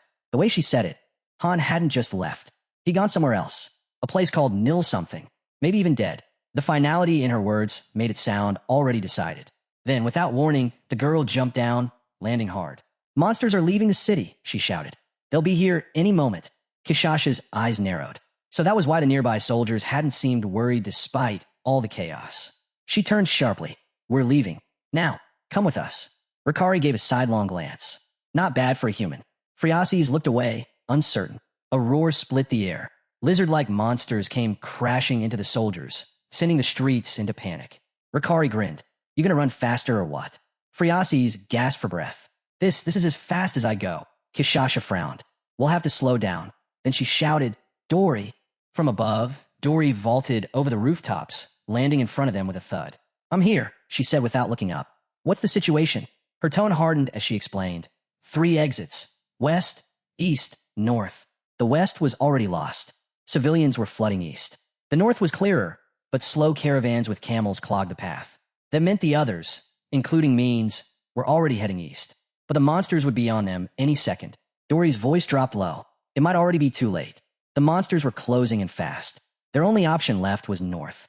The last head count put them at just 30 survivors. Kishasha turned suddenly. Wait, she said. I have something to say. The girl, still catching her breath, spoke between gasps. Can't we save them? Her voice steadied. 5 minutes. That's all it would take. Just 5 minutes. And those people could make it out alive. Kishasha didn't answer right away. Deep down, the girl knew she had no right to ask. They'd saved her, not the others. But those villagers, they were innocent. Rikari grabbed her by the arm. Why do you care if they die? Didn't they destroy everything? The girl's jaw tightened. Yeah, they did. But they didn't have another choice. Kishasha stepped forward, pulling Rikari back. That's enough. Don't touch her. She only asked. You could have just said no. Then Kishasha turned, met the girl's eyes, and said without hesitation, I'm sorry. We can't. Friasis' voice came quiet, almost a whisper. Won't you reconsider? The air went still. The entire group held their breath. Kishasha's reply, cut sharp and final. No. The girl clenched her jaw, eyes locked on the ground. Slowly, Friasis lowered her hood. Kishasha's eyes widened. A system prompt appeared. Conflict created. Special NPC Friasis requests assistance. Friasis' hand curled into a fist. Branching side quest activated. Evacuate the civilians. The system noted. The master could assign heroes to respond. A new interface displayed each hero's stance toward the request. The girl shut her eyes. Open them, Kishasha said softly. The result was clear. Quest denied. Kishasha's voice stayed calm, but firm. I'm sorry. It's too dangerous. Her eyes burned. I won't risk my own kind just to save a group of humans. Even with the promise of rare XP, gold, and bonus rewards, Kishasha turned away. Friasis muttered bitterly, anger laced with helplessness. Still so powerless. And she wasn't wrong. With a group as rare as Kishasha's, even losing one member would be devastating. Replacements? Almost impossible. Friasis stepped forward, eyes sharp. They'll be here any second. Smoke rolled through the streets as monsters swarmed the city. Then the girl smiled, broad and unflinching, and charged straight into the chaos. Bodies fell around her as Friasis darted forward, teeth clenched. Meanwhile, the protagonist moved through the battle with calm precision. To him, the mission felt almost easy, more like an escort job than anything serious. Barely 100 lizard men in total. No boss. Honestly, the 25th floor wasn't any harder than the rest. He glanced aside. However the run had played out, one thing was certain. Kishasha was the MVP. Inside the lobby, another system prompt flashed. Replay complete. Full 25th floor experience received. Han stared at the screen. The mission had now split, unlocking a branching path, one that allowed re-entry and a boss fight. That option had never existed before. He narrowed his eyes, deep in thought. The rewards were tempting: XP, gold, stronger ties with NPCs, and a special bonus prize. Even if someone else claimed it, the entire team would benefit. The bonus reward, that was what caught his eye. It could be the key to reaching the next floor. The 30th. That was the real goal. A small smirk tugged at his lips. This is the mission. He turned slightly, voice low, almost himself. And I'm the one who will complete it. Night draped the city like a heavy cloak. Han stood with arms folded, gaze lifted toward the tower above. Tomorrow, he said, we head for the 25th. Nearby, Belkist hefted a dumbbell and scoffed. You serious about training all night? A few hours won't magically fix me. Ivalka glanced back at Han. I don't mind training, but you've changed. You're not even using your shield anymore. Are we switching formations? Isn't it too soon for that? Han stood steady. No changes. Roles stay the same. We'll train with the second group, get back on track. But no pushing past the limit before the mission. Belkis shut his eyes, tone calm but blunt. I saw the second group pull in some kids to fill their ranks. Doubt they'll last through training. Han didn't answer, but his gaze stayed fixed on the newcomers, doubt gnawing at him as well. The training square was crowded. Edith gestured toward a small cluster. Those three, Anand, Lilini, and Bennick. Anand brightened and waved. I've heard tons about you, Han. I even saw you take down that dragon. Insane. Lilini stepped forward, voice softer. I'm Lilini. Nice to meet you. Bennick followed with a more serious tone. I've heard about your strength. It's an honor. Anand chuckled. Don't mind Bennick, he sounds cold. But he's fine once you know him. Edith turned to the group. They've only been here 2 weeks. But they're motivated, improving fast. I think they'll be valuable soon. Han said nothing, simply watching the trio in silence. Then he leaned closer to Edith, voice low. Don't get attached. Makes it harder later. Edith's fist clenched. I get it. But this time, I'm not letting anyone die. Han gave a single nod, then shut his eyes. Let's begin. Suddenly, the windows pulsed with purple light. Edith's group snapped into formation instantly, weapons drawn. The atmosphere shifted. Without warning, Anand stumbled back. Han had already struck. Sword swinging. Han asked coldly, still think this is a game? Flustered, Anand raised his shield. Han didn't let up. Treat it like the real thing. If you don't aim to kill, you'll be the first to die. Bennick fired an arrow. Han cut it clean from the air, smirking. Good. Fast. Lilini lunged in with her spear, but missed. And then, movement behind her. A wolf-like figure dropped down, teeth flashing in a grin. Been a while. Didn't think the coward would make it this far. Belkist moved in quick, unleashing a flurry of strikes on Lilini before slipping past Edith's guard with a sharp, sly duck. Watching closely, Han asked, You recognize her? Belkist gave a short nod. She was there during my first fight. Honestly thought she wouldn't survive floor 1. He paused. And yet, here she is. Narissa leapt into the spar, striking at Lilini. Your biggest enemy's up here, she said, tapping her temple. Fix that, and you'll go far. Edith glanced at Han with a faint smile. Don't go easy. What they need now is a wake-up call. The rookies staggered, barely managing to stay on their feet. Surrounded, outmatched. The veterans circled them like wolves, pressing in, relentless. You can do anything, Han said coolly, short of killing them. Edith sighed, covering her face. Why did I even say anything? Night draped itself over the training hall. A table nearby was stacked high with potions. Han picked one up, a yellow liquid glinting inside. A notification pinged. Crafting success. Heat-resistant potion created. Isel leaned in to inspect the table, eyebrows raised. You actually brewed these yourself? She smirked lightly. Careful, the master's going to get suspicious. Her eyes flicked to Han's hand. That ring, where'd you get it? Han looked down. Someone I knew in Niflheim. He studied the potions again. The 25th floor might not be the toughest, but he wasn't taking any risks. Thanks to Ivalka, the team had fire resistance covered. But the desert heat, that was a different danger. Exhaustion could cripple them before the real fight even began. Best to prepare. As dawn crept over the settlement, a notification flashed. Raid request submitted. Floor 25, leader, Han. The space-time gate split open with a deafening crack. Light flared from within as a message appeared. Main dungeon activated. Objective, climb the tower. And then, out of nowhere, Friasi stumbled through, dropping to her knees, breath ragged. Slowly, she opened her eyes and froze when she saw Han standing before her. Ow, how are you here? She whispered, stunned. Han's tone stayed calm. How have you been? Friasis looked around frantically. Where are the werewolves? The ones who were here. They're home, Han answered. Resting. You don't need to worry about them anymore. His team stayed quiet, watching. It was obvious Friasis hadn't come here by chance. She wanted something Still trying to process, she asked, "Is this magic?" Han raised his sword. "Not the time for questions. Our mission's that way." Her eyes widened. "You're helping me?" Han didn't answer. Instead, the team downed their potions and moved out. "We're already on the move," Han said. Jenna glanced at him. "So, the plan is to buy time for the others?" "Solid strategy." Then ding. Notification. First group leader has requested to join side quest. Friasis froze. Her shoulders trembled. Tears welled in her eyes before spilling over. A shaky smile broke across her face, and she began to cry. But the moment shattered as chaos erupted. Lizard men rampaged through the city, tearing down anyone in their way. One lunged straight at Friasis, but before it could land a blow, its body slammed to the ground with a heavy thud. Its head hit the dirt and rolled. Han stood over the body, blade dripping red. The remaining lizard men snarled, turning on him and his squad. They were surrounded. 17 left, someone called out. Han raised his sword. 10 seconds. Wipe them out. Jenna's arrows blurred through the air, dropping targets before they even had a chance to react. Narissa's blade cut another beast in half. Quick, precise, brutal. Ivalka stepped forward as a wave of enemies surged toward her. She raised her arms, flames erupting from her hands, incinerating everything in their path. "The heat's insane," she muttered.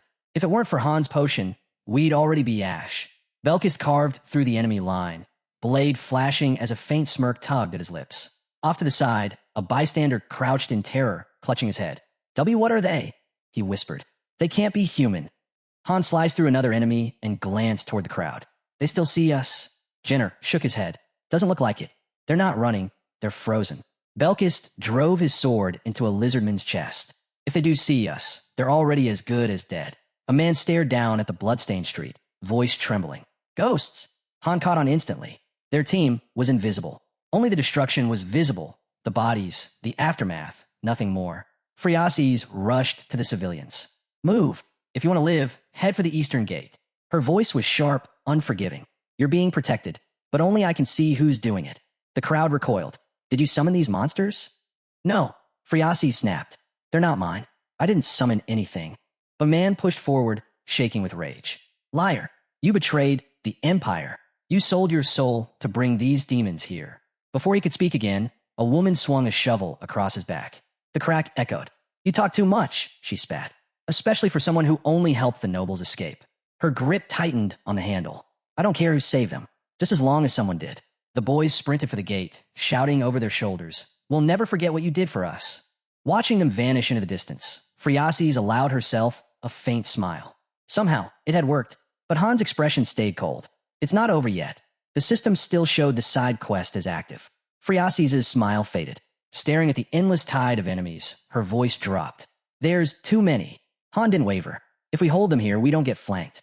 It's still better than the 5th floor, where they came from every direction." His command cut through the air. "Spread out. Now." The ground trembled as war drums thundered in the distance.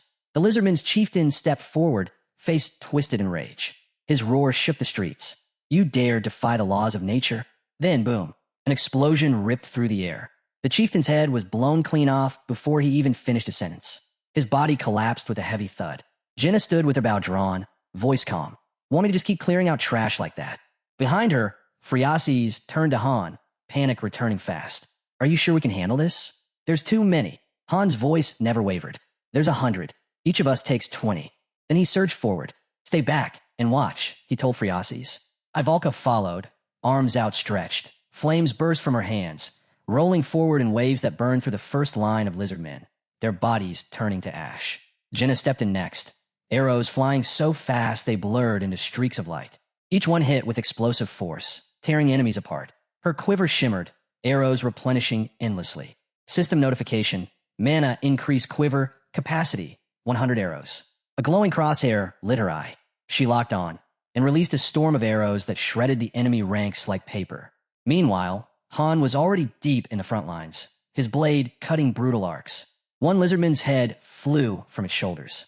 Another lost its arm as a strike crushed straight through its defense. Skill acquired, powerful blow. Belkis charged in next, his blade sweeping wide, cutting through multiple foes in a single strike. Basic swordsmanship, max level achieved.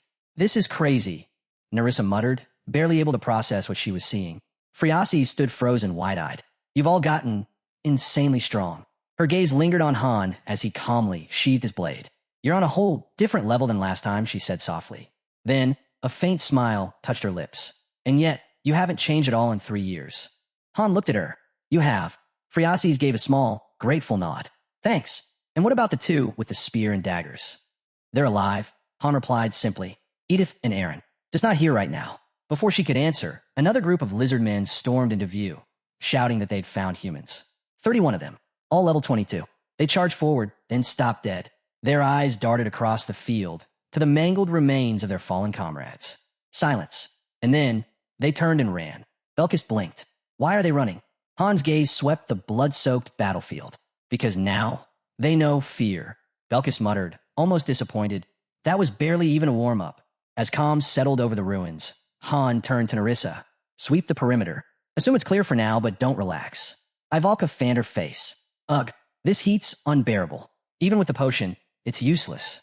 Jenna tugged lightly at her arm. Come on, let's get out of here. She glanced back at Belkis. You too. Move. Han stayed behind, his eyes fixed on the sand. None of this needed to happen. Footsteps approached. Phreases eased down beside him, her voice low. How have you been? She hesitated, then added, I thought you were dead. But here we are again. A small smile crossed her lips, her cheeks faintly flushed. The sky shifted, burning orange, fading into deep dusk. Phreases stared upward. So really, how are you? Han closed his eyes for a moment. I'm fine, he answered quietly. Hugging her knees, she whispered, I thought I was done for. Han crossed his arms. The werewolves only joined recently. We don't know much about them. They're still new. Han gave a faint smile. But somehow, you managed to stay hidden. Just lucky, I guess, she said. Her eyes lifted toward the distant tower. Honestly, this is all because of you. From her pocket, she drew out a golden crest and held it out. The Haljan clan, one of the 4 great clans. They were the only ones who ever searched for me. Without them, we wouldn't have lasted this long. Strange, though, the whole area feels empty now. Han stayed silent, listening. His thoughts drifted back, long corridors echoing in his mind, his squad trailing behind him. Narissa's voice, sharp in memory, about the Hans, the Order, and the battles they've been dragged into. Everything tied back to the 20th floor. And that mansion, that suffocating stillness. The desert glowed gold in the fading sun. Finally, Han broke the silence. So why are you here? Phreases rose slowly. I'm looking for something. Han turned to her. What is it? A faint smile touched her lips. Something I saw in a dream. A key. His gaze sharpened. And what are you planning to do with this key? Her voice was steady. I'm going to save the continent. Then she met his eyes. I don't really know what it is yet. It's more of a feeling. But when the time comes, I'll know. Han stepped beside her, still speaking in riddles. Even back when we first met, you wouldn't stop talking about your dreams. The end of the world. He studied her face.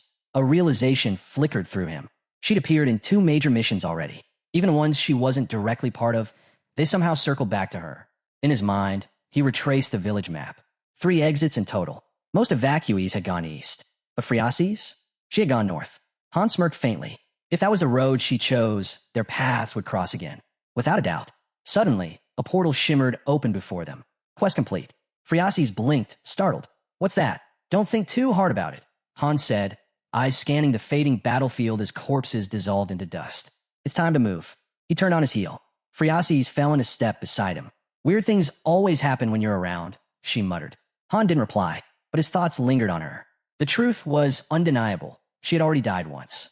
Faces surfaced in his memory. A mercenary team, bought with gold, who had tried the 15th floor. None survived. Then the werewolves, the newest squad. The ones who cleared the 25th floor. And now, Phreases running with them. This was her 3rd time through. Han calculated quietly. The number of single squads sent forward to test the tower's danger levels, far higher than most people ever realized. The evening sun stretched long shadows across the towers as they drew closer to the exit. Phreases slowed, turning back one last time. Will we meet again? Han stood with his arms crossed.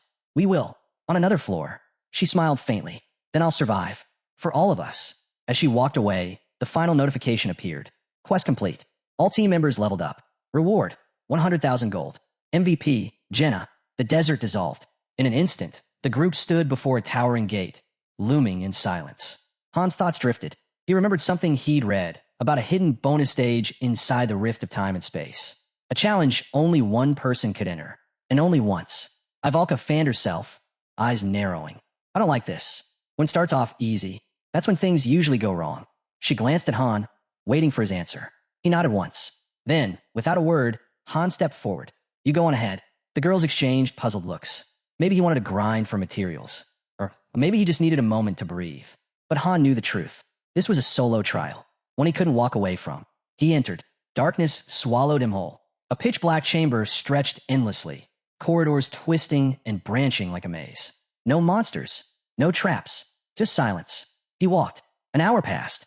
System message. Bonus stage complete. Han rubbed his chin. Honestly, I thought I'd fail this one. He flipped through a page in his notebook, scanning the sketches and notes he'd made. Either way, the 25th floor was done. Tomorrow, they'd head for the 26th. As the gate split open before him, his eyes narrowed. If his instincts were right, then everything on the 25th floor, all of it, had been nothing but warm-up. He chuckled under his breath. Ivalka had been right. When things go too smoothly, that's when the nightmare begins. And if anyone understood the rules of this game, it was her. The next day, the desert burned under the sun. Friasi staggered across the dunes, drained and barely able to stand. She lifted her head, then froze. Han and the others were waiting. Not a scratch on them. Han raised an eyebrow. Still alive. Gasping, Friasi's nodded. Barely. I thought I was ready, but it was harder than I expected. Han handed her a small bag. Potions. Food. Water. Use them. Her weak smile trembled. The only reason I'm pushing this hard is so I can keep getting your help. Belkis glanced over. So what kind of mission is this? Simple, Han said flatly. Stay close to Friasi's. Keep her alive. Friasi's pointed toward the horizon. I've seen this place before in my dreams. I just have to follow the signs. Han scanned the endless desert. Signs? He didn't see a thing. Before he could ask, the ground trembled. Something shifted in the distance. His eyes narrowed, locking onto the horizon. A massive swarm of lizard beasts, charging with feral rage, straight toward them. Weapons flashed into view in an instant. Someone shouted, "This time, we're ready." Perfect way to burn off lunch. The desert sand turned red as the battle exploded around them.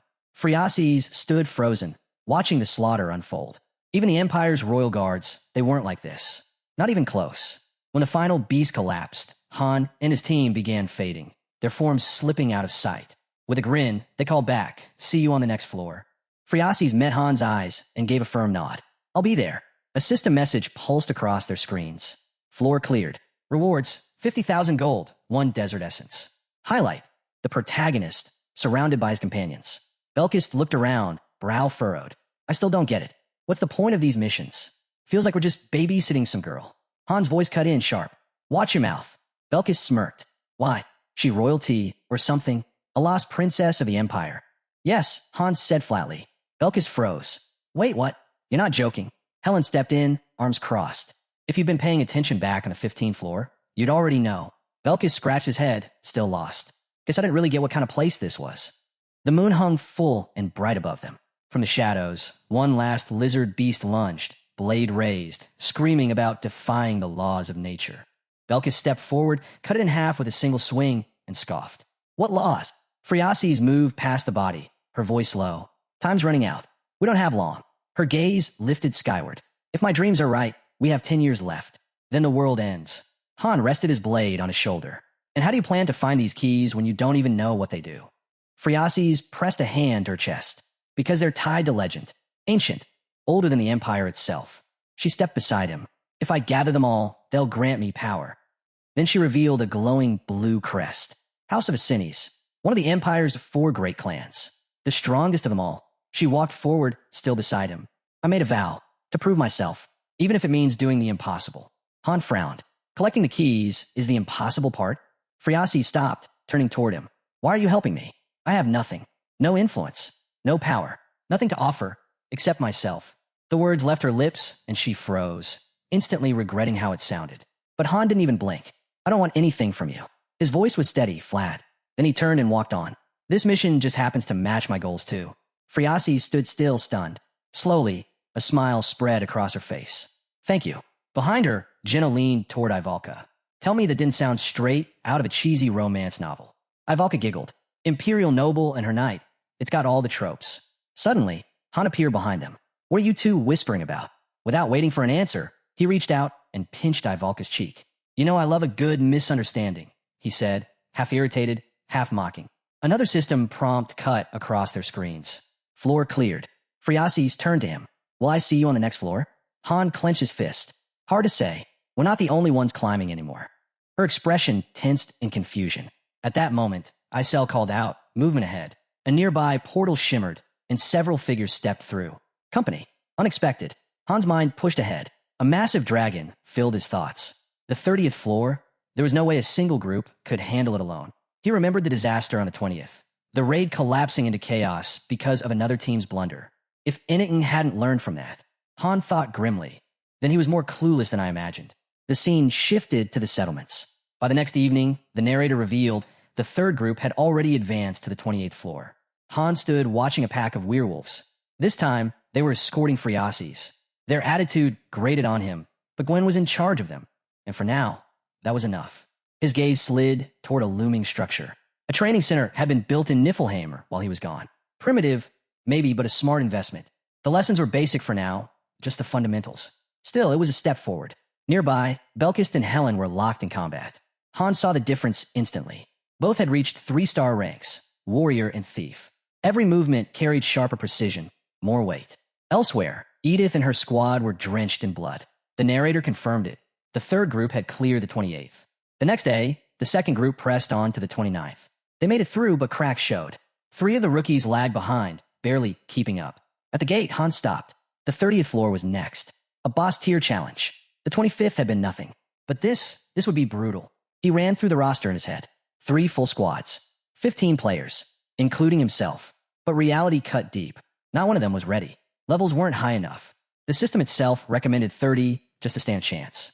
His eyes rose to the tower. Decision made. They'd return to the 28th. Grind for XP. Force promotions. Other floors were locked behind chain quests anyway.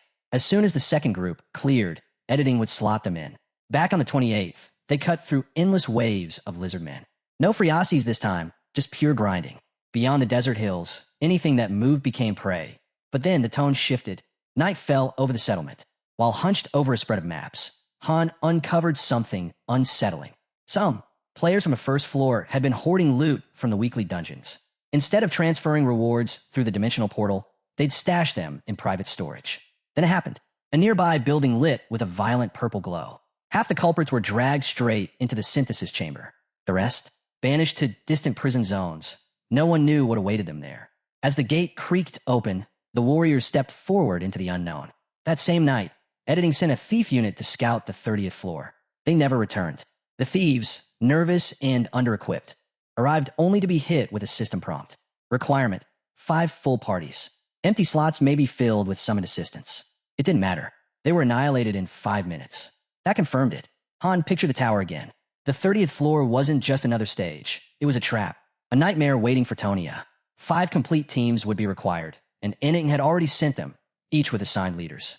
As darkness fell across the settlement, a voice slipped into Han's ear. Urnit. Her words came through the ring. She said she'd been waiting for his call ever since he arrived, but he hadn't reached out, and that cut her deeply. Han looked down at the ring, his face unreadable. With a quiet sigh, he closed his eyes. That kind of joke, he muttered, is rough on the heart. Seated at the table, he admitted he'd be heading for the boss floor soon.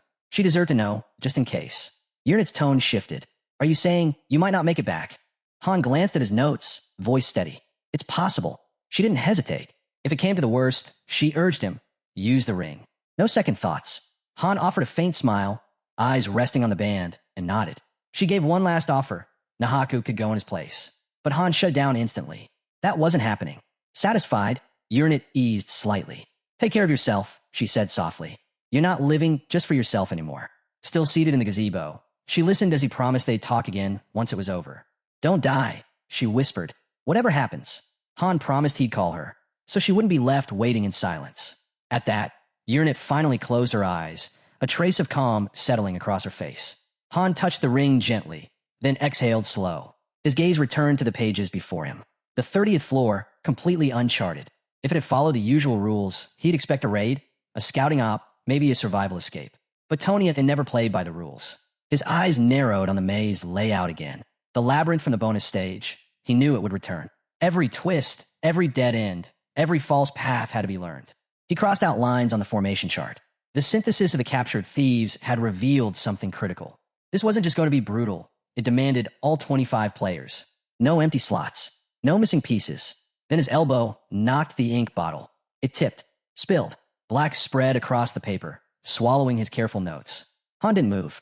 He just stared, and in his mind, the scene shifted. He pictured ink droplets as people, falling one by one, countless and scattered. Beneath a sky slowly fading to gray, Kishasha raised her hand, a sly grin on her face, and launched a brutal kick that pierced straight through her foe. Nearby, Nishaz sprinted into the chaos, laughing as she charged headfirst into the monster horde. The rest of the team narrowed their eyes and slashed their weapons, carving a path through the enemies.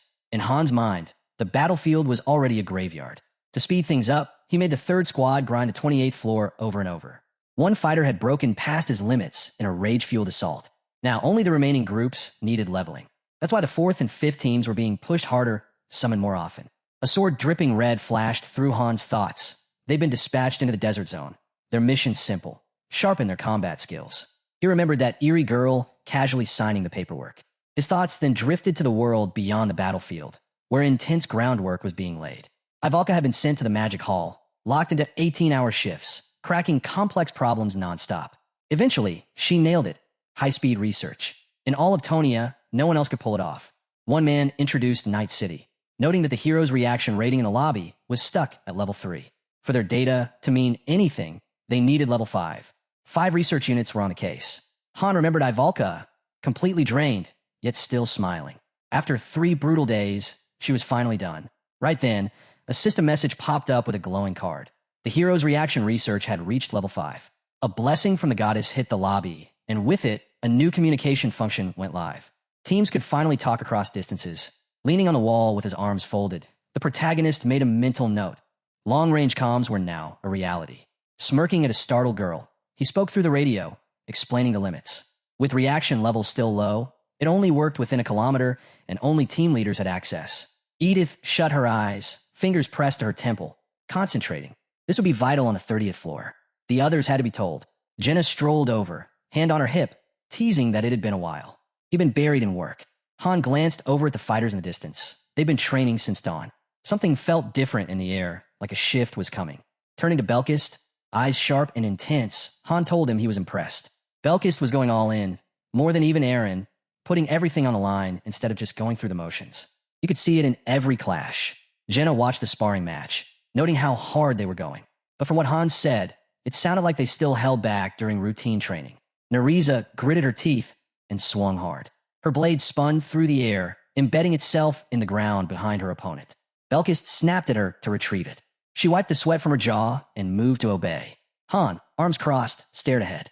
His sword's movements were changing, just as Ledigian had once described. He was approaching intermediate weapon mastery. It looked like a level up was coming. His eyes flicked to Nariza, still swinging away. She trained just as fiercely. Her strengths leaned more toward support, tracking traps, gathering intel, but she'd earned her place just the same. The protagonist watched carefully, catching the glint of her opponent reflected in her eyes.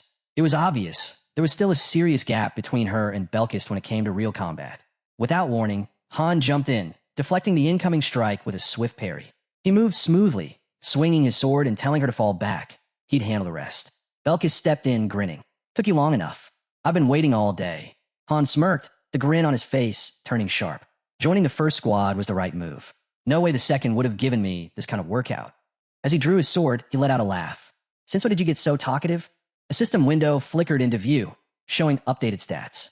Belkist's smile hardened, and he charged. Han met him head-on, blade raised to block. The clash rang out, steel grinding against steel. Han countered and surged forward. Watching Belkist come at him, he thought, this guy lives for moments like this. With another grin, he sidestepped the strike. "No matter how many times I go down," he said, "I'll get right back up. That's the difference. I don't fold, even against someone stronger." His grip tightened on the sword. That kind of mindset, that's what made Aaron worth trusting. Someone like that could be counted on. Their blades kept flying, fast and furious. Belkist gave a sharp smile and redrew his sword. A system chime confirmed it. He'd hit intermediate mastery with the blade. Not one to be left behind. Han responded with a clean swing of his own. His system window lit up. Intermediate mastery, level 3. Night settled over the glowing dome above the city. Light spilled from the windows of towering buildings. Inside one of those offices, the protagonist stood before the gathered teams, arms crossed. "This is the first time all 5 squads are here," he said. Edith placed a hand on her hip. "Didn't think Group 3 would actually show up." Perched casually on the windowsill, Kishasha smirked. We're still part of this mission. Maybe I'm not the biggest bruiser in the room, but I take my roles seriously, not like some others. Ryman stepped forward, hand outstretched. I'm Ryman. Heard a lot about you. Leaning against the couch, Gilbert gave a small nod. Gilbert, good to finally meet you.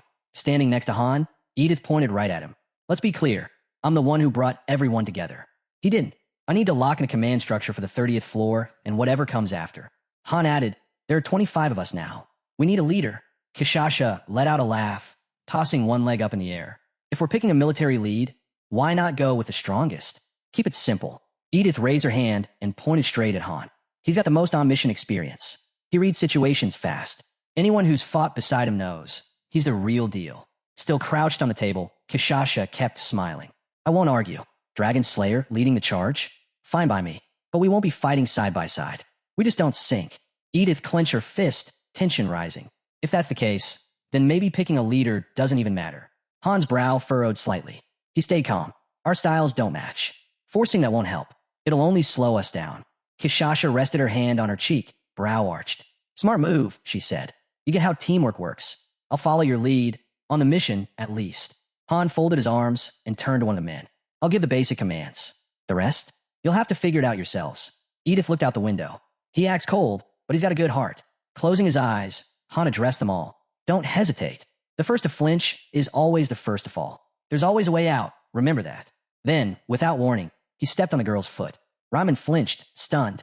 Han looked across the room, voice flat. If you're not ready to give it everything, then stay behind. Nervous and sweating, Ryman clenched his fists. I didn't come this far just to back out now. I'm staying. Han's gaze sharpened. He thought to himself, they'd know the truth soon enough. Gilbert stepped forward. Mind if I ask something? He turned toward Han. I'm fine with you leading. Honestly, most of us already treat you like the leader anyway. He looked ahead, serious. The 4th and 5th groups fought hard to make it to the 2nd floor. But by the time we did, the 3rd floor was already under construction. If we prove ourselves on this mission, can you help move us up? Han turned away slightly. It's the master's call in the end. But I'll submit the request. He then held up several diagrams. Memorize these layouts. The 30th floor could turn into a maze. We need to be ready. Gilbert leaned back on the couch, watching quietly. So young, and already the one calling the shots. They were all here, pretending this meeting was about choosing a leader. But truthfully, they'd already decided. If this was all just a show to highlight the gap between the 2nd and 3rd floors, then they were all just pieces on a board. Still, he smirked to himself. Not for long, he thought. One day, I'll be the one in charge. The morning sun lit up the city. Han unsheathed his sword. Everyone ready? He tightened his grip. Ivalka adjusted her bracelet. Joking, anyone get there, we'll sort it out? Belkist raised his sword. Did you? Jenna slung her quiver over her shoulder. No one's dying today. Han's leading us. We'll be fine. Han stepped forward, muttering, you guys lean on me too much. But even so, the squad advanced through the streets, steady, focused, unshaken. Edith took position in front of her team. Kishasha led hers with a quiet grin. Ryman, brow furrowed, marched ahead with conviction. Gilbert's crew stood outside, weapons ready. Then, a system window lit up, attack unit established. All 5 groups merged into one. 25 warriors stood before the dungeon gate. Han, marked as the system's recommended leader. Edith looked over. This time, she said, I'll pull my weight. Back on the 20th floor, things had been simpler. Standing behind Han, Ivalka shifted uneasily. Every new boss level pulls in more people, she said. At this rate, we'll need a full army just to keep up. She glanced at Han, who stood at the front, completely ignoring her on purpose. Isel let out a quiet laugh, rested a hand on Ivalka's head, and reminded them, this is the 30th floor now. Stay sharp, and try not to get in Han's way. Belkis threw Han a look, grinning. Look at you, getting popular. I'm starting to get jealous. The portal began to glow, vibrating with energy. A system voice echoed, gate opening in 10 seconds. A message flashed across the interface. 29 floors cleared. Climb the tower. Save the world. Jenna turned with a confident smile. As long as we stay sharp, this'll go smoothly. A burst of blinding light exploded from the portal. Waves of power rippled outward, cutting through the clouds. In the blink of an eye, the space around them warped, swirling sand overtaking everything. They landed in the ruins of what looked like a city. Ivalka held down her hood, shielding herself from the harsh wind. Did we just land inside a city? Han scanned the surroundings, eyes narrowing. Looks ancient. He reached out to Edith via comms. What's your terrain look like? Edith replied, endless sand. And it's hot. Brutally hot. Han checked his own view. Same here. We'll regroup at the center. You'll know it when you see it. They moved down dusty streets, rubble crunching beneath their feet. Han turned to Ryman. You guys too. Head toward the center. Don't count on luck. Try contacting the others on the way. Trailing behind the others, Han frowned. The teams were too spread out. Not good. Pulling his collar up to block the stinging sand, he ordered his team to press forward with Nereza in front. And keep an eye out for Friasis, he added. She could be nearby. Nereza nodded once and bolted ahead, focused. She'll report anything she spots, Han reminded them. But don't drop your guard. They pushed through the sandstorm. Every step forward a fight. Jenna squinted ahead. It's too quiet, she muttered. This is the kind of silence that comes before something bad. Han raised his radio, calling out to the second and fourth team leads. He paused by a crumbling angel statue. Meet at the large building in the center. Through the haze, he caught sight of the girls pushing onward.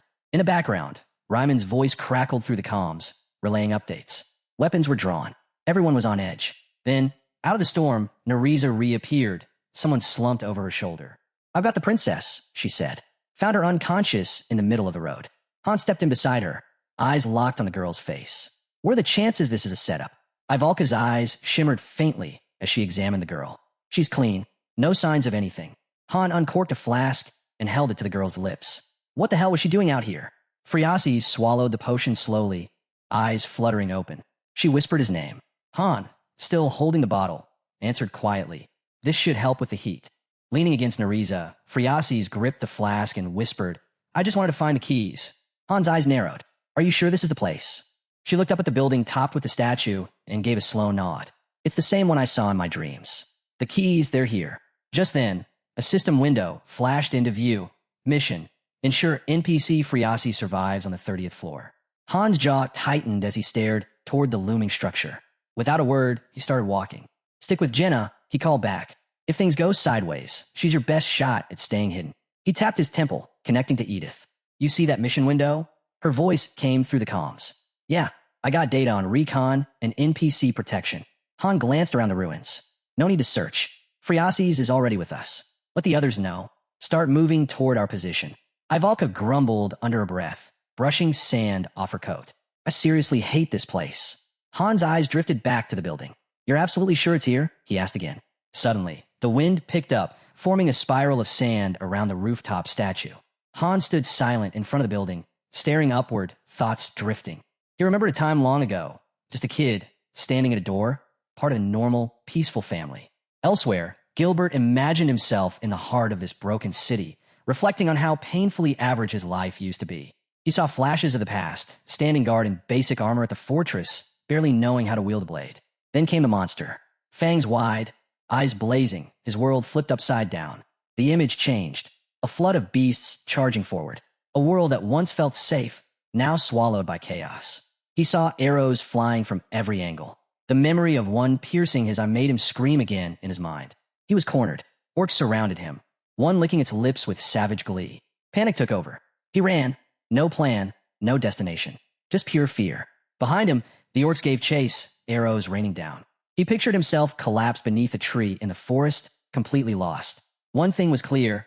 There was no redemption for deserters. He remembered when 3 boys found him lying there. Somehow, they didn't kill him. Nights followed. Campfires shared food and uneasy laughter. But Gilbert never truly relaxed.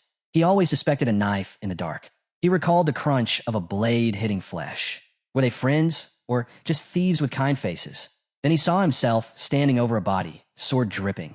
He remembered one of the boys on his knees, pleading. That fear he once carried, he'd passed it on. A twisted laugh escaped him. That moment, he understood.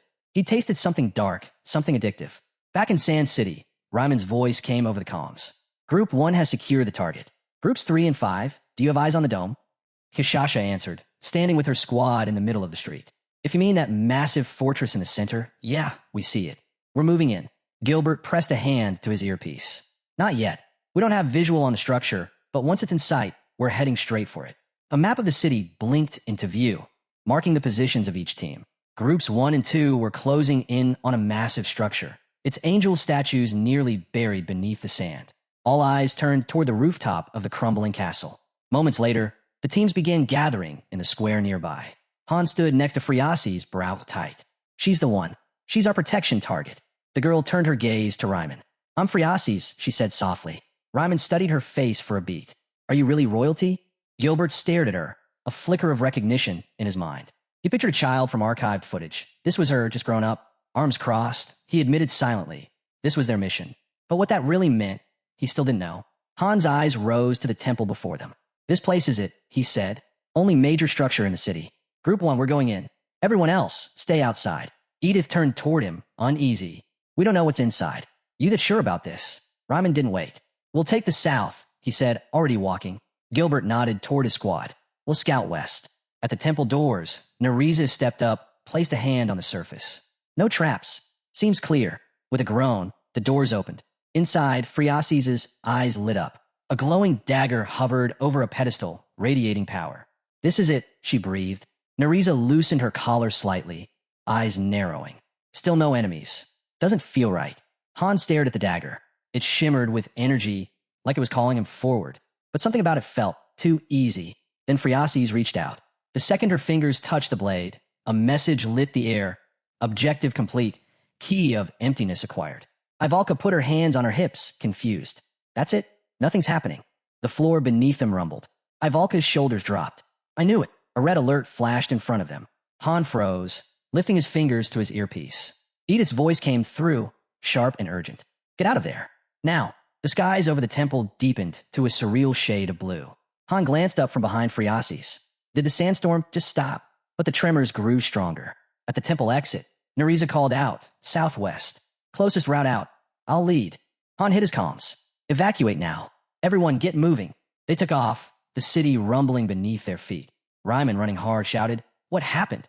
Han turned just long enough to catch sight of Kishasha and her team in the air, flying over collapsing rooftops. Ivalka's mouth dropped open in shock. Belkist gave a crooked grin. Guess something did happen. They sprinted, sand crashing behind them like a tidal wave. Edith turned mid-stride, yelling, Faster! Move it! Ryman risked a glance behind. What the hell is this? Gilbert's eyes darted around, panic creeping in. Han reached for Jenna and Friasis. Hold on to her. Don't let go, no matter what.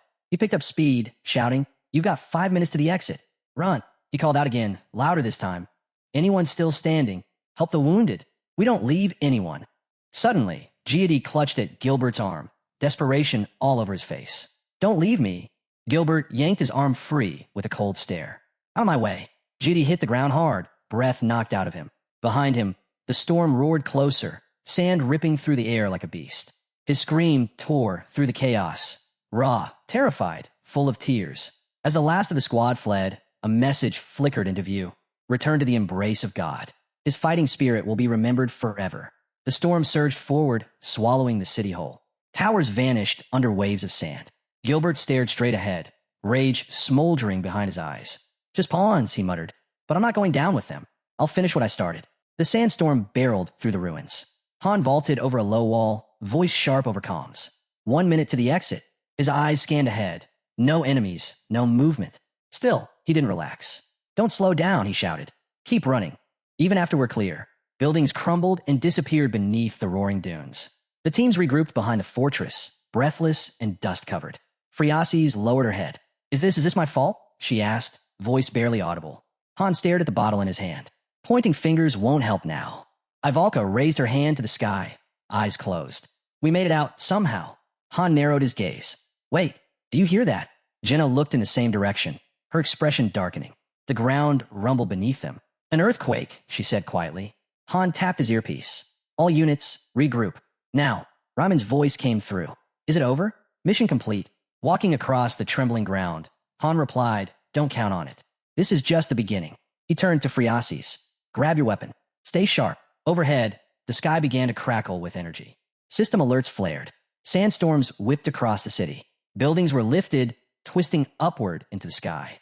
The fortress shook beneath them as the entire city rose, perched atop a monstrous dune. From the heart of the dust, a creature bared its teeth. Han looked up. Is this what you saw in your dreams? Friasis trembled. No, I've never seen anything like that. System update. Mission changed. The beast raised one enormous paw, eyes blazing. Inside the fortress, it towered like a nightmare. New objective, eliminate all enemies. Protect Friasis. The group stood frozen. The ancient statue loomed behind a creature. Friasis stared, fear etched across her face. Joe stood motionless, sweat dripping down his brow. Edith couldn't speak. Kishasha crossed her arms, a smirk playing at her lips. Ryman clenched his jaw, silent and tense. Gilbert's face paled. He looked up, mouth open. What is that thing? The creature stepped forward, tearing everything in its path to pieces. Someone in the back chuckled darkly. Gilbert blinked, then laughed, wild and shaky. Now this is the real fight. Too much for you? A voice asked, half amused. Gilbert's laugh turned into something feral. You dragged me out of hell just to toss me into it again? His mind drifted back, flames and smoke, chaos. The forest burning, the blood. He remembered the horror, looting, murder, fire. He imagined himself atop a mountain of gold, trophies of his sins stacked around him. And yet, it still wasn't enough. He wanted more. The fire spread, trees falling one by one. He screamed as knights began to retreat. A voice shouted from horseback, "We've been betrayed. Ride harder." The horse stumbled. Both rider and beast tumbled off the cliff. He saw a wounded captain on the ground, breath shallow. "He's not going to make it," someone said. "We leave him, or we're all dead." A young man stared at his severed hand, shock freezing his scream before it exploded from his chest. Gilbert remembered himself, bloodied, screaming, blade raised. "Don't treat me like trash," he roared. "Try it again. See what happens." Gilbert's thoughts wandered again, back to the palace, to his final memory before everything changed. Standing in that grand square, he'd looked down at his own hands, remembering the spine he shattered long before ever arriving here. But now, none of that seemed to matter. He peeled away a bandage, exposing the hollow where one eye used to be. Oddly enough, this place erased illness. Old wounds stuck around, but sickness? Gone. He bent toward a mirror, thoughts turning. The ones living up on the higher floors, they knew more. If he could just get to the second floor, maybe he could too. A slow grin crept across Gilbert's lips. Born with 2 stars, clearly a cut above the common trash around him. This was his shot to climb higher. He remembered sitting across from Han. That was his name, right? The so-called leader. A 1-star nobody. A farmer. Lounging on the couch, Gilbert had thought coldly. Nothing's stopping me from passing him. Then the ground shook. The monster slammed a foot down, shaking the earth. Gilbert's hands flew up instinctively, trembling. A system message popped. Fear status active. All stats minus 30%. He stared, frozen. I never had a chance. Eyes flicked to the walking statue. It was happening again, just like the day the Knights were wiped out. No hope. No winning. They had to run. All around him, the others stood stiff, paralyzed. Then the system broadcasted, groups 4 and 5 affected by fear. All stats minus 30%. Ryman turned, drenched in sweat. What is this nightmare? Shouldn't we retreat? Gilbert spun, panic rising. An ant can't kill a giant, not even with a weapon. Belkis crossed his arms, unfazed. Who gave this mutt permission to speak? He scoffed. Calling you a dog's too generous. You're more like a bug. With a slow grin, Belkis looked him over. Seriously, what happened to your face? Then, without hesitation, he stepped up behind Han, drawing his sword. Let's wrap this up. Gilbert turned to the group, voice cracking. What do we do? How are we supposed to escape this? Han kept his eyes on the monster. Looks like you forgot how this works. We don't leave until it's dead. He lifted his blade and faced the team. Get ready.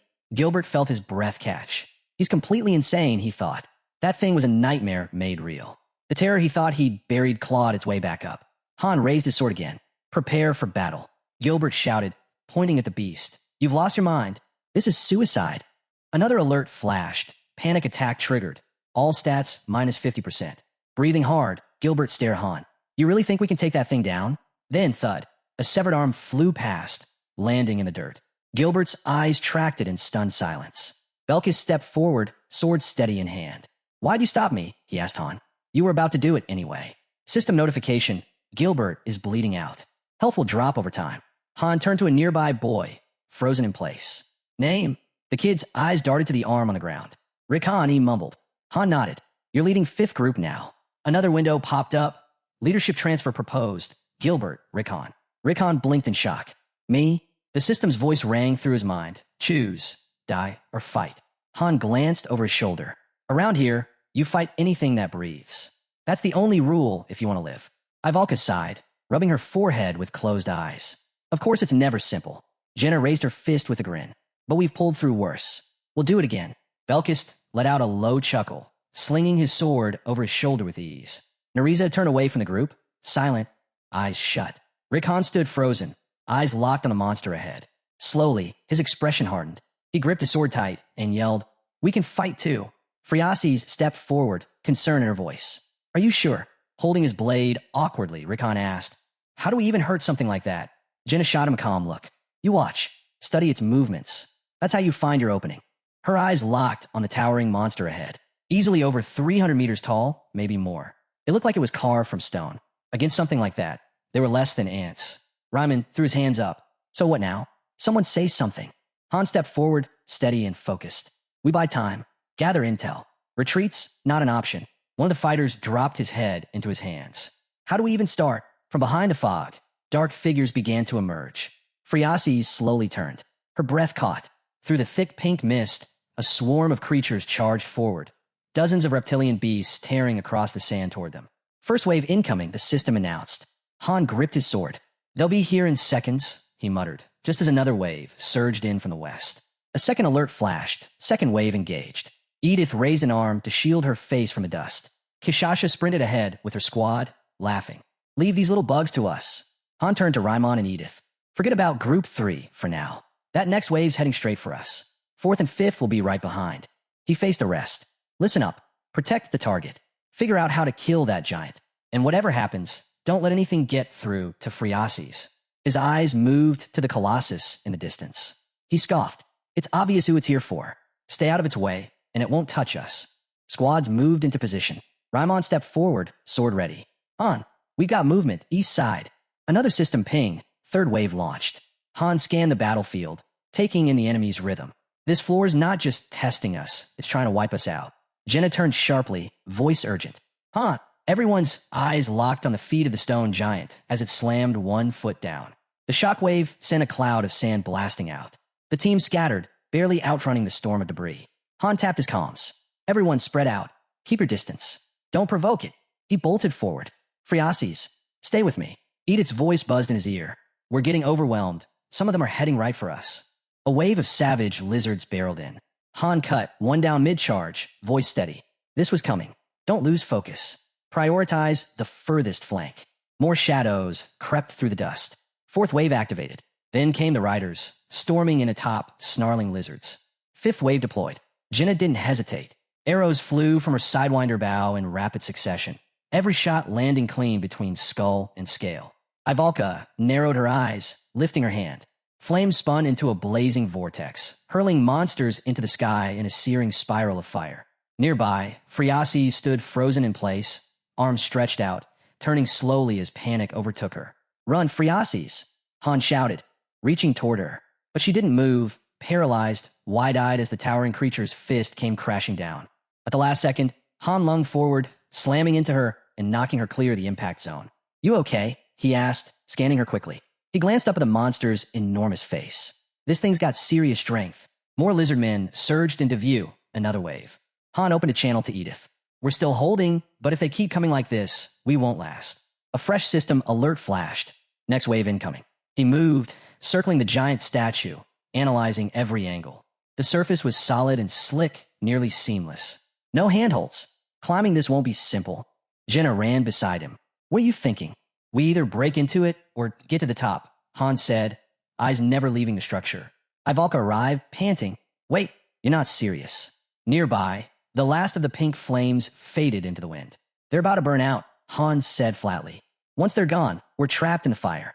Belkis gave a low, amused chuckle. Told you, only one way out. But what's your plan? It's all about finding the right angle, Han replied calmly. He tapped his earpiece.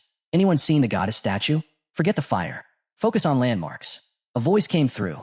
You mean that weird carving of a woman sticking out of the sand? That's it, Han said, eyes serious. That's the one. Head west now. Friasis the key. Friasis looked down at the object in her hand, stunned. It's not reacting. We can't use it yet. Charging across the dunes, Han called out to Kishasha. Touch the statue. He waited, watching, hoping something would change. But nothing did. Before he could react, another wave crashed in. Ryman's voice burst through the comms. Group 4, fall back. Meet with Group 1 immediately. Recon gritted his teeth. The others are regrouping. We should move too. Then he stopped short, eyes catching a figure running in the distance. Gilbert, he shouted. Get back here. But Gilbert was too far gone, cradling his wounded hand. I didn't even see it coming. He heard the warning echo in his head. Once you enter this floor, panic messes with your powers. And now it was happening, everything clouded, blurry. On and chased after him. Wait, don't leave me behind. The monsters stared, their glowing eyes locked on the panicked boys charging straight toward the flames. Ahan screamed, pain, shock. Edith dropped beside him. Hey, breathe. Drink the potion now. Roderick knelt next to her, grim-faced. Only 2 left from Group 5. If this keeps up, they're finished. 2 already ran. Edith glanced his way. That look. I've seen it before. My old unit had it. Right before they fell apart. Roderick hoisted Ahan onto his back. Come on, stay with me. Then Ahan's gaze locked onto a nearby corpse. One of their own, a spear through his chest. Elsewhere, Hunt dashed across the blistering sand, pressure mounting by the second. We're almost at the breaking point, he thought. He pictured the battlefield, flames closing in, squeezing them tight. The lizard swarm kept multiplying, replacing every fallen beast. In this chaos, tactics didn't matter. Formation was useless. Facing the blazing wall ahead, he called out, Only Phreases comes with me. The rest of you, fall back and regroup. A smirk tugged at his lips. Giant monsters? Yeah, I live for this.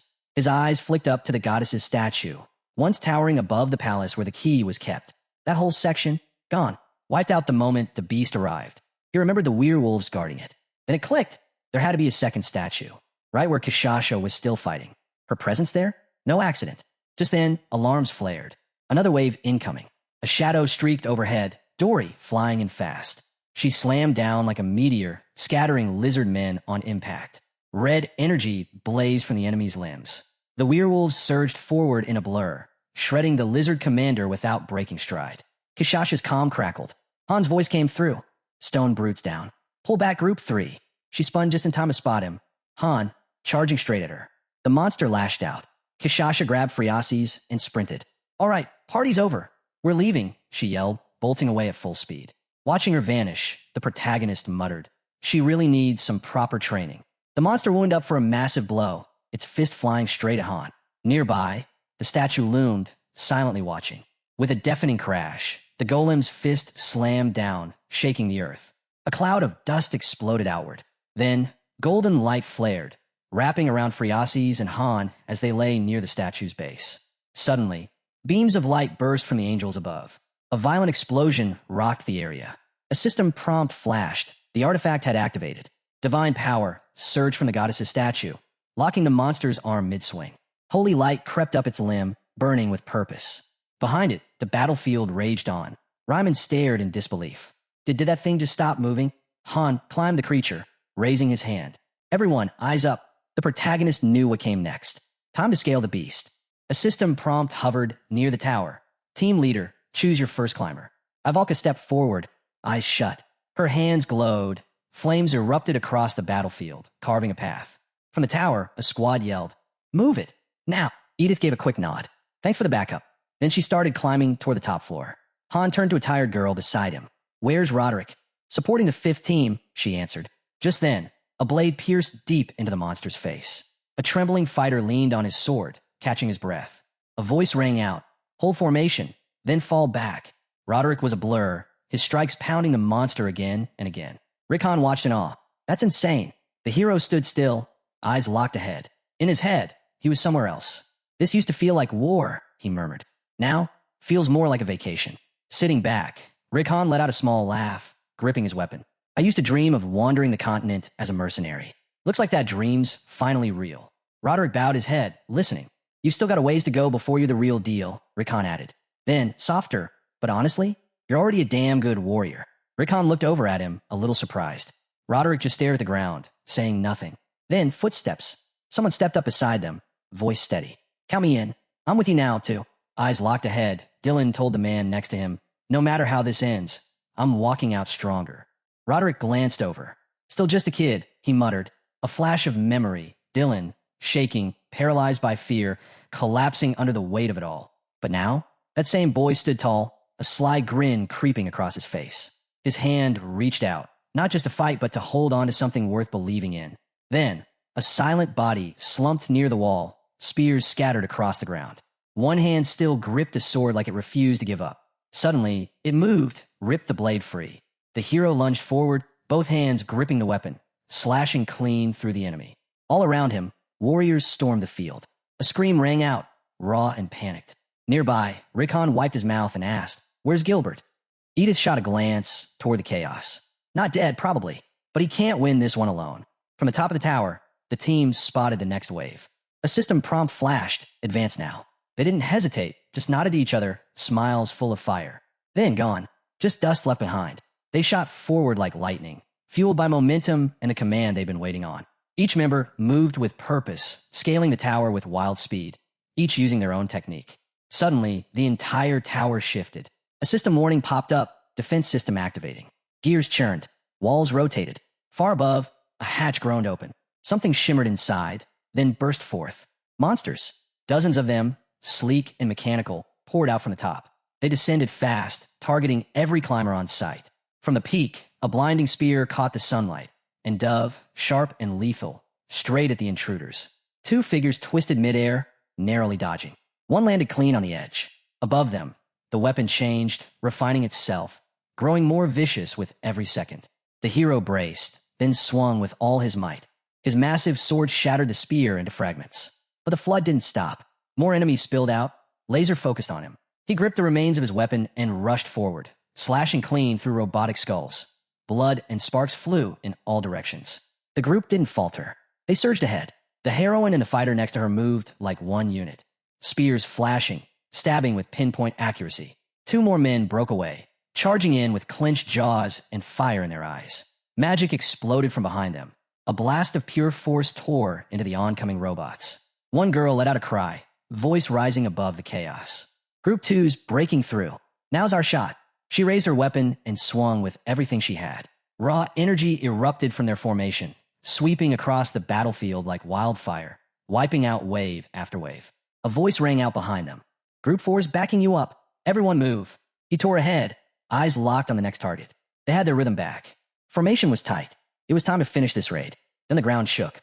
A towering, shaman-like creature appeared at the center. It lifted its arms, and chaos exploded. The remaining monsters flew into a frenzy. A streak of magic surged from the shaman and slammed into one of the heroes. His body jerked, then stiffened. His veins lit up with energy. His eyes turned wild. A system alert blared. Berserk mode initiated. He roared, then tore through the enemy with brutal grace, bloody blades slicing through everything in his path. More creatures swarmed in. He stared down the open hatch, unfazed. Surrounded by fallen enemies, he shouted to the others, "Strike from inside." Kishasha grinned wide, eyes wild. "I'm going first." Someone quickly handed her a map of the underground monster tunnels, just in case. The hero glanced at Friasis and gave a firm nod. "You're going in too." As more monsters poured out of the hatch, he turned to her again. "Trust me, it's worse out here." Below them, enemies kept scaling the tower. Up top, the team gathered fast. Han raised his voice, declaring that Team 1 would stay behind. They were holding this floor no matter what. The protagonist tightened his grip on his weapon. "Team 1, this is our fight," he shouted. Then he turned to Kishasha. "Hit them hard the moment you drop in." Heat radiated from her body. Her aura blazed. A system alert blinked. Her exclusive transformation skill had reached max output. Planting her feet, she stood firm as a massive tiger cloaked in fire rose behind her, looming tall over the tower. With precise, almost gentle movement, the beast grabbed a trembling Friasis by the back of her outfit and lifted her up. Then, with a thunderous leap, it dove straight into the hatch, vanishing into the depths below. Edith leaned over the edge, calling down to Han. "Stay sharp down there." Ivalka gave a dry laugh, eyes scanning the battlefield. "Our squad always gets the worst jobs," she muttered. Turning to the hero, she asked, "So, what's next?" He looked up at the towering structure. "Climb the arm of the tower," he ordered. "Trash anything that looks even remotely suspicious along the way." The heroine peered into the hatch. "Everyone's inside," she confirmed. "Even Group 5. Suddenly, a flicker caught a girl's eye. She turned, squinting, just as a spear came whistling down from the tower's top. In a flash, magic pulsed through the air. Han raised his hand. Energy coiled around the spear like a ribbon, slowing it midair before it shattered harmlessly. The girl stepped forward, lifting her arm. A wave of flame erupted from her palm, sweeping across the field like a tidal wave of fire. Still, the monsters came, unrelenting, jaws open, tearing into the inferno without hesitation. Jenna raised her bow and fired. Arrow after arrow, each one landing with brutal precision. All around her, the others pressed forward, hacking through enemy ranks without mercy. High above, the tower master clenched his teeth, fury twisting his face as he watched their advance. Han glanced up at him, a calm, confident smile playing on his lips. Further along the tower's side, Gilbert clung tightly to the metal, sword in hand. His head hung low, chest heaving as he struggled to catch his breath, but he didn't let go. He looked up. No exits, no escape, just fire, and beasts, Everywhere, eyes on the distant figure of the master, Gilbert lowered his gaze again. He had no idea how he'd even made it this far. But down below, the fight raged on. And still, the heroes pushed forward, every strike powered by the belief that they could finish this. As Gilbert thought about the others, he muttered under his breath, "They've already made it this far, while I was still running." Deep inside the tower, the heroine and Friases stepped into a strange lab filled with bizarre machines. One glance was enough. They had to wipe it all out. Without warning, the structure began shifting again. The machines were upgrading. Weapons unfolded from hidden compartments. A system warning lit up. Stone statue defense level 2 activated. Flames burst from the heroine. "Get ready," she shouted to Friases. In a roar of fire, a raging inferno tore through the lab, consuming everything in its path. A lone lizard man stood frozen, paralyzed by the chaos. Ivalka stood unmoved. Then, with a single command, she brought the room down in a crushing collapse. The heroine's fire magic roared through the battlefield, incinerating every last monster in sight. Then, a thunderous impact. A colossal foot slammed down, shaking the entire tower. A towering ogre had entered the fight. Spears flew through the air, several striking the beast's eye. Han watched as the chaos unfolded. A new system message flashed. Second device neutralized. Moments later, the ogre's head rolled from the tower's edge. Its body soon followed, crashing to the ground below. Han blinked, trying to process it. Then came another update. The third device was located, though not without resistance. Up top, someone shouted, confused, "It's running?" Their eyes locked on a glowing crystal sealed inside a glass chamber. Over comms, Kishasha's voice came through. "It's near us. We got it covered." That was the cue. The others were clear to move ahead. Grinning, the hero and his partner dashed forward. Han's voice booming from above. "Take it down." Monsters swarmed, shrieking, trying to block their advance. The two heroes tore through them, spells crackling around them as they fought their way to the chamber. Without hesitation, the hero surged ahead, sword ready. With one powerful strike, he drove the blade into the glass. The crystal shattered, shards exploding outward. The tower master's face darkened. Another alert blinked in. Defense level 3 engaged. Sparks flared from the master's eyes. Then, blinding light burst upward, cutting across the sky like a blade. The heroes looked up, shielding their faces. They knew the pattern now. Level 1, ballistas and lizardmen. Level 2, ogres.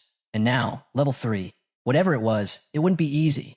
Han narrowed his eyes, already bracing for what was coming. A violent surge of energy erupted from the tower's summit, fired by the master himself. Another system alert blared. Ancient stone statue, laser system engaged. Lasers tore through the sky, scorching beams raining down, ripping entire sections of the battlefield apart. Half the tower was reduced to rubble in seconds. The massive statue slowly turned, scanning the wreckage with chilling calm. On a fractured platform, a group of fighters stood stunned, trapped. Jenna stared at the destruction, shaken. "I wasn't ready for this." "We're close to the head." Han shouted. "Don't lose focus." Below, an ogre howled. Kishasha's team was locked in brutal combat. "Stop wrecking the devices." Han roared over the noise. "Focus on the monsters."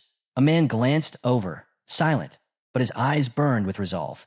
Two heroes ducked under the deadly lasers, screams ripping from their throats. Then Edith's voice cut through.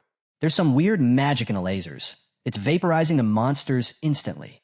Realizing the fight inside was escalating too, one man gripped his spear, jaw tight, and broke into a sprint. Han charged ahead, pushing straight for the laser device.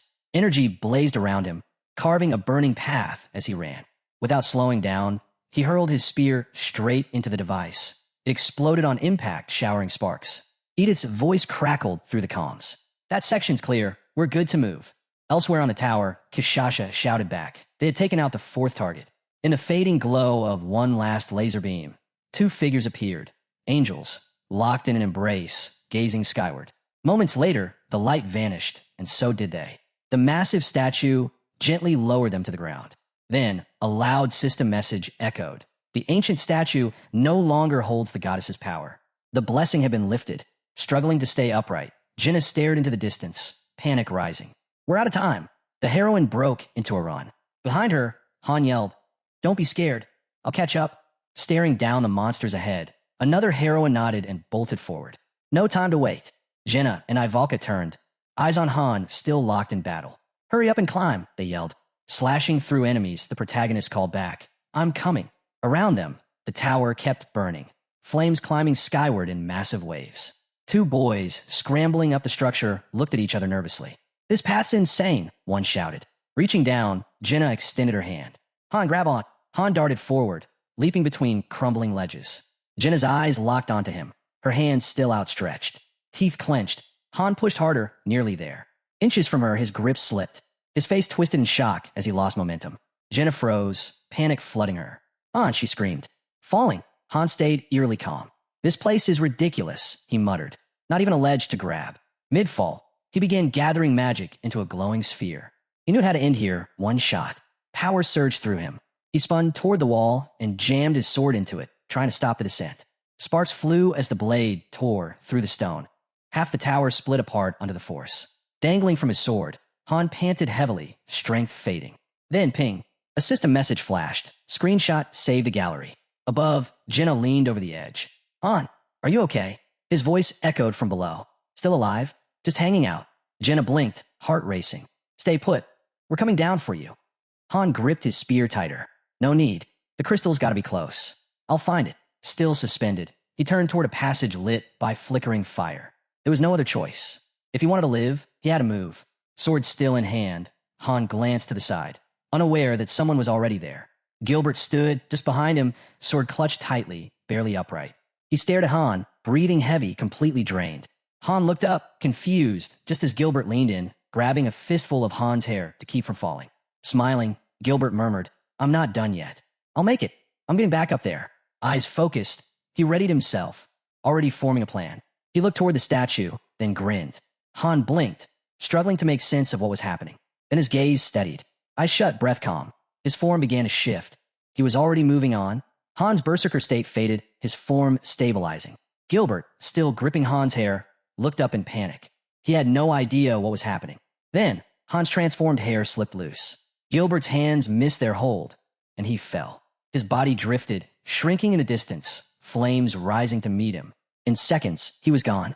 A system prompt blinked into view. Gilbert has returned to the Lord's embrace. Han didn't flinch. He stared forward, then burst into motion, springing off his own sword midair. He landed smoothly inside the sector filled with hidden entrances.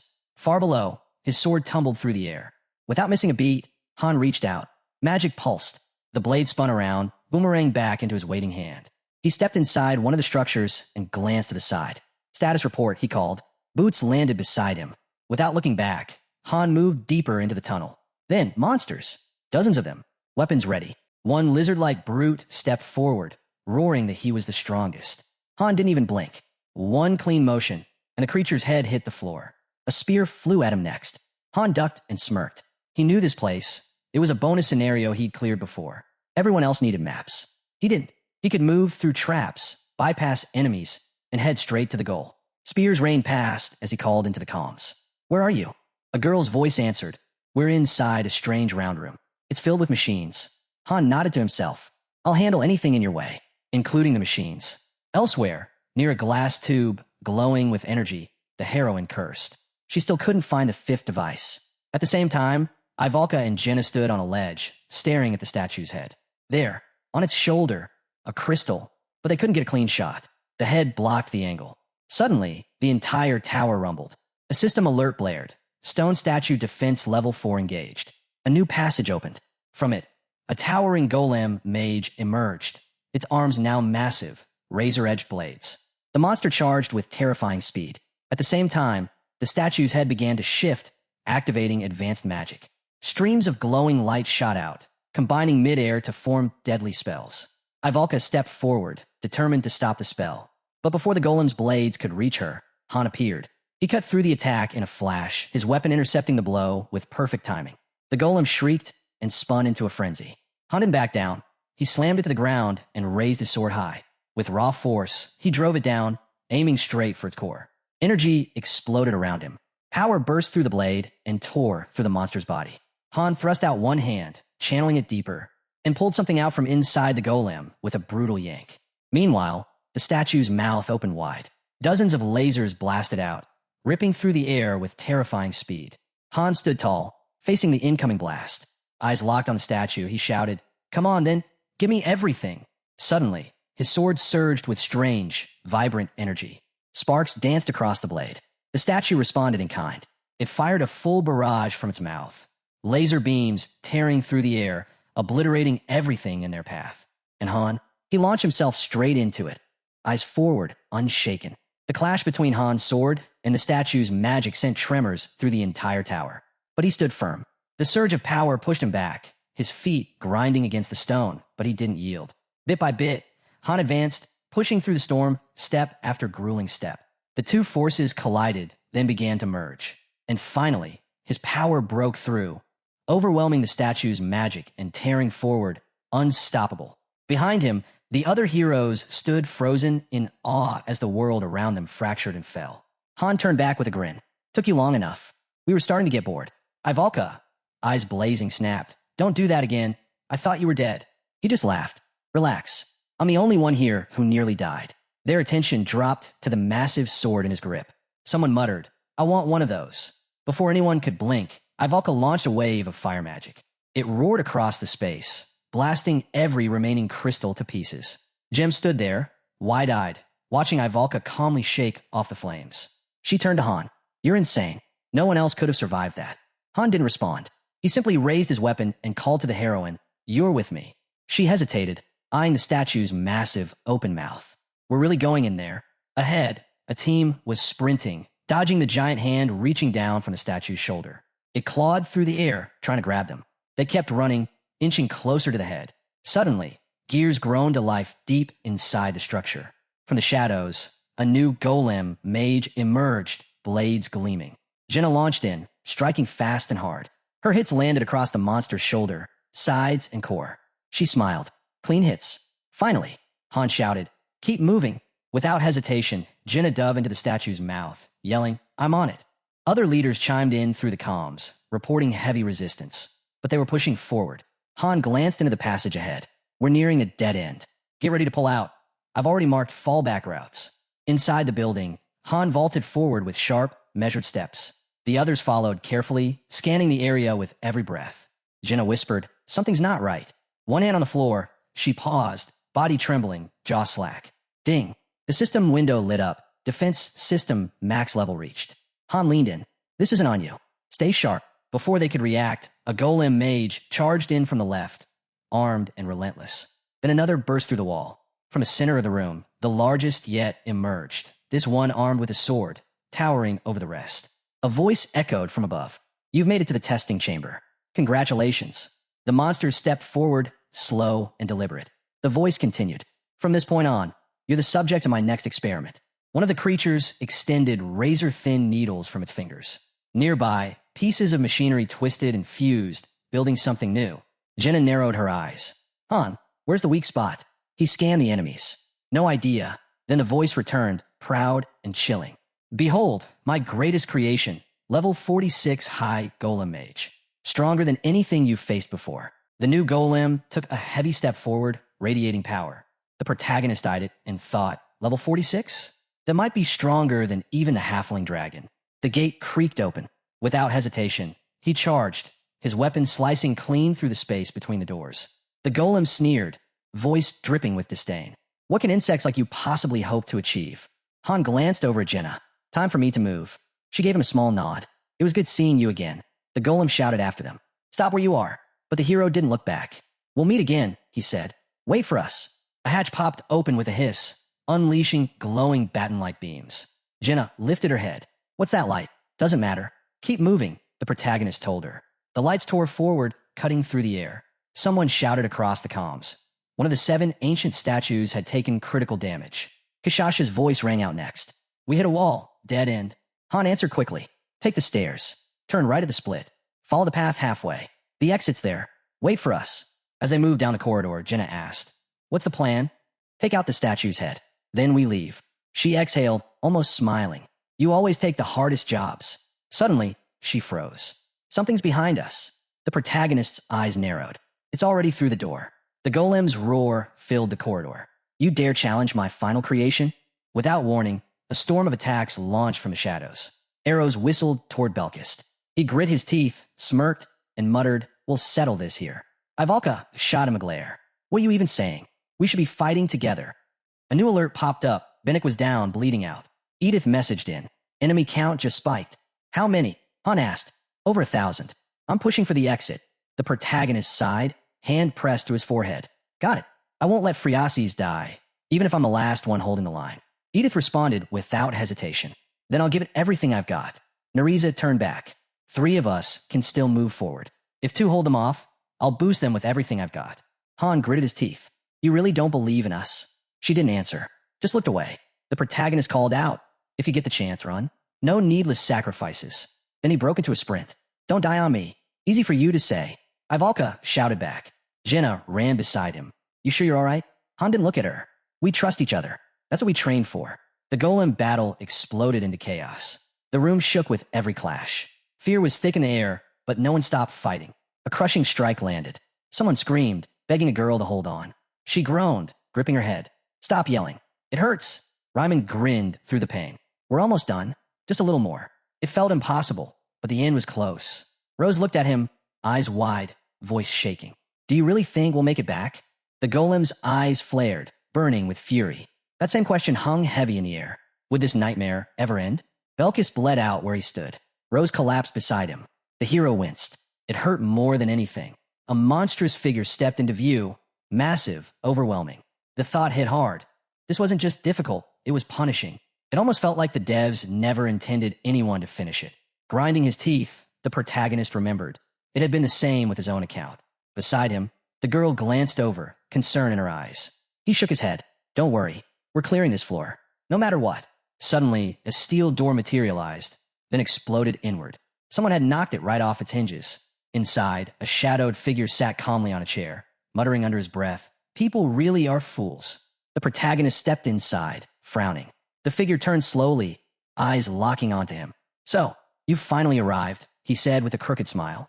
Then, mockingly, do you even know what she really wants? That girl you're trying so hard to protect. She's trying to rewrite the rules of existence. Han didn't waste a second. His blade flew forward. You're wrong. At the same moment, the girl fired, her arrow cutting through the air and landing solid. The creature staggered. Han stepped in, voice sharp. What are you even talking about? The enemy dropped to the floor. Han turned to the girl. We need to wipe out every one of those devices. Don't leave anything behind. She nodded. Got it. But before they could move, the golem's eyes reignited. Belkis and Nerissa dove out of the way as the creature snapped back to life. Belkis cursed under his breath. It was fast, too fast, and nothing was getting through its defense. If I can't beat this, he thought, how the hell am I supposed to fight a dragon? Meanwhile, the protagonist entered a new chamber, eyes locked on the center. A massive crystal pulsed before him. He drew his sword. This has to be the last one. With a mighty swing, he slammed the blade into it. Nothing. Then, cracks splintered across the surface. Light burst outward in jagged shards. A notification flashed. The ancient statue has lost all support. Mission updated. Escape. Bonus. Ensure NPC Friasi survives. Han looked at Jenna. It's done. We're getting out of here. She hesitated. What about the others? We'll catch them on the way. You're with me. Smoke poured from the crumbling statue as Han called out the update. Final crystal destroyed. Doors are unlocked. Fire should start fading. Find the exit. Edith's voice came through fast. We've got a way out. We're moving now. What's your status? Han responded, still alive. We'll make our own way out. Then the ground shook beneath them. Han spun around. Is Team 1 all right? A voice shouted back. Mission parameters just changed. Everyone has to evacuate. In the chaos, a monster seized Rose's limp body. We don't have time. We can't carry her, someone cried. Then one stepped up, grinning. Time to go. I'll open a path. Just watch me. Edith turned to Lilani. Help Anand. Then to Bennick. Can you run? Without hesitation, he bolted. I've got this. Someone yelled after him. Don't slow down or we're leaving you. Bennick didn't even glance back. Fine by me. Eyes forward. Focus locked. The protagonist watched it all unfold. This is it, he thought. The final stretch. Everyone's getting out. No matter what. Group 1 was injured. Group 2, bleeding out. Group 3 hadn't made it through without wounds. Group 4 had already lost 2. In Group 5, 3 were dead. As the view widened to show the full scope of the room, Belkis looked away, jaw tight. He turned on the protagonist, eyes sharp. You were late. We needed you earlier. His words hit hard. No one disagreed. A towering golem came into focus.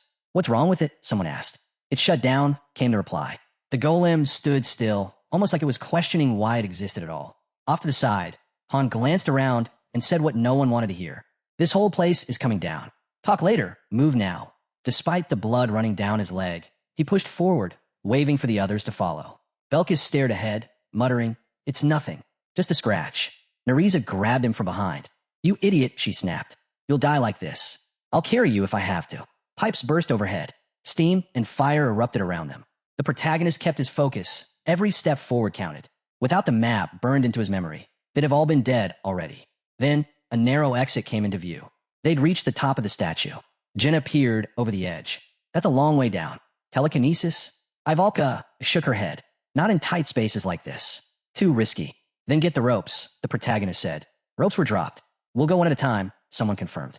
Another muttered, "Done this before, but never from this high up." Han reached the edge. "Rope's too short. Last stretch, we drop." No time to argue. Nariza stepped up. "I'll go first." She bolted down the corridor, spotted the gap, and shouted back, "Found the exit." "Jump," came the reply. One by one, the team launched themselves down. A girl reached up, guiding others as they descended. Sliding along the statue's wall, the protagonist stared ahead. He tried to speak, but the sight of what was left of Group 3 left him silent. Edith raised her voice. "Grab the ropes. Everyone move." The statue began to collapse. Stones rained down as people scrambled for the descent. Jenna hit the ground hard, chest rising and falling. Nariza stood nearby, scanning the damage. "We did it," she whispered. Below, scattered squads were regrouping, relief on their faces. Edith stepped up, nodding. "Well done, all of you." "How bad?" the protagonist asked. Edith took a breath. "Could have been worse. We lost a few, but most made it out. Your group, no casualties." The protagonist turned away, silent. The girl beside him gave a small, knowing smile. One of the men closed his eyes, exhaled deep, then looked up with a grin. Raman called out, "Seriously, what did you used to do before this? I can learn a thing or two." The protagonist laughed softly. "You already knew I was great. Still surprised, huh?" From the ground, Jenna spoke up. "After we split, he pulled off something even crazier." He waved it off with a grin. "Please, I'm still too young for that kind of praise." The girl stepped forward, voice quiet and unsure. She admitted it didn't sit right, not knowing how many people might have died because of her. Looking down, she added, "If collecting those keys means putting everyone through this, I don't know if it's worth it." Then she turned to him. "So what does that mean exactly?" Friasis asked. He answered calmly, "If I told you to stop, would you listen?" Behind him, she hesitated, then gave a soft, "All right." Han stepped in. "Don't carry it all on your own," he said. "If you feel guilty, share the weight. That's how we keep moving." She smiled faintly. Message received. Just then, glowing blue particles filled the air. The whole team turned, startled. A sword shimmered to life in the protagonist's hands. He smiled just a little. A flash of brilliant blue light swept through the room. The floor beneath them cleared. A system alert echoed. Everyone had leveled up. Rewards lit up the screen. One message stood out. "Top player, Han." Moments later, all squads reappeared in the main lobby. The protagonist closed his eyes. It's finally over. But then he looked ahead, mind sharpening. The real mission wasn't done. The keys. A face appeared in his thoughts. She told him there were only 3, and she had barely gotten one. The rest? Much harder. From above, a fairy fluttered down and hugged him tight. "You were amazing," she said, beaming. "Like a king, a legend, a generalissimo." He winced. Okay, you're making my head ring." Grinning wide, Isel added, "The master sent a gift." She held it up, a statue of a warhorse. Han froze. Then, slowly, he reached out and took it. His fingers closed around it, and a soft smile crept across his face. He had thought he'd lost, but this felt real. For the first time, he felt something close to joy. The bond with the master is strengthening. Cut to the lobby. Warm meals waited on every table. The man glanced around and grinned. "This feels like paradise." He nudged the guy next to him. "When I first got here, I thought it was hell. But now, not so bad. Kind of like mercenary life." He leaned back, smirking. "Let me put it this way." "Yeah." The other guy interrupted, nodding. "Death's always waiting, no matter where you are." Laughter rippled through the room. Ivalka crossed her arms, frowning. "You're all unbelievable." The man just shrugged. "You only live once. Might as well live it your way." Edith laughed lightly. "Better than hiding and waiting to die." The girl nearby lowered her head. Quietly, she said, "So many lives gone." She took a long sip from her mug, closed her eyes. "It's awful, but we keep going." Edith gave a crooked smile. "We'll honor them, and we'll toast this win too. That's the mercenary way." The girl looked away with a small smirk. "Yeah, you're right." Nearby, a guy clenched his jaw. "When does this slow down?" he muttered. "I'm ready to get back to training." She raised an eyebrow. "Seriously? After all that setup, and you're not even enjoying it?" He shook his head. "No, it's not that. It's just the eating part." Nariza laughed. "You're just shy." Belkis leaned in. Wait, are you saying you're against? They threw together a small get-together. Nothing fancy, just enough to shake off the tension and breathe a little. Stuff like this stuck with him, a habit from his time in Niflheim. Sure, this didn't come close to those wild nights, but it still meant something. He looked around, quietly impressed. Someone had gone through all this trouble without even being asked. It put him a bit more at ease. Plates of food were everywhere when someone suddenly called out, "Hey, isn't he the man of the hour? What did you do before you joined up?" "I was a farmer," he answered deadpan. Laughter erupted all around. "Would you look at him now? Big shot," someone joked. Hans sighed, clearly annoyed but holding it in. He wasn't about to walk off just yet. A girl nearby mentioned she'd only been around for a month. And then, out of nowhere, Isel burst in, yelling about something important. She spun toward him, full of urgency. He blinked and asked what all the fuss was. "Keep it down," he said flatly. "Once is enough." But she grabbed his shirt and insisted she had news. He frowned. "Another fight?" She rolled her eyes. "No, genius. If anything, we're gonna drop dead from the booze before any monsters get here." Then, softer, "If it weren't for you, we'd be toast by now." He gave her a light smack, looking away. The others snickered as she grumbled that her wings were sensitive and he needed to be gentler. He muttered, "Just be quiet." The view shifted, revealing a structure ahead. He stood by the ferry, staring at it. "What is that?" With a sly grin, Isel said, "You'll see." A glowing screen lit up. It looked like a website. She puffed out her chest. "Courtesy of Fairy Tech." He groaned and covered his face. "Look straight out at anything." Then the screen played a video, the 30th floor raid. The view count was insane.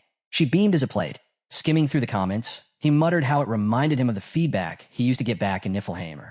The ones he skipped didn't count, in his opinion. Isel leaned in. "How's it feel? Respected master and famous hero." He gave a crooked smile. "Honestly, kinda awesome." A notification popped up. "Monthly limited pack, 4,500 diamonds, 300,000 gold, plus 150 diamonds and 10,000 gold daily. All for just 50,000 won." Han raised an eyebrow. "That's a lot, right?" The protagonist added. "I've never spent that much before." Isel nodded. "Well, that video hit over 50K views." He said he used the donations to buy it all. She grinned. "Smart move." Then a new alert. 3 unread messages. Han narrowed his eyes. Had his username leaked? Maybe, but he shrugged it off. As long as no one had their coordinates, it didn't matter. The lobby loaded up. He muttered, "If someone does find us, they'll probably crash the party." Isel picked up on his vibe. "Something on your mind?" "What makes you say that?" He shot back. "You don't exactly look thrilled." The window closed. He let out a breath. "Guess I'm just not in the mood." Weird, considering how much buzz the video was getting. But at the end of the day, he was still just a guy. He knew the truth. He was still punching above his weight. Real top rankers wouldn't be fooled. They'd see right through him. Hands in his pockets, the hero said, "Let me know when the next video drops." "I won't forget," she replied with a wink.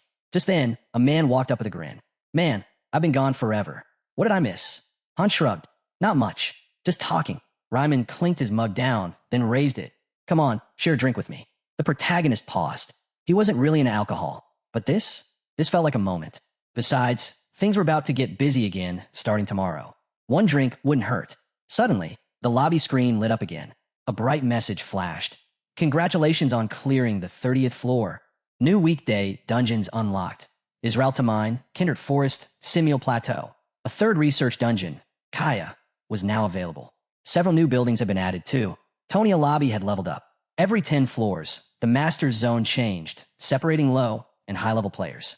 The higher the zone, the more content unlocked. The 30th floor had opened a brand new area, Ancient Ruins.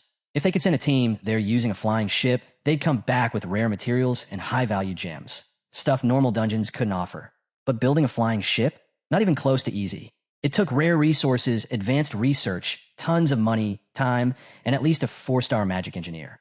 Even Ennington couldn't pull it off yet. Still, the company had already started exploring rentals. Problem was, renting one cost a fortune. And if it got damaged, even more fees stacked on. Definitely not worth it right now. Holding his sword, the protagonist thought about how incredible it'd be to own one someday. A guy nearby noticed him staring. "What's on your mind?" "Just thinking about getting some training in," he replied. Han stepped forward. No need to rush. They'd get that ship, eventually. Then he called out to the guy. But something stopped him cold. A message alert blinked. An unread chat from earlier. He hadn't even bothered to check it before heading out. Didn't seem important at the time. Belkis groaned in the background. "If we don't start soon, we'll lose the whole day." A light flickered inside the building. Isel rubbed her eyes. "What now?" The protagonist turned to her. "I need temporary master permissions." She squinted. "What?" Want to check the incoming messages, he said. Stretching lazily, she waved her hand. Fine, I'll grant it. You owe me. Fairy magic doesn't come cheap. He scrolled through the unread chat logs. As he read, he guessed the player was probably online, someone from the same sector. Pull up the map, he said. Let's see where this guy is. Isel nodded, and the map expanded in front of them. Most of it was gray. Gray zones mean inactive masters, she explained. They haven't logged in for ages. Ideally, each sector needs 100 active users. Right now, we've got barely any. The player had written something simple, something honest. He was alone in his sector, and he didn't want to give up. The message continued. The player said he had extra materials from farming and wanted to help out. The protagonist noted how fast he was getting to the point, didn't waste a second. Then came the ask, send your coordinates so I can deliver the supplies. The hero narrowed his eyes. Hold on. Isel chimed in right after. Yeah, don't be reckless. He nodded. That's exactly why he hadn't answered yet. Han gave a dry smirk. He's probably a hunter. You know, the dumb kind. Pretends to help newbies, then robs them blind. That type was all too common. They usually went after low-level players who didn't know any better. Isel's jaw tightened. With that many gray sectors, chances were this guy had been pulling the same scam for a while. He's not even worth a reply, she muttered. The protagonist ran a hand over his face, thinking it through. Another message popped up. You there? Are you going to answer? He exhaled slowly. Yeah, I will. Isel's head snapped up. Wait, what? Why would you reply? If I don't respond, that doesn't mean we're safe, he said. Besides, PvP raids don't happen that often on the 30th floor. Then she blinked. Hold on. He's only on floor 30 and already has a flying ship? The protagonist shrugged. Could be dumb luck, or he dumped a fortune into the game. Maybe he's got a top-tier buddy carrying him. More messages rolled in. The guy was getting persistent. With an annoyed sigh, the protagonist typed back a short reply. Be careful. The player shot back a casual no worries. Then added something else. Said he wanted a flying ship too. He had blueprints but couldn't figure them out. Needed help decoding them. Isel frowned. Okay, what's he really after? Han's expression turned flat. Once this is over, I'm deleting the entire chat thread. Isel's eyes widened. Shouldn't you wait until the master's online to do that? He's not here, the protagonist replied. This is better. She stared at him, unsure. Still, he grinned. Relax. I'm fine. This reminds me of the old days. I never lost a street fight. Then it got serious. A lot of masters had already quit by now. Most fell into one of two camps. Those who gave up and just hung around, and those who turned into PvP hunters. And those hunters? They never skipped a fight. For threats like that, there was only one answer. Lowering his voice, the protagonist said, Get ready. They're on their way. Someone nearby looked up, confused. Huh, it's the middle of the night. Narizo appeared, eyes sharp. Is this an invasion? Glad you're catching on, he said. You know what to do. She nodded. I'll alert all the squad leaders. Jenna overheard and added. I'll notify the non-combatants. They'll stay in their rooms. Ivalka walked over, frowning. What's happening? I warned you. The protagonist reminded her. Other lobby players can invade. She pressed a hand to her head. Right now? Seriously? I thought we'd have a break. He gave her a sly smile. If we lose here, you've got to be kidding me, she cut in. Han turned toward the window, eyes locked on something distant. I want a flying ship, he muttered. And I'll get one. A damn good one. The scene shifted back to the lobby. People were gathered around a table, voices bouncing off the walls. From the sound of it, the banquet upstairs had just wrapped up. Near the wall, someone muttered. You can hear the noise from all the way over here. Probably Raimon laughing his head off, someone else replied. How the hell can he laugh like that when half his squad's dead? He's a merc, came the blunt answer. Arms crossed, another man said, heard half of teams 4 and 5 got wiped. A bearded guy spoke up.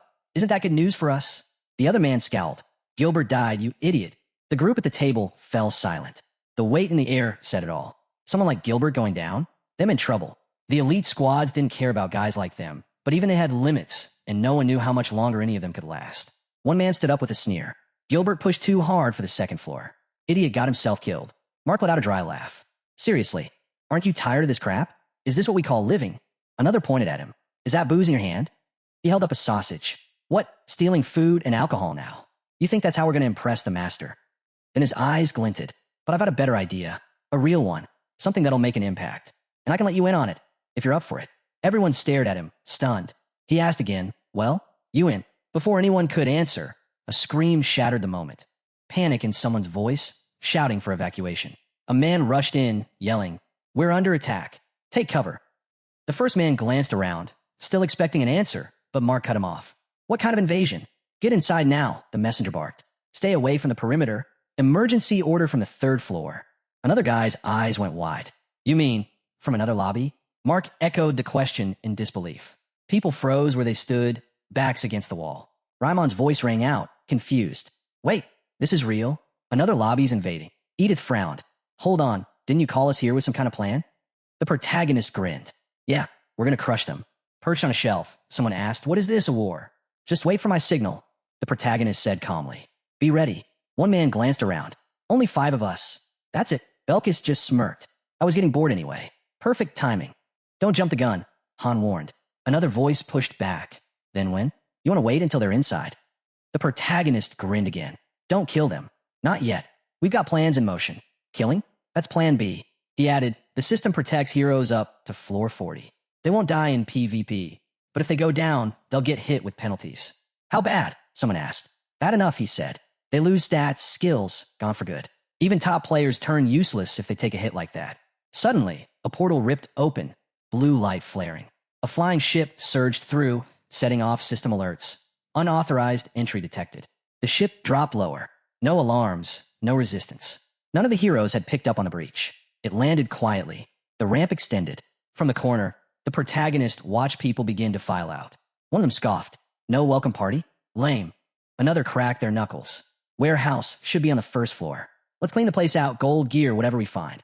Grinning, a girl sneered. As for the witnesses, we know what to do. The guy next to her asked, what? Drag them back half dead. She crossed her arms. Exactly. We'll break them until they switch sides. More figures stepped through the portal, arms full of supplies. The girl let out a lazy yawn, eyes forward, until something slammed into her and sent her flying. A man stepped out of the shadows. Quietly, the protagonist slipped in behind him. Hey, the intruder snapped. What are you staring at? He spun around and froze. A hand clamped tight around his wrist. A second later, he hit the floor, gasping for air. Han didn't hesitate. A sharp kick to the face dropped him flat. Eyes gleaming, he asked, only 7 of you? The man coughed, struggling to breathe. I don't know. Han tightened his grip. Try again, unless you want to lose that hand. Blood in his mouth, the guy finally spilled. 7. 4 scattered in different areas. 1 leads. 2 more stayed on the ship, including the guy who came down. None of them are engineers. Han narrowed his eyes. Departure time, 10 minutes, maybe 5 if they rush. The man collapsed, wheezing as Han scribbled something onto a note. It's me, Han. A message from Edith came through. Status? Han replied coolly, handled. Give it 10 minutes. We'll be back in bed. Then he added a second message, teeth clenched. Don't wait. Why? What's going on? Came the reply. He stared at the controls, completely locked out. The whole system was running on auto, which meant no manual override. He couldn't stop it. Tied-up intruders sat slumped against barrels nearby as a new system warning rang out. Enemy raid in progress. Warehouse breach detected. They were only taking the best items. The most valuable. Han's jaw tightened. From his side, one of the intruders beamed. Today's haul? Top tier. Another laughed. Plenty of cash, drinks, girls, and no one even tried to stop us. Pathetic, someone muttered nearby, watching their little victory celebration. Behind a wall, the hero overheard another voice grumbling. Where the hell is this place? And where's the guard? Sleeping on the job? Out the window, the flying ship came into view. Someone mentioned the departure was ahead of schedule. Whatever. Earlier's better. Another answered. A bright alert flashed. Flying ship departing with your belongings. Light flooded the sky as the ship lifted off, leaping between dimensions. Han looked away. Belkis waited by the door, saying nothing. The ship tore upward, racing into the clouds and vanishing into the rift. Inside, one of the crew muttered, Master wasn't like this before. Everything's different now, right? But before he could finish, a heavy blow launched him clean off the deck. Back inside, the protagonist walked down the corridor. Just as he grabbed a door handle, a battered body came flying out from inside. Belkis glanced at it, unimpressed. Who's this chump? Can't handle a fight? What? We supposed to cower in here with trash like that? I could barely breathe in there.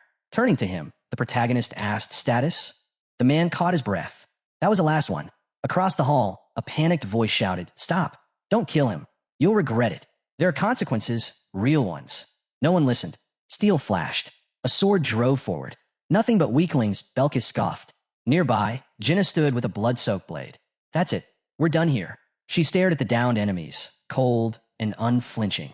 Worse than we thought. No doubt they've pulled this exact trick before. Ivalka stepped up, frowning. Still, something about this feels off. What a letdown. A girl raised her hand. So this was your big ambush? Just 5 of us. You serious? Narissa answered grimly. There are probably dozens of them. I checked. We might be able to fall back to the lobby and regroup. But Han cut her off. No, that kills the timing. If the ship's even a little late, they'll know something's wrong. His gaze dropped. We're going straight to their base. No backup, no retreat. One strike, clean and final. Belkist's eyes lit up. I could wipe out a whole wagon of these losers without breaking a sweat. Their weakness was obvious. Sure, their levels were decent, but none of them had real training. It was laughable, especially for players who had already given up on climbing the tower. Han nodded. Strip everything, then burn it down. Make sure they can't rebuild. A faint glow pulsed around the group, and a thought echoed silently. If they didn't log out now, they were going to get wiped. The hero glanced to the side. A system alert popped up. Log-keeping privileges revoked. His expression darkened. That meant he couldn't access external messages anymore. One more handicap. Another message rolled in. Flying ship inbound. Their lobby shimmered into view. Heroes from another dimension have invaded. As the ship landed, one man watched from below. Back already? Did you at least bring anything useful this time? He chuckled. It's been forever since we got a good haul. The master's gonna. He never finished. Han's sword struck first. The system's death protection kicked in, but it didn't stop their souls from being shattered. No healing. PvP disabled the lobby's recovery functions. Bodies dropped. A pulsing red alert lit the room. Imminent danger. Jenna turned to Han. We've been spotted. He didn't even blink. Good. This is just the start. Right then, another dimensional lobby phased into view nearby. Han and Jenna broke into a sprint. What's going on? Someone shouted. There. That's him, the intruder, another yelled. The crowd turned toward Han, shouting, Who the hell do you think you are? We'll shred you. But they'd missed something. The barrels. Liquid poured across the floor, slick and spreading fast. Confused, some of them stepped back. Han flicked a match. Don't you love fireworks? It landed. Everything exploded into fire. System alert. Fire detected on second floor. Eyes wide, the girl cast a flame spell. An inferno surged outward. 3 enemies went down instantly. Charging through the flames, Han thought, We'll end them before they even know what hit them. Kill them all, he ordered. Jenna fired an arrow. Han kicked through a door. Screams rose as he hurled a barrel into the crowd. The girl followed with another fire spell. Now the second floor dorms were ablaze. Trailing behind, she shouted, I actually feel like the villain right now. Han answered coolly, Either you're the villain or the victim. Ivalka, catching up, muttered, If they'd hit us with full force, we'd have lost people too. Han nodded. Exactly why I didn't give them a chance. A real ambush hits when they're asleep or when no one's on watch. Flames swallowed the lobby buildings. And in the middle of the chaos, one thought cut through the smoke. Use the fire. Take control. Their next destination was already clear. They were heading for the first floor. But just as they moved, Similar blocked the path, weapon raised. You're not going any farther. The hero halted as Similar stepped in front of him again. He hadn't expected them to regroup this fast. He raised an eyebrow. You seriously running off already? She asked, almost disbelieving. He smirked. I forgot to torch the second floor warehouse. Still stunned, she echoed. Running away? Just finishing the job, Han said casually as he turned and walked off. She hurled an insult at his back, but he didn't bother replying. Inside the warehouse, a sudden presence appeared behind him. A frying pan came swinging toward his head. He ducked. Let me guess, warehouse staff? Flames were already crawling up the walls. Another alert popped up. Second floor, fire detected. Jenna glanced away. Are we really okay with burning everything? Han shrugged. Would have been dumb if we came just to loot. But that's not what this is. Facing the others, he added, Torch every building with supplies. No exceptions. Narissa gave a firm nod. Ivalka hesitated. Feels like we're the villains here. The fire kept climbing. The dorm's level dropped. 5 to 3 in seconds. Similar reappeared in front of Han, rage in her voice. What the hell are you doing? She screamed, vowing to kill them all. Come on, fight me. Belka stepped forward, cracking his neck. You got a death wish, or what? Han muttered, Just kill her already. Belkis grinned. Then it started. Steel clashed. Similar gritted her teeth and lunged. Belkis' eyes burned with excitement. Similar shouted, pushing forward. He laughed. You really do want to die. And just like that, her hand was gone. Jenna stared, horrified. Similar's face twisted in shock. You're cheating, she screamed. One clean swing. Her head hit the floor. Someone nearby cried out, only to be silenced by a shot through the skull. 2 lobby members down. A girl nearby whispered, Is that enough? Everything's burning. We're the villains here, but not all of them deserve this. The equipment workshop went up in flames. Han turned. It's not over. Jenna stepped forward. You can't keep going. We're not killing anyone else, he said, just destroying what's left. The top fighters? Gone. The supplies? Gone. Warehouses ash. Weapons workshop engulfed. Central Square devoured. Dorm, half collapsed. Equipment shop, wrecked. Flames danced through it all. One thought pulsed through the blaze. Burn it all. The entire lobby was on fire now. Han muttered. Even the game master's probably ready to log out after this. A notification blinked to life. He read it. Quietly, send him. The man across from him panicked. Hands clenched, he shouted, stay back. If we fight full force, we can win. Han's voice stayed calm. Just one question. Answer it, and you live. The man dropped to his knees. Anything. I'll tell you anything. Han stepped closer. Where's your magic engineer? The man pointed. Magic hall, over there. Thanks, Han said. Just then, a small castle appeared. He reached for the door. A fairy nearby shouted. No. Fist clenched, she screamed at him. Why can't you stop? Why do you always steal? Why do you burn everything? Do you even care about right and wrong? Han gritted his teeth. Move. No, she said, standing firm. And then, he shoved her aside. The fairy sat on the ground, eyes fixed on him. If you take me with you, how am I supposed to survive? She mumbled something about that stupid dream of his, becoming the king of thieves. Looking away, she muttered, it's already been half a year, stuck with the worst master imaginable. And after all that, was he really going to burn everything down? Did he even care? Inside the hall, Han stepped in.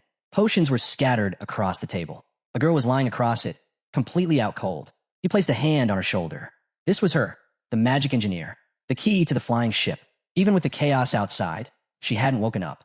She rubbed her eyes groggily. Who the hell's disturbing my sleep? I've been working 3 days straight. Han didn't wait. He tied her up on the spot. She protested weakly, still half asleep, as he slung her over his shoulder. Outside, the fairy just stared, stunned. Han turned and asked, What? I'm taking her. Surrounded by fire, he glanced at the others and called out, If you want to live, get back to your dorms. People scrambled to nod and scattered fast. Jenna, holding onto a cart, looked over. That's a girl. She's our biggest asset, Han replied. Don't let her get away. Jenna frowned. So we're just kidnapping her. Yeah, he said without flinching. Jaw clenched, he added, I'll get her to the ship myself. We wrap this up now. The girl on his shoulder just grunted. Fine, just don't drag it out. From behind, the fairy yelled, her voice cracking with anger. Why are you doing this? Murder? Arson? Kidnapping? You're no better than a demon. He didn't even glance back. Call it whatever you want. But she pushed harder. What? He answered, flat and bitter. The first time he raided the hunters, they were desperate. He let them go, even gave them supplies. A month later, they came for him again, and again after that. Over and over, it was the same. No matter how it started, it always ended the same way. They never change, he thought. The fairy clenched her fist. Is this really what you believe? She reached out. After everything, you're just walking away? He kept moving. Then his voice came sharp. Fairies only fight when ordered by their master, or when someone tries to kill them. So why haven't you surrendered already? Around them, fire devoured what was left. Survivors were scattered across the ground. In the center of it all, Han stood, torch in hand. The fairy grabbed her hat. If you actually do this, our master. You probably already logged out. Han cut in. Tears welled in her eyes. Then why would you go this far if you knew? What are we supposed to do now? He turned his back. I don't care. He stepped through the portal. A flying ship burst out behind him. As he approached, he caught sight of the girl. What a terrible name, he thought. Narissa spotted him. You're back. How's the ship, he asked. Nothing's working yet, she admitted. Might need ID verification or something before we can fly. Where's the girl? We tied her up, Narissa said. The girl struggled against the ropes, trying to speak, but her words were muffled. As Han untied her, her voice finally broke through. Let me go right now, or I'll kill you. Well, at least now he knew who she was. Gritting his teeth, he said, You're a magical engineer. Wrong, she snapped. I'm Cadio, a third-rate magician. Just hearing that name made people flinch. Han stood his ground. I need the flying ship to launch. How do we make that happen? Cadio glared at him like he'd asked to be set on fire. What makes you think I'd tell you anything? Her voice turned sharp. I should boil you alive. One of the men stepped forward, unsheathing his sword. Getting bold, aren't we? Maybe she'll talk faster if we slice off a few fingers. Han closed his eyes and let out a breath. No, that'd make me actually feel like a villain. You are villains, Cadio shrieked. He raised an eyebrow. Wow, so this was just one big misunderstanding. She bared her teeth. What misunderstanding? Keep that blade away from me. Unbothered, Han held out a hand. Stand by, he said coldly. If she casts so much as a spark, cut her hand off. Belkis nodded without hesitation. Gladly, turning back to her, Han continued. We'll sort out the drama later. Right now, we need to get back to where we came from. And I need you for that. You understand, don't you? Cadio clenched the rope still wrapped around her. We can't stay here, she growled. That's on you. Han looked away. Shouldn't be that hard. Just move the ship back to the last location. Tears slid down her cheeks. I'm just a researcher. Belka scoffed. Exactly why I wanted you dead. Han thought, heartless. Magical engineers specialized in support. Things like flame suppression spells. If she'd done her job earlier, maybe the place wouldn't be a smoking ruin. Finally, Catio exhaled. Fine, I'm ready. Then she added, you'll let me go after this, right? Han looked straight at her. Go where? Then to the others. Tie her up again. The ropes snapped back into place. Catio screamed in fury. Off to the side, the fairy lost it. You really took everything. Fine, go on, take it. Choke on it. And may your next bottle of rum land somewhere the sun don't shine. Han blinked. Can't say I've ever heard a goodbye like that. He turned back to glance at her. She was glaring now, as if they'd walk away from this untouched. But at least now, she understood who had their back. That alone was going to sting. Stretching out her hand, she yelled, you just picked a fight with the Solidarity Association. Top-tier guild. 30 elite rankers. You mess with them, you don't walk away. She wasn't done. Sure, our current guild master's a joke, but he's tight with their real leader. Suddenly, the man she mentioned stirred. He opened his eyes, touched his face slowly, as if just realizing something. Han frowned. Solidarity what? Never heard of him. Isel let out a breath. Enjoy the quiet while it lasts. Because once they move, even groveling won't save you. The hero just smirked. What's your name? She lifted her chin. Captain Isel. Remember it. She waited. And you? His grin widened. Loki. Just then, a fiery lobby tore through the space. Isel's eyes widened. She nearly choked at what she saw. Pointing to the sky, the fairy repeated what she'd heard, voice trembling. So, I'm really going to die. A ship appeared overhead. She glared upward and shouted, I won't forget this. You're going to pay. Han looked away, mulling it over. Revenge, huh? Sounds exhausting. Just then a voice chimed in. Having fun. He turned and saw a girl grinning. She admitted she'd been spying the whole time. Why, he asked. She laughed. It was just too entertaining to ignore. Han blushed, caught off guard by her honesty. She smirked. This moment's going straight into my memory album. He groaned. Could you not say my name like that? It's getting embarrassing. As their ship drifted through the clouds, Han casually asked, know anything about the Solidarity Association? Urnit shook her head. First I've heard of them, but I'll look into it. Closing her eyes, she added, give me the word, and I'll find their base. Burn it to the ground. Our fleet's been idle too long. It's craving battle. Han leaned on the railing. Hold off. No need to engage unless they move first. Urnit grinned. If they do, I'll be ready. Han smiled. Do whatever you want with them. Her eyes sparkled. Can't wait. As their lobby came into view, Ivalka asked, what time is it?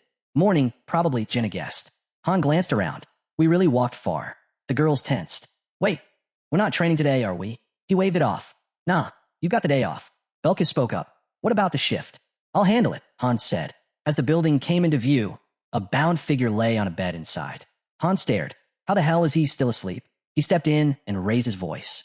How long are you planning to nap? Suddenly, the guy shot upright, panicking. Where am I? Han pulled up a chair and sat down. My room. What? Take me back right now, the guy shouted. Why'd you bring me here? Han crossed his legs. Because I'm in charge of the flying ship now. Catio's eyes widened. Han kept going. I'll also be handling research, spell crafting, and support spells. And you'll be joining our ops. Having 2 mages? Useful. You kidnapped me, the boy yelled. Now I wanted to work for you. Screw off. Catio. Huh, Han repeated thoughtfully. From behind the door, a voice chimed in. It was her. He probably hasn't eaten yet. Come in, Han called. She stepped in with a tray and nodded toward the bed. So, this is the boy from yesterday? Han nodded. Catio's one of us now. Treat him nicely. Jenna walked over with the food. You must be starving. Here, eat. Can't exactly escape on an empty stomach. Still tied up, Catio snapped. I can't eat like this. Jenna tilted her head. You sure? She asked. Han shrugged. He's not going anywhere like that. But Jenna shook her head. That's not what I meant. I made this for him.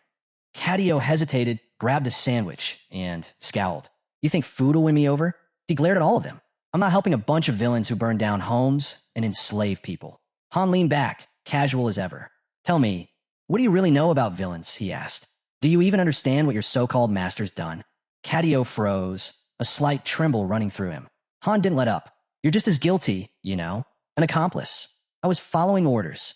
Catio shot back. If I go back, I'll have no choice but to follow them again. His hands shook, and the food he was holding slipped, clattering onto the floor. Staring at it, Catio mumbled, he wasn't always like this. My master used to be different. Now he's just lost. His voice dropped even lower. But I still believe in him. Han stared ahead, unmoved. And you really think someone that far gone can change? Catio looked away, frustrated. Han leaned in. Look around. Wouldn't it make more sense to use your talents freely here, instead of being worked into the dirt over there? The girl glanced over at Catio, pity in her eyes. At least our leader actually listens to us. Han gave a knowing nod. That guy you're loyal to? He's not the same. Look at yourself. You're so drained, you couldn't even lift a hand when it counted. If you weren't this burned out, maybe you would have already tried to take us out. He let a smirk creep in. Guess I need to push a little more. Join us, and I'll give you 3 promises. Ivalka blinked. 3. First, Han said, holding up a finger, no overtime. Ever. Ivalka tried to interrupt, but he waved her off. I mean it. Off the clock means off the clock. You do whatever you want with your time. Second, he added, crossing his arms, we don't go around trashing people's lobbies. Catio gave a bitter laugh.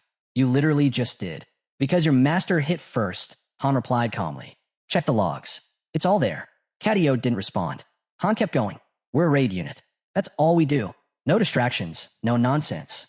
Catio slumped onto the bed, muttering, none of this matters. This place isn't home. Han raised a brow. So what? You got family waiting for you back there. No, Catio admitted. But still. Then even better, Han said. No baggage holding you down. He paused, then added, and third, no one here cares where you came from. Zero judgment. Catio stared. Are you the captain or something? Han held up 3 fingers again. Not the captain, but I've got sway. And those are my terms. No overtime. Mission only. Total equality. Catio narrowed his eyes. You're absolutely sure about the no overtime thing? Han grinned. He knew exactly what kind of value Catio brought to the table. A skilled magic engineer wasn't just a ship tech. They could drop support spells, craft elite potions, enhance gear, and research like no one else. In some circles, they were stars. Ivalka folded her arms. Wow, you're really laying it on thick. Why treat him better than me? I'm a mid too. Han shrugged. Because you've already signed on. He hasn't. So since I'm already pulling weight, I don't get the special treatment, she said with a glare. Han looked away. What's really bothering you? I said I'm fine, she muttered. He kept walking. Either way, he's not going back. Ivalka stopped him. And if he says no, I'll make sure he says yes. She turned away. And if I just don't like him? Han's jaw tightened. You'd rather throw him back into that mess? I didn't mean it like that, she said quickly. With a sigh, she crossed her arms. Fine, let's see if he's worth it. Han let out a breath, thinking all this drama just because she didn't want to fly solo. With a lazy wave, he said, I'm grabbing a nap. If anything big comes up, wake me. Maybe I'll give him a tour later. Ivalka shot him a look. And what exactly am I supposed to do in the meantime? Han turned back. Ask Jenna. I'm right here. Jenna answered flatly from nearby. Hands in his pockets, Han added, plenty still needs doing. Once we wrap up the tour, we're heading back to our lobby. Ivalka groaned. Again? Seriously? Just then, their airship reappeared in the sky. Someone muttered, well, that seals it. All around them, cleanup crews moved in, clearing the aftermath of the battlefield. Someone else noted the presence of mechanics. If the ship was still in the air, they must have had a few working systems left. A supply cart rolled in, pushed by a girl. Han glanced over and said, we're bringing them too, prisoners included. As the ship and cart came into view, a notification blinked in, skill traits now accessible. Han's current abilities were clearly listed, ready for review. Then came another alert. An airship had arrived. Apparently, it could travel across dimensions. Another message appeared. A new hero had joined the team, Catio, class mage. That was followed by a report, 14 items secured. Isel commented that their master was probably in shock. The hero gave a small nod. A lot had happened in just one day. Staring out the window, the protagonist muttered, takes over a week to craft a flying ship. Costs rare materials and diamonds. And I handed over both a ship and a mage. Of course he's panicking. Isel added, if I total up everything we hauled in yesterday, it's around 7.8 million gold. She glanced at him, and everything was tracked. No way he doesn't know who pulled it off. Just then, another message flashed. Hero Han submitted a request. Approval from Mage Catio. Catio stepped through the doorway. The protagonist asked what he wanted. Catio looked around but shrugged. Don't worry, I'm not getting attached. He scanned the room. Nicer than Harura, sure, but I'm not falling for it. The protagonist froze, then looked down. Catio shifted, unnerved by the silence. Guess there's no helping it, he muttered. I'll have to synthesize it myself. Off to the side, Han took a breath. The offer on the table was good. Catio already had 4 stars. But Han couldn't afford to waste resources on someone who wasn't committed. Catio clenched his jaw, forcing a smile. The protagonist broke the tension. Relax. I'm kidding. I promised you 3 things, didn't I? If you want something else, just say it. Catio closed his eyes. The March issue of Lumigen. Han blinked. That edition only printed in Harura. Practically impossible to get. A new notification popped up. Han requests Lumigen, March issue. He pulled out a copy like it was nothing. Anything else? Catio smirked. A scarf. Stoat fur. Got it, Han said. Next, Catio's jaw dropped. How do you have all this? Han figured he wasn't used to people just giving him stuff. All right, Han said, last one. Grinning, he headed for the door. Someone called after him. Where are you going now? Without turning back, Han replied, to get what I want. Back at the lobby, another message lit up. Han had launched an expedition. Destination, Harura. Objective, robbery and abductions. As a mission was accepted, a small fairy slammed against the barrier, screaming, what the hell is going on this? Time, she snapped. Get out, and don't come back. Arms crossed, the hero stood unfazed. I brought her here for a reason, he said coolly. We're making contract. She's joining the team. The girl narrowed her eyes. You better be sorry for dragging me into this. Grinding his teeth, Catio muttered. How the hell did you talk her into it? Lady didn't flinch. She chose to come. Her voice steady. The girl looked straight at them. I'm done with that place. He never cared whether we lived or died. Catio tried to push back, but Ivalka turned to the protagonist. Well, are you in or not? The answer came fast. Your call, the hero said. Make it now. Today's the day. As Han turned to walk off, the girl asked, where are you taking the mage? He shrugged. No clue yet. I need to figure that out. Scene shift. The dorm building. Sitting at the table, the girl began her report. I finished the intel gathering on the Solidarity Association, she said. Raising her eyes, she continued. They popped up about 6 months ago. Most likely, they're a migrated guild from a major mobile game. Han stayed silent as she went on. They used to go by Blood Alliance. Back then, they were strong enough to control an entire server, Server L. His jaw tightened. And their rules? Pretty insane, she added. They only recruit men over 30. And every single member has to drop at least 10 million won a month on the game. Han blinked. Wait, what? She nodded. 10 million. Monthly. Just to stay in. The hero looked down, deep in thought. This wasn't just a powerful guild. They were practically flooding the game with cash. Even their name came from an old in-game greeting. Their mission? Total control over Z server. They expanded fast, raiding nearby accounts, converting them into vassals, and bleeding them dry. Han's fist curled. Did the Free Masters try to stop them? She nodded. Yeah, didn't work. The guild's war chest was just too deep.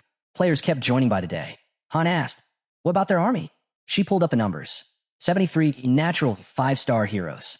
318 flying ships. And odds are, that's not the full count. Her eyes locked onto his. Want to strike first? Give the word, I'll move now. He shook his head. Not yet. Unless they hit first, we wait.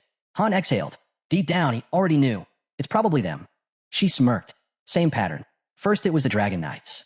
Then Ouroboros. Now, it's the Solidarity Association. Different name, same playbook. Han leaned against the window frame. What about those other guys? The ones who used to brag they'd conquer the whole server. She nodded. You mean the ones who said Niflheimer was the symbol of server 2? They vanished. Han stared into the distance. And these new guys? They know what it takes. They won't hesitate. Across the table, Catio looked up. You're serious? You're not going to toss me in a dungeon somewhere and lock the door? Han didn't miss a beat. Of course not. He picked up a pen. A flick of violet fire danced in the air. A soft chime followed. Notification. Catio has been recruited. He is now under your control. The view shifted to the outside of the building. The fairy reached out toward Han. He told her. She asked him to keep his voice down. Her hearing was already fading. The master had sent her with a gift, she said. What did he want? Isel raised her hands. If he really needed something, I figured he'd ask for it himself. But the protagonist shook his head. I've studied this game inside out. I know what I need. He glanced away, eyes drifting to the row of warhorse statues. They weren't enough. Not yet. A notification popped up, requested 10 warhorse statues. Cost 50,000 gold. With a loud crash, the statues came tumbling down. Han picked one up, a grin playing on his face. We'll gather 1,000 more. New player cards flashed into view. Then the scene shifted back to the dormitory. A guy snapped. What are you all staring at? Just sitting around having fun? Belkis shot him a sharp look. With that attitude, maybe you need a quick lesson in respect. Han cut in. Ease up. He might just need some time to get used to things. The guy flinched. Belkis scoffed. Maybe. He's got potential, but not with that kind of attitude. Ivalka frowned. Why'd we even take him in? Other groups were available. Another girl spoke up. None of them had a mage. That's why we're stuck with him. They'd already gone through the roster. Group 2 said no. They were full. Group 3 lacked proper structure. Groups 4 and 5 still had way too many open slots. Sending him to one of those meant risking a high-tier hero. The room fell silent. No one made eye contact. Han stood in front of the girl, thinking, If this was a fresh group, having 2 mages would be a huge plus, tons of versatility and power. But this team had history. In the end, he said what needed to be said. We'll see how he does in action. Better that than arguing in circles. From the side, Ivalka reminded them they already had 5 members. Narissa chimed in, I'm not going. Haven't done weekday dungeons in a while. I need potion ingredients. She looked away. Ivalka lowered her eyes. The new guy raised his hand, voice low. I have something to say. Han turned. You don't want to fight? He shook his head. No, it's just been a long time since I went on a mission. Cadio blinked, catching something. His master's account had cleared past the 30th floor, but this guy had only reached 28. Maybe he hadn't stepped into battle since the master stopped climbing. Isel gave a sly grin. What about the mission journal? The guy looked to Han. Wait, we could take missions without a master. No one told you? Han asked. The guy shook his head. I thought it wasn't allowed. Han gave a faint smile. I just figured I'd handle it myself. Yeah, I get that, the guy said. Good way to pass the time. Just don't overdo it, Han warned. The master won't be happy if you push too far. Now, they stood at the entrance to the central dungeon, 28th floor. Jenna turned to the group. Formation? I'll cover for Narissa, the guy offered. I can handle it. The girl nodded. All right, I'll give it a shot. Not my usual position, but I'll manage. A countdown flashed in the air, 10 seconds until gate opens. Han braced himself. Let's see what happens. The guy beside him nodded. In the next instant, they landed on the 28th floor. The mission type? Subordination. Simple goal, wipe out every enemy. No one spoke. They moved quietly, eyes focused forward. Han thought about jumping in early, but held back. He wanted to see what the new guy would do first. Light began to glow around his hands. Pressing one over the other, he slowly pulled them apart before locking them together. Particles swirled around Cadio. The girl raised an eyebrow. Is he casting a seal? In a flash, a dimensional portal tore open. Weapons and gear shimmered inside, ready to be summoned instantly. Jenna turned toward him. I've seen that before in standard dungeons. What's it called again? Dimensional portal, he answered. She nodded. Right, knew it. With that portal, they had a steady stream of supplies, arrows, potions, anything they needed. As long as a magic engineer was in the party, they'd never run dry. Total game changer. The girl stared, wide-eyed at the display of spatial magic. Han stepped in. Close it up, he said. We're good for now. Suddenly, a pack of lizard men charged. One roared, swinging a massive blade as it closed in. Han gave the signal. Same formation as always. The squad moved in perfect sync, tearing through the monsters. The guy stared at the chaos, muttering, didn't think it'd be like this. Then his elemental attribute activated. A glowing stone hovered upward, drawing others toward it. Before he could blink, another monster lunged. He reacted fast, striking it down. Cadio cast the elemental spread across the team. Instantly, stamina surged through every member. With a snap, the guy blinked out, teleporting behind the enemy. He raised his hand, telekinesis. At the same time, Cadio threw up a barrier. Enemy spells flickered and broke. Magical interference. One of the creatures flailed, confused, just before Belkist calmly cleaved its head off. Behind them, a fiery vortex exploded into life. The guy glanced at Ivalka. You didn't need to drink that, he said. She blinked. Mana transfer? Wait, what? Cadio's player card appeared, glowing with stats. The guy's eyes narrowed, intrigued. The girl, standing in the middle of fallen enemies, asked, How many spells did you just use? He smirked. You could have just asked me. That was amazing, someone muttered. The girl admitted. I used to think mages only threw fire and lightning. Ivalka gave a small smile. That's classic magic. It's got history. The guy waved a hand. It's outdated. Ivalka's fist tightened. No, it's not. Belkis shrugged. Feels the same to me, he muttered. Still think girl mages are better. Han cut in. That's cause you don't see what it does to them. Cadio stayed quiet, listening. Can't say much. I don't know how you all fight. The last monster tried to slink away. Han hurled a weapon at it, shouting, What are you waiting for? Let's clean this up. The fight ended soon after. Looking around at the aftermath, the guy muttered, Even in the middle of a battle, someone was watching me. He glanced at Cadio's card, the skills now fully displayed.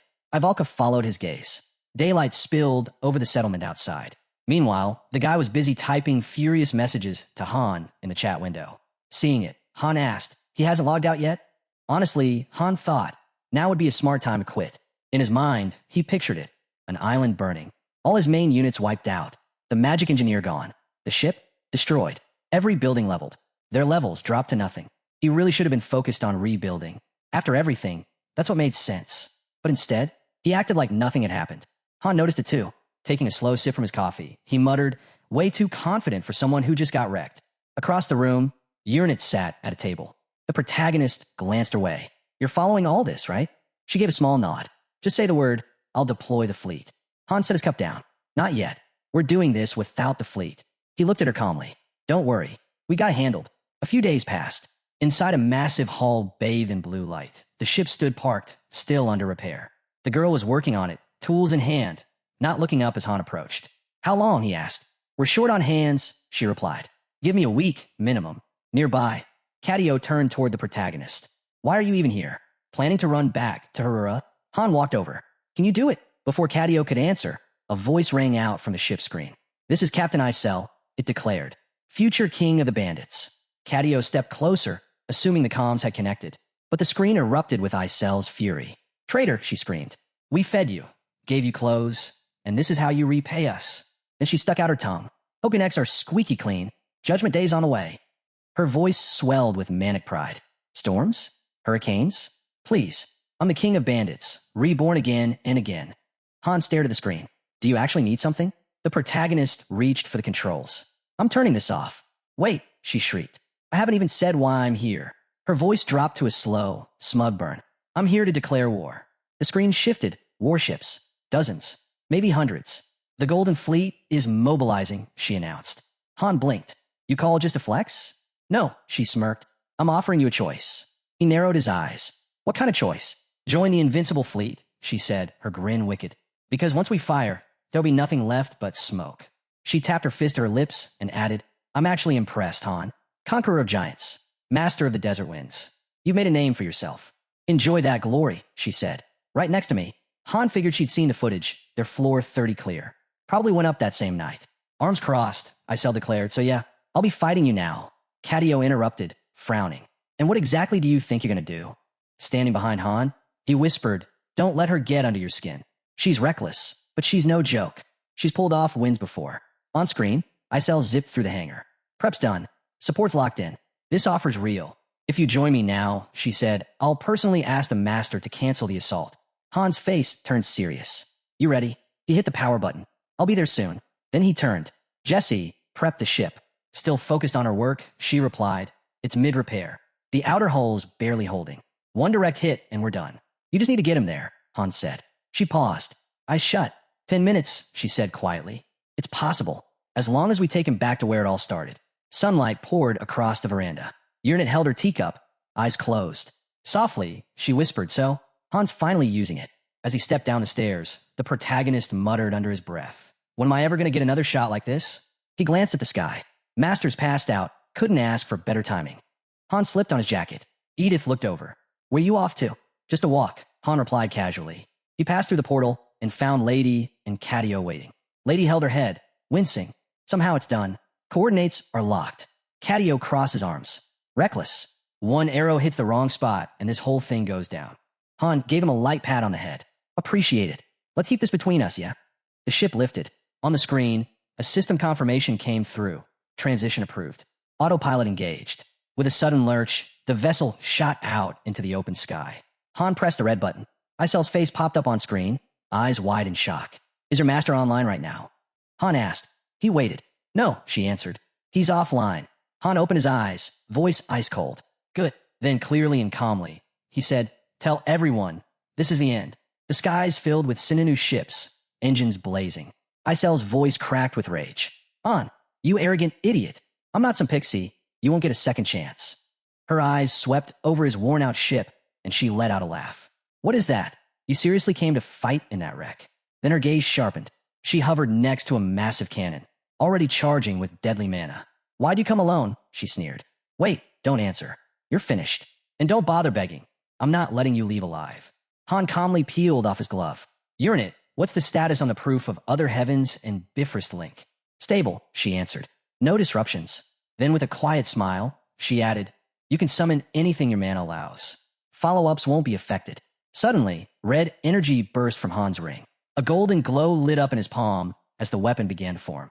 A sword took shape, slow, deliberate. Gripping it tightly, Han stepped forward. Isel's cannon fired. A blinding wave of blue mana tore through the air. Wind screamed as the beam surged toward him, but Han didn't flinch. He raised the glowing blade. With one swift swing, he sliced straight through the blast, clean and effortless. The redirected mana spiraled off, absorbed by the sword. Isel froze, stunned. Han's ring glowed again. He raised a hand, summoning another weapon. Purple energy pulsed in his palm. A system alert flashed. Special ability activated. Eye of Argos. Han placed his hand over his eye. In a flash, purple light surged, and the battlefield lit up. Every weakness across the enemy fleet glowed like a beacon. Shots rang out. Enemy ships opened fire. Han moved fast, faster than before. Each swing of his blade batted away the attacks like dust in the wind. He drew his arm back. Weapon number 11, summoned. A bolt of lightning slammed into the ground. From the smoke, a colossal spear formed in his grip. Winds roared as another alert appeared. Fragarak, charging complete. Auto defense mode enabled. Han's eye flared bright. Locking onto the enemy fleet, he gripped the spear. You ever felt what it's like to be completely outclassed by overgear? He asked. Isel trembled. What is this? Han smirked. Let me show you. He hurled the spear with full force. It tore through the air like thunder and slammed straight into one of the ships. The spear pierced the glowing blue core at the center of the ship. Sparks erupted. Then the entire vessel erupted in a violent explosion, gone in an instant. Isel stood frozen, speechless. The spear spun back into Han's hand like a boomerang. Still smiling, he said, even if you try to steal these weapons, you couldn't use them. I made sure of that. Isel's voice cracked. A low-tier hero, destroying a flying ship in one shot? That's not possible. The blade now spun in a tight orbit around Han, deflecting every blast fired his way, never once leaving his side. Isel clutched her head. This can't be real. But Han was already preparing the next strike. The second spear launched into the air, twisting and darting like lightning between the enemy ships before detonating midair. A chain of explosions lit the sky. No, stop, Isel screamed as another ship ignited in flames. Han caught the spear midair. Just 2 ships remained. Isel's voice trembled as she began backing away. We surrender. We give up. We don't even know who you are. Take what you want. Just let us go. Then, the very ship broadcasting her voice exploded in a fiery flash. Han gripped the spear tighter. One left. He rocketed forward, closing the distance to the final ship as it raced toward him. The 2 ships collided with a thunderous crash. Han jumped aboard.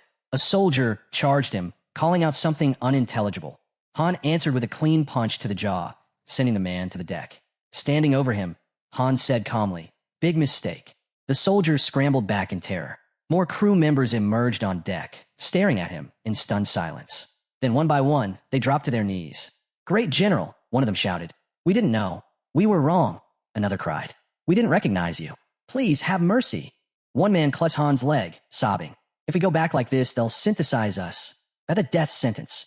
Han didn't flinch. He kicked the man in the face. "Stop whining." He marched across the deck and kicked open a door.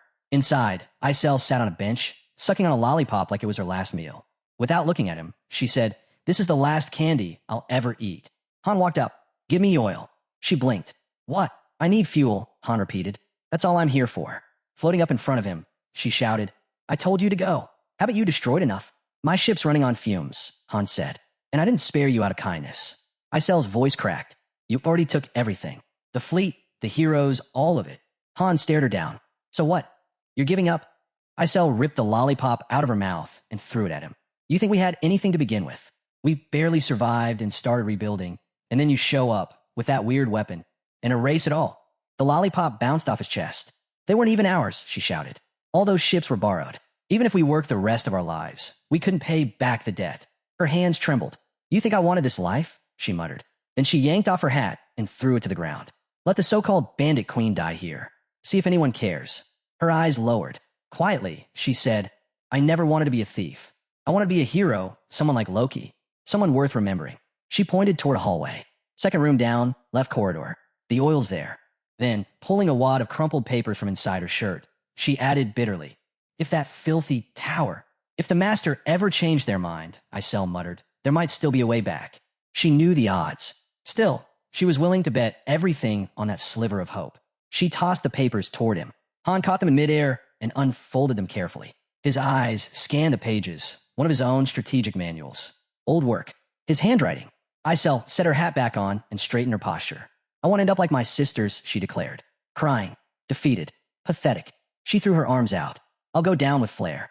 Then, with a smirk, she added, "You've got your fuel. So go ahead, blow up the lobby again, if that's what you're after." Han watched as she pulled out another lollipop, casually unwrapping it. A thought crept in. Every account had a fairy. When account closed, the fairy vanished too. That's why they clung so fiercely to their lobbies. It was all they had. He remembered her breaking down, sobbing over a master who hadn't logged in for days. And now, standing in front of her, Han couldn't help but wonder what would happen to her master if she disappeared next. Could the lobby survive without her? Fairies were the voice of the master.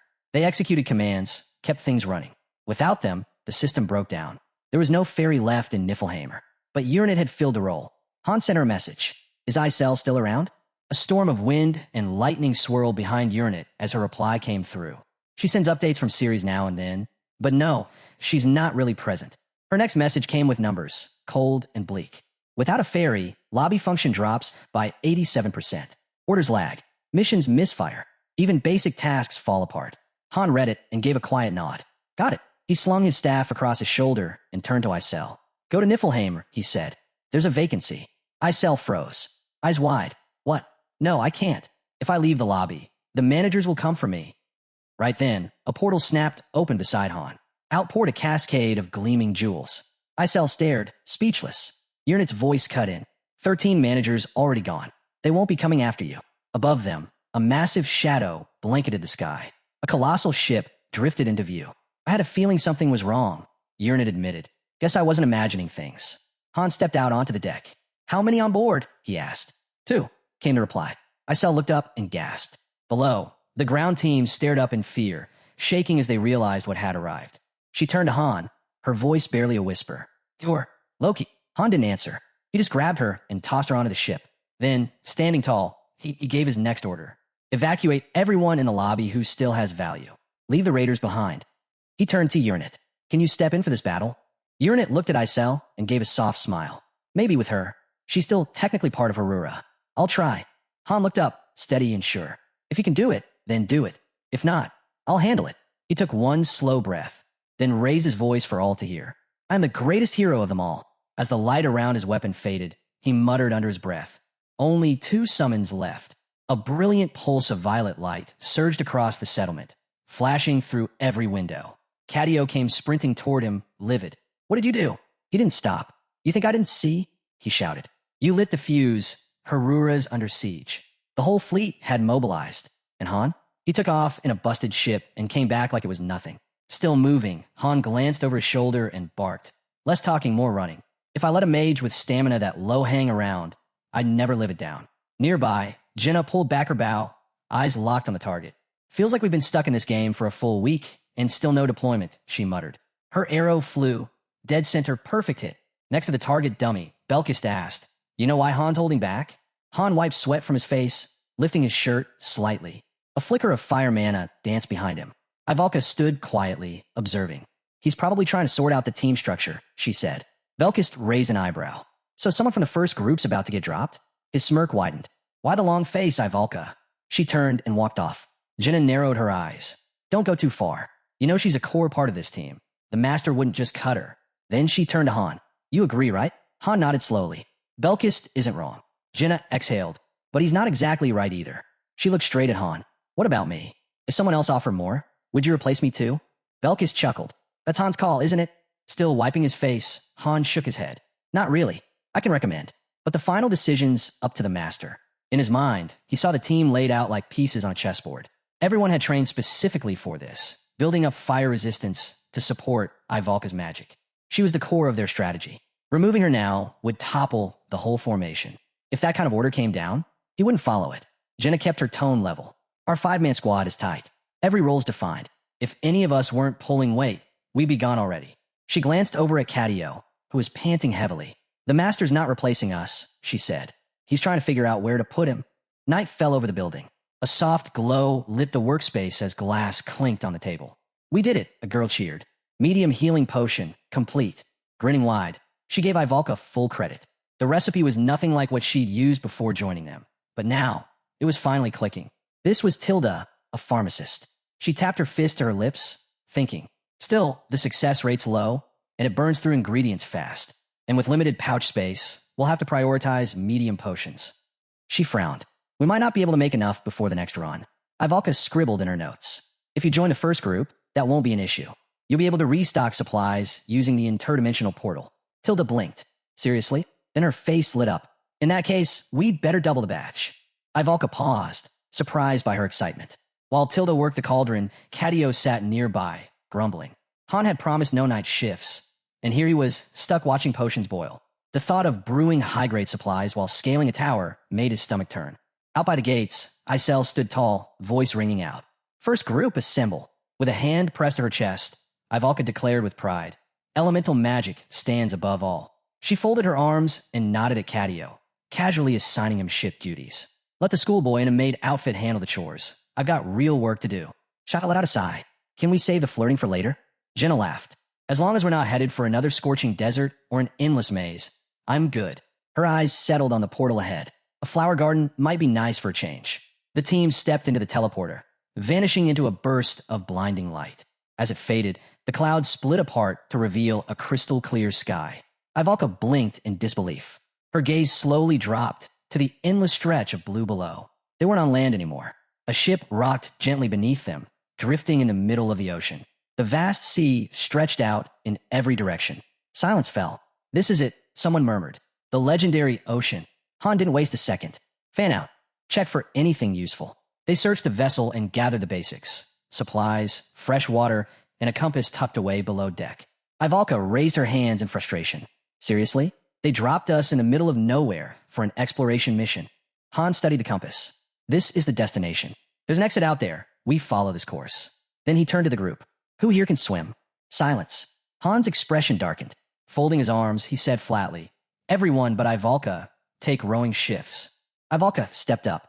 I can row too. No, Han replied firmly. There are only 2 oars, and there's a reason we pair up this way. Warriors and mercs split the workload. You, stay in the center. And unless you want us all sleeping with the fish, keep the fire magic to yourself.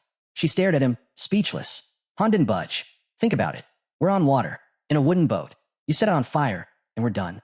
Ivalka looked down, her voice barely a whisper. Got it. The wind tugged at the sails, and the surface rippled bubbles. Creatures burst out of the sea, heading straight for them. Han yanked off his glove. If the boat capsized, it was over. He drew his blade, sliced open his palm, and dove into the waves. Jenna, cover me, he shouted before disappearing beneath the surface. Underwater, he pushed forward through the swarm. He spotted them, sharks. His blood would lure them. It worked.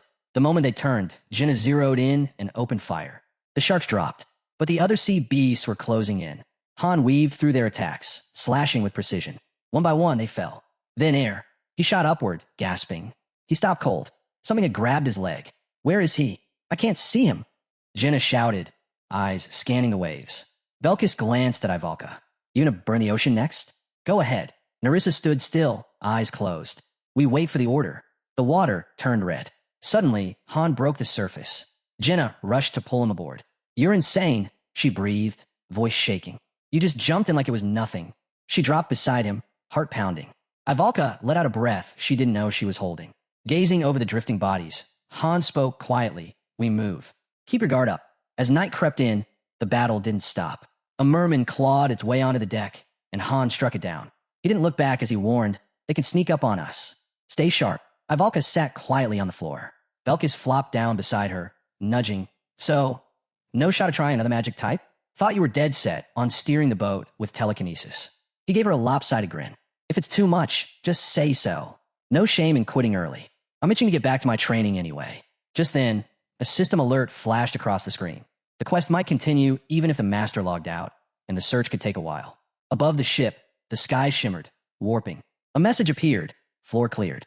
Han, top hero. As Han stepped out of the portal, his eyes drifted toward Ivalka. She greeted him with a bright smile. Let's try wind magic next, she suggested cheerfully. But before he could answer, fresh notifications popped up. Cadio had replaced Ivalka. Her smile vanished as she stared at the message in disbelief. Sunlight poured over the estate. A man rested his hand gently on a young Ivalka's head. Starting tomorrow, you'll begin your training at the Shuttenberg's estate, he said softly. Ignore everyone else. Focus on one thing, bringing honor back to our family name. She nodded, smiling with pride. Later, as a cauldron bubbled beside her, Ivalka formed a flickering fireball in her hand. Watching from behind, a woman commented, Fire seems to suit you. Eyes wide with excitement, Ivalka blurted out, What's next? I want to learn another spell. Any element is fine. But the woman shook her head. That's not how it works. Elemental mages usually master just one. Handling more than that? That's rare, almost unheard of. Staring into the fire, Ivalka clenched her fists. On my family's pride, I have to get stronger. She watched other students pass by, already comfortable with their magic. She was still trailing behind.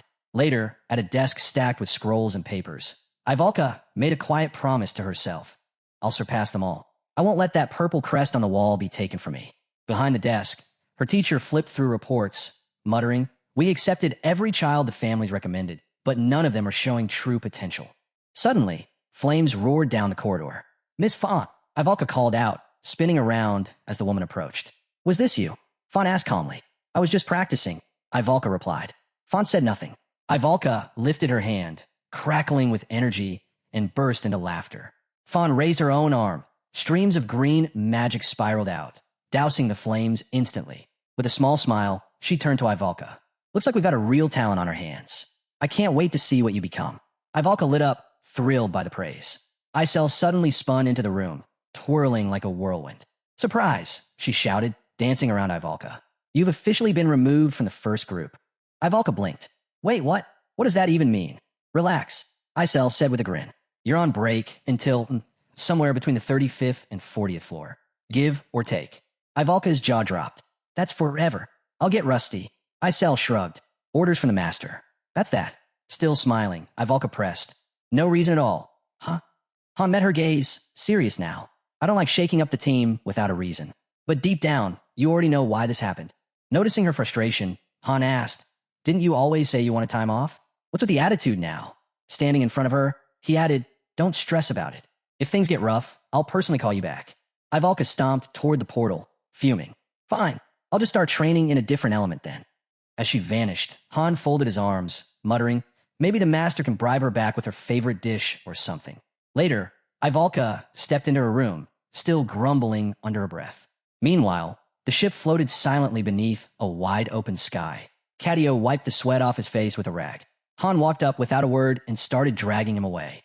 Wait, what's going on? Do you need me for something? Cadio asked, confused. Han didn't answer. They arrived at the gate of space and time, where the rest of the group was gathered. Han faced them and said, Cadio's joining the first group. Temporarily. Everyone looked surprised. I didn't say anything earlier, Han added, because he was asleep all day. Cadio flailed. I wasn't sleeping. I stayed up late working on the flying ship. Realizing it was pointless to argue, he sighed in defeat. Belkis leaned in, glaring. What are you staring at? Nothing. Cadio yelped, bolting behind the others. Jenna laughed. So, are we all coming back from this one or what? Soon after, the team set sail once more. Standing on deck, Han briefed Cadio, we follow the compass. Be ready. Monsters will show up sooner or later. Cadio's palm sparked with mana. Rowing's a waste of energy, he said casually. A propeller burst into existence at the back of the boat. With a surge of power, the ship shot across the water. Just a simple mana engine, Cadio said, stretching. Belkis raised an eyebrow. Seriously? I nearly broke my back rowing, and you pull this out now. He joked about dumping the oars overboard. Han, unimpressed, said, stack them in the corner. Then, movement. Sharks were tailing the ship. Han pulled off his glove. We'll do it like last time. I draw them out, Jenna covers. But before he could finish, Cadio dipped his hand into the water. A pulse of electricity surged outward. The sharks froze mid-pursuit, then floated to the surface, unmoving. Shaking his hand dry, Cadio explained magnetic field. Sharks react to electric signals. Easy. Belkis gawked at the floating bodies. Yeah, we definitely should have brought him last time. Cadio let out a yawn and walked off to sleep. Han watched him go. Thinking back, Cadio was labeled a magical engineer. But maybe there was more to him than that. They continued sailing. Cadio, now walking calmly across the water, turned back toward the boat. Surface tension, he said simply. Arms folded, Han stared from the deck. If we had you on the 30th floor, we wouldn't have had to risk that climb. We could have just sprinted up the statue. Jenna clenched her fist. Ivalka has potential too. She'll learn. All of it. Cadio climbed back aboard, unbothered. She might, but elemental mana doesn't work like this. It's built different. Han watched him for a moment, expression unreadable. We'll see. Then, movement ahead. A ship appeared on the horizon. Han checked the compass. It pointed straight at it. They were headed that way. The other ship cut swiftly through the waves. On deck, Friasi stood with the wind tugging at her hair. As she brushed it aside, she froze. Someone had called her name. Looking up, she spotted the crew approaching.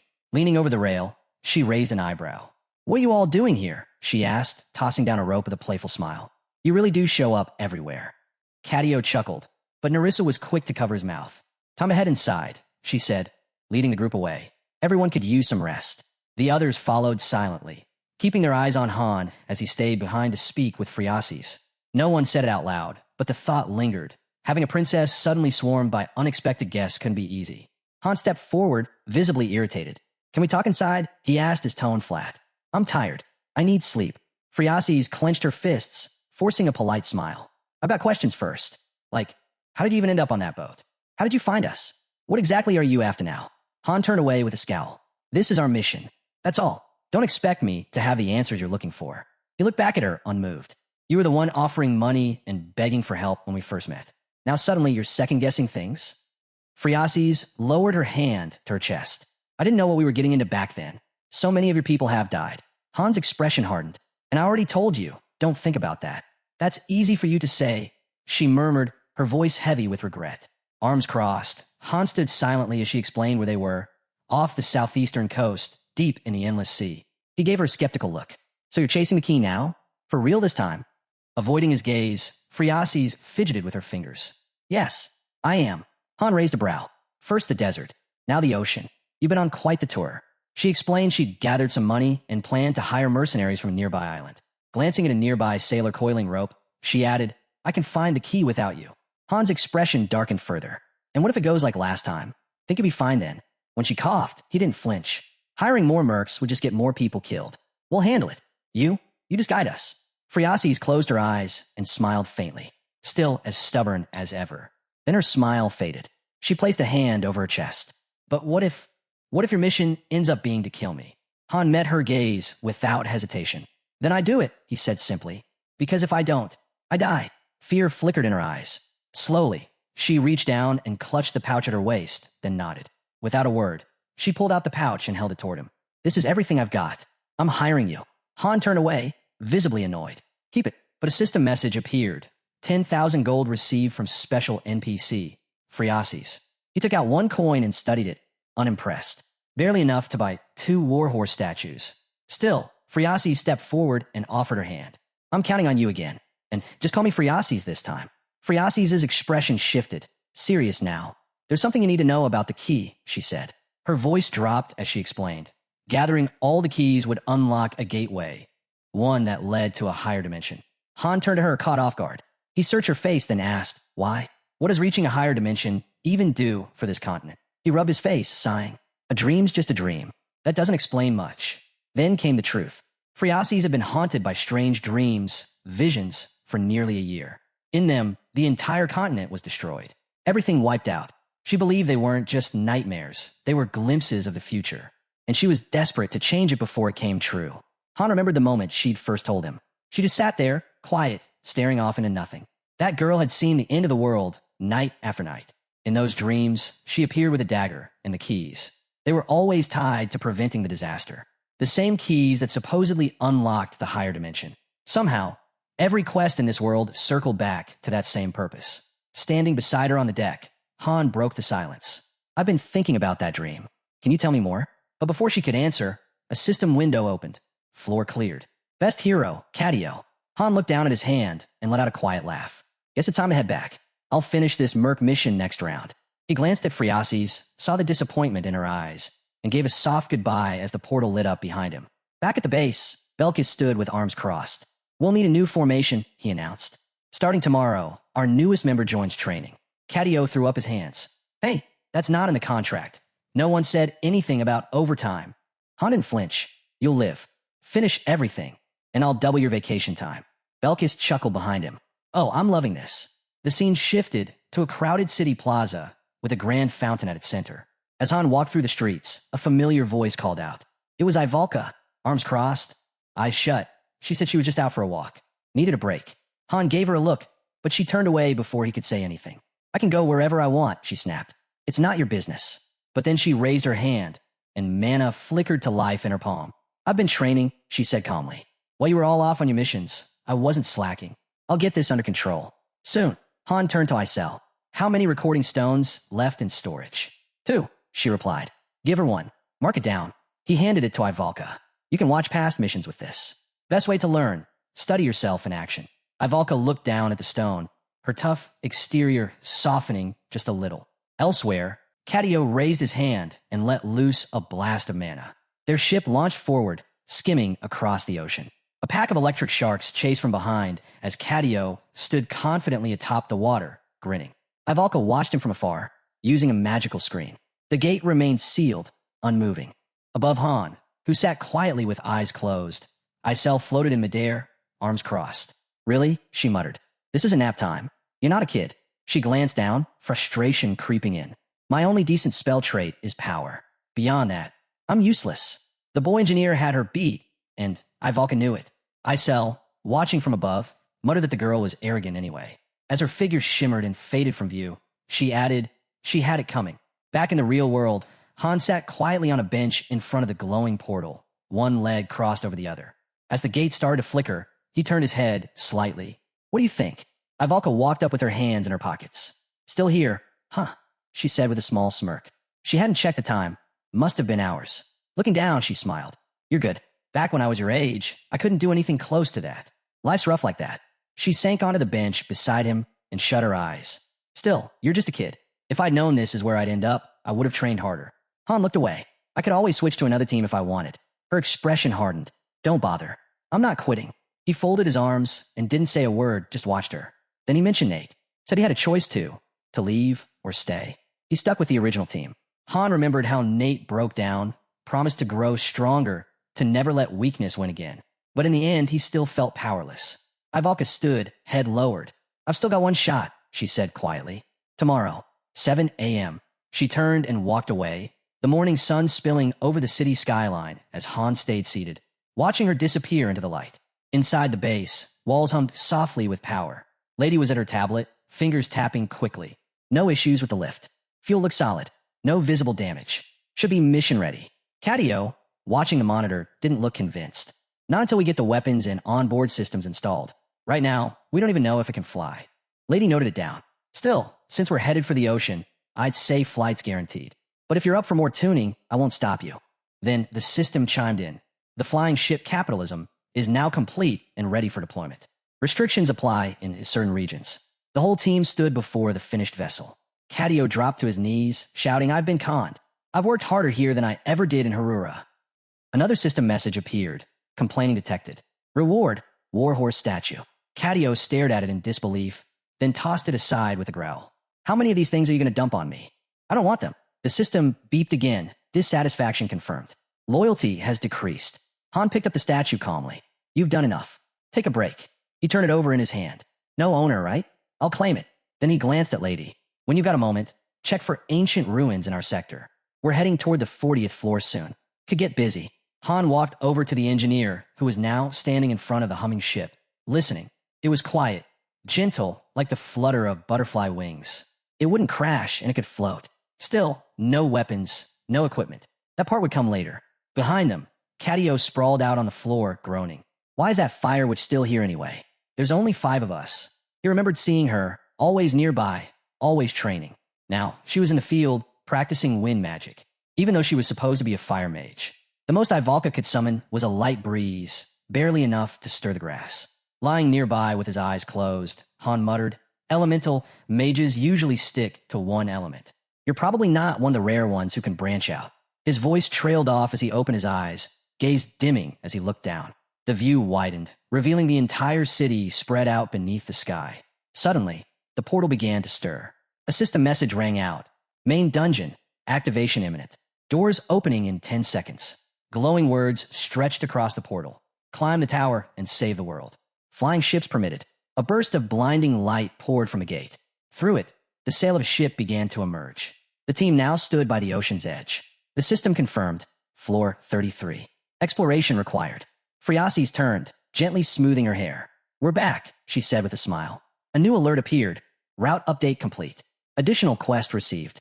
Everyone looked at each other, confused. The system clarified. They now had to summon a flying ship. Jenna folded her arms. "Didn't we already do this in the desert?" Han shot the princess a look. "You wouldn't understand." Waves lapped against the ship as it sailed across the open sea. A prompt flashed. "Would you like the hero's opinion?"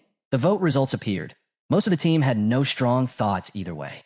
Han pressed his fist to his lips, deep in thought. Summoning a flying ship, this wasn't like the usual tasks. He'd been through countless missions, but this one felt different. Without looking at her, he reached out and took Friasi's hand. How long since you left the mainland? He gazed out over the water. A whole month. They were nowhere near land now.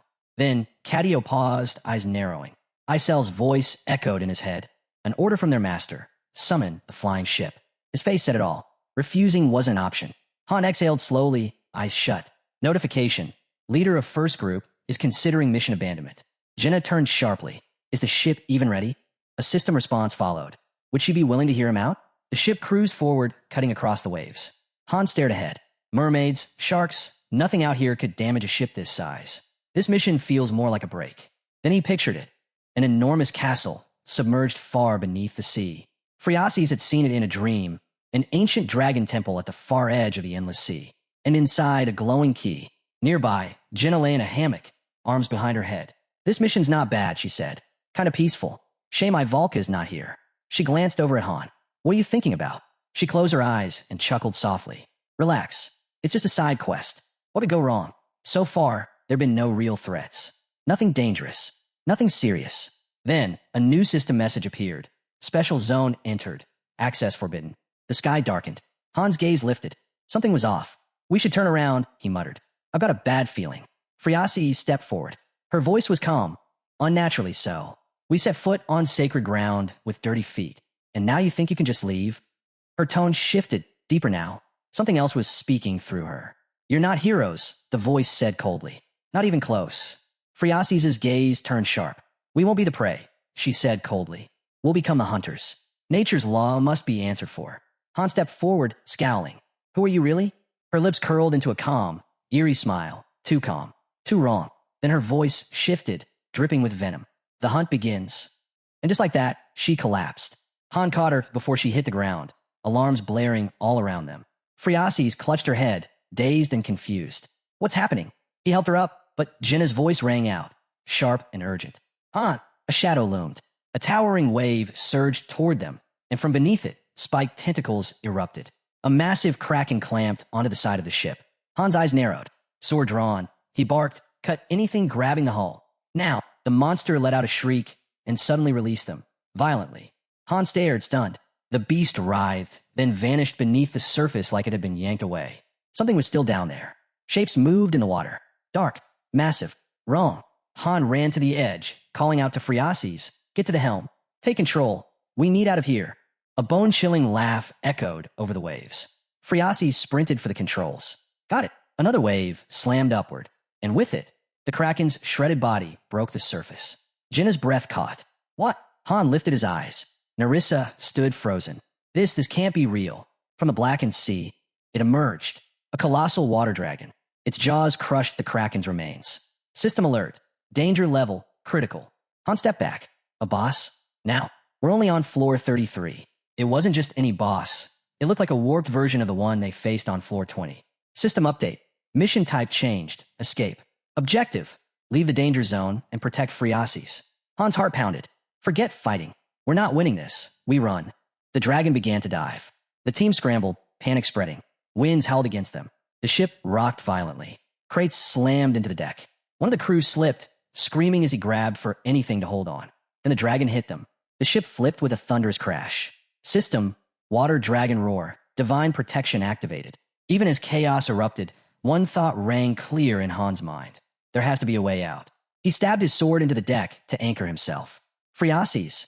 Does this ship have anything left? Anything special? She crouched, frantically scanning the helm. This was an airship once retrofitted for sea travel. Maybe. Her fingers flew across the console. Then a jolt. The ship rocketed forward. System, Nautilus mode activated. High-speed navigation engaged. They surged through the waves like a torpedo. Cadio stared. That won't hold forever. Above them, the dragon let out a deafening roar. System alert. Rapid climate shift detected. Shaw looked up at the sky. The clouds had darkened. Rain began to fall. The dragon wasn't just chasing them. It was altering the weather. Turning to the engineer, Shaw spoke calmly but firmly. We need to stall it. Prep the airship. Then, how long do you need? A system prompt flashed. Team leader has proposed launching the airship. But Han didn't respond. He looked away, jaw tight. 10 minutes? In a moment like this, it might as well be forever. The portal's progress blinked on the screen. 3% complete. Cadio clenched his fists, mana sparking through his fingers. The dragon's eyes locked onto the ship, its voice booming with twisted glee. You think you can run? Fine, lose your minds trying. Warning, storm wave activated. The sea exploded. Creatures surged from the depths, the dragon's roar echoing across the ocean. Let the hunt begin. Dragons landed hard on the deck, snarling, weapons drawn. Sea beasts burst up through the waves. Velkus grinned as he drew his blade. Finally, something fun. At the helm, Phreases held steady. Lucky I'm the one steering. Below the surface, the massive dragon lurked like a shadow. When the sailors shouted, they'd spotted a hole in the hull. Han's teeth clenched. This was a trap from the start. The moment that special field activated, he should have pulled back. Next time, I won't hesitate. He swung his blade, calling out, guard the portal. Don't let anything through. His eyes flicked to the barely formed gate. We're not making it at this rate. Then chaos. The dragon shot out of the water, snatching a man mid-scream and flinging him into the sea. The deck was a battlefield, blood, wreckage, and fallen crew. System alert. Nautilus navigation terminated. Han stepped behind a trembling Phreases. If you're staying, get used to this. Up ahead, the others stared at the carnage in stunned silence. Cadio slammed his fist into his palm. Come on, open already. Portal established. Vehicles, gear, and resources now deployable. A glowing gate opened before the ship. The system prompted, summon capitalism airship. Cadio's eyes snapped upward. There it was, hovering above like salvation. He nodded. I'm going first. Gotta prep the systems. Han didn't wait. He sprinted across the deck, sweeping Phreases into his arms. The ship's done. Get to the airship now. The dragon erupted from the sea behind them, slamming into what remained of the vessel. I'll tear you all apart, it roared. As the ship shattered and sank, one of the boys dove into the water, hand raised. The airship descended over the wreckage, turbines glowing bright. The dragon glared at the sky, livid. You think another ship will save you? Han turned back with a smirk and flipped it off. That's not just a ship. He pointed upward. That's an airship. System, capitalism airship. High-speed navigation engaged. Subquest completed. New quest unlocked. Hidden beast hunt. With a roar of engines, the airship surged forward, leaving the broken sea behind. Han held Phreases close, breathing hard. An airship, this is a whole different class. Jenna stood near the railing, tense. What is that long thing behind us? Narissa ran over, eyes narrowed. I've heard the stories. Ancient sea breeds. They called it the sea god. Han said nothing, watching the horizon. Dragonborn, one of the first, dating back to the Empire's founding. He placed a hand on the ship's hull, mind racing. We walked right into their trap. At least now, we knew the boss's patterns on the 35th floor. With the right prep, we could beat it. As the mission ended, a notice blinked across the screen. Level complete. 150,000 gold acquired. Narissa pulled her hood down and said calmly, we'll need time. Can't rush this. Then, a new system update appeared. Hidden stage unlocked. The sacred water dragon hungers. Han's face tightened as a warning flashed. Another window popped up. Return denied. You're trapped inside the water deity zone. Capitalism airship designated as temporary base. Mission will auto-start. 34th floor, hunt, or be hunted. Han stared wide-eyed. I've never seen anything like this. He pressed a hand to his forehead. Eyes shut, voice low. There's a way out. If I can connect the game mechanics with everything we've run into so far, I'll figure it out. The airship hovered silently above the sea, engines humming. Gazing out over the waves, Han turned to us. After we cleared the subquest, we were locked into a hidden mission. And this one plays by a different set of rules. Jenna leaned over. What exactly is this hidden trap we've walked into? But Han didn't answer directly. Take the princess to the cabin. Cadio needs backup. At the console, the engineer was locked in, eyes scanning the map. These are our parameters. Black dots, hidden item locations. That red ring? That's the dragon's detection zone. Han stepped in beside him. I ran simulations for missions like this back in the waiting room. Knowing the boss's behavior patterns, it gives us an edge. System update. Capitalism airship has been set as temporary base. Amenities, none. Expansion required. Han flipped through the interface. A prompt appeared. Select facilities to construct. Just then, the portal flared. Isel stepped through, winking. With a tap to her cheek and a grin, she said, called it. Folding her arms, she added, since this floating pile of parts is your base now, I'll hang around and help out. Raising her hand toward the engineer, she called out, open a portal to B7 on the 2nd floor. We got supplies coming in. You weren't planning to leave your crew sleeping on crates, were you? A hint popped up. Constructing airship facilities requires unique resources. Inventory from waiting room, not transferable. 4 level 1 living quarters, the requirements were listed. 50 gems, a bed, table, basic share buff item. Prompt. Proceed with construction? Han confirmed. In a flash, furniture appeared through the gate, beds, storage tables. Notification.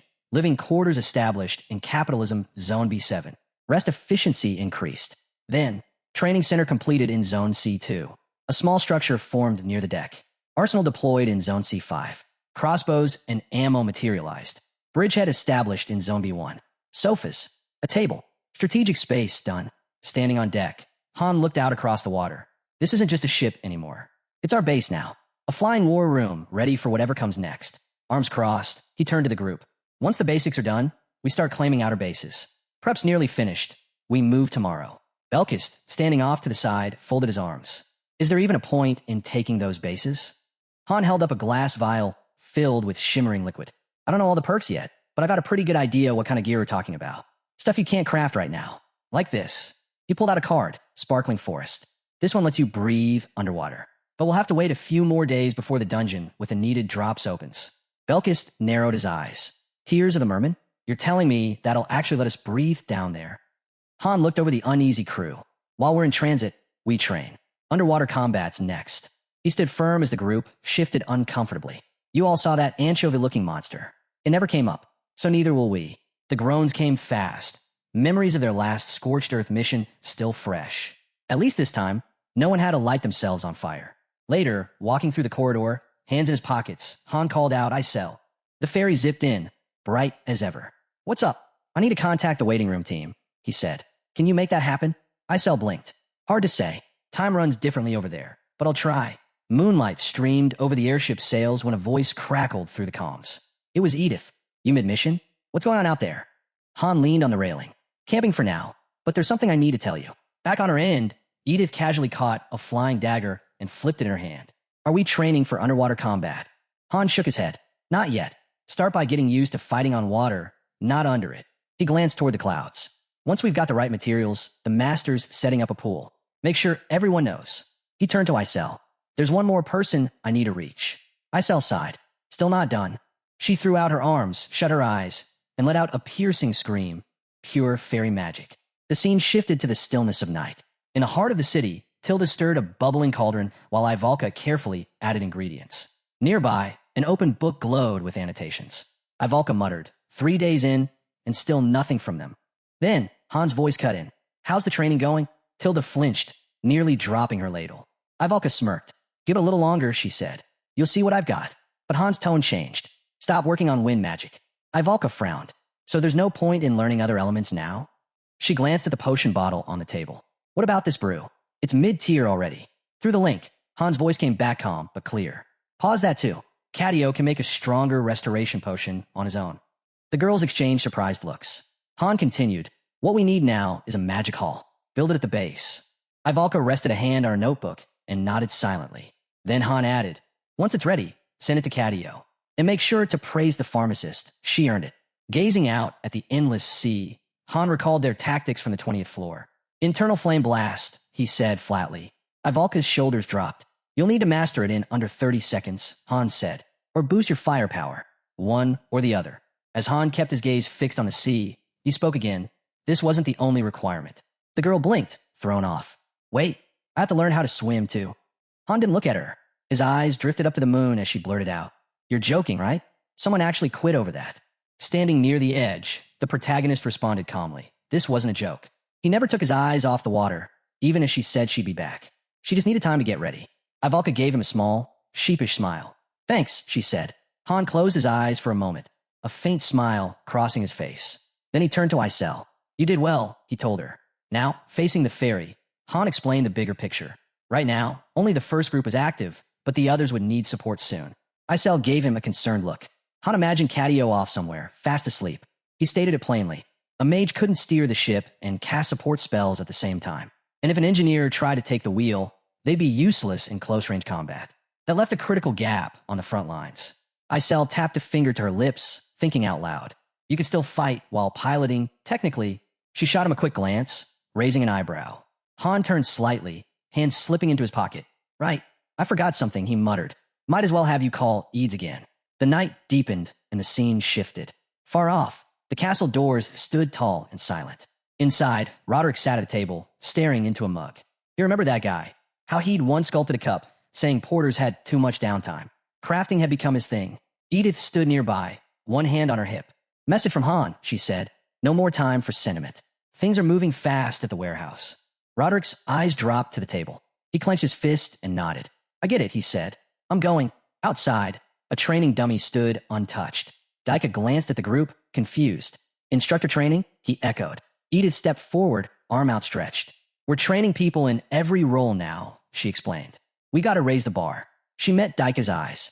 Only a few are training on the first floor, but we've already passed 100. You can't handle that alone anymore. Daika froze. He suddenly understood. He'd be part of the missions now.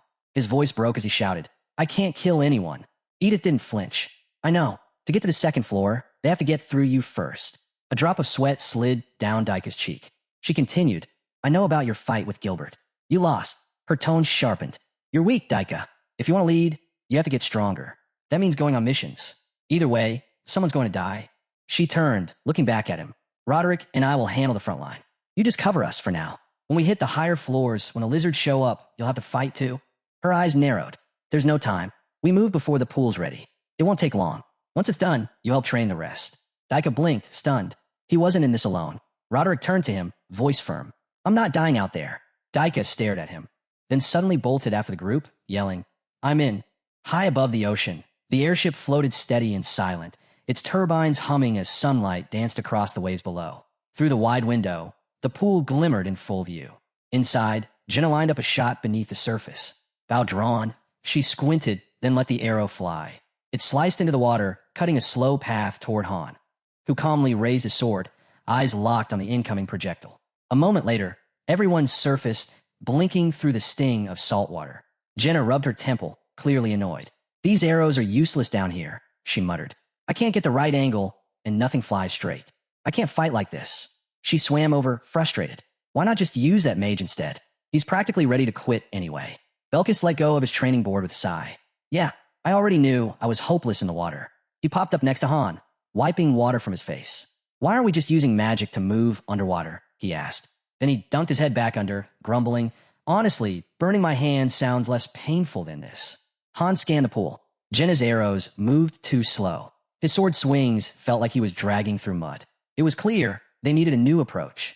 Their eyes drifted to the weapons laid out nearby. Han stepped beside Jenna, brows furrowed. First, we tweak the gear.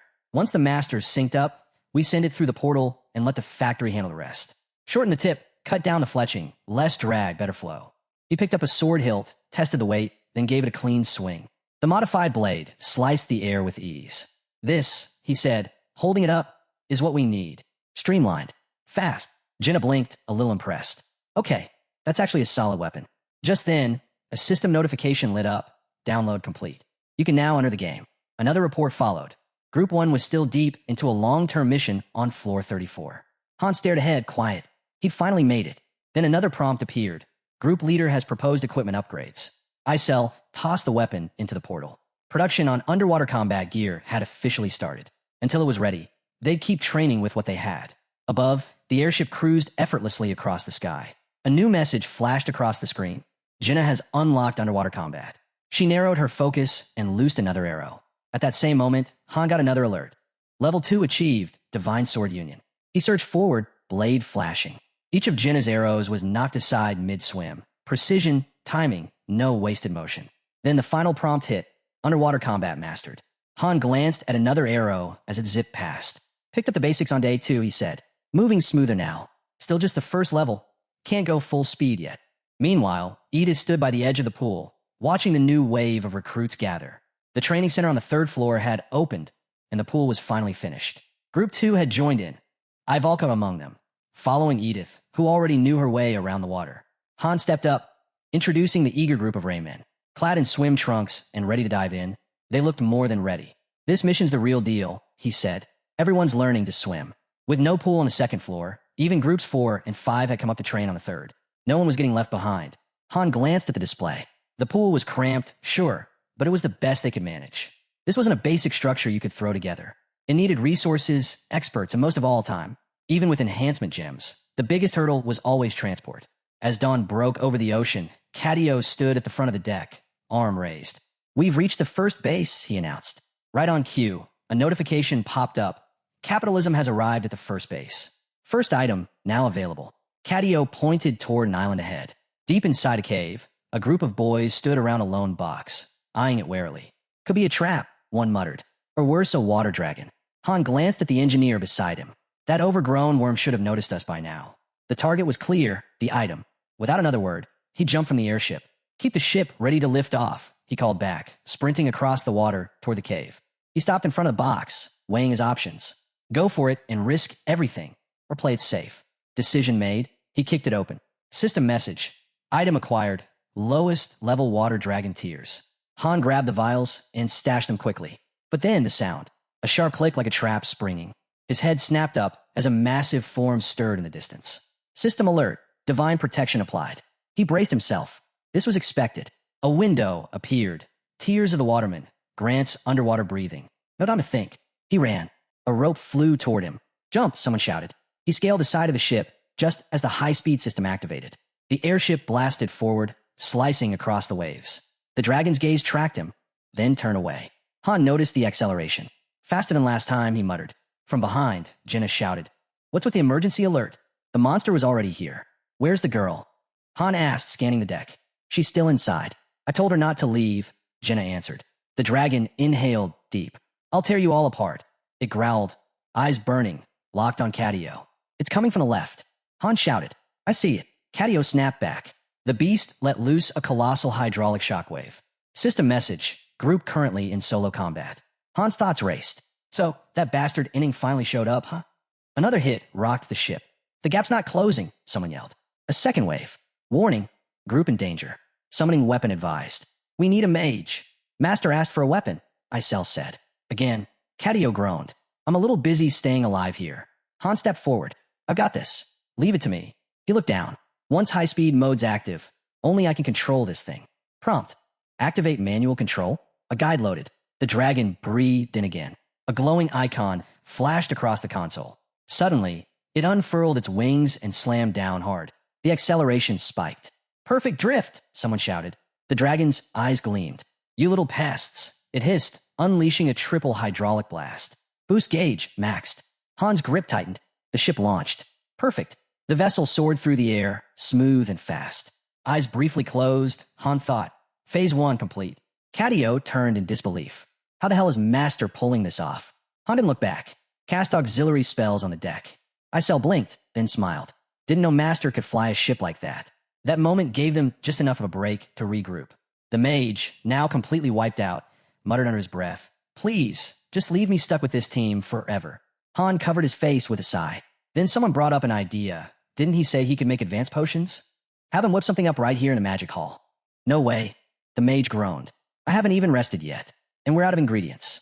Slumped against the doorway, he added, we'll need to hit the daily dungeon for that. Han offered a different angle. What if we use some supplies from the warehouse? I'll tell the collectors to start gathering advanced potion materials, Isel said. We'll prioritize it. Han nodded. Got it. He stared ahead, mind ticking. 3 more locations left. He clutched the flask tightly. The tears of the waterman, finally in hand. A crucial item for underwater combat. It granted breathing underwater, but the duration was short. With his eyes shut, Han acknowledged it was only the base version. 10 minutes, max. They needed more. If Master can handle this much, we can find all 4. No, we have to. The ship blazed across the sky, full throttle. Down in the daily dungeon, the gathering team kicked in a high gear, collecting materials for advanced healing potions. Catio's load doubled. He had to produce enough for 5 full squads. Master tried to lend a hand, but botched 6 batches in a row thanks to the mini-game's difficulty. Catio nearly collapsed from exhaustion, but silently churned out a few more. Nearby, Kishasha crouched low and hissed. You'd have to be out of your mind to fight like this. Edith turned to her. Are beastmen really that helpless in water? Someone chimed in. Maybe we should just cut group 3 entirely. A girl, eyes shut, whispered. If I screw up this mission over swimming, I'll never live it down. Another asked quietly. So what's Ivalka been up to? Edith didn't hesitate. Leave her be. She's been practicing underwater magic. Out by the pool, Ivalka held her hands forward, casting again. It's doable, she said. Han had told her to keep trying. So she did. Suddenly, she burst from the water with a scowl. Another fail, Edith muttered, watching. She looked away. How's the roster for groups 4 and 5? The reply was blunt. Nobody wants in on the main mission. Edith pinched the bridge of her nose. How'd the rumors even reach the lower floors? The answer was obvious. The survival rate was too low. Word had spread. They're packed in like sardines down on the first floor, someone said. You'd think they'd be itching to move up, but nope. A wide view of the tower came into focus. Daika's promotion had been finalized.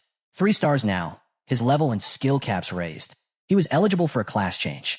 Clenching his fists, one man muttered, "Everything's fine, huh? Wasn't this guy already handed around 5 times?" Another cut in. Heard Masters trying to lock down the first floor. This promotion's part of it. Mark leaned in. "Let's just keep watching." The first man stayed quiet. Then someone else commented, "At this rate, Masters never sending us to synthesize. What's that guy even doing solo down here?" They pamper him, then ship him straight to the top floor's isolation chamber, another scoffed. One of them smirked. "Guess it's time I rally my team. Maybe even scout for some instructor candidates while I'm at it." Back on the battlefield, the monster opened its jaws wide. Jenna fired a rapid volley. Her arrows pinged uselessly against an invisible barrier. "Divine protection's active," someone called out. The creature had entered a state of conditional invincibility. Jenna held out her hand in disbelief. "How is that even a thing?" "Nothing's landing," came a frustrated reply. Han, standing just behind her, kept his eyes on the monster. "It's a conditional state. We need more data." Then he added, "Next time you spot him, fire an arrow into the water." Jenna blinked. Into the water? The monster was already shifting below the surface. "You saw it," Han confirmed. "It's untouchable for now. Time to switch tactics. I'll dive in, tether myself first. The second I give a signal, pull me out. I can handle the rope," Belkist offered. Jenna gave a quick smirk. "As long as it's strong enough, this'll work." She nodded to herself. With her longbow out of commission for upgrades, she grabbed the shortbow instead. Han gritted his teeth. "We're making progress, but not fast enough. Stay off the main deck when he's close. Use the training ground." "Sounds grim," Belkist muttered. From beneath the waves, the monster glanced up at the ship. They're improving, it thought. But to lower the danger, they'd have to push harder. And if they moved too quickly, they'd burn through the map before mastering the essentials. Underwater combat wasn't optional anymore. It needed to become second nature. The ship tilted slightly. Then the acceleration gauge began to climb. Suddenly, boost mode kicked in. The monster's eyes widened as the ship surged ahead. "What?" Han smirked. "This is going well." Then an icon blinked, an eye. The monster locked eyes with the ship. What if that anchovy shows up again when no one's around? The dragon roared, activating divine protection once more. This time, it growled, "You're not escaping." Han switched to manual control, his grip steady as he steered with sharp precision. Another roar. "Stop!" the dragon bellowed, just as the super boost triggered. The protagonist threw open a chest. Inside, a small figurine of a sea sailboat. He glanced sideways. The dragon's eyes were wide with recognition. Also inside the chest, a B+ ranked oxygen supply system. Jenna fired an arrow, clean and fast. It zipped past the dragon's face. She gave a small grin. "Still works underwater." "What?" Han asked. "Divine protection doesn't reach beyond the waterline," she replied. He looked back in the chest. A spatial summoning stone shimmered in the corner. This is it, he realized. This is how we get all 4 key items. A notification flashed. Hunt initiated. Then, just as the dragon reappeared, Enning logged in, taking command on the spot. This wasn't like before, when he only joined late. Apparently, he'd enabled push alerts on his phone. Thanks to that, they were at least halfway ready for the boss. Elsewhere, seated at a table, a girl tapped the screen. "We'll need divine protection for most of this." Wright nodded. "We'll have to track down a goddess statue right when it starts, just like with the giant." Han glanced at her. She was starting to truly understand the system. She's got the mind for leadership. She asked, "Are we really going after the boss?" "We're close," he said, "but not quite there. Master hasn't triggered it yet." Han clenched his teeth. "Once it starts, Catio takes the helm." "Even so," Jenna added, "we're still going to have to fight it head on. And honestly," she said, eyes narrowing, "it's going to be rough with just 4 of us." Han looked at the others. "Maybe this mission will. This mission might require splitting the teams. One group holding the line at the goddess statue, while the others push toward the objective." Han pointed out the obvious flaw. "With how few water tiers we've got, only our squad can go on the offensive. One of them would have to carry the spatial summoning stone." Han nodded. "When Master logs in tomorrow, we'll put it to use." Up ahead, the girl overheard the real catch. Summoning wasn't an option yet. Only swapping was possible. The plan? Temporarily rotate Ivalka out for someone else. At least until they hit the 35th floor. Narissa glanced aside as someone commented, "Ivalka's underwater magic is solid. She's still a valuable asset." She waved her hand. "I'll head to the waiting room." Watching her leave, Han asked, "You sure you're okay with this?" She didn't look back. "Yeah, there's something I need to take care of." Belkist glanced up as the lobby came into view. "Did you find anyone strong enough?" Someone asked. A man behind Raymond raised his hand, shaking his head. I've been trying. Some decent skills in the training center, but no standouts. The other guy nodded. Same in the living quarters. Too much in used space. It's just sitting there. Raymond looked away. I heard instructor recruitment's capped at 3 now. People down here, they're acting like synthesis won't happen anymore. The man turned. What about Team 5? Shouldn't they be out recruiting? Carter answered. They said they were searching for a woman to complete the lineup, but they're probably just off flirting somewhere.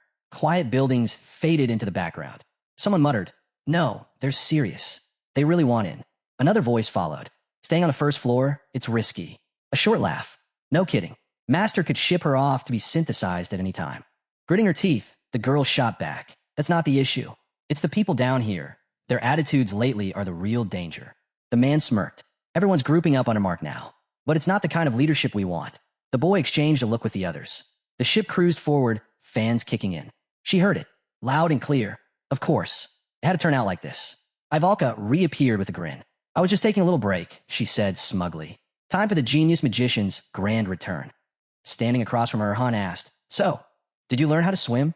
She shot the question right back at him. His eyes lit up. Not only had she learned, she'd also mastered 4th level fire magic. Internal explosion, he reminded her. It works underwater. Dangerous, but effective. There are consequences, I know, she cut in. I've been grinding. Non-stop. He turned to leave. I'll send you back. Wait, she shouted. Give me one more day. He turned with a smile. Relax. It was a joke. A statue came into view. Han pointed toward it. Once the mission starts, we board the airship and go straight for the goddess statue.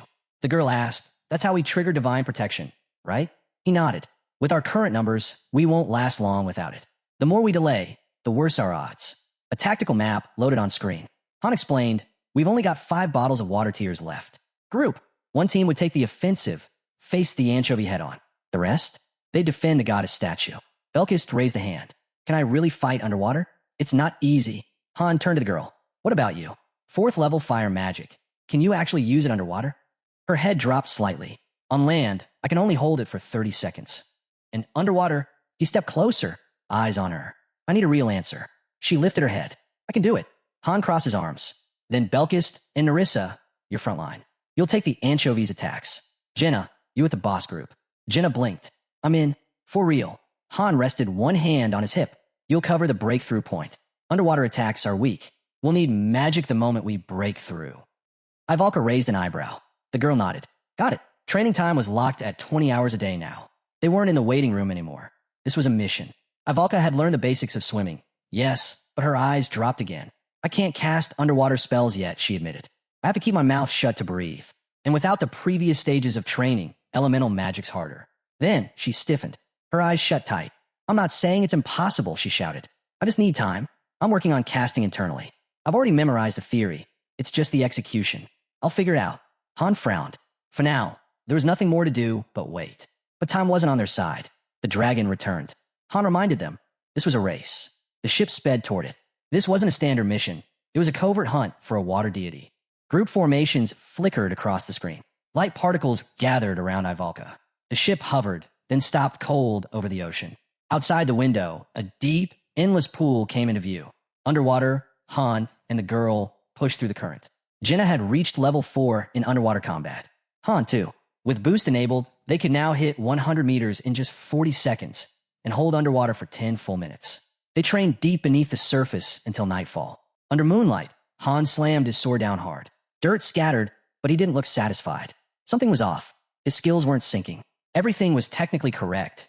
No calculation errors, but none of his abilities combined. A quick glance at his interface, 12 active skills. But they all ran solo. When 2 skills sync, power could double, even triple. And with perfect synergy, it could spike tenfold. That was the secret, breaking the limit.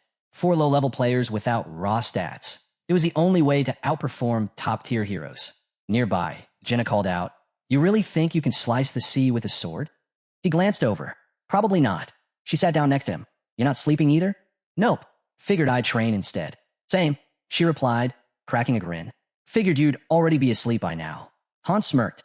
Still got work to do. She stood, raising her arm high. Well, I'm going to tear straight through with the ballista, Jenna said with a grin. Thick iron bolts slicing through the sea. If that's not a walking weapon, what is? Han replied flatly. I didn't slice the sea. She looked at him seriously. How strong are you planning to get? And what about the people following your lead? Do you ever think about them? This is just part of the job, he answered. But as the ship pushed forward, it was obvious something was weighing on him. When pressed, he said it simply, I'm still too weak. She scoffed. You're such a fraud. Still, Han understood exactly how Nate had felt. Then his eyes widened. He stared at her. Wait a second. Jenna hadn't learned peripheral vision in Niflheimer. That was a high-tier archery skill, merging rapid-fire shots with pinpoint targeting. It could bend arrows mid-air and slice right through enemy defenses. She stared back, confused. But to Han, that confirmed it. Jenna's archery was far more advanced than she let on. As the ship continued ahead, she casually mentioned the real problem, their lack of unity. Yawning, she added, maybe it's not that complicated. Lifting her head, she said she'd received a fusion, a new ability like gaining a skill. So why shouldn't you try? She asked. He blinked. You got one. 5th floor, she nodded. Without another word, he rushed forward, eyes locked on the monsters ahead, then launched straight into the fight. Watching his relentless assault, the girl muttered, You're insane. It felt like a contest to see who would collapse first. His fist clenched. You're not wrong. But it doesn't feel like that anymore, she said. That's because now I've got technique and experience. Jenna pointed off to the side. It used to look like raw violence. But now, it's strategy, staying calm in chaos. She paused. It's a psychological technique, right? So, if there's no real danger, does it even work? Han grinned. Guess we'll have to make it dangerous on purpose. He muttered, what a pain. She turned to him. Why do I even bother helping you? He shrugged. It's not like you've actually helped. Not in any meaningful way. Hand covering his face, Han considered something new. Maybe the place where you awaken a skill affects how you develop it later.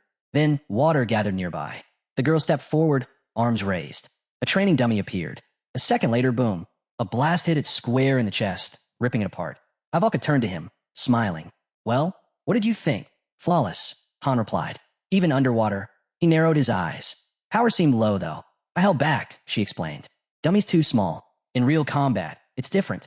How many times can you cast it? Ivalka raised 3 fingers. Then I need a potion. Han thought to himself, this fire magic, it's weaker than expected. The one I saw on the 20th floor was way stronger. Then her eyes widened. Wait, am I coming with you too? Han smirked. Whether you like it or not, I'm dragging you along. Their ship slowed to a halt, docking beside a thick stone wall. Han looked forward. What's going on? Group 1's fine, someone answered. But Group 3 ran into trouble. What kind of trouble? It's Kishasha's beastmen. They keep getting seasick, and none of them can swim. Han sighed hard. She added, it's apparently part of their species. They're supposed to have physical strength way above humans. Exactly, Han muttered. And yet, here we are. Off to the side, Edith let out a sigh and covered her face. I've been drilling them nonstop, and they still can't grasp the basics, she said. Kishasha finally figured out how to dog paddle, but that won't help in a real fight. Gritting his teeth, Han muttered, maybe we should focus on getting them used to the motion first. I'm already working on it, Edith said. We built a raft for training. The girl lowered her head. Honestly, only Group 2 is actually ready. Groups 4 and 5 can barely recruit anyone. Then a man raised his hand. What about me? Someone laughed. You? You're like a slug stuck in mud. Mark raised his hand calmly. Let's not twist this. I was just being honest. The man across from him snapped. Everyone aiming for the top floor says that. What makes this raid worth it? Carter fired back, then stay down here and live off potatoes like a coward. The man's eyes flared. Let's see who dies first. Without warning, he swung, fist connecting with Carter's jaw. Idiot. As the room broke into chaos, Isel stepped in. What the hell's wrong with you? Fighting between heroes is banned. Carter clenched his fists. Damn it. The girl closed her eyes. Groups 4 and 5 aren't ready. They're not even full, and the ones they did recruit are barely 2-star level. Han stared ahead. We're out of time. We'll deal with the first floor cleanup after the mission. Word spread fast. The water dragon had appeared. A full-scale battle was coming, right in the middle of the ocean. Surface attacks wouldn't work. Fighting in underwater was the only option. Everyone except Group 3 needed underwater combat skills, and fast. Edith grinned. So what's the 20th floor like? Enemies are pushing in, someone answered. It's definitely possible, Han added, eyes fixed forward. A girl stepped up. It's not like last time. We've trained since then. Han closed his eyes for a moment. That last time, it was an accident. Leaning against the wall, he said, I'm going. Edith nodded. Go on. Isel let out a sigh. Han turned. She gave it everything she had. The fairy waved it off. It's not a big deal. Then she asked, can you really clear it first try? You mean if failing means dying? She nodded. Yeah, that. A knock at the door broke the silence. Han opened it. A girl stood there, smirking. Busy. Not far away. A man holding a bottle leaned against the wall. Raid group's easier to provoke than I thought. Mark glanced around the room. What's got them all nervous? They've already forced Han into a corner. As long as he doesn't overreact, we're fine. Unless they're worried the master might hear about this. He shrugged. Even if he does, I doubt he'll suddenly step in.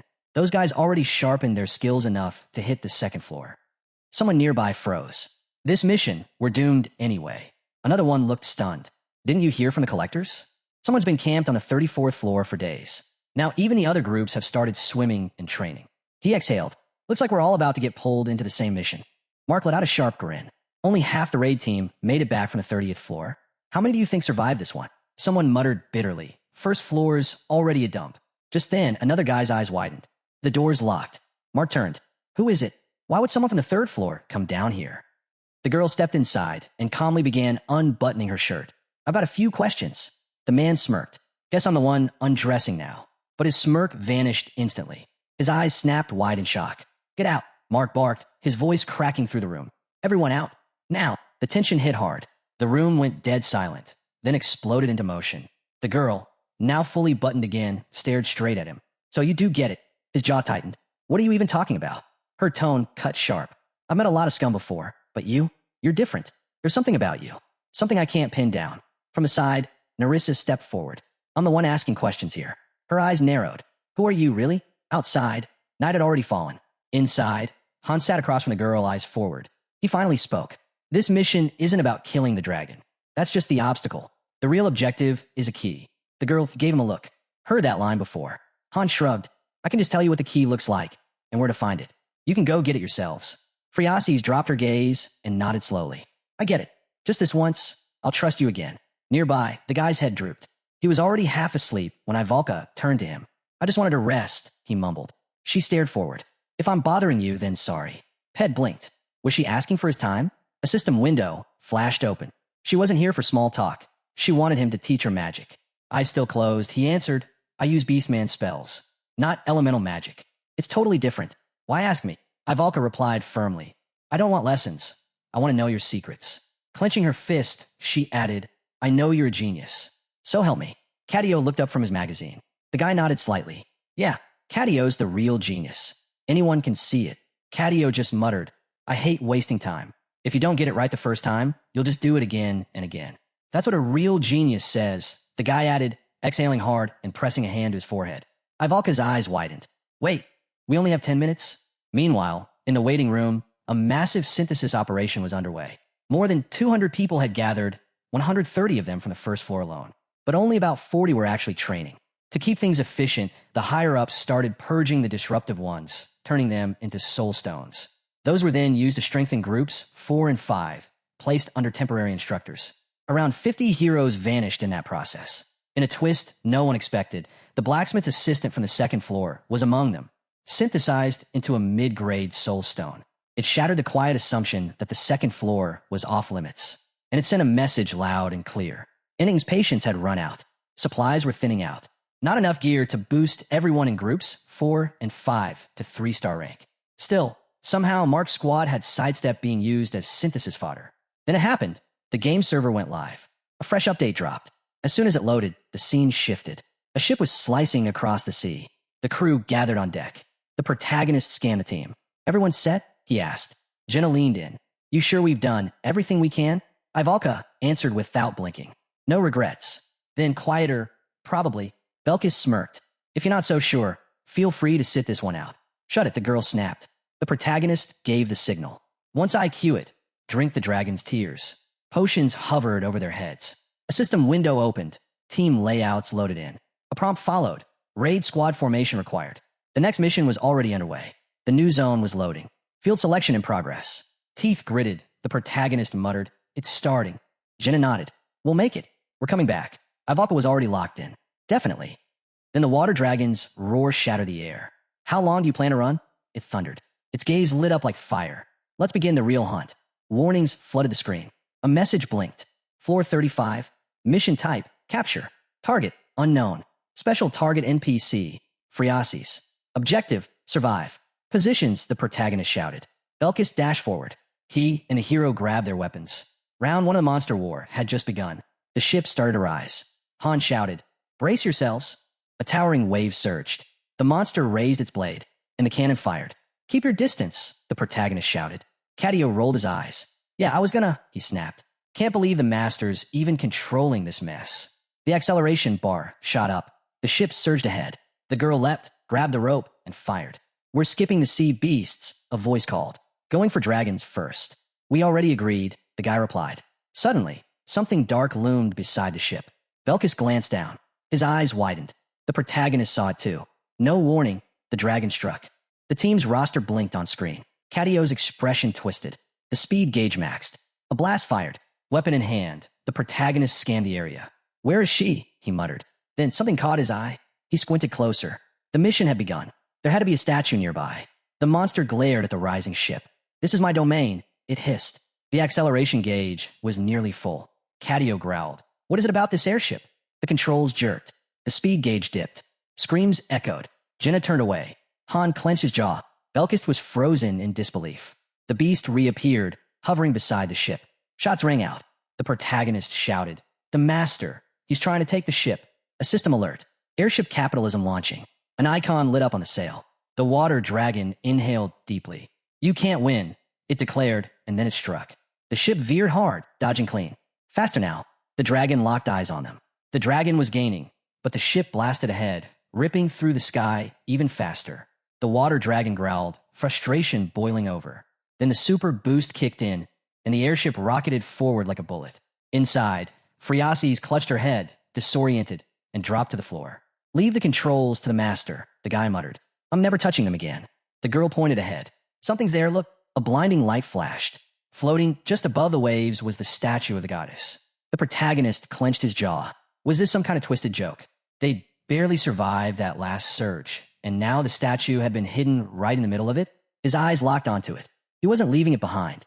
Don't tell me you're going alone, someone called. The ship ripped across the sea, faster with each second. We're being followed, a voice shouted. I didn't even notice. They're right on us. Cover him, another replied.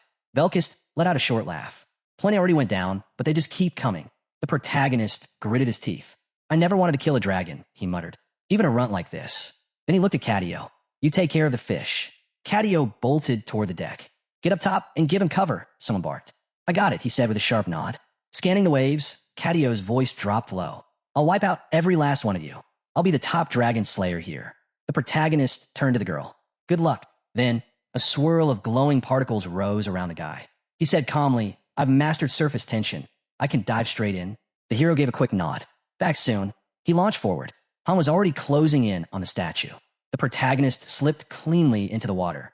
A monster lunged at him, roaring. His blade flashed, one clean slice, and it was over. But more were lurking, circling under the surface. On deck, Jenna raised her bow. She locked on her mark.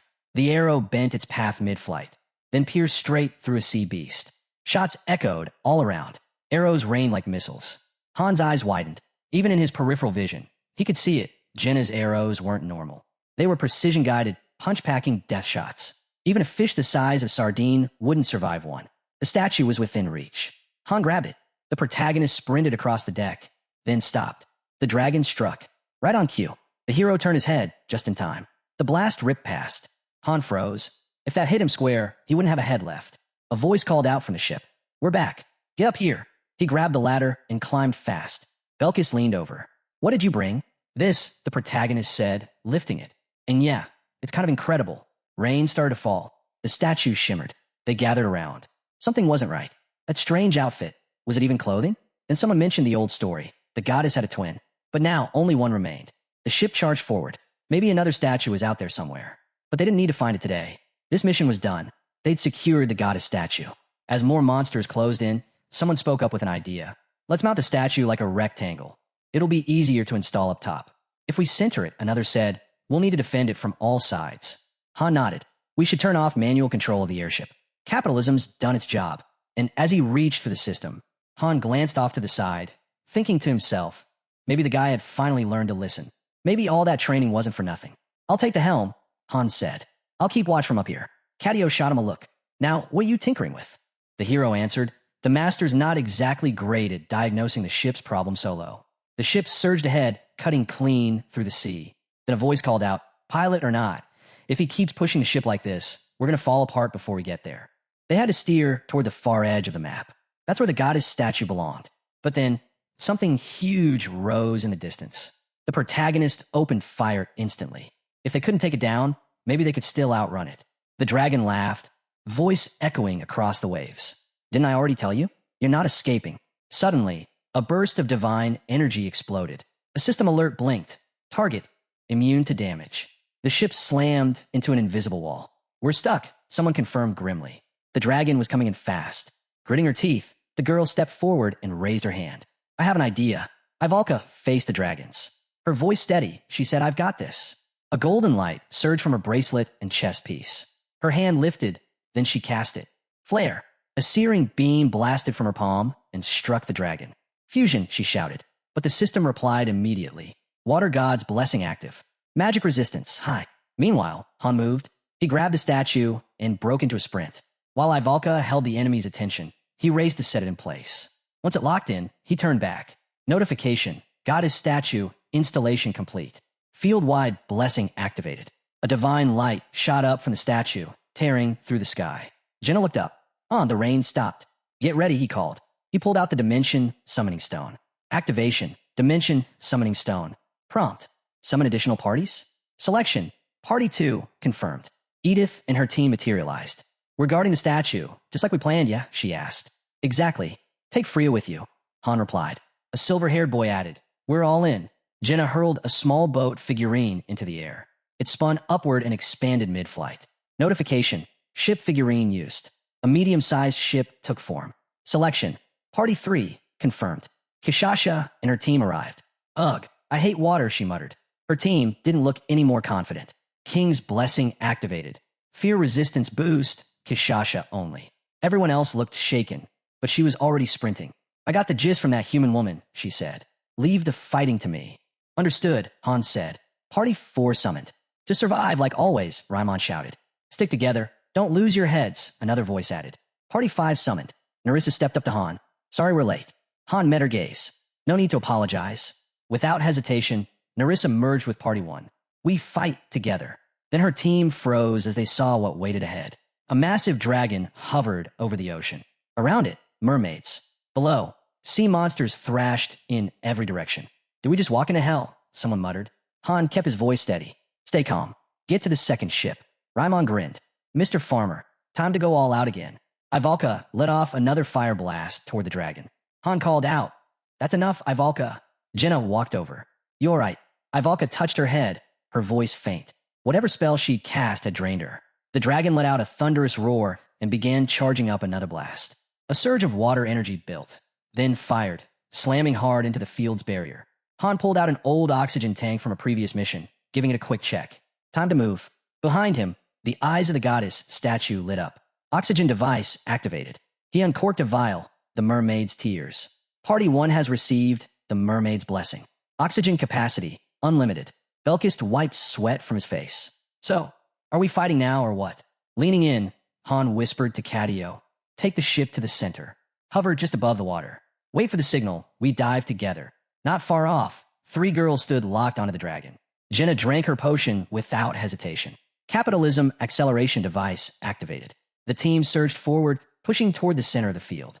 You're not going anywhere, the dragon roared. Han gave a quick glance back. Good. Keep chasing. Notification. Water Dragon Cat is roaring, gathering Water God's power. Then, something massive stirred below. The squid monster was back. Monster Wave, Round 1. Cannibalistic Shark, LV, 33 times 105. Mermaid, LV, 37 times 80. Baby Water Dragon, LV, 34 times 53. Water Dragon, LV, 39 times 74. Kraken, LV, 41. Han glanced toward the statue. Just as expected, they're surrounding us, all targeting the statue. He keyed into comms. Edith, they're coming your way. Hold them off. Edith responded coolly. Don't worry, Han. You couldn't beat us last time. There's no way we're losing now. On board the ship, party members snapped into position. Edith shouted, You're not trainees anymore. Show them what you've got. 2 bolted toward the ballistas. A black-haired guy called out, I've got this one. Onin, take the right. Roderick gave the next order. Use your spear techniques now. A girl answered, On it. Monsters rushed in like a tidal wave. Edith didn't hesitate. Clear out the smaller ones going for the ship. Don't hold back. Use your potions if you have to. The ballista's launched, bolts tearing through swarms of mermaids. One mermaid vaulted aboard, claws bared, lunging at a rookie from Party 5. The girl raised her shield, bracing. But before the strike landed, Kishasha flashed in, gripping the mermaid's head midair. In a blur, she tore across the deck, ripping down enemies like a whirlwind. Mermaids and dragons dropped one after another. She slammed one underfoot like it was nothing, flicked another aside with a clean strike. She turned to the stunned rookie. If one of us slacks, we all suffer. I get that now. So don't freeze. The girl nodded fast, wide-eyed.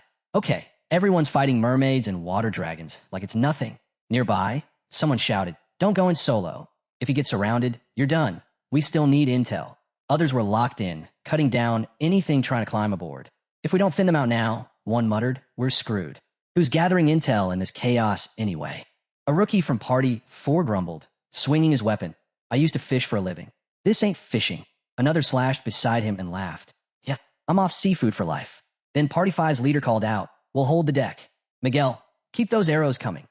Miguel, the stocky guy with a bow, nodded. Going for headshots, they drop faster. How about the rear? Don't panic. The rookie girl who had frozen earlier took a deep breath, then drove her sword straight into a mermaid. I was terrified before, she said. Barely made it through floor 1. But if I don't survive this, everything I fought for is wasted. Another fighter grunted as he sliced through a mermaid. Can't wait to crush those smug idiots who laughed at us on floor 1. With all the healing we've got now, this might actually turn into a fun hobby. More mermaids clambered aboard. Some are heading for the statue. Cut them off, someone shouted. The ballista swung toward them, firing shot after shot. Each one dropped a mermaid before it could get close. Then the ship jolted hard. The entire deck shook as enormous tentacles rose from the sea. The Kraken had them. The ship's gonna snap, someone screamed. How do we even fight this thing? We're toys to it. Party 3 charged in.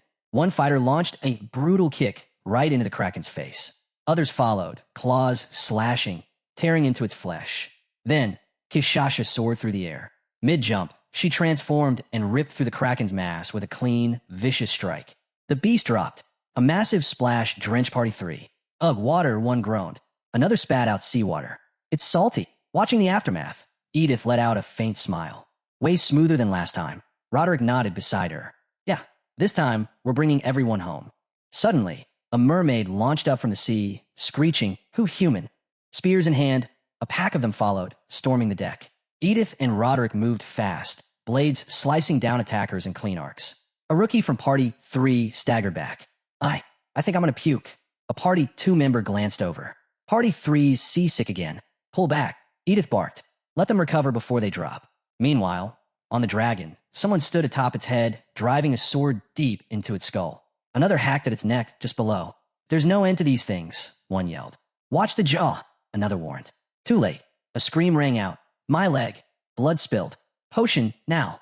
A teammate shouted, rushing to help. Back on the ship, the hull tilted as it veered sharply toward the center of the fight. The dragon's eyes locked on them. Han turned to the crew.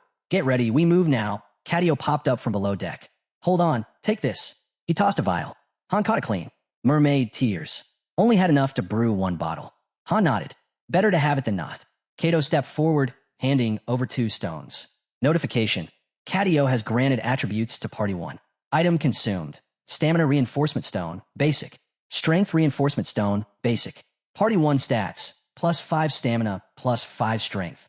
The ship skimmed across the sea, dragon hot on their trail. As they hit the center, every member of Party 1 dove into the water. The dragon loomed overhead. Han raised his hand. It starts now. The dragon charged straight for him. The others split off in all directions. Ivalka's already casting. Han thought, we end this here. Up close, the creature was massive. Its glowing eyes locked onto him. It's even bigger than I thought.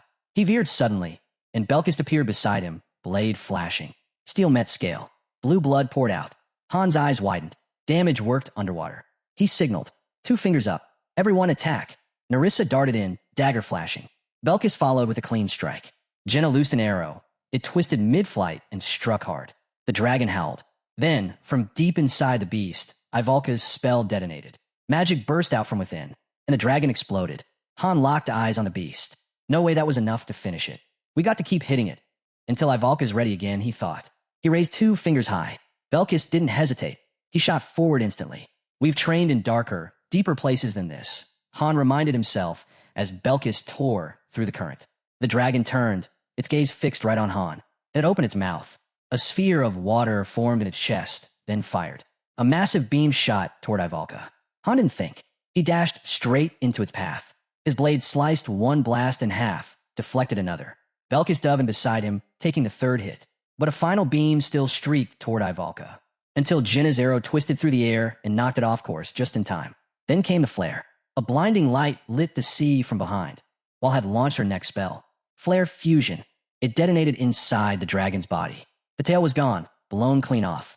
Even though Ivalka's attack had faded, Han saw it. The damage was real. But it wasn't enough. The dragon was dazed, not done. We have to finish this before it recovers, Han thought, bracing himself. The dragon slowly curled inward. What is it doing? No movement. Not even as Ivalka raised her hands again. Her eyes burned bright. Fusion. Another explosion ripped through the dragon's core. Its eyes snapped open. Then it bolted upward toward the surface. Is it running? Han chased it hard, kicking up through the water. Why it up now? The dragon breached the surface, and chaos was already unfolding above. All around, other teams were locked in battle. And then the dragon, still burning from Ivalka's spell, opened its mouth again. Han's eyes widened. A water cannon. The ship's a target, he shouted. All units, rotate out. Helm crew, fall back. The cannon charged.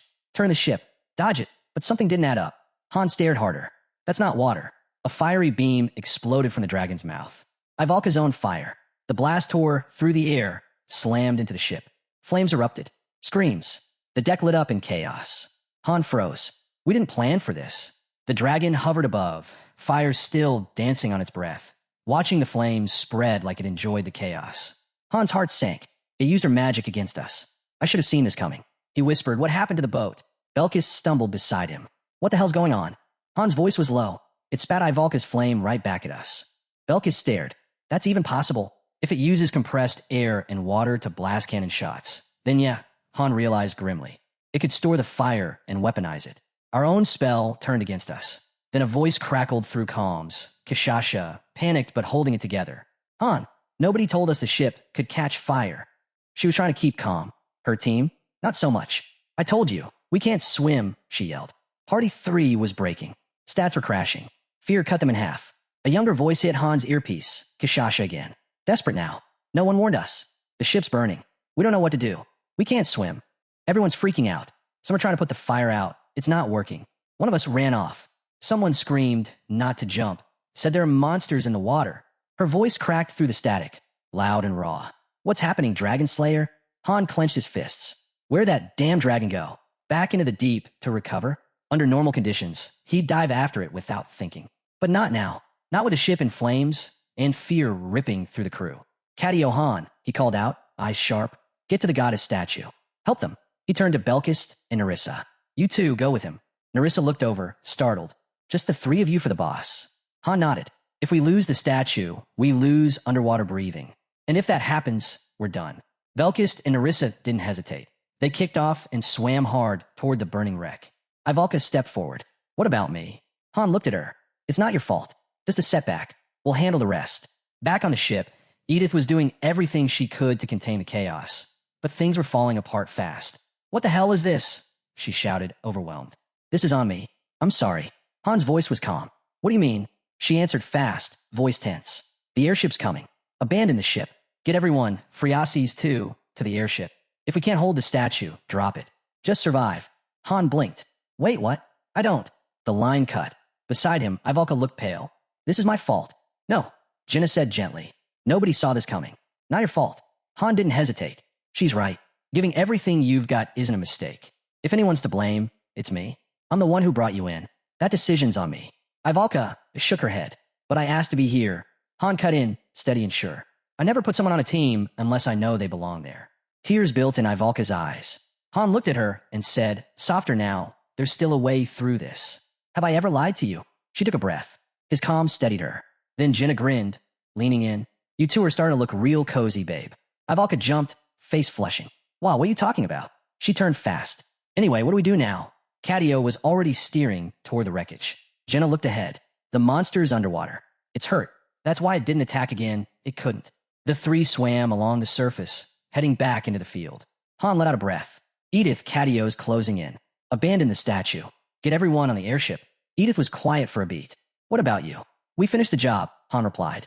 I'm not letting pride get people killed. She didn't respond. You made a promise. Said no one dies this time, right? Han said, so don't let your team go down like that.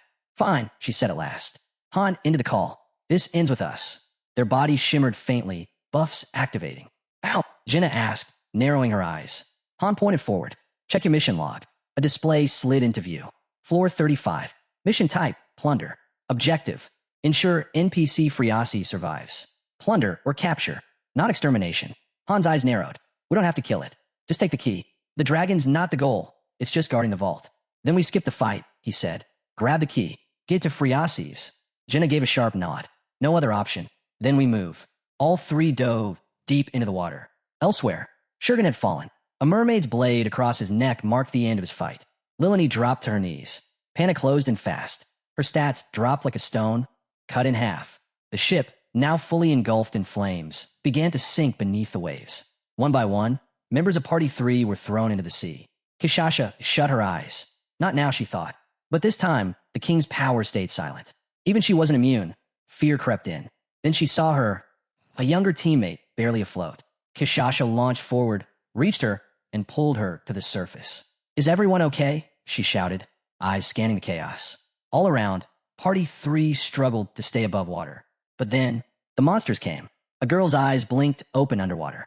All she could see was blood. 3 monsters surged toward the group. Nishaz was the first to fall. She's gone now, welcomed by the goddess. Her bravery in battle wouldn't be forgotten.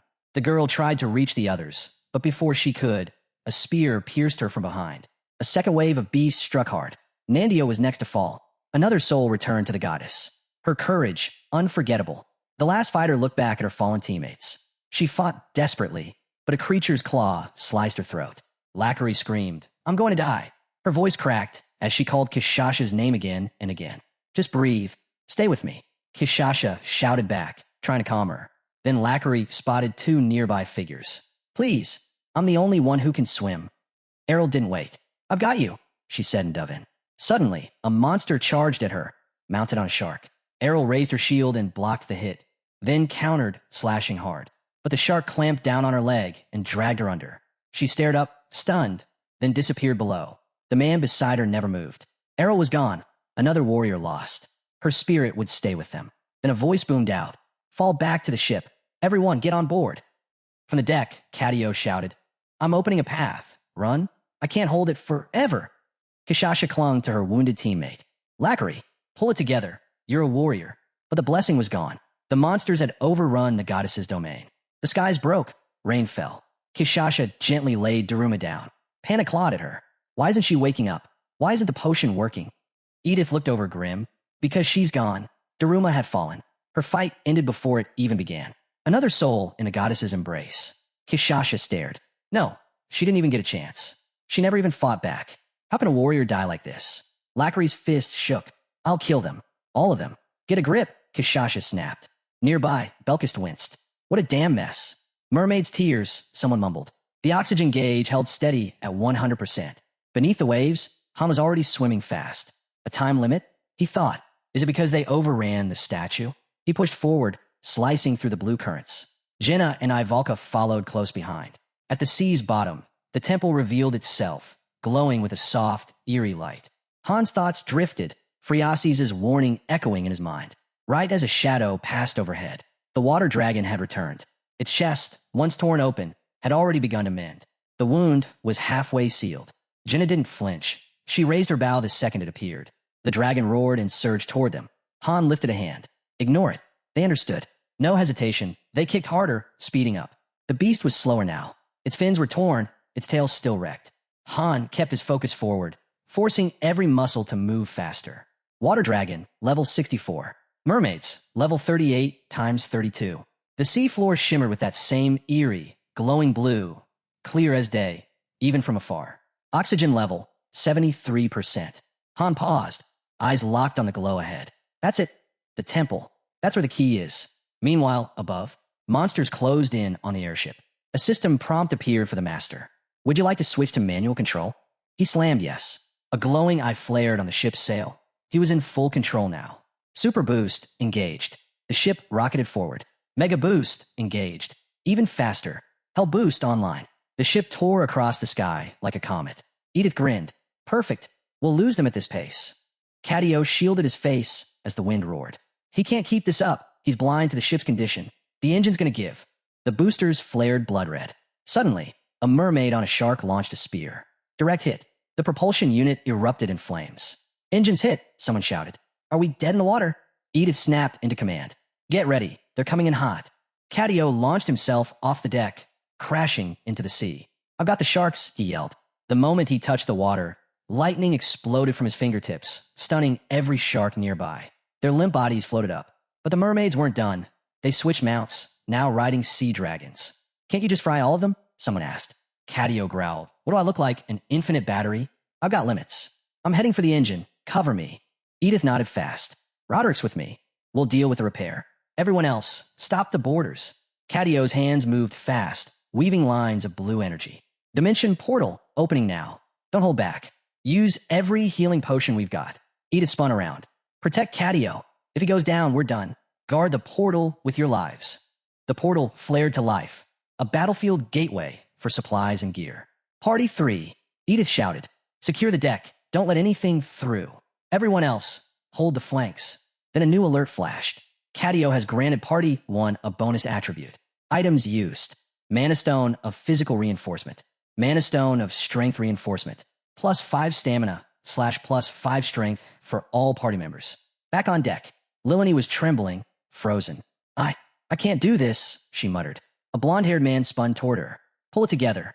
We're all gonna die, she cried, panic rising. Another teammate shoved a potion into her hand. You're not alone, the blonde said, gentler now. We've got your back. A black-haired man stepped in. Drink this. It'll help calm you down. A woman joined them. You collapsing now? After ditching us on the 2nd floor? Then Ryman's voice rang out. It's been a while, huh? Back to formation, positions. The blonde man looked at Lilani again. You got our backs, right? Lilani looked around, at their faces at the chaos. She took a breath, shut her eyes. Thanks. Sorry I keep slowing you down. She drank the mana potion in one go. I'm good now. Let's go. Leave it to me. They locked into position. Ahead of them, a towering dragon mermaid led a swarm. Under the sea, Han twisted just in time. Whoosh. A harpoon sliced past him. He and the others dove deeper, weaving through the incoming fire. Below, the sea floor glowed brighter. Han reached for Ivalka's arm and motioned forward. They swam hard toward the submerged temple. Oxygen level, 43%. At last, the massive temple emerged from the depths, ancient, weather-worn, and carved from stone lost to time. Han narrowed his eyes. This has to be it. Temple of the Ancient Dragon. And somewhere inside, the Goblet of the Ocean. The key. Etched dragons wrapped around towering doors. A statue of the goddess stood solemnly nearby. They sealed it to keep the water out, Han guessed. No entrance in sight. Fine, we'll make one. He signaled Ivalka. Without a word, she raised her hands and began casting. A thunderous blast tore through the temple roof. Stones shattered, revealing an opening. Han motioned again. Ivalka dove in first. Then came Jenna. Han followed, right behind. He landed with a clean thud on solid ground. Ivalka, seal it. She moved fast, channeling power. Chunks of stone floated from the floor, locking into place and sealing the entry. Water stopped rushing in. We bought some time, Han said. Not a lot. Ivalka nodded. Han scanned the space. Massive chamber, as wide as a stadium, miraculously dry inside. Oxygen, 28%. He turned to Jenna. How bad is it? She touched her temple, still dazed. It's manageable. Don't lie to me, Han snapped. You're bleeding out. Jenna's left leg was torn, blood spilling fast. Status effect, bleeding, health decreasing. Han knelt, pulled a potion from his belt, and sighed. That harpoon didn't stick, he muttered, but it tore you up good. This'll stop the damage. He poured the potion over her wound. Steam hissed off the contact, then wrapped the leg tight with a strip of cloth. You need to stop moving, or it won't heal. I can still fight, Jenna muttered through clenched teeth. Boom! The entire temple shook. A deep voice thundered. You dare trespass without permission? The dragon. Han lowered Jenna gently. Hold still. I'm not useless, she said. I can still help. Stop. You're not helping anyone if you drop halfway through. Jenna stared. Since when are you this soft? Han ignored the jab, pulled another bottle from his pouch. A pale, glowing liquid. Mermaid's tears. Cadio gave us one bottle. You only use this if you're out of options. He set it beside her. She looked at him differently now. She'd never seen this side of him. Turning to the others, Han said, Ivalka, stay with her. I'm not sitting around doing nothing. Then why'd you even come? Ivalka pressed a hand to her chest. If this mess is because of me, then I'll take responsibility. That's what nobility means. And you, if you brought me, then act like a proper knight and see this through. Han exhaled, motioning toward a gaping tunnel ahead. That's the entrance. Jenna, guard the back. If anything breaks through, hold the line. You're really leaving me behind? Jenna asked wide-eyed.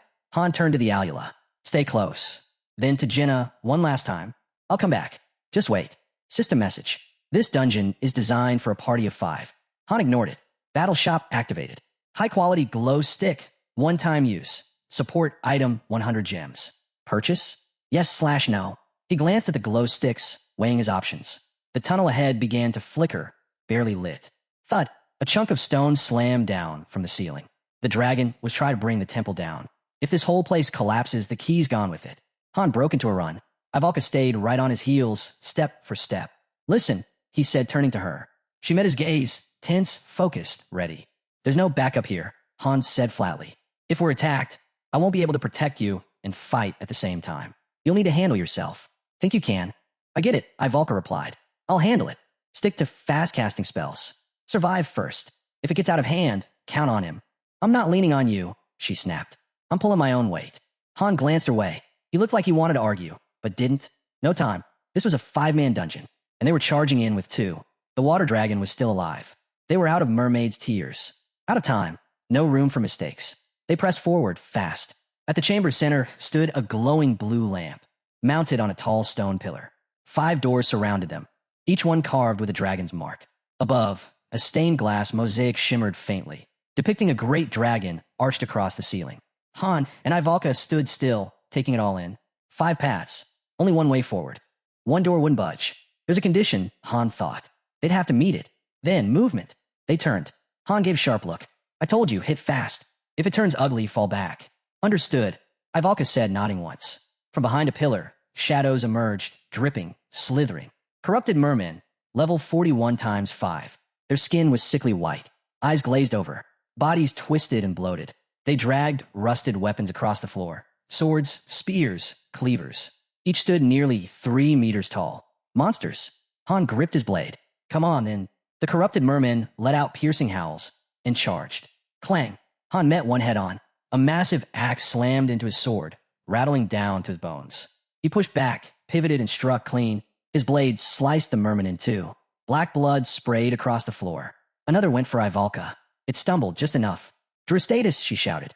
A wave of fire exploded from her palms. The merman shrieked as the flames engulfed it, limbs twisting in agony. Eyes up, Han barked. Another creature lunged for her. Han's blade was faster. It struck the neck. 1 clean slice. The head rolled away. A third beast rushed in, jaws wide. Han slashed its throat, then spun midair, twisting into a full rotation. He came down hard, sword plunging straight through the last monster's chest. All 5 dropped. Silence, but only for a moment.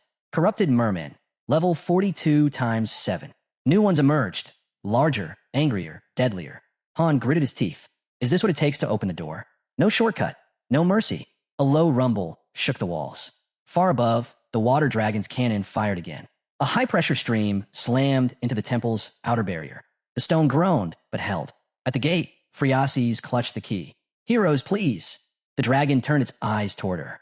So this is the goddess's doing, it hissed. These petty rules are exhausting. It slithered across the temple, coiling around it like a snake constricting its prey. In the end, none of it matters, the beast growled.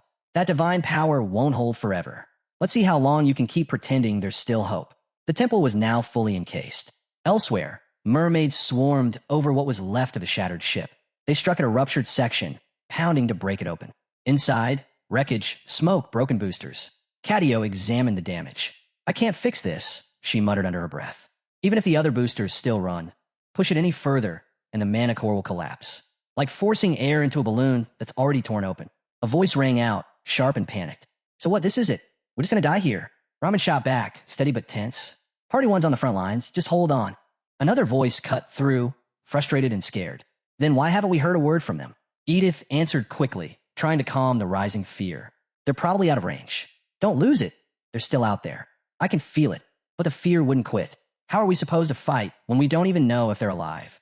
Suddenly, A mermaid lunged out of nowhere. Her blade found its mark. The man who had shouted dropped like a stone. Someone else slashed the mermaid down and rushed to his side. Hubert, come on, stay with me. Use your potion now. Nearby, a fighter barked orders while fending off attackers with his shield and sword. Roderick, get the wounded to the cabins now. A spear came at him from below. You little, he yelled as it pierced straight through his chest. A girl sprinted toward him, shouting too late. A dragon dove down at her, but she managed to block the hit with her shield. Her hands shook from the force. The ship's deck had turned into a war zone. Bodies, blades, blood. It was all survival now. Off to the side, 3 girls from party 3 huddled, crying. One of them stood up, fire in her voice. If you're too scared to fight, then move. I'll take them all down myself. Belkis glanced over at Nerissa. Didn't that kid use wind magic to boost her speed before? Still fighting off a mermaid, Nerissa snapped. Yeah, same boat we're on. Try using your head for once. Belkis chuckled and downed a potion. Feels like I've already taken out 100 dragons. Lucky we came prepared. Mermaids began circling him. He muttered, should have taken Han's sword. Mine's already broken 3 times. Good thing I packed backups. Nerissa looked his way. Even with gear coming in through the portal, we can't hold out like this forever. Not without some rest. Belkis cut down a mermaid and tossed a potion to Kishasha. Catch! She snatched it mid-fight, her other hand landing a clean kill. Rain began to fall cold and steady. Lilini stood in the storm, gaze tilted toward the sky. Her mind drifted. The sun was setting. A cart creaked along a muddy road. She sat beside her father, their cart loaded with apples. We didn't sell much today. Huh, she said quietly. He let out a sigh. Yeah, most of them spoiled from the rain. But hey, we'll still eat tomorrow. He handed her an apple and smiled. Days like this make me want to keep going. Lilini smiled back. I'll help more tomorrow. Thanks, Lilini.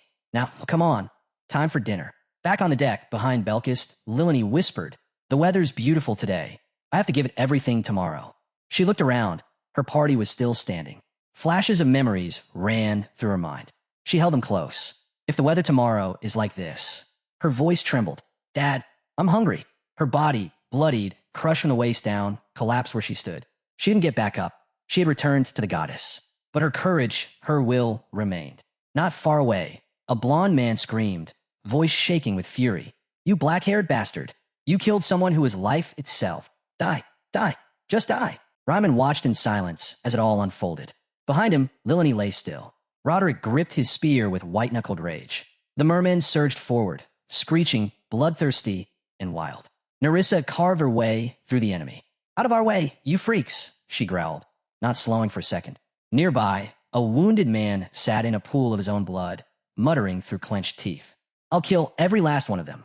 Next to him, another fighter shook uncontrollably. I can't do this anymore. A hand gripped his shoulder, steady and firm. Stay here. We'll take it from here. Across the battlefield, chaos raged. A girl from Party 3 was caught in a merman's grip, its teeth clamped onto her leg. She screamed. Roderick stood frozen for a second, his mind flooded with ghosts. He saw one of his fallen comrades, grinning once as he said, Not bad, huh? Gone now. Another had joked. I've been running errands all day like some merchant, but I'm still standing. He was dead, too. Then Lilini's voice echoed in his memory, back on the 20th floor. Back then it was Dyron. Now it's Rosa. Her voice trembled. But someone like me, I'm still here. His gaze hardened, and then he heard her again, gentler, softer. Thank you. I'm alive today because you taught me the spear. That same girl, now lay torn and lifeless in the blood-soaked dirt. Something inside him snapped. The mermen rushed in, weapons raised. A man from Party 2 lost his arm. He went down screaming. More mermaids charged. Roderick let out a roar and hurled his spear. It tore through the enemy ranks, blue blood flying. He charged, one after another. He struck them down, his momentum unstoppable. Lilini's body didn't move. Edith and Cadio could only watch as Roderick lost himself in the fury. But he didn't stop. Each swing of his spear dropped another foe. His hands tightened around the shaft, his breath breaking into ragged cries. Somewhere else on the battlefield, Han and Alula fought side by side. A merman screeched and lunged, its weapon swinging. Clang! Han blocked with his sword. In one swift motion, he pulled a dagger and jammed it straight into the monster's eye. The blade twisted. The body fell. Blood streamed from Han's wounds. His HP was tanking. He glanced up. Ivalka was lighting up the battlefield with flame. Her dress was in tatters. Blood trickled down her ribs. I'm fine, she shouted without looking back. Han barked. If it gets worse, fall back. I told you, I've got this, she shot back. 10 of them. Corrupted merman. Level 43. Third wave. Han tossed her potion. She caught it without missing a beat. You sure you're okay? She asked. I've got 2 more. We'll make it work, he replied. What about mana potions? Only 1 left. Keep it. We don't know how many waves are left. With that, he charged straight into the enemy. The mermaids rushed him, but Ivalka's flames lit up the path behind him. Han moved fast. Would have been easier if the whole team was here, he thought. But no time for what-ifs. He steadied his blade, then swept forward, beheading 1, cutting down 3 more in a single motion. As he fought, patterns started to emerge. Their attacks had rhythm. If he timed it right, he could cut through them clean. His body took the lead. His mind sharpened the plan. But the damage was building. His skin was slashed open in dozens of places. Blood poured from every cut. Still, he pressed on. Round 4. Corrupted Merman. Level 43. 13 of them. The walls split open. More enemies burst into the chamber. Corpses piled up around him, and so did the wounds. They were already drained from the last fight underwater. Just the 2 of them left. No room for coordination, just pure survival. And with every round, the enemy numbers kept growing. Han thought about triggering Berserk mode. No, not yet. The backlash is brutal. 3 uses max. And if this dungeon resets, we might have to survive 4 more rounds. He was down to his final potion. With nothing left to lose, he hurled the empty bottle at a merman's face. It flinched. Han dashed in and struck it down without hesitation. He turned to cut down another, but a spear-wielding merman blocked his swing. Han ducked just in time, the spear grazing past. He countered fast, his blade slicing clean through the creature's torso. Then, wham, another enemy slammed into him from behind, sending him flying across the chamber. He hit the ground hard, coughing blood. A shattered mana potion rolled past his hand. He tried to rise, but the enemy was already closing in. Suddenly, boom, flames erupted, engulfing the mermen in a roaring inferno. Han shielded his face from the heat. When the fire died down, he opened his eyes. Every enemy in sight had been incinerated. Standing in the center of the scorched battlefield was Ivalka. Her hands were bloodied. Her eyes burned with an unnatural blue glow. She'd entered magical overdrive. Han's eyes went wide. Mana surge? Ivalka, stop, he shouted. Too late. The next wave was already charging in. Round 5. Corrupted Merman. Level 45. 18 enemies. A harpoon shattered as Han surged into battle. He weaved between attacks, his sword slicing into one creature's shoulder, then down through its chest. He leapt, spinning through the air, cleaving a second in half and tearing across a third shoulder as he landed. They kept coming. From every side. Too many to count. Han raised his sword high, breathing hard. Ivalka was barely standing. Her life force was draining fast. Han pushed forward, slashing through enemy after enemy, forcing a path through the swarm. Then he saw her, cornered, fading fast. He broke into a sprint. Hey, you bastards, he roared. Don't any of you have a shred of conscience? The final gate had appeared. It was nearly wide open. The ground was littered with bodies. Han stood at the center, barely upright, soaked in blood, his and theirs. Ivalka looked up, eyes half-lidded. You did it, she whispered. Han slid his sword into its sheath and stumbled toward her. His reflection shimmered faintly in the blood pooled around them. A blade was still lodged in Ivalka's chest. Her hand were burned, but she smiled. Was I helpful? She asked, her back pressed weakly to the wall. Han knelt in front of her, pulling out a potion. Ivalka looked down at the broken bottle beside them. Isn't it the last one? She asked gently. You're mistaken, he said. There's still one left. He tried to pour it in her mouth, but it slipped. The liquid spilled onto her lap, soaking her dress. What a waste, she whispered. Don't worry, Han said, voice tight. There are other ways. Ivalka smiled faintly, eyes soft. Liar. Han tossed the bottle aside, his hands shaking. She leaned her head on his shoulder, eyes slowly closing. Tears slipped down her cheeks. I don't regret it, she whispered. I chose this. I wanted to be here. Don't talk like it's over, Han said. We'll figure something out. Have I ever lied to you? She tried to lift her head. His shoulder was soaked in blood. Still, she smiled. Her hand reached up, trembling. She met his eyes. I was helpful, wasn't I? Han sat there, hands clenched, voice breaking. You were, he whispered. You were more than I ever said. He looked down, silent, then met her gaze again. I'm sorry for every time I was too hard on you. His voice cracked, and for a moment, he looked like he might fall apart. Ivalka smiled through the tears. Her hand lifted one last time, gently brushing Han's cheek. Idiot, she whispered. Then her hand fell. Her eyes closed for good. She was gone, returned to the goddess.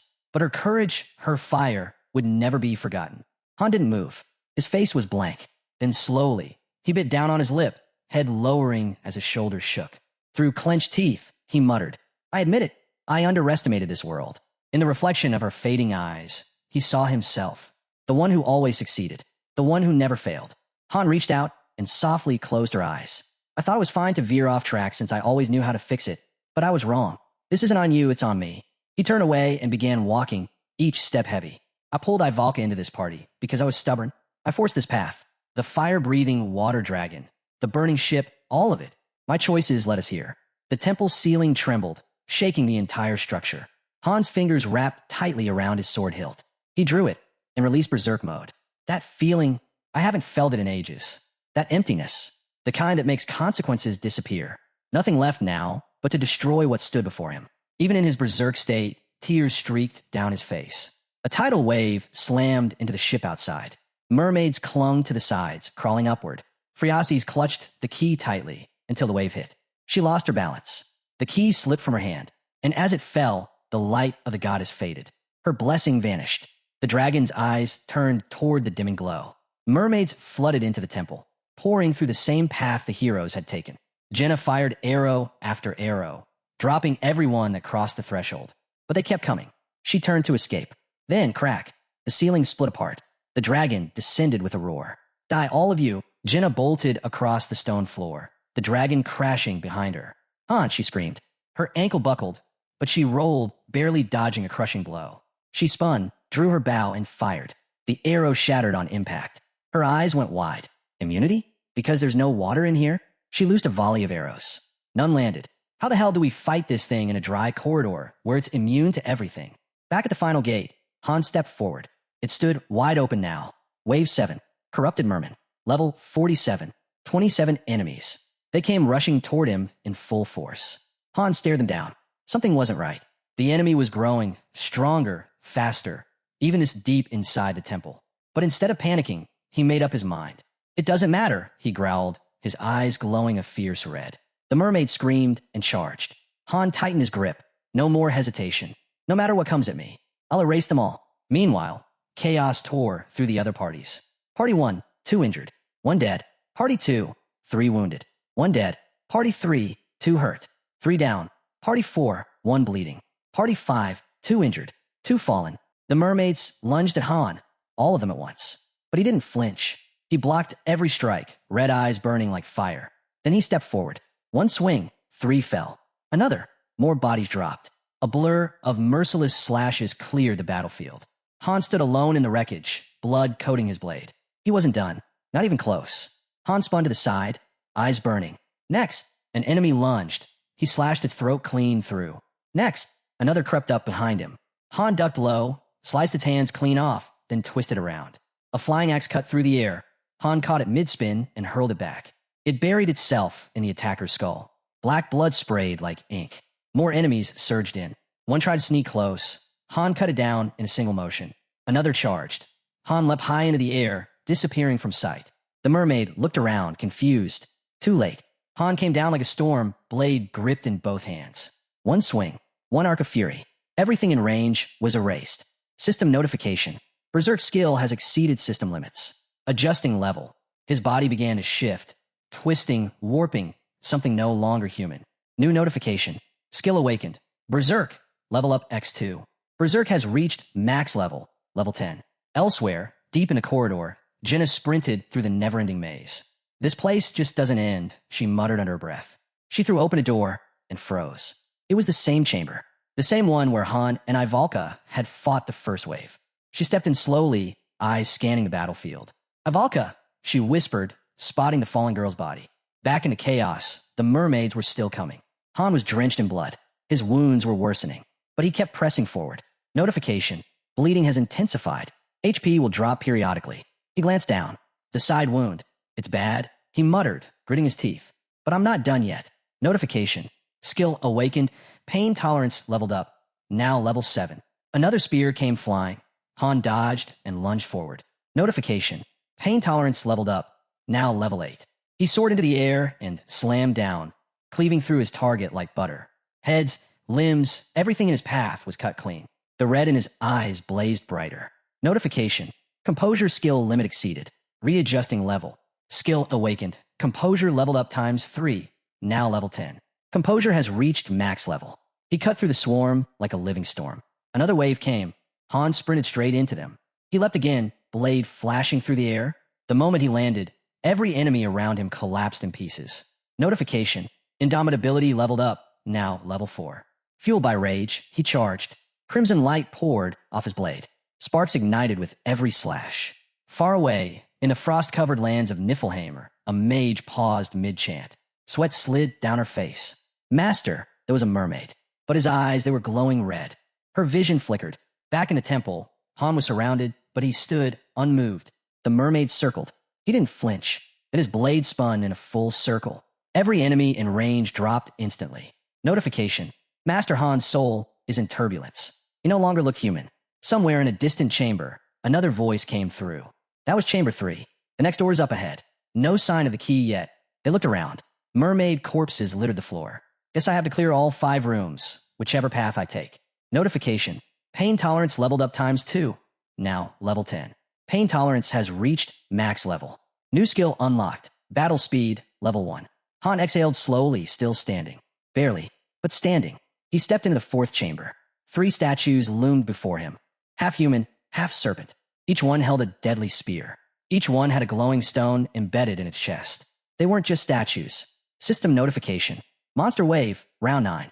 Guardian golems, level 50 ×3. Han's grip tightened around his blade. Let's finish this. One of the towering statues slowly raised its spear, its tip fixed directly on Han. Han gripped his blade tighter. The weapon had shifted, now a long sword, humming with residual power. Notification. Han has entered a state of exhaustion. All stats reduced by 90%. He didn't flinch. Shadow cast across his face. He said nothing. His mind drifted back. He remembered standing in front of Ivalka. I know you use fire magic, he had asked her. But what about teleportation? Any support spells? Ivalka had laughed, covering her mouth with that usual mix of pride and playfulness. Support magic? Please. That's for turret mages. What I got is raw firepower. I warned you, if I ever showed you the real thing, you'd all be stunned. That memory faded into another, back in training, the two of them running side by side. This is insane. Ivalka had huffed, panting hard. Why am I even doing this? I'm a brain mage, not a brawler. Han hadn't even slowed down. Then stick to potatoes. Meat's for people who move. She gasped, mock offended. Using food as an insult? How cheap. Then came the image of the coat. Han handing it to her quietly. No words. Ivalka had hugged it close. Trying to win me over now? So indecent. Flames flickered, another memory. She stood tall, a green aura spinning in her hand. While you were off playing hero, she said, I was training. She lifted her fan with practiced grace. And by the way, my vacation's over. The genius is back. I bet you noticed something was missing while I was gone. Her flame flared sky high. Now, in the present, Han's eyes burned with focus. He activated indomitability, planting his stance. Ivalka's voice came back one last time. Idiot. He clenched his jaw. Notification. Skills Berserk and Composure are fusing. The swirling flames tightened into a perfect ring, then shattered like glass. Notification. New skill unlocked. Exceed level 1. A blue aura erupted from his core, rising like a tidal wave. Energy flowed through him in pulsing waves, each one stronger than the last. The 3 guardian golems lunged together. Han didn't move back. His red eyes had turned violet, burning cold and bright. He shot forward, caught a golem's spear with raw strength. Crack! The spear exploded in his hands. The golem's arm shattered. Cracks split through its chest. It collapsed in a heap of stone and dust. Then the next one, and the next. All turned to rubble under Han's onslaught. He stood in the aftermath, sword in hand, blue light surrounding him like a shield. Purple light surged from his wounds, his chest, his legs, his back. Every injury now pulsed with raw power. He lifted his head slowly, trembling, but still standing. I'm not going down, he growled. His eyes locked on what was ahead. Rage simmered beneath the surface. Notification. Skills Exceed, Indomitability, and Battle Speed are synchronizing. New effect added to Exceed. A column of light burst from his body. Blinding, wild, unstoppable. Han stood at its center, shoulders rising and falling. I'm close. Just a little more. Then he heard it. The dragon's voice echoing through the ruins. You cowards, where are you hiding? Han gritted his teeth and kept moving. One step, then another. Just a little more. I have to break through. The dragon's voice thundered again. I'll find you. Han moved carefully, blade at the ready, aura still flaring. Meanwhile, aboard the battleship, Kishasha, Lackery, and another party member froze in horror. A mermaid stood before them, red eyes gleaming. And clenched in its teeth was the severed head of one of their own. Lackery dropped to her knees, paralyzed.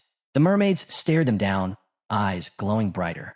No! Lackery screamed and lunged forward. In that instant, a massive shadow dropped from the sky. A dragon swooped down, jaws wide. Chomp! It clamped down around her, then vanished into the sea. Lackery! Kishasha shrieked. But she was already gone. Somebody help her! Kishasha screamed. Right then, Belkis launched himself off the ship, straight into the sea. As he dove, he drew his sword. Blood spiraled in the water around him. Notification. Lackery has returned to the goddess's embrace. Her warrior spirit shall be honored forever. Belkis' fists clenched. She's gone. A dragon came rushing in behind him. But before it could strike, Belkis spun mid-water and cut it to pieces. Notification. Belkis Savage has reached level 4. New title unlocked. Dragon Slayer. Crimson light exploded from his body. Surrounded by mermaids, sharks, and dragons, he bellowed. Fine, I'll take you all on. Back on deck, Roderick was deep in the fray. He split a mermaid in two with a clean sweep of his spear, spun, but another blindsided him, slicing across his legs. He crashed to the ship's edge. The mermaid grabbed his fallen spear as he stared back at her, lifeless. Suddenly, 2 party members jumped in, taking her down before she could finish him off. We're done here. Ryman yelled. Everyone fall back to the cabin. Another voice joined in. Retreat. Move now. One healer blinked, confused. What? He turned, saw someone ducking in shadows. You're already healed. Why are you hiding? The man muttered, terrified. I'm not going back out there. That's suicide. Elsewhere, a wounded fighter, his arm gone, ran past, shouting, Where's Miguel? A bald man replied grimly. He's gone. Miguel's body lay nearby, still and broken. They've taken the deck. Get below now, the bald man ordered. A girl called out, We're all in. Where do we go from here? Suddenly, 3 mermaids smashed through the ceiling and landed in front of them. Edith and Cadio froze. Cadio backpedaled, raised a staff, and cast a barrier, just in time to block a flying spear. Down one more floor, he shouted. Friasis clutched the key, heart racing. What is happening? A mermaid charged her fast. Before it could land a strike, Edith flashed in, decapitating it mid-sprint. Get back, she barked. Then, thud, a spear embedded itself in Edith's shoulder. At the entrance, for more mermaids, blocked the way. We're surrounded, the white-haired girl yelled. My weapon's broken, the fat guy panicked. Ryman snapped. Then use your dagger. Throw it, stab it, to slow them down. He turned, furious. We need an exit. Clear a path. Edith gritted her teeth, gripping her dagger tight. On, what are you doing? Hurry. Notification. Hubert is on the brink of death. His life is in danger. Edith closed her eyes for a second, trying to steady herself. Another alert. Notification. Gerald is bleeding. HP will drop steadily. She shouted again. Han, and the next blow came, harder than the rest. Notification. Roderick has returned to the goddess's embrace. His fighting spirit will be remembered forever. Far from the chaos, inside the temple, a blue glow pulsed in the room. At the very top, nestled in a bed of glowing purple crystals, sat the second key, a goblet, gilded, radiating with a brilliant blue gem. Han stood before it. Then, triple warning, danger alert. His hands tightened around the hilt of his sword. Notification. Monster wave, final round. Ancient Guardian, level 61. Han stepped forward. Second boss. One shot. That's all I've got left. Suddenly, crack. The temple's dome split wide open. A dragon roared as it crashed through. You? I'll kill you. At the same time, the Guardian stepped out from the shadows, towering, armored, primed to strike. Han took a stance, blade ready, both hands clenched around the grip. This is it. No more thinking. Just finish it. Blood dripped freely from his wounds. A violet glow pulsed from beneath his skin. Notification. Han is on the brink of death. His life is in danger. The dragon and the ancient guardian charged at him simultaneously. Alert. Skill awakening. Han's body, sword unity, and power strike have fused. His eyes flashed deep violet. New skill acquired. Destructive sword spirit, level 1. With what little strength he had left, Han swung his blade at both monstrosities. His body was barely holding together. Jenna and Belkist were bleeding out. Ivalka, already gone. Cadio, injured. From Party 2, Edith wounded. Roderick dead. 2 more barely clinging to life. Lilani gone. From Party 3, only Kishasha still stood. Party 1, completely wiped out. In the 4th group, 1 had fallen. The rest were bleeding out, 1 foot in the grave. In the 5th, 2 were down, barely breathing. 3 had perished. It was nearly over. Han's sword slammed into the dragon's hide with a thunderous clang, the echo ripping through the temple like a shockwave. Then, a soft chime. Notification. Water God's blessing activated. Incoming strike intercepted by divine barrier. Another alert hit. Warning. The monster is immune to specific attack types. Han's body trembled, sword still raised. His jaw clenched. Blue energy sparked around him, and his glowing eyes narrowed. In his mind, the voices of the fallen echoed. Ryman, Ivalka, Roderick, all of them. All the failure. All the rage. It exploded. He roared, and brought his blade down again with everything he had. This time, it struck clean. The dragon's bones shattered. Its flesh unraveled into smoke and mist. Within seconds, the beast crumbled into dust. Notification. Water god's blessing bypassed. High-strength barrier ignored. Golem's defense shattered. It was done. The dragon was no more. Han gasped for breath, the berserk aura fading fast. Blood poured from his mouth. His vision blurred. He stumbled forward toward the goblet, hand trembling, eyes flickering. He reached for it and collapsed, face first into the cold, shallow water. Then, Han, a voice shattered the silence. Jenna was at his side, shaking, sobbing. Wake up. What are you doing? Han's eyes opened slowly, weak and distant. Jenna, he whispered. His voice was barely there. He saw the goblet beside her. You got the key, he said with a faint smile. She nodded, tears falling. What about you? She asked, voice breaking. Han exhaled slowly. I don't think I'm going to make it. No, she said, shaking her head violently. Don't say that. He looked at her, soft but honest. I'm sorry for all the lies. Jenna's face twisted with pain. She yanked out a healing potion, tried to feed it to him, but his lips wouldn't move. Her hand shook. With no choice, she drank it herself, then pressed her mouth to his, transferring the potion breath by breath. She pulled back, face flushed, but eyes locked with fire. Wiping her mouth, she growled. If you die, I swear, I'm never forgiving you. You told me, Han murmured. If I wanted to survive, I had to find the right people. It's alive, Han. Don't quit now. His eyes caught the fabric in her grip. That's Ivalka's dress. Jenna didn't stop. She drank from the mermaid's tears, her hands desperate to keep him alive. Then, without hesitation, she began pushing him upward, fighting against the pull of the deep. Below them, the ancient temple began to sink into the ocean. Han's fading gaze caught one last sight. Ivalka's body, weightless, floating downward, drifting into the dark with the water dragons. His chest ached. He couldn't reach her. He couldn't say goodbye, but he knew. He had to keep going. For her. I knew this could happen, Han thought bitterly. But knowing doesn't make it hurt any less. Jenna swam, fighting to keep him afloat. Every second was a struggle. The oxygen meter blinked, 39%. Han stole one final glance downward. Ivalka's form was drifting, growing smaller, vanishing. This wasn't how I imagined it would end. The sea swallowed everything, sound, light, warmth. Silence pressed in from all sides, and with it came the weight of isolation. I may never see her again. Then, Han's eyes flew open. He was lying in bed, back in town. Pain pulsed through his body, dull but real. He raised his hands, checking. No wounds. No blood. I made it, he murmured. A bitter smile tugged at his lips. I wish it hurt more, he thought. No scars. No marks. Nothing to show what he'd lost. The room was cold. Too quiet. A cart rolled past the door. Isel paused, her eyes wide. Ah, Loki, you're awake, she gasped. Thank goodness. I thought you weren't coming back. Hans sat up slowly. His body ached with every movement. I'm fine, he muttered, voice hollow. He eyed the cart beside her. What's all that? Isel glanced at it. They're things.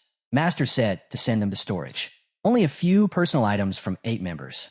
The rest didn't make it back. Han's stare sharpened. How many died? Isel hesitated. Her voice softened. 13. Han's breath caught in his throat. 13. He said it again, quieter. That many. He turned his head, face darkening. Over half the force gone.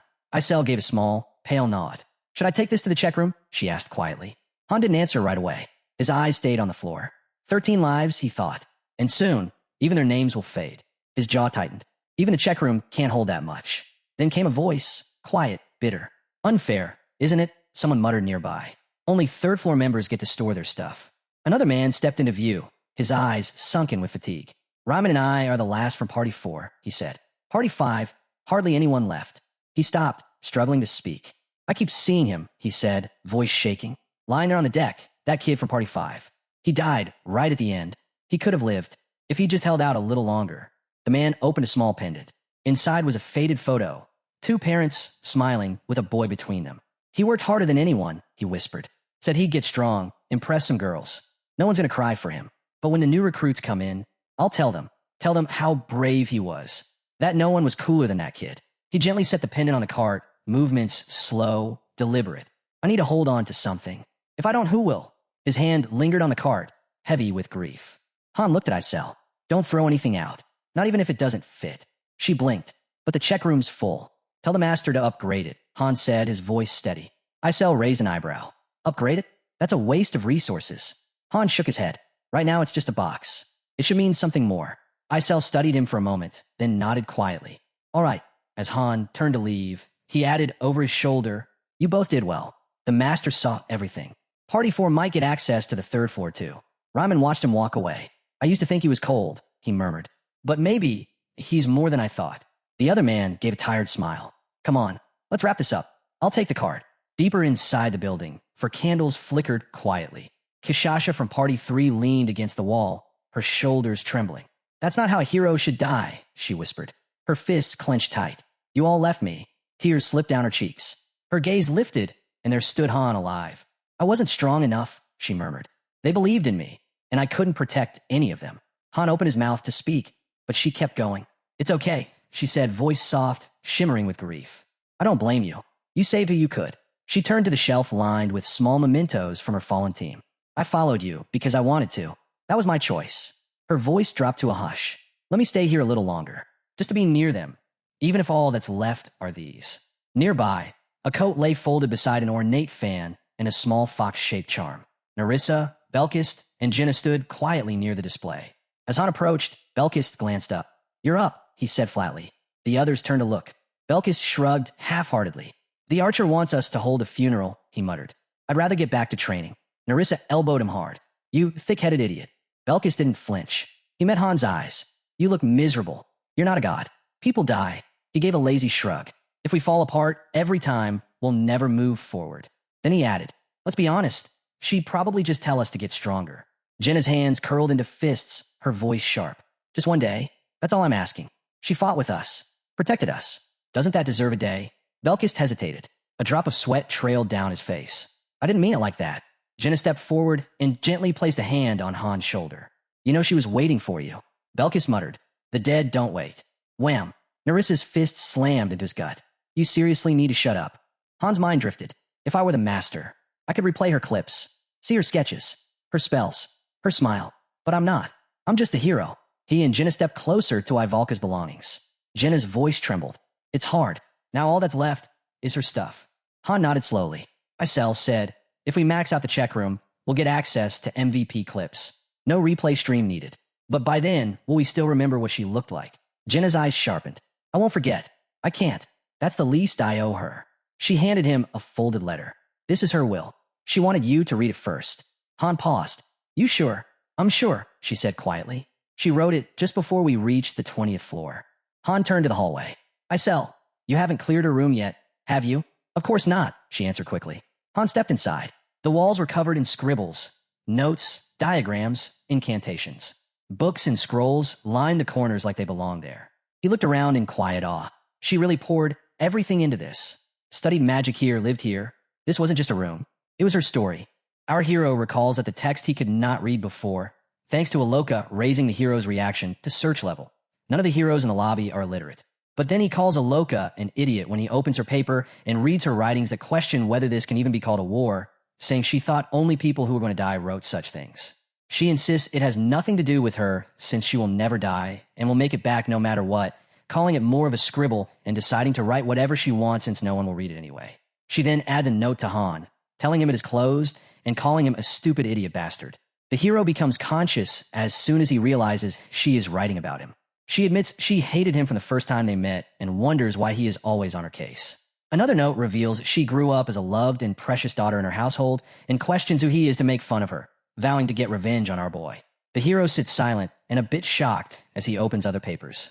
His eyes widen with surprise as he reads them, finding lines asking him to be nice for a change, saying she's waiting for him, calling him an idiot, and claiming he is so blind. Our hero calls Isel, who is behind him, and answers yes. He is just about to ask about the dead heroes, though he already knows the answer, since dead heroes cannot be brought back, something he learned as a rancor in Pick Me Up. But Isel says she cannot be brought back, which shocks our boy. His eyes widen with surprise. He remembers the first party, which includes Han, Jenna, Velkist, Ialka, who was killed in action, and Cadio. The attacking forces also consist of 4 additional parties under the leadership of Adis, Kishaha, and Ryman. Hearing Isel's answer, Han turned toward her and asked what she meant. Isel pointed ahead and explained that she could be brought back if he reached the 100th floor. That, she said, was when a fallen world would be recreated. Stretching out her arms, she added that the heroes wouldn't retain memories from the past, but they would be able to live new lives in that world. Han stared at her in disbelief and asked if she was serious. She confirmed that the information had come from their leader. Han quietly considered the possibility that she might be telling the truth. Isel then asked if she could return to her work. Han nodded, and she vanished. Meanwhile, the master logged in and was welcome to pick me up. He began constructing facilities. A notification appeared, asking him to choose the facility he wanted to build. He selected the check room. Another message confirmed the selection of check room level 3 and asked whether he wanted to add it to the current building. He chose yes. The check room glowed blue as a countdown timer appeared. A message displayed on screen explained that higher-level facilities required more resources to upgrade and that heroes couldn't enter while construction was in progress. At the same time, Han looked up and placed a letter into an envelope. The master then opened the gift shop. He purchased a warhorse for 5,000 gold, a flower crown for 3,000, and a necklace for 1,000. While still looking upward, Han combined the 3 items. He pressed the confirmation button, and a new statue began to form. The combination was complete. He had obtained the Morning Warhorse statue, which was gifted to Han. He peered at the statue through his spectacles, smiling. As he held it, he wondered if Morning referred to the early heroes in the game. Han stepped outside, still deep in thought. As Loki, he had never done anything like this. He recalled how he used to treat heroes who died during missions as tools, useful until they broke. As he walked past Yala's room, he suddenly heard a voice calling the master. It was Yrnith. He responded with his name. She said she was relieved he was all right. Han admitted that things had gotten messy and that he had even leveled up. She replied that she could feel how much stronger he had become. Yrnith asked him to return to Nibelheimer. She said she didn't want to see him in that state again. Han scoffed at the idea and asked if she expected him to run away now. She tried to respond, but Han cut her off, warning her never to say something like that again. She apologized, explaining that it was just too dangerous. Han's sword appeared as she added that even Bifrost wouldn't be much help. Despite the mission's success, she said it was, in reality, a failure. She suggested that if Han wasn't planning to return to Nibelheimer, they could instead send heroes from there to Tonia. Han's eyes darkened at the idea. She insisted they should handle the tower raid while keeping Han safe. He called the suggestion foolish. Lifting the new statue, Han explained that Tonia's level was too low to support heroes from Nibelheimer. They would need to reach the tower's middle floors to acquire 6-star heroes. Yrnith argued that even if they couldn't go themselves, they could send capable low-level candidates. Han asked if she really thought his master would accept goodwill with no strings attached, setting the statue back on the shelf. He warned that a single failure could mean death. There were no second chances. That was true for all 5 of them. Yrnith's eyes widened. Han lowered his head and said none of the 5 had ever failed a mission. He reminded her that he shared the same condition. He declared that the heroes in Tonia must grow stronger, even if it meant many of them would die in the process. He promised them that he would climb the tower. Yrnith lowered her head and said they looked forward to the day he would conquer it. Han told himself he would bury his memories deep within his chest, so far down that he could never recall them again. At the training ground, Velkus was locked in combat with training dolls. He slashed off one doll's head and arm, then struck through another side. Breathing heavily, he walked toward Han and commented that he thought Han had said he could rest. Still catching his breath, Velkus explained that this was just light exercise and mentioned he had acquired a new skill that could prove useful in most situations. The skill was Dragon Extinction, a passive ability that increased resistance to all status abnormalities caused by dragons. It also boosted all his stats by 1 and activated automatically during battles against dragons. Han realized that Velkus had fused his skills. He asked when it happened. Velkus recalled that it occurred while fighting anchovy-like creatures underwater. During the battle, his Dragon Slayer and Bleeding Resistance skills merged, resulting in Dragon Extinction. Han noted that Velkus had lost Bleeding Resistance in the process, which might have increased his overall survivability. While the skill's effect was limited to dragons, Han figured it would be useful in the long run. Just then, Nerissa approached and reported that the others had arrived. Looking at Han, she said she had something important to report, something about the First Law. Before she could continue, someone shouted Han's name. The 3 turned to see Adis approaching. She asked Han to follow her to Party 2's training hall. As Han started walking away, he told them he would be back. Nerissa crossed her arms silently. Velkus commented that it was nice for each party to have its own training hall, but admitted he lacked enough teammates to spar with. He said he wanted to duel Han someday. At Party 2's training hall, Han noticed the place was empty. Ada stopped and explained that morale had been low ever since Leilani died. She drew her dagger and told Han to raise his sword. Without hesitation, she dropped into a combat stance and shouted for him to fight. Han unsheathed his sword and suggested they move to the ring, but Adis refused. She admitted that she would obviously lose and didn't want anyone seeing their party leader in defeat. Han warned her to come at him seriously. If she expected to lose, then she never stood chance. Han's stats appeared, maxed out as usual. Adis lunged, launching the first attack. Han blocked it and noted that her fighting style was still creative, but now harder to deal with. She had acquired many new skills. She jumped back, pulled out a bow, and fired. Han sliced the arrow out of the air, recognizing how much sharper and faster she had become. She switched again, now dual-wielding a dagger in her left hand and launching another strike. Han blocked both at once. He realized that, in terms of raw stats, there was no difference between her, a 3-star from birth, and him, a 1-star who had climbed his way up. She used her skills with impressive versatility, constantly shifting her approach. The fight was difficult. With an intense look, Adis unleashed multiple skills at once, pressing in with both hands. Han deflected her again. She reminded him of his past claims, defeating the Black Dragon on the 20th floor and the Water Dragon in a recent mission. Han warned her not to regret challenging him. Sparks flew as their weapons clashed. Han entered his exceed state. His hair turned white, his eyes glowed, and all his stats and agility surged. Only his stamina remained unreadable. Adis adjusted her grip and backed off. Han rushed forward, thinking about how Adis, though usually emotional, became cold and calculated during missions. Her leadership and reflexes had kept her alive this long. As Han kept attacking, Adis dodged and retreated, barely managing to block his strikes. Sweat formed on her brow. Han realized she had acquired so many skills precisely because she had been weak. Her determination to survive had pushed her forward. He slashed again, knocking the dagger from her hands.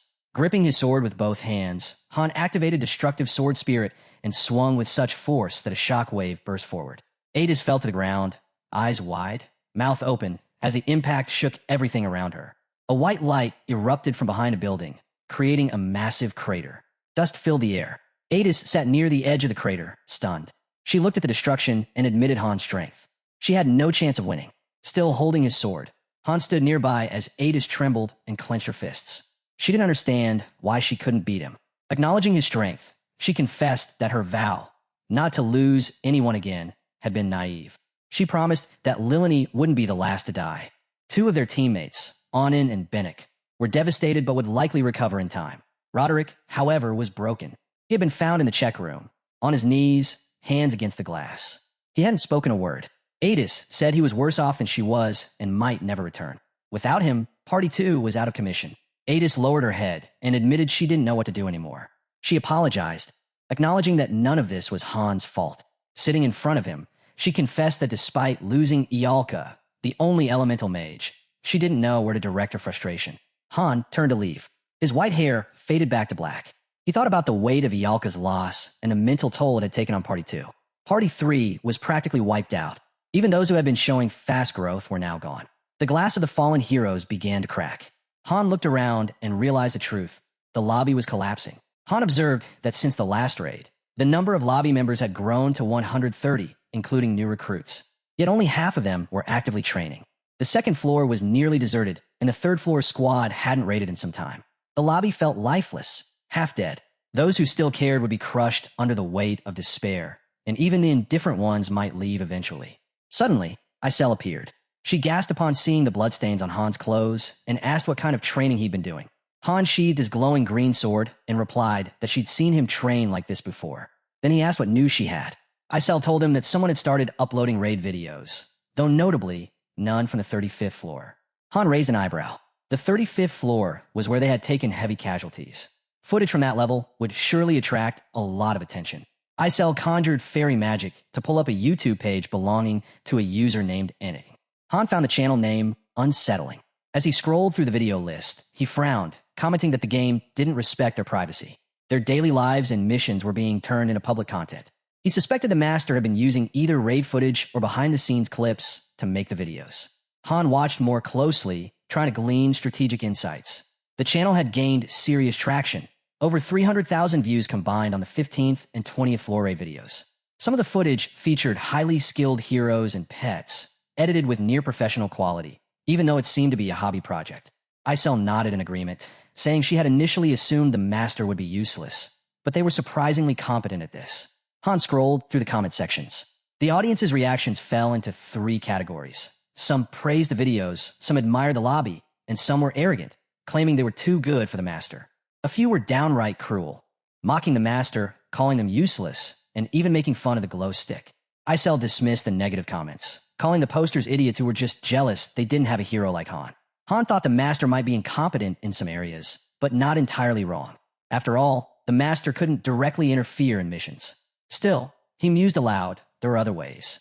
A structure formed in his mind, a tactical post, a small blue facility that allowed the master to exert limited influence during missions. Han recognized its potential, but also its risks. A tactical post was a double-edged sword. Isel started to say something, to be honest, but Han was deep in thought.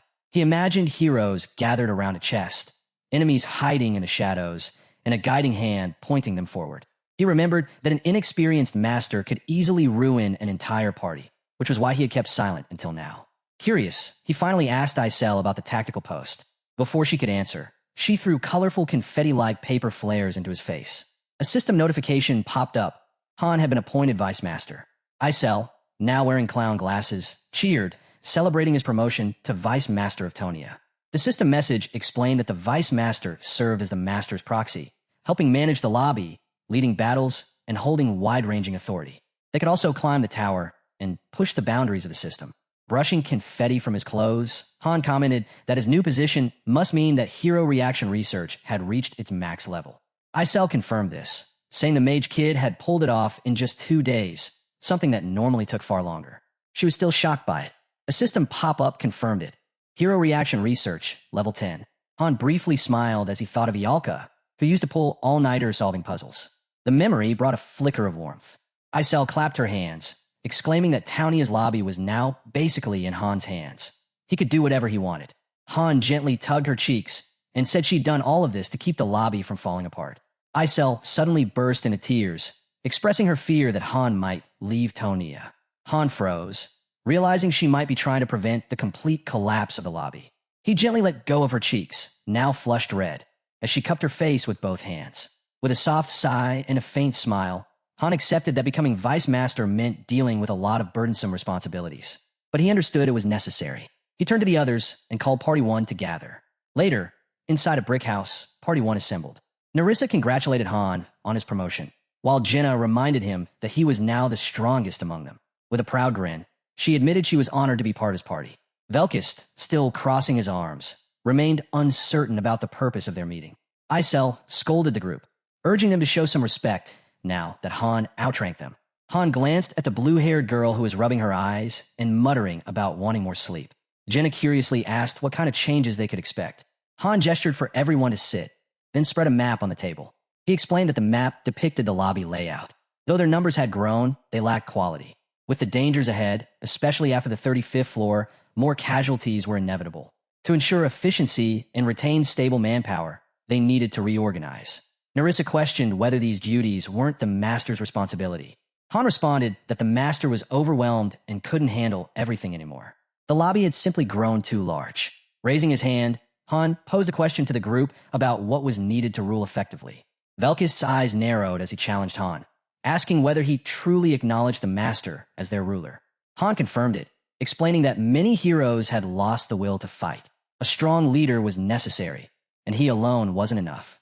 He mentioned that Ryman and Party 2 were still mourning their dead, and Kasha had started wandering the forest alone. In his view, the master needed to take a more active role. Velkist stepped forward with a sharp tone, claiming he had heard that the master treated them like disposable pawns, pieces on a chessboard sent to die. He made it clear that if Han was choosing to help that kind of figure, he wanted no part of it. He argued that his own survival, and possibly Han's, came from their own efforts, not the master's, who merely watched from above while sending them into deadly missions. Velkist admitted he might have agreed to follow if Han had been the master instead. In his eyes, their actual master was useless. The blue-haired girl added her voice, pointing out that this wasn't even the original master. With the magic hall now empty and no way to summon new mages, they were only here because of that master. She said they followed orders out of self-preservation, not loyalty. Helping voluntarily was a different matter entirely. Velkist raised his hands in frustration, calling the vice master role a joke, likening it to a slave kissing the chains that bind them. Nerissa placed her hand over her heart and firmly stated that helping the master was the best way to survive. Velka scoffed, still finding it absurd that anyone would choose to support someone who had sent them to die. Han remained steady and repeated that survival depended on working together, even with the master. Velkist wasn't convinced and found the idea laughable. Tension in the room rose quickly, with Isel nervously trying to shift the mood, reminding everyone that they were supposed to be celebrating Han's promotion. Jenna quietly raised her hand and asked for a moment to speak. She voiced her belief that the master did not view them as pawns. The master had granted their wishes, provided food and beds, and had grieved when they lost comrades. She pointed out how Han had once refused a mission, something that a mere puppet wouldn't be allowed to do. She suggested that perhaps there was a greater purpose behind everything.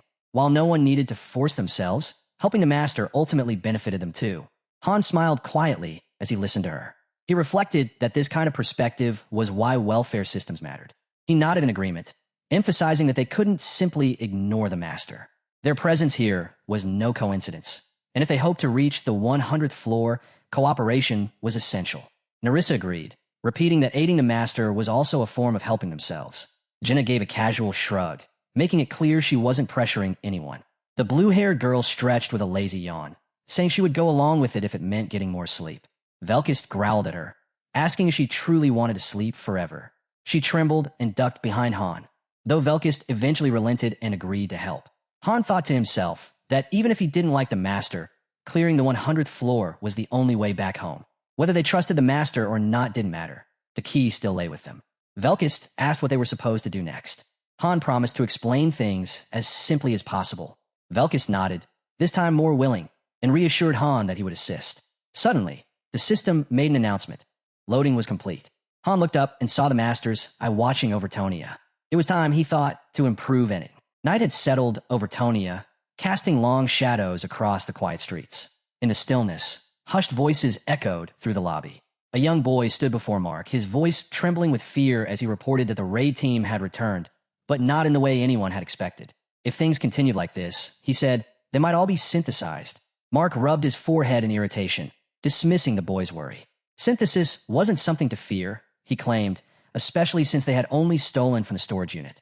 But then his tone shifted. With a sudden flash of cruelty, he grabbed the boy's face, his fingers digging into the boy's cheeks. He leaned in, voice low and rough, and questioned whether the boy was afraid of synthesis or of Han. The color drained from the boy's face. Tears welled up, and he began to cry. Mark sneered and muttered that true fear was understanding that death wasn't an escape. Elsewhere, Rodri sat alone in a crumbling bar, nursing a half-empty glass of liquor. The silence was unbroken until the door creaked open. Adis walked in without hesitation, placing her own glass down on the table across from him. With a dry edge to her voice, she remarked that he never could hold his liquor and questioned whether drinking alone even counted as having fun. Pouring herself a drink without asking, she glanced at him as he remained silent. She said that Party 1 was trying to pull something together for the master, trying to take initiative now that the lobby had gone to hell. And yet, here they were, just sitting in the dark. Her thoughts drifted back to a moment with Lilini. She remembered the hesitation on Lilini's face, the pain etched into her eyes as she whispered about how many people had died. Adis had responded quietly, saying they could still mourn and be glad to have survived. That was the way mercenaries lived. Lilini had nodded in quiet agreement. Back in the bar, Adis downed her drink in one go and slammed the glass down with resolve. She declared that she would get back on her feet tomorrow. Rodri stirred, blinking out his days, but before he could speak, she told him to leave Party 2. In the central plaza near the Grand Fountain, Jenna stood at Han's side. She told him that everyone had assembled, just as he had requested, motioning toward the nervous crowd gathered before them. Former civil servants wiped sweat from their brows, uncertain why they had been summoned, but wise enough not to ignore the man in charge. Han crossed his arms and acknowledged that the turnout was more than he had expected. He informed them that starting now, they would take on new responsibilities. It was simple, he explained. They would begin tracking everything in the lobby. People, levels, classes, floor clears, storage, facilities, dungeon statuses, and equipment. He met their eyes and said the word again, everything. A confused man raised his voice, asking what exactly that meant. Before he could finish, Isel landed beside him with a solid thud. With her tiny fists raised, she shouted that Han was the vice master now, and if he ever spoke to the master directly, they might all die, so they should listen to Han. The man muttered something about her being a demon fairy, but the crowd, like a wave folding under pressure, gave in and agreed. Jenna turned to Han and asked him quietly what the purpose of all this really was. Han replied that he was creating a fourth job category in the lobby. If they wanted to function properly, they needed precise, detailed information. Isel floated above and pointed down, declaring that they were the ones who would handle it. Han allowed himself a brief smile, admitting he had scared them into compliance. Jenna raised an eyebrow and asked if that was all. Han shook his head and said he wished it were. This was only the beginning. Elsewhere, in a dim, cold room, Mark knelt on the floor. The predator had become the prey. Across from him sat Han, with Velkist standing nearby like a looming shadow. Han stated plainly that the man before them was Mark. Mark responded with a bloody grin and called Han the famous one, the man even the fairy feared. He said he had watched Han's missions, though Han had never seen him up close. Before he could finish his taunt, Velkist struck him with brutal force. Mark's body crumpled, blood spilling from his mouth. Velkist's voice was sharp and cold as he demanded answers. Han flipped open a notebook, scanning the entries. Mark had been born a 2-star and accomplished a great deal in just 2 months, but he was still stuck on the first floor. Coughing blood, Mark tried to laugh, claiming synthesis was no big deal. Velkist's eyes burned crimson. He said that was enough, and without hesitation began to punch Mark again and again. Mark gasped, choked, and sputtered under the assault. Velkist growled that Mark needed a beating and told him to stay right there. Han remained still, watching the scene unfold. Mark had formed a rogue faction while the Master was offline, though Han couldn't even remember what the group had been called. Still, it was clear that Mark wasn't just some petty troublemaker. He was dangerous. Velkist delivered a final, savage kick. Mark's teeth scattered across the cold floor, and a pool of blood spread out beneath him. Han stepped forward, placing a hand on Velkist's shoulder, and asked if he was trying to kill Mark. Velkist only shrugged, his voice dry as he replied that it would be fair. Mark was filth. Kneeling beside the bloodied man, Han's voice sharpened like a blade. He listed Mark's crimes without hesitation. Theft from the lobby, physical assault, blackmail, robbery. He said Mark had done everything wrong. Mark, barely conscious, gasped and muttered that this wasn't right. With swollen eyes and broken pride, he begged to speak to Nerissa. But Han's tone turned ice cold. Their decision was final. Whatever deal Mark had made with her didn't matter anymore. Mark let out a bitter laugh, his face a mess of bruises. He whispered that it was over for all of them. His voice cracked as he admitted he hadn't wanted things to end this way. He hadn't asked to live on scraps and potatoes. Velkist cut in with a sneer, saying he hadn't realized garbage could talk. Mark, now just a heap on the floor, muttered something about the world already ending. He asked what the point was in fighting fate. Wouldn't it be better to enjoy life before it burned? Han narrowed his eyes. Velkist asked what they should do with him.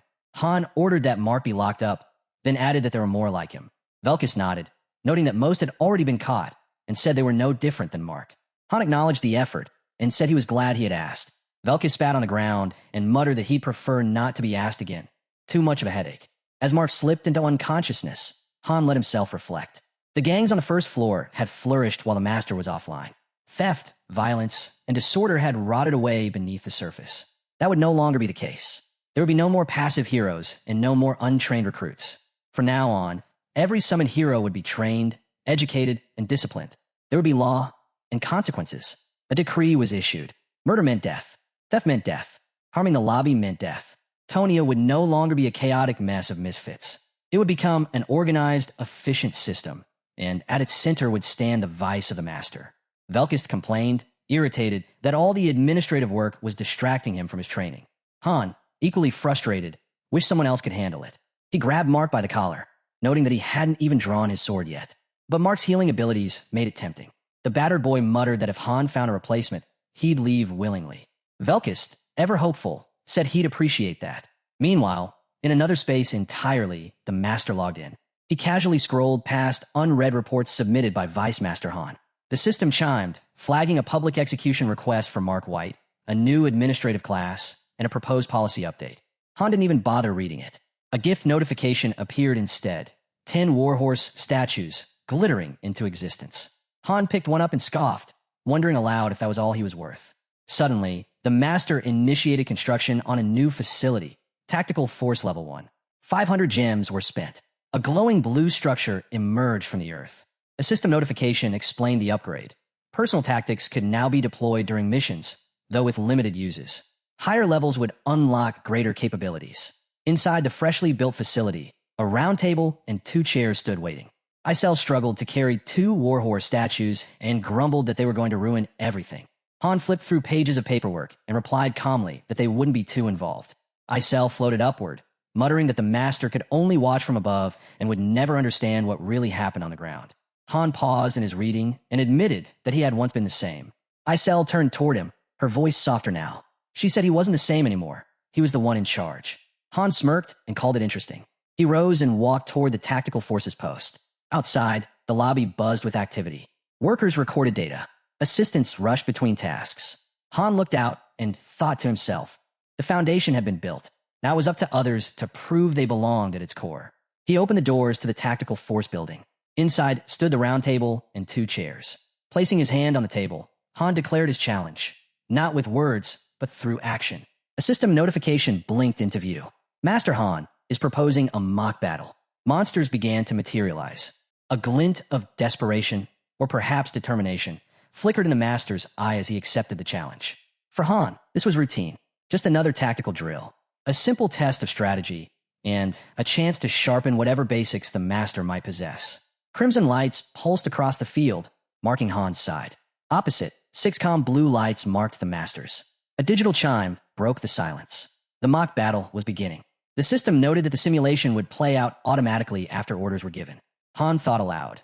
Monsters versus heroes, 2 sides with different goals, clashing under command. The tabletop shimmered. Stone formations rose to shape a miniature battlefield. The system rendered a map titled Highlands, a basic terrain with no special effects and only a few monsters. A side tip hinted that higher tactical post levels would unlock more maps and expand vision through patrols. 5 translucent cards appeared before the master. The system designated him as the hero. The battle countdown had begun. Han surveyed his own forces. 27 goblin riders. He nodded in approval. Regular goblins were too dim-witted for strategy, but riders? They could manage. The game appeared simple. Create formations, issue commands, and let the simulation unfold. But beneath that surface was something deeper. The master's brow glistened with sweat. Smoke drifted across the map. The master marked a few key positions. Han, meanwhile, calculated variables, unit formation, mixed forces, feints. He understood now why some masters became obsessed with these simulations. Still, he kept it simple. 9 squads of 3 riders. Each would patrol independently, halting if they encountered enemies. Han deployed his units with confidence. If the master tried hiding in forests, he'd only drain stamina. Han had the advantage. Miniature heroes and monsters materialized on the map. Han's and Jenna's command cards flashed. He smiled. Party 1 was being used. Not bad. He placed his monster token with practiced ease. This was, after all, a one-on-one lesson from former Mock Battle League champion. 3 minutes passed in the real world. 10 in the simulation. It ended swiftly. Han's goblin riders emerged victorious. He raised his hands slowly to his face, unreadable at first, then hardened. That had been far too easy. The roles shifted. Now Han commanded the heroes, and a master led the monsters. Han selected Party 7 with renewed resolve. Another 10 minutes passed. Another victory. Han blinked, wide-eyed, his breath shallow. This wasn't from effort. It was from disbelief. The master was this weak? Another round. 5 minutes. Another loss for the master. 3 matches. 3 defeats. Han exhaled, wearied. The strategies had been laughably bad. He glanced toward the master. The man was still sweating, eyes squinting in desperate focus, still trying to learn. But all Han felt was a dull, numbing disappointment. Behind him, Isel appeared, hovering with dry amusement. She noted that the master was great at racing games, but useless at everything else. Han's shoulders sagged. His face fell into a grim mask. Isel turned away, chuckling to herself. She said Han might as well just control every mission from now on. Frustration built behind Han's eyes. Then, a new notification popped up. The master wanted another battle. Han declined. Another request. He declined again. The master looked stunned. Han sighed and muttered that he didn't want to play anymore. Silently, the master reached across the table and placed a small warhorse statue before him. Another gift. Han stared at it for a long moment. Then, voice low, he asked if the master really thought that would change anything. Still, after a pause, he sat down again. They would play one more round. The master gave a small, relieved smile and reset the board. The battles continued. Warhorse statues began to stack up at the edge of the table. 5 more games. 5 more losses. Then it happened. The master broke down in tears. A system notification hovered in the air. He chose to log out. Isel stood in silence. After a moment, she whispered that it had been truly painful to watch. Han didn't reply. He stared at the row of glittering statues. 13 battles, he said softly. The master had spent gold for every single match. Han understood the desire to improve, but now he questioned whether this had been the right way. Maybe the master should have trained with someone else. Maybe someone less invested. He thought of his party. Velkus would be furious. Narissa would give a sharp, cutting comment. Jenna? She'd just say they had to push harder. But Han knew the truth ran deeper. They would lose faith in him. Was he really expected to train someone this unprepared? He turned to Isel and stayed quiet for a while. They had watched every recorded mission, every battle, every briefing. Had they learned nothing? His voice was steady now. He gave a command. Pull up the master's mission videos. The screen flickered to life, casting a pale glow as Han and Isel leaned in to scrutinize the footage. Han stroked his chin, eyes narrowing into razor-sharp focus. Isel asked what he saw. His gaze didn't waver. He's only watching me, Han muttered. Sweat glistened on both their foreheads as the realization set in. The camera angle, the focal points, almost everything centered around Han's movements. The master's attention had been locked onto a single figure. A real leader should be watching the whole field. Han continued, voice low, but his eyes were fixed on one unit. That's why he has no tactical insight. Already, a plan was forming. I need to get online, he said. Isel raised an eyebrow. You going to pretend to be Loki again? No, Han replied firmly. I'll pose as just another loyal fan, a devoted subscriber. He explained that he would slip tactical advice into glowing praise, breakdowns of raids from floors 5 through 30, interwoven with reminders about key principles from the documents he'd authored. That, at least, would give the master a proper foundation. Han knew it wouldn't be easy. The tactical system grew exponentially more complex as the post leveled up. At the start, there were only 7 basic commands. He pictured the humble beginnings of a tactical post and how it evolved with each upgrade. Once the post reached level 5, it unlocked features like forward construction, enemy general elimination, focus fire, trap deployment, infiltration, cover commands, reinforcements, cooperative moves, and rest strategies. Intermediate tactics, available from levels 5 through 9, allowed control over when active skills were triggered. At the advanced levels, 10 through 14, finer tactical manipulation became possible. But the real mastery came at levels 15 through 20, the pinnacle of tactical command. Currently, the master was still stuck at the lowest tier. That wouldn't cut it. Not for surviving the higher floors of the tower. Han glanced at the small mountain of warhorse statues stacked nearby. I'm not expecting miracles, he admitted. At this rate, he'll have 1,000 of those statues. What I need is for him to be good enough to help, just once when it actually counts. Elsewhere, in the training grounds, Daika approached with a fresh group of recruits. He reported that there were 10 in total, each with a specific area of expertise. The recruits stood in neat formation and offered respectful greetings. Han, with his hands tucked casually in his pockets, observed them silently. Daika explained that 2 specialized in swordsmanship, 2 in archery, and 2 in spearmanship. The remaining 4, he noted, were skilled in general areas such as survival, hunting, and infiltration. Han gave a nod of approval, acknowledging the effort. Daika admitted that, surprisingly, the process had been easier than expected. With the core members occupied, they had finally implemented an efficient system, which had made identifying real talent much more manageable. He then pointed to one of the men and introduced him as Jess, a former hunter who showed strong potential. Jess stepped forward and stated that he had seen Han's fights and had heard much about him. Daika added that Jess was a replay stone user. The master had shown him Han's previous missions to help him learn and improve. Han imagined the review room, the glowing stone projecting old battles. He gave the master some silent credit. At least he was being thorough. Han turned to Daika and asked if the hiring conditions had been relayed. Daika confirmed that they had, explaining that he had only selected individuals capable of teaching. Skill alone hadn't been enough. Han began to walk away, saying he intended to introduce someone who would be taking the lead on instruction from that point forward. Daika blinked in surprise at the mention of a head instructor. Footsteps echoed through the space. Then, a familiar voice broke the silence, remarking that it had been a while. Rodri stepped into view. Daika's eyes widened in disbelief. Then a genuine smile spread across his face. Han remembered what Adissa had said. She'd recommended Rodri not because of his talent, though he had plenty of that, but because of his grief. She said he mourned harder and longer than anyone when a teammate died. Said she couldn't stand to watch him break like that anymore. Rodri had resisted at first, but Adissa had spent an entire night persuading him. And in the end, he'd agreed. Han knew Rodri wasn't a traditional instructor, but his battlefield experience? That was worth more than any formal title. And right now, that was exactly what they needed. Daika and Rodri moved together to address the newly appointed instructors. For Daika, it was a quiet acknowledgement. His time on the front lines had likely come to an end. Later, Han made his way through the corridors of their residence. He encountered Adissa in the hallway, who gave a nod of greeting. "You're back," she remarked. "Where are the newcomers?" Han asked. "In the drawing room," Idissa replied. "They've been waiting. Seem eager to meet you." As they walked, a series of system notifications suddenly chimed in Han's mind. The master had just summoned two heroes, Rain and Main.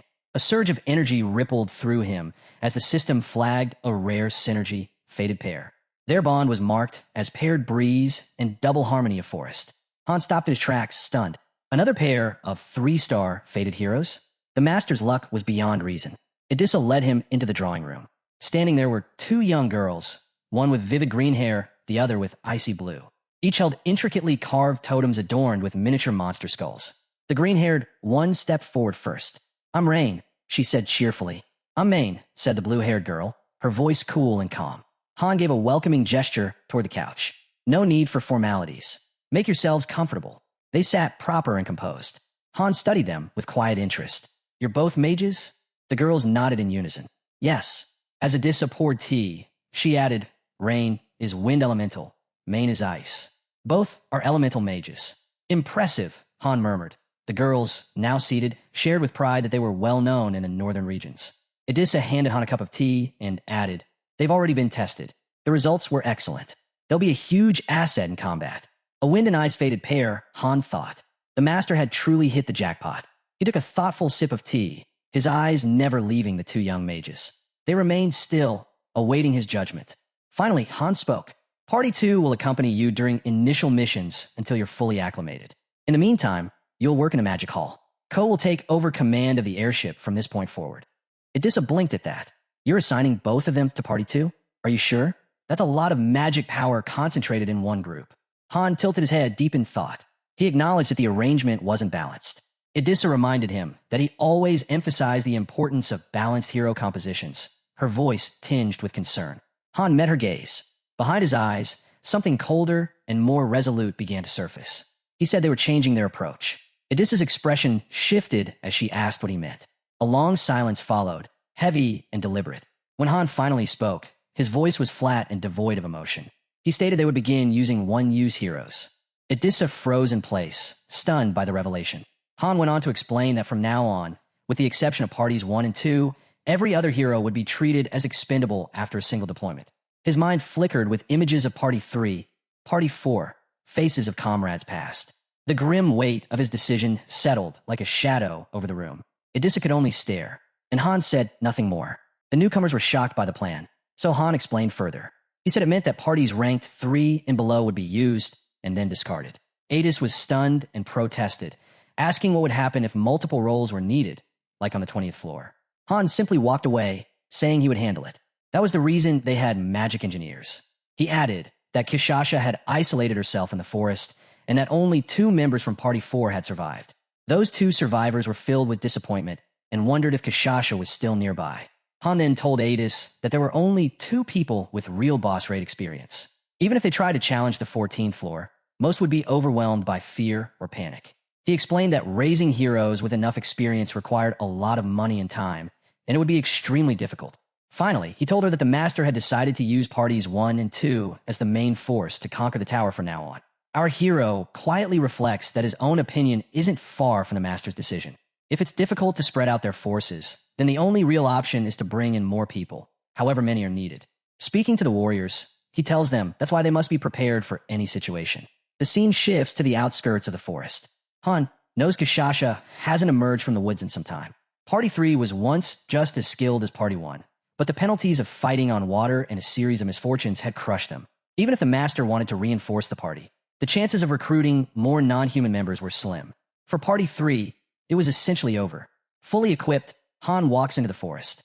He quietly notes that even the world won't leave behind a hero it deems useless. Kishasha is in danger at this rate. Suddenly, someone walks past him. It's Velkist, who remarks that they seem to keep running into each other. Han asks what he's doing here. Velkist replies that he saw potential in a newcomer and was helping with training. Then he returns the question. Han answers that he's going to see Kishasha. Velkist scoffs and says she's useless. What's the point of being strong if her mind is so fragile? Han replies that it's partly his fault she ended up this way. Velkist shakes his head and says Han has gotten soft, that he's completely changed. Han doesn't understand the comment and simply walks on. He heads deeper into the forest, his thoughts heavy. He remembers when he once carried Kishasha and the others, non-human allies who relied on him. He walks through the trees where she once made her home. The memories return again and again. Reaching an open field, Han raises his voice. I'm here to get you. Are you done grieving? Come out. We need you for the missions. From deep within the woods, a faint voice replies. Missions? What's the point? All my people are dead. Why would I help humans now? Han explained that if they reached the 100th floor, they would have a chance to bring them back. He reminded her that she already knew this. She questioned him, asking what guarantee he had that any of it was true. Han admitted there was no guarantee, but said he still believed it was something worth holding on to. She let out a bitter laugh. Her voice trembled as it came from behind the thick bushes. She said that at first, she thought she would be fine. She reminded herself that she was a warrior, that she had completed the coming-of-age ceremony, and that even the Varian king had acknowledged her. Han opened his mouth to tell her he still saw her as a warrior, but she shut him down with a sharp and final refusal. He stood in silence. Then she stepped out from the cover of the bushes. Her face was worn and her eyes full of pain. She shouted at him to go back. She told him not to come there again and not to send anyone else either. Everything, she said, was her fault. Her mistake had cost the lives of her people. She no longer had the strength or the will to fight. Han tried one more time. He asked if she understood what would happen if she continued to isolate herself like this. She replied softly that she did understand, and that maybe, in the end, it wouldn't be such a bad thing. Han sighed and said it was a foolish choice. Then from behind the trees, we get a glimpse of her. Her figure is no longer the same, as she got more monstrous now. But our hero reminds her, you were shining when you first came to this forest. Now, you're nothing more than a shell of your former self. I assume you're the one I'm meant to be synthesized for. It would be an honor. Then, our boy asked, are you really going to keep isolating yourself? She remained silent. Realizing the truth, he drew his sword and declared, I'm done. Without hesitation, he swung his blade behind him, shouting, coward! The impact was so powerful, it created a mountain of smoke that billowed across the forest. Suddenly, he froze, shocked. What's going on? He muttered. This is your warning, he said sternly. Don't stop. She vanished into the haze, leaving only a warning. Be careful. Sensing something approaching, our boy gripped his sword again and watched the edge of the forest. Then he unleashed another powerful strike, this one even more explosive, illuminating the entire forest. From above, Kishasha cried out, what are you doing? In a calm but serious tone, our boy responded, die where you stand. Then, without direction, he slammed his sword down again with even greater force.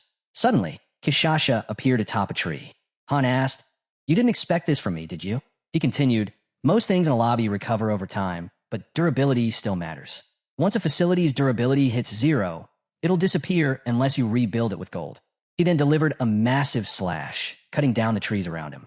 Amid the destruction, he spotted the girl, standing right behind the last impact zone. Are you out of your mind? She shouted. But he had created a deep crater around himself, making it impossible for her to reach him. I thought you were a warrior, he said coldly. Why are you crying now? Then, with a serious tone, he warned, come at me. I won't go easy like last time. Enraged, she dropped her stealth. I didn't think you'd become like this, she yelled, rushing into attack. Our boy dashed forward as well. Cut the nonsense, he snapped. As she shouted his name and extended her arm to strike, he blocked it with his sword. The impact exploded outward, cracking the ground beneath them. While holding the block, he muttered, so you finally show your face. Long time no see. With a heavy expression, she asked, why are you doing this? Calmly, he reflected, yeah, Addis was like this too.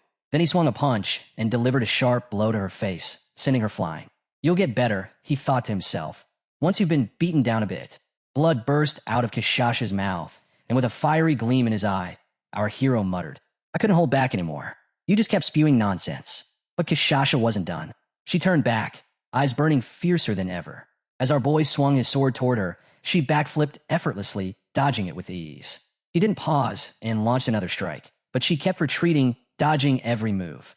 Then, in a blink, he hurled both his daggers at insane speed, but she smoothly ducked, avoiding the attack without breaking a sweat. Our hero didn't stop. He charged in, giving her no breathing room, launching yet another assault. She leapt into the air, revealing for the first time that she was suffering from a bleeding effect. Her HP was slowly draining. Then, with a casual flick, our hero slammed his dagger into a nearby tree and shattered the branch she was standing on. She landed gracefully and muttered, I'm disappointed in you. But the moment she touched the ground, our hero struck again. This time, she stopped the blade with just her bare hand, unleashing a shockwave that shattered the ground beneath them. She shouted at him to stop, but our boy, unfazed, growled back and questioned whether she had trained at all since their last mission, adding that she wasn't nearly as skilled as he remembered. He pushed her back once more. Furious, she snapped and claimed that if she wanted to, she could end the fight with a single attack. In an instant, a blinding beam of light shot out and clashed with his blade. But she didn't stop. She kept attacking, strike after strike, lightning fast. Our hero stayed locked in, parrying every blow. She jumped high and yelled, "You attacked first, and this is all you've got." With a flurry of claw strikes, one finally grazed his face. Blood spilled, and he thought, looks like she upgraded her gear. Good thing this is just the lobby. His HP began dropping, but he kept fighting, putting his soul into every swing. She moved with insane flexibility and didn't even flinch getting close to his attacks. He struck again and again, but she eventually leapt away, leaving him wondering why she suddenly backed off. While healing himself, he asked why she was stopping. She gave a calm response, saying it was enough. But he wasn't ready to stop and told her not to quit now, adding that he felt like he might actually win if they kept going. She looked at him, visibly frustrated, and began to say that if it weren't for him. Before she could finish, the ground cracked beneath her feet from the sheer force of her power-up. She had gone full berserk mode, mana surging wildly around her. Shouting his name, she cried, "I'm going to kill you." She activated Savage Revelation, a boost to her strength and agility. Our boy could feel the threat. She's actually pissed. "I'll die if I mess up even once." But instead of backing down, he challenged her. "Come at me." "As you wish," she snarled. She shot forward, tearing through the ground and air, landing a brutal kick that launched him into the air. As he flew, she chased after him. He ducked midair, but she somehow got behind him and went for a deadly claw strike. He barely avoided it, and her claws sliced a tree clean in half. Teeth clenched, our hero thought, if even one of those attacks lands, I'm done for. But if I focus on the way she starts her moves, I can guess where she'll end up. I just need to stay light on my feet. She kept coming, attacking from every direction, not giving him a second to breathe. He analyzed her. Her agility stat is lower than Abyss, but her movement skill is on another level, and her skills are seriously dangerous. Then, we see her status window. She possesses a transformation skill and a sealed slot. Our hero activated Mind's Eye, sharpening his senses to read her moves. As predicted, he countered with a powerful sword strike. Then he landed another hit before she could react. She stepped back, clearly shocked, and accused him of hiding his powers. Blood dripped from his arm as his HP continued to fall. But he struck again and firmly denied keeping anything hidden. In that moment, a realization hit him. Kishasha's base stats had always been high, easily enough for a 4-star. Even now, her skill and talent stood out. This lobby couldn't afford to lose someone like her. If he had relied only on normal training, he would have been defeated. A smirk crossed his face as he accepted one simple truth. In battle, playing dirty didn't matter. What truly mattered was learning how to read the opponent. She kept striking wildly, hitting from every angle, clearly just trying to find an opening. Then, out of nowhere, she went straight for a vulnerable spot, but our boy reacted fast, ducking his sword under his body to block. She pushed through with even more speed, and even though he managed to counter, her strike still left a deep wound on his leg. She acknowledged that he had become much stronger. Despite the pain, he stepped forward and told her he had trained hard. He shifted into a deadlier stance and dared her to show she wasn't finished yet. Watching his unwavering determination, yellow mana began to glow around her body. She had finally activated her transformation skill. In a flash, she morphed into a towering beast, radiating fire mana. Her strength and HP skyrocketed, far beyond normal limits. But our boy didn't back down. He pulled himself together. But the moment she moved with that insane speed, he knew he was in trouble. He completely lost sight of her.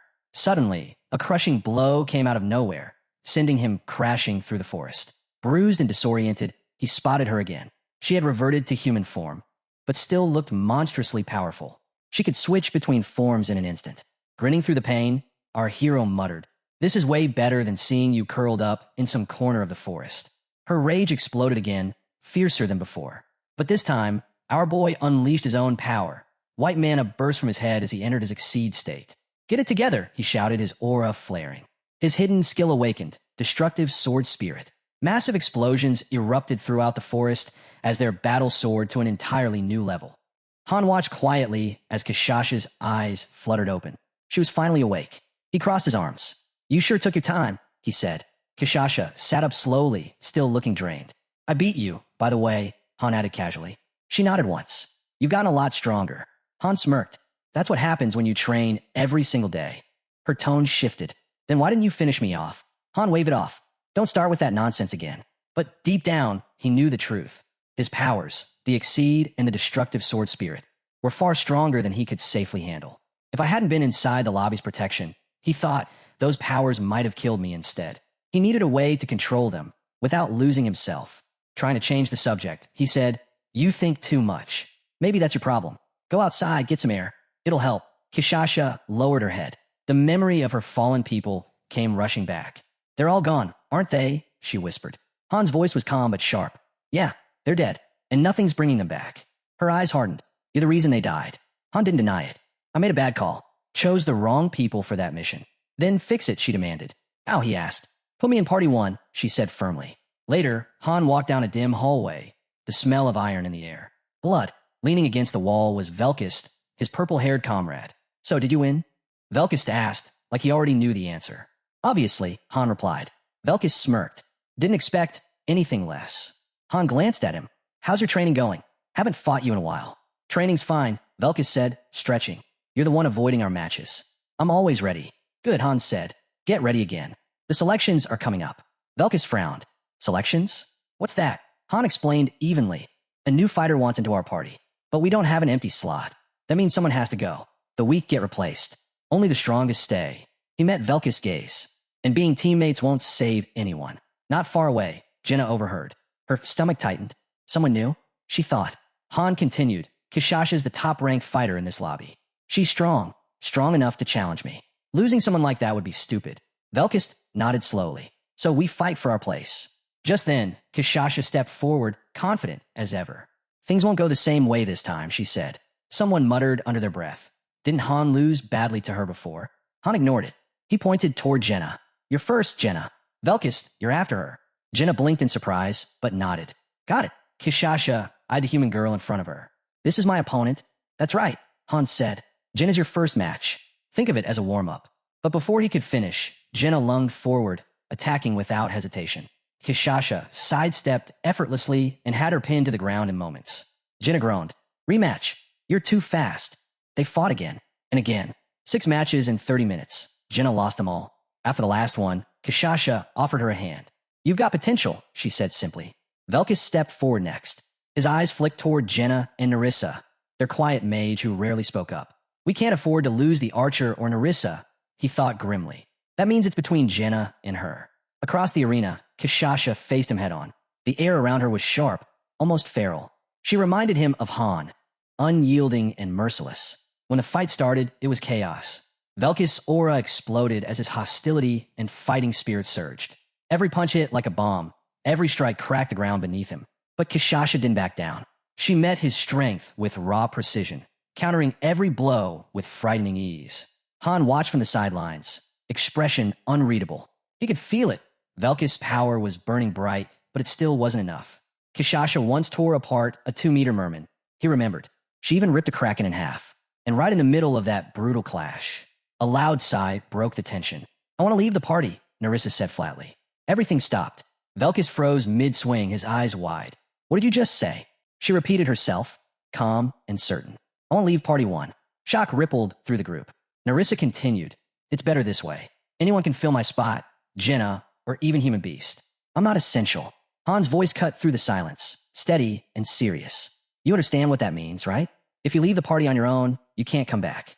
And all the other parties are already full." Narissa nodded. "I know." Velkist's temper snapped.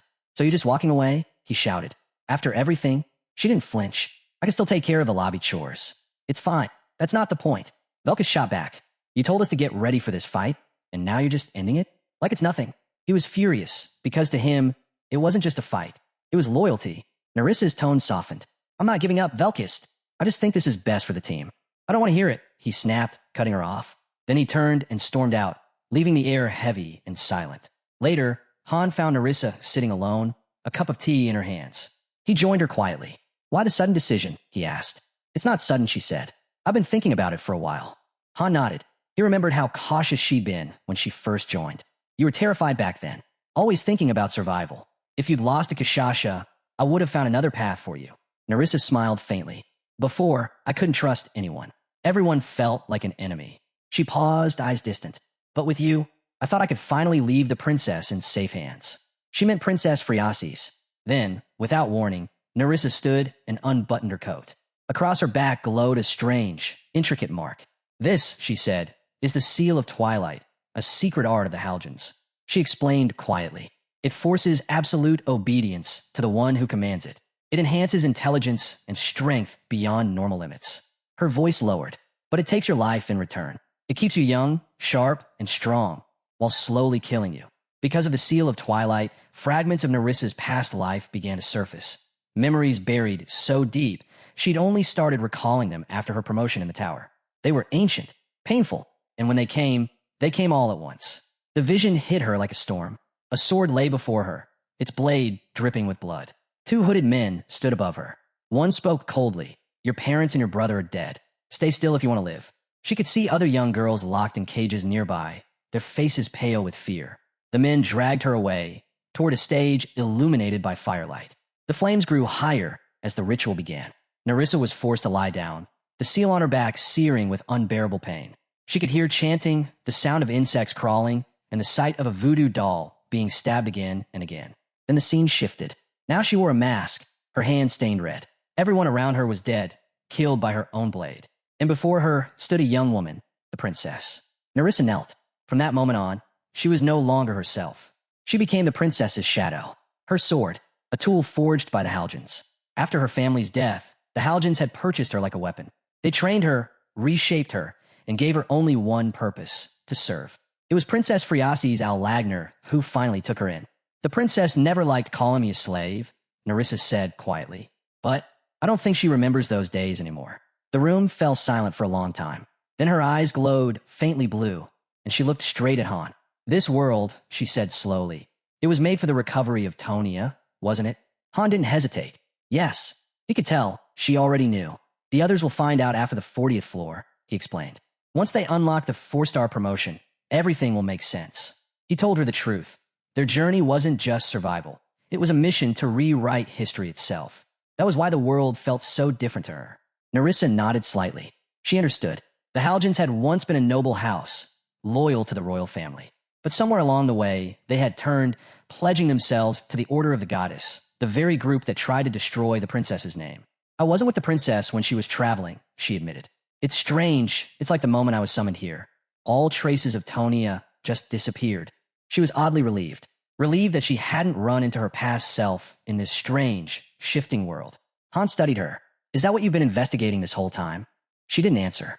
Instead, she changed the subject. It's been a while since we cleared the weekday dungeons. I've been busy, Han replied, exploring other areas, talking to people on the first floor. Nerissa shrugged. I have other priorities, she said simply. That was the truth behind her decision to leave the party. If I stay, I wanted time to investigate on my own. She believed what she was doing mattered more than fighting. Then she added thoughtfully, the heroes on the first floor might look weak now, but with the right training, they could reach the 9th floor in just 2 weeks. But her tone darkened.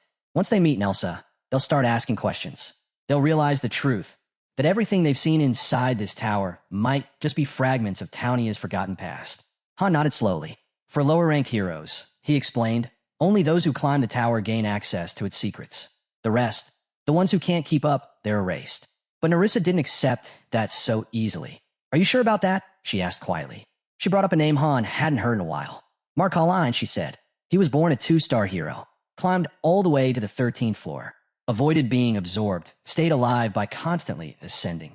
Han raised an eyebrow. He's from Vardia's underground guild, Nerissa continued. Controlled the entire first floor without even showing his face. He's supposed to be executed soon. Han crossed his arms. Go on. Mark survived by selling information, Nerissa said. He dealt secrets for profit and protection. Han frowned. I doubt he ever had the real information we need. Nerissa nodded. You're right. He mixed truth and lies to control people. But I don't want everything he knows. She leaned forward slightly. I just need to know who our real enemies are and who aren't. She spoke clearly now, every word deliberate. There isn't a single hero in the main lobby who sides with the Order. The true enemy is the Tel Ikar Order, also known as the Order of the Goddess. Han thought about it. Hundreds of heroes were summoned, and not one of them is from the Order. No saints, no followers. Nerissa's tone hardened. The Order of the Goddess isn't holy. It's a monster. Han looked at her, then asked the one question that mattered most. And what about me? Where do I stand? Nerissa's gaze didn't waver. I'm from the Halgens, she reminded him. We were your enemy. She took a step closer. So tell me, Han, can you still tell the difference between ally and enemy? Nerissa stood beside the Haljan crest carved into the wall, her voice steady. Do you even know who your enemies are now? He thought back to everything they'd faced so far. The 15th floor, where they discovered the truth about the Order of the Goddess. And the 20th, where they learned the Haljans themselves were enemies too. So many heroes had been summoned into this world. Yet, among them all, only Nerissa had ties to that ancient bloodline. She began to reason it out aloud. The Asini's family might still be allies. They helped with sailing after you found the first key. And the Shutterberg family trained mages like Ialka. She hesitated, but I can't say for sure they're on our side. In Tonia, 5 great powers ruled alongside the royal family.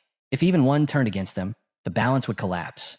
If all 5 became enemies, the world itself would fall apart. But there was something else that truly worried her. What if, she said slowly, an enemy gets summoned into our own lobby? Han's eyes narrowed. Nerissa continued. Someone who can control people, twist them with words or power. They could take over the lobby from the inside, without us even realizing it. Han stayed silent because he'd already thought the same thing. If a manipulator like that appeared, someone who grew stronger in secret, then no amount of strength would save him. It wouldn't just be a threat to the lobby. It would be a threat to him. The air between them had grown tense. Because of the dangers she foresaw, Nerissa made a bold proposal. Give me your position as Vice Master, she said without hesitation. Han didn't respond right away. Her tone was serious, too serious for a joke. Meanwhile, far away at the regular summoning site, a new summoning had just finished. 10 unfamiliar figures stood in the circle, blinking against the light. The 6th group this week. They looked disoriented, lost between worlds. Selena, the coordinator, stepped forward with practice calm. We'll need to start summoning 50 at a time, she murmured to herself before turning to greet the group. Welcome, she said kindly. Please follow me. I'll explain everything once we're inside. The new heroes followed, some dazed, others whispering with excitement at the word hero. Selena continued as she led them through the hall. You'll notice you can all read here, she explained. Even if you couldn't before, the system grants that ability. No one is illiterate in this world. She guided them toward their quarters. You start work tomorrow. Instructors will train you to fight and survive. That was when one girl broke down in tears. I've never even held a weapon, she cried, her voice trembling. Then, she turned on the others with disdain. Why am I stuck with these common people? The guy beside her didn't flinch. Your status here isn't based on birth, he said firmly. It depends on your skills and your special traits. The girl straightened, her pride flashing through her tears. I am Maribel de Strauss, she declared. My brother is Kyle von Strauss, the silver paladin of the White Silver Hall. The guides quickly checked her status window. 1 star. They noted it down and led her to her assigned room. Maribel stepped inside, and her face fell. This place is tiny, she exclaimed, disgusted by the cramped quarters.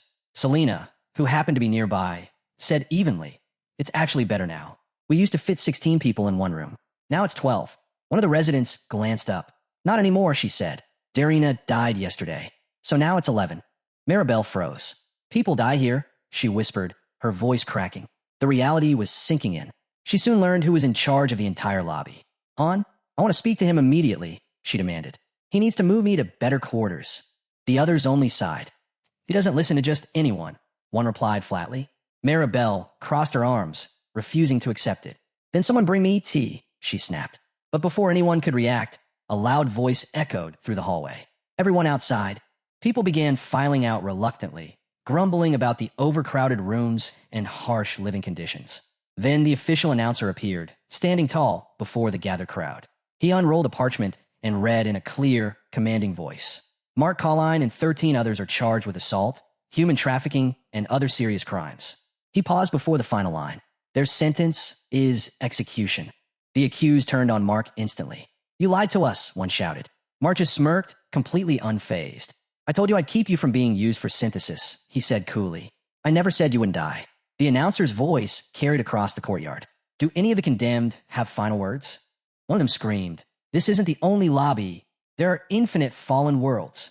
Mark laughed, loud, wild, and unrestrained. You idiots, he shouted back. You're fighting in a world that's already over. And then the executions began. Maribel stood frozen among the crowd, her face pale as she watched the sentence carried out. Her earlier arrogance had vanished completely. For the first time, she understood. This world didn't care about titles or noble blood. Here, heroes could die like anyone else.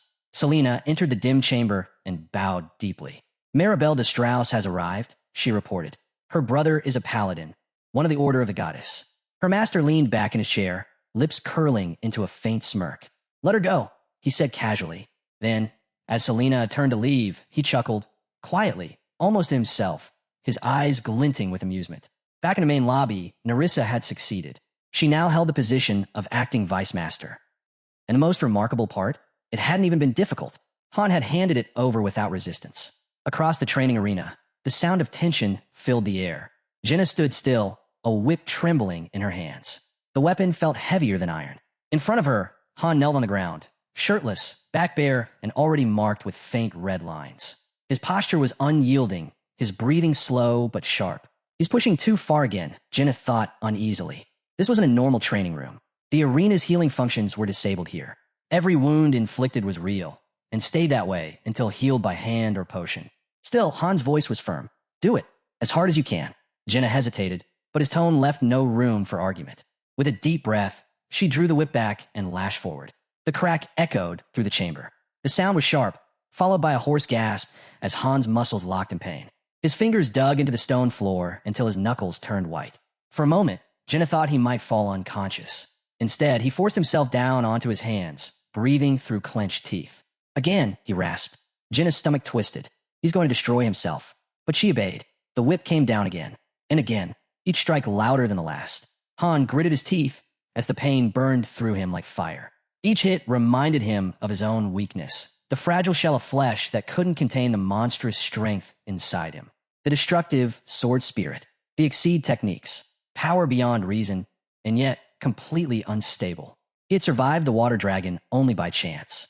Fighting Adis and Kishasha had shown him the truth. His strength came at the cost of his own body. If he unleashed that power in the field, without the safety of the lobby, it wouldn't be his enemies who died first. It would be him. That was why he was doing this, breaking himself down over and over again. If his body couldn't endure his own strength, he'd forge it until it could. The ninth strike landed. His body jerked violently, his breath catching. "Stop," he gasped, voice cracking. But Jenna, caught in the rhythm of the training, swung one last time. The whip snapped against his skin with a vicious crack. Han's scream tore through the room, raw and furious. "Damn it, Jenna. I said stop." He staggered toward the large stone bath on the side of the arena, its surface glimmering with green light. He nearly fell in, the water splashing around him as he sank into the viscous, healing mixture. A low groan escaped him as the potion seeped into the open wounds, its warmth dulling the pain. Slowly, the shredded skin began to knit back together. Han leaned back, exhaling hard. It was a brutal cycle, but one that worked. Endure the pain. Heal. Repeat. If he could survive it, he'd harden his body far beyond its limits, boosting his endurance, resilience, and natural regeneration. 10 full sets every day. No excuses. No shortcuts. That was the path he had chosen. The only path that could make him strong enough to survive what was coming. Standard training meant nothing to Han anymore. Ordinary drills, sparring sessions. They were child's play compared to what his abilities demanded. Only this extreme, punishing method could push his body to where it needed to be. When the worst of the pain faded and the healing potion's energy began to pulse beneath his skin, Han climbed out of the bath. Steam rose from his shoulders as the green glow faded into faint scars. "Second set," he said firmly. Jenna's eyes widened.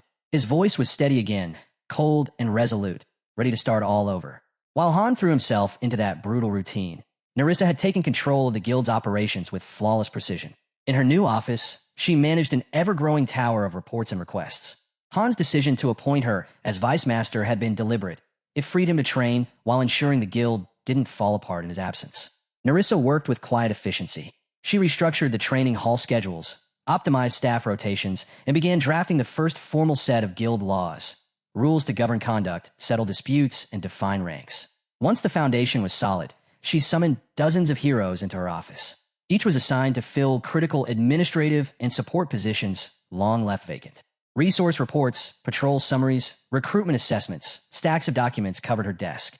Her pen never stopped moving. For Nerissa, every new line written was another step towards stabilizing the chaos. Across the guild hall, the sound of wooden pieces clacking echoed through a side room. Anything sat surrounded by a small group of newcomers, eyes sharp as she studied the board before her. The game wasn't for fun. It was a test of foresight.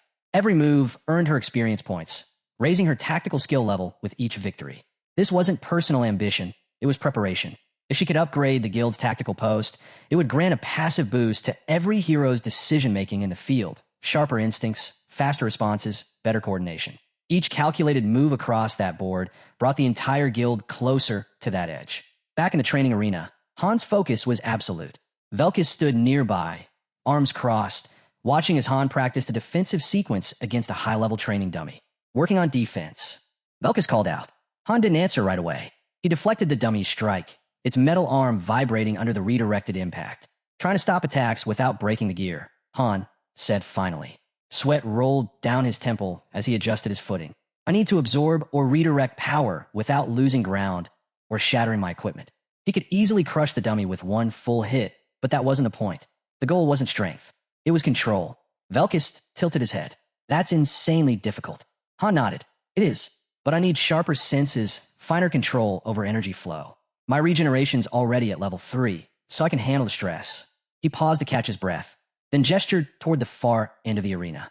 Kishasha was there, striking through the air in clean, powerful arcs. Maybe spar with her, Han suggested. She could use the challenge. Velkus snorted. She refused. Said her style's too straightforward. Too much raw power, not enough finesse. She doesn't find it stimulating. Han fell silent for a moment. He suddenly remembered Nerissa's voice from that meeting. The one where she'd fought to keep Velkus in the guild despite his failures. Without her, Velkus would have been expelled long ago. The thought stung. I could teach you a few techniques, Han said impulsively. Something to refine your control. Velkus looked up, caught off guard by the offer. But before he could respond, a voice rang out inside Han's head. Sharp, urgent, and unmistakable. Han, my office. Now. It was Urnitha's voice, cutting through the connection spell like a blade. Han exhaled once, quietly, then turned toward the exit. The next phase of the guild story was already waiting for him. Han entered Urnitha's office to find her sitting behind her massive desk, papers and glowing data screens scattered around her. She offered a faint, tired smile. Just wanted to say goodnight, she said lightly, but her voice didn't match her eyes. The humor vanished almost instantly. Her tone hardened.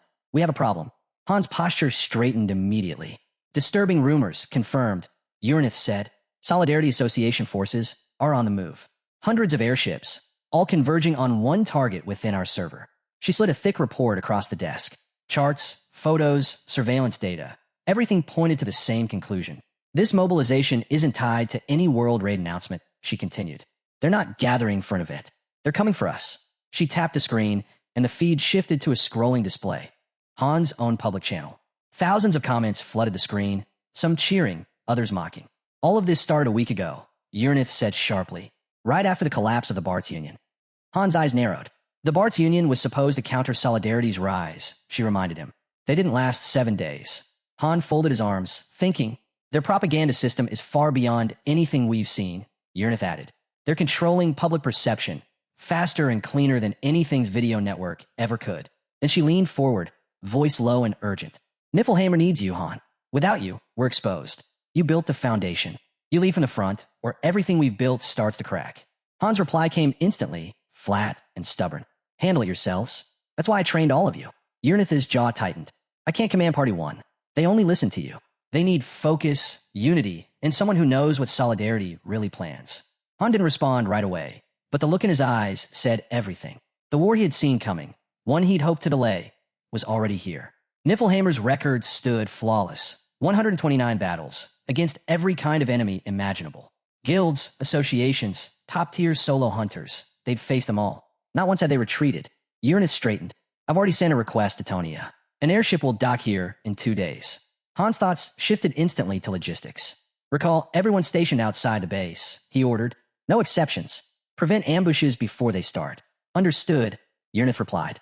Also, he continued, I want a full breakdown of their assembled forces, ranks, numbers, known combatants, and battle data from the Barts Union collapse. Everything. His hand drifted unconsciously toward the simple black ring on his finger, the mark of a fallen one, the emblem of his rank, the proof that he led Niflheimer. 130 battles, he thought grimly. We won't fall here. The next evening, the message came from Loki. The master read it silently, brow furrowing. Loki was requesting additional support for his top trainee. Attached to the message was Han's own request, formal deployment to Niflheimer. Han noticed the hesitation in the master's eyes. He didn't need words to know what that meant. The master wasn't happy about sending him back into battle. Later that night, Han gathered his team. I'll be gone for a week, he told Jenna. Niflheimer needs me. Jenna nodded, though her expression fell slightly. Be careful. Velkist crossed his arms. Who am I supposed to spar with while you're gone? He grumbled. Then, after a pause, is Niflheim a good place? Jenna perked up immediately. Of course it is. There's so much to learn there. I wish I could go too. Han smirked faintly. You'll have your turn. Take care of yourself. Things will get busier once I'm back. I'm already busy, Jenna said, half smiling. I'm training hard too. A low rumble shook the air outside. They all turned toward the sound. The windows flashed with blue light as shadows passed overhead. The airship had arrived. Han inspected the airship's deck, the faint hum of engines echoing through the hangar. Lady was already there, checking through repair logs and mechanical readings. How's it coming? Han asked. Almost done, Lady replied, brushing grease from her hands. A few more adjustments and she'll be flight ready. I could use a couple more hands for the crew, though. Han nodded. Approved. Anyone specific in mind? Not yet, Lady said. Cadio's busy teaching the twins in the magic hall. I'll find others. Good, Han replied. You want to test the airship, right? Lady grinned. Yeah, there's a ruin not far from here. Good place for a proper trial run. Take party 4, Han said, and a few skilled freelancers. If anyone gives you trouble, remove them immediately. Lady gave a short salute. Understood. Before he could leave, a familiar voice called out. Han, you're not leaving forever, are you? Isel ran up the ramp, eyes wide with panic. Han smiled faintly. No, I'll be back soon. Just business with Niflheim. Before he could say more, Little emerged from the ship, her expression uneasy. Han, she said quietly. About last time? I'm sorry. I shouldn't have acted that way. Han gave a brief nod. Let's move forward. We have work to do. Moments later, the airship lifted from the platform, engines roaring to life as it tore through the dimensional rift. During the journey, Uranith joined Han in the command cabin. She spread a series of maps and digital records across the table. You should know what we're dealing with, she began. The Solidarity Association. Their numbers, their fleet, their known heroes. They have over 200 operational airships, Uranith explained. Mid-tier strength, but overwhelming in coordination. Their vice master, he's the problem.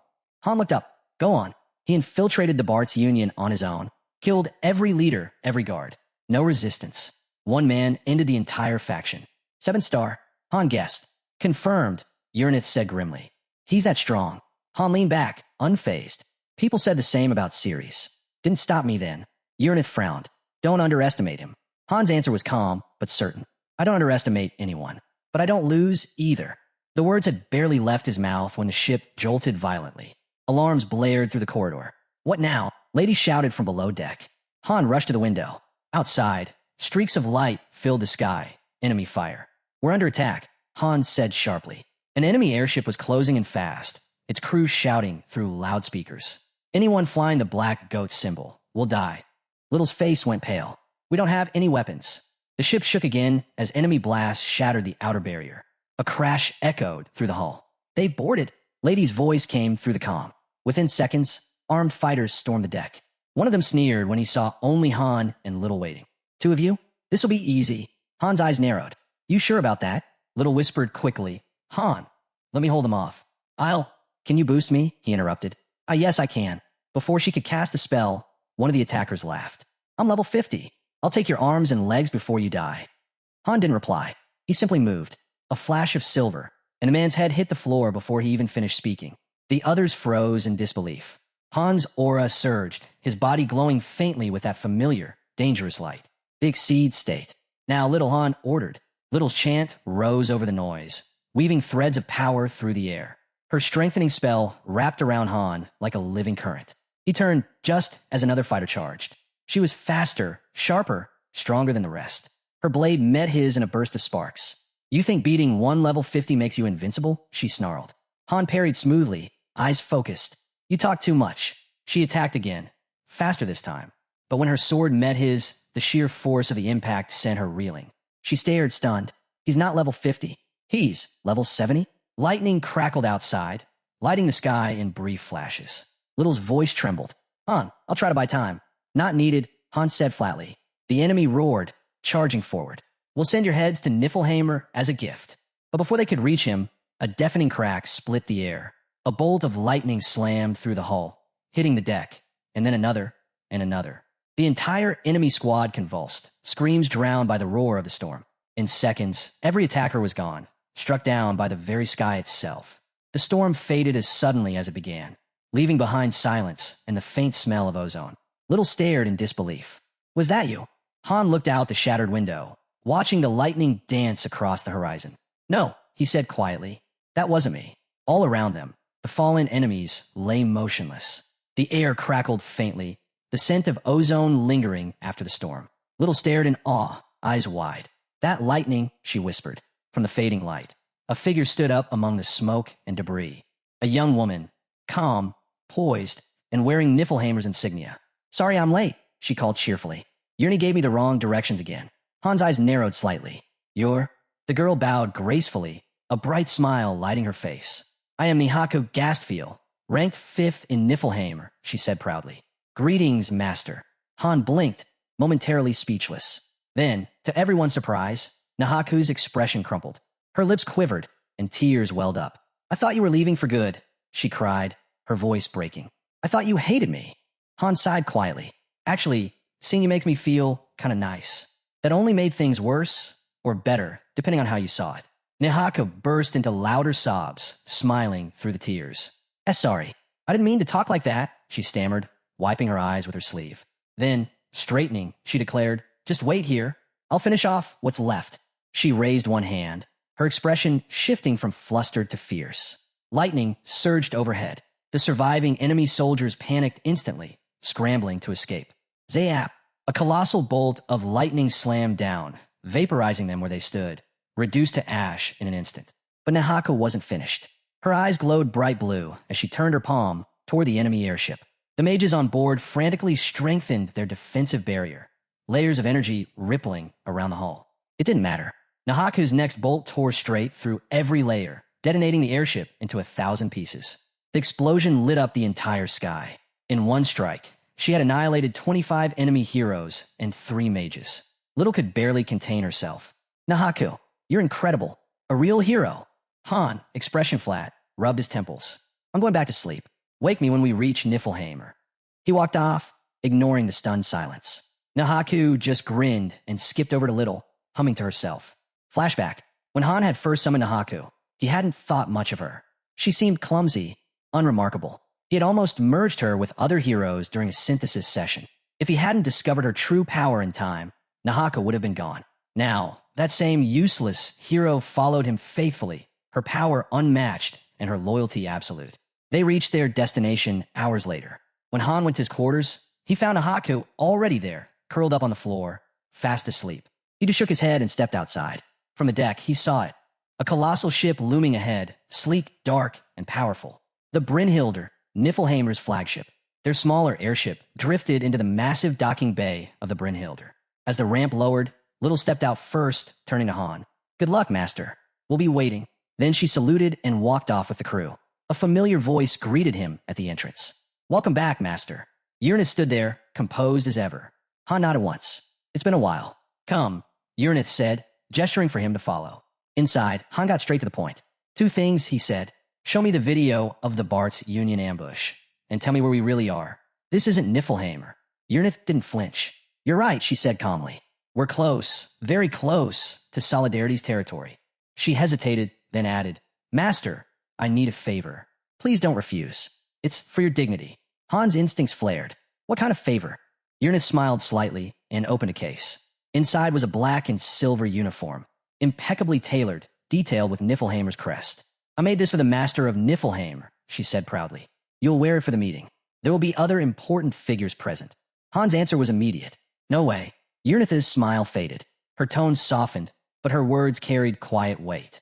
After all the effort I put into this, you won't even wear it? She asked, her voice tinged with disappointment. You don't appreciate my work? Han sighed, rubbing the bridge of his nose.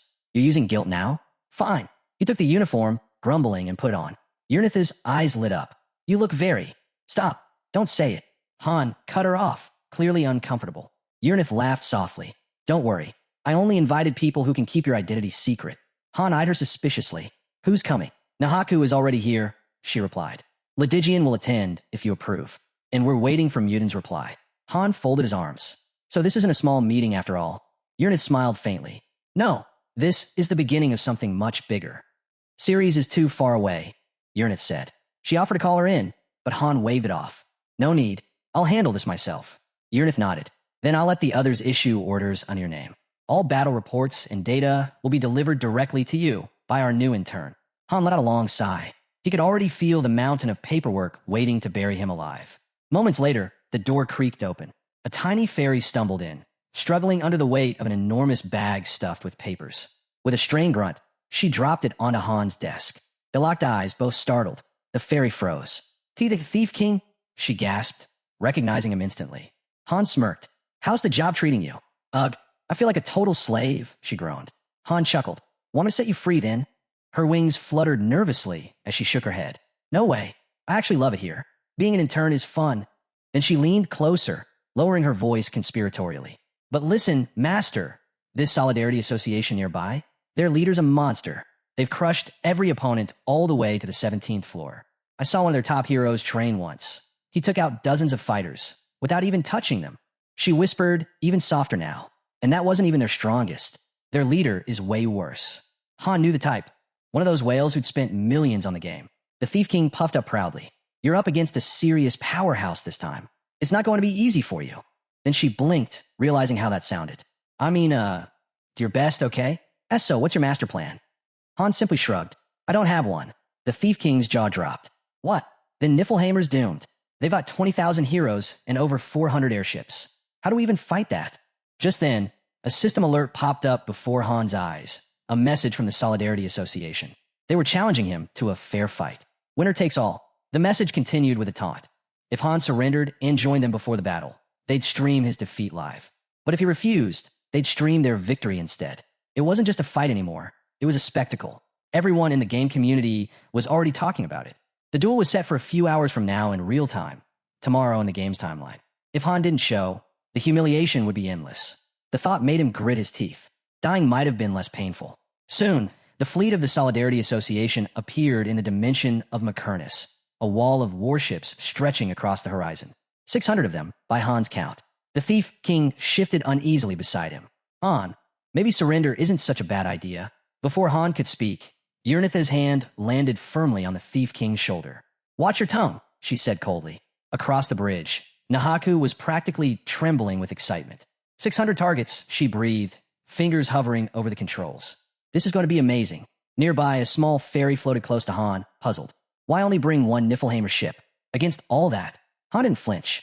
His voice was steady, unshaken. "One ship," he said, "is enough." Without warning, the main view screen crackled to life, splitting into dozens of live feeds. 1-inch TV dominated the screen, but it wasn't alone. Across dimensions, every major streamer and commentator was broadcasting the standoff. Han's composure wavered for the first time. "If they see me, everything falls apart." The streams. "Yrnith, can they see me?" Yrnith quickly scanned the feeds. "No, Captain. Your identity's still hidden." They're focused on the ship. Then a smug face filled the comms channel. "Commander Nistar of the Solidarity Association." "Han, you came here with one ship? Are you mocking us?" The chat feeds beside the broadcast erupted in chaos. Viewers laughed, speculated, and jeered. Most convinced Han had shown up to surrender. "Yrnith," Han said quietly, "shut down those streams." She tried. A curt system message blinked across her console. "Access denied." Nistar's voice boomed across every feed. "Let all dimensions bear witness. Today, the Solidarity Association claims absolute supremacy." Han turned to Yrnith, his tone low, steady. "Why bring me here?" She met his gaze without flinching. "I wanted you to watch." Before he could respond, the enemy fleet surged forward, hundreds of warships lighting up the void, weapons primed. Han's single vessel remained still, a dark, silent shadow against the blazing armada. "Charge!" Nistar roared. "Erase them from existence." A violent flash tore across the screen. When the glare faded, a lone figure stood on Han's ship's hull, Lydigian. Calm, unmoving. In an instant, 3 others appeared beside him. Han's core unit, Party 1. Before anyone could react, they vanished, then reappeared directly on the Solidarity Association's flagship bridge. Nistar stumbled back in disbelief. Teleportation? Across kilometers? Impossible. The air crackled as his elite guard, the Association's strongest heroes, closed in, surrounding Han and his team. Nistar sneered. "You're finished. Kill them all." A commanding voice cut through the chaos. Silence. A tall swordsman stepped forward, his presence alone enough to make the guards hesitate. "They're mine." His eyes locked on Han. "I am Kshatra, the 100-Sword King. Your demon blade fascinates me. But today, your reign ends. I've never known defeat." Kshatra lunged, his blade a streak of light aimed straight for Han's heart. But before the strike landed, Lydigian moved. A flash, too fast to follow. In the blink of an eye, Kshatra's sword was no longer in his hands. It was in Lydigian's. The bridge fell silent. With one fluid swing, Lydigian unleashed a wave of energy that tore through the elite guard. They fell in unison, lifeless before their bodies hit the floor. Kshatra stood frozen, staring at his empty hand, the reality sinking in. Across every live stream, chat windows erupted in chaos. Shock, awe, disbelief flooding the feeds. Lydigian turned to Han and bowed slightly. Master, give the order. Han's voice was calm. Win. In a single motion, his squad moved, precision, purpose, destruction. As Uranith closed her eyes, her mind reached outward, brushing against the vast network of enemy ships. Her psychic power surged like a storm. One by one, the Solidarity Association's vessels froze in place. Then turned, their command codes rewritten, their allegiance shifting. Every ship now awaited orders from one man. Han. Her voice cut through the comms like thunder. All ships fire. At once, the enemy armada turned on itself. Turrets twisted, cannons charged, and in an instant, the sky lit up with chaos. Beams of pure energy tore across the fleet, ripping through their own ranks instead of Han's lone vessel. Massive warships exploded one after another, shattering into fragments of burning metal. From the flagship, Nistar's panic screams echoed across every channel. Master, it's not me. I've lost control. But his voice was drowned out by the roaring inferno. The dimension itself seemed to tremble as the Solidarity Association annihilated its own fleet. When the last explosion faded, Uranith's lips curved slightly, just enough to show satisfaction. Inside the command chamber, Han Islet sat before a colossal display screen, cables running from the terminal across the room. Beside him were Uranith and Nahaku, watching intently as the screen filled with real-time footage of battle. Flames danced across the image, enemy troops breaching the ship's lower decks. The scene wasn't a simulation. It was happening live. On screen, a swordsman stepped forward, rallying his allies. Don't falter. There are only a few of them, he shouted. His words were cut short as the battlefield erupted into chaos, the clash of steel and magic filling every corner. Lydigian was already in motion, his strikes fluid and precise as he cut through enemy ranks. Han watched closely, analyzing every movement. That attack, it defies both distance and defense, he thought. It was power beyond anything describable. Lydigian caught Han's expression and smiled faintly. You honor me too much, master. Across the room, Nahako let out an unimpressed huff. Her eyes gleamed as she stood, summoning energy. Then let's make this interesting. Nahaku gasped fell, entering the field. In a flash, her body ignited, transforming into a sphere of blazing fire. She shot forward like a meteor, crashing into the enemy lines. Uranith and Lydigian closed their eyes, channeling their magical sight to view the combat through pure energy perception. Moments later, Lydigian spoke softly. Master, I'll share my vision with you. You should see what I see. Han nodded.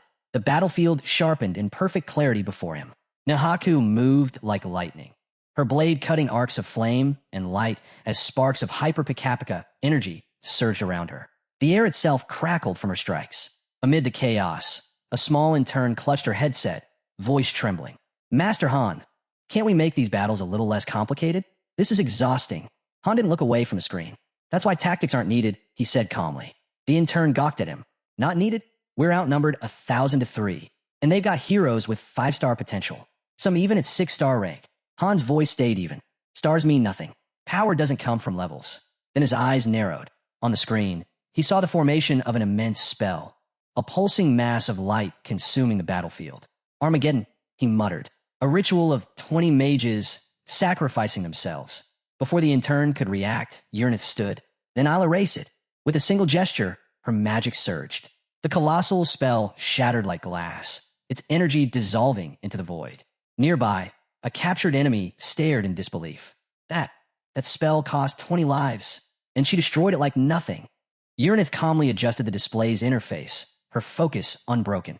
Outside the ship, the war continued to rage, flashes of fire and lightning illuminating the endless sky. Nahaku pressed on with steady precision, her movements fluid amid the chaos.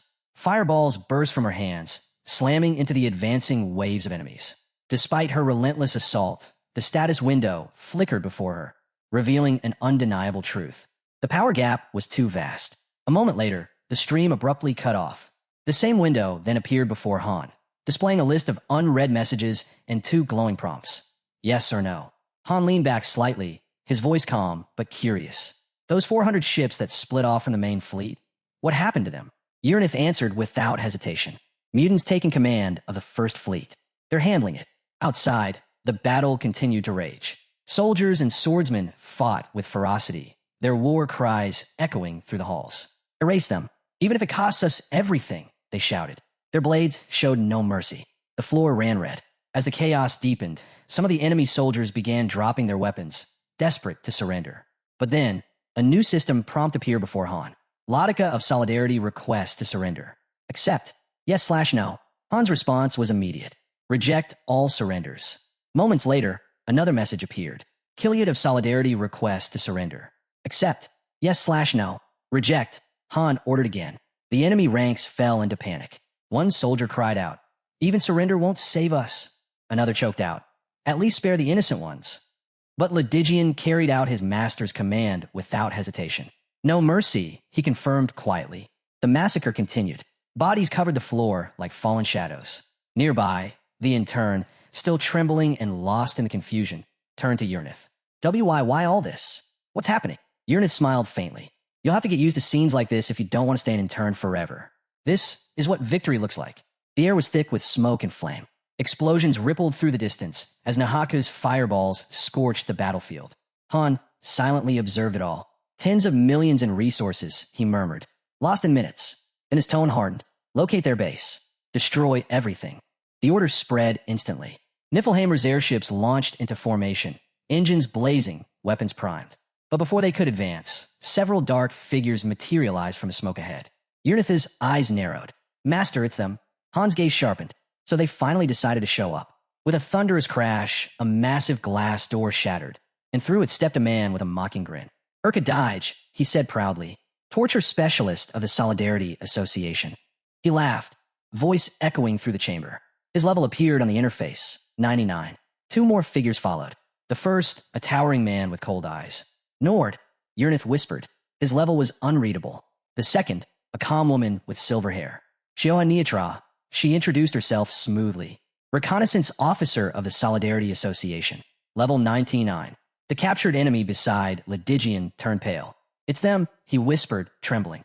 Han's gaze fixed on him. "Who are they?" The prisoner swallowed hard. "They're the leader's direct subordinates.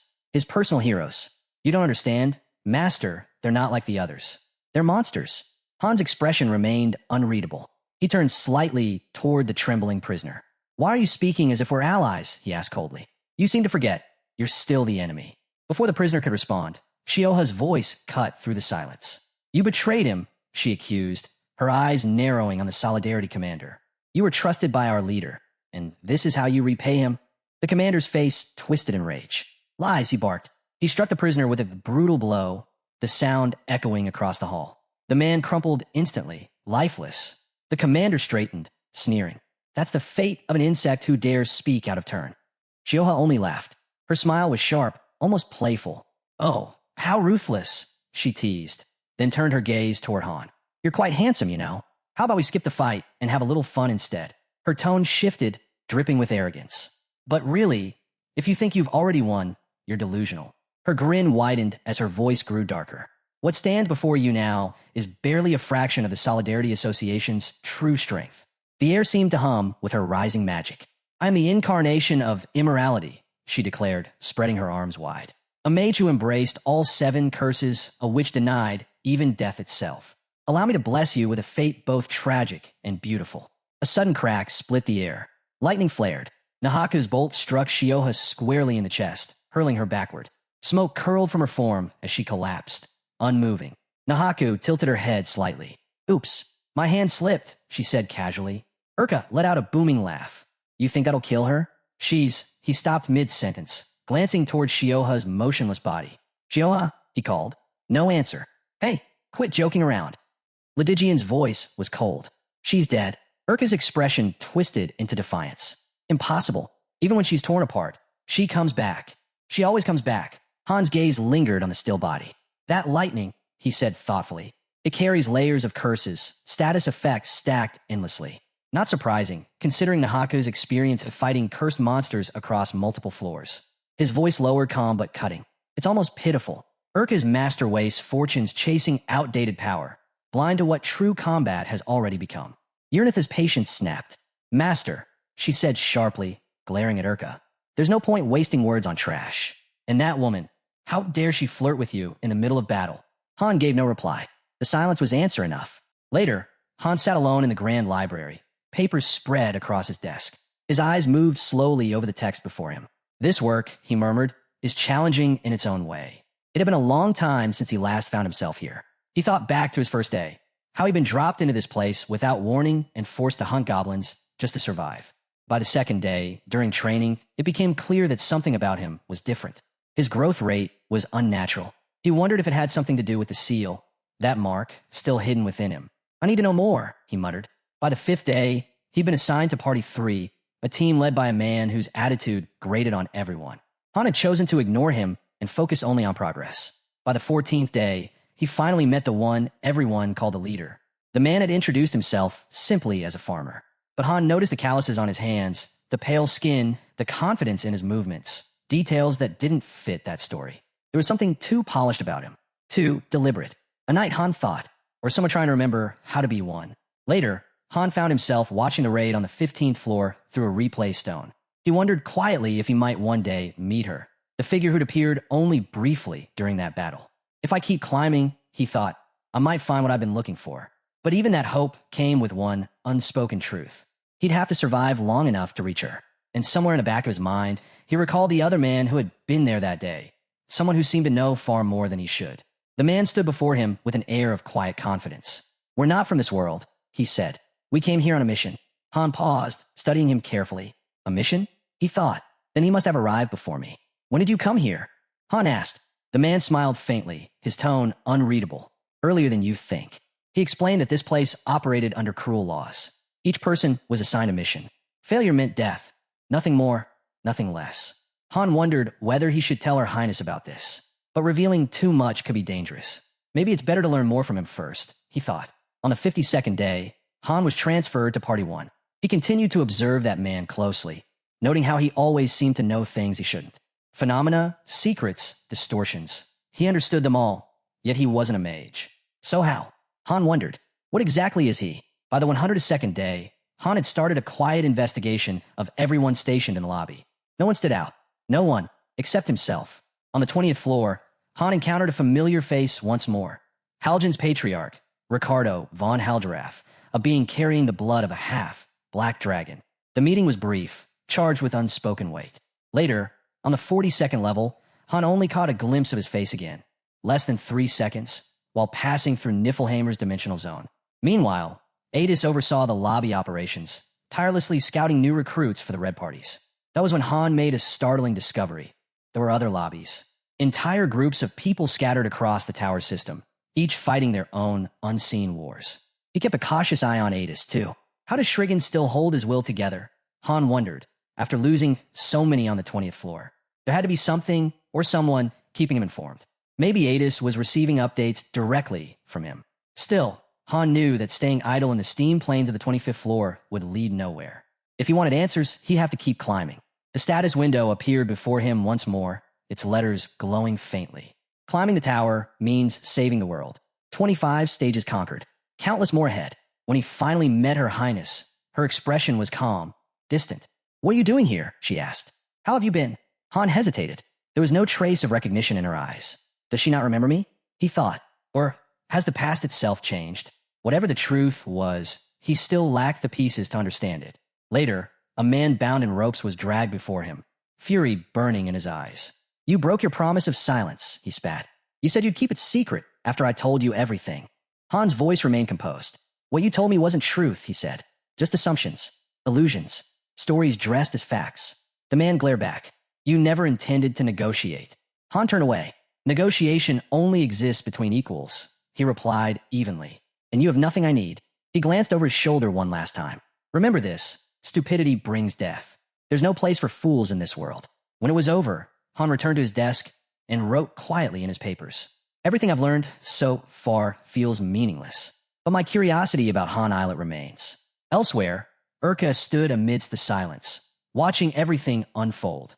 His voice was low, uncertain. Who are these people? Beside him, Shioha lay motionless, her body still and pale. Uranith's eyes narrowed. So, Urka, she said, when will you show us the true power of your so-called Solidarity Association? Urka threw his head back and laughed, the sound echoing through the chamber. In the association, he sneered, women only exist for appearances. He raised his arms dramatically. Now, watch closely. I'll show you true power. His grin widened as he looked at Han's group. You'll make a fine addition to my collection. In fact, the four of you combined would be perfect. His voice dropped into a growl. Come forth, my arm of mortals. Devour them all. Before the command could be completed, a sharp explosion cracked through the air. A figure, one of the master soldiers, lunged from behind and struck Urka with unexpected force. Urka staggered back, eyes blazing. What? What sorcery is this? Uranith answered without even looking up. Nothing worth mentioning. At that moment, a new presence appeared. A flash of movement, and an enemy's arm hit the floor. Standing behind him was Nord. Lydigian's eyes narrowed instantly. Nord, Vice Master of the Solidarity Association, the butcher of the Barts Union. Nord said nothing. His quiet composure was more terrifying than Urka's madness. Urka glared at him. If you're really Nord, he barked, prove it. Show your power. A heartbeat later, Urka's body shattered, crushed and torn apart in a single blow. Nord didn't even blink. Lydigian turned sharply. Uranith, prepare yourself. Things are about to get rough. Understood. Uranith replied, her tone measured. That man isn't a typical 6-star. He's beyond that. He's a 7-star candidate. Lydigian frowned. Synthesis? He performed it himself? Uranith nodded. Exactly. A true 7-star can perform synthesis without assistance. I had to use the Book of Reversal to reach that level. But even after years of searching every forum, I never found another copy. It's tied to the Transcendental Advent Dungeon, the reason I came here in the first place. So Nord the real thing? Lydigian asked. Not fully stable yet, Uranith admitted. But yes, he's genuine. A sudden burst of messages filled the screen, scrolling rapidly across the command interface. Loki, where did Kaiser find that hero? Tell me, or I'll kill you myself. Kaiser, none of your concern. Then the screen erupted with chaos. Nord had resumed his attack. The battlefield was swallowed by a surge of power. Nahako leapt into the fray, grinning. Feels like the Three Musketeers, but with cockroaches. Guess my lightning's perfect for extermination. Before she could unleash another strike, Lydigian raised a hand. Wait, we could get useful information out of them. Nahaka sighed. Doubt it. These guys don't look like the talking type. Nord laughed amid the storm of energy, his form growing more monstrous with every pulse. You'll all be digested soon enough, he shouted. The more you fight, the stronger I become. Soon, I'll be whole again. Blasts of power tore through the area. The ground cracked. The sky seemed to warp. And through it all, Uranith stood calmly beside Han, setting down a tray. Master, would you prefer coffee or Earl Grey? Han didn't look away from the battle. Coffee, he replied. As he took a sip, his eyes tracked the data on the display. Nord's level, he murmured, has already risen to 16. Nord stood tall amid the wreckage, his laughter ringing out. I can feel it. I'm evolving, he shouted. This world, every last one of you, will kneel before me. The numbers beside his name flickered violently. Level 164. Han sipped his coffee again, watching with faint surprise. Strange, he muttered. His level rises every time he heals himself? That's not a normal trait at all. He lowered his cup, eyes narrowing. What exactly are you, Nord? Uranith's eyes narrowed as she studied the data flashing across the screen. It's not just his level that's rising, she said. His resistance increases with it. Nahako, sitting beside her with a mug in hand, took a sip and instantly grimaced. What is this? It tastes like dirty water. That's coffee. Uranith replied evenly. It's a product from Earth. Nahaka stuck out her tongue, clearly unimpressed. Too bitter. I don't get how anyone drinks this stuff. Across from them, Han Islet quietly watched Nord, who was regenerating amid the wreckage. So his level and resistance both increase with every recovery. Han thought, no wonder he managed to wipe out an entire guild on his own. Uranith turned toward him with a faint smile. Master, how does the coffee taste? I brewed it myself. Han looked down at his cup. Sweet, he said simply. Uranith nodded, clearly pleased. Then I'll make sure to perfect it next time. Their calm conversation was abruptly interrupted by Nord's enraged roar. Are you seriously having a tea party while I'm about to kill you? Without missing a beat, Uranith raised her hand. A shimmering wall of magic appeared between them and Nord. Don't interrupt, she said coldly. Nord slammed into the barrier, but the wall pulsed with energy and hurled him backward. Lydigian stepped forward, his hand already gripping his sword. Master, permission to engage? Wait, Uranith said smoothly. Let the master finish his coffee. Ledigian smirked. I was going to attack him anyway. His eyes flashed. Time to die, Nord. The battlefield was a graveyard of the fallen, the air thick with smoke and scorched earth. Nord's level surged again, 176. Uranith's expression turned analytical, her lips curving in mild amusement. Fascinating, she murmured. What an intriguing ability. She gestured toward the intern. Record everything. This is valuable data. Yes, ma'am, the intern replied, quickly activating her recorder. Uranith continued jotting notes. He's even capable of transformation. Yes, he can transform. Meanwhile, Nord roared, unleashing another wave of energy. Uranith calmly observed. The test subject's resistance to slashing seems capped at 90%. Ledigian parried the attack and sneered. Pathetic. The intern, watching wide-eyed, blurted out, 90%? But he's still cutting through him like nothing. Han ignored the noise around him, sending a message across the network. Last warning. Tell me where you obtain Nord. Silence. No response. So, Han thought, either they can't talk or they won't. Ledigian's sword blazed with light as he unleashed a flurry of strikes. Each blow tore deeper, faster, until the explosions drowned out even Nord's screams. Nord's level spiked once more, 185. Uranith adjusted her notes. That must be the limit. Han nodded slightly. Agreed. His growth has stopped. End it. I'm starting to feel sorry for him. With a single step, Ledigian vanished from view. A split second later, a final slash cleaved through the air, and the battle fell silent. Nord collapsed, his energy dispersing into ash. Ledigian turned, wiping his blade clean. That was dull, he said flatly. It's over. Han gave a faint nod. Good work. The remaining flames flickered out across the field, leaving only silence, an eerie calm after the storm. Nahaku crossed her arms and gave Ledigian a sly look. You're only acting calm because Master's here, she teased.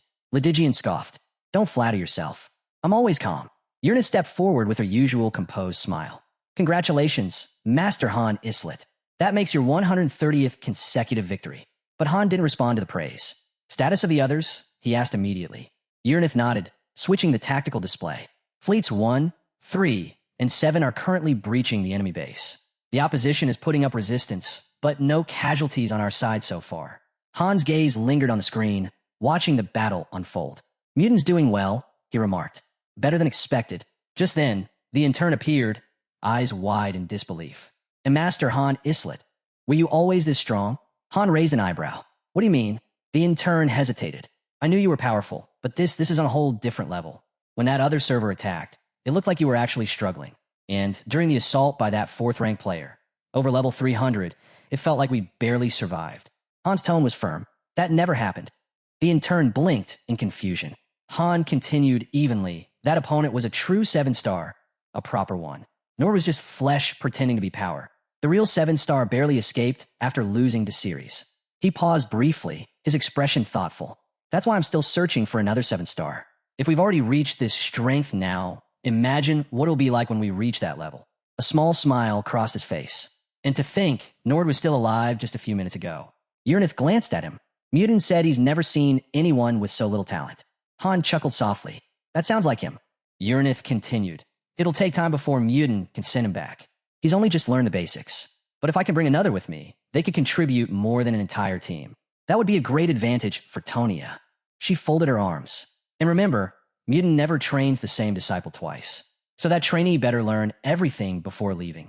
After the cleanup was completed, Han returned to Brynhilde, planning to remain there until the post-battle analysis results were finished. In the meantime, he handled a few tasks in Fiffelheimer, while Uranith oversaw the research operations. At her console, Uranith opened the Master Han Isla control window, arranging assignments and reports in a precise, methodical order, just as Han himself used to do back on Earth. Whenever time allowed, Han trained with Ledigian. Their duels were fast, brutal, and controlled only by discipline. During one such session, Ledigian wiped his blade clean and smiled faintly. That technique you used earlier was incredible, Master. Han tilted his head. You mean the Exceed technique? Ledigian nodded. Both that and the destructive sword spirit. The difference in power is enormous, but still, I managed to push you back a few steps. He let out a quiet breath. Even with my stats adjusted for balance. That's no small feat, though, honestly. He smirked tiredly. I feel like I might die from the effort. Han gave a rare, quiet laugh. If you still have the strength to talk, you'll live.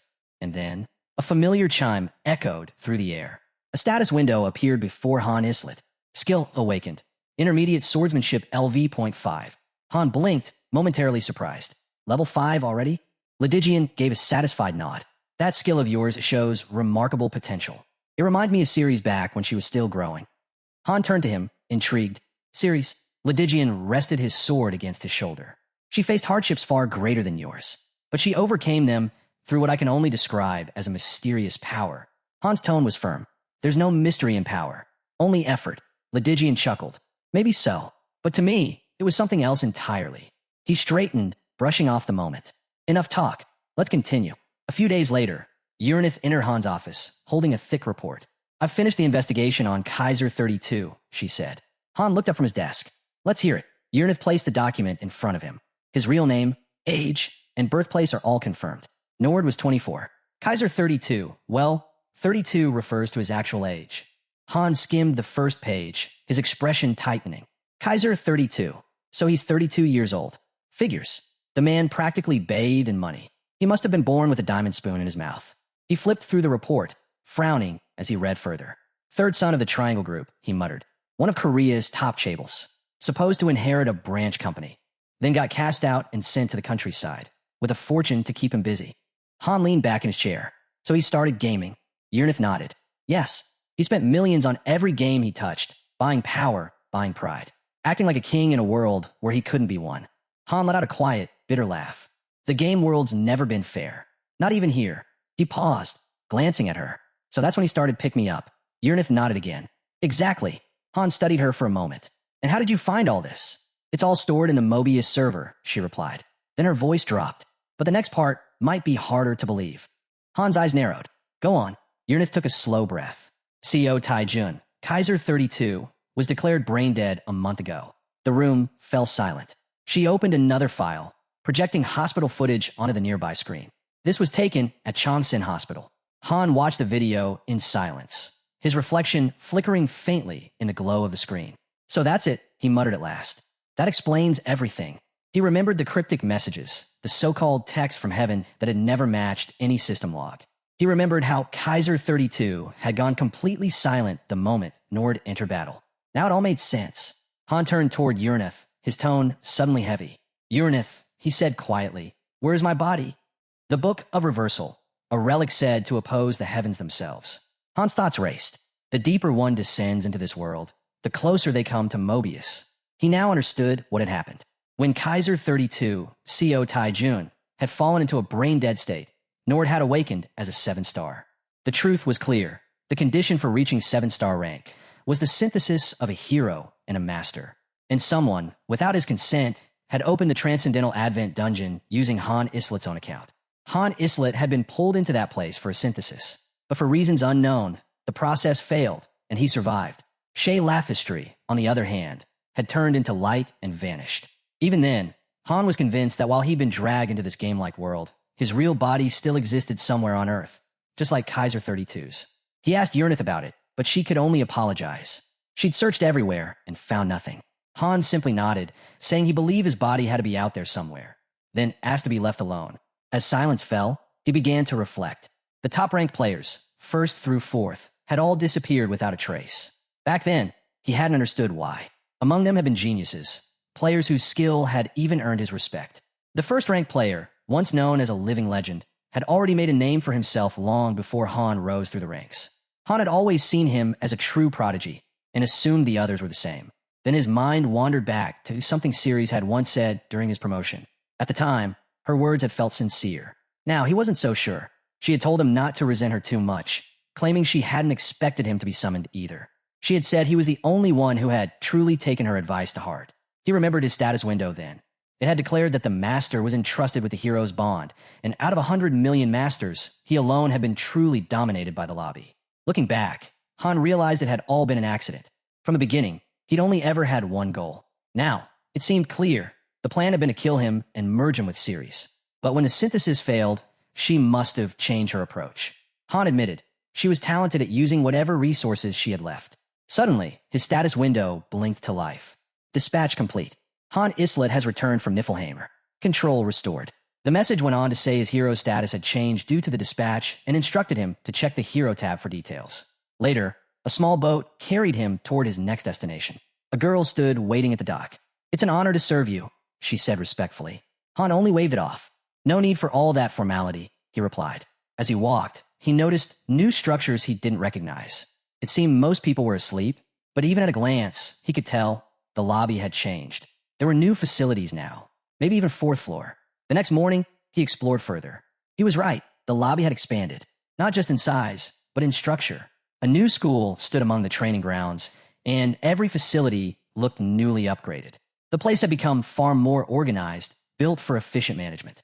The dormitory on the fourth floor had also been transformed, upgraded to dormitory level 6.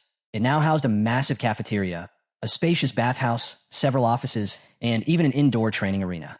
Each party had its own private mansion, fully staffed with helpers to maintain them. The chef, he learned, was a veteran, a man who had been cooking since long before the summoning began. The butler and servants had once climbed as high as the 20th floor rankings, but after hitting their growth limits, they chose to shift into support roles instead. Normally, heroes who stopped progressing were marked for synthesis, but Narissa had quietly rewritten that rule. She decided that those who kept working hard, even after reaching their ceiling, deserved rewards. It was her way of keeping morale alive. Up on the rooftop, a few voices discussed the lobby's swelling population. Someone remarked that there must be over 300 people now, even after all the deaths and syntheses. Another replied that the losses had already been made up for. Narissa stood beside Han Islet, explaining that the increase in tower climbers had brought in far more gold than before. "We're running 10 standard summon sessions every day," she said proudly. Han frowned slightly. "That still won't be enough." She nodded. "You're right. There are gaps in the system. Many lobbies are collapsing after Harura wiped out the nearby sectors. Skilled heroes, support specialists, all just wasting away. Their resources left to rot." She went on to say that they had taken an airship across 6 different lobbies to scout for talent. Han listened quietly, recognizing that her approach was far more strategic than mere plundering. Narissa explained that she had originally planned exploration runs, but the nearby lobbies had already been claimed by others. So instead, she revived this plan of targeted scouting. "It shouldn't cause any issues," she added confidently. Han couldn't help but think. Leaving the Vice Master position to Narissa had been the right call. She was handling things far beyond his expectations. Her foresight reached far ahead, seeing opportunities others missed. "There are still countless untouched lobbies," she said. "We'll keep recruiting until the next climb." Han gave a small nod. He had underestimated her. He hadn't expected her to achieve this much, this quickly. If those lobbies' masters have already abandoned them, there's no reason for anyone to complain. She continued, her tone calm but firm. Then she turned to leave. "I'll explain the rest on the 3rd floor." And with that, she walked away. Elsewhere, Maribel was in the middle of combat, training against a massive monster. The lead trainer barked orders, her voice echoing through the hall. "Hold formation. Don't fall back. Stick to your drills." Another instructor, standing behind her, shouted, "Why aren't you taking the shot, Maribel?" Maribel hesitated, gripping her bow tightly. "I'm scared I'll hit someone," she confessed. She raised her arrow and tried again, but her aim faltered. I just can't do it." The second trainer snapped. "This is only the 9th floor. If you're struggling here, how do you plan to survive higher up?" Maribel bit her lip. "I've never done anything like this before," she protested. Moments later, the order came down. Everyone was to retreat. The instructors would finish the fight themselves. Later, in one of the mansions, a brown-haired girl leaned against the wall with a teasing grin. "I heard you failed again, Maribel." Maribel sighed. "I just can't fight those monsters. The training alone is already too much." The girl shrugged. "Well, I heard the gathering team's looking for new members. Maybe try that instead." Maribel groaned. "Why do I even have to do something that annoying? I'd rather work a civil service job. I've trained under enough tutors for that." The brown-haired girl wished Maribel luck as she stood to leave. "Where are you going?" Maribel asked, glancing up from her seat. "I picked up a craftsmanship skill," the girl replied with a grin. "I signed up for the education course on the 2nd floor. I'm getting into accessory making." Before Maribel could respond, another girl joined them. "Hey, don't look so gloomy," she said cheerfully. "If we clear the 12th floor, we can make it to the 2nd. Maribel stared at her in disbelief. "You're serious?" The brown-haired girl frowned slightly. "I heard they make you kill people up there." The room fell quiet. Meanwhile, in another part of the lobby, Han Islet stood beside Narissa as a crowd gathered around them. He turned to her. "You're telling me all these people were born as 3 stars?" Narissa nodded. "Yes. The master summoned several advanced heroes this time." Murmurs rippled through the onlookers. Whispers spread fast. Some wondered if that man standing next to Narissa was really the main character. Agarwal scoffed quietly. "He looks pretty normal to me." Narissa ignored the chatter and continued. Everyone in the newly formed Party 5 was indeed born as 3-star. The raid squad now has 6 parties total, all above level 20. In about 3 weeks, they'll be at full readiness. Han's gaze shifted toward 2 men standing off to the side. What about them? Are they stationed here on the 3rd floor, too? One of them smiled faintly. Been a while, hasn't it? Narissa explained. They survived the 35th floor, but their skills weren't quite enough to qualify for the 4th. Ryman and Liculin are no longer part of the raid squad. They're leading a new group now. It's called the Sector Patrol Squad. Patrol? Han asked. She nodded. Yes. With airships in operation, we need bodyguards to protect them. Before he could respond, a blinding beam of light split the air. Han shielded his eyes. What is that? An advanced hero summoning, he realized aloud. If the newcomers prove themselves, he added, we'll take them in. Narissa confirmed it. Yes, the summoning is in progress right now. Depending on their potential and disposition, some advanced heroes may start on the 1st or 2nd floor. It's a waste, really. Some could have become powerful if they'd been summoned earlier. Han nodded thoughtfully. We've lost too many. Advanced summons are the only way to make up for it. As the radiance faded, the new heroes came into view. The system displayed their information one by one. Han Islet, level 1 class, novice. Strength, 10 tenths. Intelligence, 10 out of 10. HP, 10 tenths. Agility, 10 out of 10. Skills, none. Next appeared 8 is called level 1 class, thief. Strength, 13 thirteenths. Intelligence, 10 out of 10. HP, 14 fourteenths. Agility, 17 17ths. Skills, basic dagger technique, LV.3. Basic archery, LV.1. Nimble movement, LV.1. Then came Ialka Rival Strasher, level 1, class, magician. Strength, 7 sevenths. Intelligence, 31 31sts. HP, 80 80ths. Agility, 7 of 7. The summoning light dimmed, revealing 2 more figures among the new arrivals. Shay Lathistry appeared as level 1, class, knight. His stats glowed clearly in the system window. Beside him stood Kishasha Vikshavi, level 1, class, half-beast, with her own full set of attributes displayed. Han Islet studied the data quietly. Advanced heroes always started with powerful advantages. That much was undeniable. It was why they could climb the tower so quickly. But now that the system had matured, he knew they could no longer dominate the lobby as they once might have. He recalled the voices of past advanced heroes. One who had said, confidently, that he already understood Han's intentions without needing words. Another who had laughed and shouted that they should just go wild. Thinking about it now, Han realized there was no real danger in summoning many advanced heroes at once. Not anymore, not on the 3rd floor. The balance had shifted. A report soon arrived. The 3rd floor had successfully climbed to the 21st floor, with 10 members holding the top manager ranks and serving as the primary attack squad. The 2nd floor had reached the 12th floor, staffed by 100 workers, trainers, gatherers, miners, builders, cooks, and administrators. The 4th floor was home to 2 elite parties, 10 people total, supported by specialized workers and 2 chefs who could move freely between levels. Meanwhile, the 1st floor held a large group of 150 trainees. Han reviewed the data and gave a small nod. Even the 2nd floor is pushing hard, he said. Looks like the system's doing exactly what it should, motivating everyone below to climb higher. Narissa stood beside him, her voice calm and sure. It's far more efficient than synthesis, she explained. As long as they keep working, each person can choose their own path. I made sure of that. Han glanced at her and gave a faint, knowing smile. You've done better than I expected. Before she could respond, a sudden commotion erupted nearby. Stop right there.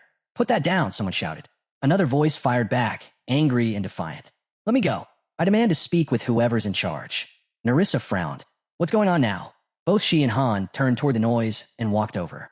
There, they found Maribel, the same girl from before, standing with a boy at her side. The boy was shouting, calling her reckless and foolish. Maribel, ignoring him, straightened her posture and spoke loudly. My name is Maribel Strauss. How dare you treat the daughter of a noble house this way? Han blinked, confused. Noble? He looked to Narissa. What does that even mean? Narissa sighed. She doesn't have any special skills or a proper class. I checked her data myself. No magical talent, nothing combat ready. Just spoiled. Han exhaled through his nose. So all nobles are like that, huh? He turned to Maribel. Then start training. Wait, she shouted, voice rising with frustration. Han thought to himself that, at least compared to Yalka, Maribel ranked fairly high in potential. But out loud, Maribel's eyes widened. I'm not someone to be thrown away in a place like this, she cried. At least listen to me. Her voice echoed through the hall, defiant but trembling.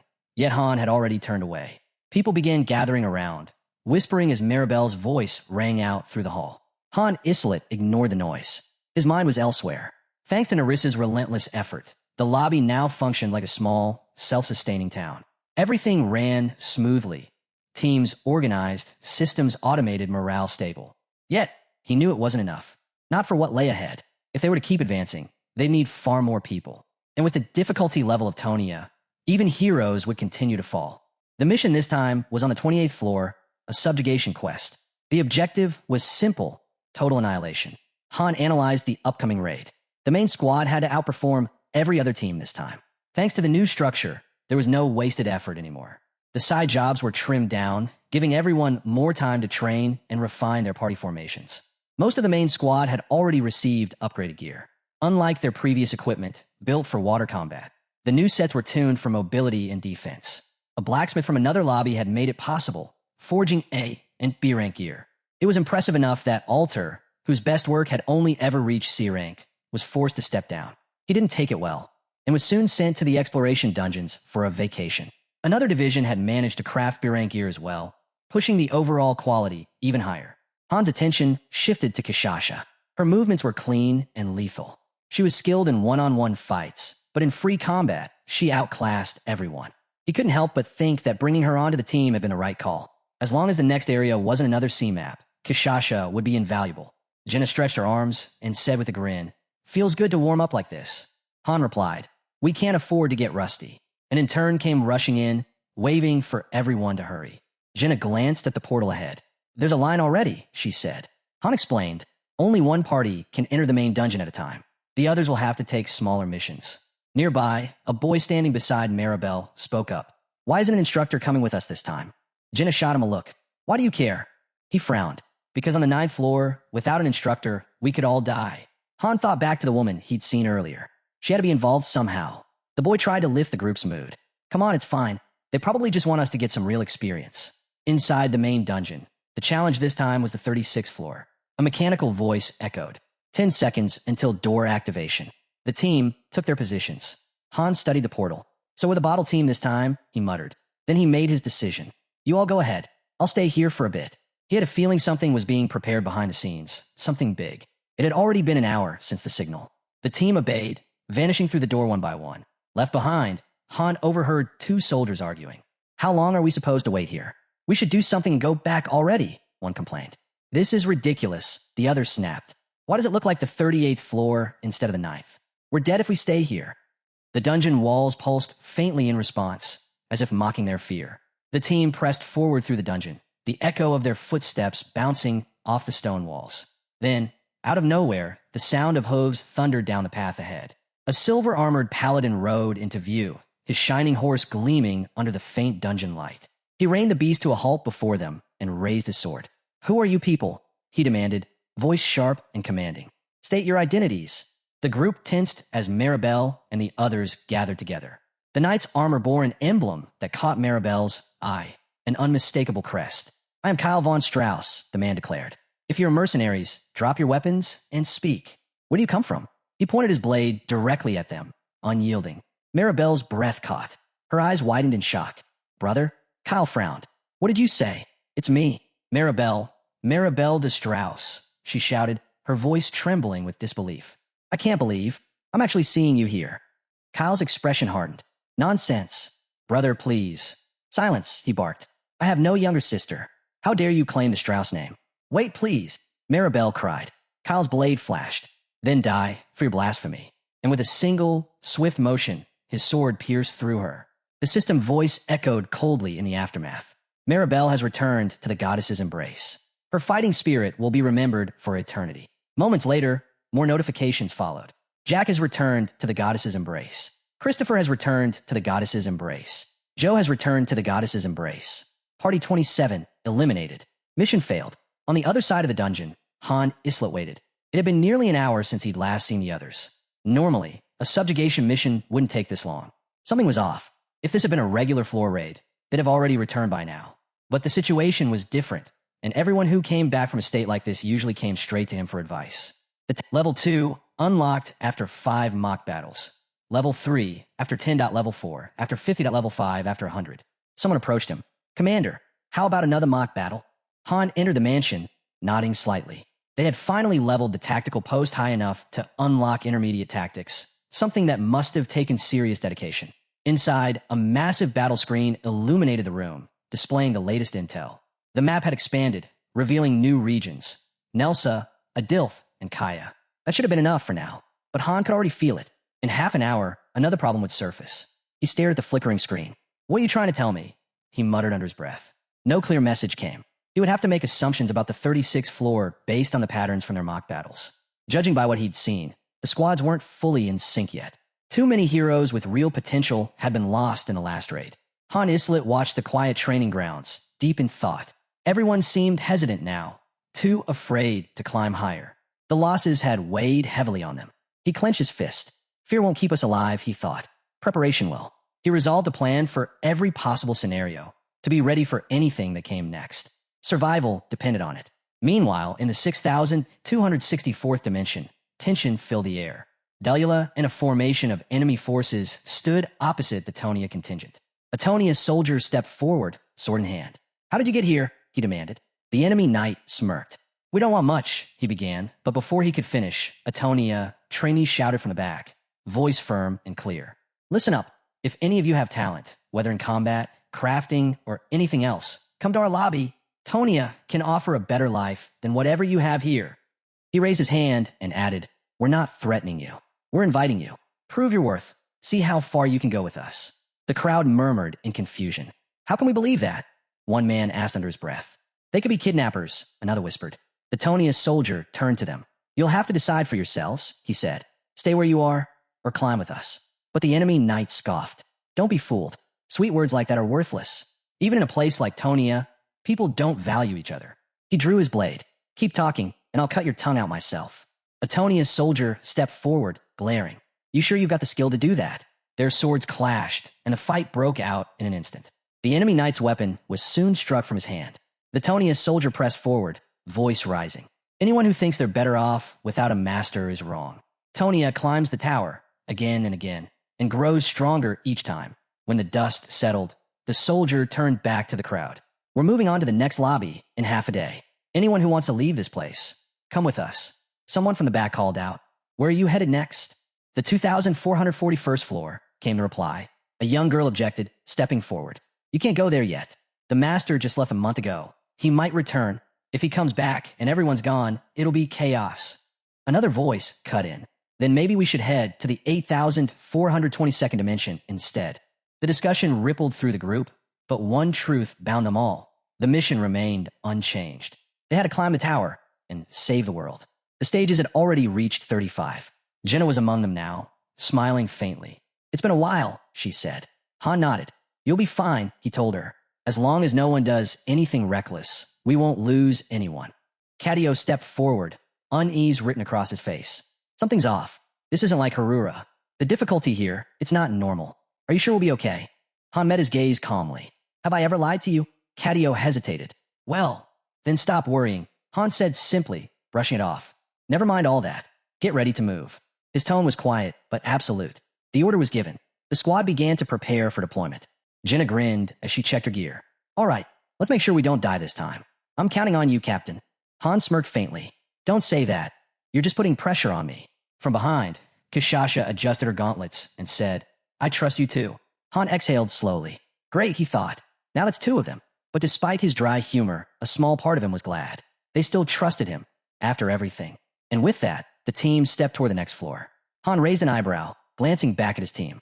"I just told you not to trust me," he said flatly. "So, if any of you end up dead, don't come blaming me later."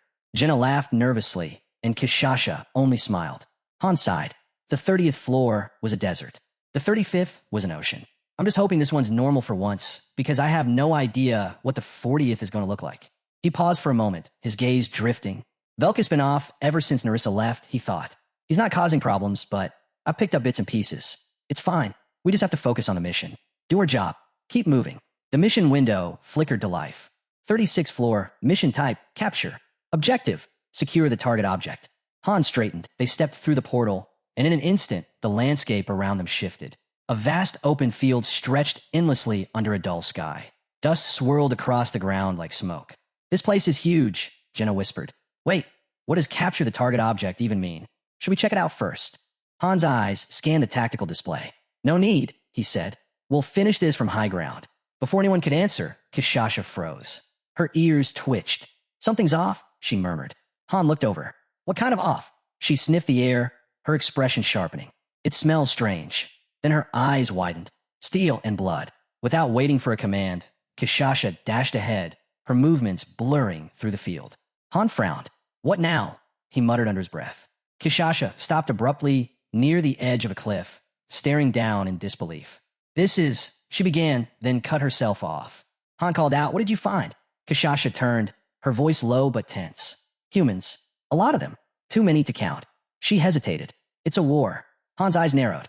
A war. Yeah, she said. No idea who they are or why they're fighting. Who could even know something like that? Han thought to himself that Narissa might have. She always seemed to know more than she let on.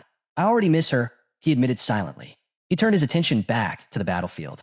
One army outnumbered the other several times over, and their banners carried a familiar emblem, the Order of the Goddess. Cadio approached, frowning. We can't get through. The entire path's blocked by the battle line. Then we'll find another way around, Han replied. We need to see the full picture first. Figure out the exact objective before we move. Jenna winced as she looked across the carnage. This is awful. Kishasha covered her eyes. There's too much magic. It's blinding. That doesn't help, Han muttered. Let's pull back. Somewhere we can actually think. As they withdrew, Han's mind replayed the data on this floor. The 36th floor raid had already claimed multiple squads. A low-level team went in first, wiped out. Then 3 more teams followed, each made up of heroes up to 3-star rank. None had survived. For teams. Gone. He clenched his jaw. For teams might not seem like much now, he thought grimly. But losing that many people on one floor, that's no small thing. The field of war stretched endlessly before them, silent except for the echo of distant blades.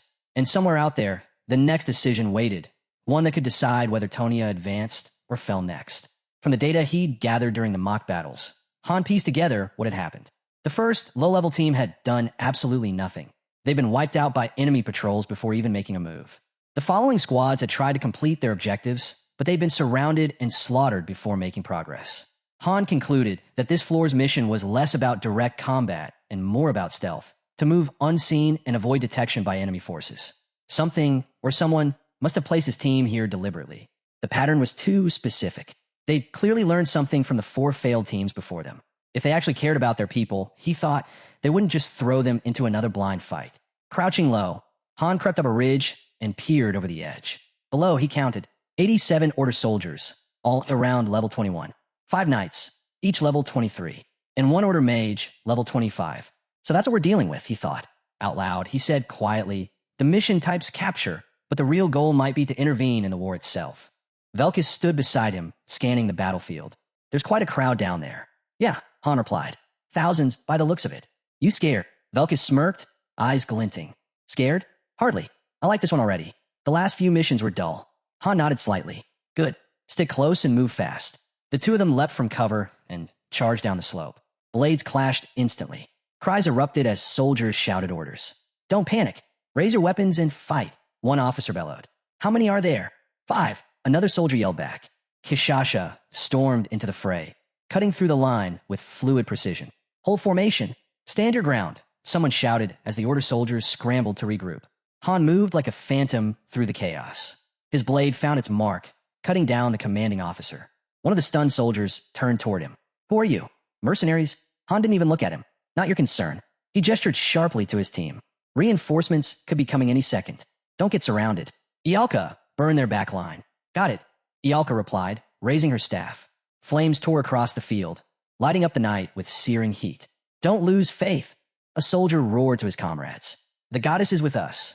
The Order troops rallied, shouting as they charged the advancing heroes. Then a new voice rang out, deep, commanding, and familiar. How dare you attack while I was gone? The soldiers parted, and a silver paladin rode forward on a glowing horse. His armor blazed with divine. I am Kyle von Strauss, the silver paladin who bears the radiance of the goddess, he declared. If you stand against her, you will face my blade. Han froze for a brief second, locking eyes with him. Kyle's expression hardened. So, we finally meet again, he said. I could never forget that face. Do you remember, Han Islet? The duel on the stairs, the sacred battle of our lives. The air between them thickened. the sound of battle fading as the two men faced each other, past and present colliding under the shadow of the goddess's light. Han narrowed his eyes as the silver paladin fixed his gaze on him. "What are you talking about?" Han asked flatly. Kyle raised his shining sword, divine light reflecting off its blade. "Don't play dumb. You can't have forgotten our fateful meeting at the White Silver Hall." Han frowned. White Silver Hall? Duel? Stairs? None of it made sense. But as Kyle continued to speak, flashes of memory began to flicker in Han's mind. Blurred images of a grand hall, the clash of steel, and that same silver armor gleaming beneath torchlight. He closed his eyes, letting the fragmented memories surface. "So it was him. It's been 5 years," Kyle said, his voice steady but burning with emotion. 5 years, and I've never forgotten." Before he could say more, Kishasha darted forward in a blur of movement. Her blade struck before Kyle could react, and the paladin was thrown back, crashing to the ground. Velkis looked over, raising an eyebrow. "You know that guy?" Han shook his head. "No idea who he is." Velkis scoffed, turning back to the battlefield. "What a disappointment. That was dull. These guys are weak. Nothing like the fights we used to have." Jenna crossed her arms. "Or maybe we've just gotten stronger," she said with a faint smile. "Strong enough to feel more like weapons than people." Then she hesitated. "Though, I don't really feel that way." Cadio suddenly called out, waving them over. "Hey, take a look at this." The group gathered as Cadio pointed toward a stash by the fallen soldiers. Hundreds of mana potions, neatly packed in crates. "Well," she said, "someone conquered a lot before we got here." Han stared at the supplies. A realization clicked his mind. This isn't a raid. The setup, the enemy layout, the potion reserves, it wasn't meant for large-scale assault. This mission had been crafted for mages. He pieced it together quickly. A battlefield scenario. Both sides locked in war. We were dropped on the losing end, meant to turn the tide from below. Han exhaled quietly, gripping his weapon. "So that's it," he murmured. "A large-scale battle. One where we're supposed to stand at a disadvantage and still win." Han and his party had just completed the raid mission on the 36th floor, successfully capturing the designated supplies. Expecting to be returned soon, Han said that the mission seemed finished and that once they were back, he would need to organize all the information they had gathered. Suddenly, a system window appeared and interrupted everything. The mission type had shifted to unknown, and the objective was also marked as unknown. The entire party froze in confusion. Jenna asked what was going on, wondering whether the mission wasn't actually over. Kishasha replied that the system literally showed the word unknown. They suspected this might be an extra mission, possibly the real reason the advanced squad sent before them had been wiped out. Those teams had probably been forced to figure out the objective on their own. A confusing situation that could easily have led to their deaths. Jenna looked at the protagonist and asked what they should do next. Standing on a cliff overlooking a vast battlefield torn apart by war, Han said they had no choice but to explore. He suggested that if they went down and examined the battlefield directly, they might uncover something useful. The view widened, revealing a massive conflict unfolding in the valley. Two armies were locked in a full-scale battle. One side was the Telekar cult, followers of the twin goddesses. The other side was the Asini's family, loyal to Phriases. The cult forces held the upper hand, relying on their overwhelming numbers and using a classic hammer and anvil formation, with infantry pushing from the front while cavalry struck from behind. Han noted that the cult's magical bombardment would soon stop since his party had destroyed their mana potions during the earlier mission. Still, he knew it wouldn't affect the outcome. Steel clashed, banners burned, and the valley turned into a harsh battlefield. His sense for warfare could already read the pattern. Defeat was coming. The cult's control was absolute. He recalled that when they were first summoned, the Asini's forces were already close to collapse. Watching the scene now, he saw that the battle was entirely one-sided. The Asini's army had few soldiers, even fewer mages, and their formation was broken. There was no chance for them. Jenna commented that they definitely could not go down there. Han agreed and told her she could try if she was curious, and she quietly backed off. With nothing else to do, he decided the safest approach was to stay where they were and observe. He finally understood why the previous squads had failed. Some ran in panic and were spotted by scouts, while others tried to interfere and were wiped out. For his group, the best tactic was doing nothing. Sometimes surviving required more effort than fighting, especially when the battlefield below made it seem like they should jump in. They stayed and watched, looking for any sign or clue.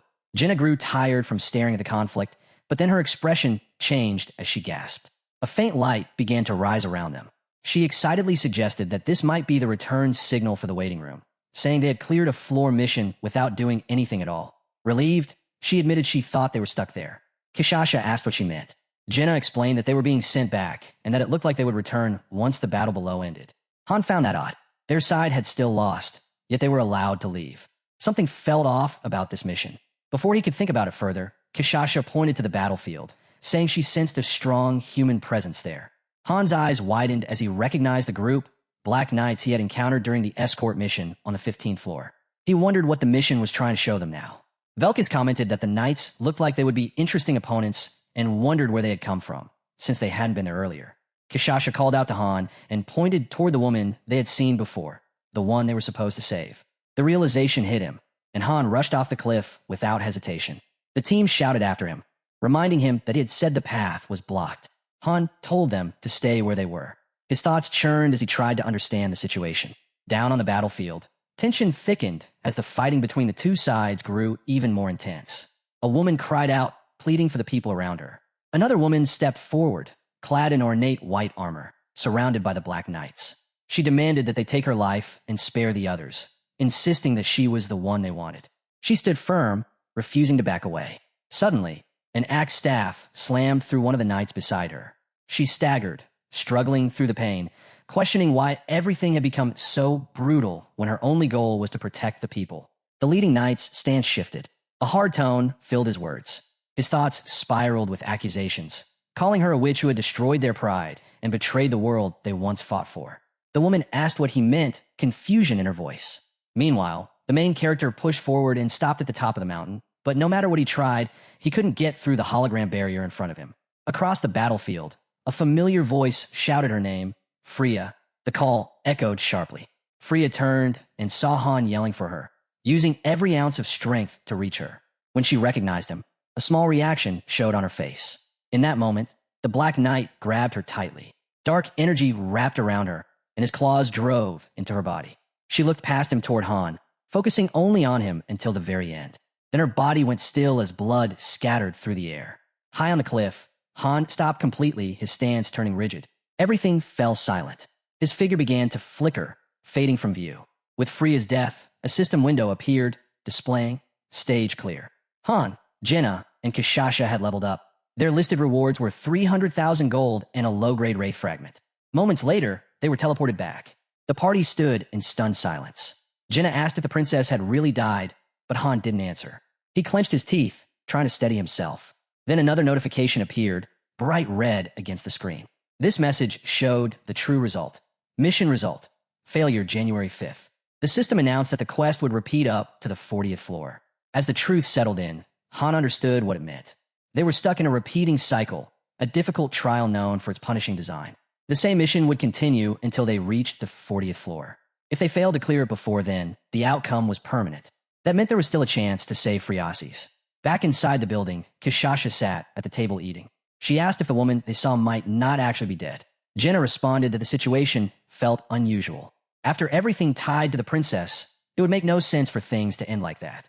She reasoned that time and space didn't really apply inside these missions. Maybe they'd been sent back to a point when she was still alive, giving them another opportunity to change her future. Han said he was sure she would not die that easily.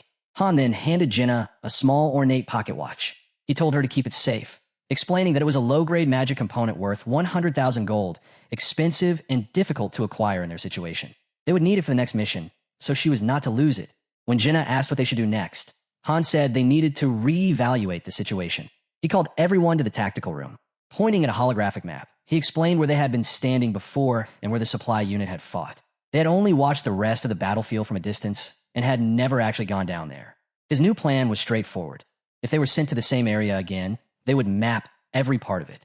The next day, Party 1 gathered again. They teleported, and the system confirmed their position on floor 37. The mission type and objective were still marked as unknown. The air was thick with the scent of blood and iron. They had returned to the beginning. Han immediately began the plan. He told Jenna to check the time and assigned her to track the entire mission from start to finish, noting every event so they could identify future branching points. She would not be fighting in this cycle. He then turned to Kishasha and said he was counting on her. She told him to trust her and acknowledged her place in the Storm Squad. She would scout the field, meaning she was also out of the mission. Unknown again, but this time they had a stopwatch, a map, and a grudge. The field was unchanged, but the players now understood the rules better. Cadio was assigned to observation, linking his sight with Kishasha's and Jenna's view, all of it recorded into a magic stone. This left only Han and Velkist available for combat. As the team carried out their roles, Han looked out toward the far sky. If this mission really looped, it explained why Eniton had sent multiple squads earlier. He wondered if this was the message Eniton had tried to deliver through the mock battles. Han remembered Friasi's final moments and considered a grim possibility. He wondered how many times she had died in the tower already, and how many more times she would have to die before the curse broke. The scene shifted as a carriage moved toward a battlefield, with soldiers marching in orderly formation. At the rear, two soldiers suddenly heard a faint sound behind them. One mentioned hearing something odd, but the other denied it, saying he heard nothing. Before either of them could react, both had their throats cut. Something incredibly fast had moved past them, ending their lives instantly. Seconds later, another soldier nearby demanded to know who they were. Two swords appeared at his neck. He introduced himself as Kyle von Strauss, the Silver Paladin and executor of the goddess's judgment. His declaration was cut short as he and his men were taken down in a swift and unrelenting attack. The attackers were revealed to be Velkist and Han. Han said that by destroying the enemy supply line, they could delay their allies' deaths for a short time. He urged Velkist to hurry so they could eliminate the remaining enemies quickly. Soon after, the ground was covered with fallen soldiers. Han and Velkist had taken horses from the battlefield as well. Han instructed Velkist to move to the left and check how far the barrier reached, the same barrier blocking entry to the battlefield. Velkist agreed and headed out immediately. As Han left, a system notification appeared, listing two new acquisitions, Gandalf and Saruman, the names given to the horses they had taken. Meanwhile, Cadio watched the battlefield through his magic. Han asked if the communication network was ready, and Cadio confirmed it was complete. Han told him to connect to Kishasha.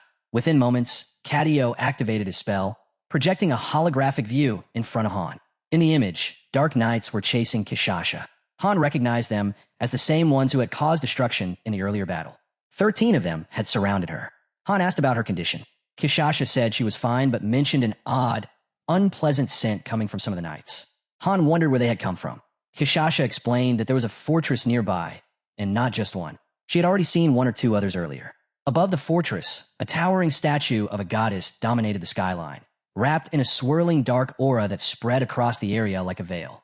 Seeing just how serious things had become, Han noticed several more fortresses in the distance and asked whether Kishasha could slip past those chasing her.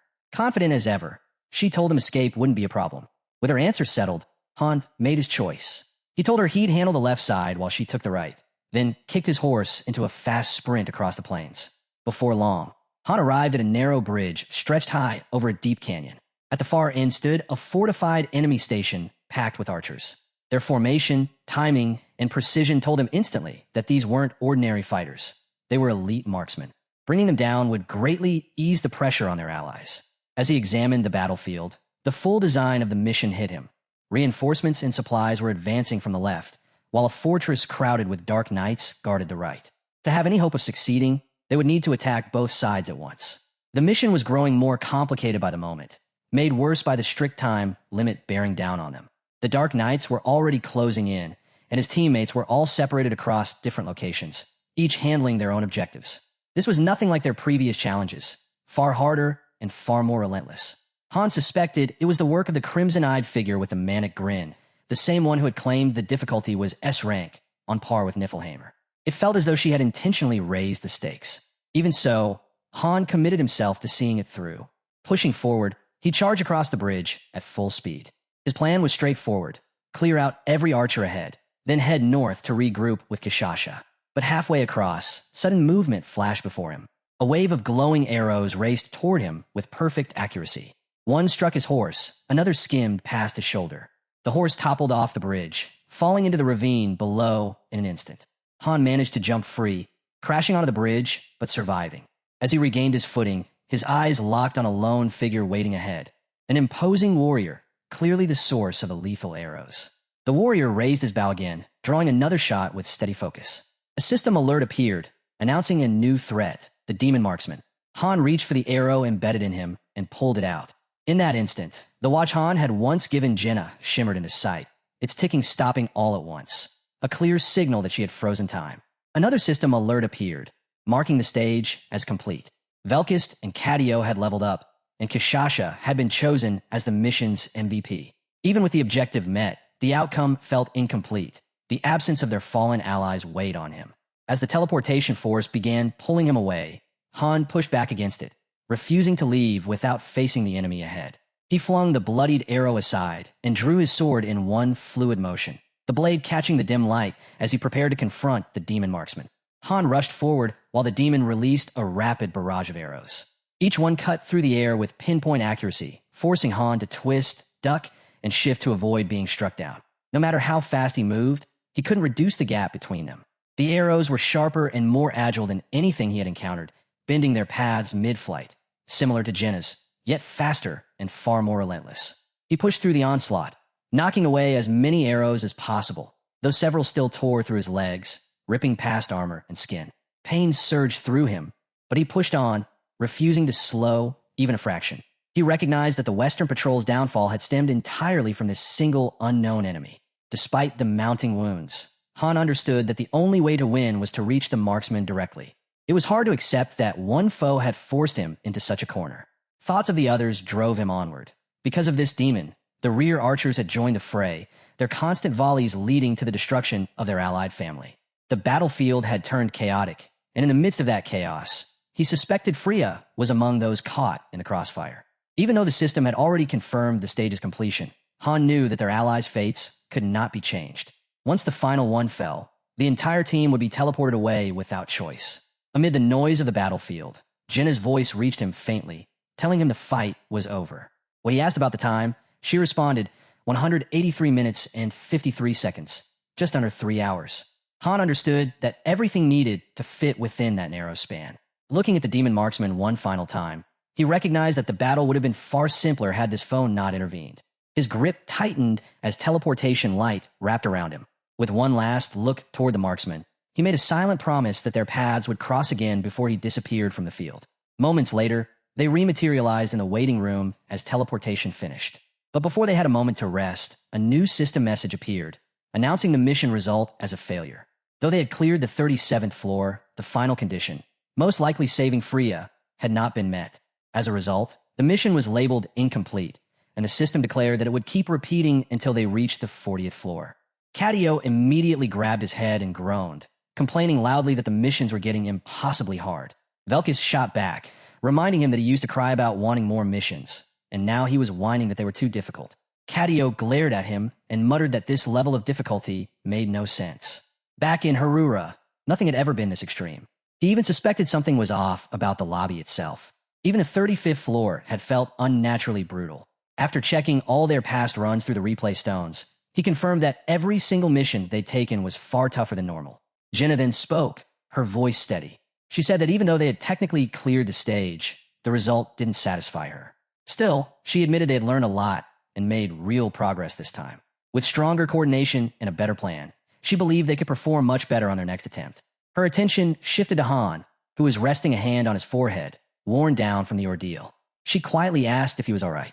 He answered that he was just tired, but deep down, he understood the truth. The real battle was only beginning. 100 more floors awaited them, each one filled with harsher trials, heavier threats, and relentless pressure. Kishasha then asked if they were having a meeting.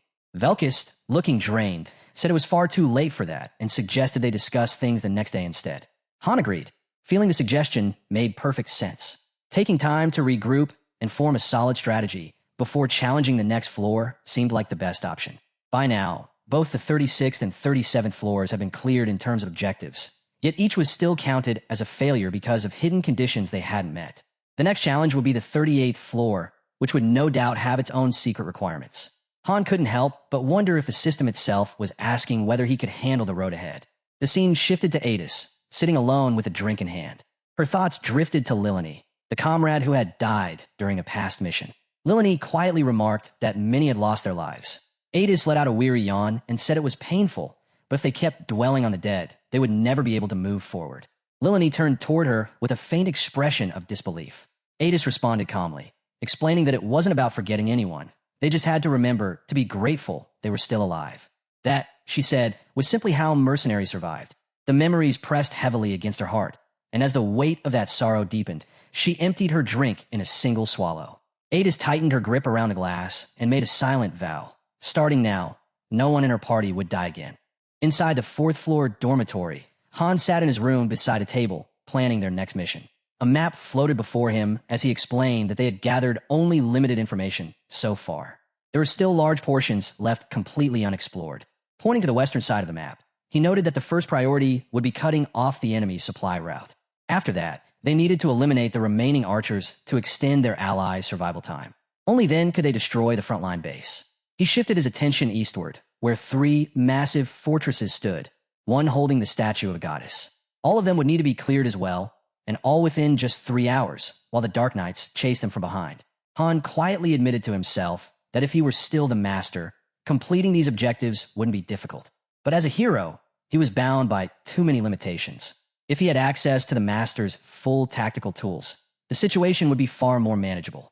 Han then called out to Isel and asked what she thought about the level of difficulty they were facing. Isel hesitated before confessing that she didn't even know how to describe it, adding that if Han hadn't been there, their Tonia would have been destroyed long ago. Han acknowledged that difficulty varied from account to account, but he wondered aloud whether it all came down to luck. Isel quickly denied that, explaining that her director once told her there was a specific reason behind everything, though she didn't know what that reason was. Hearing this, Han's expression hardened, and he asked if her director had ever told her who created these missions. Isel fell completely silent, too afraid to answer. His frustration grew as the situation gnawed at his thoughts. Seeing this shift in his mood, Isel became emotional and burst into dramatic tears. She grabbed Han's cheeks and begged him not to abandon them or their town, pleading that he must never go to Niflheim. If he left, they would all die. Already irritated and mentally drained, Han told her he wasn't going anywhere and asked her to stop disturbing him. Then he ordered her to leave the room. Just as he said those words, a notification window suddenly appeared in front of Isel. Trembling, she told Han she had received a message from her director. The name on the screen belonged to none other than Tel. The moment Han saw it, he froze, realizing that the director overseeing the entire game was Tel herself. Tel began speaking directly to Han through the message, noting that it had been a long time since she last contacted him after his promotion. She said they could meet whenever he wished and mentioned that she had expected him to reach out much sooner. After reading her message, Han turned to Isel and asked whether only he could see these messages or if the master could view them too. Isel answered that the master couldn't see them. Han then typed a response to Tel, stating that he had no desire to speak with her and telling her to leave immediately. Tel ignored his hostility and instead asked whether he liked the gift she had sent him. She explained that if he used it well, he could turn his hound into a 7-star hero. Han frowned, trying to remember what gift she meant, wondering if she was referring to Nord. The thought crossed his mind that Tel might have been the one who made him a 7-star hero to begin with. He looked back at Isel and asked if she had revealed everything to Tel. Terrified, Isel denied it. Han quietly reflected that Isel was still one of Tel's subordinates. If Tel questioned her directly, she would never be able to refuse. For someone like Isel, disobeying Tel simply wasn't possible. At that moment, the perspective shifted to a building where Tel sat in front of a computer, typing quickly. She admitted she was surprised Han was still alive, assuming he would have died long ago. She said the town and the account had become such a mental burden that she had abandoned them entirely. Confused by her words, Han asked what she meant. Tel replied that his account was completely unbalanced, and she had expected him to message her as soon as he reached the 20th floor. She was genuinely astonished he had made it this far and was still alive. She then asked whether his master had already quit, stating that even if she hadn't, she eventually would, because his account was terrible. No competent master would stick with something so weak. She mocked Han's master further, saying she didn't seem fit to lead or give orders. According to Tel, if a lobby's master was useless, their heroes couldn't advance very far. Han cut her off coldly, typing that she should stop her pointless rambling and get to the point. Tel then made a startling offer. She said she could grant him the position of master. Han found it impossible to believe, but Tel insisted she wasn't trying to trap him with any slave contract. She only intended to set a few conditions, and if he completed them, she would make him the master. She added that if he cleared all 100 floors, she would send him back to Earth. Suddenly, Han remembered Yrnitha's words. It would be fine even if the master quit. She had meant that he could take the position himself. Using his fairy and the Bivra sword, he wouldn't need a master at all. The thought stung. To the master, everything was just a game, something to pass the time. But for them, every choice meant survival or death. And if he became the master, the difficulty of their missions would shift entirely. With these thoughts weighing on him, Han turned to Isel and asked whether she believed he should accept Tel's offer and take over as master. Tel had insisted he could climb the tower without needing one. Hearing this, Isel grew tense. She cautiously suggested that decisions like that should be left to the master. Han reminded her that she was the same one who used to complain about how useless the master was. Isel quickly denied it, saying their master had changed recently. She admitted the master could be odd and acted strangely at times, but she didn't think she was a bad person. She pointed out that the master treated Han well, treated everyone well, and had even been putting real effort into the game, spending her own money to support them. Han replied dryly that it seemed more like the master had gotten addicted, which explained all the money being poured in. Isel then said she wanted to show him something. When Han asked what it was, she eagerly explained that she would show what their master usually did on her phone. As she activated her fairy powers, Han was surprised, noting that her abilities seemed to have grown stronger if she could access the master's device. A virtual phone appeared before them. Isel pointed out that the master had viewed a file Han sent 32 times. Then she began displaying some of the notes saved inside the phone. Their master, a young woman, had written that she unexpectedly received a strange file from someone named Loki. Reading it had been difficult, but she managed to finish it. The file was filled with analyses, and from those notes, she could tell Loki was an incredibly sharp thinker. She even wrote that if Loki had poured that intelligence into gaming, he could have become a top-ranked player. Because of that file, she started recording her gameplay and slowly found herself enjoying the experience. Han read that and wondered if people still wrote things like this in their phones anymore. A later entry showed the master writing while traveling by train. She described clearing the 15th floor, recalling how Han had nearly died because Eren got injured. She complained about Eren's uselessness. Yet in another note, she wrote about clearing the 20th floor, where Han had torn off a dragon's neck with his bare hands. She admitted she once thought one-star heroes were worthless, but Han had proved her wrong. She even gave him a statue of a war horse as a reward, and it seemed to please him. She later discovered that Loki was actually a well-known gamer and felt lucky that someone like him had paid attention to her. At first, she had planned on quitting the game, but now she was genuinely enjoying it, even though her mother frequently scolded her for playing too much. As she progressed further, she wrote about clearing the 25th floor thanks to Kishasha, feeling proud of the investment, even if it meant surviving on ramen afterward. Han read through her scattered but earnest words, calling many of them nonsense. She also noted uploading a video of the 30th floor clear, which received many views. She wondered if it was because of her editing or because Han was strong. She kept uploading gameplay videos, hoping to grow like other creators.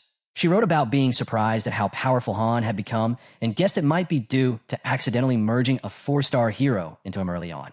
That mistake, she said, became her biggest stroke of luck.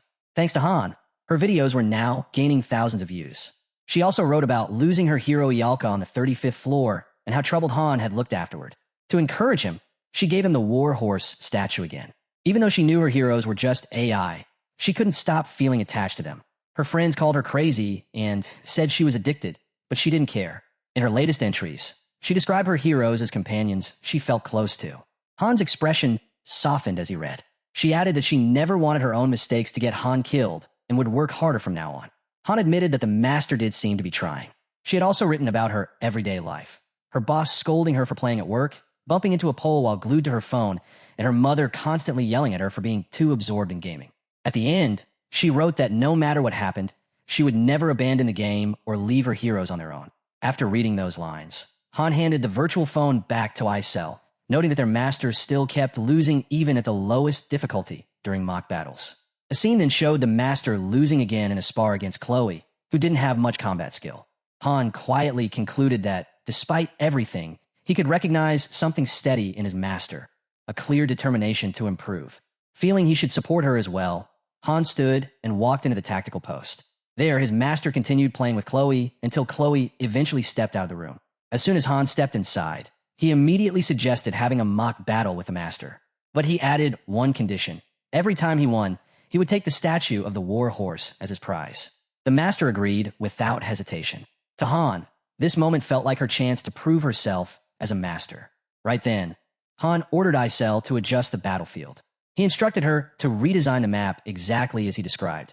An empty central field, 3 massive fortresses positioned to the east, and 2 enemy bases placed to the west. Isel followed his directives carefully, shaping the new terrain according to his precise commands. Soon after, a notification appeared, announcing that the mock battle was about to start. Miniature soldiers materialized across the map, units Han intended to use for the fight.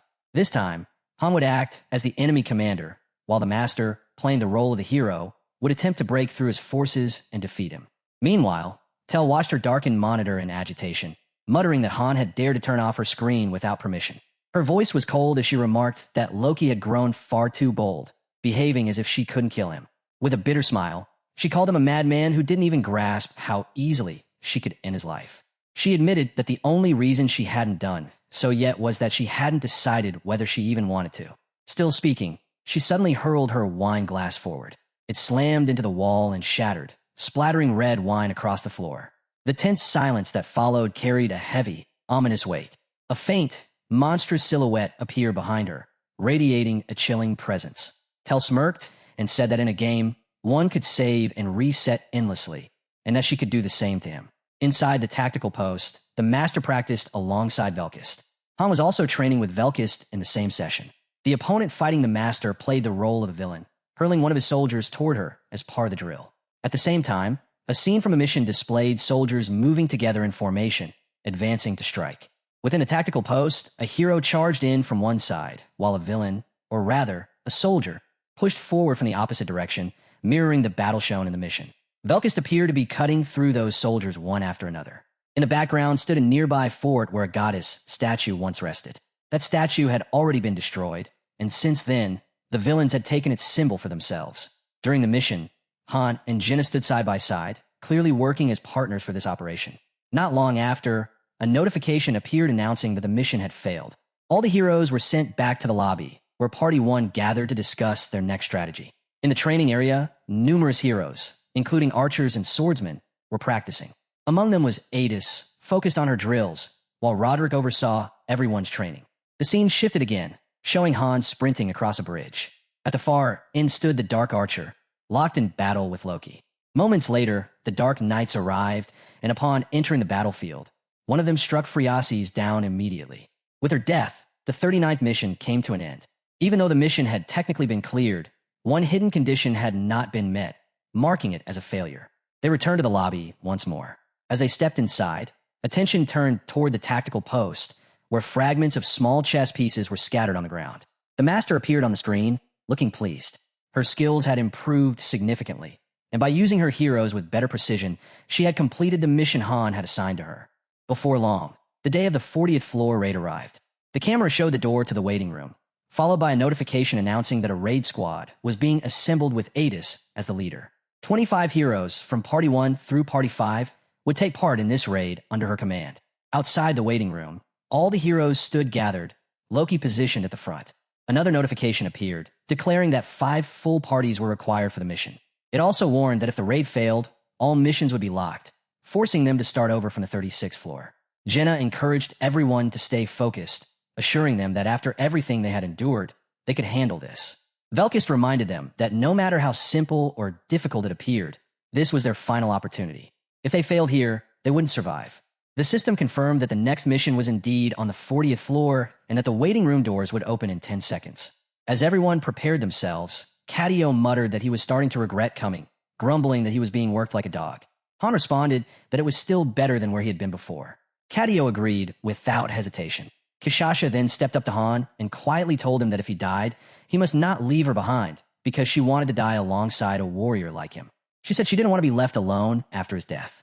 Hearing this, Han abruptly kicked her foot, making her yelp. He coldly stated that her kind always spoke pointlessly. Before she could answer, Han cut her off, asking how she could call herself a warrior while saying such foolish things without the slightest shame. Han ended the conversation by stating firmly that he had no intention of dying. Not in this mission, not ever. And it wouldn't just be him. Every single one of them would return alive. Lifting his gaze, he added that all preparations were complete. They had done everything possible. From here on, the outcome rested in their master's hands. He asked Adis how the other parties were doing and whether any issues had come up. Adis assured him everything was in perfect order. She had personally fought alongside every member, confirming their skill. Their growth, she added, was thanks to the master's advanced summoning. To her, they were fully prepared for what lay ahead. As she spoke, Party 3 appeared, led by Sven, along with the other 3-star heroes. Then Party 4 came into view, their leader Marcos standing at the front, with his team of 3-star heroes behind him. Next was Party 5, a distinct group of 5 whose profiles stated that their fates were intertwined. Led by Xavier, all its members were 3-star heroes as well, giving the impression of a long-established and tightly bonded team. Watching all the heroes, Han noted their confidence. Every one of them intended to survive, and that resolve made him believe their preparations were flawless. If everything unfolded as planned, he expected the mission to proceed without major obstacles. Isel then ordered Party 1 to move first. A notification appeared, announcing that the 40th mission was opening. Inside the waiting room, Han stood quietly as a bright light formed above him. The glow intensified as he slowly opened his eyes. When the 10-second countdown ended, everyone was teleported away. They arrived in a sweeping field of vibrant green grass stretching across the horizon. A notification stated that both the mission type and objective were unknown.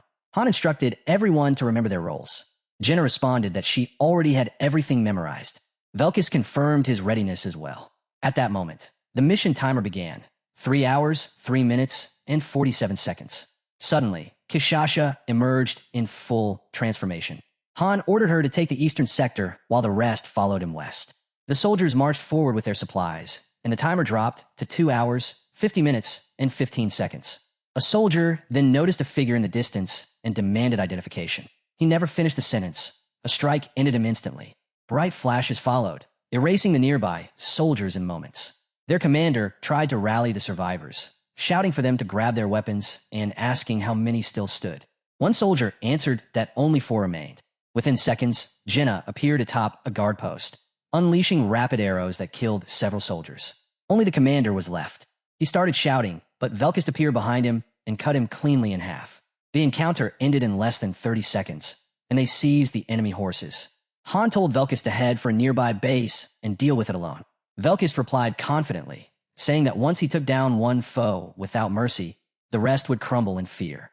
The timer showed 2 hours, 45 minutes, and 56 seconds left. Everyone moved at full speed. Han, Jenna, and Cadio sprinted toward the bridge. Han kept reminding himself that they had to move faster, that every second mattered. The clock continued to fall. The scene shifted. Horse hooves thundered across the ground as Kishasha charged forward, several dark knights following her. Han contacted her, and she answered that she would finish her target soon. While the timer kept dropping, Han continued toward the bridge, speaking with Velkus again. Velkus reported that he had reached the base and begun the slaughter. Han accepted the update and pushed ahead. At last, he reached the bridge. The dark archer stood there, waiting. Han stepped toward him without stopping. The demon lifted his bow, preparing arrows packed with dangerous power. Han watched him steadily. Nearby, Jenna activated a skill, her eyes taking on a glow. The dark archer unleashed a storm of arrows at Han and Jenna. Jenna instantly fired back, not at him, but at his approaching shots. The arrows collided mid-flight, crashing into each other like a swirling barrage. The exchange grew fiercer as both sides kept firing nonstop, every shot landing exactly where it was meant to. Jenna's aim never slipped. Each arrow she released shattered one of the dark archer's attacks. Through this relentless clash, Han and Jenna continued advancing. The timer now read 2 hours, 26 minutes, and 47 seconds. The map showed everyone's movements. Kishasha jumping from one base to the next with the Dark Knights, Velkus tearing down another base after cutting off their supplies, and Han preparing to cross the bridge to wipe out the remaining soldiers before entering the battlefield. By then, several arrows from the enemy had already reached Han. Judging their speed and precision, Han compared them to Jenna's shots, admitting to himself that hers were far weaker since these arrows had managed to slip through. Their movement was impossible to read. Each shot fired straight, ahead only to curve sideways, then hook back toward him. He couldn't tell when or how they shifted. He realized that their own arrows and magic wouldn't work on this opponent. They needed a different approach. As that thought crossed his mind, Jenna appeared with a special arrow, a strange blue stone tied to the tip. The stone gave off a distinct shine. Jenna steadied her bow, drew back with full force, and released the shot. Jenna's arrow tore through the air at incredible speed, shooting straight toward the enemy. Seeing it coming, the Dark Knight chose not to counter. It was simply too fast. Instead, he let it slip past him, dodging with effortless ease. Right then, Cadio announced he was linking up and triggered his magic. At that exact moment, Han began to teleport, and something unusual happened. Han and the arrow seemed to switch places. Han appeared exactly where the arrow had been, and because of the sheer momentum, he struggled to steady himself in midair, but managed to stop after a moment. With that force still behind him, he swung around and delivered a crushing kick to the Dark Knight's waist. The impact sent the knight stumbling backward and tumbling into the deep ravine below. The timer flashed 2 hours, 26 minutes, and 21 seconds. They had taken down the Dark Knight within that span. After the victory, Han contacted Velkus. Velkist reported reaching another base with around 300 soldiers, most unarmored since they were far from the front lines. Han told them not to fight head-on, but to use explosives to block the battlefield entrance along with their leader. Velkist agreed, lit several large explosive orbs, and hurled them toward the enemy. A series of blasts erupted across the area. Velkist declared he planned to wipe them all out. Han let him continue, telling him that with Cadio nearby, he could use as many potions as he wanted. Velkist scoffed, saying he didn't need any potions at all, then rushed straight into the crowd. Swinging his weapon with reckless confidence, he shouted that he would slaughter them all. The timer shifted again, 2 hours and 25 minutes remaining. Han asked Jenna how much time had passed, and she replied that almost 40 minutes were gone. Realizing they were running behind, Han urged everyone to move faster. He gave new orders to Cadio, who climbed off his horse, complaining but ultimately activating his magic again. Han readied himself for another teleport, knowing they would lose if they didn't speed up. As Cadio confirmed the connection, the scene changed to Kishasha. Teleportation marks glowed faintly on her back. Facing someone just out of sight, she muttered that they had finally shown up. Han appeared beside her a moment later, noting that it looked like he had arrived right in the middle of her fight. Kishasha answered that she had already finished it. The ground around her was covered with bodies, not ordinary soldiers, but dark knights. Han asked if that was all of them. She replied that she could smell only this group and sensed no others nearby. He nodded, saying they had secured the eastern route. Thinking ahead, he chose their next objective, the goddess statues. He told everyone that the blue-tinted statues had to be destroyed for their operation to run smoothly. There were 3 inside the fortress, and each one needed to be taken down. Reaching them would take time, and finding them inside each fort would be just as troublesome. While he spoke, a notification appeared, announcing that the tactical post was activating. Han looked up and saw that their master had revealed the path for them. Feeling relieved, he said their master would now guide the mission. Han and Kishasha moved toward their next target. Along the way, Han checked in with Velkist, who confirmed he had completed his assignment. Velkist proudly reported killing the enemy leader, and with that, their timer increased by 10 minutes. Han praised him and ordered him to head north to support Jenna and Cadio. Han soon arrived at the fortress, where 72 archers were stationed. The timer now showed 2 hours and 19 minutes. As soon as Han and Kishasha approached, the archers fired a massive wave of arrows. The sky filled with them, all aimed at the 2 charging in. Fully transformed, Kishasha dodged every arrow with incredible speed, while Han stayed safely on her back. Kishasha leaped high, scaling the fortress wall and landing inside. Her shadow swept over the archers before she struck. She lunged at one, tearing him apart instantly. At the same time, Han decapitated 2 archers with a single slash. Together, they tore through the fortress, killing without hesitation. Bodies and blood scattered across the floor as Kishasha clawed and bit through enemies, while Han cut down soldiers from her back, his blade moving nonstop. Even as the soldiers shouted and tried to resist, Han kept pushing forward, determined to reach the statue as fast as possible. Soon he spotted it, the goddess statue, the source calling in reinforcements. He prepared to destroy it on the spot. But before he could advance, a heavy presence appeared. The ground shook with each step as a voice declared destruction in the name of the heavens. A warning notification flashed, signaling danger. A massive soldier stepped into view, his armor unlike any they had seen. Though his level was only 46, his power was overwhelming. Han signaled Kishasha to keep moving and told her they could handle this. Entering his exalted state, his hair grew longer and his aura surged. Ready to end it with one strike, Han charged forward, shouting fiercely as Kishasha roared beside him. With one decisive attack, Han severed the soldier's neck, and Kishasha tore the rest of his body apart. Together, they split him into 3 brutal pieces, killing him instantly.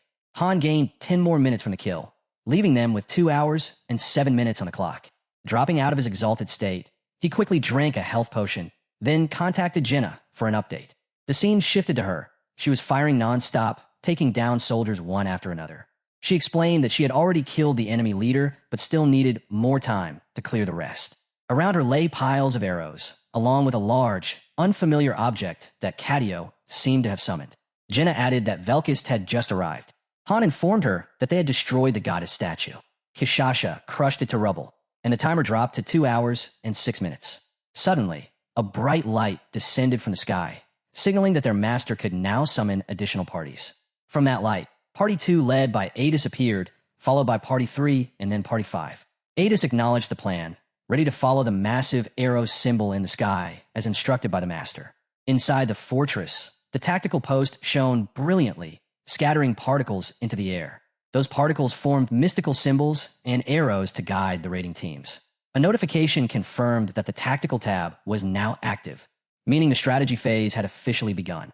Adis immediately headed toward the designated fortress, while parties 4 and 5 were also summoned.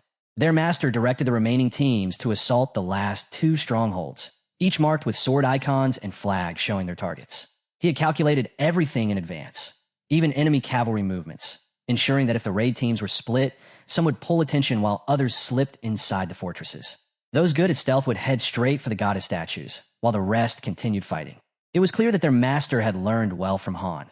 The entire plan was laid out perfectly, and the full-scale assault was finally beginning. At the town's tactical post, all the heroes had gathered. Their leader stood before them and explained that since the formation of their parties, this was the first time every leader was assembled in a single place. He announced that the raid on the 40th floor would soon begin. Everyone had likely reviewed the missions from floors 36 to 39 using the replay stones. But this mission, he warned, was entirely different.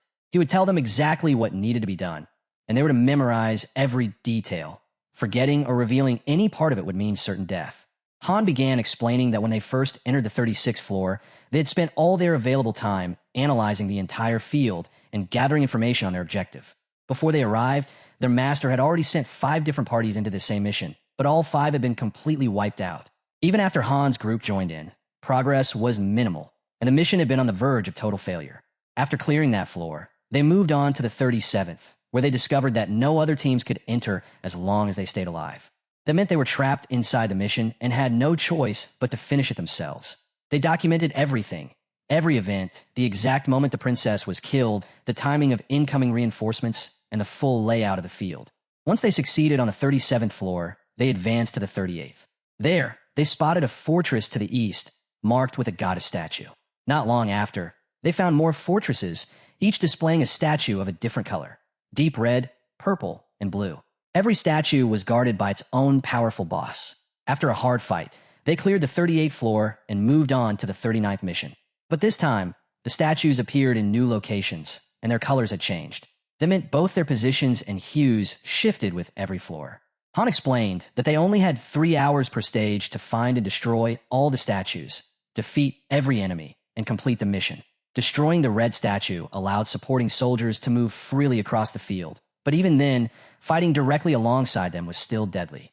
Destroying the blue statue summoned all allied parties into the mission, which was why Party 1 always handled it first so the others could join.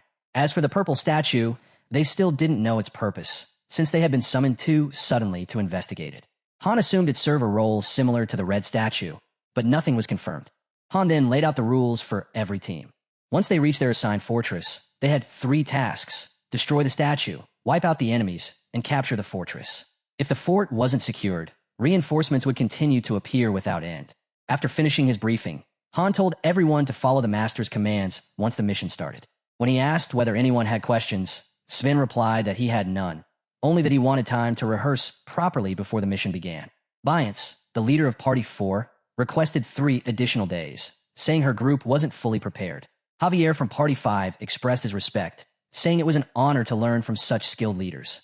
Han reminded them not to grow arrogant just because they were 3-star heroes from the start. Overconfidence would only get them killed. They simply needed to follow Adis's instructions during the mission. After explaining the rest of the raid plan, the flashback came to an end, revealing that the entire briefing had taken place in the past. The scene returned to the present, where Adis urgently announced that the master's orders had arrived. All party leaders were told to command their teams and get into position immediately. At her signal, everyone rushed off to their assigned locations. The timer showed only 2 hours, 3 minutes, and 46 seconds left. Moments later, Han shattered the blue goddess statue himself, summoning all allied parties onto the battlefield. He announced that they now had to push toward the remaining fortresses and defeat the strongest enemy, since the sub-parties wouldn't stand a chance on their own. Kishasha reminded him there was still plenty left to handle, but Han replied that they still had more than enough time. The scene shifted to a fortress door, groaning open as 5 level 41 Dark Knights charged straight at Han and Kishasha. Han ordered her to lure them away so Adis could capture the fortress without trouble, then said they would head over to support Party 5. Meanwhile, Adis was already sprinting across the fortress walls, slipping through a gate while throwing daggers with flawless precision. cutting down soldiers instantly. She told her teammate Bennick to move ahead and open the gate quickly so Anin and the others could enter. Bennick accepted the order and dashed forward at full speed. As Adis continued fighting, the timer dropped to 1 hour, 51 minutes, and 29 seconds. The map widened, showing each party's location. Jenna, Velkist, and Cadio waited for Han, while Adis backed up Party 4, and Party 3 battled at another fortress. The fight with Party 4 was intense, and a cross mark appeared over the goddess statue Han had destroyed earlier. By then, Han and Kishasha reached Party 5's area with 1 hour, 50 minutes, and 59 seconds left. The southern fortress rang with screams as soldiers yelled to surround the intruders, convinced they could overwhelm the 5 attackers.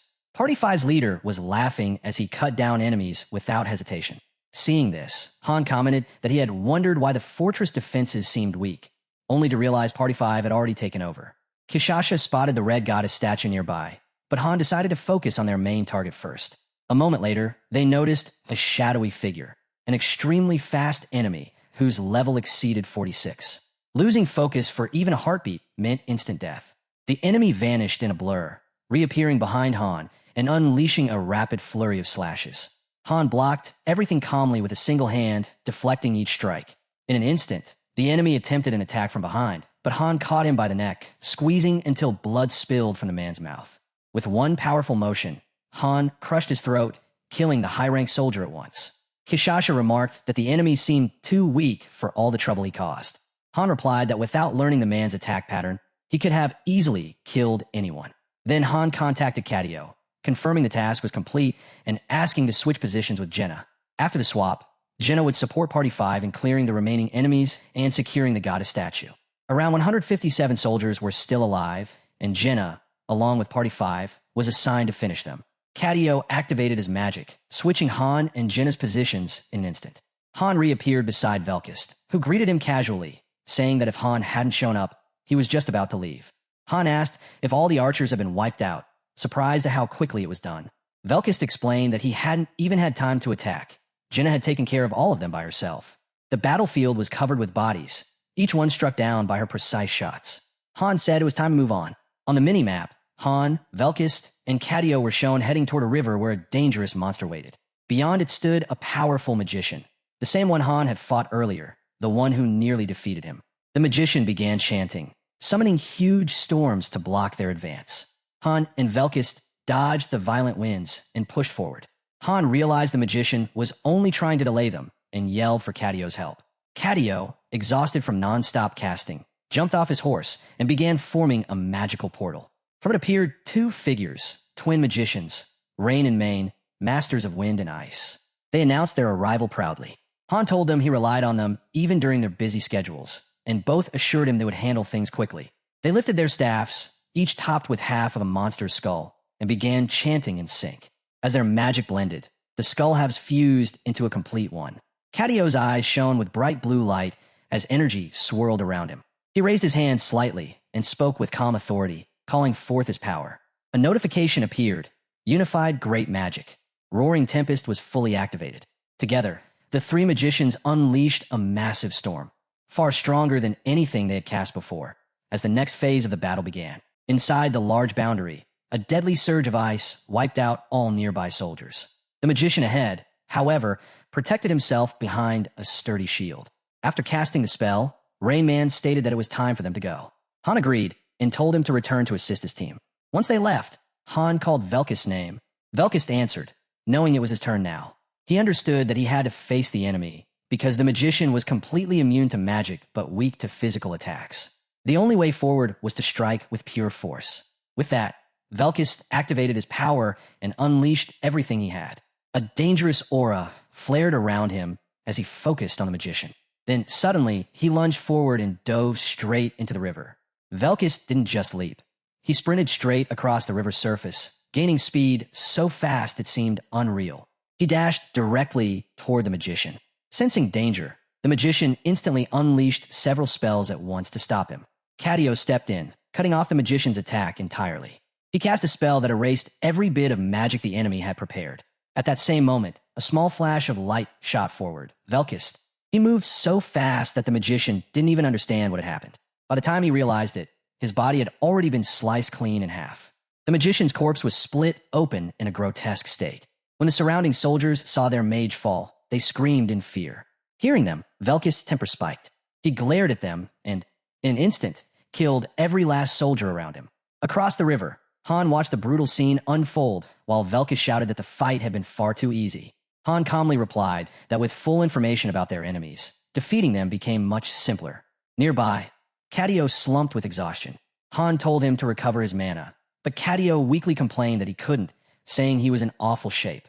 Han urged him to drink a mana potion quickly since they might need him again soon. Cadio grumbled irritably. The timer appeared again, 1 hour and 20 minutes left. 10 more minutes were added after the magician's defeat. On the mini-map, Han and Velkist hadn't yet marked the boss's symbol with a cross, but within seconds it appeared, confirming their win. Han, Velkist, and Cadio moved behind the barrier, where a large group of magicians stood with no defenses at all. At that moment, Jenna contacted Han, reporting that she had destroyed the red goddess statue.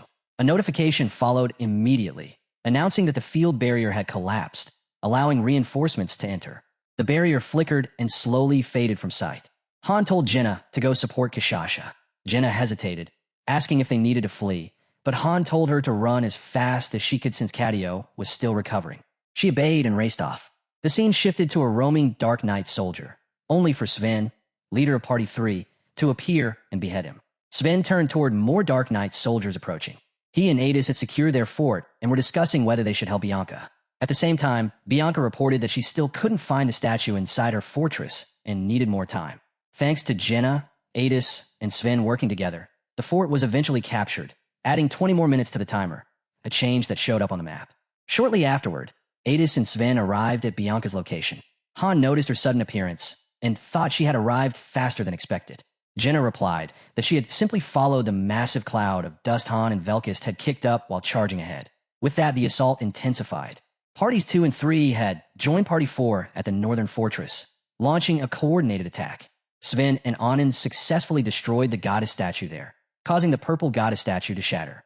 As it broke, Han and Velkist were shown standing amid a burst of radiant purple light, having already finished off the Dark Knight soldiers in their path.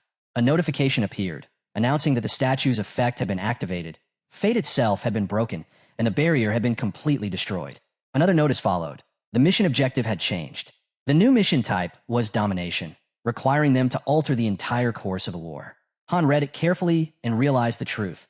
They now had to win the war itself. They had to save Freya and rewrite the predetermined outcome of the battle. Velkist, stunned, pointed out that they had already done the impossible, yet now they were being ordered to win a war that was clearly hopeless. Han insisted they had no choice. In his thoughts, Han recalled how the heroes of Niflheim had overturned the impossible before. As their leader, he had to do the same. They had stretched their time as far as it could go. Barely an hour remained. Freya's death was inevitable unless they prevented it. Saving her wasn't optional. It was essential to finishing their mission. He understood that if the enemies prolonged the fight, everyone would die.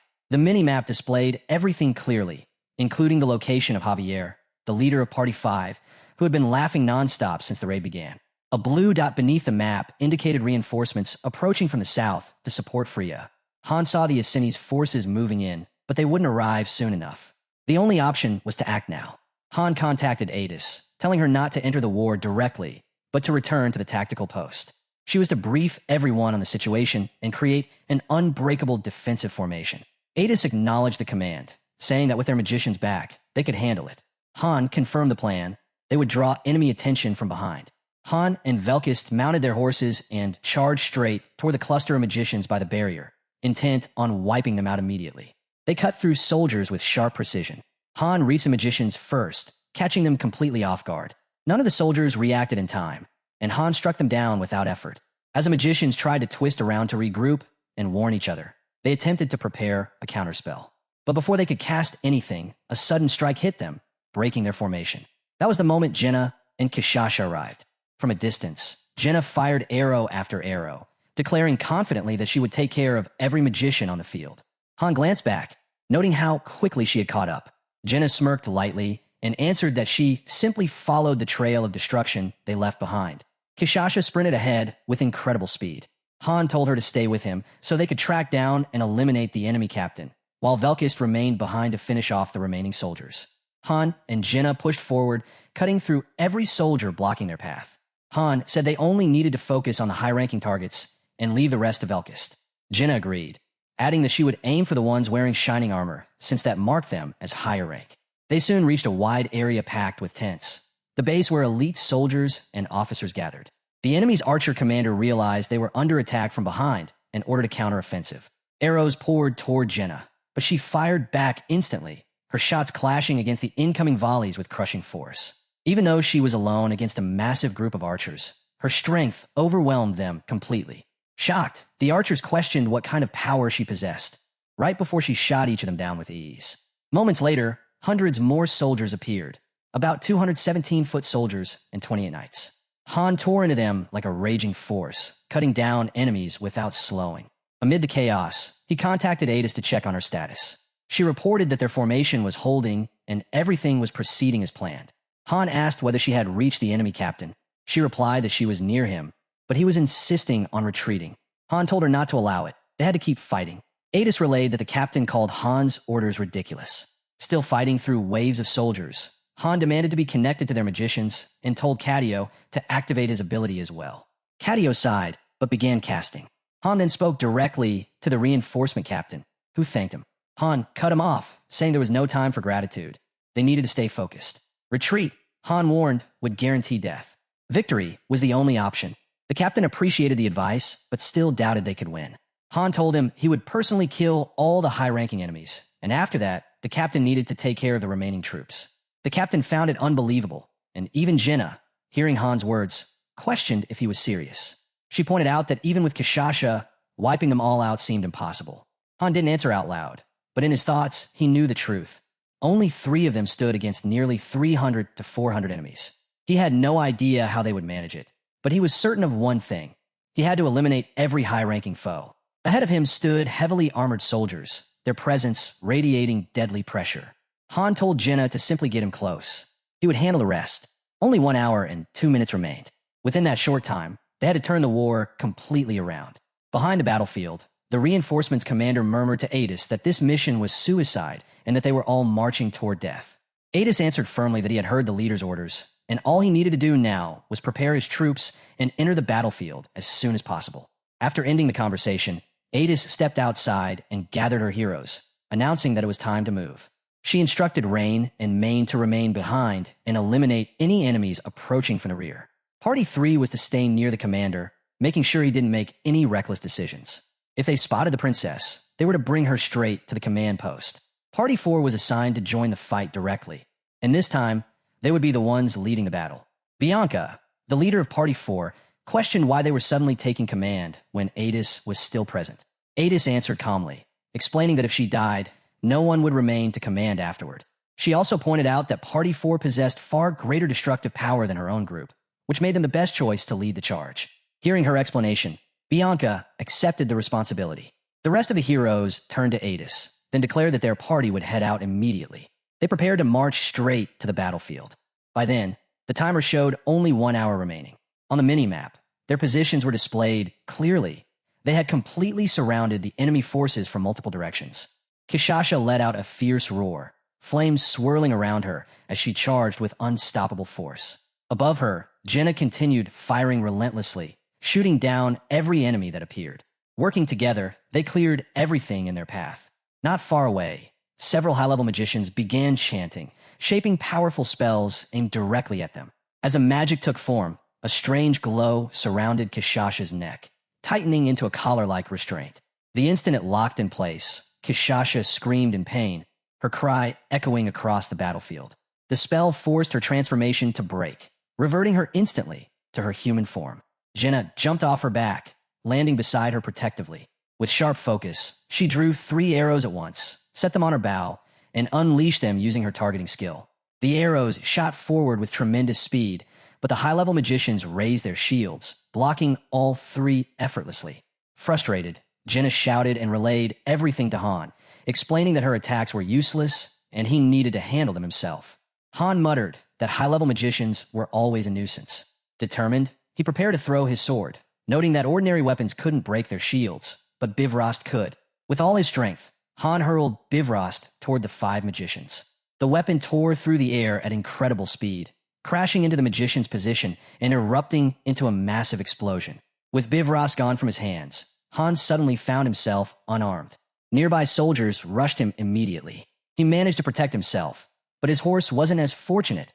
3 spears drove straight into its body. The beast collapsed, and Han jumped away just in time to avoid being crushed.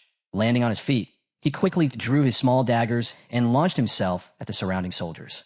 His movements blurred as he cut them down one after another with shocking speed. Within moments, the entire group lay dead. Han steadied himself, crouched low, then lifted his gaze toward Bivrast and commanded it to return.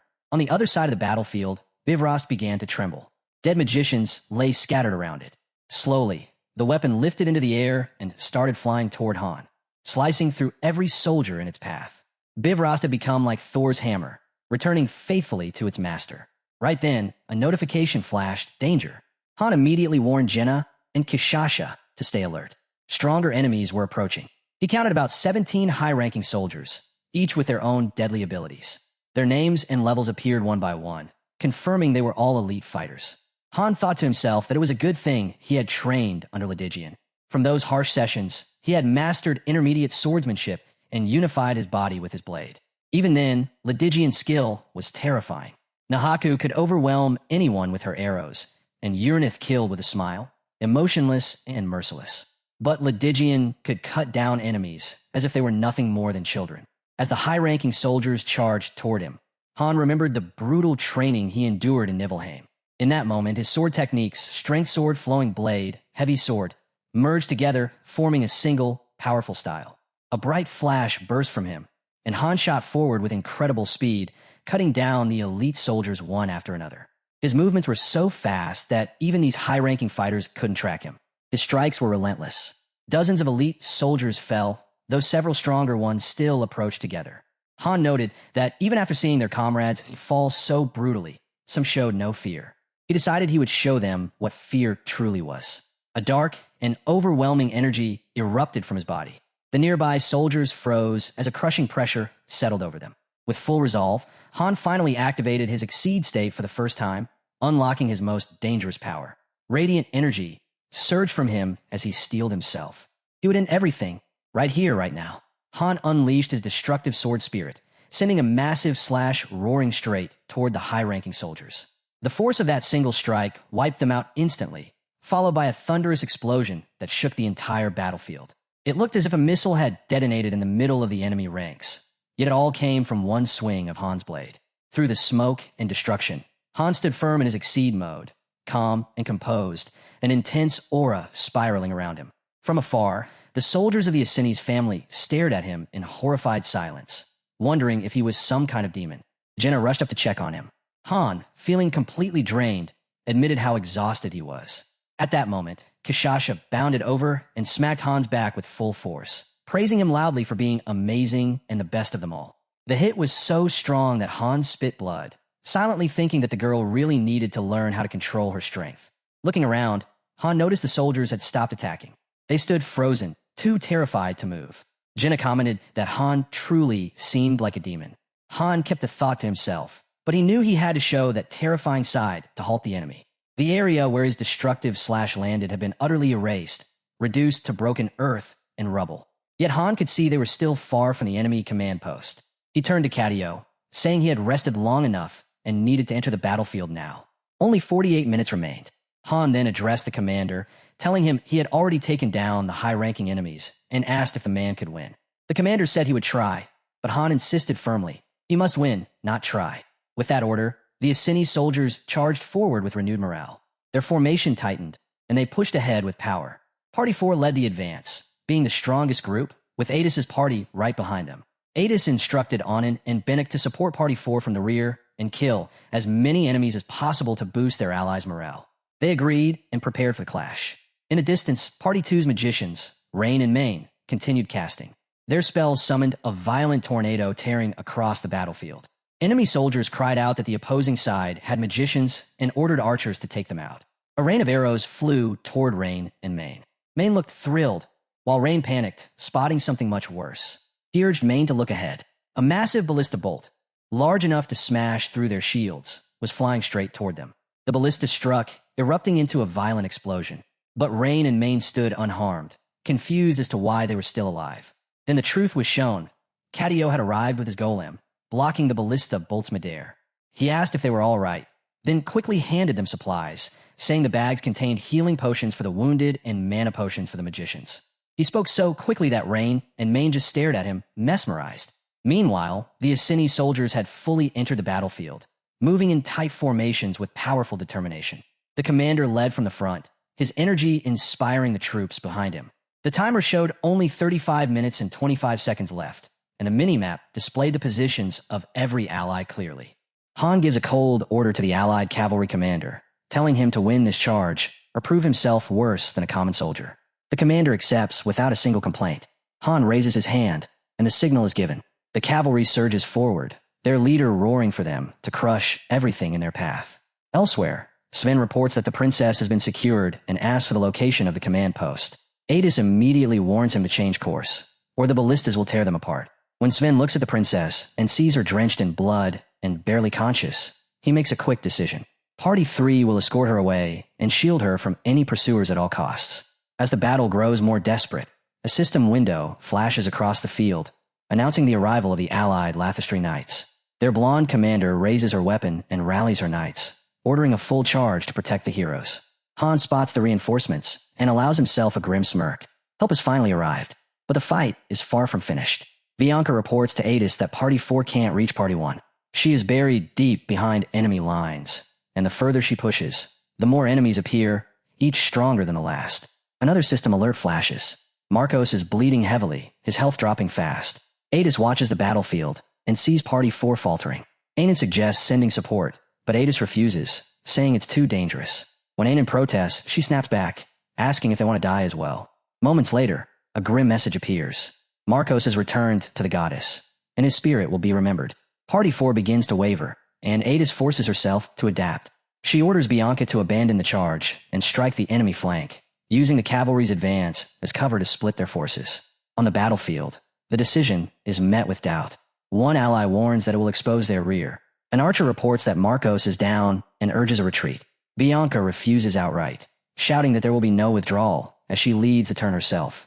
Han notices the sudden shift and realizes they are flanking the enemy rather than rushing to support him. He accepts it as the right call and presses forward. He knows he has already slain most of the enemy generals, and an army without leaders never holds for long. Keeping his focus on the enemy command post, Han suddenly feels a chill as a red warning flashes. Before the tent stands a massive figure, red eyes burning in the dark, a silver-haired aide at his side. A system window identifies him as Valentine of Iron Blood, level 56. Han clicks his tongue and tells his archer, Jenna, that this must be the enemy leader. He orders her to fire. She hesitates for only a heartbeat before drawing her bow, its limbs glowing with power. The arrow of light rips across the battlefield like a ballista shot. Valentine swings his sword once and knocks it aside with ease. Jenna is left staring in disbelief. Valentine grabs a spear and hurls it toward Bianca.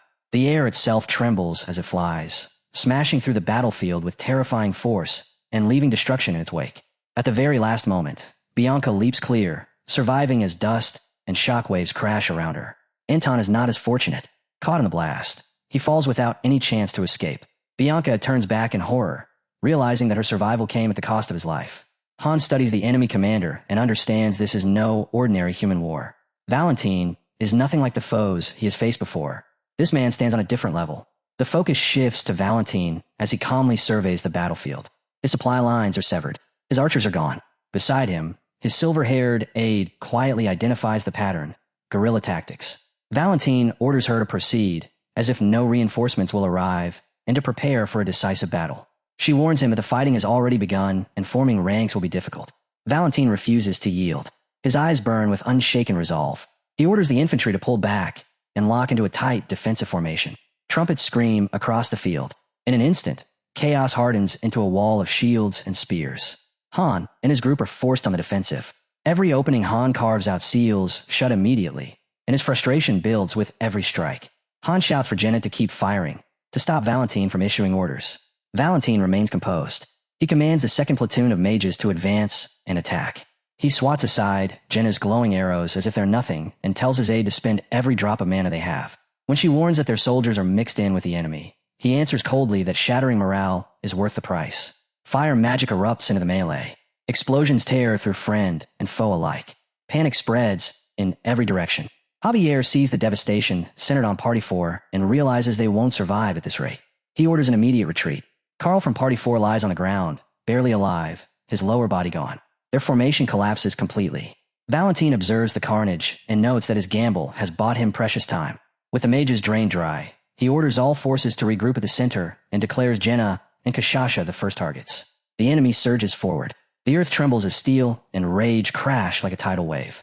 Han shouts their names, fear and urgency tearing through his voice. Kashasha looks back at him, her eyes blazing. She tells him not to come.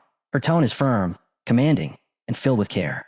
She leaps forward, her body twisting midair as bones crack and muscles swell. In a heartbeat, she transforms into a massive tiger-like beast, slamming into the ground with a roar that shakes the battlefield. Raw, overwhelming power now stands between Jenna and death. Kashasha charges straight into the enemy ranks. Her claws slash like living blades. Screams and metal clashes fill the air as enemies fall one after another. Blood stains the ground beneath her, but her gaze never wavers. She roars again, telling Han not to turn back. Her words are a vow and a tether, proof that she trusts him to face the commander and finish what only he can. She tears through the enemy, carving a path of destruction driven by faith in Han, in their mission, and in the choice to protect rather than be protected. At the same time, Adis pushes through the battlefield. Seeing that Party 1 can't break through to the command post, she makes her decision. Bank urges her to wait, but she tells him to stay behind. He shouts her name, swearing they won't die. She looks back only once, silent, then moves on. An arrow whistles toward her, but Anan deflects it at the last instant, clearing her path forward. They exchange a single, resolute look, a silent promise that they will survive this no matter the cost.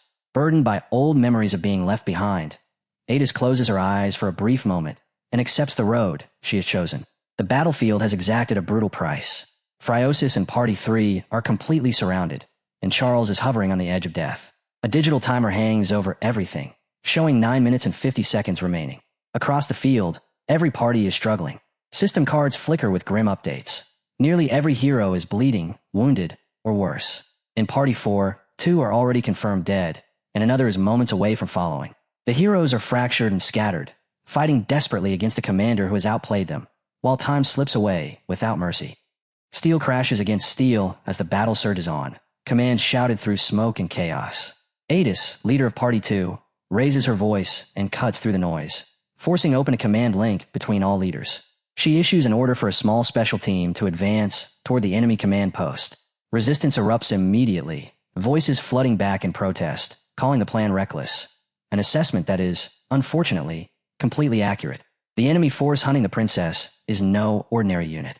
Sven, leading Party 3, states flatly that he cannot spare anyone else. One of his people is already dead. His words fall heavily into the channel, a stark reminder of the price already paid. Adis adapts instantly. She removes Party 3 from the plan and calls on Parties 4 and 5 to focus entirely on eliminating the enemy commander. Bianca announces she will push to the front and orders the others to fall back. Shocked objections follow, warning her that the move is suicidal. Adis cuts in, saying that anyone still capable should regroup with Party 1. The exchange ends with Javier's long, sarcastic acknowledgement, drawn out like a weary sigh. It's a reluctant acceptance, one spoken by someone bracing for disaster. His caution proves justified almost immediately. An enemy closes the distance, and before he can even raise his guard, a golem smashes into him, reducing him to a violent spray in a single, horrifying instant. The focus narrows as Ko declares that he will carve a path forward for everyone, promising to form a wedge straight through the chaos. Seconds later, Valus drops from the sky, leaping an absurd height and crashing down hard enough to leave a massive crater behind. He casually asks if all the strong fighters are already dead, the question sounding less like a taunt and more like idle curiosity. A moment later, he admits, just as casually, that he arrived late. Jenna shouts his name in relief, hurling an insult that carries more affection than anger. Kashasha snaps at him for being late. The absurd normalcy of the exchange, set against the carnage around them, reveals bonds forged in battle, relationships reduced to names, shouts, and shared trust. The scene shifts to Kashasha as she roars in pain. There is no triumph in the sound, only agony. A system window appears, cold and unforgiving, listing severe bleeding and rapidly falling health. It states the truth plainly. She will not come out of this unharmed. The view cuts back to Han. A red digital timer flashes before him, ticking down to 6 minutes and 32 seconds. Whatever awaits at the end of that countdown is close. Han fights on regardless, his expression carved in stone as he cuts down one armored soldier after another, pushing forward while the seconds bleed away. The timer slips down to 5 minutes and 29 seconds as Han forces himself forward. Each step feels heavier than the last. His grip on the sword loosens, and steel that once parted effortlessly now resists him, stubborn and slow. Fatigue crashes over him like a cruel, unavoidable debuff, pressing down on his body and will alike. Nearby, an enemy commander, frantic and losing control, screams at one of his soldiers, demanding to know why he's standing there frozen and ordering him to attack at once. The terrified man barely manages a broken response before the commander cuts him down himself. Then a new voice enters the channel. Calm, measured. Han, leader of Party 1, asks quietly if everyone can hear him. The battlefield seems to hold its breath. His next words fall with quiet authority as he states that no one else will die. Ko snaps back instantly, calling him a liar, the word sharp and raw, born from fresh grief and relentless loss. Han answers without hesitation. He says he isn't lying. Jenna whispers his name, half disbelief, half anchoring herself to the sound of it. Han responds simply, reaffirming his words. His voice spreads across the battlefield, steady and immovable, pressing down on the chaos until it feels strangely close, almost personal, as if a single promise has become solid ground beneath them all. For the first time, his thoughts rise clearly. Everything has always felt unreal, and now he understands why. He has been living inside a delusion. His glowing blue blade swings on instinct as he deflects an enemy's shield. This is reality. He cuts another knight down, blood spraying from the visor as dark red energy coils around him. His mind sharpens with startling clarity, and he wonders how he ever failed to see it before. The timer drops to 3 minutes. In that moment, the truth settles fully into place. This world has always been a game. A massive pillar of purple and white energy erupts from Han's body. His hair bleaches to pure white as power floods outward in violent waves. A system message flashes, announcing an exceed state far beyond what its rating should allow. Han speaks again, his voice calm, almost amused, remarking that being unparalleled is rather nice. He becomes unstoppable. Han moves like a phantom, white hair and violet energy blurring into a streak as he tears through enemy ranks with inhuman speed and precision. He deflects a strike and flashes past a massive armored foe so quickly that only a line of light remains. A soldier attacks from behind, but Jinna's arrow drops him instantly. Another enemy charges and is crushed by Kashasha, her intervention brutal and perfectly timed. Ada screams for everyone to run, terror etched across her face. Valus watches Han surge ahead, smiling with a mix of awe and envy. Bianca continues cutting down enemies as soldiers close in on the princess and Phraiosis. Han charges forward, eyes glowing white. The enemy commander watches without a word. Han's attack lands, a colossal slash of energy ripping across the ground, obliterating everything in its path and hurling debris into the air. Smoke and dust swallow the battlefield whole, and when they finally thin, only shredded banners remain. Then, from the haze, a towering figure steps forward. Wild red hair whips around his head, and his eyes burn with furious light. The boss has revealed himself. He snarls in outrage, demanding how they dared force a subordinate of the witch to flee. A witch. Han notes the word immediately, filing it away for later. Still locked in his exceed state, Han stares back, purple light burning in his eyes. The two stand facing each other across the shattered ground, power pressing against power. Han lunges first, striking with overwhelming force, but the enemy slips aside. The blade cuts nothing but air, an awkward miss that feels almost wrong after such a dramatic awakening. The commander lifts his sword to counter. He never gets the chance. Adis appears behind him in a blur, dropping low and driving her dagger into his leg. The strike is clean, efficient, and perfectly timed. The commander roars and spins toward her, fury blazing as he raises his weapon to strike her down. Javier intercepts him head-on, shield and sword locking into place as he takes the blow, anchoring the front line. In the same instant, Bianca flashes in from behind and severs the commander's hand with a single decisive cut as the damage dealers press their advantage. The commander staggers back, eyes wide, blood pouring freely as his weapon hits the ground. The coordinated assault leaves him completely dismantled. Han bares his teeth. He releases the full force of his exceed state. Blue and white energy erupts outward in a roaring torrent, swallowing the red-haired commander whole. The ground fractures violently beneath the blast, tearing itself apart in a cataclysmic explosion. When the light fades and the smoke thins, the commander lies motionless, eyes closed, body broken and embedded in the cracked earth. It looks like the end, or at least it wants to. The perspective pulls back to one final, ominous detail. A red digital timer continues its merciless countdown. 59 seconds. The battlefield remains soaked in blood, chaos and desperation clashing in every direction. For one pair of combatants, however, the fight has ended. Han, white hair drifting softly in the lingering light, stands over a defeated warrior and notes with grim satisfaction that the enemy is not dead. The opponent had been strong enough to endure her attack, but now lies half dead, and in war, that distinction matters. Elsewhere, steel-armored knights continue to clash in brutal melee. Their commander, General Valenson, watches in growing despair. Even with 10,000 soldiers clad in steel, the enemy's blades tear through flesh as if armor were meaningless. He begins to issue his final command, declaring that his men must fight on even if he falls. An ornate, massive blade erupts through his chest.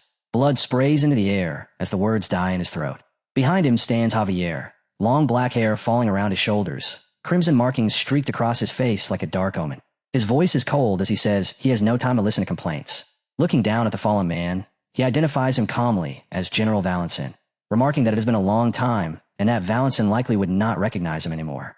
Recognition, however, is irrelevant now, considering the gaping wound torn through his chest.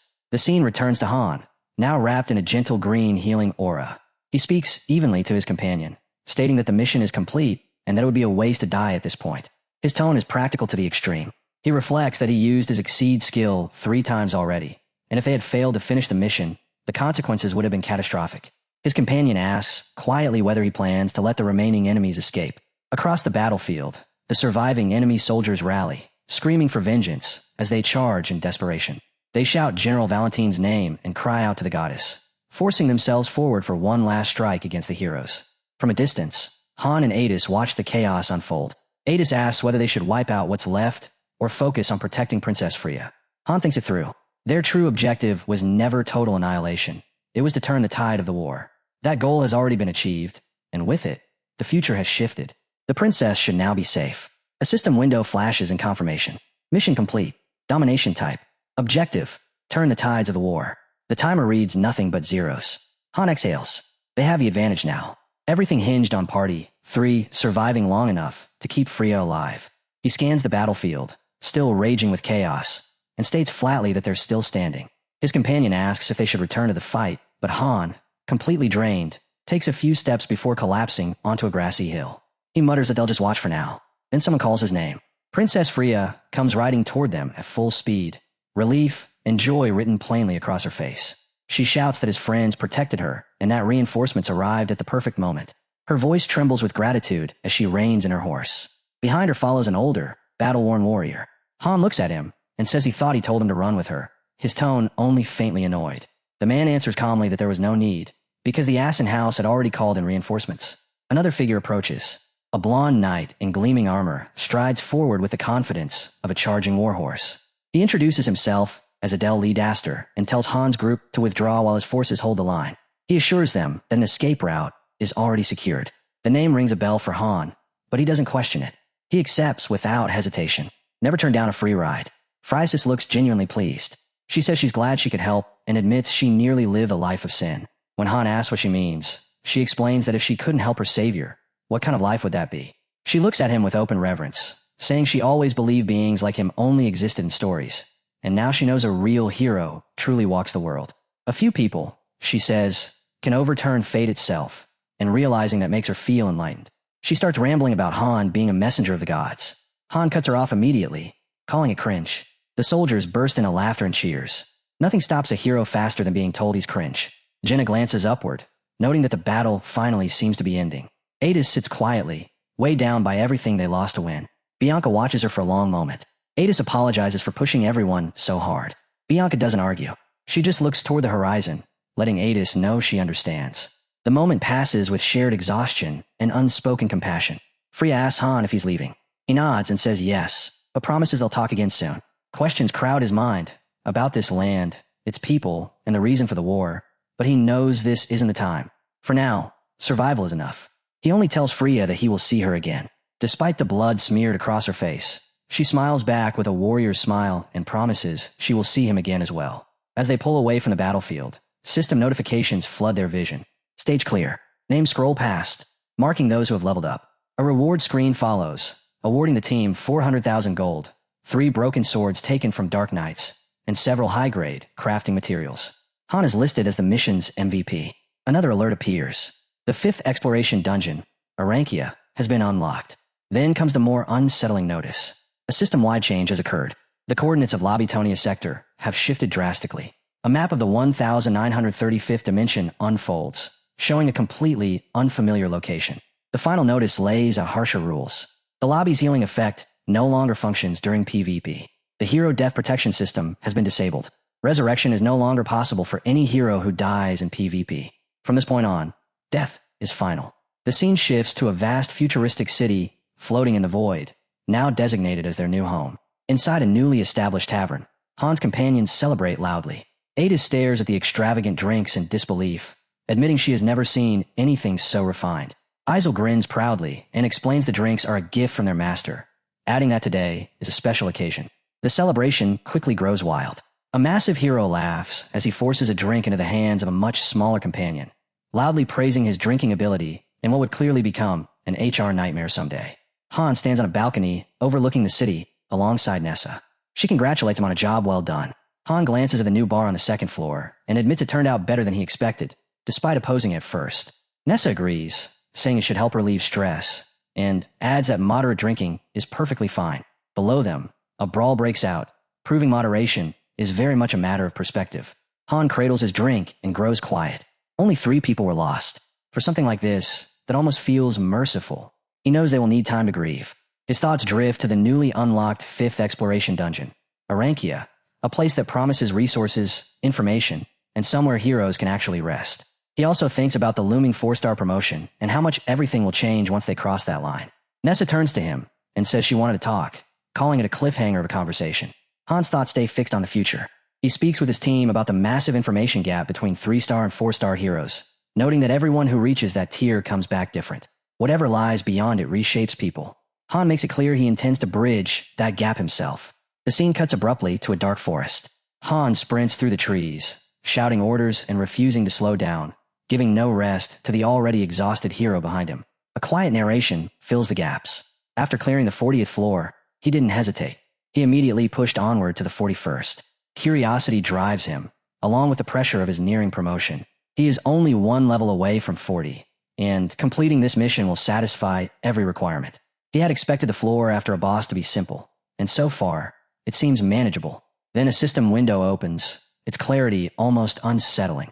Floor 41. Mission type, chase. Objective, follow the scattered soldiers and kill them. Han had hoped to speak with Freya about what truly happened on the 40th floor, but the chase comes first. He tells himself he can talk to her afterward. Spotting a clear trail of blood cutting through the undergrowth, he knows the targets can't be far. As the saying goes, killing someone already half dead is the easiest kind of hunt. A tactical display unfolds, showing his team fanning out methodically. As they move, a message comes through from Princess Friosis, asking if he can really catch them. Han answers without hesitation that they won't escape. A moment later, she sends another request, capture them alive. When Han asks why, she explains that their target is the last surviving executive of the Order, and she wants him interrogated. Han realizes immediately that Freya doesn't fully understand the situation, and that ignorance complicates everything. He recalls her earlier words about searching for a final key before the Order ambushed her. Her next message carries desperation rather than authority. She wants to know why they call her a witch, why they hate her so deeply. Han pauses before replying. He tells her he'll try to keep the target alive, but he won't promise anything. It's the only honest answer he can give in a world like this. A scream tears through the forest. Han bursts forward, his blade flashing as he cuts down one of the Order soldiers. As he moves through the fight, his thoughts spiral. The system speaks of a goddess who shelters them, who welcomes fallen heroes back into her arms. Statues of her stand everywhere, carved into the very world. And yet their enemies are soldiers of the Order, servants of that same goddess. The contradiction gnaws at him. None of it makes sense. His thoughts are interrupted when his red-haired archer companion reports in. She says she followed Freya's request, keeping the higher-up alive and only killing the lesser soldiers. She asks nervously if she did the right thing, wondering if the mission can even be cleared this way. Han smiles despite himself and reassures her that they'll probably manage just fine. Han steps toward their final target. A knight with long white hair stands before him, battered but unbroken, exhaustion written into every breath. He orders her to drop her weapon and kneel. They won't kill her. Then his voice hardens, stripping away any warmth as he tells her she will be ready to confess everything. A system window identifies her. Versace of silver lighting. Level 47. She raises her sword instead, her stance firm, eyes blazing with defiance. She's prepared to fight until the very end. She lifts her blade higher, choosing resistance over survival. The battle is far from finished. Jenna stands nearby, red hair whipping in the wind, looming over the defeated white-haired warrior with a dark smile. She asks sweetly if the woman heard her, suggesting that cooperation might spare her further suffering. The wounded knight, drenched in sweat and gasping for breath, lets out a low, defiant chuckle. She glares up at Jenna with naked hatred and spits that she will never listen to a traitor. The word lands like a blade. Jenna's expression changes instantly. Whatever mask she wore shatters, replaced by cold, unyielding resolve. She replies flatly that forgiveness won't be coming from her either. Versace steps forward, her silver armor smeared with blood, towering over the fallen enemy. Her voice is steady as she declares that forgiveness was never an option to begin with. From a short distance away, Han watches in silence, his black coat fluttering softly in the forest air. Versace lifts her blade and brings it down. In the same instant, Jenna releases her arrow, ruthless and unwavering in her follow-through. When the dust settles, Jenna stares at what remains, a bead of sweat sliding down her cheek. She tells Han that Versace looked terrifying, that the expression on her face sent chills straight through her spine. Han shows no reaction. He calmly sheathes his weapon and scans the scene, treating the victory with detached indifference. A blue system window appears, displaying a message from the Empire's princess, Phreesis. She says it's unfortunate things ended this way, but she accepts the outcome and grants her approval. Han reads the message and quietly wonders if this nightmare is finally finished. With the threat gone, Han turns to Velkus, Jenna, and Ko and tells them to rest for the night. He explains that the critical 4-star promotion will likely begin the following day. Velis looks uneasy and asks if this means the seal will be undone and how they're supposed to obtain the necessary components. Han replies that while exploration dungeons are the standard route, there are other methods as well, and promises to explain later. Velis shudders and apologizes to Kashasha, admitting he really doesn't want to turn into an animal, hinting at the strange side effects tied to seals. Ko stands quietly, staring at the white-haired trader's corpse, her eyes left open in an empty, lifeless stare. Han remarks that Kashasha is a special case, since most seals are simply extensions of skills. Ko gently reaches down and closes Versace's eyes, a silent act of respect, or perhaps closure. As Ko pulls her hand away, a notification appears. Stage clear. Han, Velis, and Jenna advance to 3-star rank. 10,000 gold is deposited instantly. Another system display follows, announcing the heroes are ready for promotion. Cards appear for Han, Jenna, and Velis, instructing him to create promotion stones to recover fragments of their forgotten memories. The scene shifts to a breathtaking aerial view of Tonia. A system tip highlights the importance of the 4-star rank, calling it a turning point that shapes a hero's future and urging the master to take proper care of them. Inside the city, near a grand circular structure supported by marble columns, another notification appears. Item combination in progress. Komeg attempts to advance a promotion stone using her fairy power. The process fails. All materials are consumed without result. Han reviews his remaining rewards when a new notification arrives, detailing the outcome of a dispatch to Nibelheimer. Loki thanks them for participating in the education program and praises their performance. Han receives an advanced spirit stone, 2 advanced promotion stones, and 300,000 gold. Standing alone on the cobblestone street, Han feels his nerves tighten as sweat beads on his brow. He tells himself that with these materials, one attempt should be enough. The system disagrees. Purple notifications flood his vision one after another, each declaring the combination a failure and confirming that the ingredients are gone. Failure follows failure without pause or mercy. Han's expression darkens as the alerts continue to stack. The view pulls back, revealing Isel floating in front of him. Han stares in disbelief, then shouts in horror, accusing her of producing only a single successful item. He runs the numbers in his head and points out how absurd it is to fail a 50% chance 10 times in a row. The fairy floats nearby with her hands clasped, praying desperately for the failures to stop. Han stands amid fading magical residue, gripping the single successful item left to him. She warns him that starting at 4 stars, promotion carries a real risk of failure. Still stinging from his disastrous crafting luck, Han tells her not to worry. The failure rate is under 1%, he says, and unless he's unbelievably unlucky, it will be fine. The narrator would like to note this was a very clear warning. A massive black system window slams into view, signaling the start of the promotion. Target confirmed. Han, 3-star hero. The prompt warns that advancing to 4 stars carries a low chance of failure, but catastrophic consequences. If the attempt fails, the hero will become tainted. A secondary notice clarifies the meaning plainly. A tainted hero will lose their sanity. Han looks up as the master's worried eyes appear projected in the sky. He understands the concern. A tainted hero would be useless, or worse. His expression hardens. He orders the system to proceed. A confirmation window appears as he raises a prismatic stone, its surface catching and refracting light. The system announces that Han, leader of Party 1, is requesting promotion. Above, the master confirms the request. The fairy pumps her fists and cheers him on. Han thanks her briefly, then walks to the center of the chamber. The room is dim, illuminated only by crimson runes carved into a circular altar. Massive pillars vanish upward into darkness. Han steps into the magic circle, red light washing over his black combat gear, and lifts the rainbow stone above the core of the array. The runes respond, glowing brighter as the altar begins to resonate. A violent tremor runs through Han's sword. His eyes widen as he feels a familiar, unexpected presence. He mutters a single name. Biffist. The altar erupts. A blinding explosion of white light spirals around him, swallowing his body completely. When Han awakens, the light is gone. The promotion chamber is gone as well. He blinks, disoriented, taking in unfamiliar surroundings. A corrupted system window floats before him, glitching and fractured. Location, 0,000th dimension, Tonia. The rest of the text dissolves into broken symbols and code. Han stands inside an immense hall filled with swirling gray fog. Another notification appears, naming the area of the Golden Court.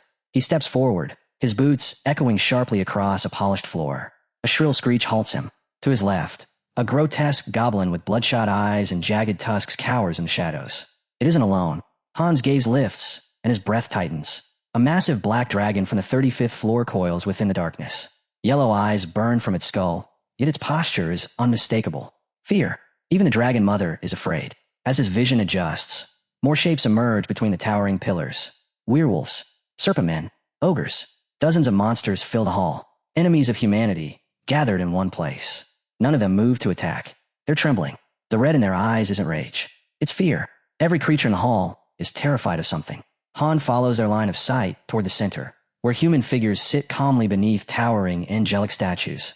A lavish banquet table stretches across the space, piled high with glowing food beneath ornate candelabras, an almost mocking contrast to the monsters lurking in the shadows.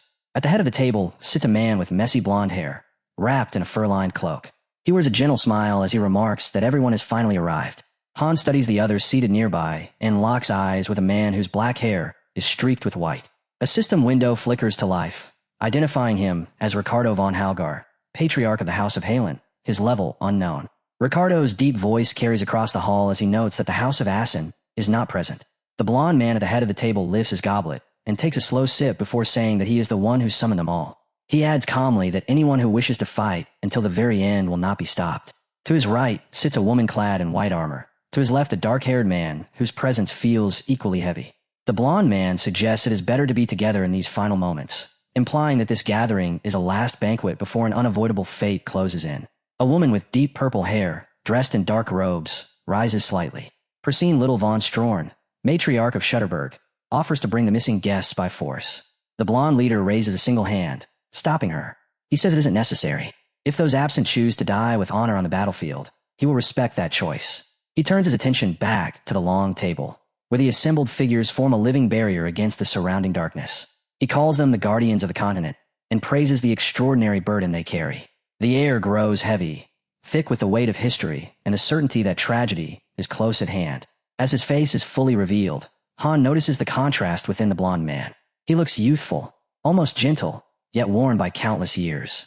Delicate wing-shaped ornaments rest in his hair. He thanks them sincerely, saying he will never forget what they have done. He recalls the times they spilled blood when the fate of their own kind was on the line, even moments when they were forced to turn their blades against one another. Han remains silent, watching the gathering of legends, and realizing he is witnessing a moment that exists outside ordinary time. The blonde man concludes by saying that, at least for this moment, they stood united as one. The final reveal settles in. Frios Alagner, first heir to the throne, level unknown. His golden eyes look forward, sharp and unwavering, and as he offers his thanks, the room falls completely silent under the weight of his presence. Kurushar, the reptilian mage covered in intricate scales and wearing a monocle, breaks the silence. He leans back in his seat, a tired smile spreading across his face, and lets out a quiet chuckle. He tells the radiant human beside him that he truly enjoyed fighting alongside them. Then he sighs and apologizes, admitting that if his magical creation had been stronger, their desperate situation might have turned out differently. sounding like every engineer who ever blamed the hardware. Al Lagner waves the apology aside, saying Karushar's creation was already terrifying enough. Karushar, still chewing, loudly thanks him without a shred of shame. Al Lagner then turns his attention outward and expresses his gratitude to the water dragons as well. Nearby, the blue-skinned water dragon with fin-like ears and a long, dark beard admits that he never imagined himself fighting on land, yet strangely found it refreshing. In a life stretched across countless years, he reflects calmly that it has been a very long time since anything truly new stirred his heart, his words carrying a quiet dignity earned through time itself. The Durian king, Kiadni, a towering lion man with a thick mane and golden gauntlets, places a heavy hand over his chest and says they fought with everything they had and even found joy in it.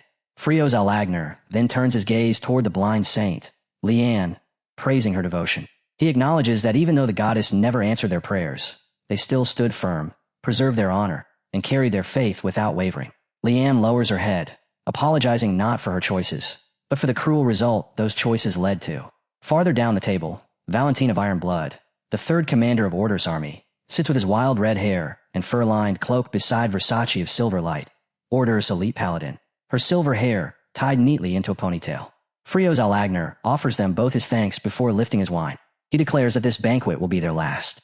He speaks of their long and blood-soaked history, of how the people of Tonia spilled rivers of blood over clashing values. Yet in this final moment, they stood as one. He takes a slow sip, then admits the truth without embellishment. They have lost. Their homeland will burn, and they themselves will fade into history. Gazing into the red liquid, he murmurs that perhaps even Tonia will disappear entirely. Friasi listens with grief tightening her chest, but also with resolve, knowing that they truly gave everything they had. The second heir, Friasais Alagner, a striking woman with long white hair and winged headgear, looks up with eyes shining with tears. Frios Alagner echoes her feelings, stating firmly that despite the loss, he holds no regrets, because everyone fought to the very end. Silence settles heavily over the table as the weight of their failure presses down on them all. Suddenly, a violent tremor shakes the palace. Dust rains from the ceiling, and a deep, crushing impact rolls through the hall. Without spilling a drop from his goblet, Frios Alagner calmly remarks that they no longer have much time. Behind him, Darkhan of Destruction, vice commander of the 3rd Imperial Guard clad in heavy silver armor, delivers his grim report. The enemy will breach the palace within the hour. Knowing this marks the end, he offers a solemn apology to everyone present. Through it all, Han stands apart, remembering Frios Alagner's words, that no one is at fault, because everyone truly did their best. As those words linger, reality itself begins to fracture. A glitching digital text box bursts into the air, pulsing with corrupted colors, displaying a single cruel word that brands everything as pathetic. Space twists around Han, static crackling with red lightning as a sharp tearing sound rips through the atmosphere. From the distortion, a dark silhouette forms behind him, a mocking voice asking if he feels the same. Then, from within the warped space, a woman steps forward, radiating overwhelming power. She has long dark hair crowned by silver olive wreath, and eyes glowing with a chilling crimson light. Her name remains hidden, and her level displays an absurd 999. As ominous music swells through the fractured space, she greets Han casually, remarking that they have not met since his promotion to 2 stars. Han briefly glances at the banquet scene unfolding behind her, the doomed heroes frozen in their final moments, before turning his cold gaze back to the intruder. He asks why she is here and makes it clear he has no desire to see her. She only smirks, telling him not to be so distant, claiming she simply made time to pay him a visit. A wine glass materializes in her hand through magic. She slowly swirls the crimson liquid while studying the table of those bound for destruction and asks whether Han truly does not find the scene pitiful. She mocks their defeat, ridiculing their insistence that they did their best and have no regrets, dismissing such words as nothing more than a comforting lie. After taking a small sip, she coldly declares that all but one of them are utterly worthless. She begins to circle Han, her movements smooth and predatory. Han asks again why she is here, noting that under normal circumstances he would have rejected her call outright. She replies lightly that she only wanted to see him. Han's eyes glow white as he glares at her, calling her excuse nonsense and stating that this world is merely one of countless endings for her. She responds without hesitation that this world is different, simply because Han exists within it. She remarks that Han is progressing on an account she once abandoned due to its difficulty, framing his growth as proof of skill. Feigning surprise, she wonders aloud how his master has not quit yet. Han does not react. Standing firmly in the center of the hall, he tells her he does not need her help and has no intention of wasting time, ordering her to leave. She pauses, noting that he is as cold toward her as ever. Shadows creep across her face as she warns him not to misunderstand. Leaning closer, her crimson eyes narrow as she threatens that she could kill him at any moment. Han cuts her off, telling her to stop the theatrics and reminding her that she did not kill him last time. As the view pulls back, revealing the vastness of the hall and the distance between them, he calmly states that he is confident she cannot kill him now. He explains that heroes exist to correct the narrative, and even she cannot twist fate beyond its limits. He adds that the very reason she is here proves that truth. The woman lets out a soft laugh and glances over her shoulder with a sly smile, suggesting he may still be mistaken. In the next instant, a massive beam of blue energy rips through the air. Han stands wielding a gigantic black greatsword, dark red lightning crackling violently along its blade. The woman fails to evade the strike and remarks dryly that she came just to meet him, yet he treats her so poorly. Her body dissolves into red mist and flickering glitches as she watches him, noting that he is no longer the same person he once was without intervention power. As she fades completely, the scene snaps back to the banquet table, the timeline itself seeming to rewind. Phriasis, the successor of gold, slams her hands onto the table, silverware clattering loudly. She rises to her feet, her face twisted with anger and desperation, shouting that she refuses to let everything end like this. She demands that everyone ask themselves whether all their blood, sweat, and tears were truly meant to lead to this outcome. She refuses to find comfort in the idea of losing simply because they did their best. She demands to know if that is truly all they are worth, asking whether this single threat is enough to crush their spirits, and whether none of them feel even a shred of anger. Pointing toward the massive windows, Phriasis orders them to look outside. In the courtyard below, soldiers and dragonkins stand waiting, terror etched across their faces as enemy forces gather beyond the walls. She accuses those seated at the table of abandoning their duty and asks if they feel no shame when facing the legacy of their predecessors. Her outburst is cut short by a sharp voice accusing her of recklessness, demanding how she dares speak so boldly as a member of the Golden Bloodline. Phriasis ignores him. She slams her fist onto the table and declares she cannot accept this ending. With bitter mockery, she asks if they truly plan to savor a final banquet before dying, reminding them that even now their warriors are outside, shedding blood. A heavy silence settles. The purple-haired mage finally speaks, admitting she is angry as well, but saying that nothing they have tried has worked. She asks Phriasis what she intends to do, questioning whether she expects them to charge forward blindly. Though she understands Phriasis's emotions, she insists the outcome cannot be changed. Kayadni, the Beast King, lowers his gaze and speaks quietly, saying that sometimes one must accept the result. To him, this banquet is the last proof of their remaining honor. Phriasis trembles as the music swells, her voice shaking as she insists there must still be something they can do. She turns toward the blind saint, Leanne, and asks whether there was not an oracle. Leanne stiffens, color draining from her face. Phriasis presses her, claiming she has heard of a crucial clue capable of saving the continent, and demands to know why it has been kept hidden. The weight of her words lingers as Phriasis reveals the truth, that the oracle possesses the power to turn back time by several years. Watching from afar, Han finally understands why he is witnessing this memory. The purple-haired mage stares in disbelief, repeating the idea of reversing time as if the words themselves make no sense. Han realizes this vision reveals the true purpose behind the hero's missions. At the table, Phriasis argues fiercely that returning to the past could change everything. She refuses to accept surrender, insisting they cannot allow the end to come without fully understanding their enemy. Along the walls, the winged friezes begin to glow faintly as her resolve sharpens. Kayadni turns toward the saints in shock, asking whether the goddess truly granted such an oracle and demanding why it was concealed. Leanne lowers her head, sweat dripping as she struggles to answer. Suddenly, her image glitches. Static crawls across her face as the corrupted saint speaks in a trembling voice. She questions whether even starting over would truly change anything.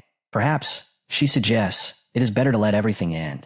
She reminds them that all the races of Tonia fought together, yet still failed to win a single decisive battle, and asks whether Phriasis truly wishes to relive that suffering. She confesses that they are exhausted and believes ending everything now is the best choice. Phriasis stares at her in horror, calls her a coward, and slams her hand onto the table, shouting that she refuses to accept this ending. She admits that she once believed everyone seated at the table were heroes, but now a terrible doubt grips her heart. Her voice cracks as she asks why no one will stand beside her, why she alone seems unwilling to accept this ending. Clutching her chest, she cries that it is worth trying even if the odds are hopelessly small. She swears she will repeat it 100 times, 1,000 times if she must, as long as there is even the slightest chance to change the outcome and save their people. Tears spill freely as her golden eyes blaze with unyielding determination. She lifts her gaze toward the statue of the two angels and cries out to the goddess, begging for an answer. Phriasis Alagner accepts the challenge with trembling resolve, declaring that if no one else is willing to return, then she will go alone. Her eyes erupt with blinding golden light as a system window appears, marking her as the successor of gold, Phreosis.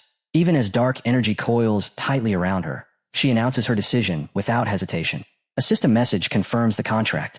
Phreosis looks upon the faces of her comrades, Darkhan, Kaedni, Valencian, and pleads with the goddess to grant them an ending worthy of the sacrifices they made. The answer that descends is not mercy. A black speech window with glowing yellow text appears, declaring that those who fail to meet the requirements shall be cursed. Horror spreads instantly through the hall. Darkhan, the vice commander clad in silver armor, suddenly coughs violently as blood pours from his mouth, his eyes bulging in unbearable agony. Another message addresses Phreosis as the successor of gold, promising her the goddess's blessing.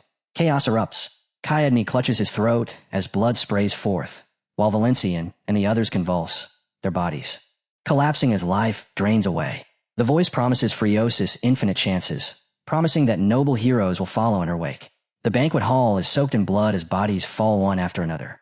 The blessing of time regression demands a grotesque price. Amid the carnage, Phreos Alagner lies dying, reaching weakly toward Phreosis's radiant figure and softly calling her Phrea with his final breath. The image lingers on Phreosis, her eyes burning with golden power as the regression begins, fueled by the deaths of everyone she loved. A dark aura coils around the crumbling statue of the two winged angels. Floating text boxes appear one after another, issuing grim commands to challenge fate, seize power, overcome destiny, and claim the throne of gold. It is the familiar, ominous proclamation of a system-driven apocalypse. Within the ruined cathedral, Han stands amid the devastation. Fallen warriors lie scattered across the floor, and he looks upon them with cold, unforgiving eyes. Their sacrifice means nothing to him, and he scoffs at the idea of calling them heroes. Tightening his grip on his sword, he fixes his gaze on the angelic statue, seeing straight through the illusion it projects. Han demands that the charade end, declaring that this mockery bears no resemblance to the Phrea he knows. Power surges as he launches himself into the air and brings his blade down. Light explodes outward as the false image shatters.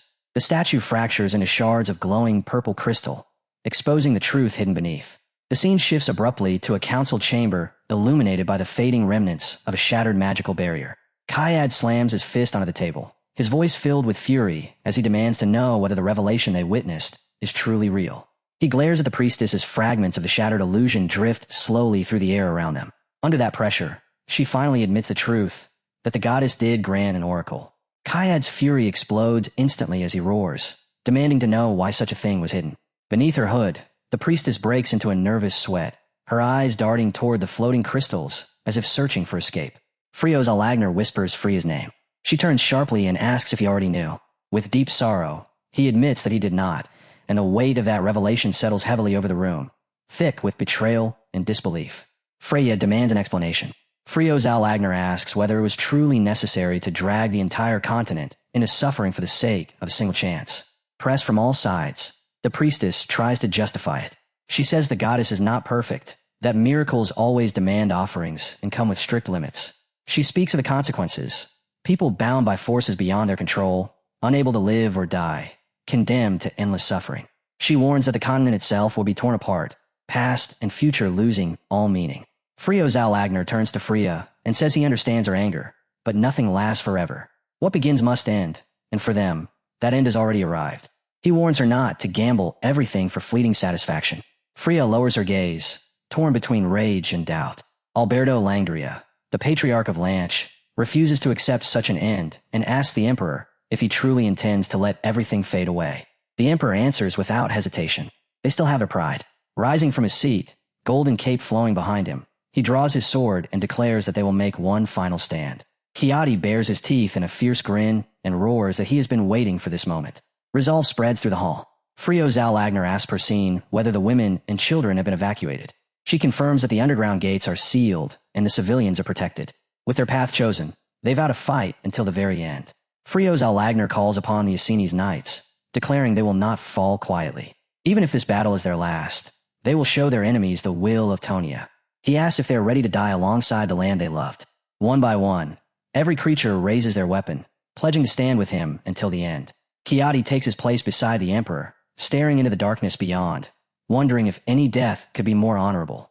Everyone dies eventually. He reasons, the only choice is whether one dies as a coward or as a hero. Frio's Alagner shouts with burning intensity, urging them not to fear.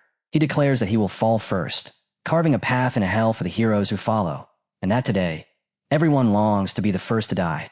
Moments later, a knight rushes in with grim news. The Essenes knights have been wiped out. The Emperor watches as his elite forces are annihilated and understands that now it is their turn. He orders everyone to prepare themselves. Frias Lagner turns to his sister, Freya, and apologizes for being unable to calm her rage. He tells her that if she is still angry when the end arrives, she should accept the offer. Freya looks at him in confusion. Frio reassures her softly that he has always stood on her side. Then, facing all the creatures of Tonia, the Emperor declares that this will be their final battle and commands them not to disgrace themselves when the end comes. A knight steps forward and addresses Freya. She bows her head and promises that she will never again speak of the goddess's oracle. Frio Alagner watches her quietly, relief and gratitude flickering across his face. He throws his head back and roars the name of Tonia, gathering his strength to charge. Before he can move, a deafening blast tears through the hall, stone and debris exploding in every direction. As the dust settles, a woman dressed in black walks forward unhurriedly, her presence alone crushing the air.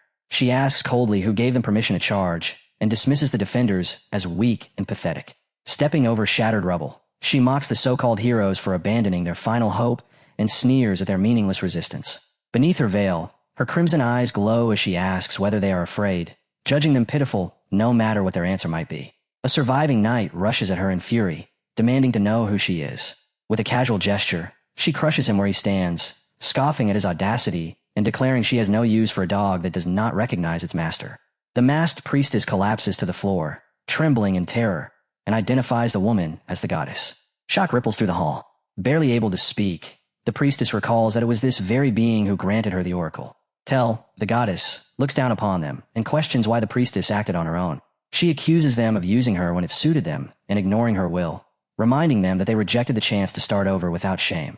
The priestess desperately pleads, saying they are grateful but wish to face the end on their own terms, begging for that final dignity. Tel's expression hardens with contempt as she asks when a dog gained the right to question its master, and who gave them permission to die with honor. She brings her foot down, crushing the priestess beneath her heel. Freya watches in horror, clutching her chest, as if her heart might give out. Tel declares calmly that Tonia will not end here. Frio's Alagner demands she remove her foot. The Emperor, battered but alive, rises from the rubble, his armor torn and stained.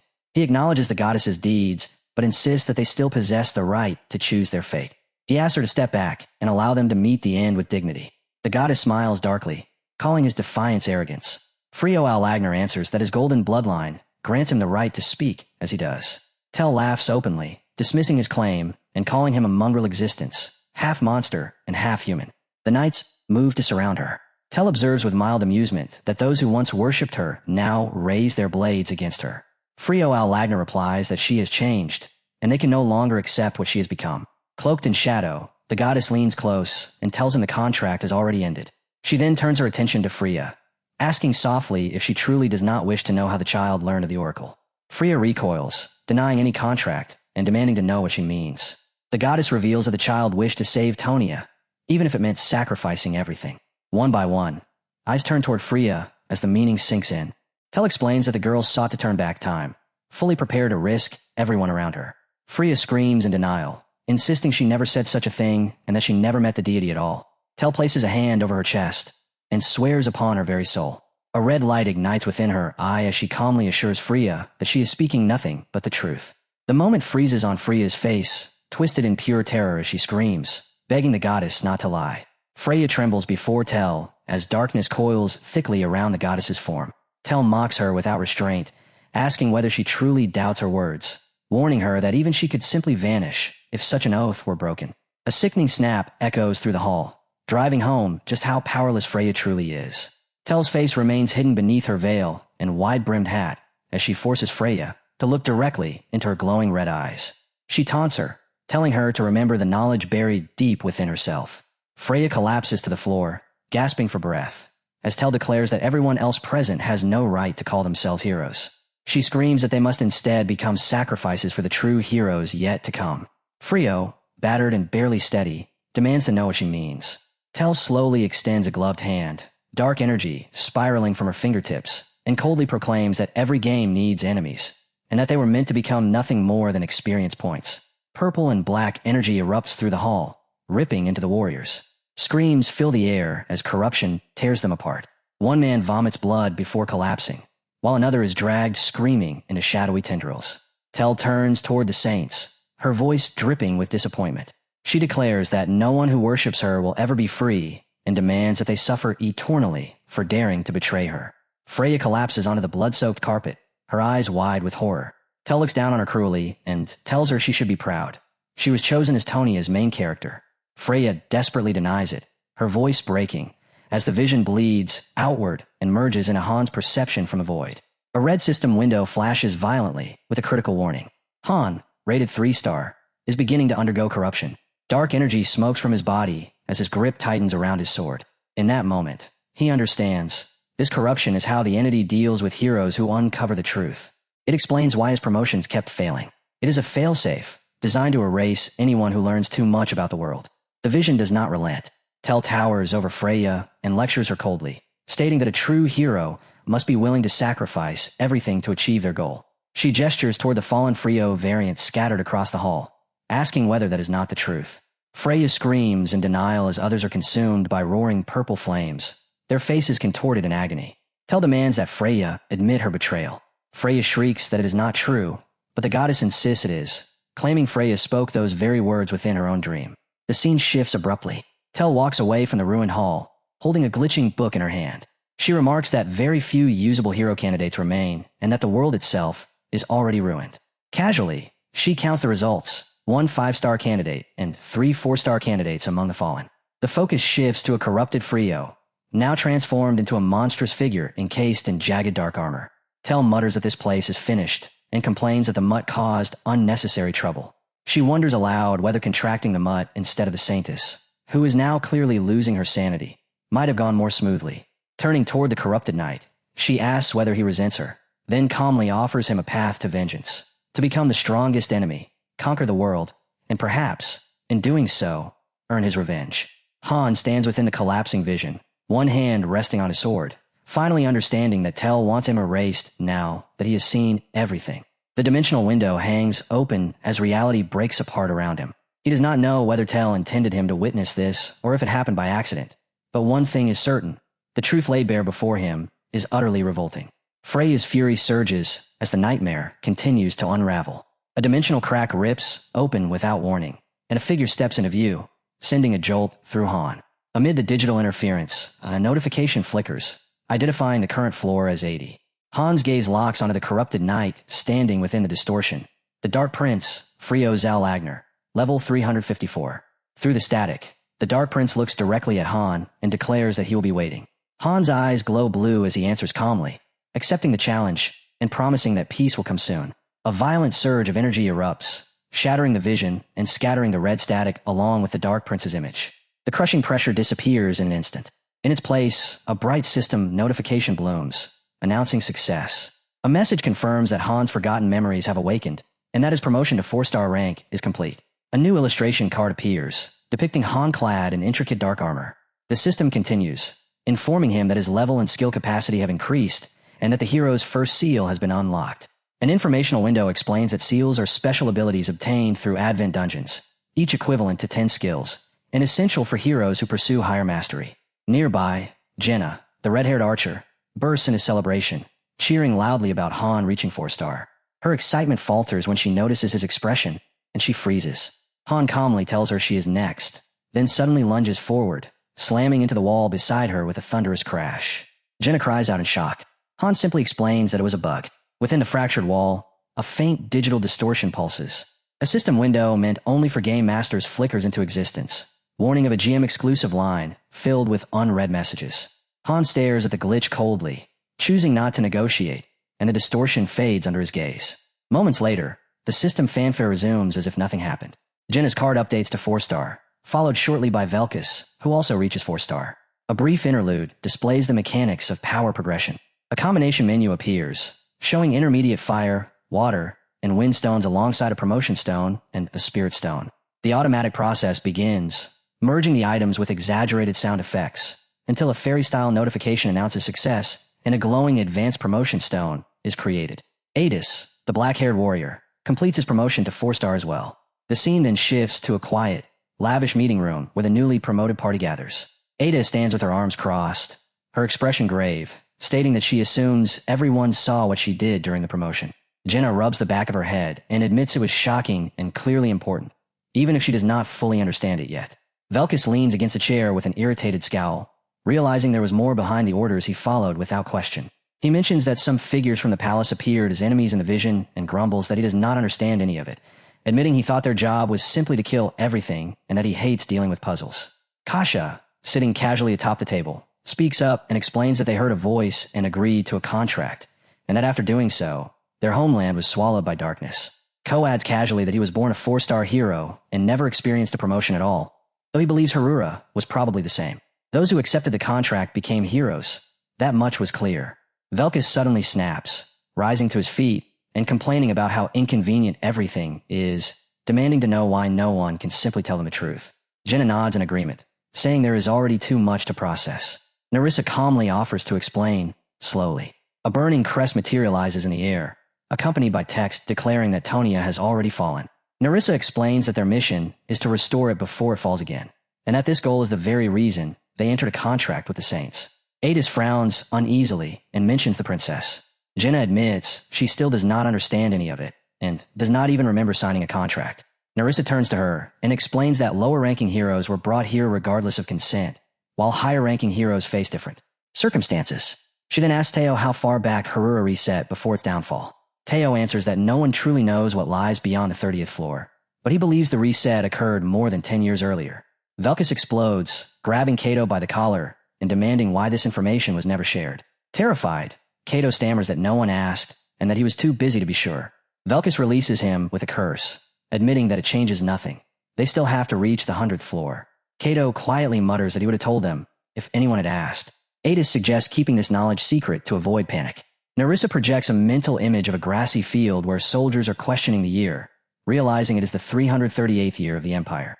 She explains that simply speaking with people inside the exploration dungeon reveals that they are currently in the past. Back in the meeting room, she warns that rumors about the illusion are already spreading and that controlling the situation will become more difficult as additional high-ranking heroes arrive. Adis turns to Han and asks what should be done about the lower floor heroes. Han suddenly stands, pushing his chair back sharply. He walks past Adis, saying flatly that he does not care and that they should handle it however they want. As he leaves, he offers a brief apology and says he is not feeling well. Adis watches him go, understanding the burden he carries. Han cannot reveal what he witnessed. It is not a matter of trust, but danger. He imagines the goddess looming over the heroes like a child playing with dolls, knowing their morale would shatter if they learned humanity is treated as nothing more than toys. Han retreats to his quarters, only to be interrupted by a burst of sparkling light.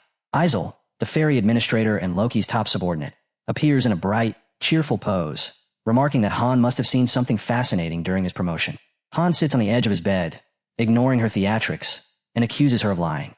Isel's smile falters as she asks what he means. Han crosses his arms and demands a direct answer, asking whether the mission monsters are connected to the end of the world.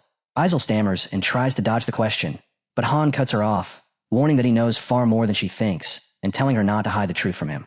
Isel trembles violently under Han's gaze, her wings fluttering erratically as fear grips her entire body. Han slowly lifts his massive sword, raising it just enough to block his own face, and coldly instruct her to use it to shield her eyes. Panic floods her expression as she blurts out that if this is discovered, she will be killed. For a brief moment, Isel forces herself to regain some composure. Still shaking, she lets out a strained, nervous laugh and insists that everything will be fine, claiming she can stop him if necessary. She desperately asks him to confirm that he is not lying. Red lightning suddenly erupts around Han's sword and arm, crackling wildly as the energy spirals out of control. The room is swallowed by a violent storm of power, reality itself beginning to fracture. A system window flashes with an unknown error as the space around them glitches and distorts. Han reaches forward, his hand blazing with destructive red energy, gripping the very fabric of space around the terrified fairy. As the digital world splinters and tears apart, Isel finally breaks. She admits that the monsters they fought had nothing to do with Tonia's fall. The moment freezes on her face as her fear twists into a knowing unsettling grin, one that promises the truth she is about to reveal will be far worse. Isel finally speaks the truth. The monsters had nothing to do with the fall of Tonia. Every single one of them was once a real hero from the past. Dark energy blankets the room as the weight of her words settles in. Han asks quietly whether all the humans and otherworldly beings they have killed so far were once people just like them. Isel nods, her voice trembling as she answers yes.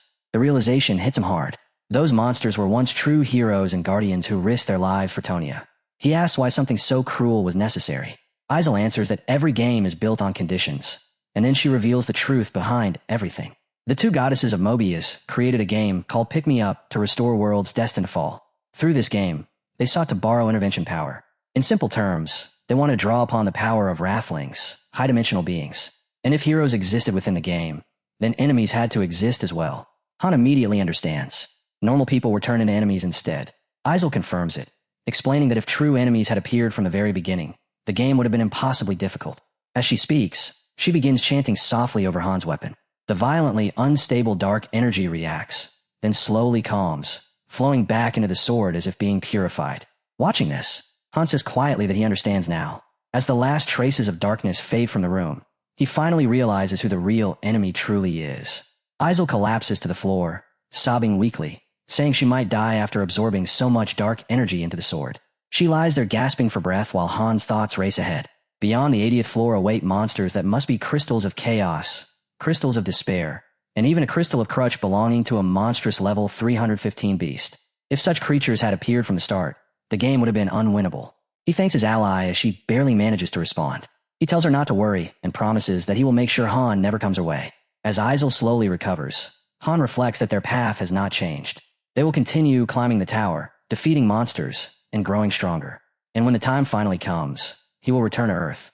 There is only one thing left that must be done. He lifts his gaze upward and calmly declares that his enemies are already dead. Elsewhere, his team senses that he is hiding something.